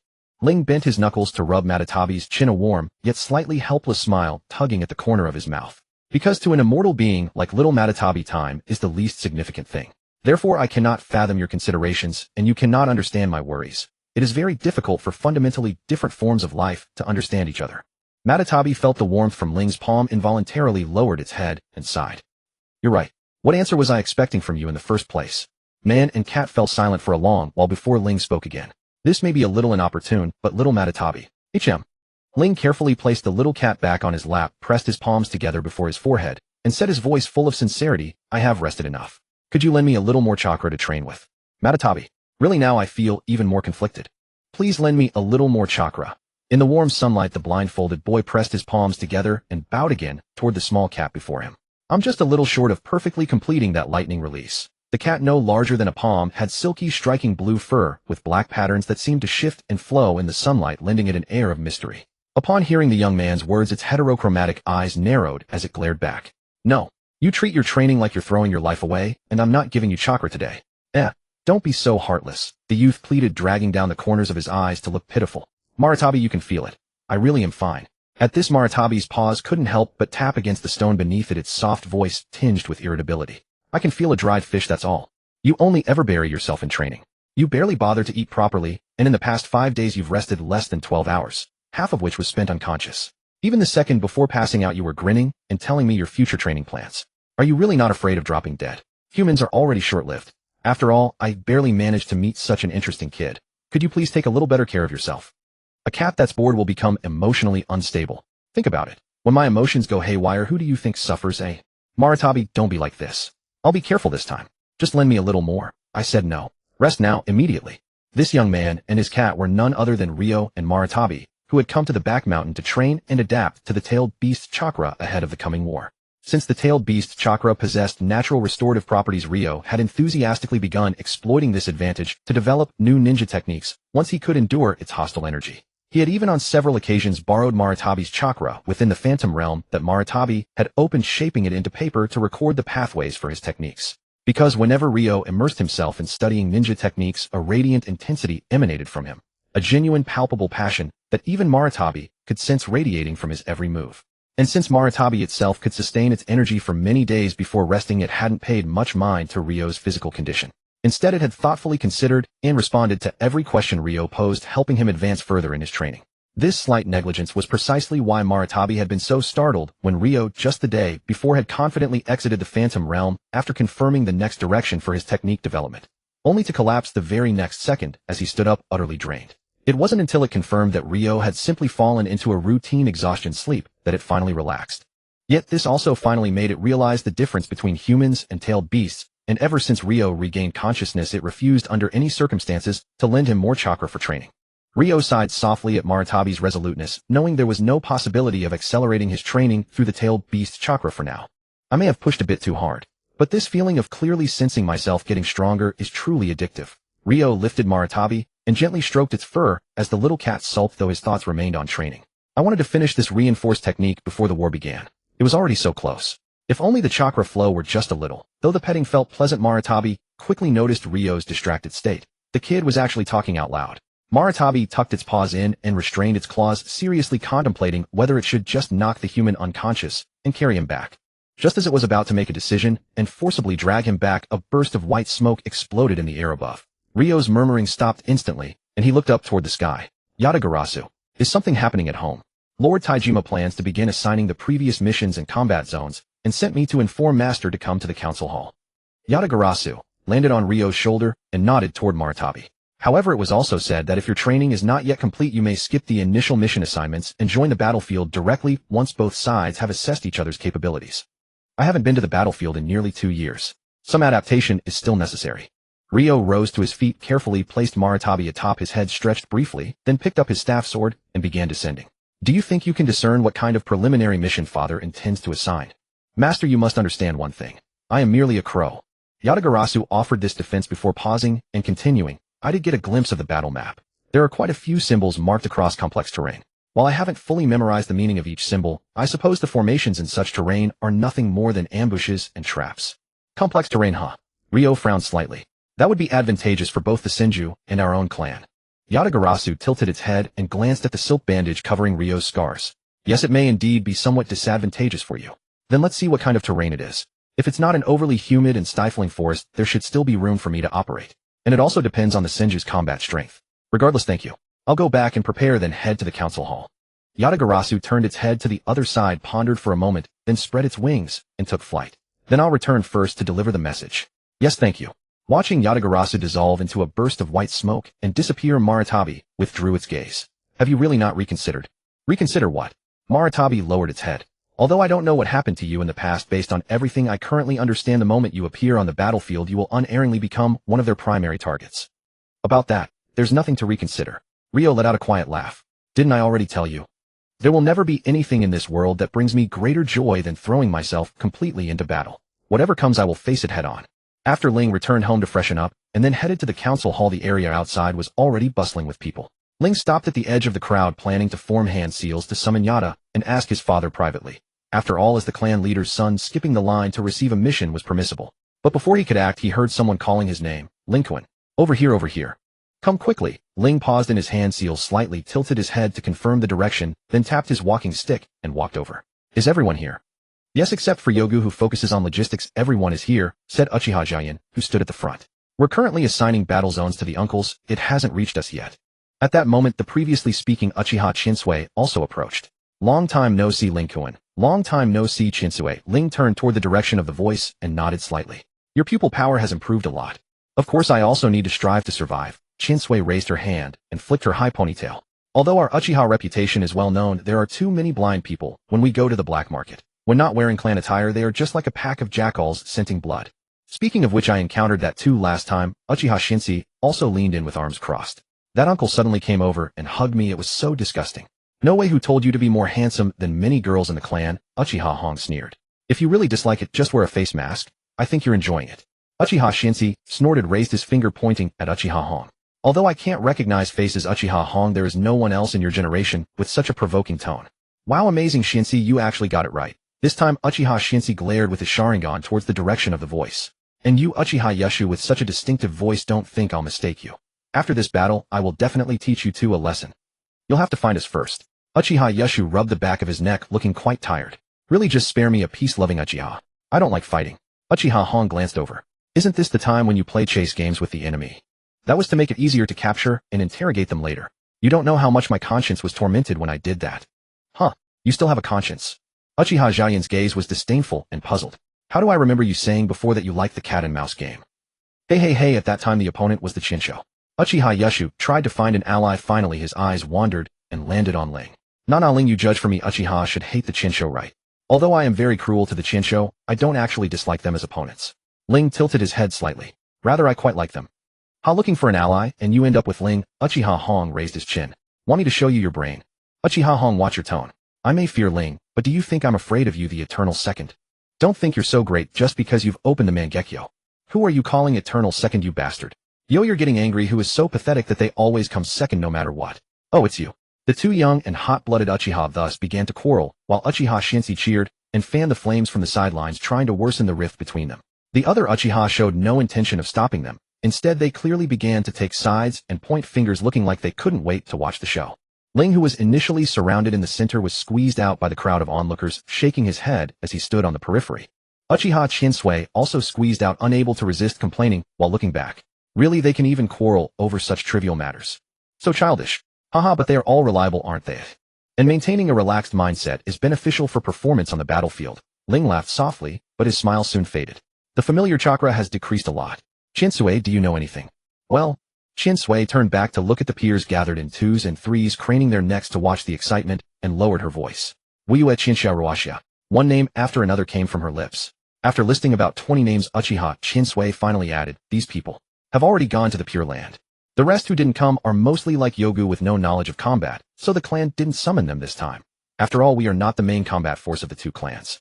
However, if Yogu and the others manage to survive, they will likely have to go to the battlefield when they come of age. Ling was silent for a moment, then nodded. It's fewer than I imagined. But it's really terrifying. It feels like time hasn't passed much, yet so many familiar people have become just a name. Uchiha Chinsui just raised her hand to twirl her hanging hair, looking somewhat dejected. Yes, life is really too fragile. Hey, Lingkuan. Ling felt his hand being taken and let out a puzzled nasal sound. Moi. Lingkuan, won't you reconsider? Uchiha Chinsui looked at the white silk ribbon on Ling's face, her beautiful eyes filled with concern. You clearly don't have to push yourself so hard anymore. Isn't it better to choose a safer way to live? Haha, for someone like me who loves fighting, to be forced to stay away from battle would be even crueler. But Lingkuan will face not only the opposition of your peers. Uchiha Chinsui's voice trembled. What if? Her unease was clearly conveyed through her voice and her unconsciously trembling hand. After a brief silence, Ling held the girl's hand back and said gently, don't worry, I will return safely this time, just like always.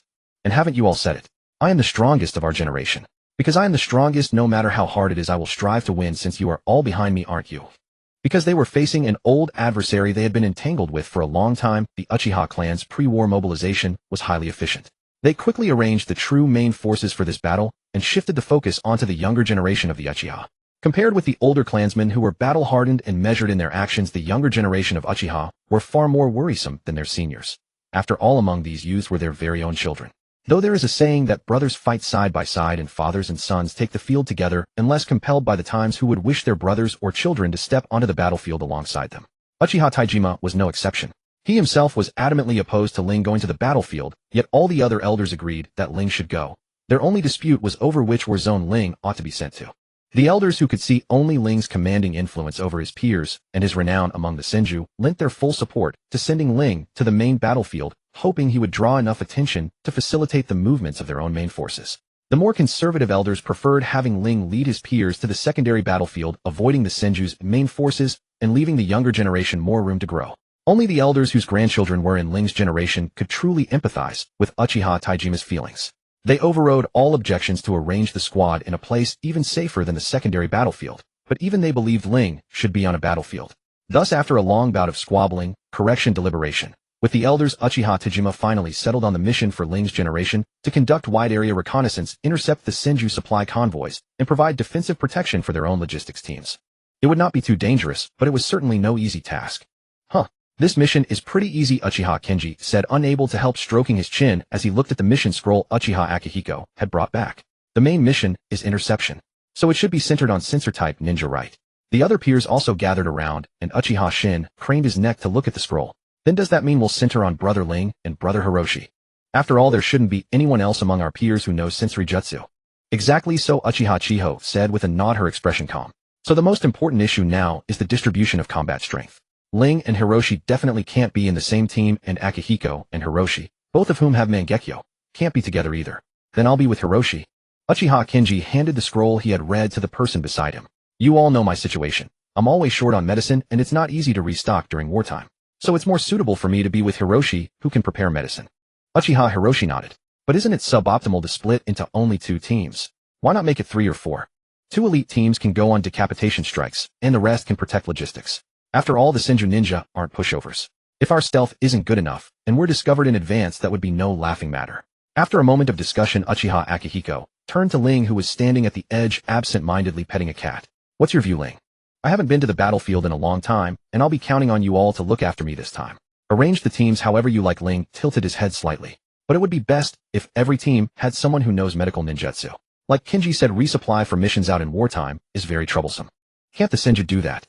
Then we can just use Jinjutsu to control one of them, Uchiha Shin said with his hands behind his head, looking carefree. I did that last time. I have to say the healing chakra converted by the Senju clan feels really comfortable, far better than Hiroshi's rough methods. Uchiha Hiroshi shot him a sidelong glance. Next time you break a bone, remember not to come to me for treatment. Hee. I was just saying, Brother Hiroshi. Other than not giving people painkillers during treatment, your technique is actually pretty good. However, Uchiha Akihiko couldn't help pinching his brow. Shin, this should be your first time at a real battlefield, right? I received permission half a year ago, but I never got the chance. Uchiha Shin nodded, his expression excited. I've been looking forward to a head-on contest with the Senju on the main battlefield for a long time. So put me in the main team. Put me in the main team. I'll obey orders. Uchiha Hiroshi glanced at Uchiha Shin, then looked up at Uchiha Akihiko, whose face was full of pain. I'll leave this headache to you and Ling. Having just one Kenji on my side is already a headache enough. The one who loses 9 out of 10 sparring matches and can only get revenge by not giving painkillers during treatment still has the nerve to call me deadweight. Uchiha Kenji curled his lip. Absolutely shameless. Uchiha Hiroshi's face instantly darkened, but he didn't retort. Wait until I train up my sensory technique. Then you'll have plenty of training to do. Uchiha Shin had no idea what he had said wrong. Seeing Uchiha Akihiko and Uchiha Hiroshi begin discussing team assignments, he squeezed through the crowd to Ling's side. Hey Brother Ling, why did Brother Hiroshi call me a headache? Was what I said wrong? The Senju in wartime are different from the ones you encounter in peacetime, Ling said gently. In wartime, the Senju plant a Jinjutsu triggering technique in the minds of every combatant they send out. Depending on the Senju's own state, the technique will choose to dispel the Jinjutsu on the host or detonate the explosive tags implanted within the host. Under those circumstances, it's extremely difficult to control a Senju into using medical ninjutsu. So now we usually kill them on the spot to avoid any future trouble. Believe me, Shin, you don't want to taste Jinjutsu backlash. It truly makes your head feel like it's about to split. So there really is such a thing. Uchiha Shin nodded, making a mental note. I have another question. Uchiha Shin lowered his voice a little. Earlier when I said I was looking forward to facing the Senju head-on, I felt Brother Hiroshi and the others didn't look too good. Did I say something wrong? I can't really answer that one, Ling said with a low chuckle. After all, my anticipation for that is far greater than yours. Finally, Uchiha Akihiko and Uchiha Hong decided to divide their generation into 4 squads, each led by one of them, Uchiha Masaki and Uchiha Chiho respectively. 2 squads would handle interception and ambush duties while the other 2 were assigned to escort and logistics support. The composition of Akihiko's squad was straightforward: himself, Ling, and 2 peers newly authorized for battlefield missions, Uchiha Mori and Uchiha Uno, who knew some medical ninjutsu. Hong's squad consisted of himself and Uchiha Kenshi along with 2 top-performing peers who had already awakened their Sharingan and excelled at coordinated frontline combat, Uchiha Shirchi and Uchiha Hakukai. The remaining peers were evenly split between Uchiha Masaki and Uchiha Chiho based on their respective specialties. Even so, even distribution merely meant each led a 6-person squad. Many peers had been permitted to go on missions, but very few had actually been authorized for battlefield-related assignments. After organizing the squads, the 2 team leaders began discussing their respective operational zones. Meanwhile, Ling shared with the 2 newest members the traps and enemies he had encountered on the battlefield. The other squads quietly joined in as well. Uchiha Kenshiro occasionally chimed in with additional insights about battlefield variations. The young Uchiha listened intently, for in certain situations paying close attention to detail could mean the difference between life and death. Midway through his narration, Ling suddenly paused and posed an unexpected question. Are there any junior clan members younger than us participating in this campaign? Uchiha Kinshir hesitated, stroking his chin as he recalled. There are some, but I believe those are merely peripheral assignments. The age requirement is still capped at 10, the same as it was for us back then. Why do you ask? Ling frowned slightly as though debating whether to say something, but ultimately just shook his head. Never mind. Where was I? As the Uchiha clan busied themselves with military arrangements, the Senju clan was engaged in similar preparations. Take their heir, for instance, who was turning their residence upside down in search of protective gear. At last the heir approached his younger brother with a desperate expression and sent out a plea for help. Tobarama, have you seen the ceiling scroll where I stored my protective equipment? The white-haired youth standing nearby with his arms crossed finally couldn't help but sigh. Brother, why are you searching for protective gear right before departure? You should have secured such important items from the start. Wah, Tobarama, you have to help your older brother. I truly can't find it anywhere. I swear I placed it on this cabinet right after receiving it yesterday, but it's genuinely gone now. Tobarama sighed again and carefully stepped into the room, navigating around the scattered items on the floor as he began helping Hashirama search. You're both approved for the battlefield, yet you're still so careless with your belongings. Wah, I didn't mean to be this forgetful. Hashirama burst into tears this time, throwing himself at his younger brother and clutching his legs while wailing loudly. But it's really gone, Tobarama. Do you think our house is haunted? Wah. Stop saying such foolish things, Tobarama said, regarding his elder brother with mild exasperation as his gaze swept over the clutter on the floor. Let go of my leg. I can't help you search like this. What is it? Hashirama obediently got up, wiped away a stray nose with the back of his hand, then rubbed his palm on his pants. Did you find it? Tobarama pointed with a blank expression toward the narrow gap behind the cabinet. There's a scroll there. Go check it. Hashirama immediately scrambled forward on all fours in the most ungraceful manner imaginable, certainly not befitting a ninja, and pushed aside the cabinet. A joyful cry erupted from him. Found it. Wah, Tobarama, Oni-chan loves you. Upon hearing this, a vein pulsed visibly on Tobarama's forehead. After several deep breaths to compose himself, he managed to speak calmly. I've told you before, brother. You're going to a battlefield, not a casino. This careless habit of yours truly needs to be corrected. Father personally approved your participation because he recognizes your strength. His intention was to help you build a reputation so that you could one day inherit the clan. But if you're this careless and perish on the battlefield, do you understand what devastation that would bring to the clan? It's fine, it's fine. I'm only going to the outskirts of the battlefield to lend a hand. Hashirama gave Tobarama a thumbs up. Besides, if I can't win, I'll just run away. Actually, Tobarama, you should be more careful. You happen to get approved for missions during wartime. If you encounter danger, remember to retreat. At worst, I'll face Father's punishment alongside you after mission failure. Father's scolding is far less painful than an enemy's blade. Tobarama's facial muscles twitched a few times, and he ultimately swallowed the retort that had been on the tip of his tongue. Do you really think I'm like you? I will be cautious. But more importantly, you need to be careful, brother. The Uchiha clan typically sends their members to the battlefield at an older age than our clan. The enemies you face won't necessarily be your peers. Rest assured, Hashirama patted his chest with a confident thud. I have a thorough understanding of the Uchiha. As long as I don't encounter those ninja from the older generation or the leaders of the youth faction, I can still put up a decent fight. Tobarama glanced at his elder brother, who was still grinning foolishly, and let out another sigh. Truly naive to the point of worry. To be honest, Tobarama was genuinely worried his eldest brother would meet his demise on the battlefield due to his utterly scatterbrained nature. Yet he also knew his elder brother's genius had been praised by every elder in the clan. Several even speculated that Hashirama might awaken their Senju bloodline limit dormant for decades, potentially suppressing the Uchiha clan in one stroke. Curiosity had led Tobarama to search the clan records himself, but he found not a single clue regarding the Senju bloodline limit. It was only after questioning his father Senju Butsuma that he learned the truth. The previous would-release successor had stipulated that this Kekkei Genkai could only be passed down through sealing techniques between successive clan leaders and elders with no written records to consult. To change the succession method, they would have to wait until the next heir to the bloodline limit appeared and made the alteration. Tobarama found this incomprehensible. After all, didn't the more one understood something, the more likely they were to master it? But Senju Butsuma offered no explanation, merely asking Tobarama to thoughtfully consider their clan's title. This only deepened Tobarama's confusion. He knew their Senju clan had long been hailed throughout the shinobi world as the Senju of the forest.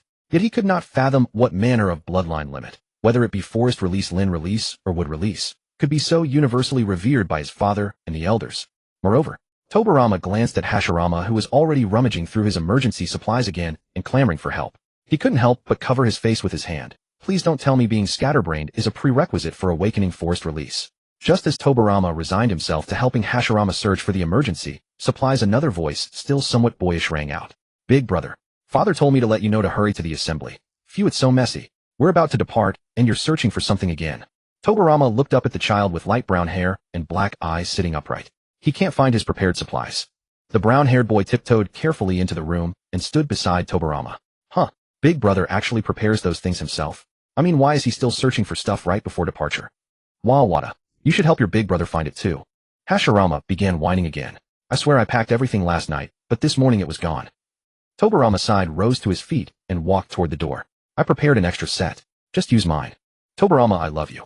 Wada watched his eldest brother frantically don his protective gear, trashing Tobirama's room to shambles before rushing out, and his lips twitched a few times. So Tobirama and maybe you shouldn't spoil Big Brother so much. Tobirama rubbed his face with his hand. I wish I could. But the problem is this guy has made it a habit. Wada squatted down to help Tobirama tidy up. Tobirama, are you starting missions soon as well? Yes. Once the main clan force departs in batches, I'll go to the mission department to select my assignments. Tobirama sorted the scattered items on the floor one by one. As for you, you absolutely cannot slack off in the coming period. Huh.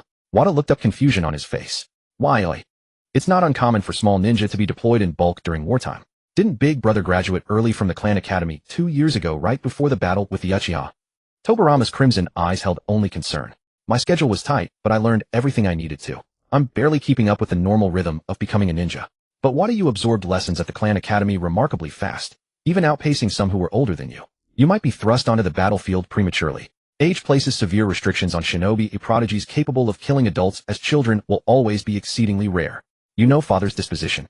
If the situation comes to that, he will undoubtedly make you graduate first, using your case to pressure other clansmen into allowing their children to graduate early. I am truly worried about you. Wada paused briefly, then smiled, walking over to pat his brother on the shoulder. Rest easy, Tobirama. Even if that happens, there's no need to fear. As Big Brother always says, if we can't win, running away is perfectly viable. Besides, you ought to care more about yourself. Tobirama let out another sigh. Not a chance. There are too many things to worry about, one after another. Especially Big Brother. Why would heaven gift such a troublemaker with such extraordinary talent? Wada nearly spoke without thinking. Perhaps heaven pities him and doesn't want him to recklessly bring about his own demise too soon. Tobirama. Well, he couldn't really argue with that. While the two brothers silently cleaned up the mess, Hashirama had already forcibly merged into the departing ranks under his father's glare, letting out a long breath. Made it just in time. You really are a flustered mess every single time, remarked a boy of the same generation clad in protective gear beside him. Your little brother helped you again, didn't he? Acutely. Hashirama scratched the back of his neck with a sheepish grin. I did ask Tobirama for help. Your younger brother has it rough preparing for his own mission, while still having to look after his irresponsible older brother. Senjukuchi stood with his arms crossed, his expression cool. If it weren't for the age difference, I'd think Tobirama was the older one. Haha. To be honest, I feel the same way. Back when Mother was still with us, she used to say all the time that Tobirama seemed more like the big brother than I did. Kuchi sighed at Hashirama's foolish grin, utterly unfazed. You truly are a guy with nothing trustworthy about you except your strength. Hashirama lifted his chin with unashamed pride. That's a given. The sky above was suffused with a grayish-blue luminance, casting a somewhat mournful glow over the dense forest, making the already shadow-cloaked expanse of overgrown woods feel even more forbidding and unwelcoming. Beneath the shelter of the thick foliage, the Uchiha, clad in dark, wide-collared clan garments, focused their gaze intently on the mountain path that cut through the forest. The young man at the lead bore a vicious scar trailing down his jaw, his pitch-black eyes fixed on the rain-soaked muddy road as he tilted his head and asked in a barely audible voice, "How is the situation?" The youth he addressed had a dark silk band covering his eyes. In response, he withdrew his palm from the tree trunk and let out a clear, quiet breath. It seems they did not take this route. Should I send a summoned beast to scout ahead? The leading youth furrowed his brow and let out a faint sigh. No, that kind of chakra fluctuation would be too easy to detect. We'll wait another Shurchin. If we still fail to catch them here, we'll change our route.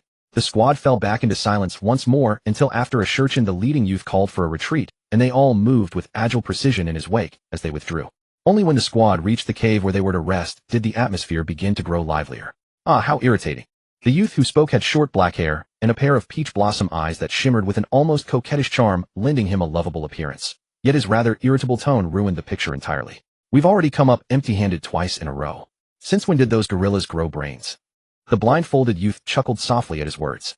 We've ambushed 3 Senju squads in this area over the past few days, so it's only natural that they've grown wary. Mori, you need to be a little more patient. Nahiko, what do you plan to do next? This group was none other than Ling's team, who had set out for the battlefield several days prior and begun launching raids on Senju squads. At that moment, upon hearing Ling's words, Uchiha Nahiko, the squad leader, spoke up. My plan to switch to another area? If we genuinely ran into a full squad of adult Senju shinobi, it would still be rather difficult for us to handle. Huh, I was just starting to find my rhythm. Ling's expression looked somewhat disheartened. It looks like I'll have to wait until the final assault to truly cut loose. You think everyone is like you. Uchiha Nahiko's brow carried a hint of exhaustion, though his voice sounded quite relaxed. By the way, how the hell do you do it? Earlier I saw you get run through by a Senju of your own generation, yet you recovered that fast. That's right, Lingji. Uchiha Mori sat up.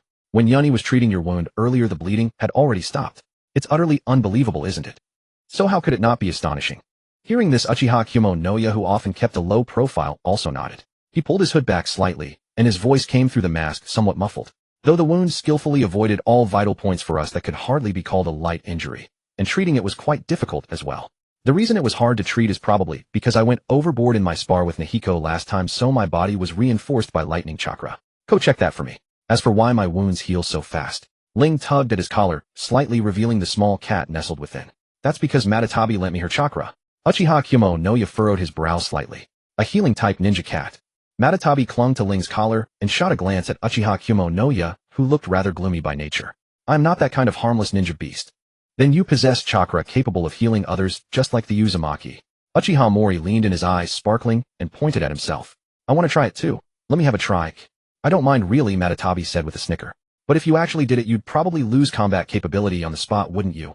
Huh, why? Alright, Matatabi, stop teasing him, Ling said, tilting his head to nuzzle against Matatabi's soft fur. If Mori is still curious after this war is over, I'll let you try it then. Uchiha Nahiko's mouth twitched slightly. I really have to admire how you can treat such a terrifying creature as a summoned beast. Haha, Matatabi is a trustworthy and reliable partner. There's nothing to fear. Ling chuckled softly. It's Nahiko and Ko who are too cautious. Actually, you only need to treat Matatabi like an ordinary little cat with a broad range of knowledge. Uchiha Nahiko simply shook his head at that. He was one of the few who had heard from Yada and Sanzoku about Matatabi's true form, and that made it impossible for him to view her as an ordinary little cat the way Ling did. Yet it was precisely for that reason that he was especially impressed by Ling. Someone who could let such a terrifying creature spend every day perched atop his head, or in the hollow of his neck, or cradled protectively against his chest. He himself certainly wouldn't dare. Alright, that's enough small talk. Where should we go next? Hearing Ling's question, Uchiha Nahiko composed himself and unfolded the map. Let me take a look. Meanwhile, as Uchiha Nahiko studied their next course of action, Ling summoned Yada and had it scout the surrounding area. Unlike Uchiha Kumonoya, who quietly checked their supplies, Uchiha Mori was rather boisterous once the mission was over. At that moment, he squeezed in beside Uchiha Nahiko, craning his neck to look at the map together. We've covered this whole forest over the past few days. Next time we launch a raid, we should switch areas, right? Indeed, Uchiha Nahiko said, tapping the map at a spot marked with a canyon. This place is also a vital supply point for both sides. Let's go there and see if we can wipe out a wave. But this time we'll have to be on guard for an ambush. We might run straight into an enemy ambush squad. Hey, isn't that perfect? Uchiha Mori wiped his nose with his hand and grinned broadly. Fighting an ambush squad is always way more satisfying than taking down a logistics unit. Late summer weather is always fickle. Today, for instance, one moment a torrential downpour made it nearly impossible to move forward, and the next the sky abruptly cleared. The tall ninja, drenched to the bone after barely managing to lead the squad to shelter beneath a cliff face, couldn't help spitting what cursed weather. His companion beside him pulled his clothes out from the gaps in his armor and wrung them hard, trying to dry himself off a little. Enough. Stop complaining. At least we're just running errands and delivering supplies. That's far better than those clansmen who have to fight those lunatics in this horrible weather.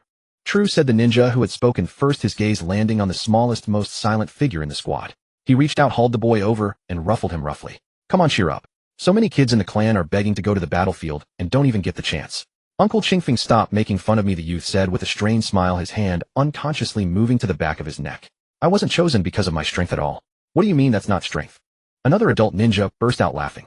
Qin's mastery of sealing arts is even greater than us adults. Take me for instance. I could never use a specific chakra to summon a large batch of supplies over here.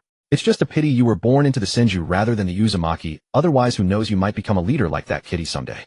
Hey, Fengran saying he can stand shoulder to shoulder with that kid, is a bit much. That kid is the most gifted person the Uzumaki clan has seen in over a decade, Senju Qingfeng said with a laugh. Still, our Qin could consider marrying an Uzumaki girl and studying sealing arts together. If you're too shy, just have your uncle Fengran speak for you. He's got thick skin.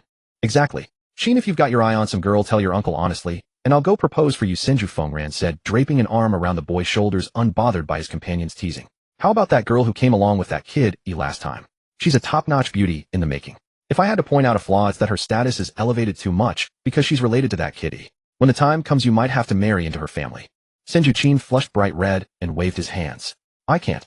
Little Mito is far more talented than I am, and she'll become a very strong kunoichi in the future. There's no way I could be worthy of her. A teasing smile was still on Senju Fengran's face, but the moment he was about to speak his expression turned vicious. He bent down, scooped up Senju-chin, and shot out from beneath the cliff. The very next moment the cliff wall behind them burst apart entirely. Along with it came a voice full of surprise. Wow, you even dodged that. Are you serious? That was an explosive tag right in your face. Another voice, sounding somewhat helpless, followed. That's what I kept saying. You're just wasting explosive tags. I just wanted to try it alright. I had it all set up in advance. Senju Qingfeng, who had likewise rushed out, looked grimly at the top of the shattered cliff. Even here we run into Uchiha lunatics. They really are a pack of dogs. Hell, there's even a famous one in there. Senju Fengran set down the shaken Senju-chin, stepped forward, and shielded him behind himself. Hey, you little brat over there. If you're already blind, why aren't you staying put in your clan? Can't help it. I'm not the type to sit still. A gentle voice different from the previous two sounded. Still, after being away from the battlefield for so long, being remembered after all this time really makes me happy. A troublesome little genius like you isn't someone people can easily forget. Senju Fengran raised his eyes and swept his gaze across the floor in front of him. Tisk TSK. Two geniuses who can fight above their level, huh? Too bad you're a step too late. Our mission is already complete. Hearing this, Uchiha Rei's gaze inevitably fell on Senju-chin, who was being shielded behind the two men, and crimson flooded his eyes. Killing a genius who can perform targeted summoning is hardly too late. The instant he met Uchiha Rei's eyes, Senju-chin's body stiffened uncontrollably. His hand, which had just reached for a kunai, froze. All the colors before him seemed to warp and fall away, and his soul and body became distant from each other. Panic, helplessness, and fear surged into his heart. He knew he had fallen under a genjutsu. He desperately tried to recall the method his clan had taught him for breaking genjutsu, but his mind only grew drowsier and drowsier. Just as he was about to be completely lost in it, a large hand pressed down on his head. The moment warmth spread through him, his thoughts cleared again. At the same time, Senju Qingfeng's voice sounded from above him. Chin, run toward the squad. Don't look back. Senju-chin's face was pale, his eyes fixed on the ground, his body trembling uncontrollably. But what about you two? No buts, Senju Qingfeng said, without looking back, raising his head to stare straight at the other side. This is an order. Senju-chin gritted his teeth, forced out an acknowledgement, turned, and ran. His movement was like a signal. The two sides, which had been locked in confrontation, moved almost simultaneously. Ling and Uchiha Reiyan went for Senju Qingfeng and Senju Fengran respectively, while Uchiha Sun and Uchiha Yani simultaneously slipped around the two Senju and struck toward the fleeing Senju-chin. Just as Uchiha Reiyan had said, even though this Senju supply squad had already completed its mission, as long as they could kill Senju-chin, who could perform targeted summoning, they would still gain the upper hand. Just as everyone in wartime tacitly gives top priority to protecting and killing medical ninja and sensory ninja, the ninja in every clan's supply squad who can perform targeted summoning also becomes a priority target for both protection and assassination. After all, anyone can deal damage. When two sides meet on the battlefield, their raw strength is bound to be about the same, but an excellent support-type ninja is enough to change the course of the battle. Under such circumstances, anyone would prioritize eliminating the support. One-upmanship was second nature to the Senju and Uchiha age-old rivals. Senju Fengran parried Uchiha Akiyoshi's blade with his own, his peripheral vision catching the two who had bypassed him, and Senju Qingfeng closing in on Senju-chin. A smile touched his lips, but his voice was ice-cold. I say, you gifted brats show far too little respect for us. After all, it is always the prodigies who die the fastest. Watching Senju Fengran raise his arm, Uchiha Akiyoshi's pupils contracted sharply. Mori, Kimona, scatter to the sides. The two called upon were bewildered for a moment, but Uchiha Kimona hesitated only briefly before shifting his footing, abandoning his assault on Senju-chin and lunging to the flank. Meanwhile, Uchiha Mori fixed his gaze on Senju-chin, no more than 15 meters away. He stomped his foot and surged forward with increased speed. He would not squander such an opportunity. But just as he closed the distance to 8 meters, a thunderous explosion erupted behind him. Uchiha Mori's footing gave way, his balance shattered, and the gap between him and Senju-chin widened once more. It was Senju Fengran who had punched through the bedrock within a radius of nearly 30 meters. The impenetrable ground upon contact with his fist shattered like porcelain struck against stone, yet the destruction stopped precisely one step away from Senju-chin. So the young ninja merely staggered slightly before continuing to flee without losing his balance, as Uchiha Mori had. Uchiha Mori gritted his teeth, ignoring Uchiha Akiyoshi's latest urgent warning, and charged across the fractured ground towards Senju-chin once more. The value of eliminating this single boy alone exceeded that of all the other squads they had attacked these past days. In fact, if they killed Senju-chin, they could already begin considering retreat. But at that very moment, a bone-chilling sense of danger surged from behind. Uchiha Mori forcibly spun around and raised his blade to block, only to be sent flying along with his weapon by the overwhelming force, spitting up a mouthful of blood.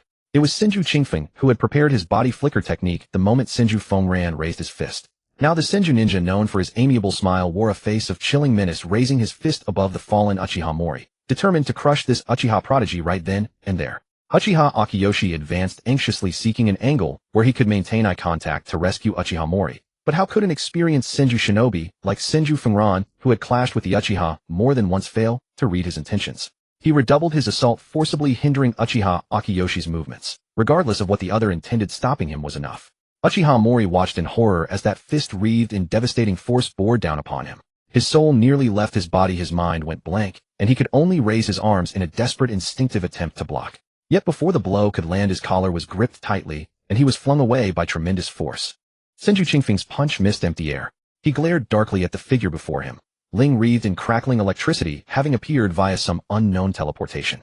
It's a pity you survived last time. Haha, as long as one is alive, one does not wish to die. Ling's face still carried a smile, though the coldness in his voice rivaled Senju Qingfeng's. But senior brother, isn't it rather disrespectful to abandon your opponent mid-fight to hunt others? Didn't you strike first? Senju Qingfeng cast a glance at Uchiha Mori, now being aided by Uchiha Kimona, and thought it a waste. But his expression remained focused, locked onto Ling, leaving two worthy opponents to prey on the weak. I hardly expected such dishonor from you. So it seems the senior is unable to fight me properly because he must protect those in his way. Ling tilted his head slightly, the arcs of lightning dancing across his body, growing brighter. Then I'll deal with him first. Senju Qingfeng immediately went on high alert, but to his surprise, Ling did not rush towards Senju Qing. Instead, he charged straight at Senju Qingfeng. Yet that suited him perfectly. Frankly, even if he and Senju Fengran died here, they would protect Senju Qing, this boy who had already mastered precise summoning, at all costs. No longer needing to guard against Uchiha Genjutsu, Senju Qingfeng found himself with considerable breathing room. He kept one eye on Senju Qing's direction while engaging Ling in close combat. Blades and fists collided in a maelstrom of steel and violence, pulverizing the canyon's hard rock walls on all sides in a display of sheer ferocity. Seeing Senju Qing about to break free of the canyon, Senju Qingfeng exhaled deeply in relief. The main force was not far. If Senju Qing could run faster, they might yet reverse the situation and eliminate this Uchiha prodigy squad without a single casualty. But before his sai could finish, his attention snapped back to the two fingers Ling had raised. I told you, I'd handle him first. Ling sidestepped Senju Qingfeng's incoming fist and issued a sharp command. Detonate. As Ling's words fell, the rocky cliffs on both ends of the canyon erupted, sending boulders crashing down. Had Senju Qing not stopped and turned in time, he would have been buried alive. Even so, terror gripped him. His limbs went limp, and he collapsed, unable to move. Qing.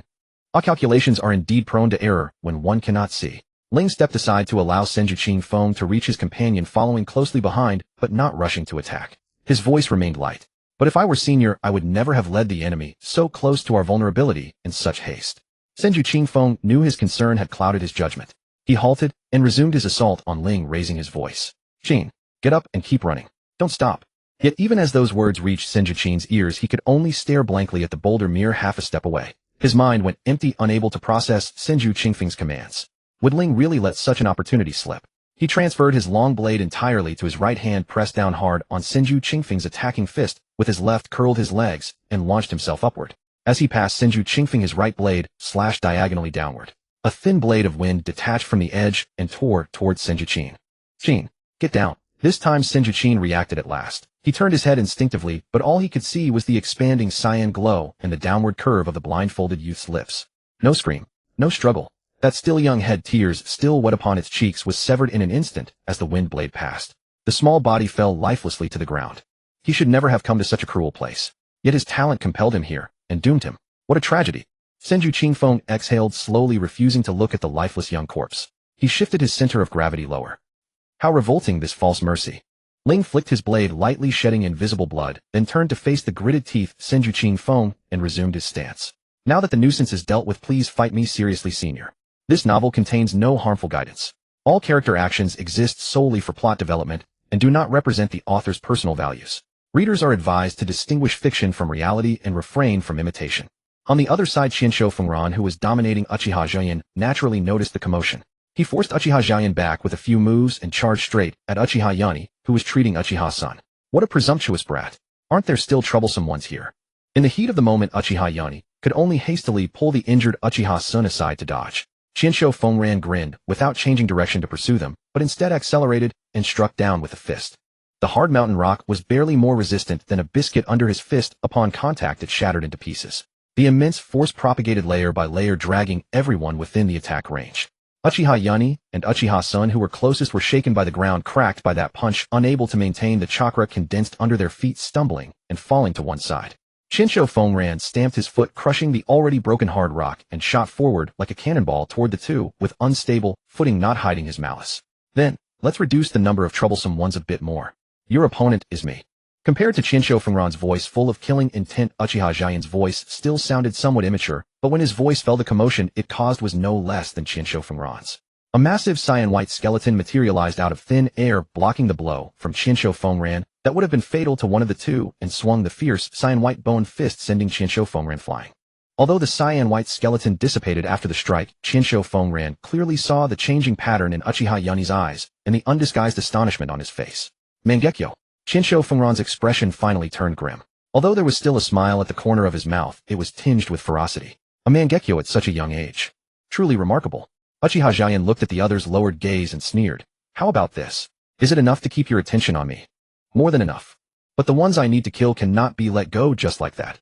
Shinsho Fongran let out a long breath, quickly formed hand seals, and slammed his hands onto the ground. Earth release, earth spear. Layer upon layer of sharp earthen spikes erupted from the point where Shinsho Fongran's hands touched the ground, enveloping the three Uchihas before him. But obviously he had missed the best opportunity for a killing strike. Uchiha Yoni's eyes, with double tomo spinning, quickly formed hand seals, and also slammed his hands onto the ground. Lightning release, earth walk. Dazzling electric light flashed, instantly shattering the earthen spikes that were heading toward the two of them. Meanwhile, Uchiha Sun, enduring the pain of his wound, quickly refined chakra, and in coordination with the swift thunder spat out a highly compressed line of fire, sweeping it toward Shinsho Fongran. If he were only facing these two greenhorns on the battlefield, Shinsho Fongran would have charged forward through the fire and lightning to kill them. After all, injuries of this level wouldn't be fatal, he could just recuperate a bit longer after returning. But now there was also an Uchiha with the Mangekyo Sharingan present. In each generation, there were at most 5 or 6 Mangekyo, but each Mangekyo's ability was different and could not be underestimated. As old rivals who had been fighting the Uchiha clan for centuries, the Senju clan naturally had many records regarding the Uchiha. Although records of the Mangekyo Sharingan were scarce, every child in the clan was taught about it. The purpose was to ensure that everyone could analyze and respond in time when encountering an Uchiha Mangekyo in the future. The conspicuous cyan white skeleton made it hard for Shinsho Qingfeng to ignore. He struck back with a palm to repel Ling, who was aiming for his head, and his voice was even more filled with killing intent. A dojutsu that can lend Susanoo to others. What a remarkable Uchiha has appeared. The smile on Ling's face finally faded completely. A blood-red chakra spread from nowhere, enveloping him entirely, but in the next moment it all disappeared without a trace, leaving only the layered electric light wrapped around his body, growing even more dazzling. I'm tired of talking. I finally encountered a lone adult ninja, and I wanted to enjoy it a bit, but it seems I should finish this quickly. Shinsho Qingfeng clicked his tongue, tore off the wrist guard on his hand, summoned a broad-backed large blade from the summoning array arranged on his wrist, and raised his voice. Fongran, don't hold back. Find a way to kill that Mangekyo. You don't have to tell me. Shinsho Fongran recalled the massive cyan white skeleton and felt the sharp pain in his ribs. He spat. What the hell kind of unfair ability is that? But even so, he still took the initiative to attack. Any Uchiha who could awaken the Mangekyo Sharingan would, as long as they grew up, become a formidable force capable of changing the battlefield. Since he had encountered one, there was no reason to let him go. Uchiha Jian also directly faced him. The fact that these two had just dared to tell the kid to escape could only mean that this place was not far from the main force of the Senju side. If they did not quickly resolve the enemy, and instead got held up, their small team would only be doomed here. The battle between the two sides instantly entered a white-hot stage. Or rather, from the very beginning, everyone was thinking about killing the weaker members of the opposing team to gain an advantage. Uchiha Yoni took advantage of the gap to quickly lead Uchiha Sun to a place not affected by the two battlefields. After confirming that his injury would not worsen, he also drew his weapon and charged at Shinsho Fongran, cooperating with Uchiha Jiaoyan to suppress the opponent. This is also why each ninja clan screened and investigated those sent to the battlefield. When facing a fatal crisis, those who had been through the screening could quickly react and rejoin the battle after the crisis, while those who had not would only die in vain due to their slowness. War might be a daily routine for them, something they had long become accustomed to, but it was never a game nor a fun pastime. In late summer, cicadas should have claimed the stage, but the relentless torrential downpour had drenched their fervor, completely forcing them to yield the ground to the frogs, while they concealed themselves, biding their time for a clear day to unleash one more unrestrained celebration. Yet within such a curtain of rain that made it difficult to see more than a few meters ahead, a rocky cave leaked faint traces of firelight. Inside, 4 youths in dark combat uniforms sat cross-legged around a campfire, each bearing the emblem of a round fan embroidered on their backs. The atmosphere among them, however, seemed somewhat strange. The leading youth, his eyes bound with a strip of dark cloth, was carefully polishing the long blade resting across his lap with a soft rag. Only after every trace of grime had been wiped away and the blade gleamed with cold light once more did he tilt his head slightly toward the scar-faced youth beside him. "Jian, how are your eyes?" The youth addressed opened his eyes and frowned slightly. "I'm fine. I was very careful. There's just a slight double vision. Once the war ends, I'll focus on recuperation and recover within about 10 days. That's good to hear. What about your other injuries? I remember that last one chose to self-destruct. It's fine, I blocked it with Susanoo." The scar-faced youth raised a hand to pinch the bridge of his nose and closed his eyes again. "A few explosive tags like that can't break through Susanoo. It's just that my hearing hasn't fully recovered yet." This four-man squad was none other than Ling and his companions who had ambushed and killed 3 Senju in the canyon days earlier.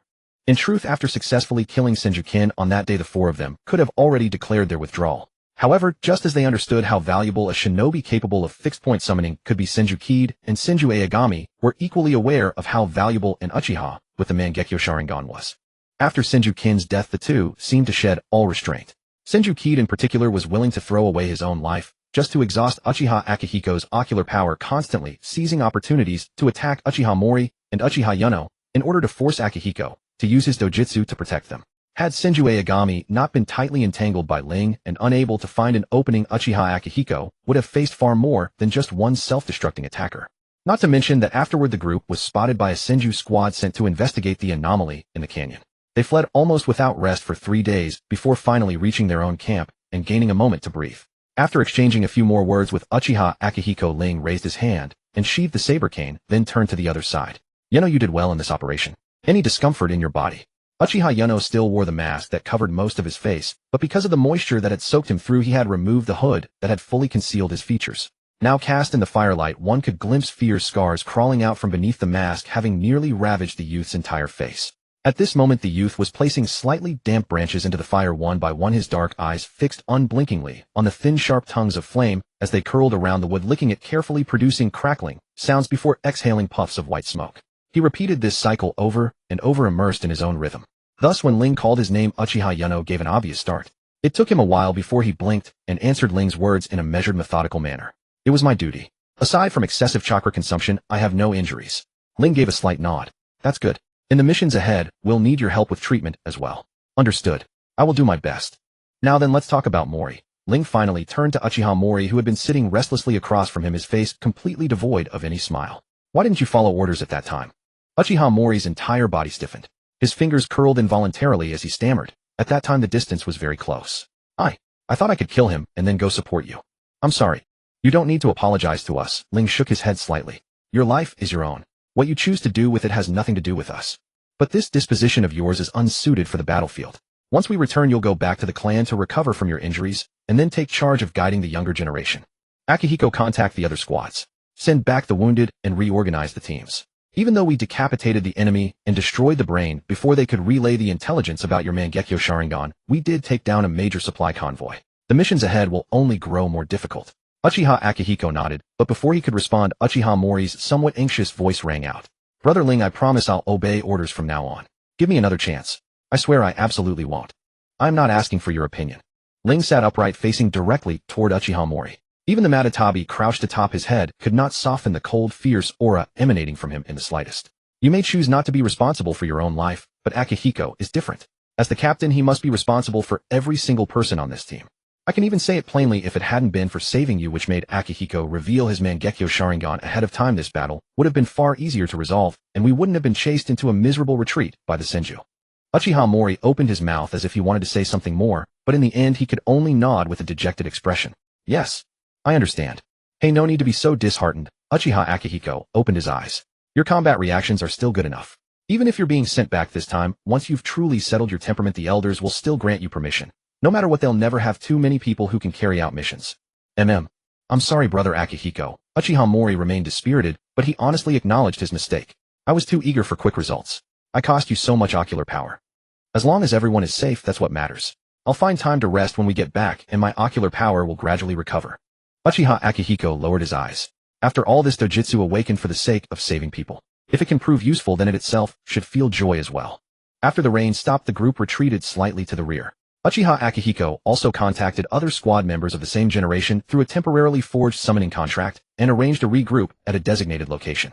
The other squads responded accordingly, but due to their respective missions the gathering time was pushed back further. Considering the injured members, Uchiha Akihiko took on escort and logistics duties, and conveniently encountered 2 squads from the Senju clan. Uchiha Akihiko once again witnessed Ling's extraordinary ability to draw enemy fire and his instinctive adaptability on the battlefield. Under their combined assault, one Senju squad was completely wiped out, while the other fled without looking back after their captain chose to self-destruct. Aside from the initial mishap where their sealing scrolls were destroyed causing supplies to scatter, the Uchiha side suffered only one casualty. A transport ninja whose misfortune led to an ambush. He lost his left arm and right leg and was subsequently withdrawn from the war. Other squads gradually completed their missions and converged at the rendezvous point. Uchiha Hiroshi's group was in decent condition, only showing signs of fatigue. Uchiha Masaki's group, however, was missing one member, which weighed heavily on him. When asked what happened, he explained that a Senju teammate had self-destructed in their final moments, suffering fatal injuries that could not be saved. Is that so? Ling rested both hands on his staff sword, his expression utterly devoid of warmth. What about the remains? How were they handled? Their eyes and personal belongings were removed, and the body was cremated on site. Uchiha Masaki lowered his eyes and exhaled deeply. The situation was urgent at the time. All our sealing scrolls had been used to collect the scattered supplies from the ambush. There was simply no room to transport the body. I see. That can't be helped. Still, at least we had the time to cremate. Uchiha Hiroshi sighed and ran a hand through his hair. Last time I couldn't even retrieve a body. I had to ask the clan elders to go recover it later. What, we're still not strong enough? Uchiha Akihiko sighed, glancing around. By the way, where is Chiho? She's always punctual, you know. No idea. Last time we communicated, she said she was already on her way. Uchiha Kinshir stretched his body. Want me to go meet her? Ling nodded slightly. Fine.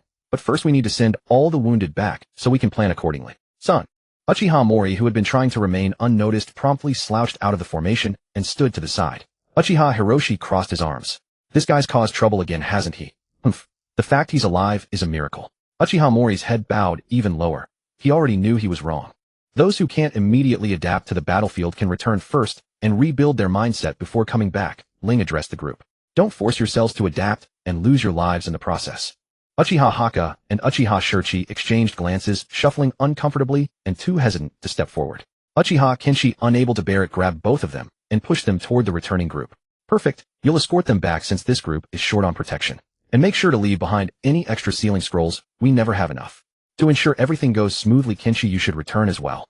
Uchiha Kinshir immediately turned to Ling. Me? Back. You know how terrible I am at navigating. If you're worried about safety, send Masaki instead. Yes, but Masaki's combat capability is stronger than yours. If something happens to Chiho, he'll be more useful than you. Uchiha Kenshi, you really don't need to be so blunt.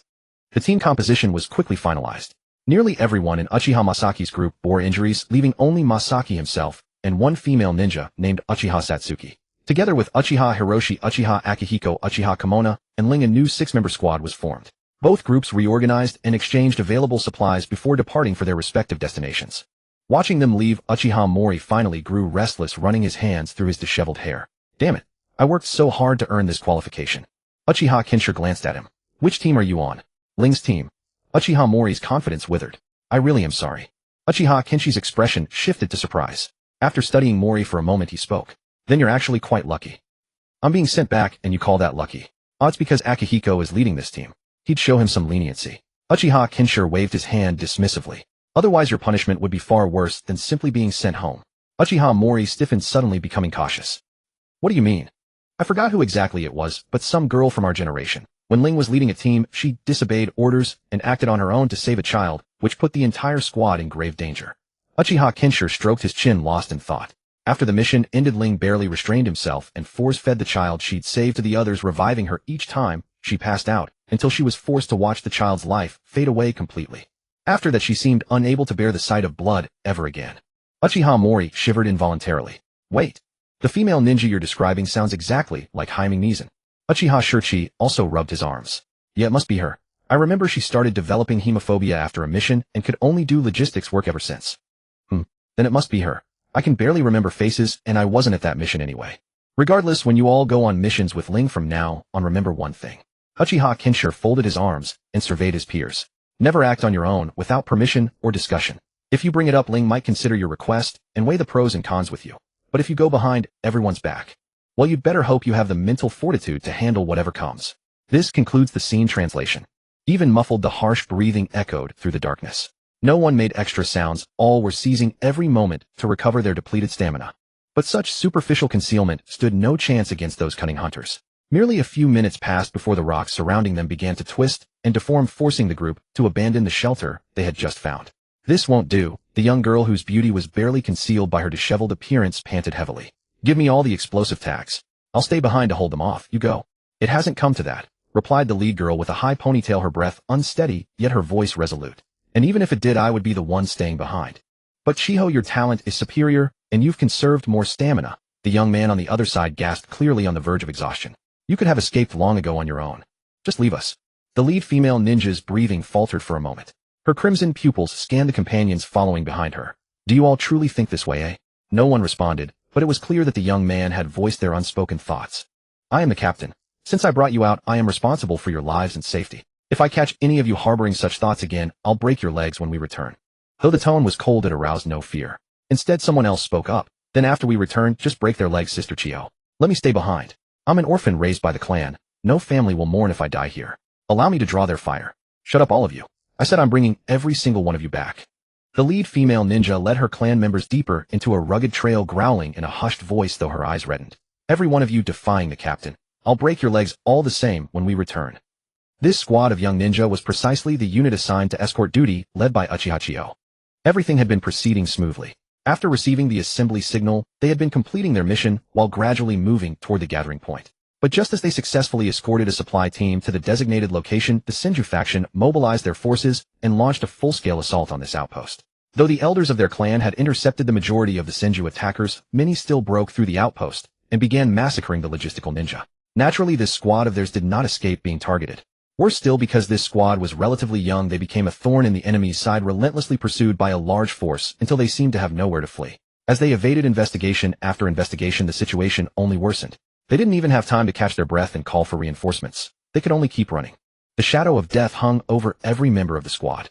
Under such circumstances, it was impossible not to be afraid. Yet each person in the group could unhesitatingly stay behind to ensure their companion's survival. As the captain of this squad, Uchiha Chiho undoubtedly bore the heaviest pressure. She had to monitor her teammates' condition while also striving to navigate through the pitch-black environment and detect potential traps left by the enemy, all without sensory ninjas. If we're speaking purely of inner terror, she was undoubtedly the most terrified among them. This often led her to unconsciously imitate Ling's approach, using stern words to steady morale, resisting the urge to act impulsively against enemy provocations, and upon being discovered, eliminating the enemy at all costs before continuing their escape. But no matter how much they fled, the gap in age and stamina between the two sides was undeniable. The distance between them and their pursuers grew ever shorter, and they were discovered multiple times, forcing them to face encirclement from all directions. They had reached their limit. Think of something, Chiho. Uchiha Chiho reached out to support a peer who was about to fall behind. Everyone will surely notice something is wrong when you fail to appear at the assembly point. As long as you hold on a little longer, you will definitely be rescued. So don't give up. Absolutely don't give up. Think of a way. Just as she was desperately trying to figure out how to break through the encirclement, and by more time, a massive chakra fluctuation surged from ahead. Almost instinctively, she halted and shouted, "Everyone evade." The deafening roar erupted the moment the seven of them turned around, and the shockwave from the explosion sent them all flying. Uchiha Chiho tumbled through the tall trees and shrubs, crashing heavily onto the rocky ground. Even with a ninja's resilient physique, she couldn't suppress a mouthful of blood and nearly fainted. Her companions behind her, already pushed beyond their limits and sustained only by sheer will, collapsed completely unconscious. She struggled to her feet only to fall to her knees several times more, greedily breathing in the air thick with the scent of gunpowder. She swayed unsteadily, yet her gaze toward the figures before her remained fierce. Truly despicable. The approaching Senju warrior bore a weathered face, his voice ice cold. You shouldn't have abandoned any of your comrades. To manage a full retreat under such an ambush, someone with such genius has no reason to be spared. Uchiha Chiho forced herself to stand, shielding her incapacitated teammates behind her. Raising her kunai toward the Senju ninja before her, her voice trembled slightly from the internal pain. How flattering. The Senju ninja's gaze gained a hint of appreciation, yet he still decisively raised his weapon and swung it down at Uchiha Chiho. Your tenacity reminds me of another brat. Too bad that kid probably won't see another battlefield. Clang. The clash of metal rang out the instant the weapon descended.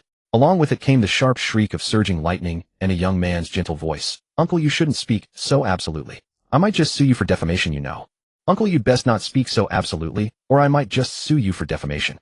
Uchiha Chiho gazed blankly at the blindfolded youth before her, one hand gripping the sword hilt, while the other pressed against the blade's spine to deflect the strike aimed at her. The despair in her eyes vanished almost instantly, though she offered no greeting. Instead, she swiftly tossed aside her kunai and dragged her unconscious comrade with all her strength, trying to put as much distance as possible between them and this place. The Senju ninja's brows furrowed sharply as he kicked out fiercely toward the youth's chest. The youth sidestepped just in time, but from the sheer destructive force of the blow merely grazing past him, tearing away a large portion of his clothing. It was evident that a solid kick would leave him dead or crippled. Uchiha Ling, you really are one persistent little ghost. Thank you for the compliment, Ling said, flexing his slightly numb hand from the backlash. The tip of his blade lightly tapped the ground as he held a ready stance. But since you know I'm impossible to shake off, why not just withdraw, uncle? At this, the Senju ninja merely sneered, hefting his heavy broad-bladed greatsword and charging forward. Would you really let slip the chance to slaughter the enemy's genius? Clang. With his defenseless comrade directly behind him, Ling could only absorb the strike head-on. After a muffled groan, his rear, supporting foot sank straight into the soil. Yet he still wore a smile. So there's no talking this over then. His only reply was another devastating overhead chop from the Senju ninja.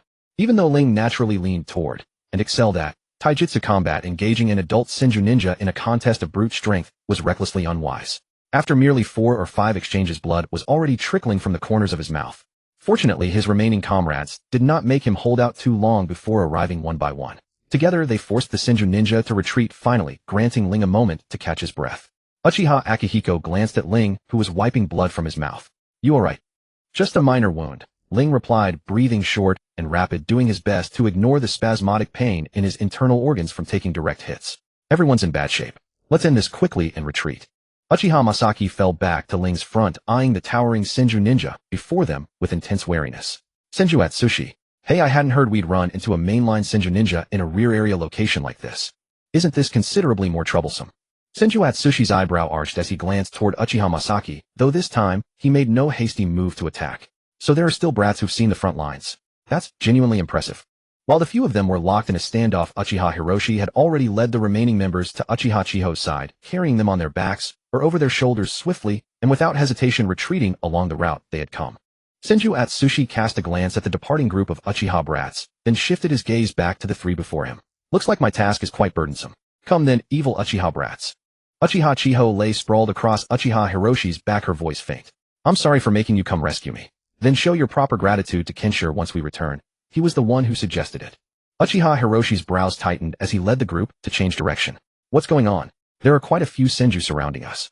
Uchiha Chiho briefly and swiftly recounted the intelligence breach and the subsequent ambush. This is only a small portion of the Senju. The truly formidable ones have already been engaged by our elders. TCH. That's hardly welcome news. Uchiha Hiroshi was about to say more when his expression suddenly sharpened. A bunch of tenacious pests. As his words fell, the others who were still conscious also noticed the figures trailing behind them, all growing tense. While Uchiha Hiroshi's group was being tracked by the Senju ninja, searching for Uchiha Chiho, Ling's situation was equally dire. Following Senju Atsushi, another Senju ninja had detected the commotion here and was coordinating with Atsushi to cut off their retreat route. Ling gripped his staff sword tightly and spoke in a low voice. The usual routine.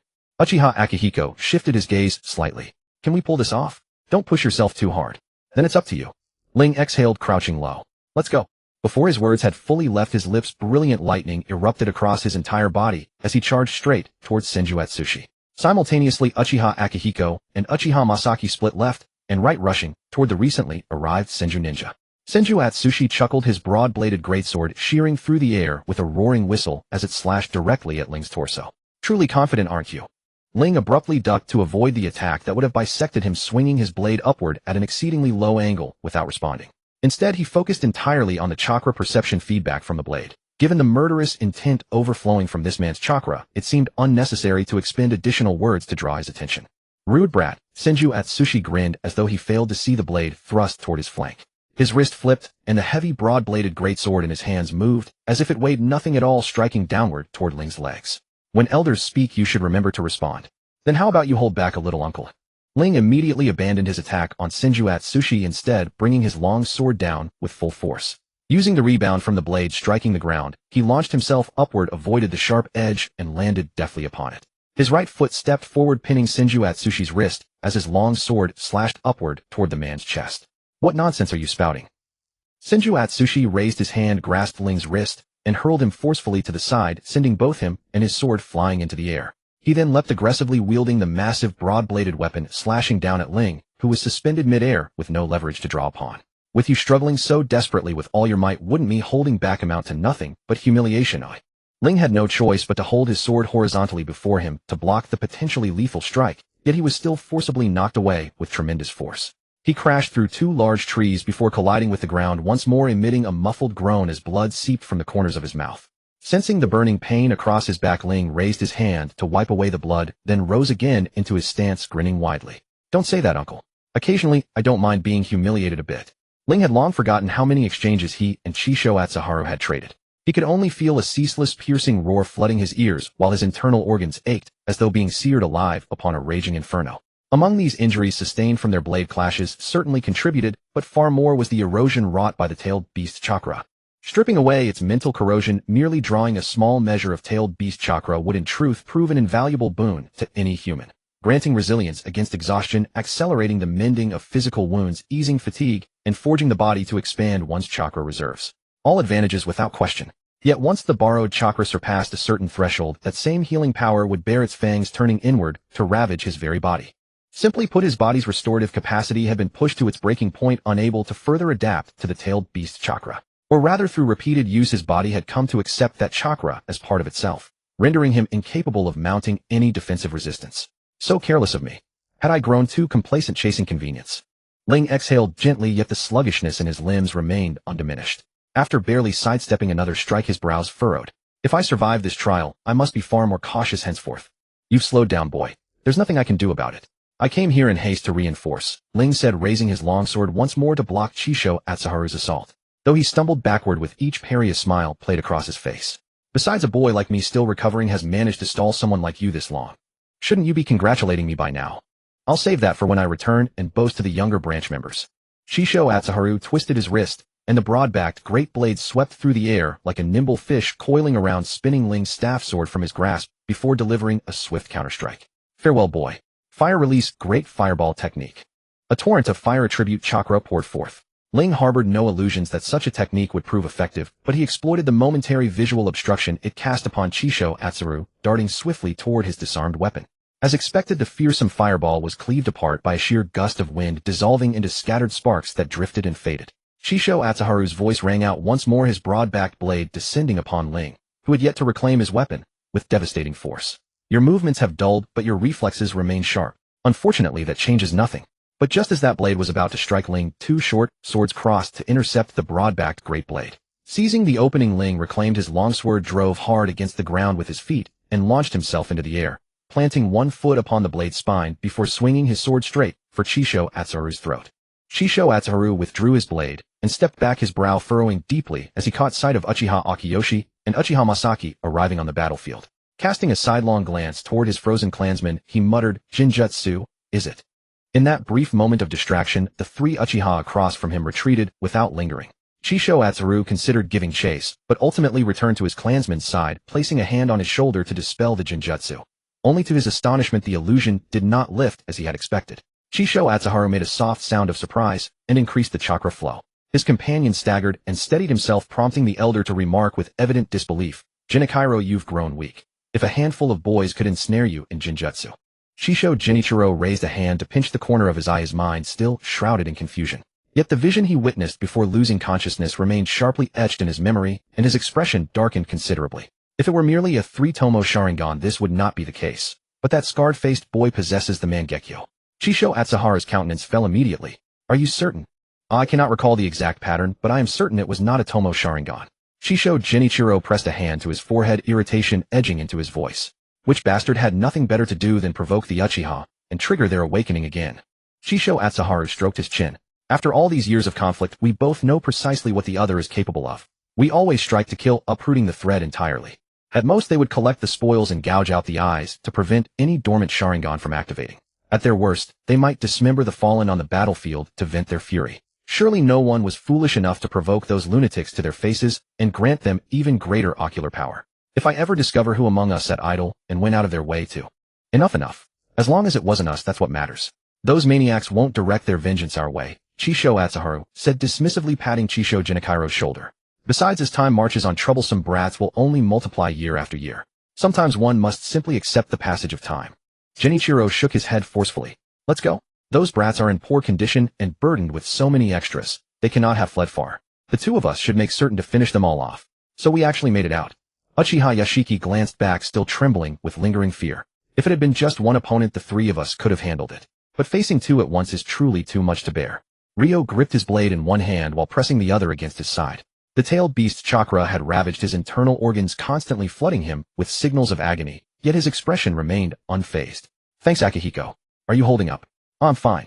This Kekkei Genkai awakened precisely to save someone, and you saved me too.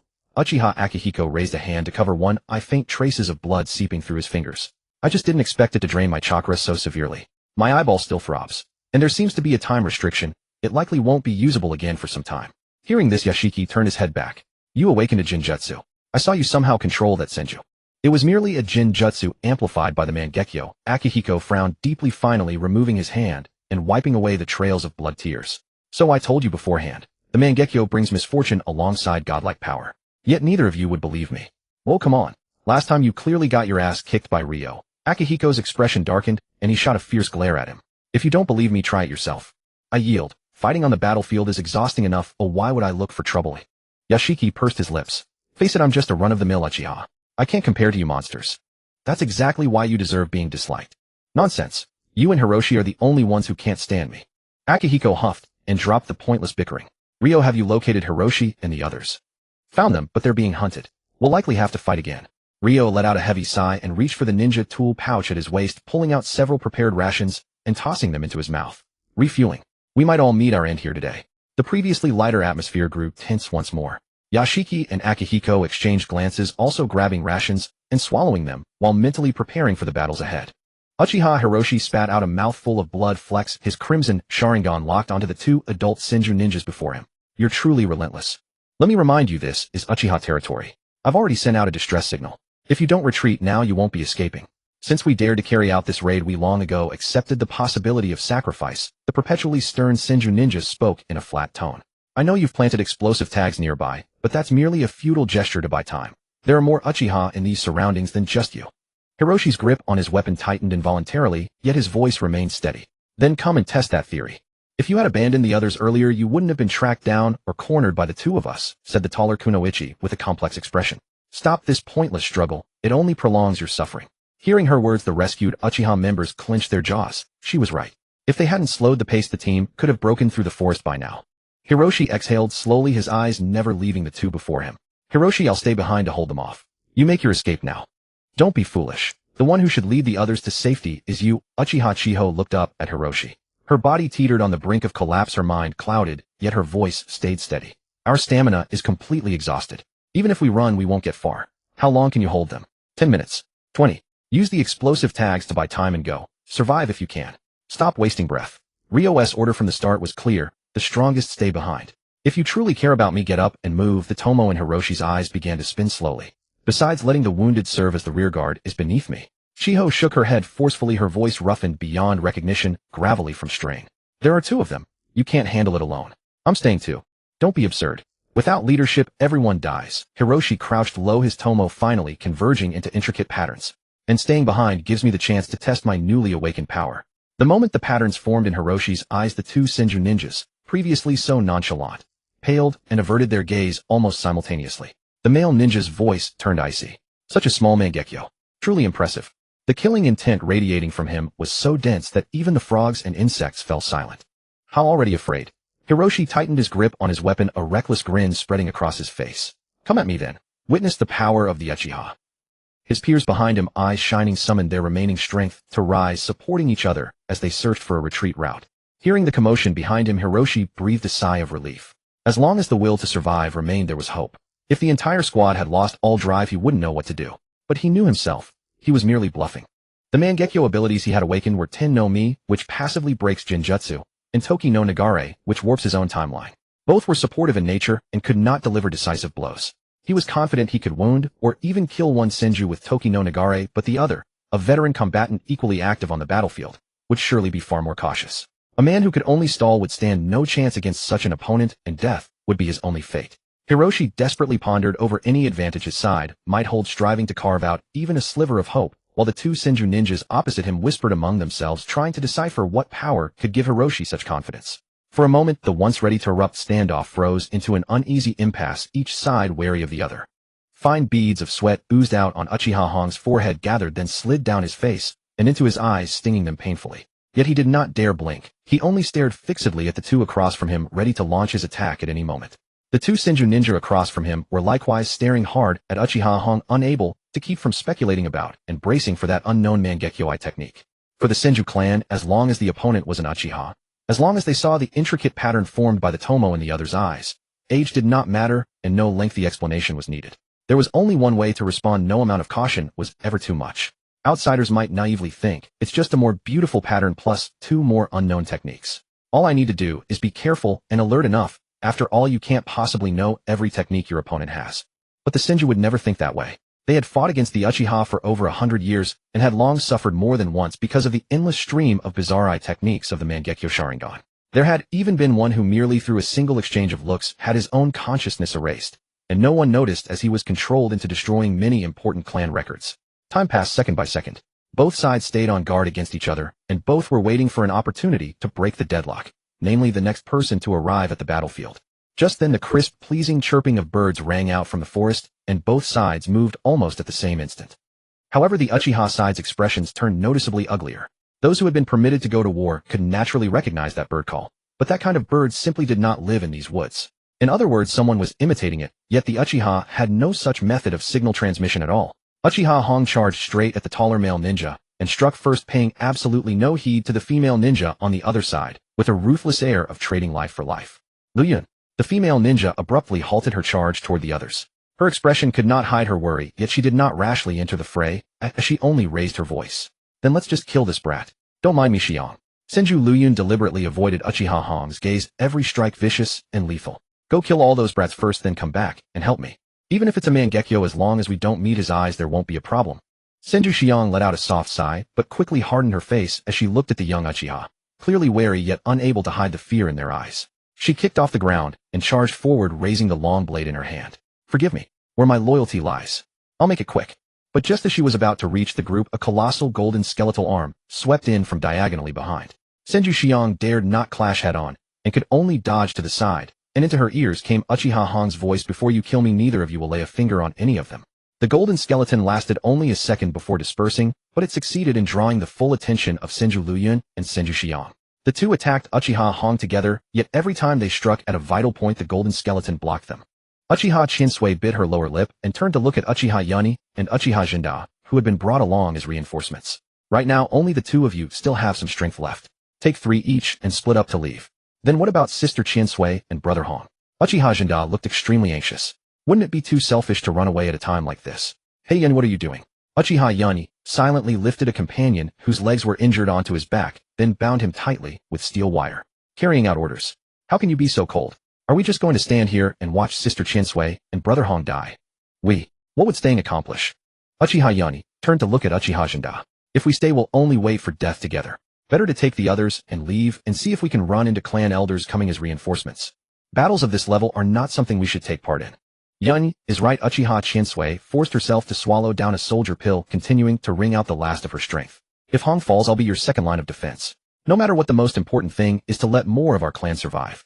Uchiha Jinda clenched his teeth, walked over to help Uchiha Yani bind the clansman tight, then likewise found one of the most severely injured and carried him onto his back.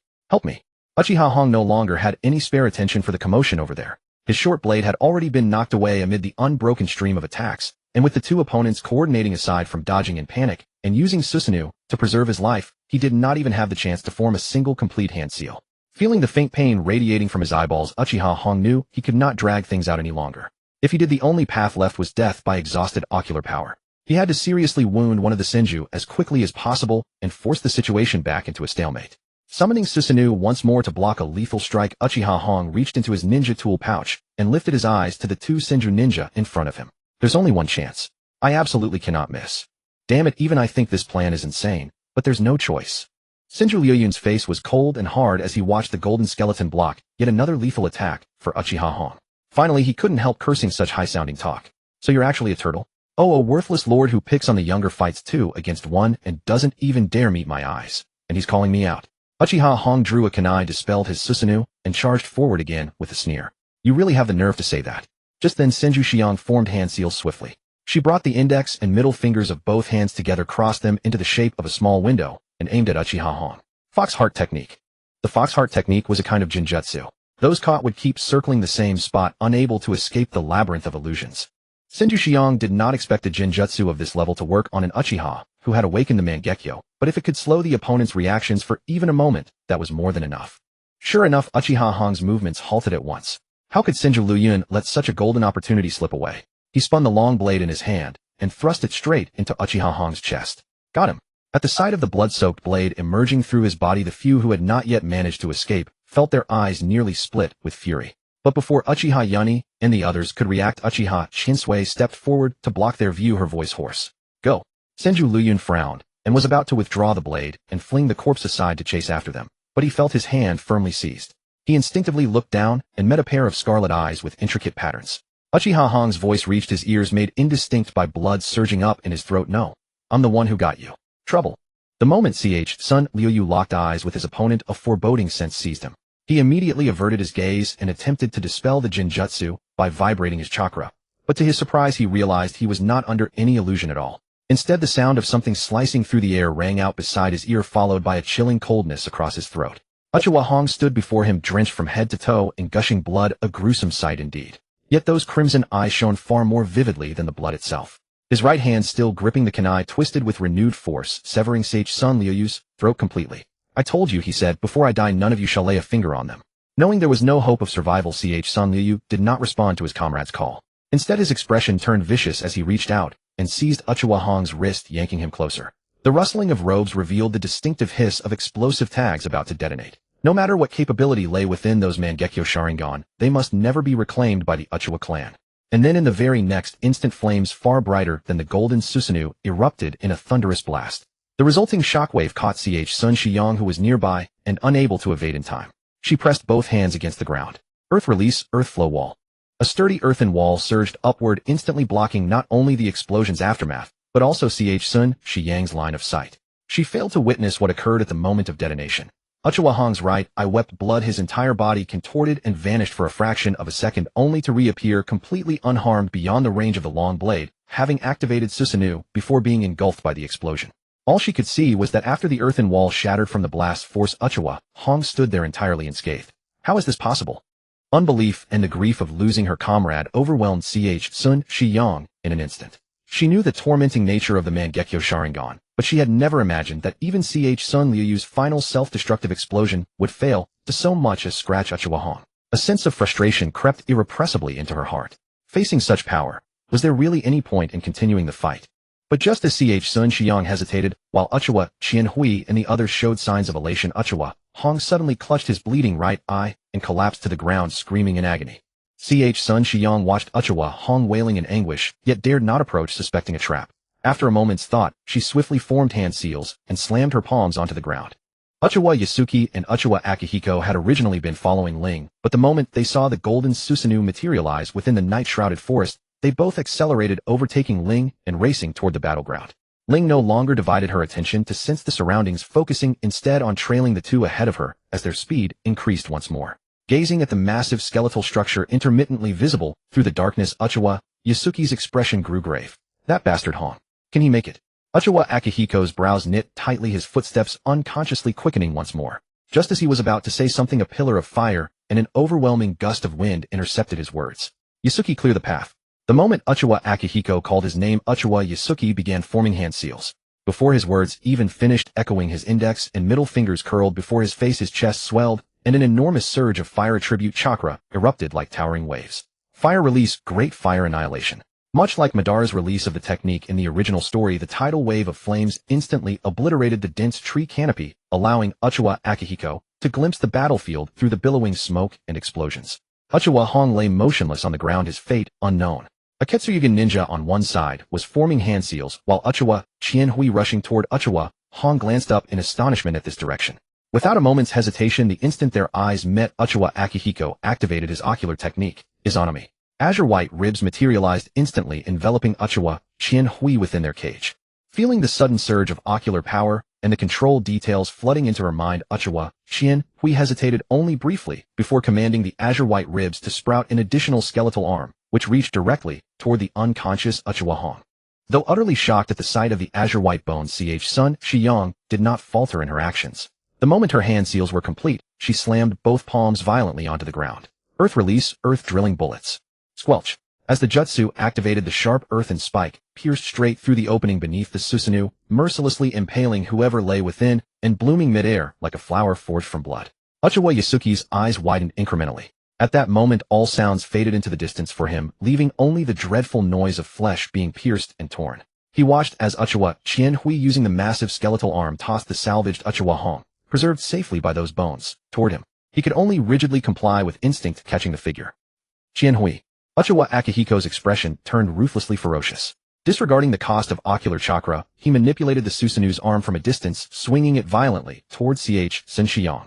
Get lost. Sun Shiyang dared not meet the attack head-on and retreated, seeking another opening. But reality offered her no such chance.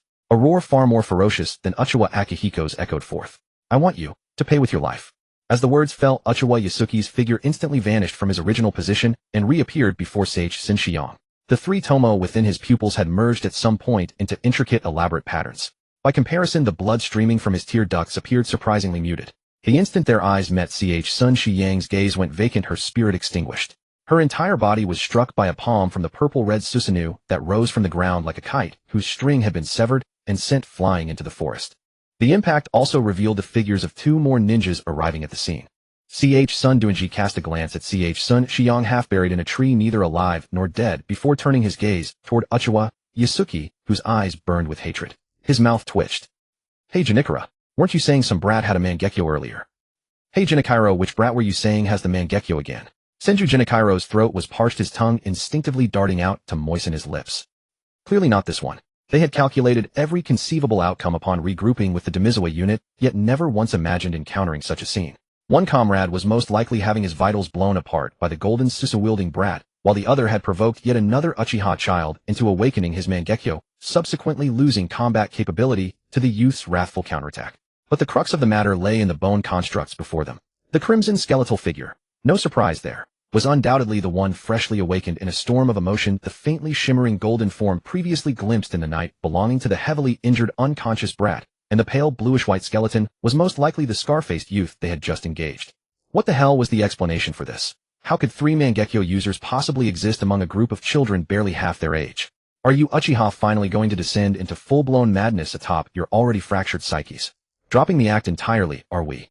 Awe-inspiring as the revelation was, battle remained unavoidable. They would have to fight with whatever courage they could muster, primarily because the newly awakened brat on the opposing side showed absolutely no intention of retreating. There was barely time to react before the crimson skeletal figure materialized once more before their eyes. Just as Senju Honta and Senju Genichiro braced themselves to absorb the blow and counterattack, the construct forged a direct path towards Senju Hiyori. Forcing his senses back into focus, Senju Hiyori struggled free from the trunk embedded within him, though his left flank was still caught by the sweeping attack, sending him tumbling across the ground. Senju Honta and Senju Genichiro reacted without hesitation. One swiftly hauled the unconscious Hiyori to his feet and dragged him from the front line, while the other condensed his chakra into a blistering fist, unleashing a full power strike against the crimson Susanoo and sending Uchiha Masaki flying backward. Don't even think about running. The intricate patterns within the boy's eyes rotated again as rivers of blood streamed down his cheeks. You slaughter people and expect to walk away alive. You wish, Akihiko. Stop him. In a fleeting instant, the pale blue-white skeletal figure enveloped the crimson one. The thunderous collision produced a deafening screech of grinding metal that threatened to rupture eardrums. What do you think you're doing? Uchiha Masaki whirled around, his gaze locking onto Uchiha Akihiko with an expression of unmasked loathing and fury. Deactivate that damn dojutsu. Uchiha Akihiko's right eye wept blood tears just the same. His fists were clenched so tightly that his nails had carved into his palms, blood seeping through the gaps. Yet he kept his unwavering gaze fixed on the departing Senju, his own eyes brimming with unmistakable hatred. Even so, he refused to drop his technique. Run. Why? Rin tightened his hold on the completely unconscious Uchiha hero, raising his voice despite the barely perceptible tremor within it. What is your Mangekyo ability? You awakened it for Chihio, correct? Tell me, do you possess a technique that can save her? My Mangekyo. Uchiha Masaki froze in shock, the crimson skeletal construct dissipating instantly at his loss of focus. Can save Chihio. The Mangekyo Sharingan evolved solely to alleviate a profound regret deep within one's heart, Rin explained rapidly. Since you awakened it for Chihio Sake, your unique ability must inherently be connected to saving her. Forget the Senju. Whatever happens to them is secondary. Right now the only thing that matters is rescuing Chihiro. Uchiha Masaki opened his mouth to speak, but the moment his mental tension loosened, a searing agony erupted in his eyeballs, as though 1,000 needles had been driven into them with no means of escape. He collapsed to the ground, clutching his face and wailing in pain. Akihiko, get him over here, hurry. Rin hoisted Uchiha Hiro over his shoulder and sprinted toward the ground littered with earthen spikes. Only Masaki's technique stands any chance of saving Chihiro. Uchiha Akihiko finally snapped back to reality, dismissing his own technique, though his body immediately began to stagger. The relentless pain from overexerting his ocular power felt as though someone were methodically stirring his brain with a blade, draining the color from his face. After forcing his eyes shut to steady himself for a fleeting moment, he dashed toward Uchiha Masaki and hauled him up, dragging him back toward the group. By the time the two of them arrived, Rin had already used wind release chakra to slice through the earthen spikes, impaling Uchiha Chihiro's body. He gently lowered the near-death girl, positioning her against a protruding spike in a posture designed to prevent further internal trauma. Meanwhile, Uchiha Uno, unable to retreat in time due to the battlefield's chaotic shifts, knelt beside Chihiro. Pale green healing chakra emanated from his palms, constantly fortifying the fading life within her. Masaki, listen to me, please listen. Rin knelt beside Uchiha Chihiro as well. Upon hearing their approach, he reached out and gripped the boy's shoulder. I know you're in excruciating pain right now, but I beg of you, quickly recall what your Mangekyo ability actually is. You are the only one who can save Chihiro now. No matter what, I need you to compose yourself. My Mangekyo. One of my abilities is Yamatsu Hirasaka, a technique that drags an enemy's spirit into a hellish illusionary landscape to be tortured endlessly through mutual eye contact. It's purely an assault on the soul. The other is called Tengyoku Tenrin, allowing instantaneous spatial displacement between myself and any target within my line of sight. The ultimate in shortening distance. Uchiha Masaki continued to clutch his aching eyes, his voice overflowing with despair. No, it's useless. Rin, it won't work. I'm sorry.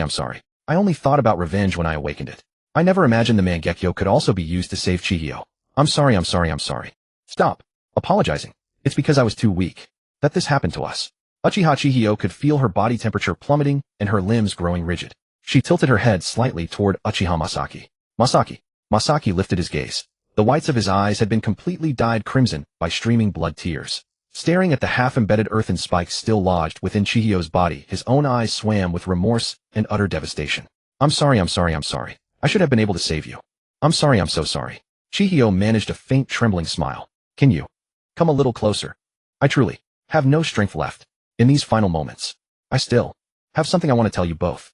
The crowd gathered around, and Uchiha Chiensui was the first to cast her gaze upon the team members she had led. Don't cry. After all, I finally managed to let you all survive. The 6 peers she had dragged along and escape wept uncontrollably. Sister Chiensui, if only you had given up on us earlier, why would you sacrifice your life for useless people like us? Perhaps it's because when I was weak, I also had a captain who took great care of me. The smile on Uchiha Chiensui's lips widened slightly. He would always arrive in time and save me. So, seeing you all reminds me of my younger self. I couldn't help but do the same. And also, Zhaoyan, I'm listening.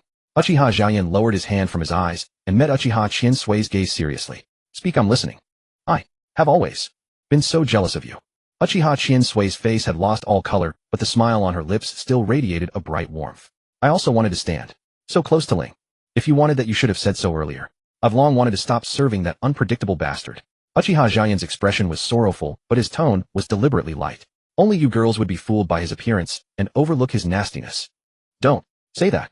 You also trust and admire Ling so much. Uchiha Chiensui lowered her eyes and after a few breaths mustered some strength again. Can you say goodbye to Hong for me? He saved me once, and I repaid him once. We're even now. Also help me scold him for saying that the wounded didn't need to cover the retreat. That was really too awful. I'll make him cry when I scold him. I'll make him cry when I scold him. As if picturing a funny scene, Uchiha Chiensui couldn't help but laugh, but then coughed up blood as the laughter pulled at her wounds.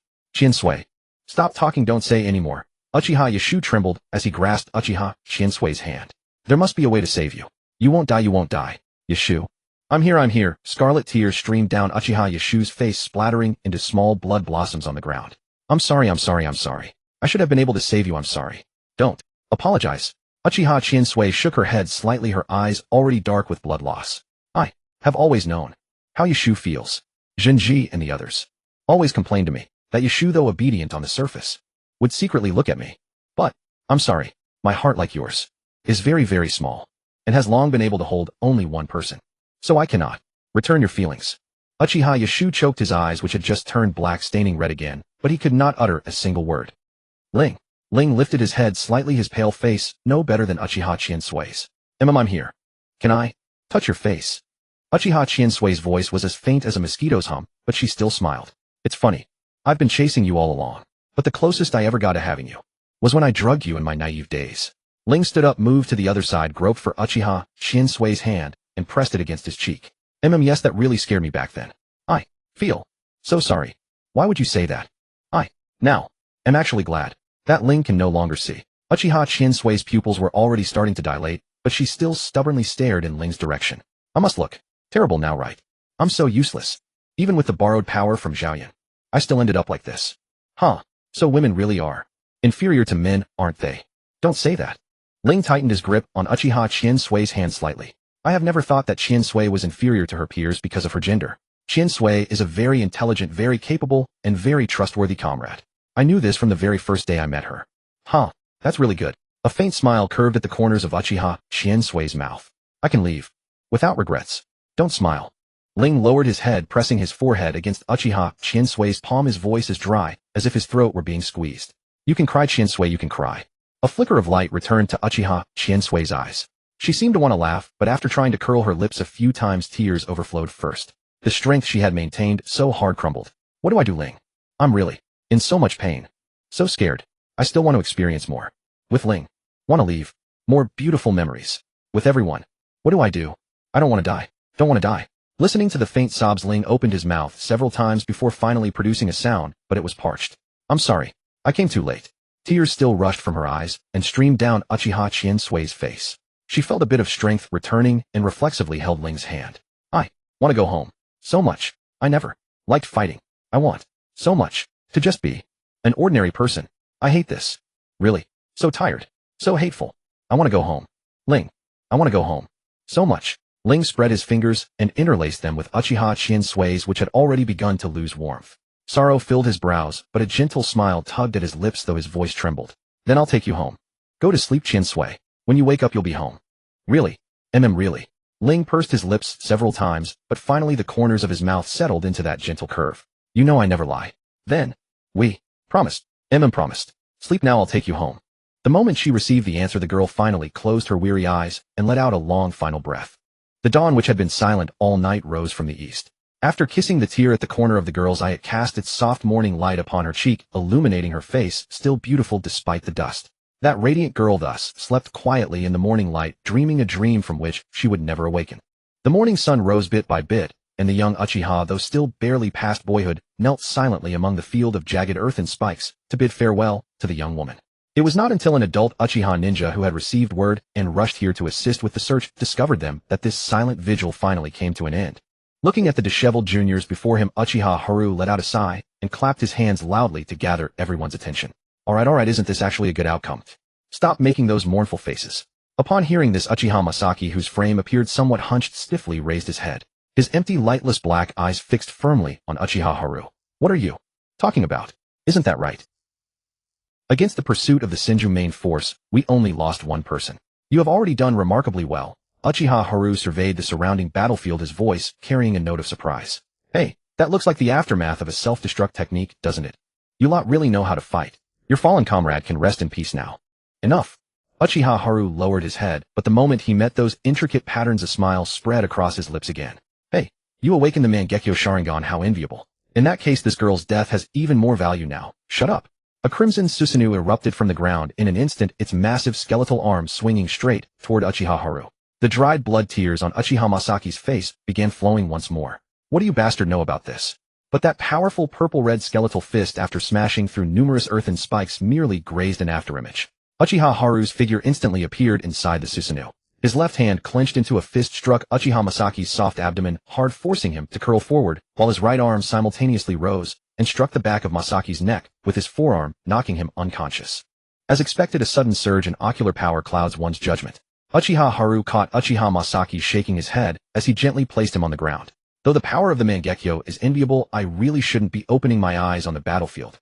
He then asked, is there a clan gathering point nearby? Uchiha Haru turned to Ling, whose expression remained calm, and let out a soft hum. Pointing in the direction he had come from, he said, head due north for about 5 or 6 kilometers. though it won't be entirely safe either. Once you get some rest there, return to the clan first. Heal your injuries before thinking about war missions.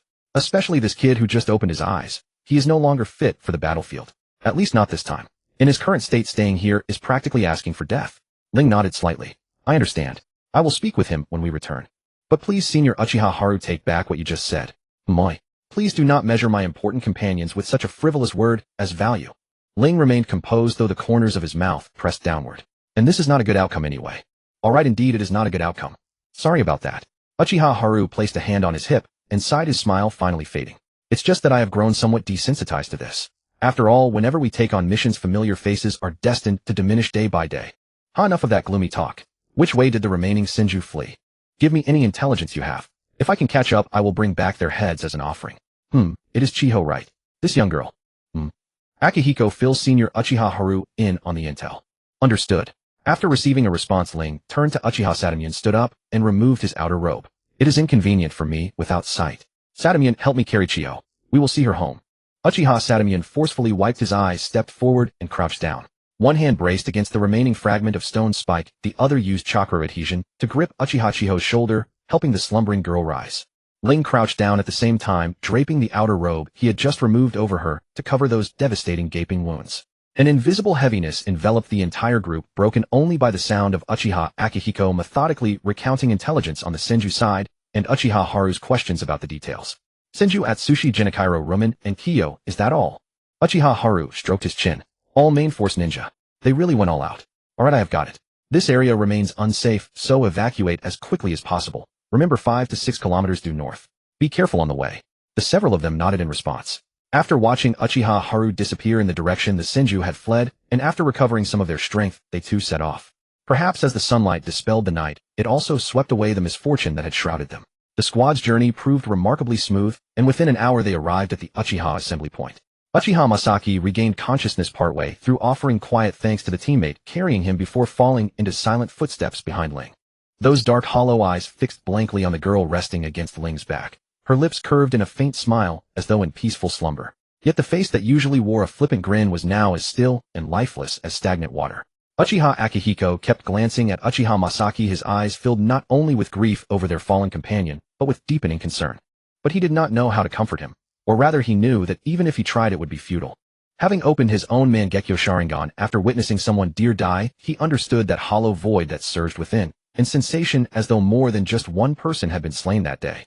Left unfilled, that emptiness would only swell larger and deeper, warping one's insides into a vessel brimming with agony, before drawing out the soul itself to soak within, forcing endless repetitions of that despairing scene. Uchiha Akihiko cast his gaze downward, hoping Masaki would find someone to confide in, much as he himself had turned to Ling, and released that pent-up grief. Having endured it, he understood one thing clearly. The truly shattered by despair make no sound at all. Ling and his companions rested briefly at the gathering point, then set out alongside other wounded clan members who needed to return for recuperation. When this sorrow-laden and exhausted squad arrived at the clan grounds, the Uchiha, who had stayed behind, were preparing graves for the clan members awaiting burial. Upon seeing the returning group, they silently added a few more pits to one side. It had been less than 2 days since Ling arrived at the clan grounds, yet Uchiha Kingoshi, who was looking for clan members to accompany him on a mission, also spotted this returning procession. Since only Ling among the entire clan could walk around with his eyes covered, he recognized the returning team almost immediately. Bounding up from behind, he hooked an arm around one of them. Who's that girl? She's carrying Ling on her back. Uchiha Kingoshi's face was alight with gossip, his curiosity overflowing. What happened while I was gone? Could it be that an iron tree is finally flowering?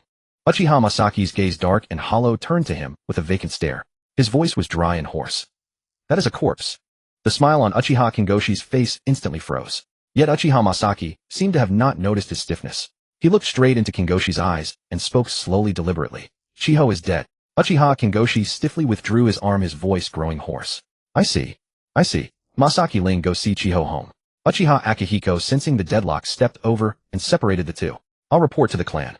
Uchiha Masaki nodded stiffly. All right. Uchiha Kingoshi watched Masaki's frame, which seemed on the verge of collapsing, swallowed hard, then pointed to his own eyes. That guy of his. Yes, Masaki's eyes have awakened. Uchiha Akihiko's gaze was filled with worry, but as he looked at Uchiha Kingoshi, there was an added trace of exasperation. Your facial blindness has reached the point where you can't tell the living from the dead. Uchiha Kingoshi also appeared somewhat guilty. I hadn't seen the injuries or the lividity, so I assumed he'd fallen into a coma from blood loss. Should I have stayed behind? We were caught in a direct assault by the Senju main force at that time. You're not suited for frontal engagements. You probably wouldn't have been much help anyway. Uchiha Kengoshi ruffled his hair in frustration. Annoying. Why did I have to pick Masaki of all people? This is a nightmare. Yeah, you deserve a beating. You're a hero, aren't you? Uchiha Akihiko shifted his gaze, crossing his arms. Heh. Let me tell you, Uchiha Hero, don't push your luck. Wait, Hero doesn't have scars on his face. Uchiha Kengoshi fixed his gaze intently on Akihiko. Someone with facial scars who can speak to me like that. It's Uchiha Akihiko. Not bad. You may have facial blindness, but at least you're not stupid. Uchiha Kengoshi glanced at the somber procession, then pursed his lips. If it weren't for the awful atmosphere right now. When are you planning to set out again? Uchiha Akihiko cast a glance at the dispirited team, and after a brief silence spoke. At the earliest after the funeral is over.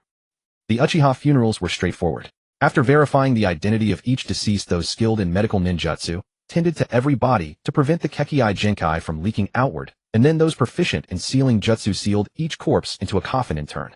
Once these procedures were completed, the highest-ranking clan member present would add the first shovelful of soil for each deceased. Then family and friends came forward one by one to pay their final respects. Finally, those versed in earth release transferred the coffins to deeper burial sites underground.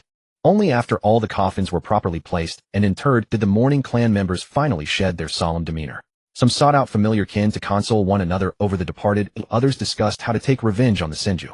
But far more came forward to offer their congratulations to Uchiha Masaki once the clan elders announced that another Mangekyo Sharingan had been awakened within their ranks. They praised his achievement and said that Chiho would surely feel her death had been worthwhile. Yet as Uchiha Masaki listened to these words of congratulation and envy, he felt only a coldness spreading ever deeper within his heart. Especially when Chiho's parents approached him, their grief tempered by an almost imperceptible sense of relief as they said, "Thank you for awakening for Chiho's sake. Her death no longer seems so empty and meaningless. It has gained value, and she will be at peace." Uchiha Masaki barely knew how he managed to speak. "Shouldn't you as her parents hold us responsible for failing to protect her? The day she gave up the clan's arranged marriage and chose to become a shinobi, that was the moment her fate was sealed." Chiho's father shook his head. "To sacrifice herself and bring forth another Mangekyo Sharingan for the clan. It is already the most brilliant achievement of her brief life as a shinobi." At last, even the final warmth within Uchiha Masaki's heart was carried away by the chill of early autumn wind. He felt as though someone had grasped his throat, making even the most innate act, breathing, difficult. "How can you say such things? Isn't Chiho your daughter? How can you be so composed when I, an outsider, am the one who should be the most distraught? She hated combat so dearly, yet you call it her resolve. She longed so desperately to go home, yet you say her death was meaningful. How can you so readily define the worth of another's death?" Uchiha Masaki clutched his eyes in torment. One sharp question after another surged through his mind, and that unnerving crimson hue seeped into the darkness of the youth's eyes once more, unseen by all. Just then Uchiha Masaki felt someone tugging at his sleeve. "Don't be so broken up. Sister Chiho would be happy for you." Unable to contain the turmoil raging within him any longer, he violently flung the person away. Staring at the newcomer, his voice pierced the air with an unprecedented sharpness. "Enough. Shut up. What do you know?" The one who had tugged his sleeve had never expected such treatment. Caught off guard, they fell to the ground and came face to face with Uchiha Masaki's crimson eyes. A chill seized them like ice water poured over their body. "Brother!" Uchiha Masaki suddenly snapped back to awareness. Seeing Uchiha Fumiki lying on the ground, he raised his hand, as if to strike blankly in frustration, then covered his eyes once more. Only his voice dropped considerably. "I'm sorry, Fumiki. Let your brother be alone for a while. Can you make it home yourself?" Yuzhibo Wenshu nervously swallowed, nodded, and stammered, Then big brother remembered to come back early." Yuzhibo Yushu nodded absently, then looked up at the concerned stares of the surrounding clan members. A wave of nausea churned in his stomach, and he darted out of the crowd, as if fleeing, only to be steadied as he stumbled and nearly fell. "Are you alright?" "No." Yuzhibo Yushu let out a derisive laugh, lifting his gaze to Yuzhibo Zhaoyan, who was also clad in the same jet black clan attire. His voice dripped with sarcasm. "Did you feel just fine back then?" Yuzhibo Zhaoyan fell silent for a moment, then released his grip and began to walk. "Let's take a walk to the back mountain. It's quieter there." Yuzhibo Yushu's mind was a swirling blank at that moment. He had no idea where he should go or where he could go. In silence, he followed Zhaoyan's steps. Only after they had left the clan grounds did Yuzhibo Zhaoyan speak again. "A sudden surge in ocular power can warp a person's temperament. If you're feeling awful, you'd better let it out." "Even if I let it out, what difference would it make?" Yuzhibo Yushu halted, standing on the slope as he looked back toward the clan grounds. There were faint streaks of blood at the corners of his eyes, yet his gaze was hollow and vacant. "It's already too late for that. But at least it will let you keep moving forward." Yuzhibo Zhaoyan remained expressionless, also gazing toward the clan grounds. "Qian Sui might not be pleased that you awakened your eyes because of her, but if you wallow in despair and abandon yourself, she will definitely blame herself." "Hey, Xiaoyan, did you ever feel this way back then? Moi. That the congratulations and envy of the clan members are so shallow and nauseating. Yuzhibo Yushu clenched his fists, his knuckles turning pale. Once again the intricate pattern emerged in his eyes. They don't know a thing, yet they can so casually define a person's death and judge a person's worth. Overwhelmed with agony, Yushu covered his eyes with both hands, blood tears streaming through his fingers. His voice was filled with sorrow he didn't even recognize. Why wasn't it me who died that day? If only I had trained as diligently as you all did back then, could I have changed this tragedy. If it were possible, I would willingly trade my own life for even a glimmer of hope for Qiansui. But the clansmen keep saying that Qiansui's death helped me awaken my eyes, that she died a worthy death. Who are they to say that? Who among us do they truly understand? The sudden eruption of chakra instinctively made Yuzhibo Xiaoyan step back with a wary expression. But he quickly let out a long breath, steadied himself, and shook his head. Our clan has always been one that pursues power. It's understandable that the clansmen would say such things. Xiaoyan, you know what? I have never despised myself as much as I do now, nor felt such disgust toward the clan that raised me, but I can't help it. Whenever the clansmen congratulate me on obtaining the Mangekyo, I want to vomit. I want to grab them by the collar and demand answers. I even want to tear apart those mouths of theirs that spew congratulations at me. I even hate Hong. I hate that he couldn't stay conscious back then, that he had to be saved by Qiansui and cost her life. I hate that it wasn't him who died. Understandable. Did you also think everything was understandable back then? Yuzhibo Yushu roared. The intricate pattern in his scarlet eyes spun faster and faster, while tears of blood poured continuously from his eye sockets. He clutched at the robes over his chest and glared at Yuzhibo Xiaoyan. Despite the ferocity of his gaze, the despair and sorrow etched between his brows only made him seem pitiful. Right here, can you see the hollow left by the earth spikes? Back then the earth spikes didn't just pierce through Qiansui. Yuzhibo Xiaoyan's expression also turned troubled, yet he could not utter a single word. After all, even he himself had not yet emerged from the shadow of that incident. He simply buried it deep in his heart and avoided recalling it. Xiaoyan, you know what? I envy you. Hearing this, Yuzhibo Xiaoyan raised his head, a trace of confusion in his eyes, but he remained silent. Yuzhibo Yushu raised a hand to wipe the blood tears from his face, then lowered his eyes. What you lost was a blood relative, so your family could understand and share your pain, and wouldn't congratulate you on gaining such power. But it's different for me. No one can understand what I'm feeling right now.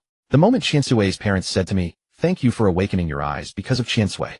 This way her death has meaning," I even wanted to kill them without a second thought, grab their faces, and tell them how much Qiansui hated fighting and how brave she was. Even if they scolded me and blamed me for Qiansui's death, it wouldn't make me feel worse than I do now. When that final roar laden with breakdown and despair faded away, both of them fell into a speechless silence. The sun chased the layered clouds and sank beyond the distant horizon, while moonlight was dragged by the evening wind to spill over the slope where the two stood. At last Yuzhibo Yushu spoke again. Let's go. Let's go back. I was already killed together with Qiansui long ago. What lives on now is nothing but a walking corpse. Yuzhibo Xiaoyan watched Yuzhibo Yushu's retreating figure, knowing that at this moment Yushu was in no state to accept anyone's comfort. He let out a sigh and silently followed after him. They had barely reached the edge of the clan grounds when a figure charged straight at them. Yuzhibo Yushu, lost in his thoughts, failed to dodge and was tackled into a hug, falling to the ground. Before he could even frown, a tearful voice, still tinged with childishness, reached his ears. "Brother, don't abandon me. I'll be good from now on and never make you angry again. Wah, I'm sorry, wah."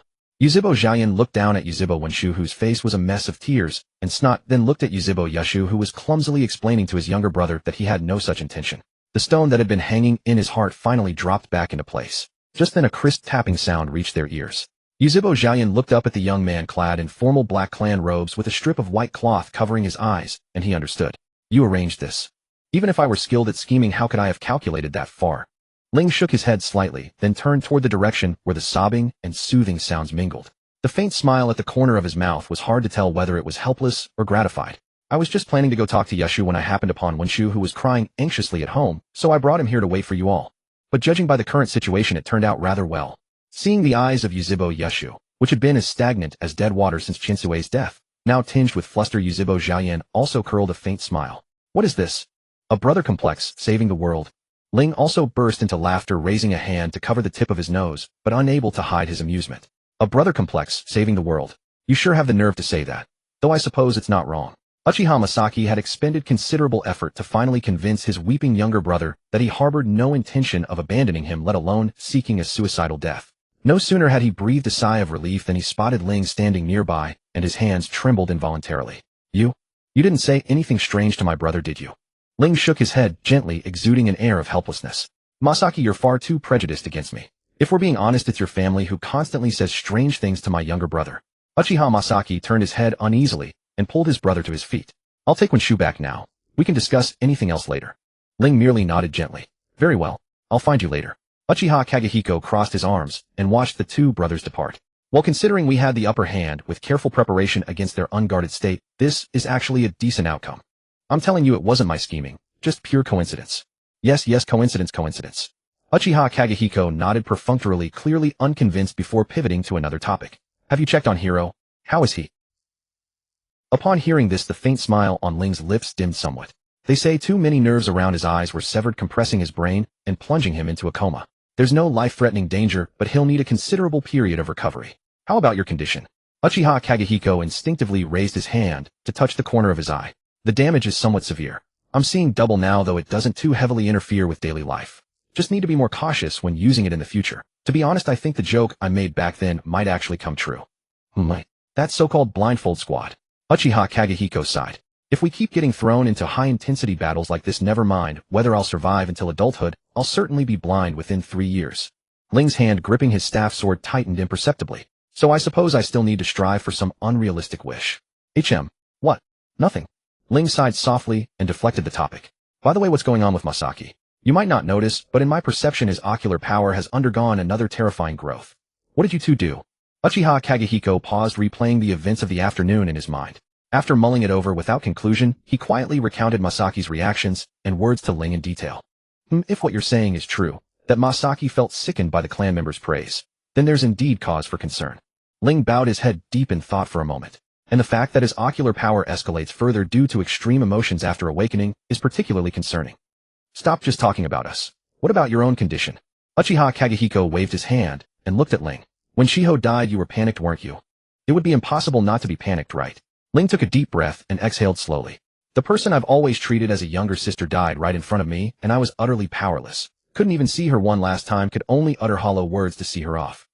You were quite the actor back then, though. Not only did you calmly stop Masaki, but you also interacted with the clan elders with such composure afterward. That's going too far. I'm not completely devoid of emotions, Ling muttered. What image do I even have in your eyes now, eh?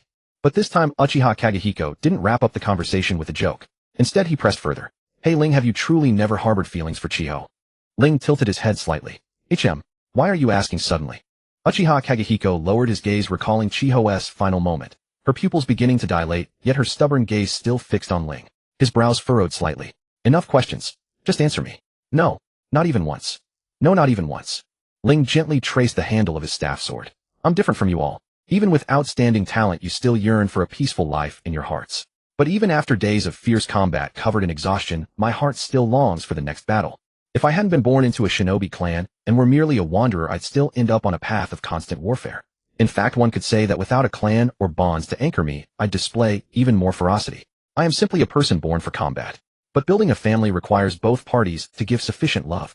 I am an unsettled person and one who can never be settled. If it's a political marriage, that's fine. It's merely a transaction between two parties. As long as we fulfill basic obligations, I can still throw myself into the battlefield I love most. But if it's someone who genuinely loves me, I lack the confidence and the reason to be with her, because I will never be able to love her as deeply as she loves me. Ling paused briefly. As a member of the Uchiha, I understand all too well how sensitive our clan is to the emotions others reflect back at us, and how many absurd things we do because of that sensitivity. So if I cannot reciprocate with sufficient love, it would be better to resolutely refuse from the start. Don't give meaningless hope. That would be kinder to both parties. Uchiha Kagehiko studied Ling silently for a moment before finally letting out a sigh. The person who likes you must feel quite sorry for themselves to only receive responses when they're your enemy. What do you mean by that? Ling looked somewhat astonished. It's a bit strange to like an enemy, isn't it? Though I suppose I count as a strange one myself. I just happen to enjoy fighting and slaughtering them. That idiot from the Uzumaki clan, the one you bewitched. He's now hopelessly infatuated with you to the point of madness. Uchiha Kagehiko pursed his lips, finally choosing to deflect the topic. When I encountered him during a previous mission conflict with the Uzumaki, he practically stalked me like a pervert, asking when you'd return to the battlefield, and claimed he'd been diligently training sealing techniques, waiting to capture you alive, so you could share a drink and be merry. Oh, you ran into him. Ling chuckled. Well, isn't he truly a fascinating person? Can't you grasp the main point of what I'm saying? Uchiha Akihiko wore an expression of utter distaste. That guy's a pervert. You have no idea how disgusting his expression was back then. It's fine, I can't see anyway. Are you deliberately playing dumb? Believe it or not, I'll take your little brother to confront that pervert later. Alright, my fault. Ling chuckled softly. Next time I cross paths with him, I'll remind him to restrain himself a bit. Hey, I'm telling you, you two aren't. No. I haven't even finished. Regardless of whether you finish or not, you're completely off base. Ling waved his hand. We're simply rivals and acquaintances. Though come to think of it, Yi's words do tend to be easily misunderstood. Is it the difference in upbringing from the Uzumaki clan? That's far beyond mere differences in upbringing. Uchiha Akihiko's eyes went dead. That's plain and simple madness. Ah, don't say that. Having a rival of comparable strength is rather enjoyable. Ling's smile was light. It's getting late, Akihiko, you should head back. Your Dodoku has been significantly depleted, and you need to recover properly. As for Hiro's side, our probing attacks against the Senju are behind us now, and the battles ahead will only intensify, with injuries piling up considerably. His Dodoku appears to have also been heavily drained. Under these circumstances, sending him to the battlefield would make him an easy target. Let him remain at the clan compound, and tend to everyone's wounds. Uchiha Akihiko was taken aback upon hearing this. You're already planning to go back and take on missions. Won't you rest a bit longer? Yes, once I've spoken with Yasi and confirmed his condition, I'll set out. Ling sighed softly. I haven't suffered any serious injuries, and I've already let my family know I'm safe. We're in the thick of fighting the Senju clan, so it's better to assist however I can. You could take Madara or Izuna along on missions. After all, it's wartime. The Senju will likely find every way possible to cause us trouble, and missions won't be easy. Listen to that tone.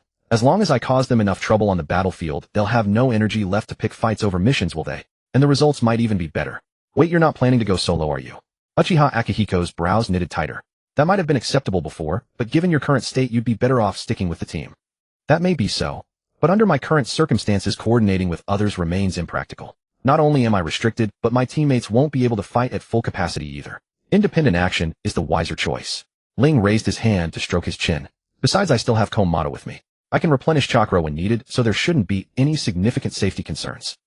Uchiha Akihiko frowned in disapproval, but before he could speak, that blue feline head emerged from Ling's collar, and the gentle female voice followed. I don't mind you drawing on my chakra, but boy, if you keep acting recklessly like this, your body will truly collapse. A tailed beast's chakra isn't as harmless as you imagine. Feeling the ticklish sensation at his neck, Ling tilted his head slightly and rubbed his chin against the soft fur, smiling softly. Yes, I've realized that as well, so I'll do my best not to borrow chakra from you going forward. Sorry about that. Komodo probably prefers a calmer situation, doesn't she? What nonsense are you babbling? If a cat grows bored, it could actually die. While the conversation between the boy and the cat was warm and gentle, Uchiha Akihiko, meanwhile, felt cold sweat soak through the back of his clothes. His hand trembled as he pointed at Madari. Ling, did you hear what it just said? Ling tilted his head, making a questioning hum. Do you mean? The matter of me having a cat worry about me? Before Akihiko could respond, he locked eyes with the kitten's heterochromatic gaze. He instinctively stepped back, his Sharingan flaring to life, and froze in place. Noticing his companion's strange reaction, Ling finally understood what he was referring to and nodded knowingly. If you're talking about the tailed beasts, I've known about that for a long time. Uchiha Akihiko remained rigid, his gaze unable to tear away from Matari, his voice oddly hoarse. You know. Yes, I know. But as I said, you only need to treat Komodo as an ordinary cat. After all, look. Ling said, lifting Matari from his collar. Quite adorable, isn't she? Matari cooperated, fully shaking her ears and letting out a meow, as if to say she was simply an innocent kitten with no ill intentions. But Uchiha Akihiko took another step back, his tomo spiraling into intricate patterns in his eyes. He quickly realized this was inappropriate, mumbled a stiff farewell, and fled with an air of deep wariness. Matari clung to Ling's palm, watching Akihiko's retreating figure. Scared him off, didn't we? Indeed, scared him off. Ling rubbed his fingers against the small cat's soft, warm body, his voice laced with mild regret. And he's probably cursing me out in his head, calling me a madman, right? If that's what he's thinking, he's not entirely wrong in a way. You really are quite mad. True. But there's nothing I can do about it, is there? Ling placed Matari back on his shoulder.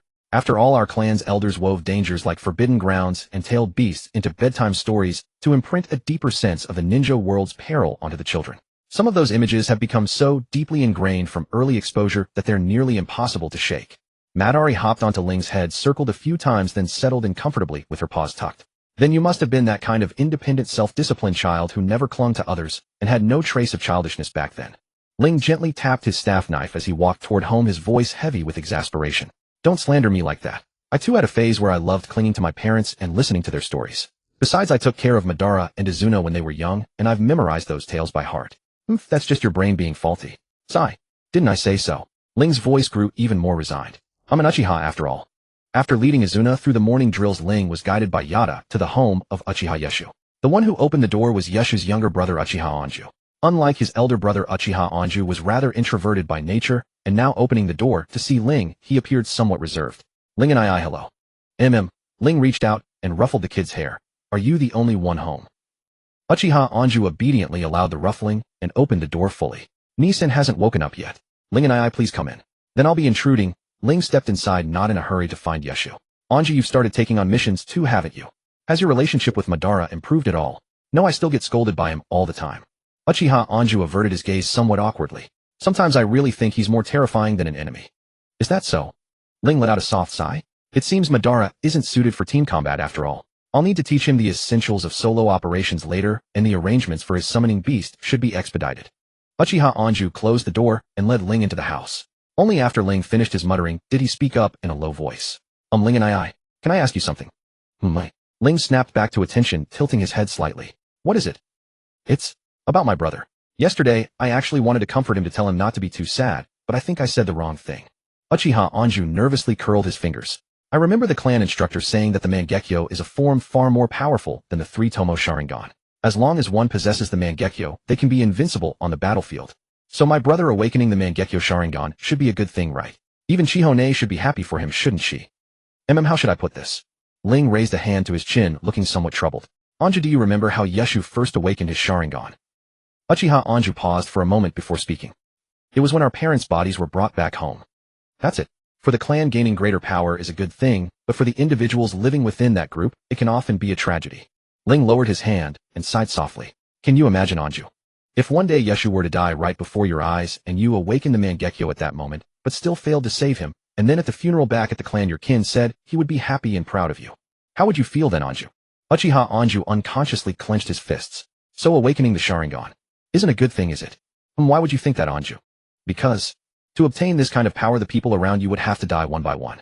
Doesn't that make it seem like a curse? Uchiha Anju looked extremely uneasy. After all, whether you gain the power or not, you're ultimately destined to face despair. If that's the case, then there's no point in pursuing this power at all, is there? Why does everyone still hold it in such high regard? Perhaps it's because they hope they won't have to face that kind of helpless despair ever again. Ling reached out and ruffled Uchiha Anju's hair. And the reason you feel this way is only because the current era is too chaotic, forcing us to confront the pain of losing our loved ones. If there weren't so many meaningless wars, and we could usher in an era of stability, you'd find that clan members awaken their Sharingan for all sorts of strange reasons. This bloodline limit wasn't meant to bring pain to its members. Uchiha Anju looked utterly bewildered. Strange reasons? In the history of the Uchiha, there have been many who awaken their eyes for strange reasons. Like being rejected in a confession, running naked after a blackout drunk, or fainting from being too timid. Uchiha Anju, that's all so mortifying. Hiroshi also awakened his eyes for a similar reason, you know. Uchiha Anju was stunned. He thought of Uchiha Hiroshi, who was of the same generation as his brother, and had a rather domineering demeanor. It was truly hard to imagine reasons like being rejected in a confession, running naked after a blackout drunk, or fainting from being too timid applying to him. With his hot temper, he'd surely kill the witness before anything else. I've learned something I probably shouldn't have. Uchiha Anju looked down with a twisted expression. Hiroshi and I usually doesn't get along with my brother. He won't kill me to keep this a secret, will he? So that's the reason that guy awakened his eyes. No wonder he wouldn't tell me no matter how many times I asked. Ni-san. Uchiha Anju turned his head, a faint light flickering in his eyes, but he quickly became anxious again. Ling and I is here to see you. I know. Uchiha Yeshu's curly hair was a bit disheveled, clearly having just woken up, but his dark, deep eyes were exceptionally clear. What are you here for? Are you going to spout some useless platitudes and make me lay down my grudges against the enemy like you did? Uchiha Anju, caught between the two, unconsciously gulped, muttered a quick, I'll go make some tea, and scurried away, even using chakra to speed up his escape. No, I have no right to ask that of you. Ling shook his head slightly. I'm just here to check on your condition and to tell you a few things. Shall we talk a bit? Uchiha Yeshu's eyes lowered slightly. After a moment of silence, he began to walk. Let's go. No point standing here. We'll use the reception room. Once they were both seated, Uchiha Yeshu sent away his younger brother, who had tried to linger and eavesdrop after serving the tea, and spoke first. So what do you want to say? It's about the Mangekyo. Ling took a deep breath. This is something Akihiko and Hiroshi have been hiding from you all along. But now you should know. No, you must know, and you need to be prepared for it. Seeing Ling's serious expression, Uchiha Yeshu straightened up, adopting a more attentive posture. Go on, I'm listening. The following is the author's rambling. Those listening to the audiobook may skip at their discretion. Today I received a low-score review from someone who, after reading my author's note, thought I was planning to kill off all the characters. Honestly, are you serious? I only said that some characters had their fates sealed from the start. When did I ever say I was going to kill everyone off? I even went out of my way to tell you in advance that you can safely like characters who don't have a surname, just so I wouldn't suddenly deliver a fatal blow to a character you love without any warning for the sake of the plot. But that's not all. saying that writing tragedy and comedy can't coexist, that it makes people sick, and accusing me of being antisocial. Isn't that going too far?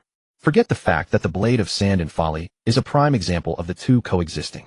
Me, an author with such a strong survival instinct, being antisocial? Do you see the sheer desperation for survival at the end of every chapter? I'm always warning you because I'm terrified you'll mistake the protagonist or anyone else for a good person and try to emulate them.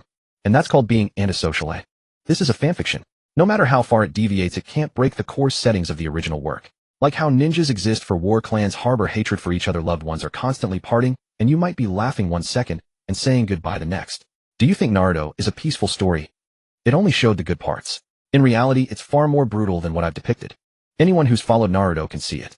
The Hokage's child becomes Hokage, the strategist's child becomes a strategist, and the caged bird's child is still destined to die for others. At its core, it's a story about oppression, showing that beyond the touching bonds, people struggle to break free from the world's constraints. I want to write a story about breaking those shackles. To break them, I first need to establish them, then make the protagonist realize they exist. Only then can true rebirth come from destruction.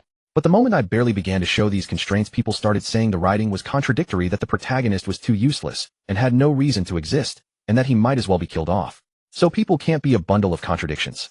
The protagonist can't make mistakes. People in despair don't deserve to live. Is that it, eh? In short, if you like it, read it. If not, then gee. Let's part on good terms. You can leave a low rating. If you're afraid of being criticized, I'll even give you a reason. The author's writing is too heartbreaking, it made me physically ill. That way it proves I wrote it well, and I can wish you find better books. If you find any plot points unreasonable, just bring them up in the comments and I'll think it over and adjust things for the sake of narrative consistency. And don't give me that the author doesn't read comments crap. Find me an author more active than I am. But please stop twisting my words. How can you know the whole story when I haven't even written it yet? Speechless. If you don't like tragedy, you can leave now after reading this. I won't change the core tone of this book. There will be more heartbreak ahead, plenty of it. And I haven't changed my initial intention of writing a realistic story. Honestly, my last book got plenty of hate too, but I stuck with it. I'm deeply invested when I write. To me, every character isn't just a tool to advance the plot. They're alive to me. After a certain point, it's not even me writing them. It's them telling their stories and emotions through my hand. I'm sure many writers can relate to this. I've cried several times myself while writing about Uchiha Yeshu and Chiho. I'm the first reader of this story, and I get just as broken as you do. If I can't even move myself, I can't expect to move you. So if anyone dares to say their existence has no meaning again, don't say, I didn't warn you. I'll get uncivilized smile. P.S. I posted this rant because I'm still fuming.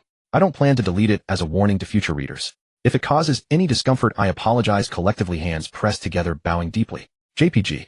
Ling spoke at length with Uchiha Yeshu, recounting in full detail everything from Uchiha Akihiko's awakening of his eyes to the anomalies of the clan stone tablet, to guiding Uchiha Hiro to awaken his eyes and discovering that someone was plotting against the Uchiha clan. So you took me to the land of lightning back then and frequently asked me to go on missions afterward, all because you were looking for a way to make me awaken my eyes. Yes, that was part of the reason. Ling paused briefly. Perhaps I should have chosen a different target back then, maybe then the outcome would have been different. What's done is done, no need to dwell on it. It's futile anyway. The dead cannot return. Ooh, I've long known that. Uchiha Yeshu unconsciously clenched his fist, but after a moment, he loosened it again, his voice returning to normal. As for your concerns, I received a notice from the clan earlier. They said that to help me calm down, I'm to be delayed from participating in this war, and they'll decide later whether to let me join. Even my daily missions have been denied. Ooh, I can only stay in the clan and help with some tasks. Then I can rest assured, Ling said, letting out a small sigh of relief and smiling. Speaking of which, there's something else I'd like to ask. What? How are Yeshu's eyes? You seem to have used a lot of dojutsu back then, didn't you? Ling pointed to his own eyes. Has your vision deteriorated? As for my vision, Uchiha Yeshu looked up at the window. No, I don't feel anything. In fact, it's clearer than before. Is there a problem? Well, as I said before, using the Mangekyo Sharingan's dojutsu causes a decline in ocular power and blurred vision. That's how it was for Akihiko, and it should be the same for Yeshu.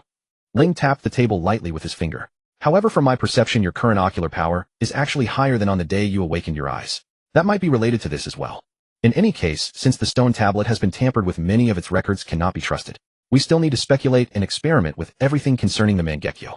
If you have any further questions later, communicate with Hiro. He has been researching this area and should be able to help you a lot. I understand. I'll go find him after he wakes up. Having received the reply, Ling stood up to take his leave, but then remembered something and stopped. There's one more thing you need to be careful about. What? I mentioned earlier that this person seems to want to use the Uchiha clan as a tool to cultivate eyes. And the further evolution of the Mangekyo Sharingan requires the eyes of a blood relative. Crack. Uchiha Yeshu calmly discarded the broken piece of the table in his hand, his voice icy. Then let him try. I will never allow another important person to be taken from me. And make sure to protect yourself as well. Uchiha Yeshu let out a scornful laugh, his eyes filled with mockery. No need. I've long been a walking ouch. What the hell are you doing? Let me tell you, I'm not afraid of you now. Ling withdrew the staff sword in his hand, his face wearing a gentle smile. If you want to fight, then wait until your ban is lifted. I'll be happy to oblige anytime. But for now, take care of yourself, understand? You can do that, can't you? Uchiha Yeshu looked at Ling's seemingly gentle yet threatening smile and ultimately couldn't muster the courage to challenge him on the spot due to the psychological shadow. He raised his hand to cover the top of his head, clicked his tongue, and used silence as his final act of defiance. Ling didn't press further. He stood up to take his leave, but before leaving he specifically sought out Uchiha Anju, telling him to keep an eye on Uchiha Yeshu's condition and to seek help from Uchiha Hero if anything went wrong. Uchiha Anju nodded in agreement, but couldn't help thinking about the scenario where he went to ask for help only to be silenced by Uchiha Hero for discovering the reason behind his awakening. Nothing else. That Uchiha Hero, besides his apparent bad temper, had a relationship with his own brother that could be described as antagonistic as fire and water with no barrier between them. No, rather, brother Hero basically offended almost all his peers just by his own words. When Shu. Yes. Uchiha Anju snapped back to attention, looked up at Uchiha Yeshu, who was leaning against the doorframe, and quickly walked over. What's the matter? Uchiha Yeshu recalled the words Ling had said to him, furrowed his brow slightly, and raised his hand to place it on top of Uchiha Anju's head. For some reasons, I'm going to seal some ocular power in your eyes next. Don't resist when I do. But the ocular power of the Mangekyo is very precious, isn't it? Not as precious as you. Now look into my eyes. Uchiha Anju was still a bit confused, but he trusted that his brother would never harm him, so he raised his head and looked directly into those intricate crimson eyes. The intricate pattern in Uchiha Yeshu's eyes spun a few times before returning to black. He raised a hand to press his slightly throbbing temple, let out a long breath, and said, "All right, this way I can rest a bit easier."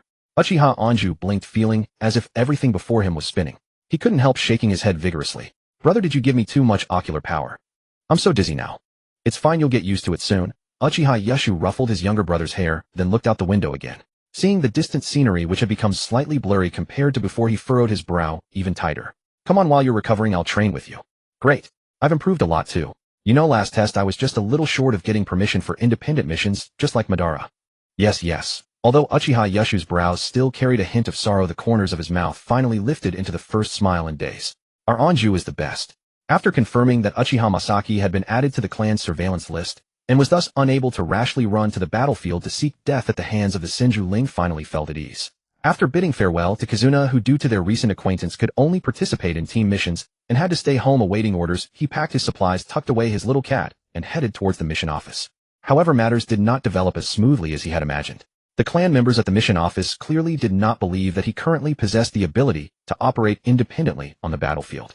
Despite Ling's numerous pleas, he was still assigned to a team, and moreover the assigned area was a secure zone that was easy to defend and difficult to attack. Although Ling felt helpless and frustrated, he still accepted his clan members' goodwill. However, before departure, he inevitably had a private conversation with the team leader, hoping to act independently. The team-leading clan member also gave it much thought before allowing Ling to sign a temporary contract with his summoning beast, maintaining regular communication to report safety, while conducting independent reconnaissance in the surrounding area. After all, if the two sides were to engage in real combat, he would truly have no energy to take care of a perceptive ninja who could not see. It was safer to let Ling conceal himself and communicate in a timely manner. Ling thought for a moment and no longer insisted. He obediently followed the team, inquiring about the details of the battle zone. Regarding the end of reconnaissance, naturally, it was not only the Uchiha side that responded. The Senju also made quick adjustments to each battle zone, which allowed Hashirama, who had been exhausted by increasingly strong opponents, to get some breathing room. At that time, he was at a gathering point established by the clan, squatting in a corner with a downcast expression, watching clan members coming and going in a great hurry. It was not until someone splashed ice water on the back of his neck that he let out a strange cry, jumped up from where he was, and scampered up a large tree. Covering his neck, he looked down with a resentful gaze. "Hoichi, don't tease me. I already feel like I'm about to die from exhaustion. Let me relax for a little while." "Because you were listless that I did this." Senju Hoichi raised his hand and threw the ice-cold bamboo flask towards Hashirama. "If you cannot maintain focus at all times, you could lose your life. You know that, right? The gathering point does not guarantee safety either." Hashirama raised his hand to catch the bamboo flask, pouted, and jumped down. "I will react to hostile actions. I know your perceptiveness is high, but you still need to maintain a sense of tension." Senju Hoichi picked up the bamboo flask and took a large gulp of ice water. "Moreover, instead of spacing out meaninglessly, you might as well find a place to get a good sleep and replenish your stamina." Hashirama pouted, wanting to say something else, but then he heard someone call his name. At that moment, he did not even bother to drink water. While responding, he turned his head back and forth to find the person calling him. Finally, he ran off quickly, but due to his eagerness, stepped on and collapsed a corner of a roof. Then, apologizing loudly, he left in a sorry state. Watching Hashirama's rather foolish demeanor, Senju Hoichi could only feel exasperated. This person clearly had good talent, a gentle temperament, decent intelligence, and reliable strength, so why was he so scatterbrained? What a waste. Just as he was secretly complaining that Hashirama was wasting his talent, a female voice rang out from behind. Hoichi. So you're here? Senju Hoichi did not even need to think. He directly crouched down. The palm strike that came with a whoosh of wind missed entirely, but clearly the other party did not care about missing and directly hooked his shoulder. Her voice still carried some excitement. Why are you alone? Where's Hashirama? Just called away by the elders. Senju Hoichi drank some water while remaining in a crouching posture, then looked at the peer beside him, whose eyebrows and eyes appeared overly sharp and radiant for a Senju. Also, Momoka, next time when greeting, do not use monstrous strength. Getting hit hurts. The girl laughed, her already delicate eyebrows and eyes becoming even more vivid. Sorry, I'm just really excited. After all, I've been looking forward to going to the battlefield for a long time. You understand, right? This time it was Senju Hoichi's turn to pout. It's not something interesting. I really don't understand what you're looking forward to. I know expecting war makes a person seem very strange. Senju Momoka withdrew her hand and clasped it in front of her chest, her eyes gazing upward at the somewhat gloomy sky due to consecutive days of rain. But I have really wanted to fight against the Uchiha since a very long time ago. The clan always says that the Uchiha are insidious and cunning with sharp teeth and fangs, and they love to use Jinjutsu to manipulate people's hearts. They are described as monsters from books. I really can't help but be curious what kind of Jinjutsu techniques could be repeatedly mentioned by the adults in the clan.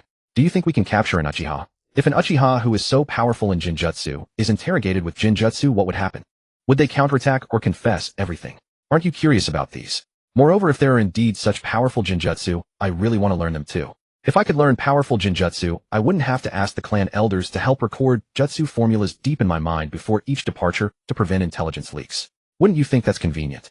The Uchiha are skilled in Jinjutsu because the Sharingan naturally grants them an increase in eye power. Among non-dojutsu clans, only the Onma can compete with them in Jinjutsu. We cannot compare. Senju Hoichi appeared quite surprised. Moreover, Jinjutsu interrogation. When have you seen clan elders use Jinjutsu to interrogate adult Uchiha? Being brainwashed on such a battlefield is no joke. That's true, but I'm just very interested. Senju Momoka puffed out her cheeks and muttered softly. Hoichi, if you're always so serious, you'll have no friends. Senju Hoichi made an ambiguous nasal sound, stood up, and said, you might die somewhere one day. It's better not to get too emotionally involved. Senju Momoka furrowed her eyebrows and was about to say something when she was interrupted by the roar of an explosion in the distance. Along with it came the clan members' loud shout, enemy attack. Everyone fight on your own. Enemy attack. Everyone fight independently. Shinsho Hongi and Shinsho Taohua, who had been joking in a relaxed atmosphere just moments earlier, instantly cast aside all their levity. The two exchanged a glance and immediately dashed toward the clan's area for sheltering the wounded. At this moment, the only ones capable of attacking their Shinsho gathering point were the Yuzhibo clan, and they both knew full well that during such raids both sides would dispatch only their most elite ninja to achieve decisive results. Although they had been permitted onto the battlefield, they had thus far only handled wounded enemies sent over by the adults at the periphery, exhausting every technique they knew. If they were to confront the main force of the attacking Yuzhibo head-on, now they would be courting death.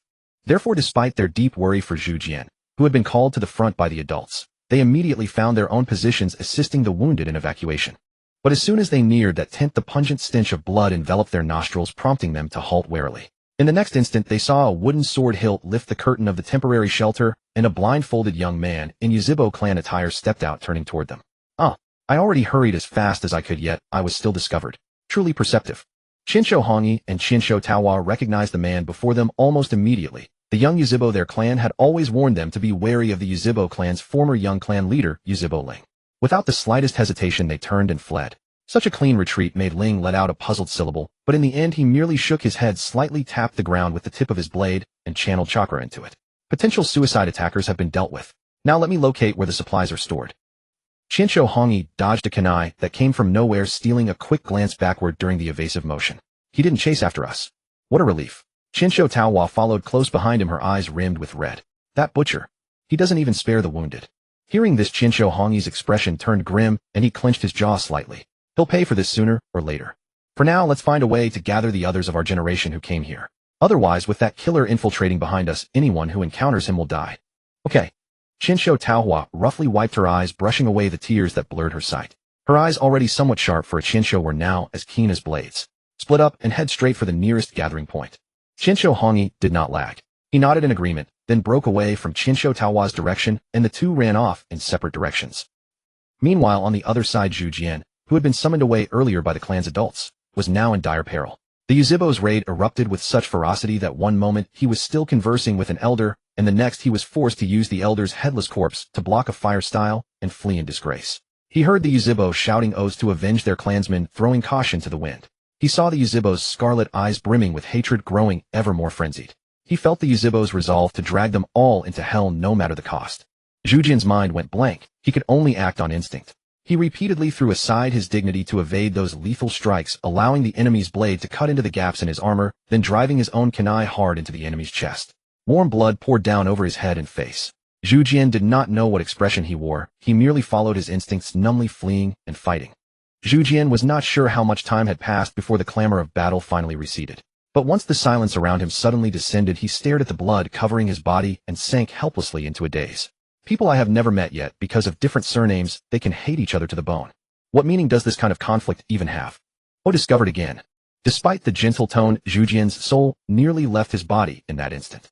He hurled himself forward, and after landing he whipped out a kunai and turned to face the newcomer, a young man in the dark clan robes of the Yuzhibo, a strip of black cloth covering his eyes, and the long blade in his hand still stained with blood that had yet to fully congeal. Yuzhibo Ling. The name surfaced abruptly in his mind, and Zhu Jian grew even more vigilant. Yet his gaze could not help but drift to the sealing scroll slung across Ling's back, nearly as tall as Ling himself. Judging from the runes on it, it was clearly something from their Qinshu clan. You're Zhu Jian, right? Ling tapped the ground lightly with the tip of his blade and tilted his head. Aren't you going to run? Zhu Jian fixed his eyes on Ling's movements, his wariness mounting. He swallowed and said hoarsely, "See, can I?" Ling's motion to strike came to a halt, and he sank into an unprecedented confusion. Wasn't the answer to such a question obvious without even asking? What kind of mindset did you have to ask something like that? Seeing that Ling made no move, and unable to sense any ill intent from him, Zhu Jian grew bolder. You're not going to chase me, are you? Ling. He was completely stumped by this child named Zhu Jian. Since taking the battlefield at age 9, he had never heard such an idiotic question. Even Yuzhibo Yeshu, who had once been so naive and had shown mercy to enemies at every turn, would never have asked an enemy such a question. Ling furrowed his brow, suppressing the overwhelming urge to retort. He intended to cut Zhu Jian down swiftly and withdraw, but just as he was about to move, the ground beneath his feet began to heave like waves. The earthen waves effortlessly twisted and swallowed the surrounding camp structures, and from afar came the shout of a Qinshu. Earth-style earth flow river. Damned Yuzhibo, come to hell with me. Ling had long known that unlike the Xuanhua clan, who were skilled in sealing arts and leaned toward attack rather than defense, the Qinshu clan had always been a peace-inclined shinobi clan.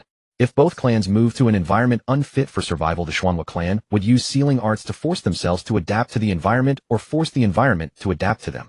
But the harsh conditions would not fundamentally change. The Qinshu clan, on the other hand, adapted to the environment while also using their abilities to make it fundamentally livable, and the same applied to warfare. So he was also very clear that with the Qinshu clan's chakra reserves, they could easily alter the battlefield, where both sides stood by unleashing water release or earth release at full strength, turning defense into offense, and vice versa. If it had been the original situation, he could have easily handled it, as long as he could see his surroundings, adjust the chakra under his feet in time, and quickly escape by taking advantage of the high ground. But now, Ling frowned more deeply. His calf had already been swallowed by the muddy ground because he had failed to adjust his chakra in time, and it was pulling him firmly toward an unknown direction. Ling condensed his chakra again, and before the earthen wave could engulf more of his body, he pulled his calf free and stepped onto the surging ocean-like wave of earth that was difficult to stand on. This is really troublesome. Ling sighed inwardly at his bad luck. Since losing his sight, he had been using sensory jutsu to perceive the outside world, but sensory jutsu was actually very easily disrupted, especially when the body was surrounded by an enormous amount of chakra, which made all the information he perceived blur together beyond distinction. And this earth-released jutsu released by some unknown Qinshu was an even greater nuisance for him. If it were those fellows from the land of water who filled the mist with chakra, he could simply sense through the ground. Troublesome as that was, he could still retain some combat capability. But now, Ling tried hard to steady his body and distinguish things while letting out an involuntary sigh. All along, his reliance on sensory jutsu and a summoning beast had made him somewhat complacent, and now he couldn't even cope with such a simple situation. How truly humiliating. It seems that after returning this time, I should think of some countermeasure for this situation. Otherwise, there's no way I can continue fighting on the front lines. Huh? Just then, Zhu Jian grabbed Ling's wrist on the hand that held the sword and pulled Ling running outward. Ling was dragged quite a distance by Zhu Jian before he even realized it due to sheer confusion and shock, but he quickly shook off Zhu Jian's hand. Then, using a dispersion of perception that merely consumed chakra, he leaped onto a building that had not yet been completely submerged and said in a low voice, "Do you know what you're doing?" Zhu Jian took a deep breath, clenched his fist to muster his courage, and said, "I'm helping you." Ling fell silent. Although he had only lived for 15 years, this was truly the first time he felt his brain was not enough. Listen to what that kid over there was saying. Help him. Was he serious? Ling frowned hard and gripped the staff blade tightly. Although he always told his opponents about helping each other and was willing to make some small compromises with other clans for common interests, when it truly came to conflicting missions, he would not hesitate to kill without mercy. Even Xuanhua, who always told others how kind his personality was and how amusing his actions were, would not be foolish enough to show him mercy when the two clans were in conflict. That was only different in private. Could this child have gotten his brain damaged after being taken out by Yi last time? Ling unconsciously tapped the hilt of his blade, wondering whether he should argue a little more in his defense before acting. Seeing that Ling did not react, Zhu Jian grew bolder. He slightly raised his voice and said, I am the same as you. I do not wish to bear malice toward others. That is why when I first met you several years ago, I wanted to talk with you. I believe that if it were you, you would definitely understand me, because we both long for peace. Ling's fingers on the sword hilt tightened even more. He wasn't. He hadn't. Don't talk nonsense. Zhu Jian looked around, let out a long breath, and stepped onto the same ruined wall, but carefully stood at the corner opposite Ling. You must also feel that the war between both sides is completely meaningless, right? Hearing this, Ling finally changed his posture, supported himself on the staff blade, and faced Zhu Jian, his expression gaining some interest. That part is true. After all, hatred between shinobi is indeed meaningless, just as you would never hate a weapon, but only the person who wields it. But unfortunately, the only failure of a shinobi lies in the fact that his essence is human, not an object, and humans cannot completely abandon emotions. That is why so much useless hostility and hatred continues. That is exactly it. Though we meet for the first time, we are forced to slaughter each other because of our separate names and clans. Zhu Jian felt as if he had found a soulmate, and even excitedly stepped forward. Isn't this too foolish? So, Ling looked puzzled. Why do you say that? Do you really think being a shinobi is a very meaningful profession? Using chakra to sense his surroundings, Ling noted the high ground that had escaped the earthen wave in his mind and planned his route. The meaning of a shinobi's existence is to be a tool of war, a weapon that moves for the selfish desires of others. Pursuing meaning as a shinobi is already a mistake. Then such meaningless things should be put to an end. If everyone works together and can understand each other, peace will definitely come. Then how is your clan supposed to survive? Zhu Jian was startled, not understanding why Ling would ask such a thing. After frowning in thought for a moment, he said, naturally we continue as shinobi and accept missions. If your understanding of peace is only this shallow, then there is no need to continue this topic. Ling chuckled softly and reconfirmed that the scroll and the sheath on his back were tied properly. As I just said, shinobi are tools of war. As long as shinobi exist and continue to perform their duties, the peace you hope for will never come. Alright, the pleasant talk is over. It's rare that I have made it this deep. I want to fight someone stronger. Would you be so kind as to scream loudly? Sheer slaughter is simply not enjoyable. Zhu Jian wanted to say something more, but a swift sword light had already slashed toward him, cutting off the forehead protector on his head and forcing his words back down his throat. He looked at Ling again, still standing there with no hostility, not even a hint of killing intent, smiling gently. Little Zhu Jian, if you don't run with all your might, you really will die, you know. When Zhu Jian realized that his usually keen senses were completely useless, when facing Ling, his scalp prickled instantly, and any desire to confide in someone vanished. Without the slightest hesitation, he summoned every ounce of his strength and fled.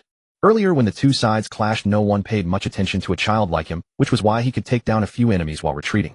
But now, after witnessing the sparring between Ling and Xuanhua that day, Zhu Jian acknowledged that he truly could not muster the slightest intention to engage Ling in close combat. He couldn't even believe that anyone could attack without carrying even a trace of hostility. With another clumsy roll, Zhu Jian evaded Ling's attack. He looked at Ling, who had landed precisely on a tree branch, and quickly analyzed the strengths and weaknesses of both sides. In pure combatability, he was certainly no match for that Yuzhibo Ling.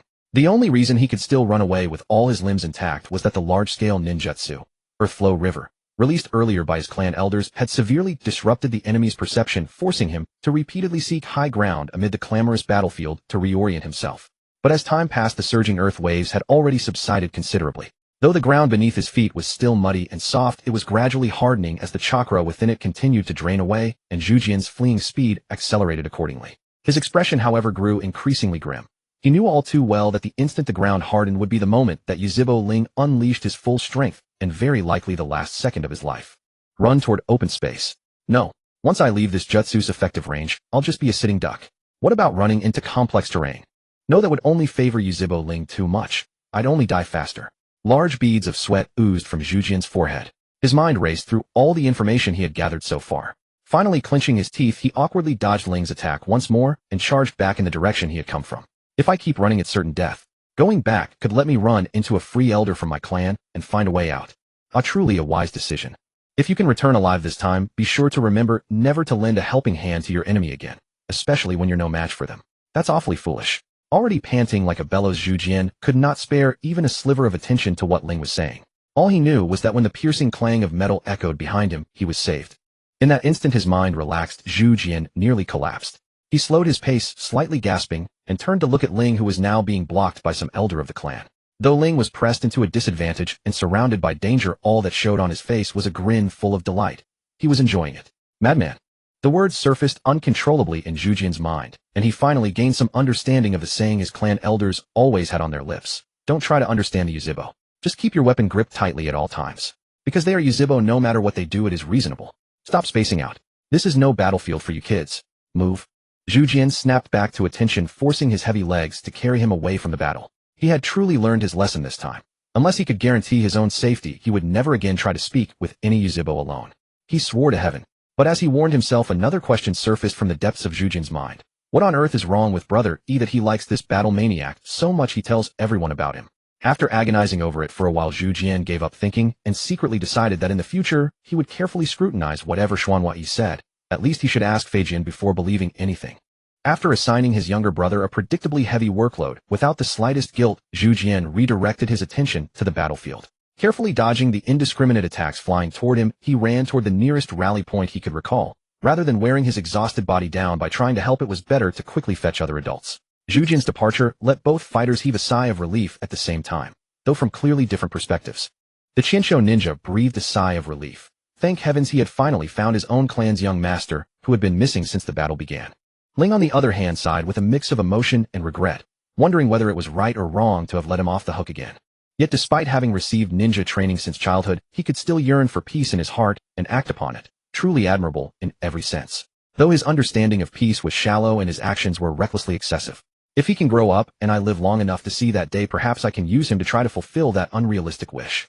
As this thought crossed Ling's mind, his smile spread wider. He raised his long blade to parry the Qianshou ninja's attack, then pushed off the ground, pressing his whole body almost against his opponent. That long blade, normally unsuited for close combat, now seemed like a nimble serpent under his control, slashing toward the foe from tricky angles. This long-lost feeling of uncertainty is truly exhilarating. Just like guessing before a battle what jutsus and fighting styles each opponent might excel at. Don't you think so, old man of the Qianshou? The Qianshou ninja. Who the hell knows what you Yuzhibo brat mean with that sudden comment? Would it kill you to shut up and focus on fighting? While fleeing, Hashirama eventually caught up with Chijiwa Koichi and Chijiwa Toka, who had evacuated ahead of him. The two were leading their companions, also granted permission to head to the battlefield, away from the area. Upon sensing Hashirama's approach, they grew tense for a moment, only calming down once they recognized the clan crest etched upon his armor. That's wonderful, Hashirama. You're safe too, Chijiwa Toka said, her eyes still red, but her voice noticeably lighter. That means not a single one of our generation is missing. Chijiwa Koichi also seemed to exhale in relief, his gaze filled with wariness as he stared toward the direction from which Hashirama had come. I really can't figure out how that fiend managed to slip in completely undetected. There should have been alarm jutsu posted in the rear. Hashirama leaned forward with both hands braced on his knees, gasping for breath as his stamina neared its limit. Yet upon hearing Koichi's words, he couldn't help but look up. Phew. What fiend? That Uchiha Rei. After the battle erupted, we intended to prioritize evacuating the wounded, but we ran straight into him emerging from the triage area. Hashirama's breath hitched, and his pupils constricted sharply. Were everyone receiving treatment killed? Both Chijiwa Koichi and Chijiwa Toka fell silent, but sometimes silence itself serves as the clearest answer. Hashirama couldn't help but clench his fist, yet he knew that in their position, he likely wouldn't show mercy to those stripped of their mobility, yet still posing a threat either. Still, a restless agitation churned within him. Why must we perpetuate each other's hatred through such meaningless acts? Why can't everyone simply try to understand one another? If only someone would take the first step, peace would be within reach. Is it truly wrong to desire peace? Is it truly wrong to desire peace? Hey Hashirama, are you alright? Chijiwa Koichi waved his hand before Hashirama's face. I know you're exhausted, but we can't linger here mourning our fallen kin. We must do something for those who still live. I know you're exhausted, but we can't linger here mourning our fallen kin. We must do something for those who still live. Chijiwa Toka produced a water flask and offered it to Hashirama, her eyes appearing even redder. Have some water. It'll make you feel better. Hashirama accepted the bamboo flask, gazing up at his peers before him as he spoke in a slightly hoarse voice. Hey, what do you think it would take to achieve world peace? The young Sarutobi members were momentarily stunned, clearly unprepared to be posed such a question. Yet it seemed the matter required little deliberation, for half of them, blunt and forthright, responded in unison. World peace. That would require the Uchiha to be wiped out entirely. and the other half added their own amendment. The Kagaya clan with their constant troublemaking should be exterminated as well. That's right. Those people are madmen as well. In a world where madmen exist, there's no way to live in peace. Hashirama. I take it back. Pretend I didn't ask that. Hashirama let out a sigh, unable to shake the memory of Ryo's earlier words. As long as shinobi continue to exist and fulfill their duties, the peace you speak of will never come to pass. Why would carrying out one's duties as a shinobi prevent peace from arriving? Hashirama's mind was in turmoil, unable to grasp the reasoning, yet he understood that for Ryo to voice such words, the other must possess a more comprehensive understanding of peace than his own. I need to grow stronger faster. Only then can I ensure I don't lose my life while asking questions. Considering this, Hashirama recalled his own malfunctioning perception and grew despondent. Perhaps I should just have EG asked for me. No, EG would tell father. Ugh, no.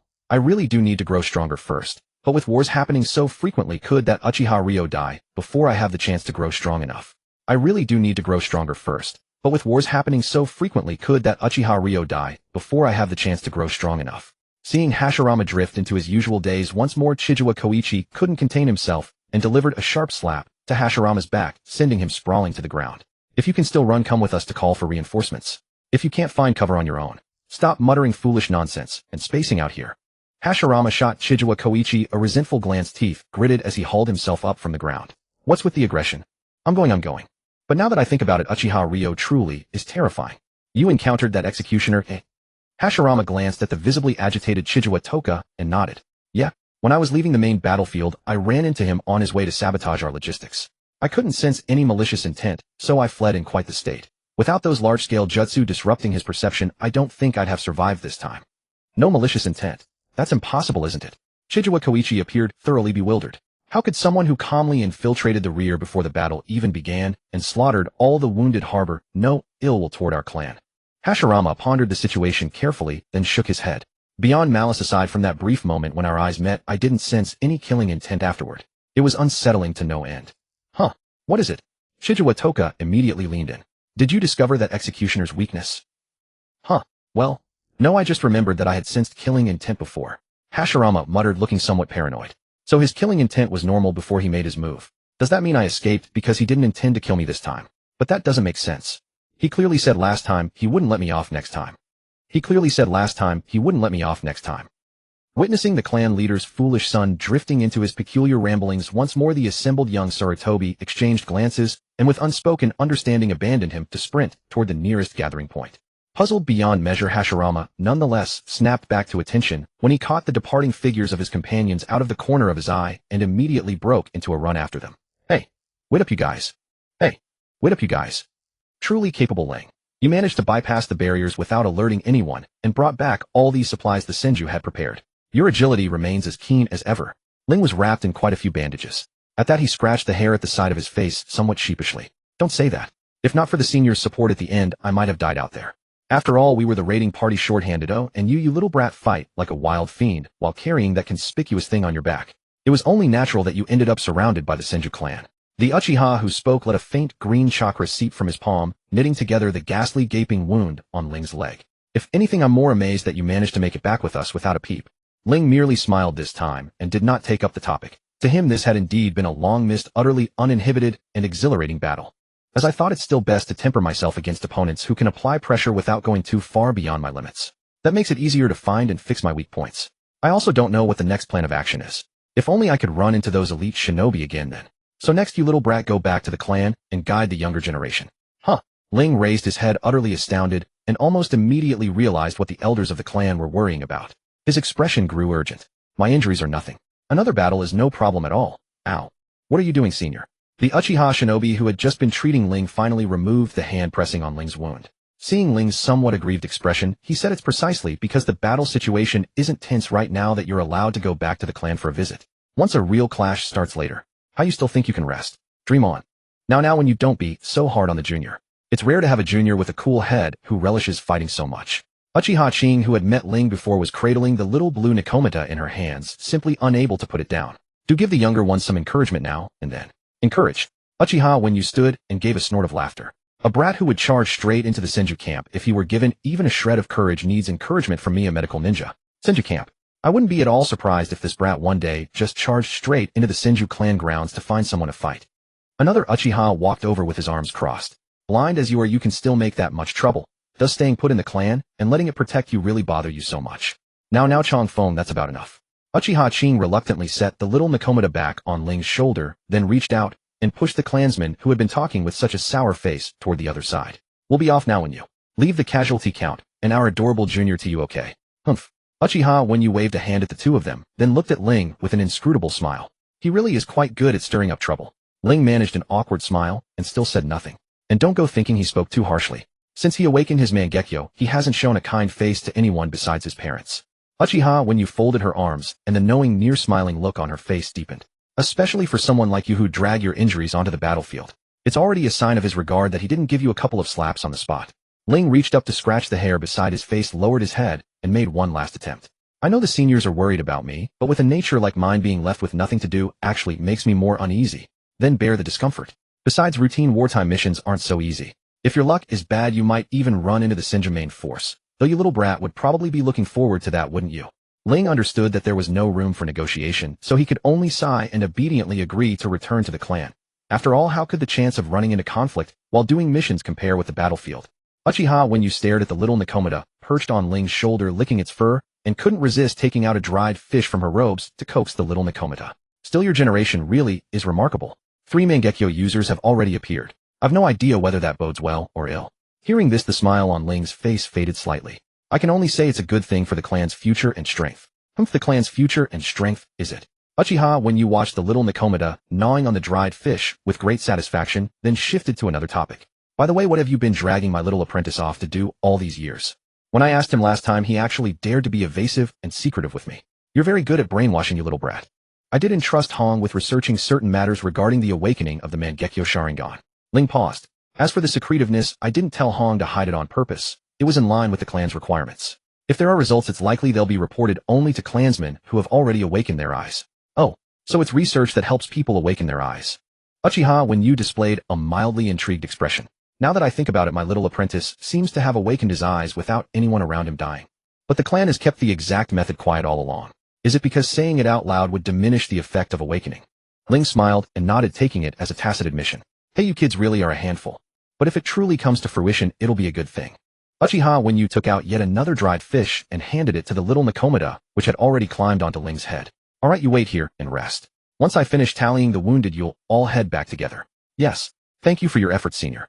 Only when Uchiha when Yu's chakra gradually faded from his perception did Ling's smile finally vanish completely. He knew full well that Uchiha Hong, besides working with the clan's upper echelons to study how to guide clansmen's emotions to awaken their eyes, was also developing an entirely new sensory ninjutsu that could be used in direct conjunction with ocular power, because of the lingering malice and tampering left on the clan's stone tablet. In Ling's estimation, the latter held even greater importance than the former.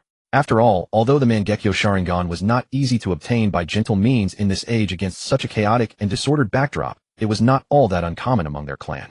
But an enemy who left no trace that could be sensed was a different matter. He was certain there existed such an unknown enemy plotting against the Uchiha, and he had mentioned this to his father. Afterward, however, that mysterious figure vanished like evaporating mist, never once showing any trace again, leaving them unable to obtain more solid evidence to report to the clan and make it truly take the matter seriously. Thinking of this, Ling could not help gently stroking the hilt of his cane sword, a cold smile curling at the corner of his mouth. I really am eager to meet him face to face. Truly, I cannot wait to meet this one. Matatabi, who had been contentedly nibbling on spicy dried fish, was startled by the sudden killing intent erupting from Ling. Recalling the day's events, the beast patted his forehead with a paw. What? Having second thoughts about letting that small Sinja go? No, it is another one.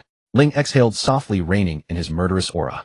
I am not so degraded as to unleash killing intent of this magnitude upon someone so much weaker than myself. Matatabi's curiosity was piqued. After gulping down the dried fish and brushing the crumbs from Ling's head with a paw, it asked, then what kind of person is this one? I do not know yet. Meow. Matatabi craned its neck to peer at Ling's expression. You don't know? Indeed. He is an enemy who understands patience and strategy to a profound degree. Speaking of which, Ling nodded slightly. Matatabi, do you know what enemies the Uchiha have faced since ancient times? I haven't paid much attention to such matters since Indra, and I never really got along. Though looking back, there were certainly some strange occurrences back then. Matatabi hopped onto Ling's shoulder. When the old man first decided to pass his position to Azura, Indra was furious, even storming off from home. But that was hardly a true break with his family. More like a tantrum, really. Storming off. Ling's expression twisted for a moment, clearly stunned that his ancestor would do such a thing. Was he serious? Quite serious. It was Azura who refused to let him go, clinging to his brother's leg and tearfully begging him to stay. Only then did Indra settle for calling it a journey to clear his mind, instead traveling far and wide for a long while before finally returning. Afterward, the old man's health gradually declined as he gave birth to us. And since the two boys had more or less patched things up, he stopped paying close attention and retreated into solitary recuperation. That is why I never learned the finer details of their relationship after that. Matatabi spoke idly of those embarrassing old memories. As for what happened later, I already told you. After the old man died for reasons unknown, those two quarreled again and fell out completely. It gave us who were still in our infancy and lacking in power quite a difficult time. Hearing this, Ling fell into thought. I see. But wait, gave birth to us. Did I never mention it? We were all created by the old man from his chakra. Before that, we grew within his body, nurtured and granted consciousness and instinct. Matatabi licked its paw. In your terms, you could say we are the old man's children, and to those two boys, well, their elder siblings. Watching them grow up was no trivial matter. Even though we didn't get along with them, we truly cared about them. That explains a lot, but it makes things even more puzzling. What's puzzling? Earlier, I wondered if one of the tailed beasts, despising humanity, secretly split Indra and Azura apart after the Sage of Six Paths died. But from what you say, the tailed beasts only disliked them openly. So the one pulling the strings behind the scenes must be someone else, someone who waited until the sage was gone before making his move. Yet I cannot understand. In that era, the Sage of Six Paths was revered by virtually everyone in the world. Leaving aside why this person would oppose him, there is another point. By the time the sage founded the ninja order and so freely bestowed chakra upon humanity, acquiring a bloodline limit was surely far easier than it is now. With the sage himself mediating disputes between the warring clans, internal conflict among shinobi was relatively low. They focused more on exploring new knowledge, so the richness and diversity of bloodline limits in that age would certainly surpass those of today. And the Sharingan, though honored with the title of the sages, I could hardly be considered the most remarkable bloodline limit in that era of proliferating abilities. More likely it was a symbol of honor for those close to the Supreme One. Ling furrowed his brow. If his goal was merely the Sharingan with his powers of persuasion, he could simply have induced Indra to convert him into a bloodline relative after the sage died. Why resort to the far more troublesome method of spending nearly 1,000 years altering our inherited stone tablet? Could it be that he was not scheming for the Sharingan at all? Rather, he intends to use the Sharingan as a means to accomplish some other purpose. Matatabi blinked, somewhat lost in the convoluted reasoning, yet it could not help but search its memories for anyone who might have borne a grudge against the old man. After racking its brain, it could only recall how the people of the ninja world revered the sage, and how the two troublesome brats constantly feuded. Now it felt even more bewildered. And there is another question that has been troubling me. Matatabi snapped back to attention. What? Since you were born from the Sage of Six Paths, what do you call him? Father? Or mother? Why, of course. Matatabi choked on the question, then swatted the back of Ling's head with its tail, neither hard nor soft. Can't you think about something more useful? The old man is simply the old man. Ling massaged the back of his head, then scooped Matatabi down and stroked its fur, sounding somewhat aggrieved. I'm just curious. After all, there are myths like that. Immortals and gods having no gender, giving birth to all things. The old man was human. A human, you understand. He is called a sage only because his power was overwhelming and the world revered him in awe. As for us, we are purely chakra constructs. Strictly speaking, if one's understanding of chakra and the soul is deep enough, anyone could create beings like us. Matatabi pressed a paw against Ling's chin. And put yourself in his shoes as a man, could you give birth? Regarding that point, if the Uzumaki clan truly wanted to, who knows, they might actually manage it. Matatabi choked again, pressing harder and pushing Ling's head back with some irritation in its voice. Who cares about that bunch of freaks? Just stop asking such offensive and foolish questions about the old man. Ling lowered his head, nuzzling Matatabi's soft fur and chuckling softly. Yes, I'll be careful. So then why not tell me more of those secrets from that age? Matatabi, don't be angry now, humph. Matatabi turned its head away. Come back when I'm in a better mood. No matter how Ling coaxed her afterward, Matatabi remained resolute in her silence, though the gradually rising tip of her tail suggested she had been mollified. She simply couldn't bring herself to save face. Ling paid it no mind, continuing to stroke the kitten's fur while deducing the mysterious figure's possible identity based on the information gathered today. The Uchiha clan's records, though incomplete due to the passage of time and deliberate tampering, were still extensive enough to yield some clues. The Senju and Uzumaki clans likely possessed records from the Sage of Six Paths era as well. Approaching the Senju was impossible, but he could ask when they next met on the battlefield. Such matters involving no profound secrets should be easily inquired. However, those records undoubtedly favored Ashura's perspective, differing from Indra's lineage. Perhaps he should visit the Kurama clan. After all, they were a clan instructed by Indra himself and should hold substantial records. Yet despite their existing friendship, it wasn't deep enough to justify such a request without a proper reason. It might be perceived as provocation, sparking unnecessary conflict. Moreover, for records concerning Indra's lineage, the Chinoite clan, said to be another branch of Indra's descendants, would be more appropriate. But that clan had never interacted with them and remained obscure in the shinobi world. Could it be that they had chosen to live in seclusion just as their own clan had centuries ago? Oh dear, where on earth could he find relevant clues? He wondered if he still had enough money to commission such a search on the black market. Until Uchiha when you notified Ling to return to the clan with the wounded, he hadn't reached any conclusion, only lamenting the insufficient information. He resolved to pressure Uchiha Zhaoyan and the others into digging through the dusty archives hoping for a stroke of luck. Upon arriving at the clan grounds, Ling happened to spot Madara selecting missions with Izuna, who had just passed the task assessment. He immediately broke away from the wounded squad and sidled up to his younger brothers, planning to snag a mission and go out for another round of adventure.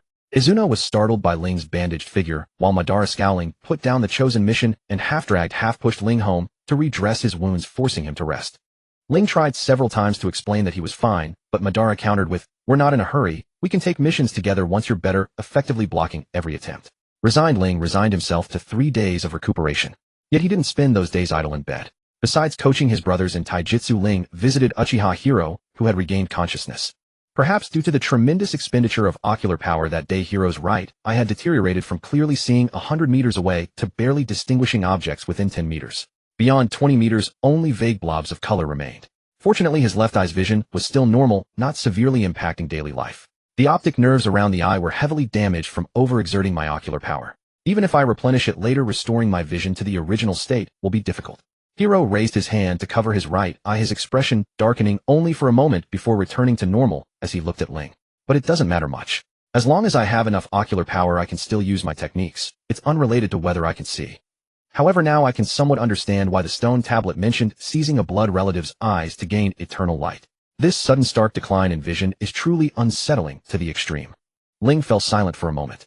Have you checked on Yeshu? Yes, his optic nerves are in excellent condition. Even after consumption, his ocular power surpasses mine and Zhaoyan's from back then, Hero said, stroking his chin. I think it's related to the emotional stimulation of the brain during the awakening and one's physical constitution.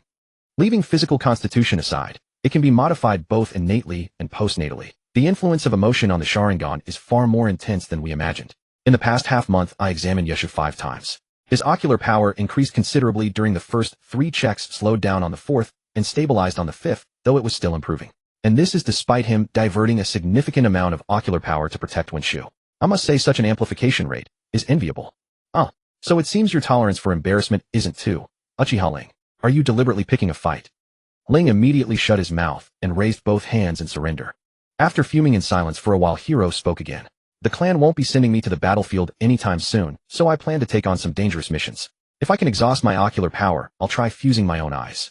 Ling was taken aback. Fusing your left and right eyes? Yes. After all, fundamentally, it's about unifying the bloodline's eyes. Whether they're my relatives or my own should be the same. Besides, with the Mangekyo Sharingan, my resistance to Genjutsu is already high. The technique Heaven's Dominion is somewhat redundant. Removing it doesn't matter. As long as I keep the flow of time, it's enough. Hero rubbed his chin. And I think you could try to cause yourself some trouble. Though your eyes are destroyed, your ocular power remains intact. If you trigger a mutation, you might be able to awaken your eyes.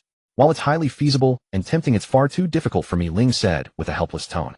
After all, the emotions I can experience are not as. Uchiha Ling. Stop beating around the bush to provoke me, Hero said, his voice eerily calm. He stood up and opened the door. I'll give you 10 seconds. If you don't want to truly get hurt and end up recuperating from a fight with me, get the hell out now. Ling tapped the hilt of his sword with his fingers. He's angry. Before Uchiha Hiroshi could act, Ling said at top speed that he needed to investigate the ancient clan records, then walked away with a light, brisk step, tapping his staff blade, and even closed the door for him. However, judging from how Uchiha Hiroshi deliberately pulled the door open and then slammed it shut in front of him, he probably wouldn't be doing that anytime soon. It seems the peaceful awakening of the eyes has its shortcomings too. At least this method of stimulating ocular power by evoking the same emotions is completely unworkable. Ling muttered at the door, but before he could say another word, a furious roar came from inside. Stop muttering at my door. Yes, I'm going. You little rascal, you're really sly. You go off enjoying yourself fighting people and leave all the dirty, tiring work to others. Matatabi finally poked her head out from Ling's collar, though her heterochromatic eyes held no hint of blame. But the most amusing part is that they look fierce and grim, yet they're actually showing approval of you. Your clan really is awkward. There's no helping it. Our clan truly doesn't have many straightforward people, Ling sighed as he walked out. Sometimes we're clearly doing something good, but by the time it spreads, it turns into those Uchiha lunatics are causing trouble again. How exhausting. Thus the one person and one cat. Well, one Nakomata continued chatting idly as they headed home. Having successfully obtained a health certificate from the medical office, Ling had finally managed to convince his younger brothers, who had been blocking him from taking missions, to let him go. However, Madara, who had originally intended to take Izuna on an ordinary mission, couldn't help but fall into a dilemma over the mission. He himself wanted to fight, and with Ling joining the team, he had even more confidence, but wouldn't it be too intense for Izuna's first mission away from the clan team? Damn, it's such a hard choice. And Madara, holding the mission scrolls and frowning with a rather grim expression, was also noticed by Izuna, who was waiting outside the mission office with Ling. Izuna adjusted the strap of his sword sheath, looking puzzled. What is Brother Madara agonizing over? He's been staring at those 2 scrolls for so long, probably thinking about how many missions to take. Ling reached out and ruffled Izuna's hair. After all, if the route is suitable, it's not unusual for a ninja to take on several missions while out. Izuna nodded thoughtfully, then looked at Madara in the mission office, who was frantically shaking his head and putting the scroll down, only to turn back after a couple of steps and pick it up again with a face full of longing. Then where should we choose for our mission this time? The battlefield conflicts between our clan and the Senju clan are mainly in the south of the Land of Fire. For safety, Sake, it would be better to take missions in other directions. Ling propped his chin on his hand. But to the west are 2 great nations, and they tend to overinterpret even very ordinary actions. The east is full of moisture and isn't suitable for our clan to perform at our best. So strictly speaking, choosing a mission heading north is the most appropriate. Izuna tilted his head. Then don't we need to worry about the Land of Lightning? They're probably still dealing with the turmoil caused by the coup d'etat. Every time the ruler of the Land of Lightning changes, they go through this. Although the country's daimyo was decided last year, the consequences it set off cannot be wiped away in a short while. Ling gently tapped the handle of his staff blade. Besides, the nobles of the Land of Lightning have always valued power. After the change of ruler, they will also introduce new management policies for the existing ninja clans of the Land of Lightning. Those clans won't settle down in less than 5 or 6 years. When you go on missions in the future, Izuna, you can also pay more attention to the general situation. The ninja world isn't made up only of ninja. There are even more ordinary people who maintain the functioning of this world. The power they hold is not weaker than ours. Izuna nodded, taking everything Ling had said to heart. He had wanted to ask more along those lines, but seeing Madara still entangled in indecision, he couldn't help tugging Ling's sleeve. I'm going to check on Brother Madara. Listening to the sound of Izuna's retreating footsteps, Ling gave a soft sigh. Is it too early for me to tell him these things now? Will it make him bored? If you're overthinking it, Kid Matatabi said, lounging lazily atop Ling's head. Compared with being a ninja, little Izuna is clearly more interested in this sort of thing. Maybe he'll turn out to be a rare talent. Interested, huh? Ling sighed again. Then that really is unfortunate for a ninja. Matatabi poked her head out. Why do you say that? Because ninja are not allowed to participate in politics, nor should they get involved in it. Since ancient times, power has been the most seductive. A blade corroded by power is destined to be unable to remain as sharp as it originally was, and may instead provoke disaster. Ling raised a hand to his forehead, a bit of worry showing between his brows. I say these things only because I hope Izuna can promptly analyze the safest missions according to the situation in various places and live longer, not because I want him to scheme against others. In contrast, Madara, who just immerses himself in fighting, is more reassuring to me. This is exactly why you humans bring trouble on yourselves. Matatabi licked her paw and cast a glance at Madara, who was being led out by Izuna. You even get yourself tied in knots over things that might not happen in the future. There's no way around it. The weaker one is the more distractions there are, and the more obvious they become. Ling gently shook his head. In the end, it's the fault of not being strong enough. Honestly, brother, how much stronger do you want to get? Madara pouted, though not very obviously. You're already called the strongest of your generation by so many people. Ha, what's there to be proud of being just the strongest of the generation? At the very least, you'd have to be invincible under heaven before you can be a little proud, right? Ling laughed. And at my current level, Madara, you can easily surpass me once you've grown a little more. If you can be easily surpassed, that doesn't really count as strong. What about me? What about me? Izuna also squeezed up to Ling's side. Can I be as strong as you someday too? Of course. Ling ruffled his younger brother's hair, his smile bright. Our Izuna is also a genius. What was that client thinking? That was not a serious request at all. Madara bit into a tricolor dango, as if venting his anger. The request said, extremely urgent, but after we rushed over, he kept taking out all kinds of clothes and making us change into them for him. This is just messing with us. Now there are times like this, and besides, he did pay so much. Ling smiled apologetically toward the shopkeeper and reached out to soothe his younger brother. Just treat it as a vacation. But in the end, he actually wanted us to trample on him and insult him. Izuna clutched a skewer of tricolor dango until his knuckles turned white, his whole body trembling almost imperceptibly. At this point, he can already be called a pervert, can't he? For a moment, Ling didn't know how to answer that question, so he could only rest his staff sword against his leg and use the other hand to soothe Izuna. How should I put it? Matatabi also looked shocked and lay listlessly at the corner of the table.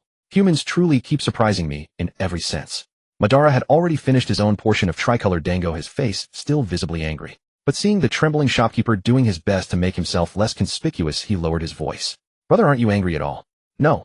Rather, the more easy money missions like this, the better, right? Ling withdrew his hand and chuckled. After all, this shows that the people here are prosperous and peaceful with fewer wars. a very safe mission location suitable for the younger members of the clan to temper their will and gain experience. Seeing Ling smile, Madara was choked up for a long moment, then flopped gloomily onto the table. What experience can this gain? The experience of being deceived, maybe. At least next time, Madara, you'll be able to judge missions more accurately, won't you? Madara looked even more dejected. He reached out, pulled Matatabi over, buried his whole face in the soft fur, and said in a muffled voice, whoever wants this kind of experience can have it. By this time Izuna had finally recovered, and he silently bit into a dango. Brother, have you also received this kind of mission before? I have encountered quite a few. Madara finally lifted his head from the fur and looked toward Ling. Then what kinds of deceptive commissions has brother come across? Let me think. Ling raised a hand to his chin, not minding at all using his own embarrassing past to help his younger brothers relax.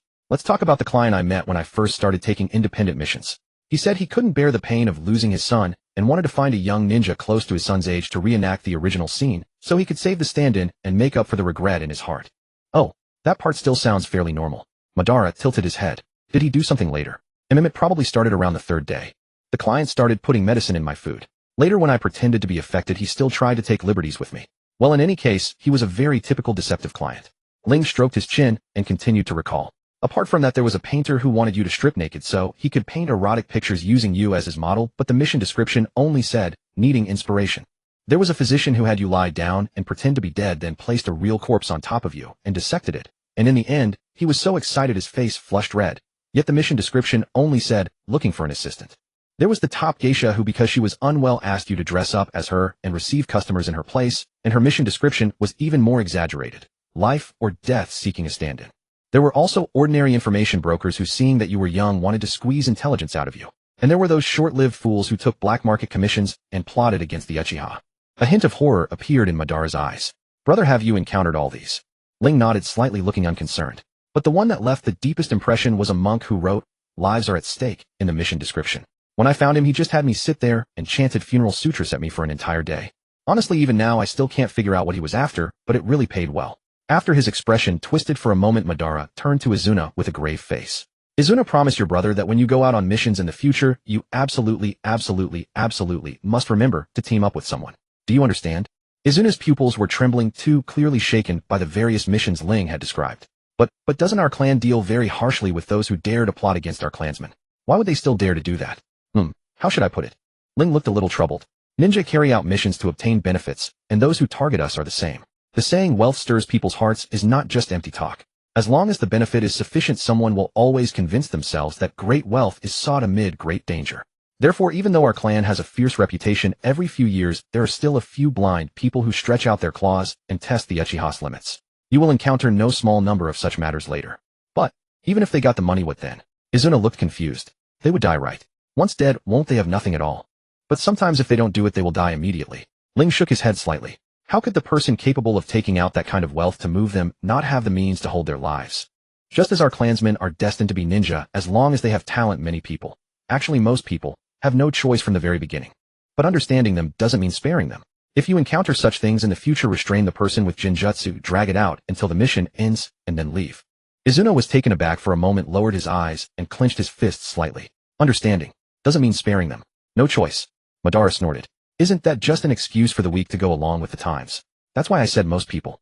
Ling smiled and clapped his hands a few times. Alright, we've calmed down enough. We should head to the next mission. Madara, where should we go next? Let me see. It's an escort mission requiring us to protect the target from the land of fire to the land of the moon. I am Yu.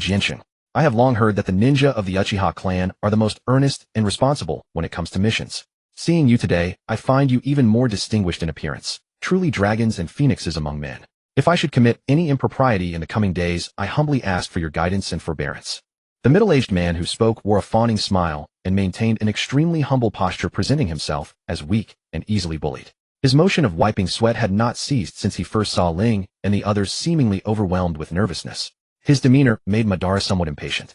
We came all the way from the clan not to listen to your useless rambling. Get to the point. Yes, Yu Jianxing said, showing not the slightest offense, even though Madara, who stood only up to his chest, had spoken rudely to him. He bent his body even lower and offered an ingratiating smile. Honorable ninja masters, to tell you the truth, I have recently blocked many people's paths in my official career.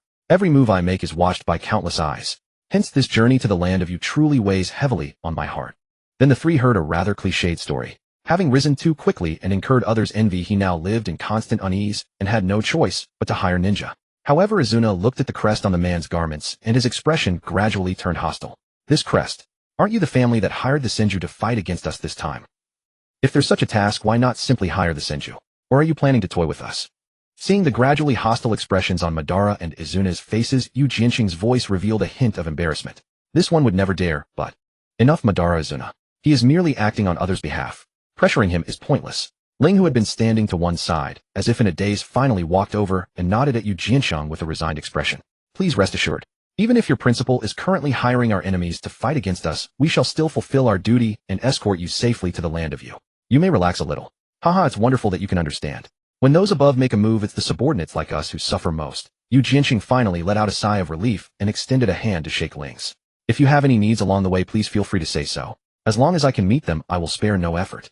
There is no need for that. Rather, I must ask you to be tolerant with my younger brothers, Ling said, taking a step back and avoiding the hand imperceptibly, yet his expression remained gentle and courteous. They have not yet reached the age to understand such matters, so they will likely harbor considerable hostility toward you on this journey. Yu Jianqing withdrew his hand without the slightest embarrassment, glanced at the hostile Madara and Izuna, and his fawning smile spread even wider. That's only proper. We should all understand each other. Izuna clearly did not understand this act of protecting an employer from the enemy clan. Even as Ling ruffled his hair, he still looked up and asked, Our two clans are at war, right? It's probably to test us and look for leverage, isn't it? Madara crossed his arms. Although his expression was displeased, his tone was fairly calm. By hiring the enemy ninja clan, they arouse the opponent's suspicion while also testing the caliber of the hired clan. In doing so, they seek the enemy's weaknesses and screen candidates for their next collaboration. TCH, a boring trick. Seeing Ling nod in agreement, Izuna frowned even harder. But isn't this already provocation? Aren't they afraid we'll kill them? If we killed the employer, the person behind him would use that to question and suppress our clan. In short, if we fail to reject the mission from the start, only disadvantage will follow. Ling remained smiling. But if the employer behind us also hired the Senju to assassinate, the situation becomes quite interesting. Whichever ninja clan fails will be unable to hold its head high for years to come.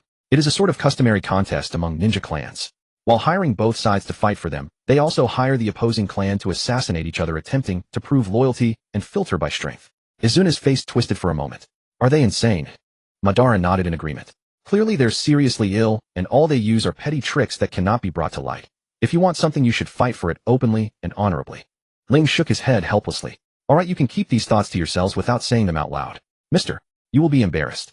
Haha, it's fine. If it were me, I'd also feel uncomfortable. Let them say it. Yu Jianqing maintained his soft and agreeable demeanor. Shall I first discuss the mission with you? Ling only smiled and declined. Please discuss the details of the mission with Madara. I am merely a bodyguard here to protect my younger brothers. But, do you have something else to say? Madara raised an eyebrow. According to what you've said, we only need to deliver you safely to your destination in the land of Yu, and ensure your personal safety, right? Do you intend to issue an additional mission? Izuna also snorted, still looking displeased. Missions beyond the scope of the stated requirements demand extra payment and a written report. Or are you deliberately ignoring that because you've hired ninja from the rival clan? Feeling the undisguised hostility from Madara and Izuna, Yu Jianqing gave a subtle glance at the ever-calm Ling, his smile not changing in the slightest. Please do not embarrass me. How would I dare offend the Uchiha, who are known as the nobles among ninja? I merely have a few private matters to attend to along the way, and wish to plan the route myself. Upon hearing this, Madara took out the mission scroll and carefully examined the records on it. Those matters are irrelevant. But you hired us for only half a month. If you delay too long on the way, we will force you to the land of Yu, complete the mission, and then leave. I know this rule, and I certainly won't cause trouble for you honorable ninja masters. Yu Jianqing put on a fawning smile. So shall I arrange the route from here on? Stop smiling. It's disgusting. Madara clicked his tongue and took a step back in disdain. Tell me, where do you want to go first? The first stop is not far. Yu Jianqing said, his smile unchanged even after being called disgusting. He raised his hand and pointed to the northwest. It's the Kabukicho over there. Madara Izuna. This client is poisoned, isn't he?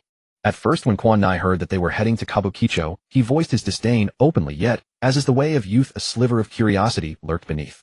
That sliver, however, swiftly transformed into revulsion after he encountered a stream of young ladies dressed in scandalously little. I hate this place, Quan Nai said. He no longer darted around as he had initially. Instead, he shrank close to Ling, clutching Ling's sleeve in one hand and covering his face with the other, looking thoroughly dejected. How can they be so bold?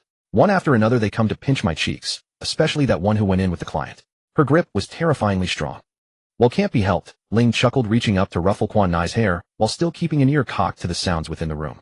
Who can blame them? Our Quan Nai is just too adorable after all. Quan Nai looked at Ban beside him and slowly puffed out his cheeks, looking even more downcast. Brother Ban is plainly far cuter than I am, yet they never dare pinch him. What nonsense are you talking? Ban indulgently reached out to ruffle Quan Nai's hair as well. In the same motion, for the umpteenth time, he shot a frosty glare at yet another barely dressed young lady who was feigning a casual stroll while covertly reaching for the boy's cheeks. Irritation inevitably crept into his eyes. He's been in there this long and still hasn't come out. Has that man gone and died on the woman? And never mind that he needs someone to stand guard outside while he goes about his business. But making the woman cry out so loudly, as if he's afraid we won't hear. That's simply abominable. What kind of perverse hobby is that? And elder brother, would you kindly stop listening so attentively? What is there to enjoy in such lewd, wanton words? But the two in there aren't actually doing anything. They're merely producing sounds, aren't they? Ling roused himself slightly. Come to think of it, Ban, you haven't yet had any dealings with the black market, have you? Haha, no wonder you'd misunderstand. Ban folded his arms and looked at Ling's skepticism clear on his face. I do know of the black market. I thought of checking whether there were any bounties I could take on along the way, but I could never find a way in. But what does the black market have to do with those two raising such a racket in there? That Oiran who went in with the client should be the head of the black market in these parts. Their conversation touched on this month's black market code of the Land of Fire along with some trade matters. Ling kept his head, angled his voice low. Unfortunately, the two of them seemed to have a separate set of private codes. I only grasped part of it. Ban remained skeptical. Then, what did the two of them say? From what I caught, they mentioned that the daimyo is inclined to introduce a new ninja clan to hold the Chinsho and Yuzibo in check, and that Yu Jianxing's mission this time is to secretly contact that clan. Ling raised a hand to his chin, a bemused smile curling at his lips. But I wouldn't rule out that they said it deliberately for us to hear. Tedious petty intrigue. Ben turned his head away, still finding the noises from the room unbearably grating. Are all politicians idiots? What use could such things have before absolute power? Now don't say such absolute things. Sometimes the strong do fall to little tricks. Ling tapped idly on the hilt of his cane sword. The noble lords, while hiring ninja and enjoying the conveniences they bring, are likewise wary of their power. This move of theirs is most likely meant to whittle down the ninja clans of the Land of Fire and then build a truly loyal, controllable ninja force of their own. Wouldn't you say? Quan Nai covered his face, too sinking into thought. Speaking of which, I once overheard Father and the elders discussing the possibility of an alliance. Is it because we've been so insidiously suppressed by these nobles? Ling was about to say more when the sounds within the room abruptly subsided. He waved a hand and dropped his voice. We'll talk about this after we return. When we do, I'll teach you the common black market ciphers of the various countries as well. Ban and Quan Nai thus dropped the subject. Yet no sooner had quiet settled than Quan Nai found himself unable to resist tugging at Ban's sleeve again, asking his older brother to check whether any red prints still lingered on his face. That woman is really something. She used such force. Ban gently rubbed the back of his hand across the red marks that had yet to fade from Quan Nai's cheeks. Didn't she know how tender a child's face is? Oh my. This honorable ninja truly has no sense of charm. It's precisely when a face is this soft that pinching it feels so good. The voice that came from behind was beguiling to the bone, its sinuous trailing note enough to agitate the heart. Yet before the syllables had fully fallen, Ban had already twisted his wrist, and with a kunai materialized from some unknown hiding place, thrust savagely toward where the voice had come from. But the kunai failed to hit its target. Ban's wrist had barely risen halfway when Ling's hand closed around it, and the point of the blade came to a stop precisely at the throat of the newcomer. A mere instant later, and it would have painted a brilliant blossom of blood. Only after confirming that the strength in Ban's hand had eased did Ling release him, a faint smile still on his face. Ban, don't be so tense. Ban lifted his eyes to the newcomer, his expression foul. If you don't want to die, don't stand behind somebody else. Oh my. Quite the stern, honorable ninja are we. This humble one shall take heed. But the woman did not act as if she had just passed through the gates of death. A hypnotic smile still lingered on her face without the faintest trace of alarm.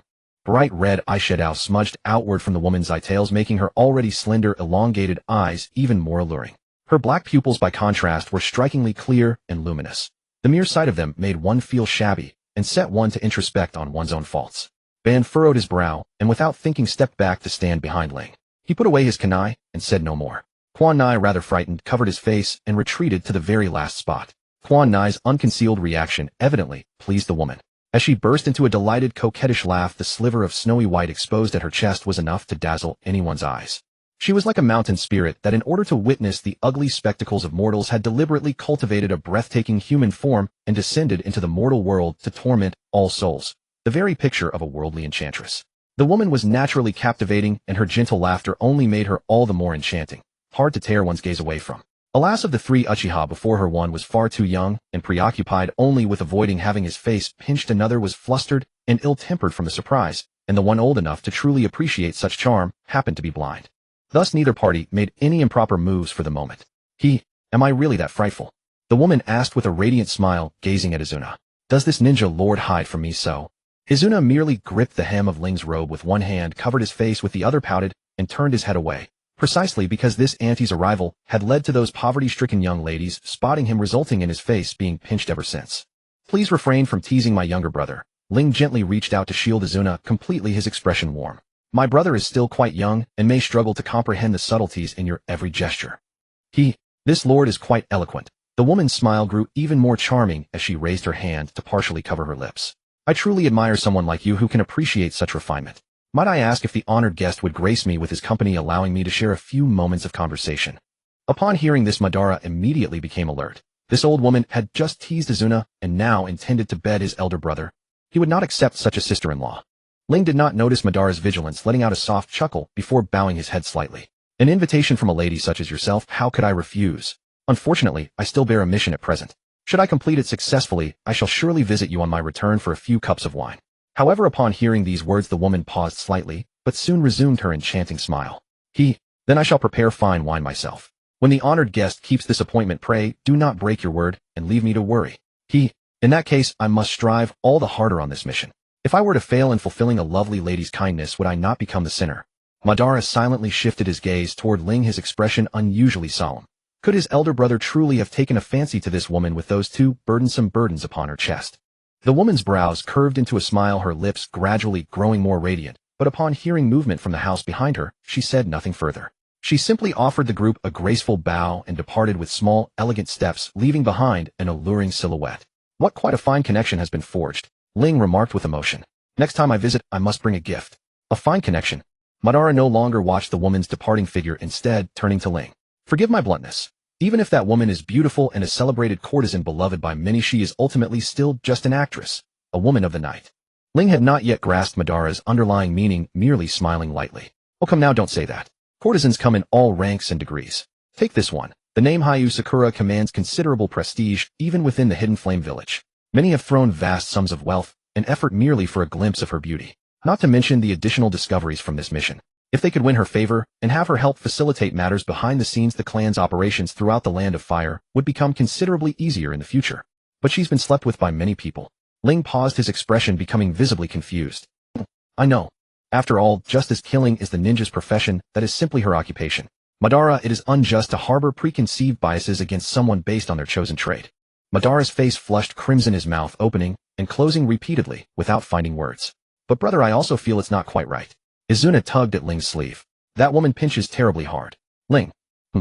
It appears I have emerged at an inconvenient moment. After Hayu, Sakura, Gashichi finally stepped out from the house, mysteriously approaching the trio and lowering his voice. But while beauties are delightful, I must advise the lord to abandon such thoughts, for Hayu, Sakura's patrons are all of the highest nobility. Lingam. No, you have misunderstood. I harbor no such romantic intentions toward courtesan Hayu Sakura. Should a courtesan ever wish to retire, she naturally seeks stability, and a ninja like me whose life is nothing but combat cannot fulfill such aspirations. Ling immediately shook his head with a laugh, finally comprehending what his younger brothers were discussing. He reached out and gently tapped Madara's forehead, his voice tinged with helpless amusement. You always filling your head with nonsensical notions. Madara instantly composed himself, allowing Ling to ruffle his hair. If not interested in that older woman, then what manner of connection could there possibly be? Suppressing his chaotic thoughts, Madara looked up at Gashichi. The highest nobility. How amusing. Gashichi was startled by these words, but merely smiled cheerfully and raised his hand, making a gesture representing money. Some minor accomplishments, nothing more. However, I have truly expended too much energy today and am unfit to continue traveling. Would it not be better to rest here and depart tomorrow? Truly a remarkable actor. Madara looked at Gashichi with a complicated expression. At this moment his steps were light and unsteady, his face flushed rosy, clearly wearing the satiated air of one who has indulged. Had it not been for hearing Ling mention earlier that the two inside were not actually doing anything, he would have been tempted to praise this client's stamina. The two had been crying out for nearly 2 hours, and even with a ninja's constitution, they should be utterly depleted by now, especially since this was someone without chakra. Thinking of this, Madara withdrew his gaze. As you wish. Then please follow me. I am something of a regular here and know quite a few excellent restaurants. Izuna, seeing that they could finally depart, sincerely exhaled in relief, then quietly tugged at Madara's sleeve and lowered his voice. Brother Madara. Madara slowed his pace and bent slightly. What is it? Although relatively safe, these missions feel rather premature for me. Izuna's expression was somewhat complicated. How about next time we undertake missions together and let me be the one to choose? Madara. What should one do when one's image in one's younger brother's eyes has deteriorated because the client was too absurd? Awaiting guidance online, quite urgent. It was not until the group had settled into their lodging that Madara managed to think of a way to restore his image in Izuna's eyes. For now, he could only suppress his thoughts. After helping Yu Jiansheng inspect the house, he sought an opportunity to ask Ling privately about what favor he had gained from that courtesan. Madara, do you still recall what I told you earlier about that courtesan's identity? Madara nodded. Yes, brother, you said that courtesan might be controlling a black market in the land of fire. Did that courtesan not say something like this before? Let me not break my promise and cause undue worry. Ling's lips curved into a gentle smile, his voice soft. The hidden meaning behind those words was that someone had taken on the corresponding assassination mission and their strength was not weak. She was warning me to be careful in my response. Would such an obvious hint not count as a favor? Madara crossed his arms, his expression somewhat twisted. So it hadn't been flirtation, but rather a coded message. After a brief silence, he spoke again. And what about the earlier words? Earlier. Ling tilted his head, slightly pondered for a moment, and then understood. Earlier I was simply asking her to stop teasing Izuna. Those were not coded words. However, when she invited me to taste it later, she meant she wanted to issue an urgent private commission and was asking if I had time to accept it. And my response, as I made clear, told her to come ask after I completed my mission. Madara. It seems straightforward. Brawling suits me better after all. Making extra money at the black market probably isn't well suited for Madara. Ling reached out to ruffle Madara's hair, letting out a laughing sigh. After all, with our Madara's tremendous talent and such innocence to those people, you'd be far too easy to deceive. Then I'll see who dares to fool the Uchiha. Madara, with his messy hair, let out a cold snort. They'd be playing with fire. Izuna, who had been quietly listening throughout, couldn't help but burst out laughing. Brother Madara, that sounds pretty unconvincing. Oh, I lack persuasiveness. Madara narrowed his eyes, looking at Izuna, then suddenly lunged forward with both hands outstretched. Then do I have persuasiveness now, eh? Izuna had no time to dodge, and was caught by Madara, who seized his weak spot. Ha ha ha ha, brother Madara. Ha ha ha, I was wrong, ha. I was wrong, ha ha. Don't go too far, we still have a commission to attend to. Yet despite these words, the increasingly indulgent and helpless smile on his lips made it clear he had no intention of stopping them. Izuna finally broke free from Madara's grasp, and quickly slipped over to Ling's side. I was right. It's brother Madara who's being unreasonable. Brother, help me deal with him. Is that so, is it? Ling casually rolled up his sleeves. Then let big brother see who's bullying our Izuna. Take this. The moment Ling grabbed his wrist, Madara immediately reversed his grip to seize Ling's wrist as well. With both hands pulling outward and upward, he stepped into a horse stance, twisted his body, and prepared to throw Ling to the ground. However, Ling reacted faster. Rather than matching Madara's strength, he followed the force upward, and in the split second when Madara paused from shifting his power, he kicked at the heel behind him. Just as Madara lost his balance and fell backward, Ling quickly pulled his arms down and swept him up entirely, his mouth curving into a bright, warm smile. Good. Got him. Come on, Izuna. Come on now. With his feet in the air and unable to counter, Madara finally puffed up his cheeks. Using my older brother as backup is just too cunning. Izuna showed no awareness of any unfairness in victory, grinning like a cat that had successfully stolen something. Brother Madara, take this. Ha ha ha, Izuna. Ha ha ha. Brother, let go quickly. Ha. Ling could only shake his head and laugh. Oh dear, oh dear. You were the one who initiated the throw and came right into my embrace. How could I possibly let go first? Brother. Ha ha ha. The three brothers laughed and horsed around for quite some time before finally coming to a stop. After showing Madara how he could have countered in that situation, Ling naturally suggested they both get some rest and regain their strength for any potential dangers that might lie ahead. Madara and Izuna didn't argue. After inspecting the surroundings and setting up their watches, they entered the adjacent room that Yu Jiansheng had booked for the three of them. Ling meanwhile leaned against the dividing wall between the two rooms, occupying a small corner of the corridor, holding his staff sword quietly. Whether he was resting or on guard, or perhaps doing both, remained unclear. As Ling and the others grew quiet, Yu Jiansheng inside the room also set down his pen, picking up the paper he had written on to examine it closely. If Madara or Izuna had been standing there at that moment, they would certainly have noticed that the paper recorded every word and phrase spoken by the three brothers during their earlier laughter and roughhousing. By now the warmth of daytime smiles had vanished from Yu Jiansheng's face. Even gazing at those exceptionally warm words on the paper failed to soften his cold, rigid expression in the slightest. After a short while, Yu Jiansheng set down the paper, rose from his seat, and rummaged through his luggage to retrieve a scroll filled with the names of various ninja clans from the Land of Fire. Taking up his pen, he crossed out the characters for Uchiha, then wrote a line beside them. Though their minds are pure, most are arrogant and conceited. Those few with mild tempers are even more sharp-witted and elusive. Without a dominating force to suppress them, attempting to control them is inadvisable. They are not the optimal targets. Upon closer inspection, many ninja clan names had already been crossed off the scroll. On the side of Uchiha, the name Senju had been struck through even earlier, with an evaluation written in smaller characters below. Powerful in strength and kind in disposition, yet due to his generosity, he has united too many surrounding ninja clans. Should he turn rebellious, a single call would summon 100 responses.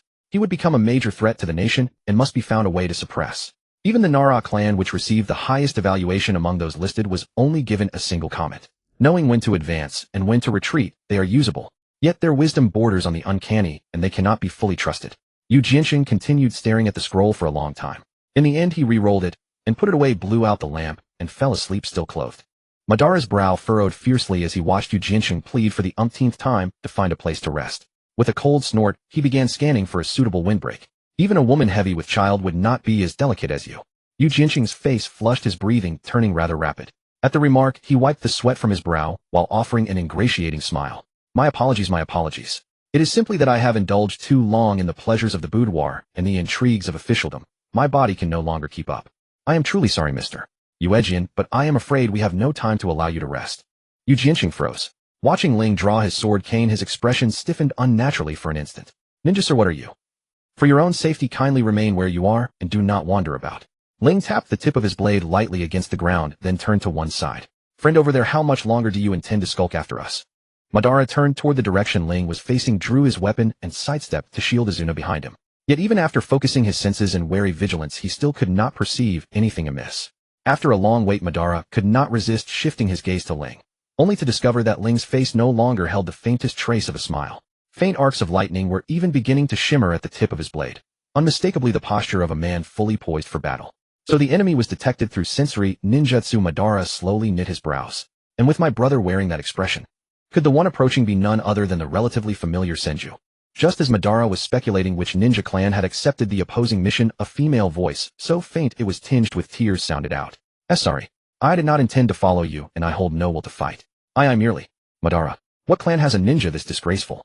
If you have no will to fight, then come stand before me and state your business. I will give you one chance, and one chance only, Ling said, lowering his body. If your answer fails to satisfy me, or if you have no intention of withdrawing, then we will have no choice but to fight and settle which of us prevails.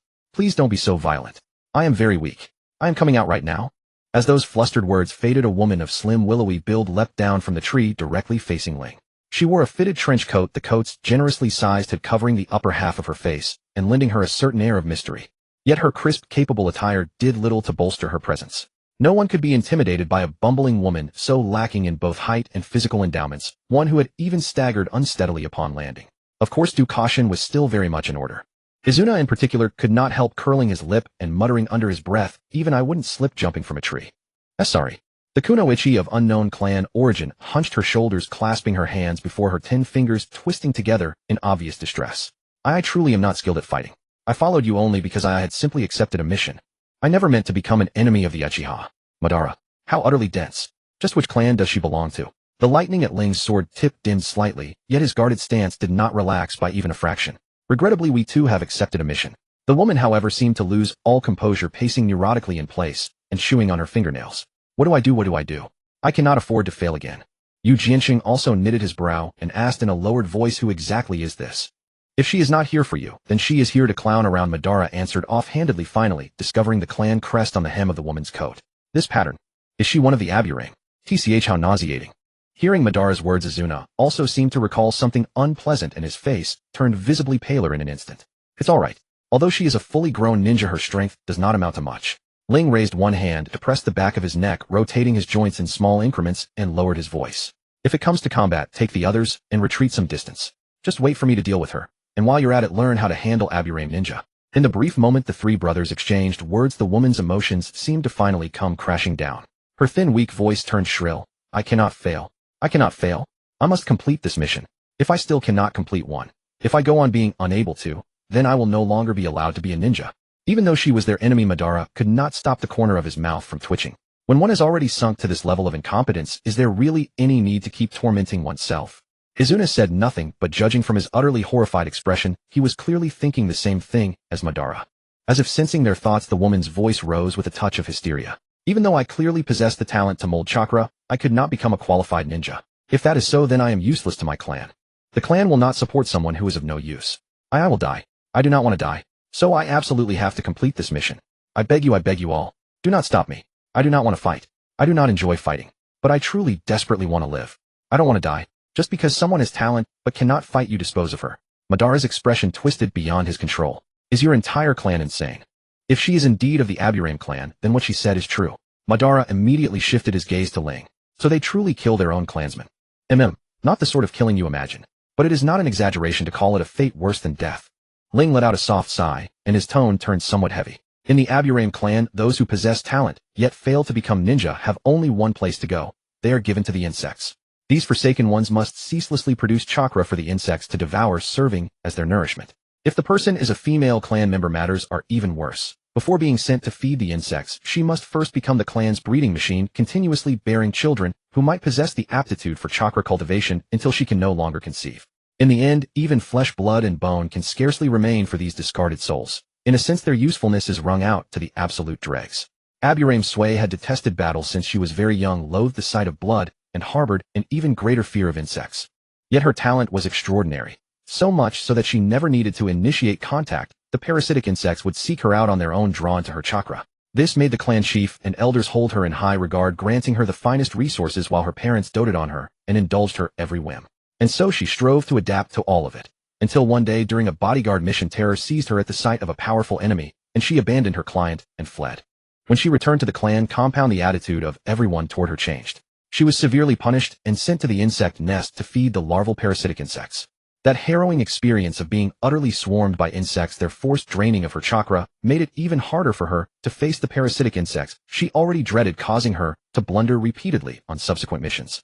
And the more she blundered, the harsher the punishments became. She was ensnared in a vicious cycle she could barely escape. Until this time, when an elder handed her a mission and said, "If you fail to complete this task, the clan will abandon you."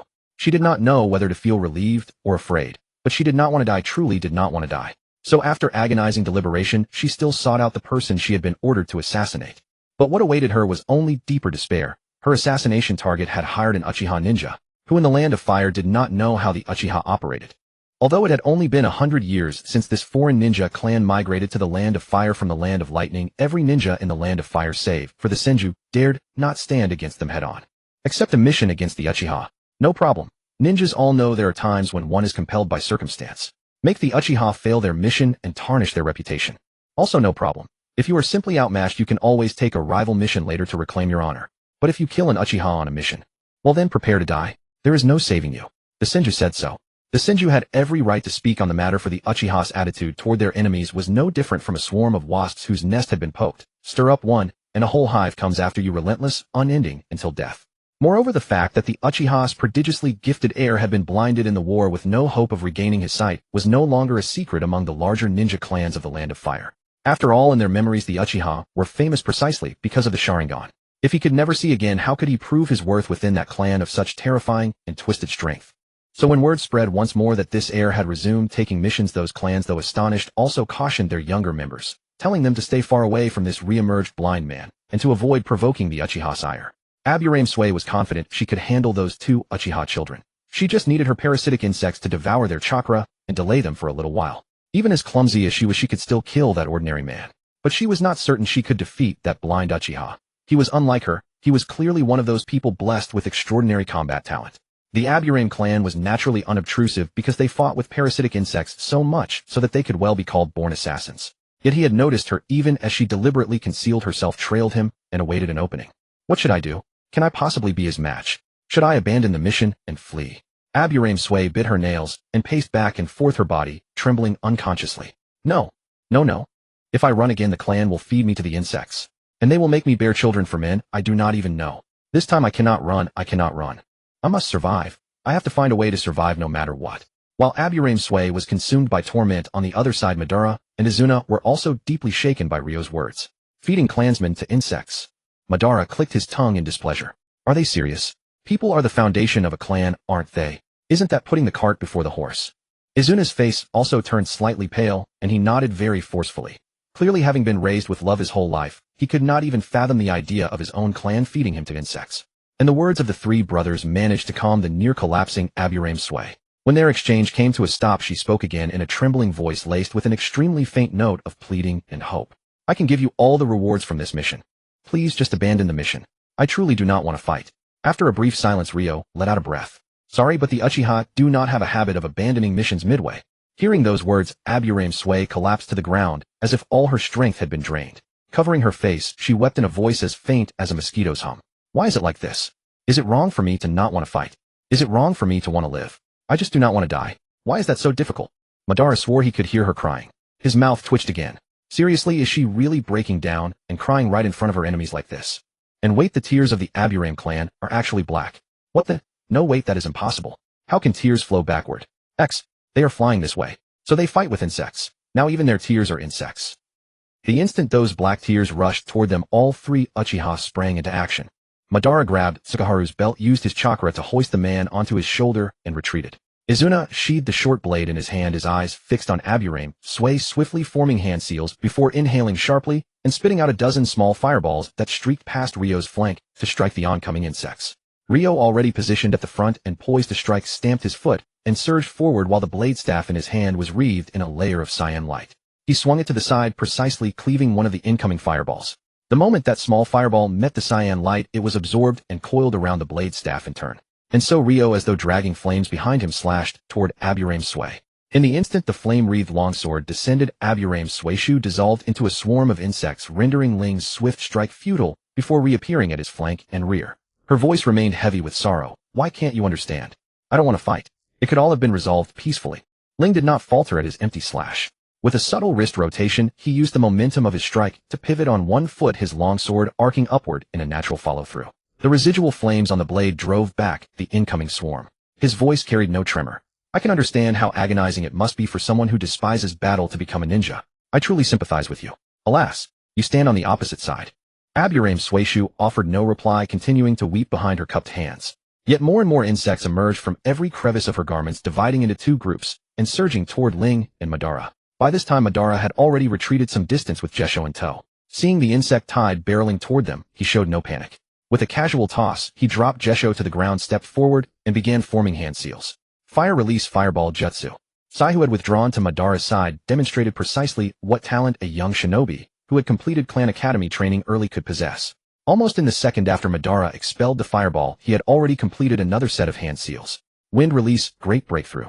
The cyclone caught up to the fireball in an instant. The spherical blaze swelled exponentially, crackling with a sharp hissing sound and a faint acrid fragrance before consuming the entire insect army whole. It rained down as a brilliant cascade of embers before the three of them. Well done, Sai. I am proud of you. Madara praised his brother between flips of a sealing scroll, then deftly opened it, withdrew a can of insecticide commonly used for outdoor camping, and sprayed it liberally at the group before tossing a fresh can to Sai. But I need you to take this trash and run far away. Jesho, battered and bruised, only just registering what had happened, barely given time to rise before Sai dragged him away again. No wonder the Uchiha have such high mission completion rates despite their poor reputation. On the other side, Ling's approach to the insect tide was far more brutal. A sharp surge of electricity instantly coiled around his body as he charged straight through the swarm, his longsword once again aiming for Aburame Sueshu's vitals. Even as the blade's glint neared her neck, Aburame Sueshu maintained her weeping posture. Yet the dense mass of insects descended upon her entirely, allowing her to evade the fatally precise strike one more time. It won't help. Even if I don't want to fight, the parasitic bugs will protect me so they can continue feeding on my chakra. Aburame Sueshu sobbed. Normally I would have already fled, but not this time. The clan won't give me another chance. I can't run anymore. How pitiable. Ling's brow furrowed slightly as the electricity surrounding him intensified. If you refuse to flee, then after I secure victory, I will exert a small additional effort to make your corpse disappear completely. Aburame Sueshu's weeping hitched, a faint pause. If she could help it, she still did not wish to die. Ling, however, had clearly already deemed her an enemy and had no intention of offering further comfort. His free hand rapidly formed a single-handed seal. Fire release, great fire annihilation. Facing the wall of flame rushing toward her, Aburame Sueshu once again dispersed into a sky-wide swarm of insects, relocating her physical form well before the fire reached her. This sudden movement caused the hood she had been wearing to fall away. Madara, whose full attention had been fixed on her, immediately caught sight of her bare face. The moment his gaze fell upon it, a chill shot from the soles of Madara's feet straight to the crown of his head. Upon that youthful, pristine face were no eyes. In their place, insects endlessly crawled from the empty sockets. Disgusting. Madara involuntarily stepped back. Do Aburame ninja have bugs filling their entire bodies? Aburame Sueshu seemed to notice his reaction as well. Flustered, she hastily replaced her hood, and her mind, stagnant for so long from fear of battle, finally began to turn. This can't go on. If I continue like this, there's absolutely no chance of winning. But Aburame Sueshu turned toward Madara and Sai's position. If I can grab just one person first, The thought had barely formed, let alone developed into a coherent plan, when the parasites within her responded instinctively, propelling her directly to Sai's side. When Sai met those bug-crawling eye sockets beneath the hood, his mind went blank. Yet his body responded on pure instinct, raising the insecticide, compressing the switch, and simultaneously drawing his short sword to strike forward. Aburame Suishu merely furrowed her brow at the pungent chemical odor, but her movements were entirely unaffected. She raised both hands and lunged toward Sai and Jesho. Those almost tender-looking hands dissolved into clusters of parasites the moment they contacted the blade, swooping toward Sai in a frantic wave. The Uchiha, whether their Sharingan had awakened or not, possessed vision far surpassing that of ordinary people, provided they had no congenital ailments. While this keen sight afforded them numerous advantages, it also brought certain drawbacks. At that moment, Sai's body tensed almost to paralysis because he saw with unsettling clarity the grotesque, increasingly enlarged maws of the insect swarm. It was not born of subjective fear, but of an ancestral instinct drilled into humanity across generations, the drive to seek advantage and avoid harm. Under normal circumstances, such an instinct would serve only as a warning signal. But in the heat of combat, it was nothing short of catastrophic. Sai watched helplessly as the insect horde came straight for his face, his mind going utterly blank, unable to determine how to react. Got her. But just as the thought crossed Aburame Suishu's mind, the space before her suddenly emptied. The words of the blindfolded youth rang out once more. That is precisely why I despise this kind of behavior, abandoning your opponent mid-fight to prey on the weak. I assumed you at least had the courage to face me directly. Accompanying the youth's cold voice came a dispersion of fine electrical threads. The moment the electricity touched her, the parasitic insects fell into a paralytic state, and Aburame Suishu's dispersed form coalesced once more into her body. In slight panic, she watched as Ling seized Sai by the collar of his back and hurled him aside, then kicked Jesho, who was also surrounded by insects, away with a single sweeping strike. Biting her teeth together, she attempted to activate her insect transmission to shift positions again, but her body, fully paralyzed, moved countless times slower. Before she could successfully activate the technique, the gleaming longsword pierced through her chest, spraying a dazzling arc of blood. You've lost. Wrapped in flickering electricity, Ling's face shifted between shadow and light, lending an eerie intensity to his ever-flat tone. Yet Aburame Suishu smiled. Straining to lift her head, she looked up at the youth whose longsword had driven into her heart, her voice finally steadying. Could you do me one more favor? If it is not too troublesome. I have heard that those missing limbs cannot enter reincarnation. Therefore, could you please sever my head? In that instant of being hurled backward, Senna returned to his senses, his face pale, as he drove his short blade into a nearby tree to halt his momentum, then turned his gaze toward the battlefield. The dense lightning still encircled both of them. Aburame Mashu had her head lowered, no longer moving, yet her body seemed to have been released from some constraint. Bumps twisted beneath her skin, one after another threatening to burst forth, yet they gradually subsided under the increasingly powerful electrical light on the blade. Only when he could no longer sense any chakra fluctuation within the corpse did Ling cease converting chakra. He drew his long blade, stained with only a trace of blood, and severed Aburame Mashu's head in one swift motion. Senna then slid down from the tree, first peeking at the limp corpse on the ground, then quickly running toward the client, who had just been kicked into the bushes by Ling. After confirming the person was not in mortal danger, he moved them to a relatively flat area and began bandaging their wounds. While blaming himself for his powerlessness, he also secretly winced at the bruises on Yu Jinxing's body where Ling had kicked him. Though it was to prevent the client from being killed, wasn't that a bit excessive? Madara, after confirming Senna was unharmed, swiftly moved to scout the surroundings. Once he confirmed no other enemy was hidden nearby, he came to Ling's side, wanting to inquire about the weaknesses of the Aburame clan. As for the client, wasn't he alive? Just walking closer and gazing at the corpse with insects and bones scattered outside, Madara couldn't help but feel a chill crawl up his spine. Brother, is this person truly dead? Or rather, is this even her real body? There weren't even internal organs inside her. Yes, she is already dead. She simply converted most of her internal organs into insect form to nourish more bugs within her body. Ling sighed lightly, sheathing his staff sword. It's a pity she failed to fully utilize her talent. Perhaps less than half of her strength was ever revealed.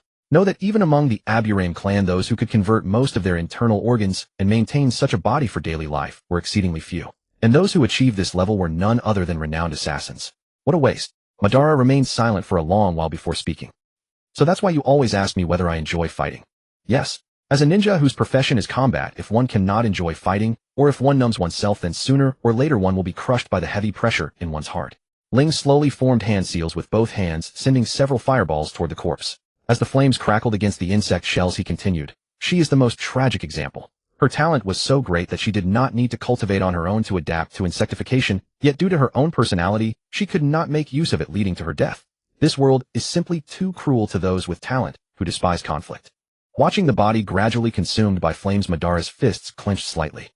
Then would it be better to live an ordinary life without talent? No.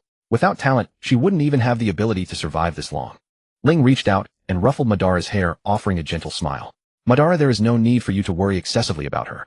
For her dying here might bring more liberation than continuing to live. Even death is liberation. If a ninja has reached such a state, then what meaning does existence hold? Being a ninja is inherently meaningless. What carries meaning is the person themselves. After confirming the fire would not ignite the surrounding forest, Ling turned and walked towards Senna's direction. Take me for example. I initially fought only to pursue and savor that fleeting thrill between life and death. But as various things occurred, I gained another desire, to protect you too, so that you may grow up safely. These 2 points are the meaning of my existence now. So it is the person who defines the profession rather than the profession defining the person. Madara's brows furrowed tightly as he closely followed behind Ling. I still do not quite understand. Is there truly no way to allow only those who ought to fight? Isn't possessing talent, but having nowhere to use it, simply driving people to their deaths? Perhaps there will be. It is just that my vision remains too narrow to see that far into the future. Ling chuckled softly. But Madara can go search for such a method. If you find a way, brother will help you realize it. For after all, as the clan's blade, my role is to assist the clan leader. Madara's stern expression instantly relaxed. Really, you brother? Ling merely smiled and ruffled his younger brother's hair once more, then stopped beside Senna. How is our client? I may not have held back my force properly in the heat of the moment. Yes, mister. Yu Jian is physically unharmed. He is merely unconscious. Senna peeked at the nearly burned corpse. Is it common to be suddenly ambushed by unfamiliar ninjas during missions like this? Well, I am actually more surprised that we have only encountered this once until now. Ling nodded, pausing briefly before speaking. How are you feeling, Senna? Can you adapt to it? Recalling those eye sockets filled with flying insects, Senna's face went pale once more. After stiffening for a few seconds, he stammered. It's fine, it's just a bit nauseating. I can overcome it. I will definitely become a ninja as outstanding as father and my elder brothers. However, upon hearing these words, the expression on Ling's face turned rather worried, his smile carrying an even deeper bitterness. Senna, your desire to become a ninja should not be a decision made solely out of admiration for us. Well, but perhaps this is the helplessness of belonging to a ninja clan, isn't it? Hearing this, Madara also cast his gaze upon Senna, his brows deeply furrowed. When he had seen Abure Mashu lunge towards Senna, just now his heart had nearly stopped. Although Ling had helped save the situation in the end, and everyone was unharmed, he simply did not dare to imagine the scene of Senna or Ling dying right before his eyes. Ultimately, a child so young should not be on the battlefield, but should be at home playing. It is all those fools who dared to oppose the Uchiha and press their advantage that caused Senna to graduate early and encounter war at an age even younger than mine. Madara's expression grew increasingly cold, a faint crimson tint appearing in his eyes, though it ultimately returned to utter darkness. If I want to make those annoying people disappear completely, I must become stronger. So strong that the entire ninja world comes to know my name, to the point where they tremble and lose all will to fight at the mere mention of the Uchiha. Izuna, noticing the somewhat gloomy expression on Madara's face, thought he was worried that she wasn't actually all right, so she stood up and jumped in place. Madara, see. I'm really fine. Only then did Madara snap out of his thoughts, his cold, hard expression softening. It's good that you're fine. Ling meanwhile delivered a final strike to Gekken's neck before hoisting him onto his back. Let's go. While the client is quiet, let's put some distance toward the land of the moon. The sooner we finish the mission, the sooner we can move freely. Izuna and Madara exchanged glances at the client, who was now even more thoroughly unconscious. After a few wordless exchanges, they confirmed this was something forbidden by the ninja code. Wait, was it really okay to attack the client like this? What are you two doing? Hurry up and follow. Ling, already some distance ahead, looked back. There are no other enemies nearby, but there's no guarantee the Aburame ninja aren't trailing us from afar. It's not safe here, brother. Izuna hurried over, hesitation in his voice. Isn't it a bit wrong for us to treat Gekken-sama like this? Well, our mission is just to ensure his life is safe, isn't it? Ling chuckled softly. Besides, we've already laid hands on him. Adding a little more won't make a difference. They won't be able to tell the difference. Izuna looked at the thoroughly unconscious client, then at the serene-faced Ling and the already nodding, thoughtful Madara, and began to wonder if his own character was simply too soft to think this was wrong.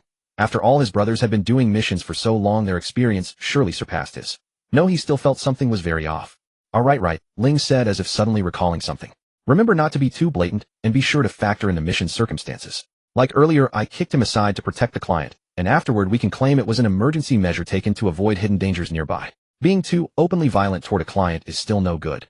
Dealing with noble complaints is a bit troublesome. Izuna, forget whether this counts as blatant or not. So you knew this was against the rules all along. Unlike Izuna, who was new to missions, Madara had long since learned to completely ignore some of his brother's out-of-line behavior. After putting out the fire, he even had the leisure to pat Izuna's shoulder and mouth words with a solemn expression. Brother must have his reasons for doing this. And besides, some clients really are stupid bleep. Izuna, Madara, you're weird too. Besides, Ling tilted his head slightly. By now you two are probably starting to get bored, aren't you?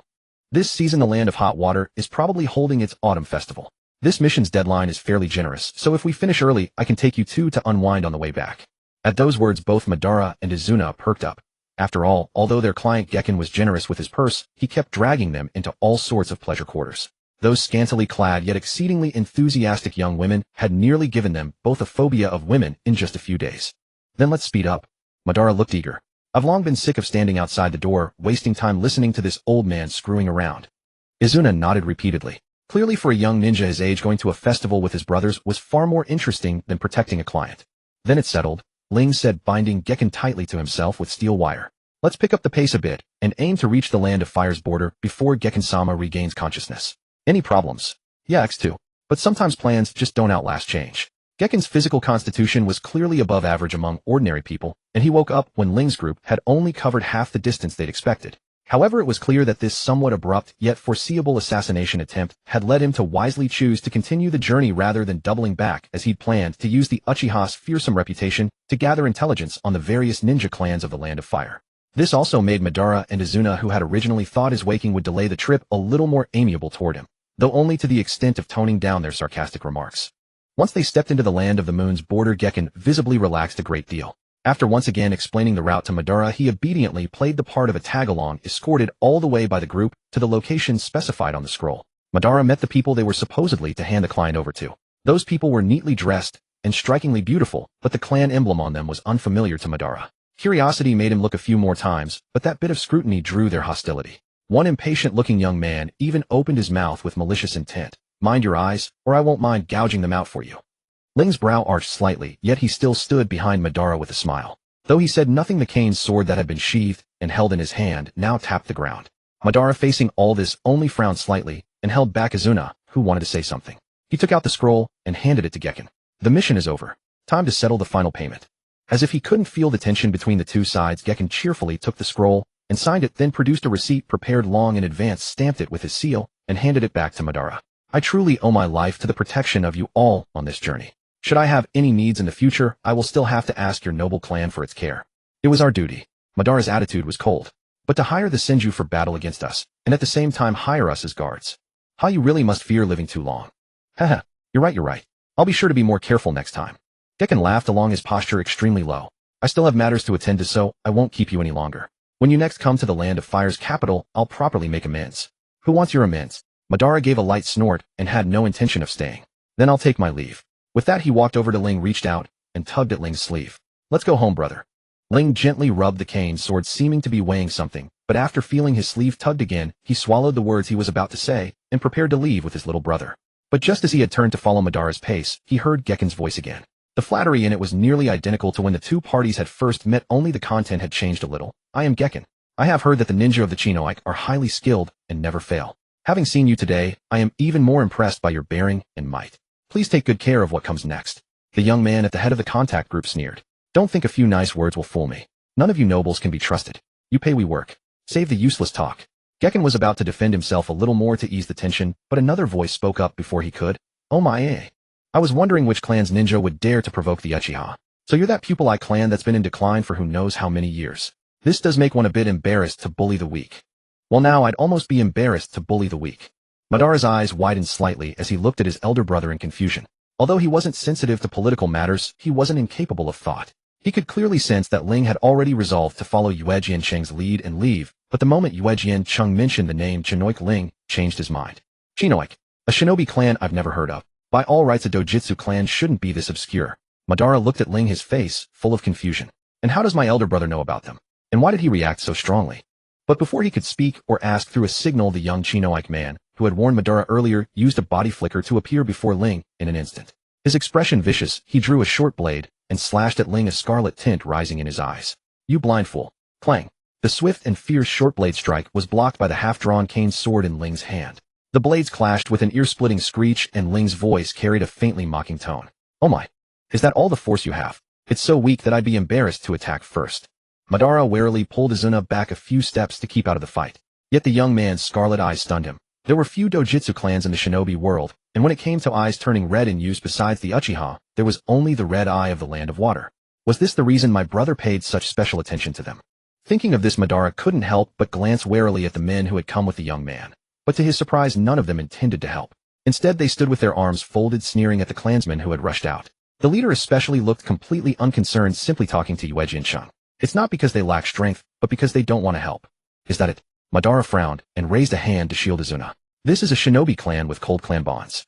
While Madara was on his guard and pondering, Ling and the stranger exchanged more than 10 moves fast and fierce. But compared to Ling's composed defense, the young man's movements became increasingly frantic. When he heard Ling chuckle again, his expression turned even more ferocious. Die. With those words, the scarlet in the young man's eyes grew even more intimidating, his pupils compressing into thin, pale, white horizontal lines. Ling's evasion faltered for a moment, and the young man closed in on him in an instant. But before Madara and Izuna could even worry, Ling's knees buckled forward as if all strength had left them, while his upper body leaned backward until it was nearly parallel to the ground. After dodging that strike, Ling launched a counterattack. Left hand bracing his body, right leg sweeping sideways into the young man's calf, and the right hand, holding his blade, swinging upward in a rising cut aimed straight at the opponent's abdomen. The young man had no intention of waiting to be cut. He stepped back with a stride, but he was still half a step too slow. The gleaming blade sliced through the belt at his waist. With a slight advantage, Ling did not press the attack. Instead, he stood up and leisurely dusted off his clothes. Just now, was that your clan's dojutsu? It can directly affect the human body. That really startled me, and I should be glad you're not more skilled with it. The young man who had just fought Ling was clutching at his beltless trousers, face full of shame and fury. Despicable coward. Ling merely spread his hands with an innocent look. Didn't you provoke me and attack first? Besides, I can't see. How could I possibly know where I cut?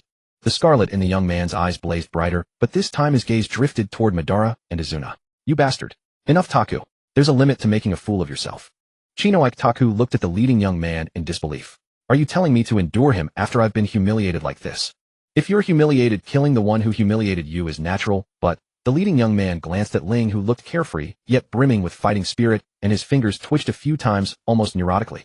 That's limited to this person. Don't let me see you trying to bully some snot-nosed brat. Madara, who had been watching all along, couldn't help but twitch at the corner of his eye. What the? This sickening sense of déjà vu. Brother Madara. Izuna tugged Madara's sleeve, his expression complicated. Don't you think the way they talk is a lot like our clan? Especially when provoking before a fight. Madara. So that was why it seemed inexplicably familiar. Wait. Did their clan really sound this deserving of a beating to outsiders? Madara silently put himself in the shoes of the discomfited young man across from him, replayed Ling's words and tone, and after a brief silence had to admit, that did sound somewhat deserving of a beating.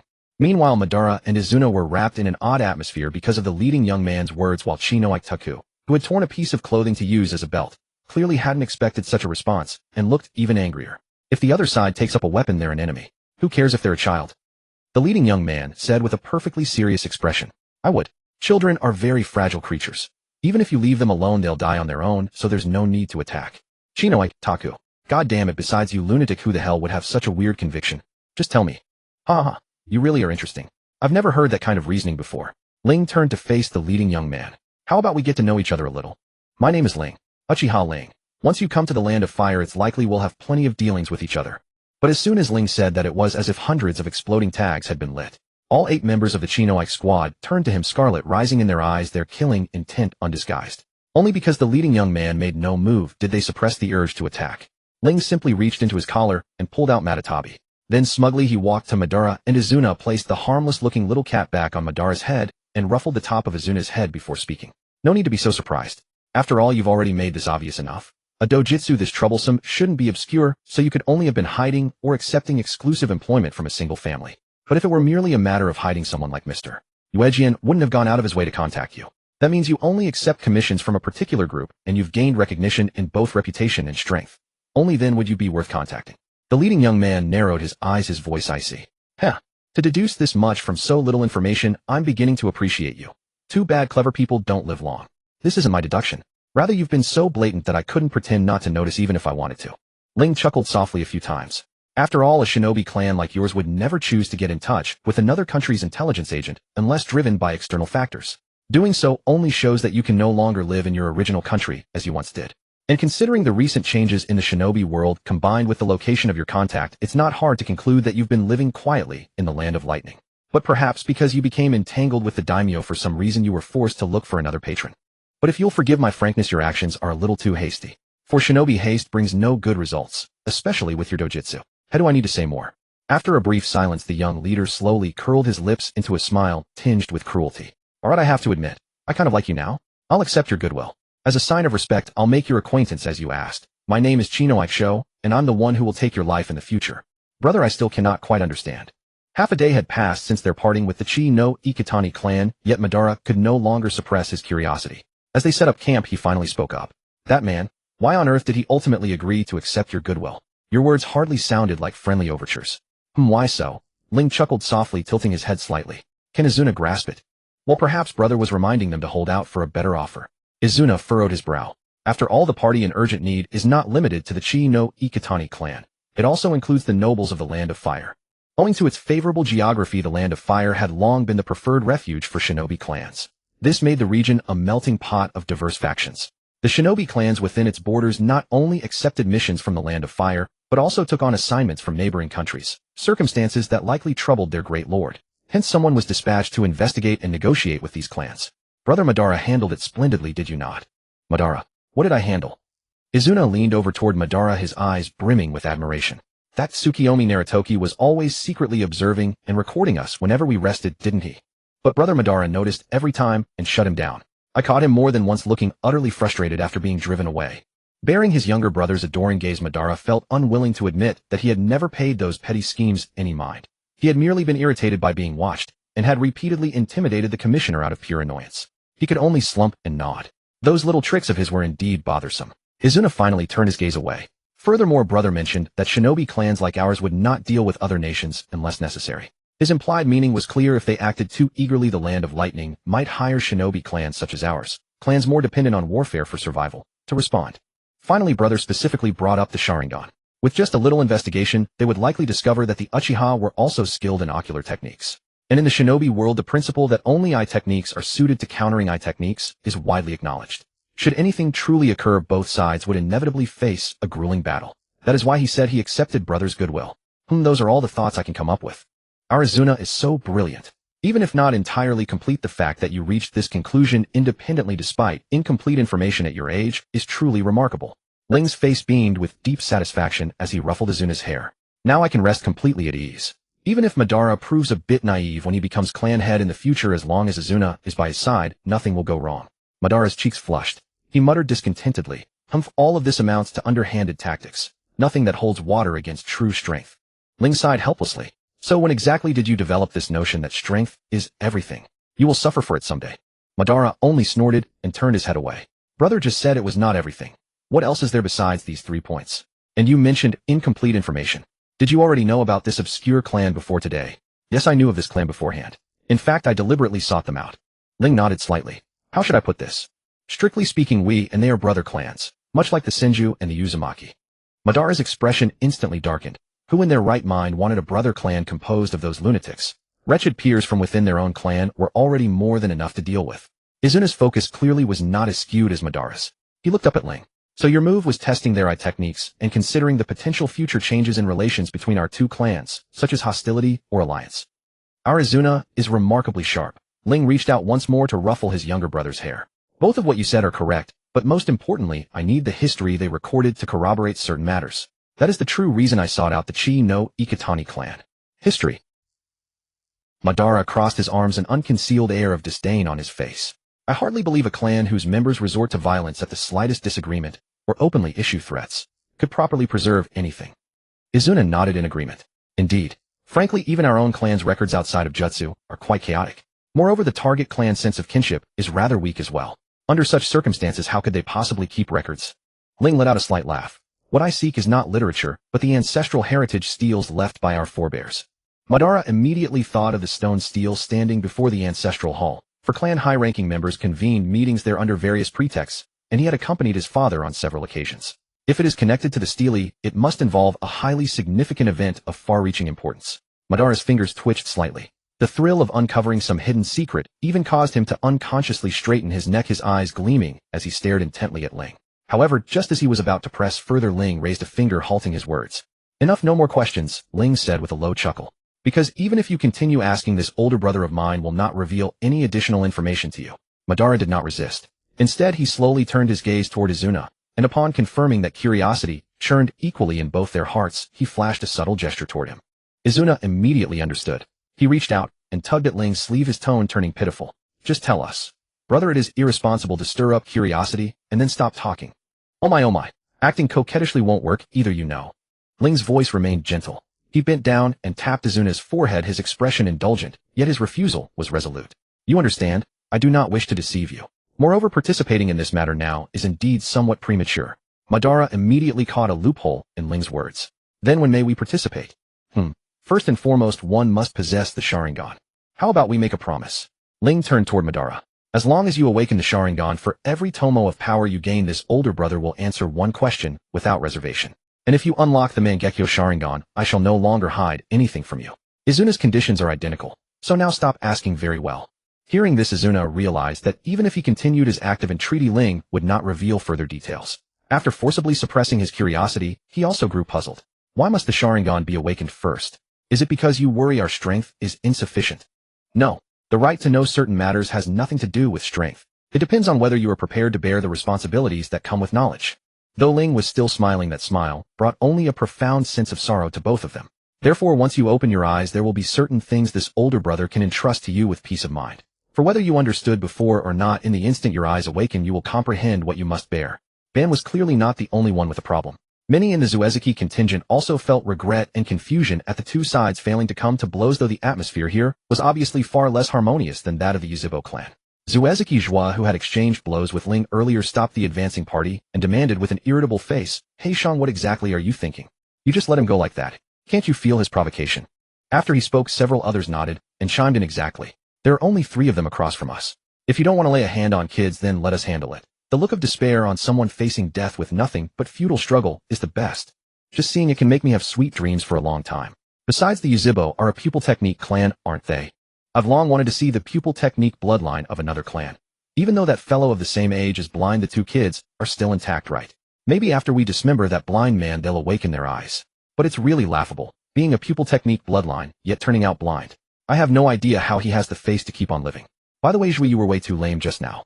For someone who calls himself a genius, you couldn't even take down a blind man. Hey, Mr. Klein, don't you think so? Yuejian Chung caught a glimpse of the scarlet rising in Zuezaki Zhua's eyes from the corner of his eye. When he also noticed how these people were subtly positioned to surround Zuezaki Shang, his heart could not help but turn cold, though the smile on his face remained unchanged. I am merely an ordinary man, and I know little of ninja affairs. But I have heard that pupil techniques are most often activated through eye contact or the exchange of glances. For this ninja lord to be able to use pupil techniques to influence another without any line of sight at all, he must be exceedingly strong. At least you have good eyes. Zuezaki Zhua looked away, yet the scarlet in his eyes did not recede. His gaze moved to Zuezaki Shang, who stood in front of him with his head lowered. Hey, you've been silent long enough. Isn't it about time you gave me an answer? Don't think that just because the elders so noisy. Still saying nonsense at a time like. Zuezaki Zhua raised his chin, his expression growing even darker, but before he could finish speaking, Zuezaki Shang grabbed the lower half of his face with one hand and slammed him hard onto the ground. Shoo, don't make such a racket. It's been a long time since my brother last fell asleep in such a good mood. At this moment, Zuezaki Shang's expression was no longer as cold and hard as when he had encountered Ling and the others earlier. Instead, it carried a hint of frivolity. And who gave you the courage to question us? Zuezaki Zhua instinctively squeezed his eyes shut, yet in the next moment, he was still tormented by a burning agony welling up from inside his body, his expression twisting from pain. But because the lower half of his face was clamped tightly, he could only let out whimpering sobs that bordered on wails. The faint encirclement that had been forming dissolved as soon as Zuezaki Zhua was subdued in a single move. The youths who had arrived with him all lowered their heads, falling into fearful silence. Hey, wasn't it just lively a moment ago? I'm very interested in your subject. How about telling me more? Zuezaki Shang raised his head and looked around. The pale line-shaped pupils in his eyes seemed to be pushed into a mischievous curve by the smile on his face. I won't kill you in front of the client, so don't be so reserved. Let me have a bit of fun too. As his gaze swept across, the youths who had been standing all let out muffled groans, and some even collapsed onto their knees, unsteady on their feet. Yuejian Chung looked at the young man who had earlier grabbed him and tried to make him talk. That arrogance from before was completely gone, and not a trace of blood remained on his passably handsome face. Sweat rapidly broke out on his forehead and the back of his neck, beading and streaming down. Clearly he was in extreme pain. Even so, he only let out a muffled groan and said nothing more. To be able to strike at his own clansmen silently, and without so much as a moment's hesitation. If one were to entrust them with a mission, they would indeed be utterly unworthy of trust. It seems the Zuezaki clan is not a good choice. While he was lost in thought, the scarlet eyes with their line-shaped pupils suddenly appeared in his field of vision. The young man's voice, carrying a hint of amusement, sounded at his ear. It seems no one here wants to talk to me. Hey old man, why don't you come keep me company? Or do you want to end up just like the old man? Yue Jiansheng was startled into a cold sweat by the killing intent, desperately wanting to turn and flee. But years of experience traveling far and wide forced him to pull himself together. His smile grew even more benign, and his voice did not tremble in the slightest. Ah, then I am truly honored. What would this ninja lord like to talk about? If I happen to know it, that would be even better. What is it I want to know? Zuezaki Shang tapped his chin lightly with a fingertip, his face still wearing an exaggerated smile that showed no intention of diminishing. Then tell me about that blind man of the Uchiha clan. It's rare for my brother to take an interest in someone. You know, the last time my brother felt murderous intent was when our own parents tried to cast us into the blood pool to be turned into blood for cultivation. But later they could never do that again, because my brother turned them into human puppets. The lifelike despair on those faces is just too captivating. Ha ha ha. Yue Jiansheng's smile froze for a moment, but he pretended not to have heard the sickening laughter. Oh, you ask about that, lord. There is indeed a tale to tell. As far as I know, that person destroyed his own eyes. Zuezaki Shang's mad laughter ceased as abruptly as if a hand had seized his throat, and the twisted smile on his face settled back into calm. He destroyed them himself. Why? Yue Jiansheng nodded, ignoring the way Zuezaki Shang seemed to have changed into another person, and continued, of this I truly know little more.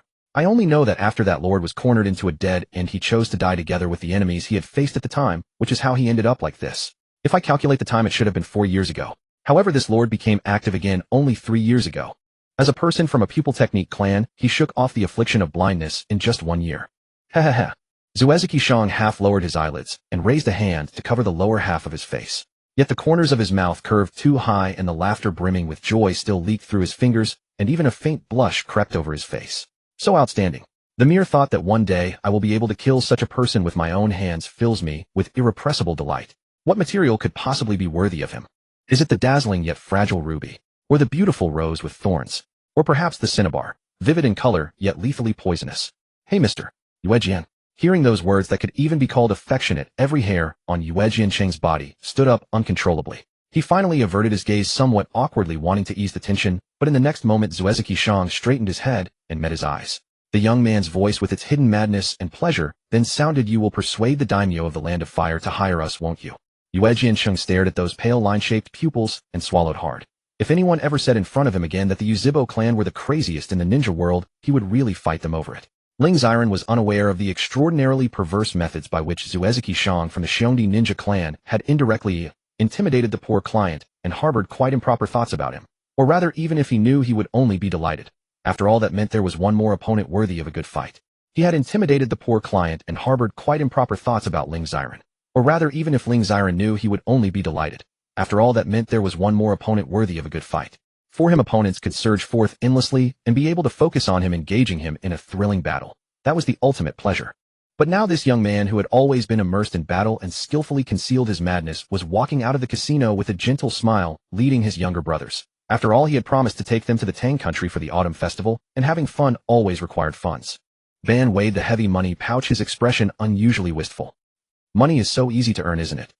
Quan Nai also hugged his own bulging money pouch and nodded in profound agreement. With the amount of mission reward each person can get this time, we would need to do at least 6 missions to earn this much. So when Ban and Quan Nai are short on funds for future missions, they can just find a casino and withdraw some operational funds, Ling said with a smile ruffling his younger brother's hair. But don't do it too often, and be careful not to win too much. Once they get desperate, they'll spread the word, and it'll be hard to find such a convenient withdrawal channel again. Convenient withdrawal channel. Ban's expression grew even more complex. Looks like you've been here quite a bit, big brother. Haha, of course I'm a regular. Ling laughed heartily without any intention of hiding it. Otherwise, where would I get the money to secretly break the rules with my teammates after a mission? My mission reward can't afford such expenses, just like this time. Quan Nai carefully put away his money pouch and looked up. Speaking of which, big brother is really amazing. You only played 1 round at each table, yet you always managed to win a little. Ban also chimed in. Indeed, it feels like winning just a little every time, and doing it consecutively is harder than winning big or losing everything. By the way, I saw someone cheating at the last table. How did you manage to win anyway, big brother? Did that happen? I didn't pay much attention, Ling said, rubbing his chin in a thoughtful manner. I just play by intuition, and unless I deliberately bet against it, I've never lost. Really? Quan Nai's eyes widened, admiration practically overflowing. Big brother is incredible. Haha, your big brother can do even more amazing things, you know. Would you like to see them, Quan Nai? Yes. Ban, watching from the side as Ling enthusiastically pulled out steel wire and shuriken to perform tricks for Quan Nai, couldn't help but feel a complex expression creep onto his face. He had said that being coaxed by others was useless, but he had already fallen for it, hadn't he? Indeed, disciplining Quan Nai would have to be my responsibility, although I don't want to be strict with him either for his growth. Just as he was thinking this, Quan Nai excitedly ran over with the steel wire and shuriken, showing off his new skill. Brother Ban, look at the technique I just learned. Ban immediately set aside his thoughts and raised his hands to applaud. Oh, you learned it so quickly. Our Quan Nai is truly amazing. Right. Ling also chuckled softly. He learned it completely after just 2 demonstrations. Quan Nai's insight is even higher than Ban's back then. Of course, Ban snorted lightly, showing no embarrassment at being surpassed by his younger brother, and even felt quite proud. Our Quan Nai is a genius. Well, it seems that the Uchiha's so-called discipline is just something they think about in their minds. In the end, Quan Nai was praised until his face turned red, then he puffed up his cheeks and pushed both brothers, urging them to set off for the Tang country. Since the handover point for the group was not deep inside the Yu country, even without rushing they still entered the Tang country by dusk after officially setting out. The Tang country differed from other nations in the ninja world. It was the second country after the demon country to prohibit internal conflicts and had achieved initial implementation of this policy. The reason it was called initial implementation was that this country had not managed to make all ninja clans voluntarily restrain themselves like the demon country had. However, the daimyo of this country was quite clever. He designated specific areas in many cities where ninja clans with conflicts could fight for free, and within those areas no matter what was destroyed no compensation was required. Conversely, as long as they left these permitted conflict zones and still caused damage, the daimyo would directly file diplomatic compensation claims with the country behind the ninja clan. The amount wasn't actually much, but it was mainly meant to be annoying. After all, look at this, our country is so honest, and ninjas report their crossings in advance and pay a considerable amount of protection fees every year. Yet when a ninja clan from your country comes, they destroy our country's ecology. Don't you think you should take responsibility? The annoyed daimyo would naturally pass the pressure onto the nobles who frequently hired that ninja clan, and the nobles would then express dissatisfaction to the clan, reducing their missions. With fewer employment missions, how could the ninja clan prosper? Thus, over time, no ninja clan chose to engage in open conflict within the Tang country. If they had no missions, they would either remove their clan crest before entering to avoid conflict, or if conflict was inevitable, both sides would suppress their anger and go to the designated conflict zones to settle matters. In addition, the daimyo of this country had somehow managed to unite all the ninja clans, large and small, across the nation. He neither ordered them to wage war externally nor incited them to oppress internally. Instead, he directed the clans to boost the country's economy and agriculture, vigorously develop people's livelihoods, and focus on hot spring therapy. Meanwhile, the large and small festivals held annually attracted many foreign merchants and various ninja clans, quickly earning the Tang country a reputation as the most desirable place to live in the ninja world. And as mentioned earlier, each major and minor festival held in this country attracted numerous ninja clans. After all, these were rare moments of leisure in their lives filled with blood and battle. So when Ban caught sight of that overly conspicuous red hair, he couldn't help but curse under his breath, feeling it was a bad omen. The moment he spotted that flash of red, Madara's previously pleasant expression twisted in annoyance. Why is that jinx everywhere? Hearing this, Ryo, who had been using a sensory jutsu to help Izuna cheat at goldfish scooping, grew serious. He picked up the sword cane resting across his lap and used it to rise to his feet. A moment later, his grave expression faded. Oh, it's just he. For a second I thought it might be one of our old rivals. By then Izuna had finally managed to scoop the vivid red goldfish into his bucket. Amid his delight, he was puzzled by their exchange. Who could possibly be more of a jinx than those old rivals of ours? Madara's expression remained sour. Those red-haired brats from the land of whirlpools. Izuna immediately realized Madara was talking about the Uzumaki clan. He handed his bucket to the stall owner to settle the bill, even more confused. But we rarely have anything to do with them. Just a personal acquaintance. Ryo chuckled softly. Hey Madara, is he wearing casual clothes or clan robes? Casual clothes. Brother, why do you ask? Because if he's in casual clothes I can go say hello, Ryo said, reaching out to ruffle Madara's hair. I also happen to have something I'd like to discuss with him. Madara instinctively grabbed Ryo's sleeve, bristling like an angry cat. What could you possibly have to say to that creep? Last time he kept spouting vague nonsense and pestering you relentlessly. If you go to him voluntarily, you'd just be rewarding him. Now don't say that. He isn't that kind of person. I don't care. Just stay as far away from him as possible, brother. Ryo was still trying to convince his younger brother, but the other side had already noticed the commotion and was approaching on his own. After all, if Madara could spot him, there was no reason he couldn't spot them as well. In fact, his voice arrived before he did. Ryo? Long time no see. Ryo looked up and waved in the direction of the voice. Yeah, it's been a while. Did you come out specially to play it? Oh yeah. The little princess at home has been impossible today. Uzumaki, he said, stopping about a meter in front of Ryo, before patting the head of the little bundle at his side. Speaking of which, aren't your two clans at war right now? Is it really okay for you to be this relaxed? It's fine. It's only been a little over a month since the war started. The clans haven't built up any real animosity yet. Ryo waved a hand dismissively. Besides, I'm only passing through after finishing a mission. It won't delay me much. No real animosity yet. Uzumaki thought back to the various horrors he had witnessed while helping deliver supplies last time. Are you sure? We haven't even started raiding each other's clan grounds yet, so it doesn't count as real animosity. Uzumaki, your two clans' relationship is truly beyond comprehension. Still, Uzumaki had long since learned one golden rule. Whenever Shinju and Uchiha were together, nothing they did was strange, and the only way to avoid being dragged into it was to never ever try to get involved. That said, he only needed to care about Ryo anyway. With that thought, he was about to ask Ryo where he planned to head on missions after the war, when his left hand suddenly dropped with a heavy weight followed by a sharp burst of pain. Ow ow ow, Mito. Let go. What's wrong with you? Why did you suddenly bite your brother? It's bleeding. It's going to bleed.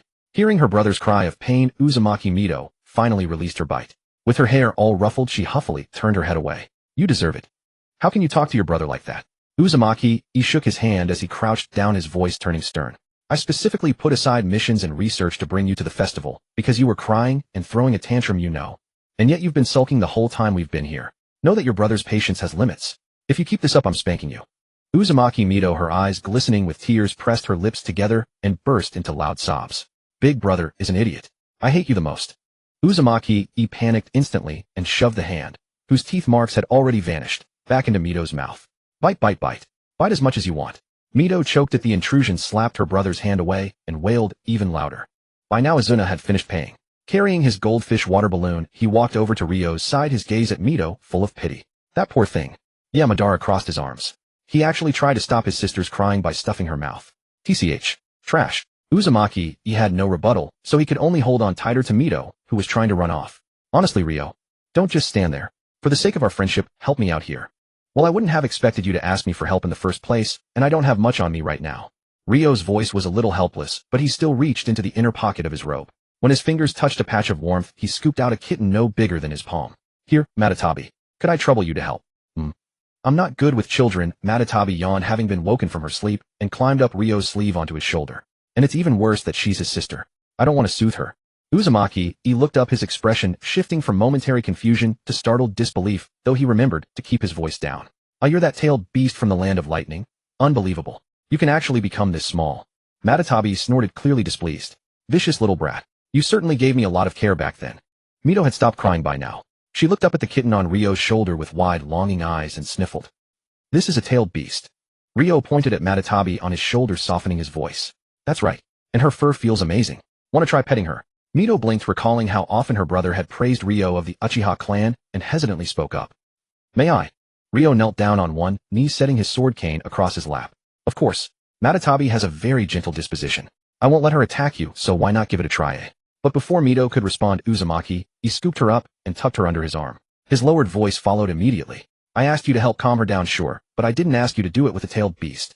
And that tailed beast has a grudge against me. What if she hurts Mito? Honestly, you're way too reckless. That's rude. Matatabi is a very precious partner of mine. Ryo sighed softly and used his fingers to gently stroke the kitten's chin. Besides, don't use words like that for her. She's deeply passionate with clear love and hate. Even in revenge, she'll only target you alone. If that's the case, leaving Mito alive would only make things worse, wouldn't it? And how could you feel safe letting your younger brother near such a dangerous creature? Ryo stroked his chin, rose to his feet, and placed Matatabi on top of Madara's head. Then he gave Uzumaki a thumbs up, a hint of pride in his expression. Because we're partners who acknowledge each other, I trust her completely. Uzumaki, truly extraordinary. He sighed inwardly, though a smile of genuine admiration spread across his face. It seems I have more to learn from him than just that unguarded, magnanimous heart of a man without enmity. Uzumaki ruffled his own hair with his free hand and gave a helpless smile. Just as I thought. Ling, you really are a man worth chasing. My caliber still isn't enough next to yours. And once the war is over, ow ow ow. Mito, why are you biting your brother again? Weren't you just fine a moment ago? Big brother is an idiot. Yua, how pitiful. Izuna looked up at Uzumaki Mito, who was clamped under Uzumaki's arm and twisting around in a strange posture to bite him. How on earth did she survive being raised to this size? Maybe it's because she has such a tough constitution that she managed to survive. Madara crossed his arms, utterly unconcerned by yet another farce before him, and simply tilted his head. But a tailed beast. Aren't they legendary monsters said to be as huge as a mountain? Little Matatabi, are you really a tailed beast? That's impossible, isn't it? Little Matatabi is only this big, and its chakra fluctuations are really weak. Izuna also looked at the top of Madara's head. How could it possibly be a tailed beast? Chakra can be disguised, Matatabi countered, turning its head away. You kids are so dense in some ways that even a cat doesn't know what to say. That's fine. My big brother once said that being a little slow to notice things about family is a good quality and family never hurts one another. Izuna smiled. Hasn't little Matatabi already been family to us for a long time? Matatabi snorted with laughter and pressed its chin down on the stubborn lock of hair that was blocking Madara's view. You're a lot sweeter-tongued than that kidling. Oh, by the way, little Matatabi, do you want to eat some fish? Izuna held up a water balloon with a goldfish inside, looking as if he were presenting a prize. I fished out ones with especially pretty colors. Who'd want to eat cheap, ornamental goldfish with no meat on them? Matatabi flicked its ears and looked away. Besides, now that we've come to the land of hot water, aren't you at least going to treat me to some fresh sea fish? Madara stroked his chin, looking thoughtful. Well then let's find an inn that can make a full fish banquet and stay there. I'm also curious what the seafood in the land of hot water is like. After great effort, Uzumaki freed his arm without hurting his sister. As he looked at the harmonious scene behind Ling, he was both wary and deeply envious. This sight is really enviable and surreal. I remember you're also a sensor-type ninja, aren't you? How can you possibly dare to do that? Speaking of that, I really have to thank you. Uzumaki pressed his hand on his sister's head, looking confused. Thank me? Why? Why? Because of your sealing jutsu. At first, I only saw little Matatabi as an ordinary ninja cat with a somewhat troublesome ability, Ling said, raising his hand and landing it squarely on Uzumaki's shoulder. And thanks to little Matatabi, I returned to the battlefield much earlier than I expected. Because of my help. Uzumaki looked at the smug blue Nikomata lying on Madara's head and gave a dry laugh. Don't you dare pass this information on to Shilin Chongqing and the others, or I'll be scolded to death. Or worse, Uncle Butsuma might beat me up. Anyway, have you decided where to go after the war? Still the land of water. Give me a hint so I can go on ahead and wait for you. Madara immediately became alert, stepped forward to shield Ling behind him, and spoke harshly to Uzumaki. How is that different from plainly saying you're going to ambush someone? Don't you have any shame? Then I'll switch to let Ling come to me. It's no different. Uzumaki lowered his head slightly and studied the seemingly harmless little Nikomata, then blinked in surprise. I remember now, you're Madara, right? So after we parted last time, you really did start growing out your hair. Madara rolled his eyes. What's it to you? Wanting to get closer to your older brother, you actually listened to an enemy and started growing your hair long. With one hand still holding back his sister who kept trying to bite him, Uzumaki covered the lower half of his face and looked as though he was about to cry. I want an adorable little brother like that too. Damn it, Ling, I'm so jealous of you. Huh? Madara, did you start growing your hair out? Ling turned to Madara, at once his face worried. Didn't I tell you? Growing your hair out now is still too soon for you. It'll be a weak point on the battlefield. Madara guiltily shifted his eyes away. Just as he was about to say something, Uzumaki-Mito's voice rang out. I want an older brother like him too. You're always picking on me. Oh, my little ancestor. Uzumaki crouched down with a wry smile. Your big brother has turned down countless missions just for you. Can you be reasonable for once? But Uzumaki-Mito simply made a humping sound and turned her head away, ignoring Madara's glare. She reached out and tugged at the edge of Ling's kimono. My big brother always tells me you're wonderful in every regard and even says he's going to snatch you back to be my husband. But I thought about it. Whether you marry into our family or I marry into yours, it should be about the same. So how about you take me away right now as your child bride? Ling. Never mind, Ling. Madara's and Izuna's faces both went blank for an instant. Izuna even couldn't help stepping back. Looking up at Uzumaki, the hand holding the goldfish water balloon trembling, he said, so on the battlefield, besides killing people, do we also have to guard against being stolen away as brides? Mainly you need to remember these redheads. Their clan is full of weirdos, Madara said, suppressing the cold chills crawling over his skin and stubbornly planting himself between Uzumaki and Ling. Last time, I even met one who snuck into camp in the middle of the night to steal someone, with no remorse whatsoever. That's what I wanted to say last time too. Ling also sighed, his expression complicated. What on earth have you been telling the children? Why can every child who has been around you say such alarming things to an enemy? The child named Hashirama before and now Mito. Both of them really scared me. If you don't know how to teach children, there's no need to force yourself. But everything I told them is true. Can't you feel my sincere feelings? You'd better stop explaining. The more you say, the worse it looks. Ling raised a hand to his forehead and sighed again. Then he bent down, hands on his knees, his face filled with helplessness. Listen, little Mito. Even though is always singing my praises, and although I do look fairly kind and not like some scary person right now, if you truly run into me on the battlefield, remember to flee with all your might, okay? I'm really fierce when I kill people. As if I want to see them come to you to die, Xuanhua pouted. Although I always tell them about your strengths, I also warn them of your dangers, alright? It's them who selectively deafen themselves. It hurts. Shuehu, if you bite your big brother again, I'll really get angry. Then Shuehu immediately let go, instead kicking Xuanhua's shin. Big brother is a big liar. You clearly never said a single bad word about him. Just now you even said that if you met Ling here you would try to invite him for a drink. Xuanhua squatted down, hugging his leg and hissing in pain. I didn't expect to actually run into him either. Ban then sneered, still claiming you're not a pervert. Quan Nai, see. Those gorillas are much cuter than them. Quan Nai raised his eyes, silently memorizing Xuanhua's appearance, and secretly warned himself to run as far as possible when meeting him in the future. Otherwise, it might not be a matter of just dying. Xuanhua Yi looked at the expression on Ban and Quan Nai's faces as if they were guarding against a creepy uncle who would take someone to see goldfish late at night, and couldn't help wiping his face. I've said it, I don't have that kind of feeling for Ling. Why do you all think of me like that? My sexual orientation is perfectly normal, okay? Speaking of that, Zhao Yan also complained to me, Ling said with a light smile, saying that the things you said were like a pervert. What exactly did you say to him that scared him like that?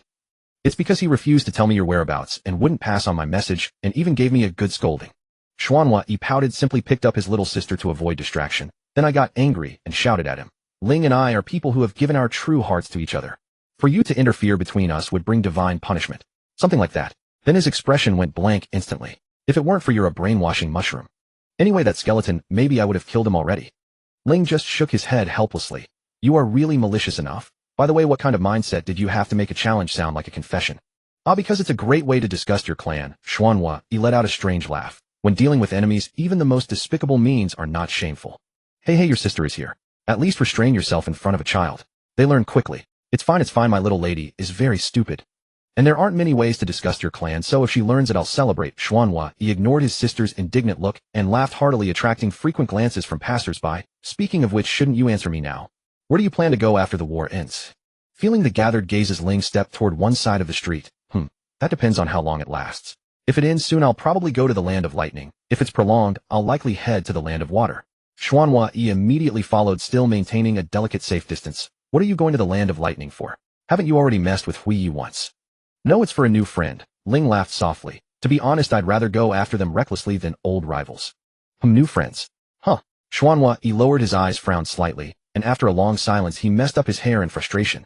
You really know how to keep people in suspense. The usual deal. My price has never been cheap, and this isn't something that can be explained in a few words. I understand. I'll cover your accommodation during your stay. Just find time to talk to me. The smile at the corner of Ling's mouth widened a bit as he tilted his head. Oh, I thought you would think it over a bit more. You specifically mentioned friends, didn't you? Xuanhua Yi sighed. After all, my identity is what it is. I have to take the initiative to pay attention to some things. What identity? A perverted stalker. Xuanhua Yi lowered his head slightly, looking at Ban, who was full of disdain for him, and twitched his mouth. Your brother really speaks harshly. Not really, I was quite similar to Ban in personality when I was young. By the way, have you stopped growing taller? Xuanhua Yi raised his hand and made a slight comparison. Last time we met you were only a finger joint shorter than me, now it's almost 3. Probably. Our clan never had very tall people. Xuanhua Yi chuckled. Does this count as an overwhelming victory over you? Ling's voice carried some disdain. How can you compare height with me? I'd be embarrassed for you if this gets out. The two chatted on and off, looking like old friends who had met on the street. Quan Nai, holding his goldfish water ball, observed them for a while before speaking. Brother, do you two meet often? You seem very familiar. Familiar, yes, but as for meeting. Ling tilted his head and thought for a while, probably no more than 10 times. Eeyoi. Let me think, we met 3 times on the battlefield, once by chance in the land of lightning, and a few times due to mission conflicts in the past 2 years, plus this time. It should be the 8th meeting. Xuanhua Yi looked at Quan Nai, who was obviously much more well-behaved than Ban. What? Curious about how I hooked up with your brother. Quan Nai looked up at Xuanhua Yi and the Xuanhua Shuehu in his arms, then sighed after a moment, shifting his gaze with pity. No, I just think my brother indulges you far too much unnecessarily. Hey, I'm half a year older than your brother. Quan Nai looked up at him, sighed again, and simply turned his head away. Oh, I see. The smile on Xuanhua Yi's face instantly vanished. Seriously, your clan's talent for stirring up others' emotions is unnecessarily high. Even though Uzumaki Yi was thoroughly annoyed by Izuna's remarks, he still trailed behind Ling and the others, paying for the entire group's lodging. Only after both parties had retreated to their respective rooms and lost sight of one another did Uzumaki Yi swiftly begin laying down sealing talismans within his quarters. Uzumaki Mito cradled a teacup, her emerald eyes fixed unblinkingly on her brother's bustling activity. After a long moment, she finally spoke. Brother, since you're so wary of him, why did you insist on booking adjoining rooms? Wouldn't it be better to stay farther away? Uzumaki Yi paused, turning to face his sister with a serious expression. Of course, because he's tempting me. To remain indifferent in such a situation would be a disgrace to my identity. A soft crack sounded and a fissure appeared on the cup in Mito's hands. Her smile turned dangerous. Say, brother. Must you speak like that?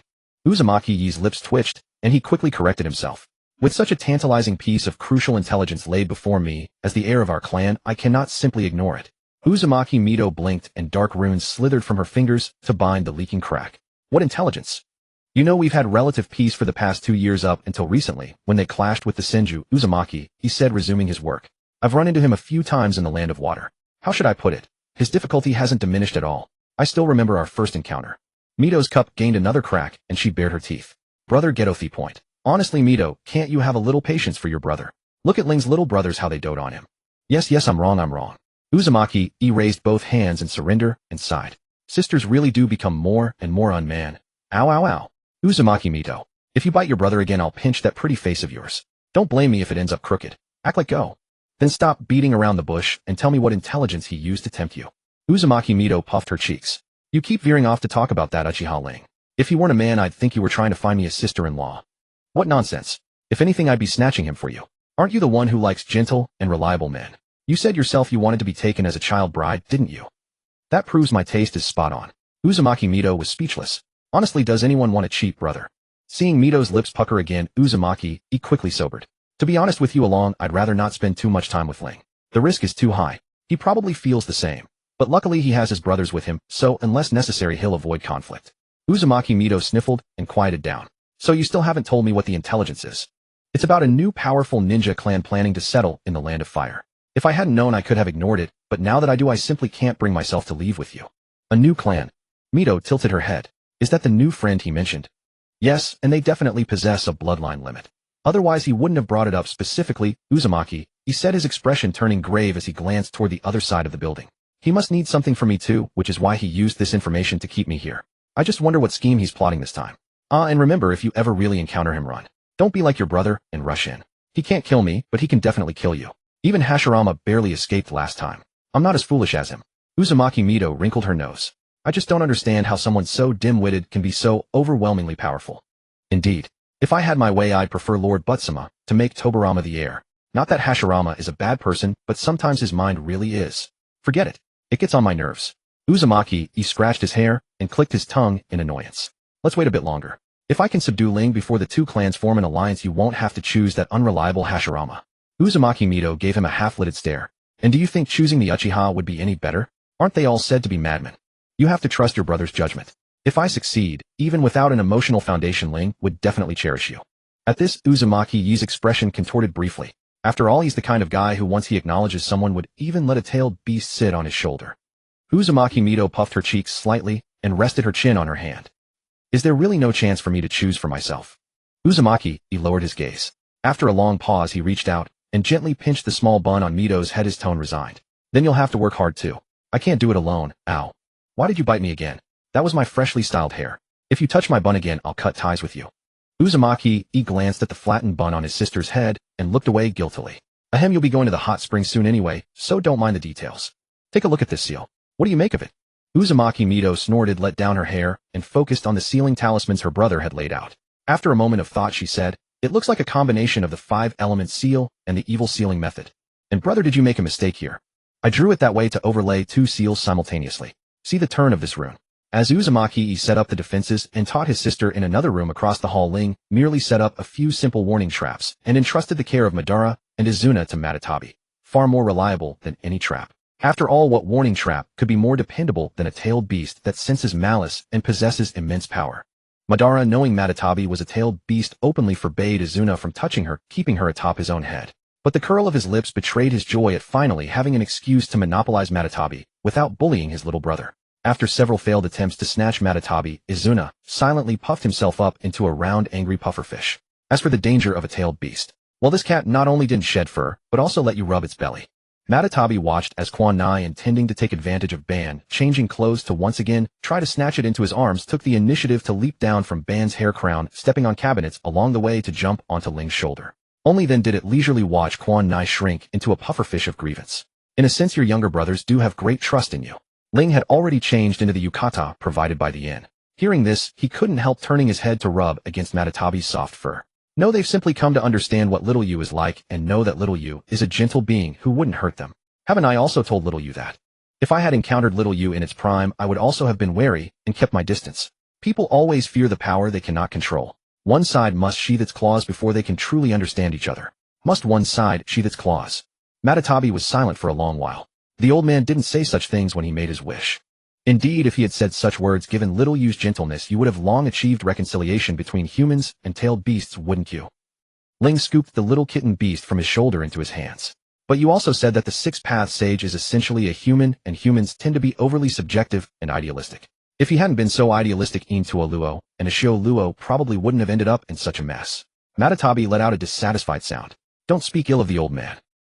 Even if you also think he was wrong. Matatabi lowered its head. After a long moment, it lightly bit Ling's finger with a muffled voice. Anyway, just don't say it. Ling laughed, lowering his head to bury his face in Matatabi's warm belly. All right. You're always right. Seeing that the one person and the cat beast had finally finished their talk, Quan Nai, who had already changed into his yukata, pounced before Ban to grab Ling's sleeve. Hey, big brother little, you told me earlier that she wanted to eat some sea fish. Let me take her to order. Ban also quickly pressed close, feigning a casual demeanor. For Quan Nai, it's still too early to be in contact with a tailed beast. Let me take little you instead. Ling chuckled and tapped both their foreheads. I say, you two, could you at least pretend to be a little afraid? Little you was just complaining to me that you completely disregard her dignity as a tailed beast. Even though she's a tailed beast, I've never felt a scary side of little you. Quan Nai tilted his head. Besides, little you is so gentle normally. Even if I wanted to be afraid, I have no reason to write. Ben also nodded. Indeed, compared to the ninja cats, our clan's contract with little you's temper is already incredibly good. It's really hard to feel fear. Ooh, looks like I'll have to find an opportunity to show you two lads a thing or two. Matatabi chuckled lightly, leaping from Ling's shoulder onto the top of Ban's head. After all, not all tailed beasts have as good a temper as I do. Ban raised his hand to stop Quan Nai's attempt to hug the cat again.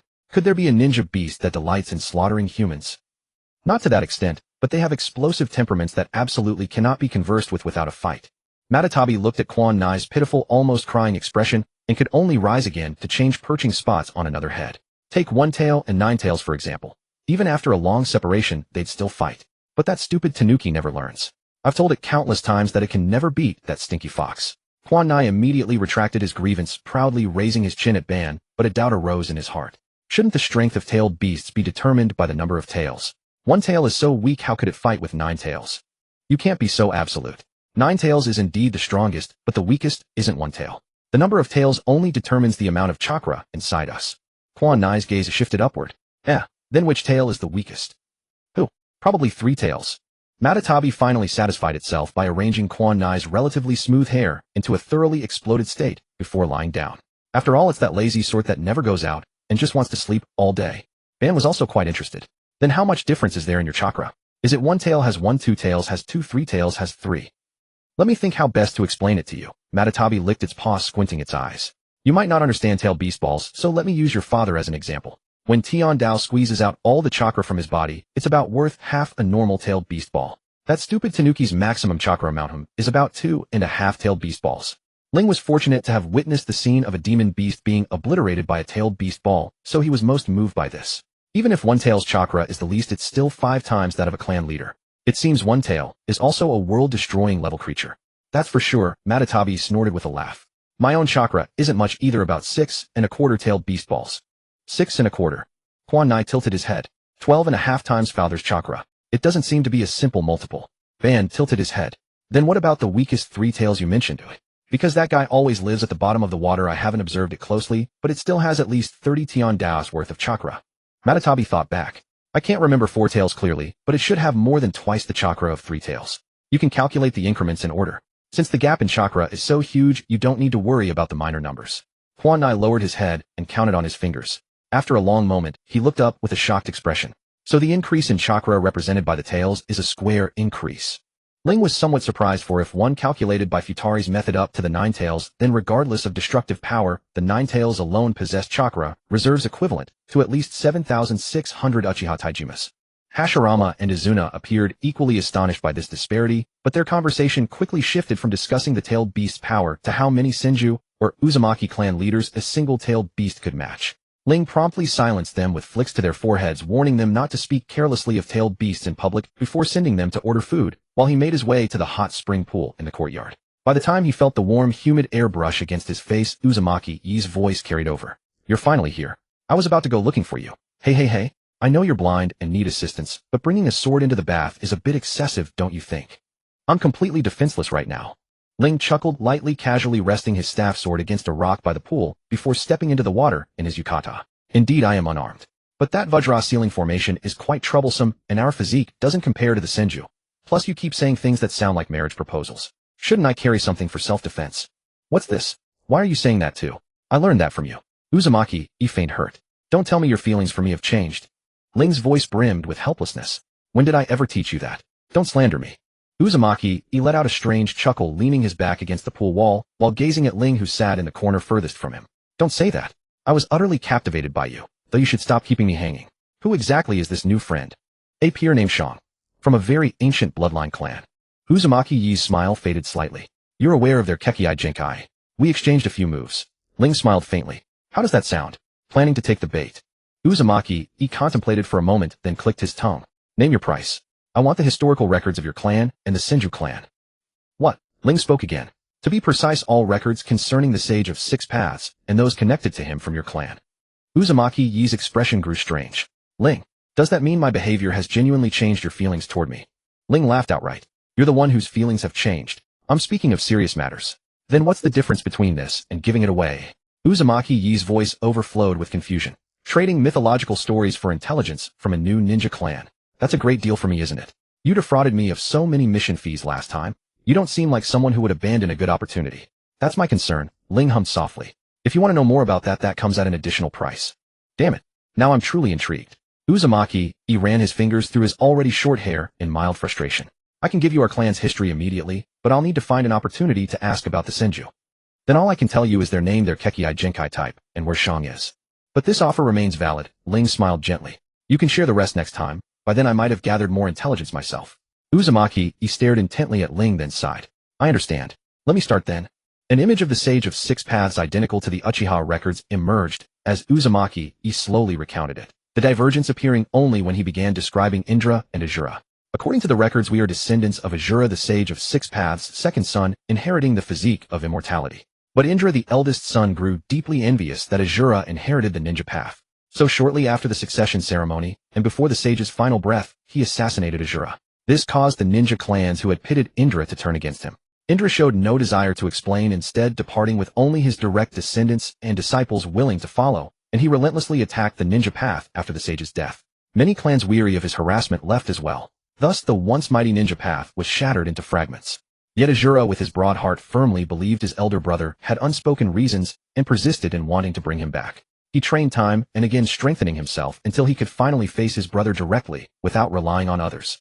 But that was all. The brothers knew each other too well, so neither could overcome the other. Thus Azura conceived the idea of creating his own jutsu. Together with one of his wives, he developed sealing techniques, enabling the ordinarily weak to confront those far stronger through seals. And that wife of his was our clan's ancestor. Originally we were to bear Azura's surname, but on his deathbed he constantly called himself inadequate, so he had all his bloodline take their mother's surname instead. He also said his elder brother was gentle and powerful, and such an act must have resulted from something he and the sage knew nothing about. He hoped future generations would find Indra's descendants and reconcile with them. But after his death his several wives disagreed, and the search for Indra's lineage was quietly abandoned. Having reached this point, Uzumaki, he finally spread his hands. That's about all there is, but much of it can't be trusted. After all, which great ninja clan doesn't boast about their ancestors and their histories? Oh, Ling rose from the hot water, drawing out the sound. Then you may just get your wish. Uzumaki, he raised his head, emitting a questioning hum. After all, my Bloodpool clan is said to be direct descendants of Indra. After all, the Bloodpool clan I need to tell you about is rumored to be a direct descendant of Indra. Hearing Ling's voice full of amusement, Uzumaki, he frowned deeply. Bloodpool? A name I've never heard of. Could a ninja clan that's so obscure also be descendants of the sage? Then you might as well tell me your family is the descendant of the sage. No, according to records the Uchiha only followed Indra, essentially having no blood relation. That's right. The Uchiha once followed Indra, so the clan also has gifts left by Indra. It is written that we need to find the descendants who betrayed his will and give him justice. I'm just trying to fulfill the wishes of my ancestors. Besides, exploring the secrets in history is also an interesting thing. So you deliberately teased me to get me to scout the path for me. Uzumaki, he wasn't stupid and immediately reacted. I knew why your offer was so low. Can people be less calculating towards each other? Don't say that. I believe in your ability, which is why I told you. This is a proof of trust. Ling shrugged with a relaxed smile. This information you can take back to your elders, which might give Zaishu more freedom in the marriage preparations with the Senju. TCH. Then you might as well catch me directly. Having you as a brother-in-law is better than those unreliable guys. Enough already. That kid is younger than Azuna, and why are you so obsessed with making me your brother-in-law? Ling laughed a bit. By the way, is the history recorded by your clan reliable? Wouldn't it be something that can be changed casually? Our clan members, because they are shy, changed a lot on the family scrolls used for inheritance, so now many pieces of information are unclear. If the records were clear, I wouldn't have to buy information from you. You don't need to worry about this. The place where we store the family scrolls is protected by sealing techniques. If one doesn't reach a certain level, they'll be trapped inside. Even if they can break through, they can't bring living beings inside. The family scrolls inside are also equipped with sealing formulas, and taking them out will trigger an alarm and alert the entire clan. Let's put it another way. Uzumaki, he waved his hand. Those who enter the family scroll storage place regardless of their strength will eventually leave a chakra mark on the sealing formation. So far no outsider has ever invaded it. If you ask which ninja clan in the ninja world preserves its family scrolls best and manages them most strictly, our Uzumaki would like to claim second place, and no one with thick skin would dare to claim first. In that case, sealing techniques are indeed a good thing. Right? Once you learn them, they're convenient for whatever you use them for. Well then, Uzumaki, he continued, let's talk about other things. By the way, Ling said, did you hear about the Bloodpool clan's special bloodline limit? Yes, Uzumaki, he replied. They said it allows them to affect others' physical states even without direct eye contact. That's terrifying, Uzumaki, he muttered. Even more sinister than the Sharingan. Indeed, Ling agreed. Being descendants of Indra, it's only natural they have some extraordinary abilities.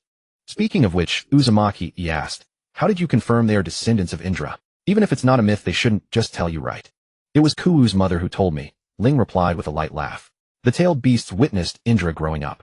They said that at that time, because of the rebellion of the ninja sect, they were troubled by the two brothers a lot. Tailed beasts, whom creatures that have lived for thousands of years indeed have no need to lie to you, Uzumaki frowned. But it's really strange, suddenly being told that mythical figures actually exist. However, what's even stranger is why you're investigating such things. I want to know this next time you encounter my junior, don't hurt his life. TCH. A gentleman's agreement. Fine. Ling's expression remained unchanged. I just said earlier that the Uchiha once followed Indra, so the clan also has gifts left by Indra. It is written that we need to find the descendants who betrayed his will and give him justice. I'm just trying to fulfill the wishes of my ancestors. Besides, exploring the secrets in history is also an interesting thing. So you deliberately teased me to get me to scout the path for me. Uzumaki, he wasn't stupid and immediately reacted. I knew why your offer was so low. Can people be less calculating towards each other? Don't say that I believe in your ability, which is why I told you. This is a proof of trust. Ling shrugged with a relaxed smile. This information you can take back to your elders, which might give Zaishu more freedom in the marriage preparations with the Senju. TCH. Then you might as well catch me directly. Having you as a brother-in-law is better than those unreliable guys. Enough already, that kid is younger than Izuna, and why are you so obsessed with making me your brother-in-law? Ling laughed a bit. By the way, is the history recorded by your clan reliable? Wouldn't it be something that can be changed casually? Our clan members, because they are shy, changed a lot on the family scrolls used for inheritance, so now many pieces of information are unclear. If the records were clear, I wouldn't have to buy information from you. You don't need to worry about this. The place where we store the family scrolls is protected by sealing techniques. If one doesn't reach a certain level, they'll be trapped inside. Even if they can break through, they can't bring living beings inside. The family scrolls inside are also equipped with sealing formulas, and taking them out will trigger an alarm and alert the entire clan. Let's put it another way. Uzumaki, he waved his hand. Those who enter the family scroll storage place regardless of their strength will eventually leave a chakra mark on the sealing formation. So far no outsider has ever invaded it. If you ask which ninja clan in the ninja world preserves its family scrolls best and manages them most strictly, our Uzumaki would like to claim second place, and no one with thick skin would dare to claim first. In that case, sealing techniques are indeed a good thing. Right? Once you learn them, they're convenient for whatever you use them for. Well then, Uzumaki, he continued, let's talk about other things. By the way, Ling said, did you hear about the Bloodpool clan's special bloodline limit? Yes, Uzumaki, he replied. They said it allows them to affect others' physical states even without direct eye contact. That's terrifying, Uzumaki, he muttered. Even more sinister than the Sharingan. Indeed, Ling agreed. Being descendants of Indra, it's only natural they have some extraordinary abilities. Speaking of which, Uzumaki, he asked, how did you confirm they are descendants of Indra? Even if it's not a myth, they shouldn't just tell you right. It was Kuu's mother who told me, Ling replied with a light laugh. The tailed beasts witnessed Indra growing up. They said that at that time, because of the rebellion of the ninja sect, they were troubled by the two brothers a lot. Tailed beasts, whom creatures that have lived for thousands of years indeed have no need to lie to you, Uzumaki frowned. But it's really strange, suddenly being told that mythical figures actually exist. However, what's even stranger is why you're investigating such things. I want to know this next time you encounter my junior, don't hurt his life. TCH. A gentleman's agreement. Fine. Ling's expression remained unchanged. I just said earlier that the Uchiha once followed Indra, so the clan also has gifts left by Indra. It is written that we need to find the descendants who betrayed his will and give him justice. I'm just trying to fulfill the wishes of my ancestors. Besides, exploring the secrets in history is also an interesting thing. So you deliberately teased me to get me to scout the path for me. Uzumaki, he wasn't stupid and immediately reacted. I knew why your offer was so low. Can people be less calculating towards each other? Don't say that I believe in your ability, which is why I told you. This is a proof of trust.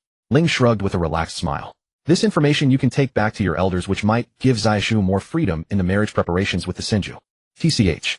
Then you might as well catch me directly. Having you as a brother-in-law is better than those unreliable guys.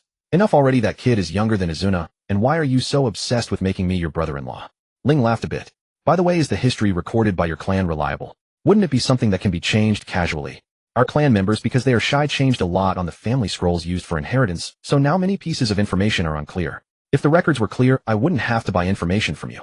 You don't need to worry about this. The place where we store the family scrolls is protected by sealing techniques. If one doesn't reach a certain level, they'll be trapped inside. Even if they can break through, they can't bring living beings inside. The family scrolls inside are also equipped with sealing formulas, and taking them out will trigger an alarm and alert the entire clan. Quan Nai stared at Xuanhua Shuehu's pained expression and spoke again. Don't you eat sweets? No, we do occasionally have desserts after meals, but we would never pair red bean rice with thick omelette. Xuanhua Shuehu lowered her hand. Rather, sometimes we even use thick omelette as a dessert. Watching Xuanhua Shuehu, who was earnestly discussing food preferences with Quan Nai Ban, who had been silently folding his arms until now, finally spoke. You? Aren't you afraid at all? Or is being thick-skinned a common trait of your clan? Xuanhua Shuehu looked up, her gaze falling on Ban. After a moment of contemplation, she spoke. Although I can't defeat you, I am confident in my ability to survive. And most importantly, I haven't sensed any hostility from you. Ban simply nodded and fell silent. Instead, Quan Nai remained undiminished in his interest toward Xuanhua Shuehu and brought up another topic. Hey, what is your brother usually like at home? Is he just as perverted as he is now? No, he only acts like that when he mentions your brother. Usually he's quite reliable. Xuanhua Shuehu instantly showed a very disgusted expression. After confirming that the boss had taken their order successfully, she turned and walked back. Speaking of which, what exactly did your brother do to him that makes him so fixated? At home he mentions at least 3 times a day what is so good about Ling. If he weren't already looking for a wife, I would think he has a problem with his sexual orientation. But in a way, you're not much different, are you? Quan Nai quickened his pace to catch up. Don't you still want my brother to take you back as a child bride? I wouldn't mind a sister-in-law younger than me. That was said in anger. Who would want to spend the rest of their life with a destined lunatic? Xuanhua Shuehu stopped, turned around, and glared fiercely at Quan Nai. Who would have thought that after hearing that my brother didn't care about me at all, but instead tried to explain to your brother? Your brother is just a vixen who only knows how to seduce people. Quan Nai was stunned by the shout, but soon his expression turned sympathetic. You really have a hard time normally. Aren't you already being driven crazy by your brother?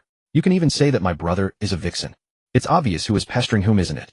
Xuanhua Shuehu snorted and turned back, wrinkling her nose. He is a vixen. Isn't a vixen just a spirit that is beautiful and makes people yearn for it? But if someone calls someone a vixen, isn't it usually a wife complaining about her cheating husband? Which vixen is this, and so on? Quan Nai cautiously kept his distance from Xuanhua Shuehu, his gaze full of inquiry. Could it be that you actually like your brother a lot? What? Is it only allowed for your family's siblings to get along well? Xuanhua Shuehu glared at Quan Nai again. You have a really sharp tongue. I'm just stating the facts, aren't I? Quan Nai was completely oblivious to having offended someone, or perhaps he didn't care. After all, from the moment we met, you've been biting your brother and complaining to him. This situation hardly makes people think you have a good relationship, right? Or is your clan naturally this wild? Xuanhua Shuehu's cheeks gradually puffed up. Don't you ever have a tantrum with your brother? Quan Nai shook his head, so Xuanhua Shuehu turned to look at Ban, who had been walking behind all along. What about you? Haven't you ever had a conflict with your brother? Ban was taken aback, never expecting the conversation to turn to him. Conflict? Does my elder brother always being careless about himself and causing worry count? Upon hearing this, Quan Nai immediately puffed out his cheeks. Oh, indeed. Every time elder brother finishes training, he looks disheveled. He doesn't take care of his body at all. Even after being scolded by father, he takes only a short rest and then finds another chance to train. Hey ULV, next time don't help my brother. You should keep him in check. If only I could control that kid. ULV's voice also carried a hint of helplessness. Even until the moment before he collapses, he can still talk to me normally. Who knows if he has reached his limit? Then the two people and the cat began discussing how to discern Ling's condition so they could stop him in time. The warmth inadvertently revealed in their words made Xuanhua Shuehu gradually pout, and she suddenly turned and rushed back. The thumping footsteps startled Ban and Quan Nai. Quan Nai watched as Xuanhua Shuehu angrily pulled open the door and rushed into the joined room, his expression dazed. What is she doing? Ban was also very confused. Probably. She's come of age, so it's that time of the month. Quan Nai immediately looked up at Ban. Brother Ban, she's younger than me. How could it be that time of the month? The Xuanhua clan matures earlier than us, right? Just in case. Ban stroked his chin. But no need to worry too much. Women are always neurotic anyway. Aren't those aunties in our clan and the peers of your elder brother all like that? One moment they're laughing, the next they're angry. Isn't this different in nature? Quan Nai tightened his arms around ULV, his expression turning complicated. His brother seemed a bit too naive in matters other than combat. On the other side, after startling Ban and Quan Nai Xuanhua Shuehu's action of directly barging into the bathhouse successfully startled Xuanhua Yi and Ling as well. The two of them leaped out of the water almost simultaneously, one with adamantine sealing chains flailing behind him, the other with a staff blade emitting a chilling gleam. Xuanhua Shuehu, however, showed no fear at all. She charged straight at Xuanhua Yi, then bit down and almost hung from him entirely. Upon seeing it was his own sister, Xuanhua Yi relaxed. Really, little princess, don't scare me like that. My condition here is not as gentle as it looks. Ow, ow, ow. It's going to bleed. Let go. Xuanhua Shuehu finally released her bite, looking up at Xuanhua Yi with tearful eyes. Whoa, brother is a big idiot. Xuanhua Yi held his arm where the clear bite mark was and smiled wryly. I say, little princess, what's it for this time? I wasn't watching for just a moment. Who upset you again? Xuanhua Shuehu sniffled, raised her hand, and pointed in the direction they came from. Ban, who had just followed and was straightening the sliding door, happened to be pointed at. He immediately let go, took a step back, and looked horrified. I haven't. No one is interested in you. Keep your distance, thank you. Hearing Madara's words, Uzumaki Mito wept even louder. Behind Uzumaki, the ferocious chains of the adamantine sealing arts quietly dispersed. Unable to hold back, he raised a hand to cover his face. Ling, I know that being insufferable in speech is practically hereditary in your family, but still, using it to bully a girl younger than yourselves is going too far. Madara would never do such a thing. Seeing that it had all been a misunderstanding, Ling leaned his sword staff back against the edge of the pool, gathered the yukata that had slipped open from his sudden movement, and stepped back into the hot spring. At most, he would simply ignore your sister. If you said Izuna, I'd be more inclined to believe it. My Izuna is always thinking after all. But I didn't say anything harsh, did I? Izuna pattered over to Ling and crouched on a stone at the pool's edge. We were discussing how to keep you brother from overtraining, and then she suddenly stormed off in a rage. Huh, weren't you going to order food? How did the topic turn to training? Izuna briefly described the chain of incidents triggered by their differing tastes in food, emphasizing what Uzumaki Mito had said. Ling silently turned toward Uzumaki. Almost at the same instant, Uzumaki guiltily looked away. After a strange silence, Ling spoke slowly. I always thought we had an unspoken understanding in this regard, that we did it simply to irritate each other, not. I'll forget it. Whatever makes you happy. Hey, wait. Ling, I can explain. It wasn't as exaggerated as Mito made it sound. Here we go again. Izuna looked up through the thick steam toward Uzumaki. Instead of consoling your sister, you try to explain yourself to my brother. Can you please pay more attention to your poor sister and stop setting your sights on my brother? No wonder your sister keeps biting you. Uzumaki, he was momentarily choked, speechless. Although I understand what you want to say, Izuna, Ling said with a helpless expression, little Mito's behavior is precisely proof that their sibling relationship is quite good. Izuna's expression went slightly blank. So they're actually cannibals. Madara, who had silently slipped into the water and sat down beside Ling, couldn't help grinning. But he quickly returned to an expressionless face and explained, I heard this from my elder brother. Some Uzumaki have a constitution through which chakra is transmitted when they are bitten. That chakra is said to be extremely nourishing to the body, so I imagine they let their younger siblings or children bite them in order to give the next generation a better constitution. Emma, Madara is more or less right. But strictly speaking, it's transmitting life force, which is why, except in forced or emergency circumstances, Uzumaki with this constitution won't let themselves be bitten. Ling chuckled softly. And with Yi's skill, if he truly wanted to dodge, little Mito could never have succeeded. So then, having finally managed to stop his sister's crying, Uzumaki, he couldn't help looking up at Ling. Who exactly is the weird one here? I merely told people about your personality and way of doing things, yet you went and investigated my daily habits. Isn't understanding every aspect of one's enemy a basic shinobi discipline? Ling looked genuinely puzzled. You mean you didn't investigate me? If you claim you didn't, then from now on I really will have to consider steering clear of you. Hey, that's going too far. But when I ran into Yang earlier, he was still muttering about developing some kind of gender reversal jutsu. A technique that reverses the yin and yang of the human body would be a forbidden art involving the spiritual body. What could he possibly develop in just a few years? I tell you, don't underestimate the difficulty of developing sealing arts. The corners of Uzumaki Yi's mouth twitched several times. And though I've been learning your non-hostile way of handling things, I still want to spend the rest of my life with someone who can sense hostility. If the one sleeping beside me were someone like you, and we ever had a falling out, I'd probably be stabbed silently in my sleep one night. Being unable to sense hostility is just too terrifying. Big brother is talking nonsense. He clearly said that if the other person were a girl, he would absolutely snatch her back, just like brother Yang, then nurture feelings and make her his wife. And isn't there a condition attached to that? Besides, unless the Uchiha clan is annihilated, how could an outsider so easily win an Uchiha as a spouse? Uzumaki Mito blinked. After a moment of thought, tears brimmed in her eyes again. So all along my brother's promise to snatch a husband for me was a lie. Wah, I hate my brother. Huh, wait. Mito, don't cry. Big brother wasn't lying about that. As long as Ling willingly leaves the Uchiha clan, he can absolutely be your husband. Wah, you're a liar. You clearly said that Uchiha are all incredibly good to their siblings. Wah. Izuna stopped watching the farce, let Matatabi rest on his head, and slipped into the water on Ling's other side. That's a family relationship that would make even an enemy worry. Well, don't say that. A livelier household is actually a good thing. Ling laughed softly. Occasionally I'd like to be closer to Madara and Izuna as well. But we already spar with you often. Brother Madara tilted his head. Doesn't that count as closeness? No, of course that also counts as closeness, but I want more ordinary interactions.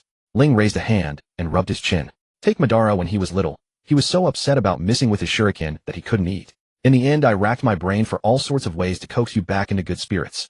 Elder brother, can you stop bringing up those things all the time? But once in a while I'd also like you two to be spoiled and cause me a little trouble. Izuna has been sensible since he was young, and Madara is gradually becoming independent. Big brother is really lonely, you know. Uzumaki, who was frantically trying to soothe his sister. Damn it. That line was absolutely meant to provoke me, wasn't it?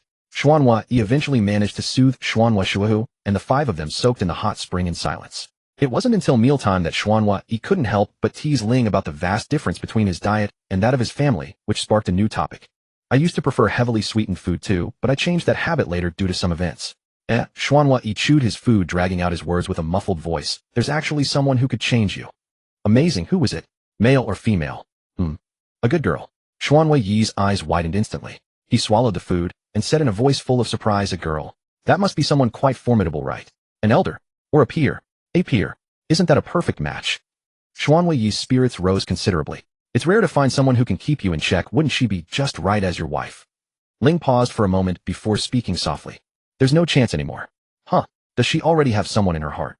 Xuanhua ignored the glaring glances from Ban and Chuan, biting his chopsticks. You have to fight for it. You're exceptionally gifted yourself. If your future partner doesn't have a way to counter you, you won't last long. And you're not bad in terms of conditions. Isn't your whole family quite obsessed with strength? By now the cold aura emanating from Ban and Chuan was so intense that even Xuanhua Shuhu couldn't help but tug at her brother's hairy sleeve. Brother, stop it. That's his business. Besides, it would be strange if he told you about such things, wouldn't it? Xuanhua thought it over and realized she had a point. After all, revealing such information was no different from showing an enemy one's weakness. He was about to change the subject when Ling's voice rang out first. If she had been given a few more years, I might have truly fallen for her. She was truly a good girl. Xuanhua was taken aback, but quickly recovered. I see. What a pity. Oh, indeed. Ling set down his bowl and chopsticks, clasped his hands together, and said, I've finished. Thank you for the meal. Xuanhua leaned in to look. Hey, you left food on your plate. Their deep-fried tofu has a filling. It's a bit too heavy for my taste. Are you a slug or something? Ling tilted his head momentarily, unable to grasp what Xuanhua was trying to say. Xuanhua took a mouthful of rice and mumbled, one that dissolves when it meets salt. Ling's expression grew complex. Honestly, I don't quite get your joke. That's the point. Xuanhua let out a strange laugh, turning his gaze to Ban and Chuan, who were still glaring at him. Hey, that's enough, you two. Anyone would think you're from the Snow Clan with all this cold air you're giving off. I'm so scared. Ban snorted and lowered his eyes to focus on his meal. Chuan used his small fork to poke at the diamond-shaped rice cakes on his plate, shifting his gaze to Xuanhua Shuehu. But Xuanhua Shuehu clearly didn't notice Chuan's observation. She stared fixedly at Ling, then after a moment dropped her head and ate in silence. The relationship between their clans was already strained, so, with no inclination from Ling to continue the conversation, they had nothing more to discuss. They finished their meal in silence and returned to their respective rooms. However, upon returning to the room, Xuanhua noticed something unusual about his sister. The usually lively and spirited little girl was now clutching the hem of his haori tightly, her face pale as death. What's wrong, Shuehu? Did you eat something bad? Xuanhua Shuehu stared blankly for a long while before looking up at Xuanhua, trembling uncontrollably. Her mouth opened and closed several times, but no words came out. Xuanhua sighed, crouched down, and extended his hand. Come on, bite down like you always do. Calm yourself, then tell me slowly. But this time Xuanhua Shuehu didn't bite. Instead, after a brief stiffness, she raised her arms and wrapped them around Xuanhua Yi's neck. After a long pause, she spoke in a faint voice. Brother, that Ling is terrifying. Xuanhua sat down on the floor, pulled his sister into his lap, and gently patted her back. Why do you say that all of a sudden? I can't sense his chakra fluctuations. He's right here so close. Xuanhua Shuehu clutched Xuanhua Yi's collar tightly. When you asked about his peer, he said he regretted the loss of his companion, but he didn't show the slightest fluctuation, not even a bit. Even Ban and Chuan unconsciously released their chakra. It's like those monsters sealed away in the clan. No. Although he is indeed as strong as a monster when it comes to companions, it's the exact opposite. He actually cares quite a lot.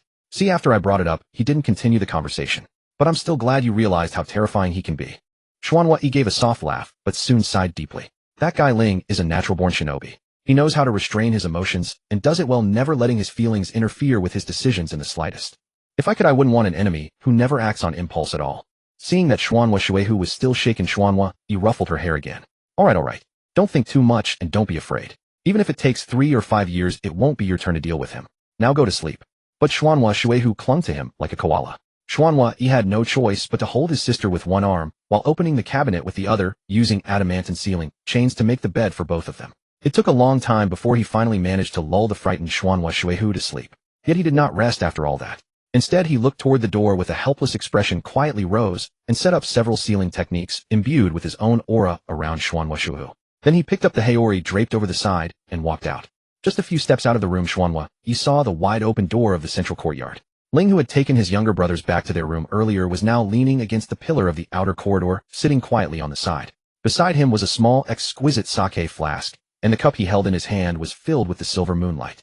Xuanhua, he shuffled over and sat down with his legs bent against the other pillar. I say you should go to sleep at this hour. What's the point of keeping watch outside someone's door? Don't you let others sleep either. Ling chuckled softly and drank the silver moonlight that had been held in the cup for who knows how long. Can't help it. My mind is too restless to sleep. Talk with me a little longer.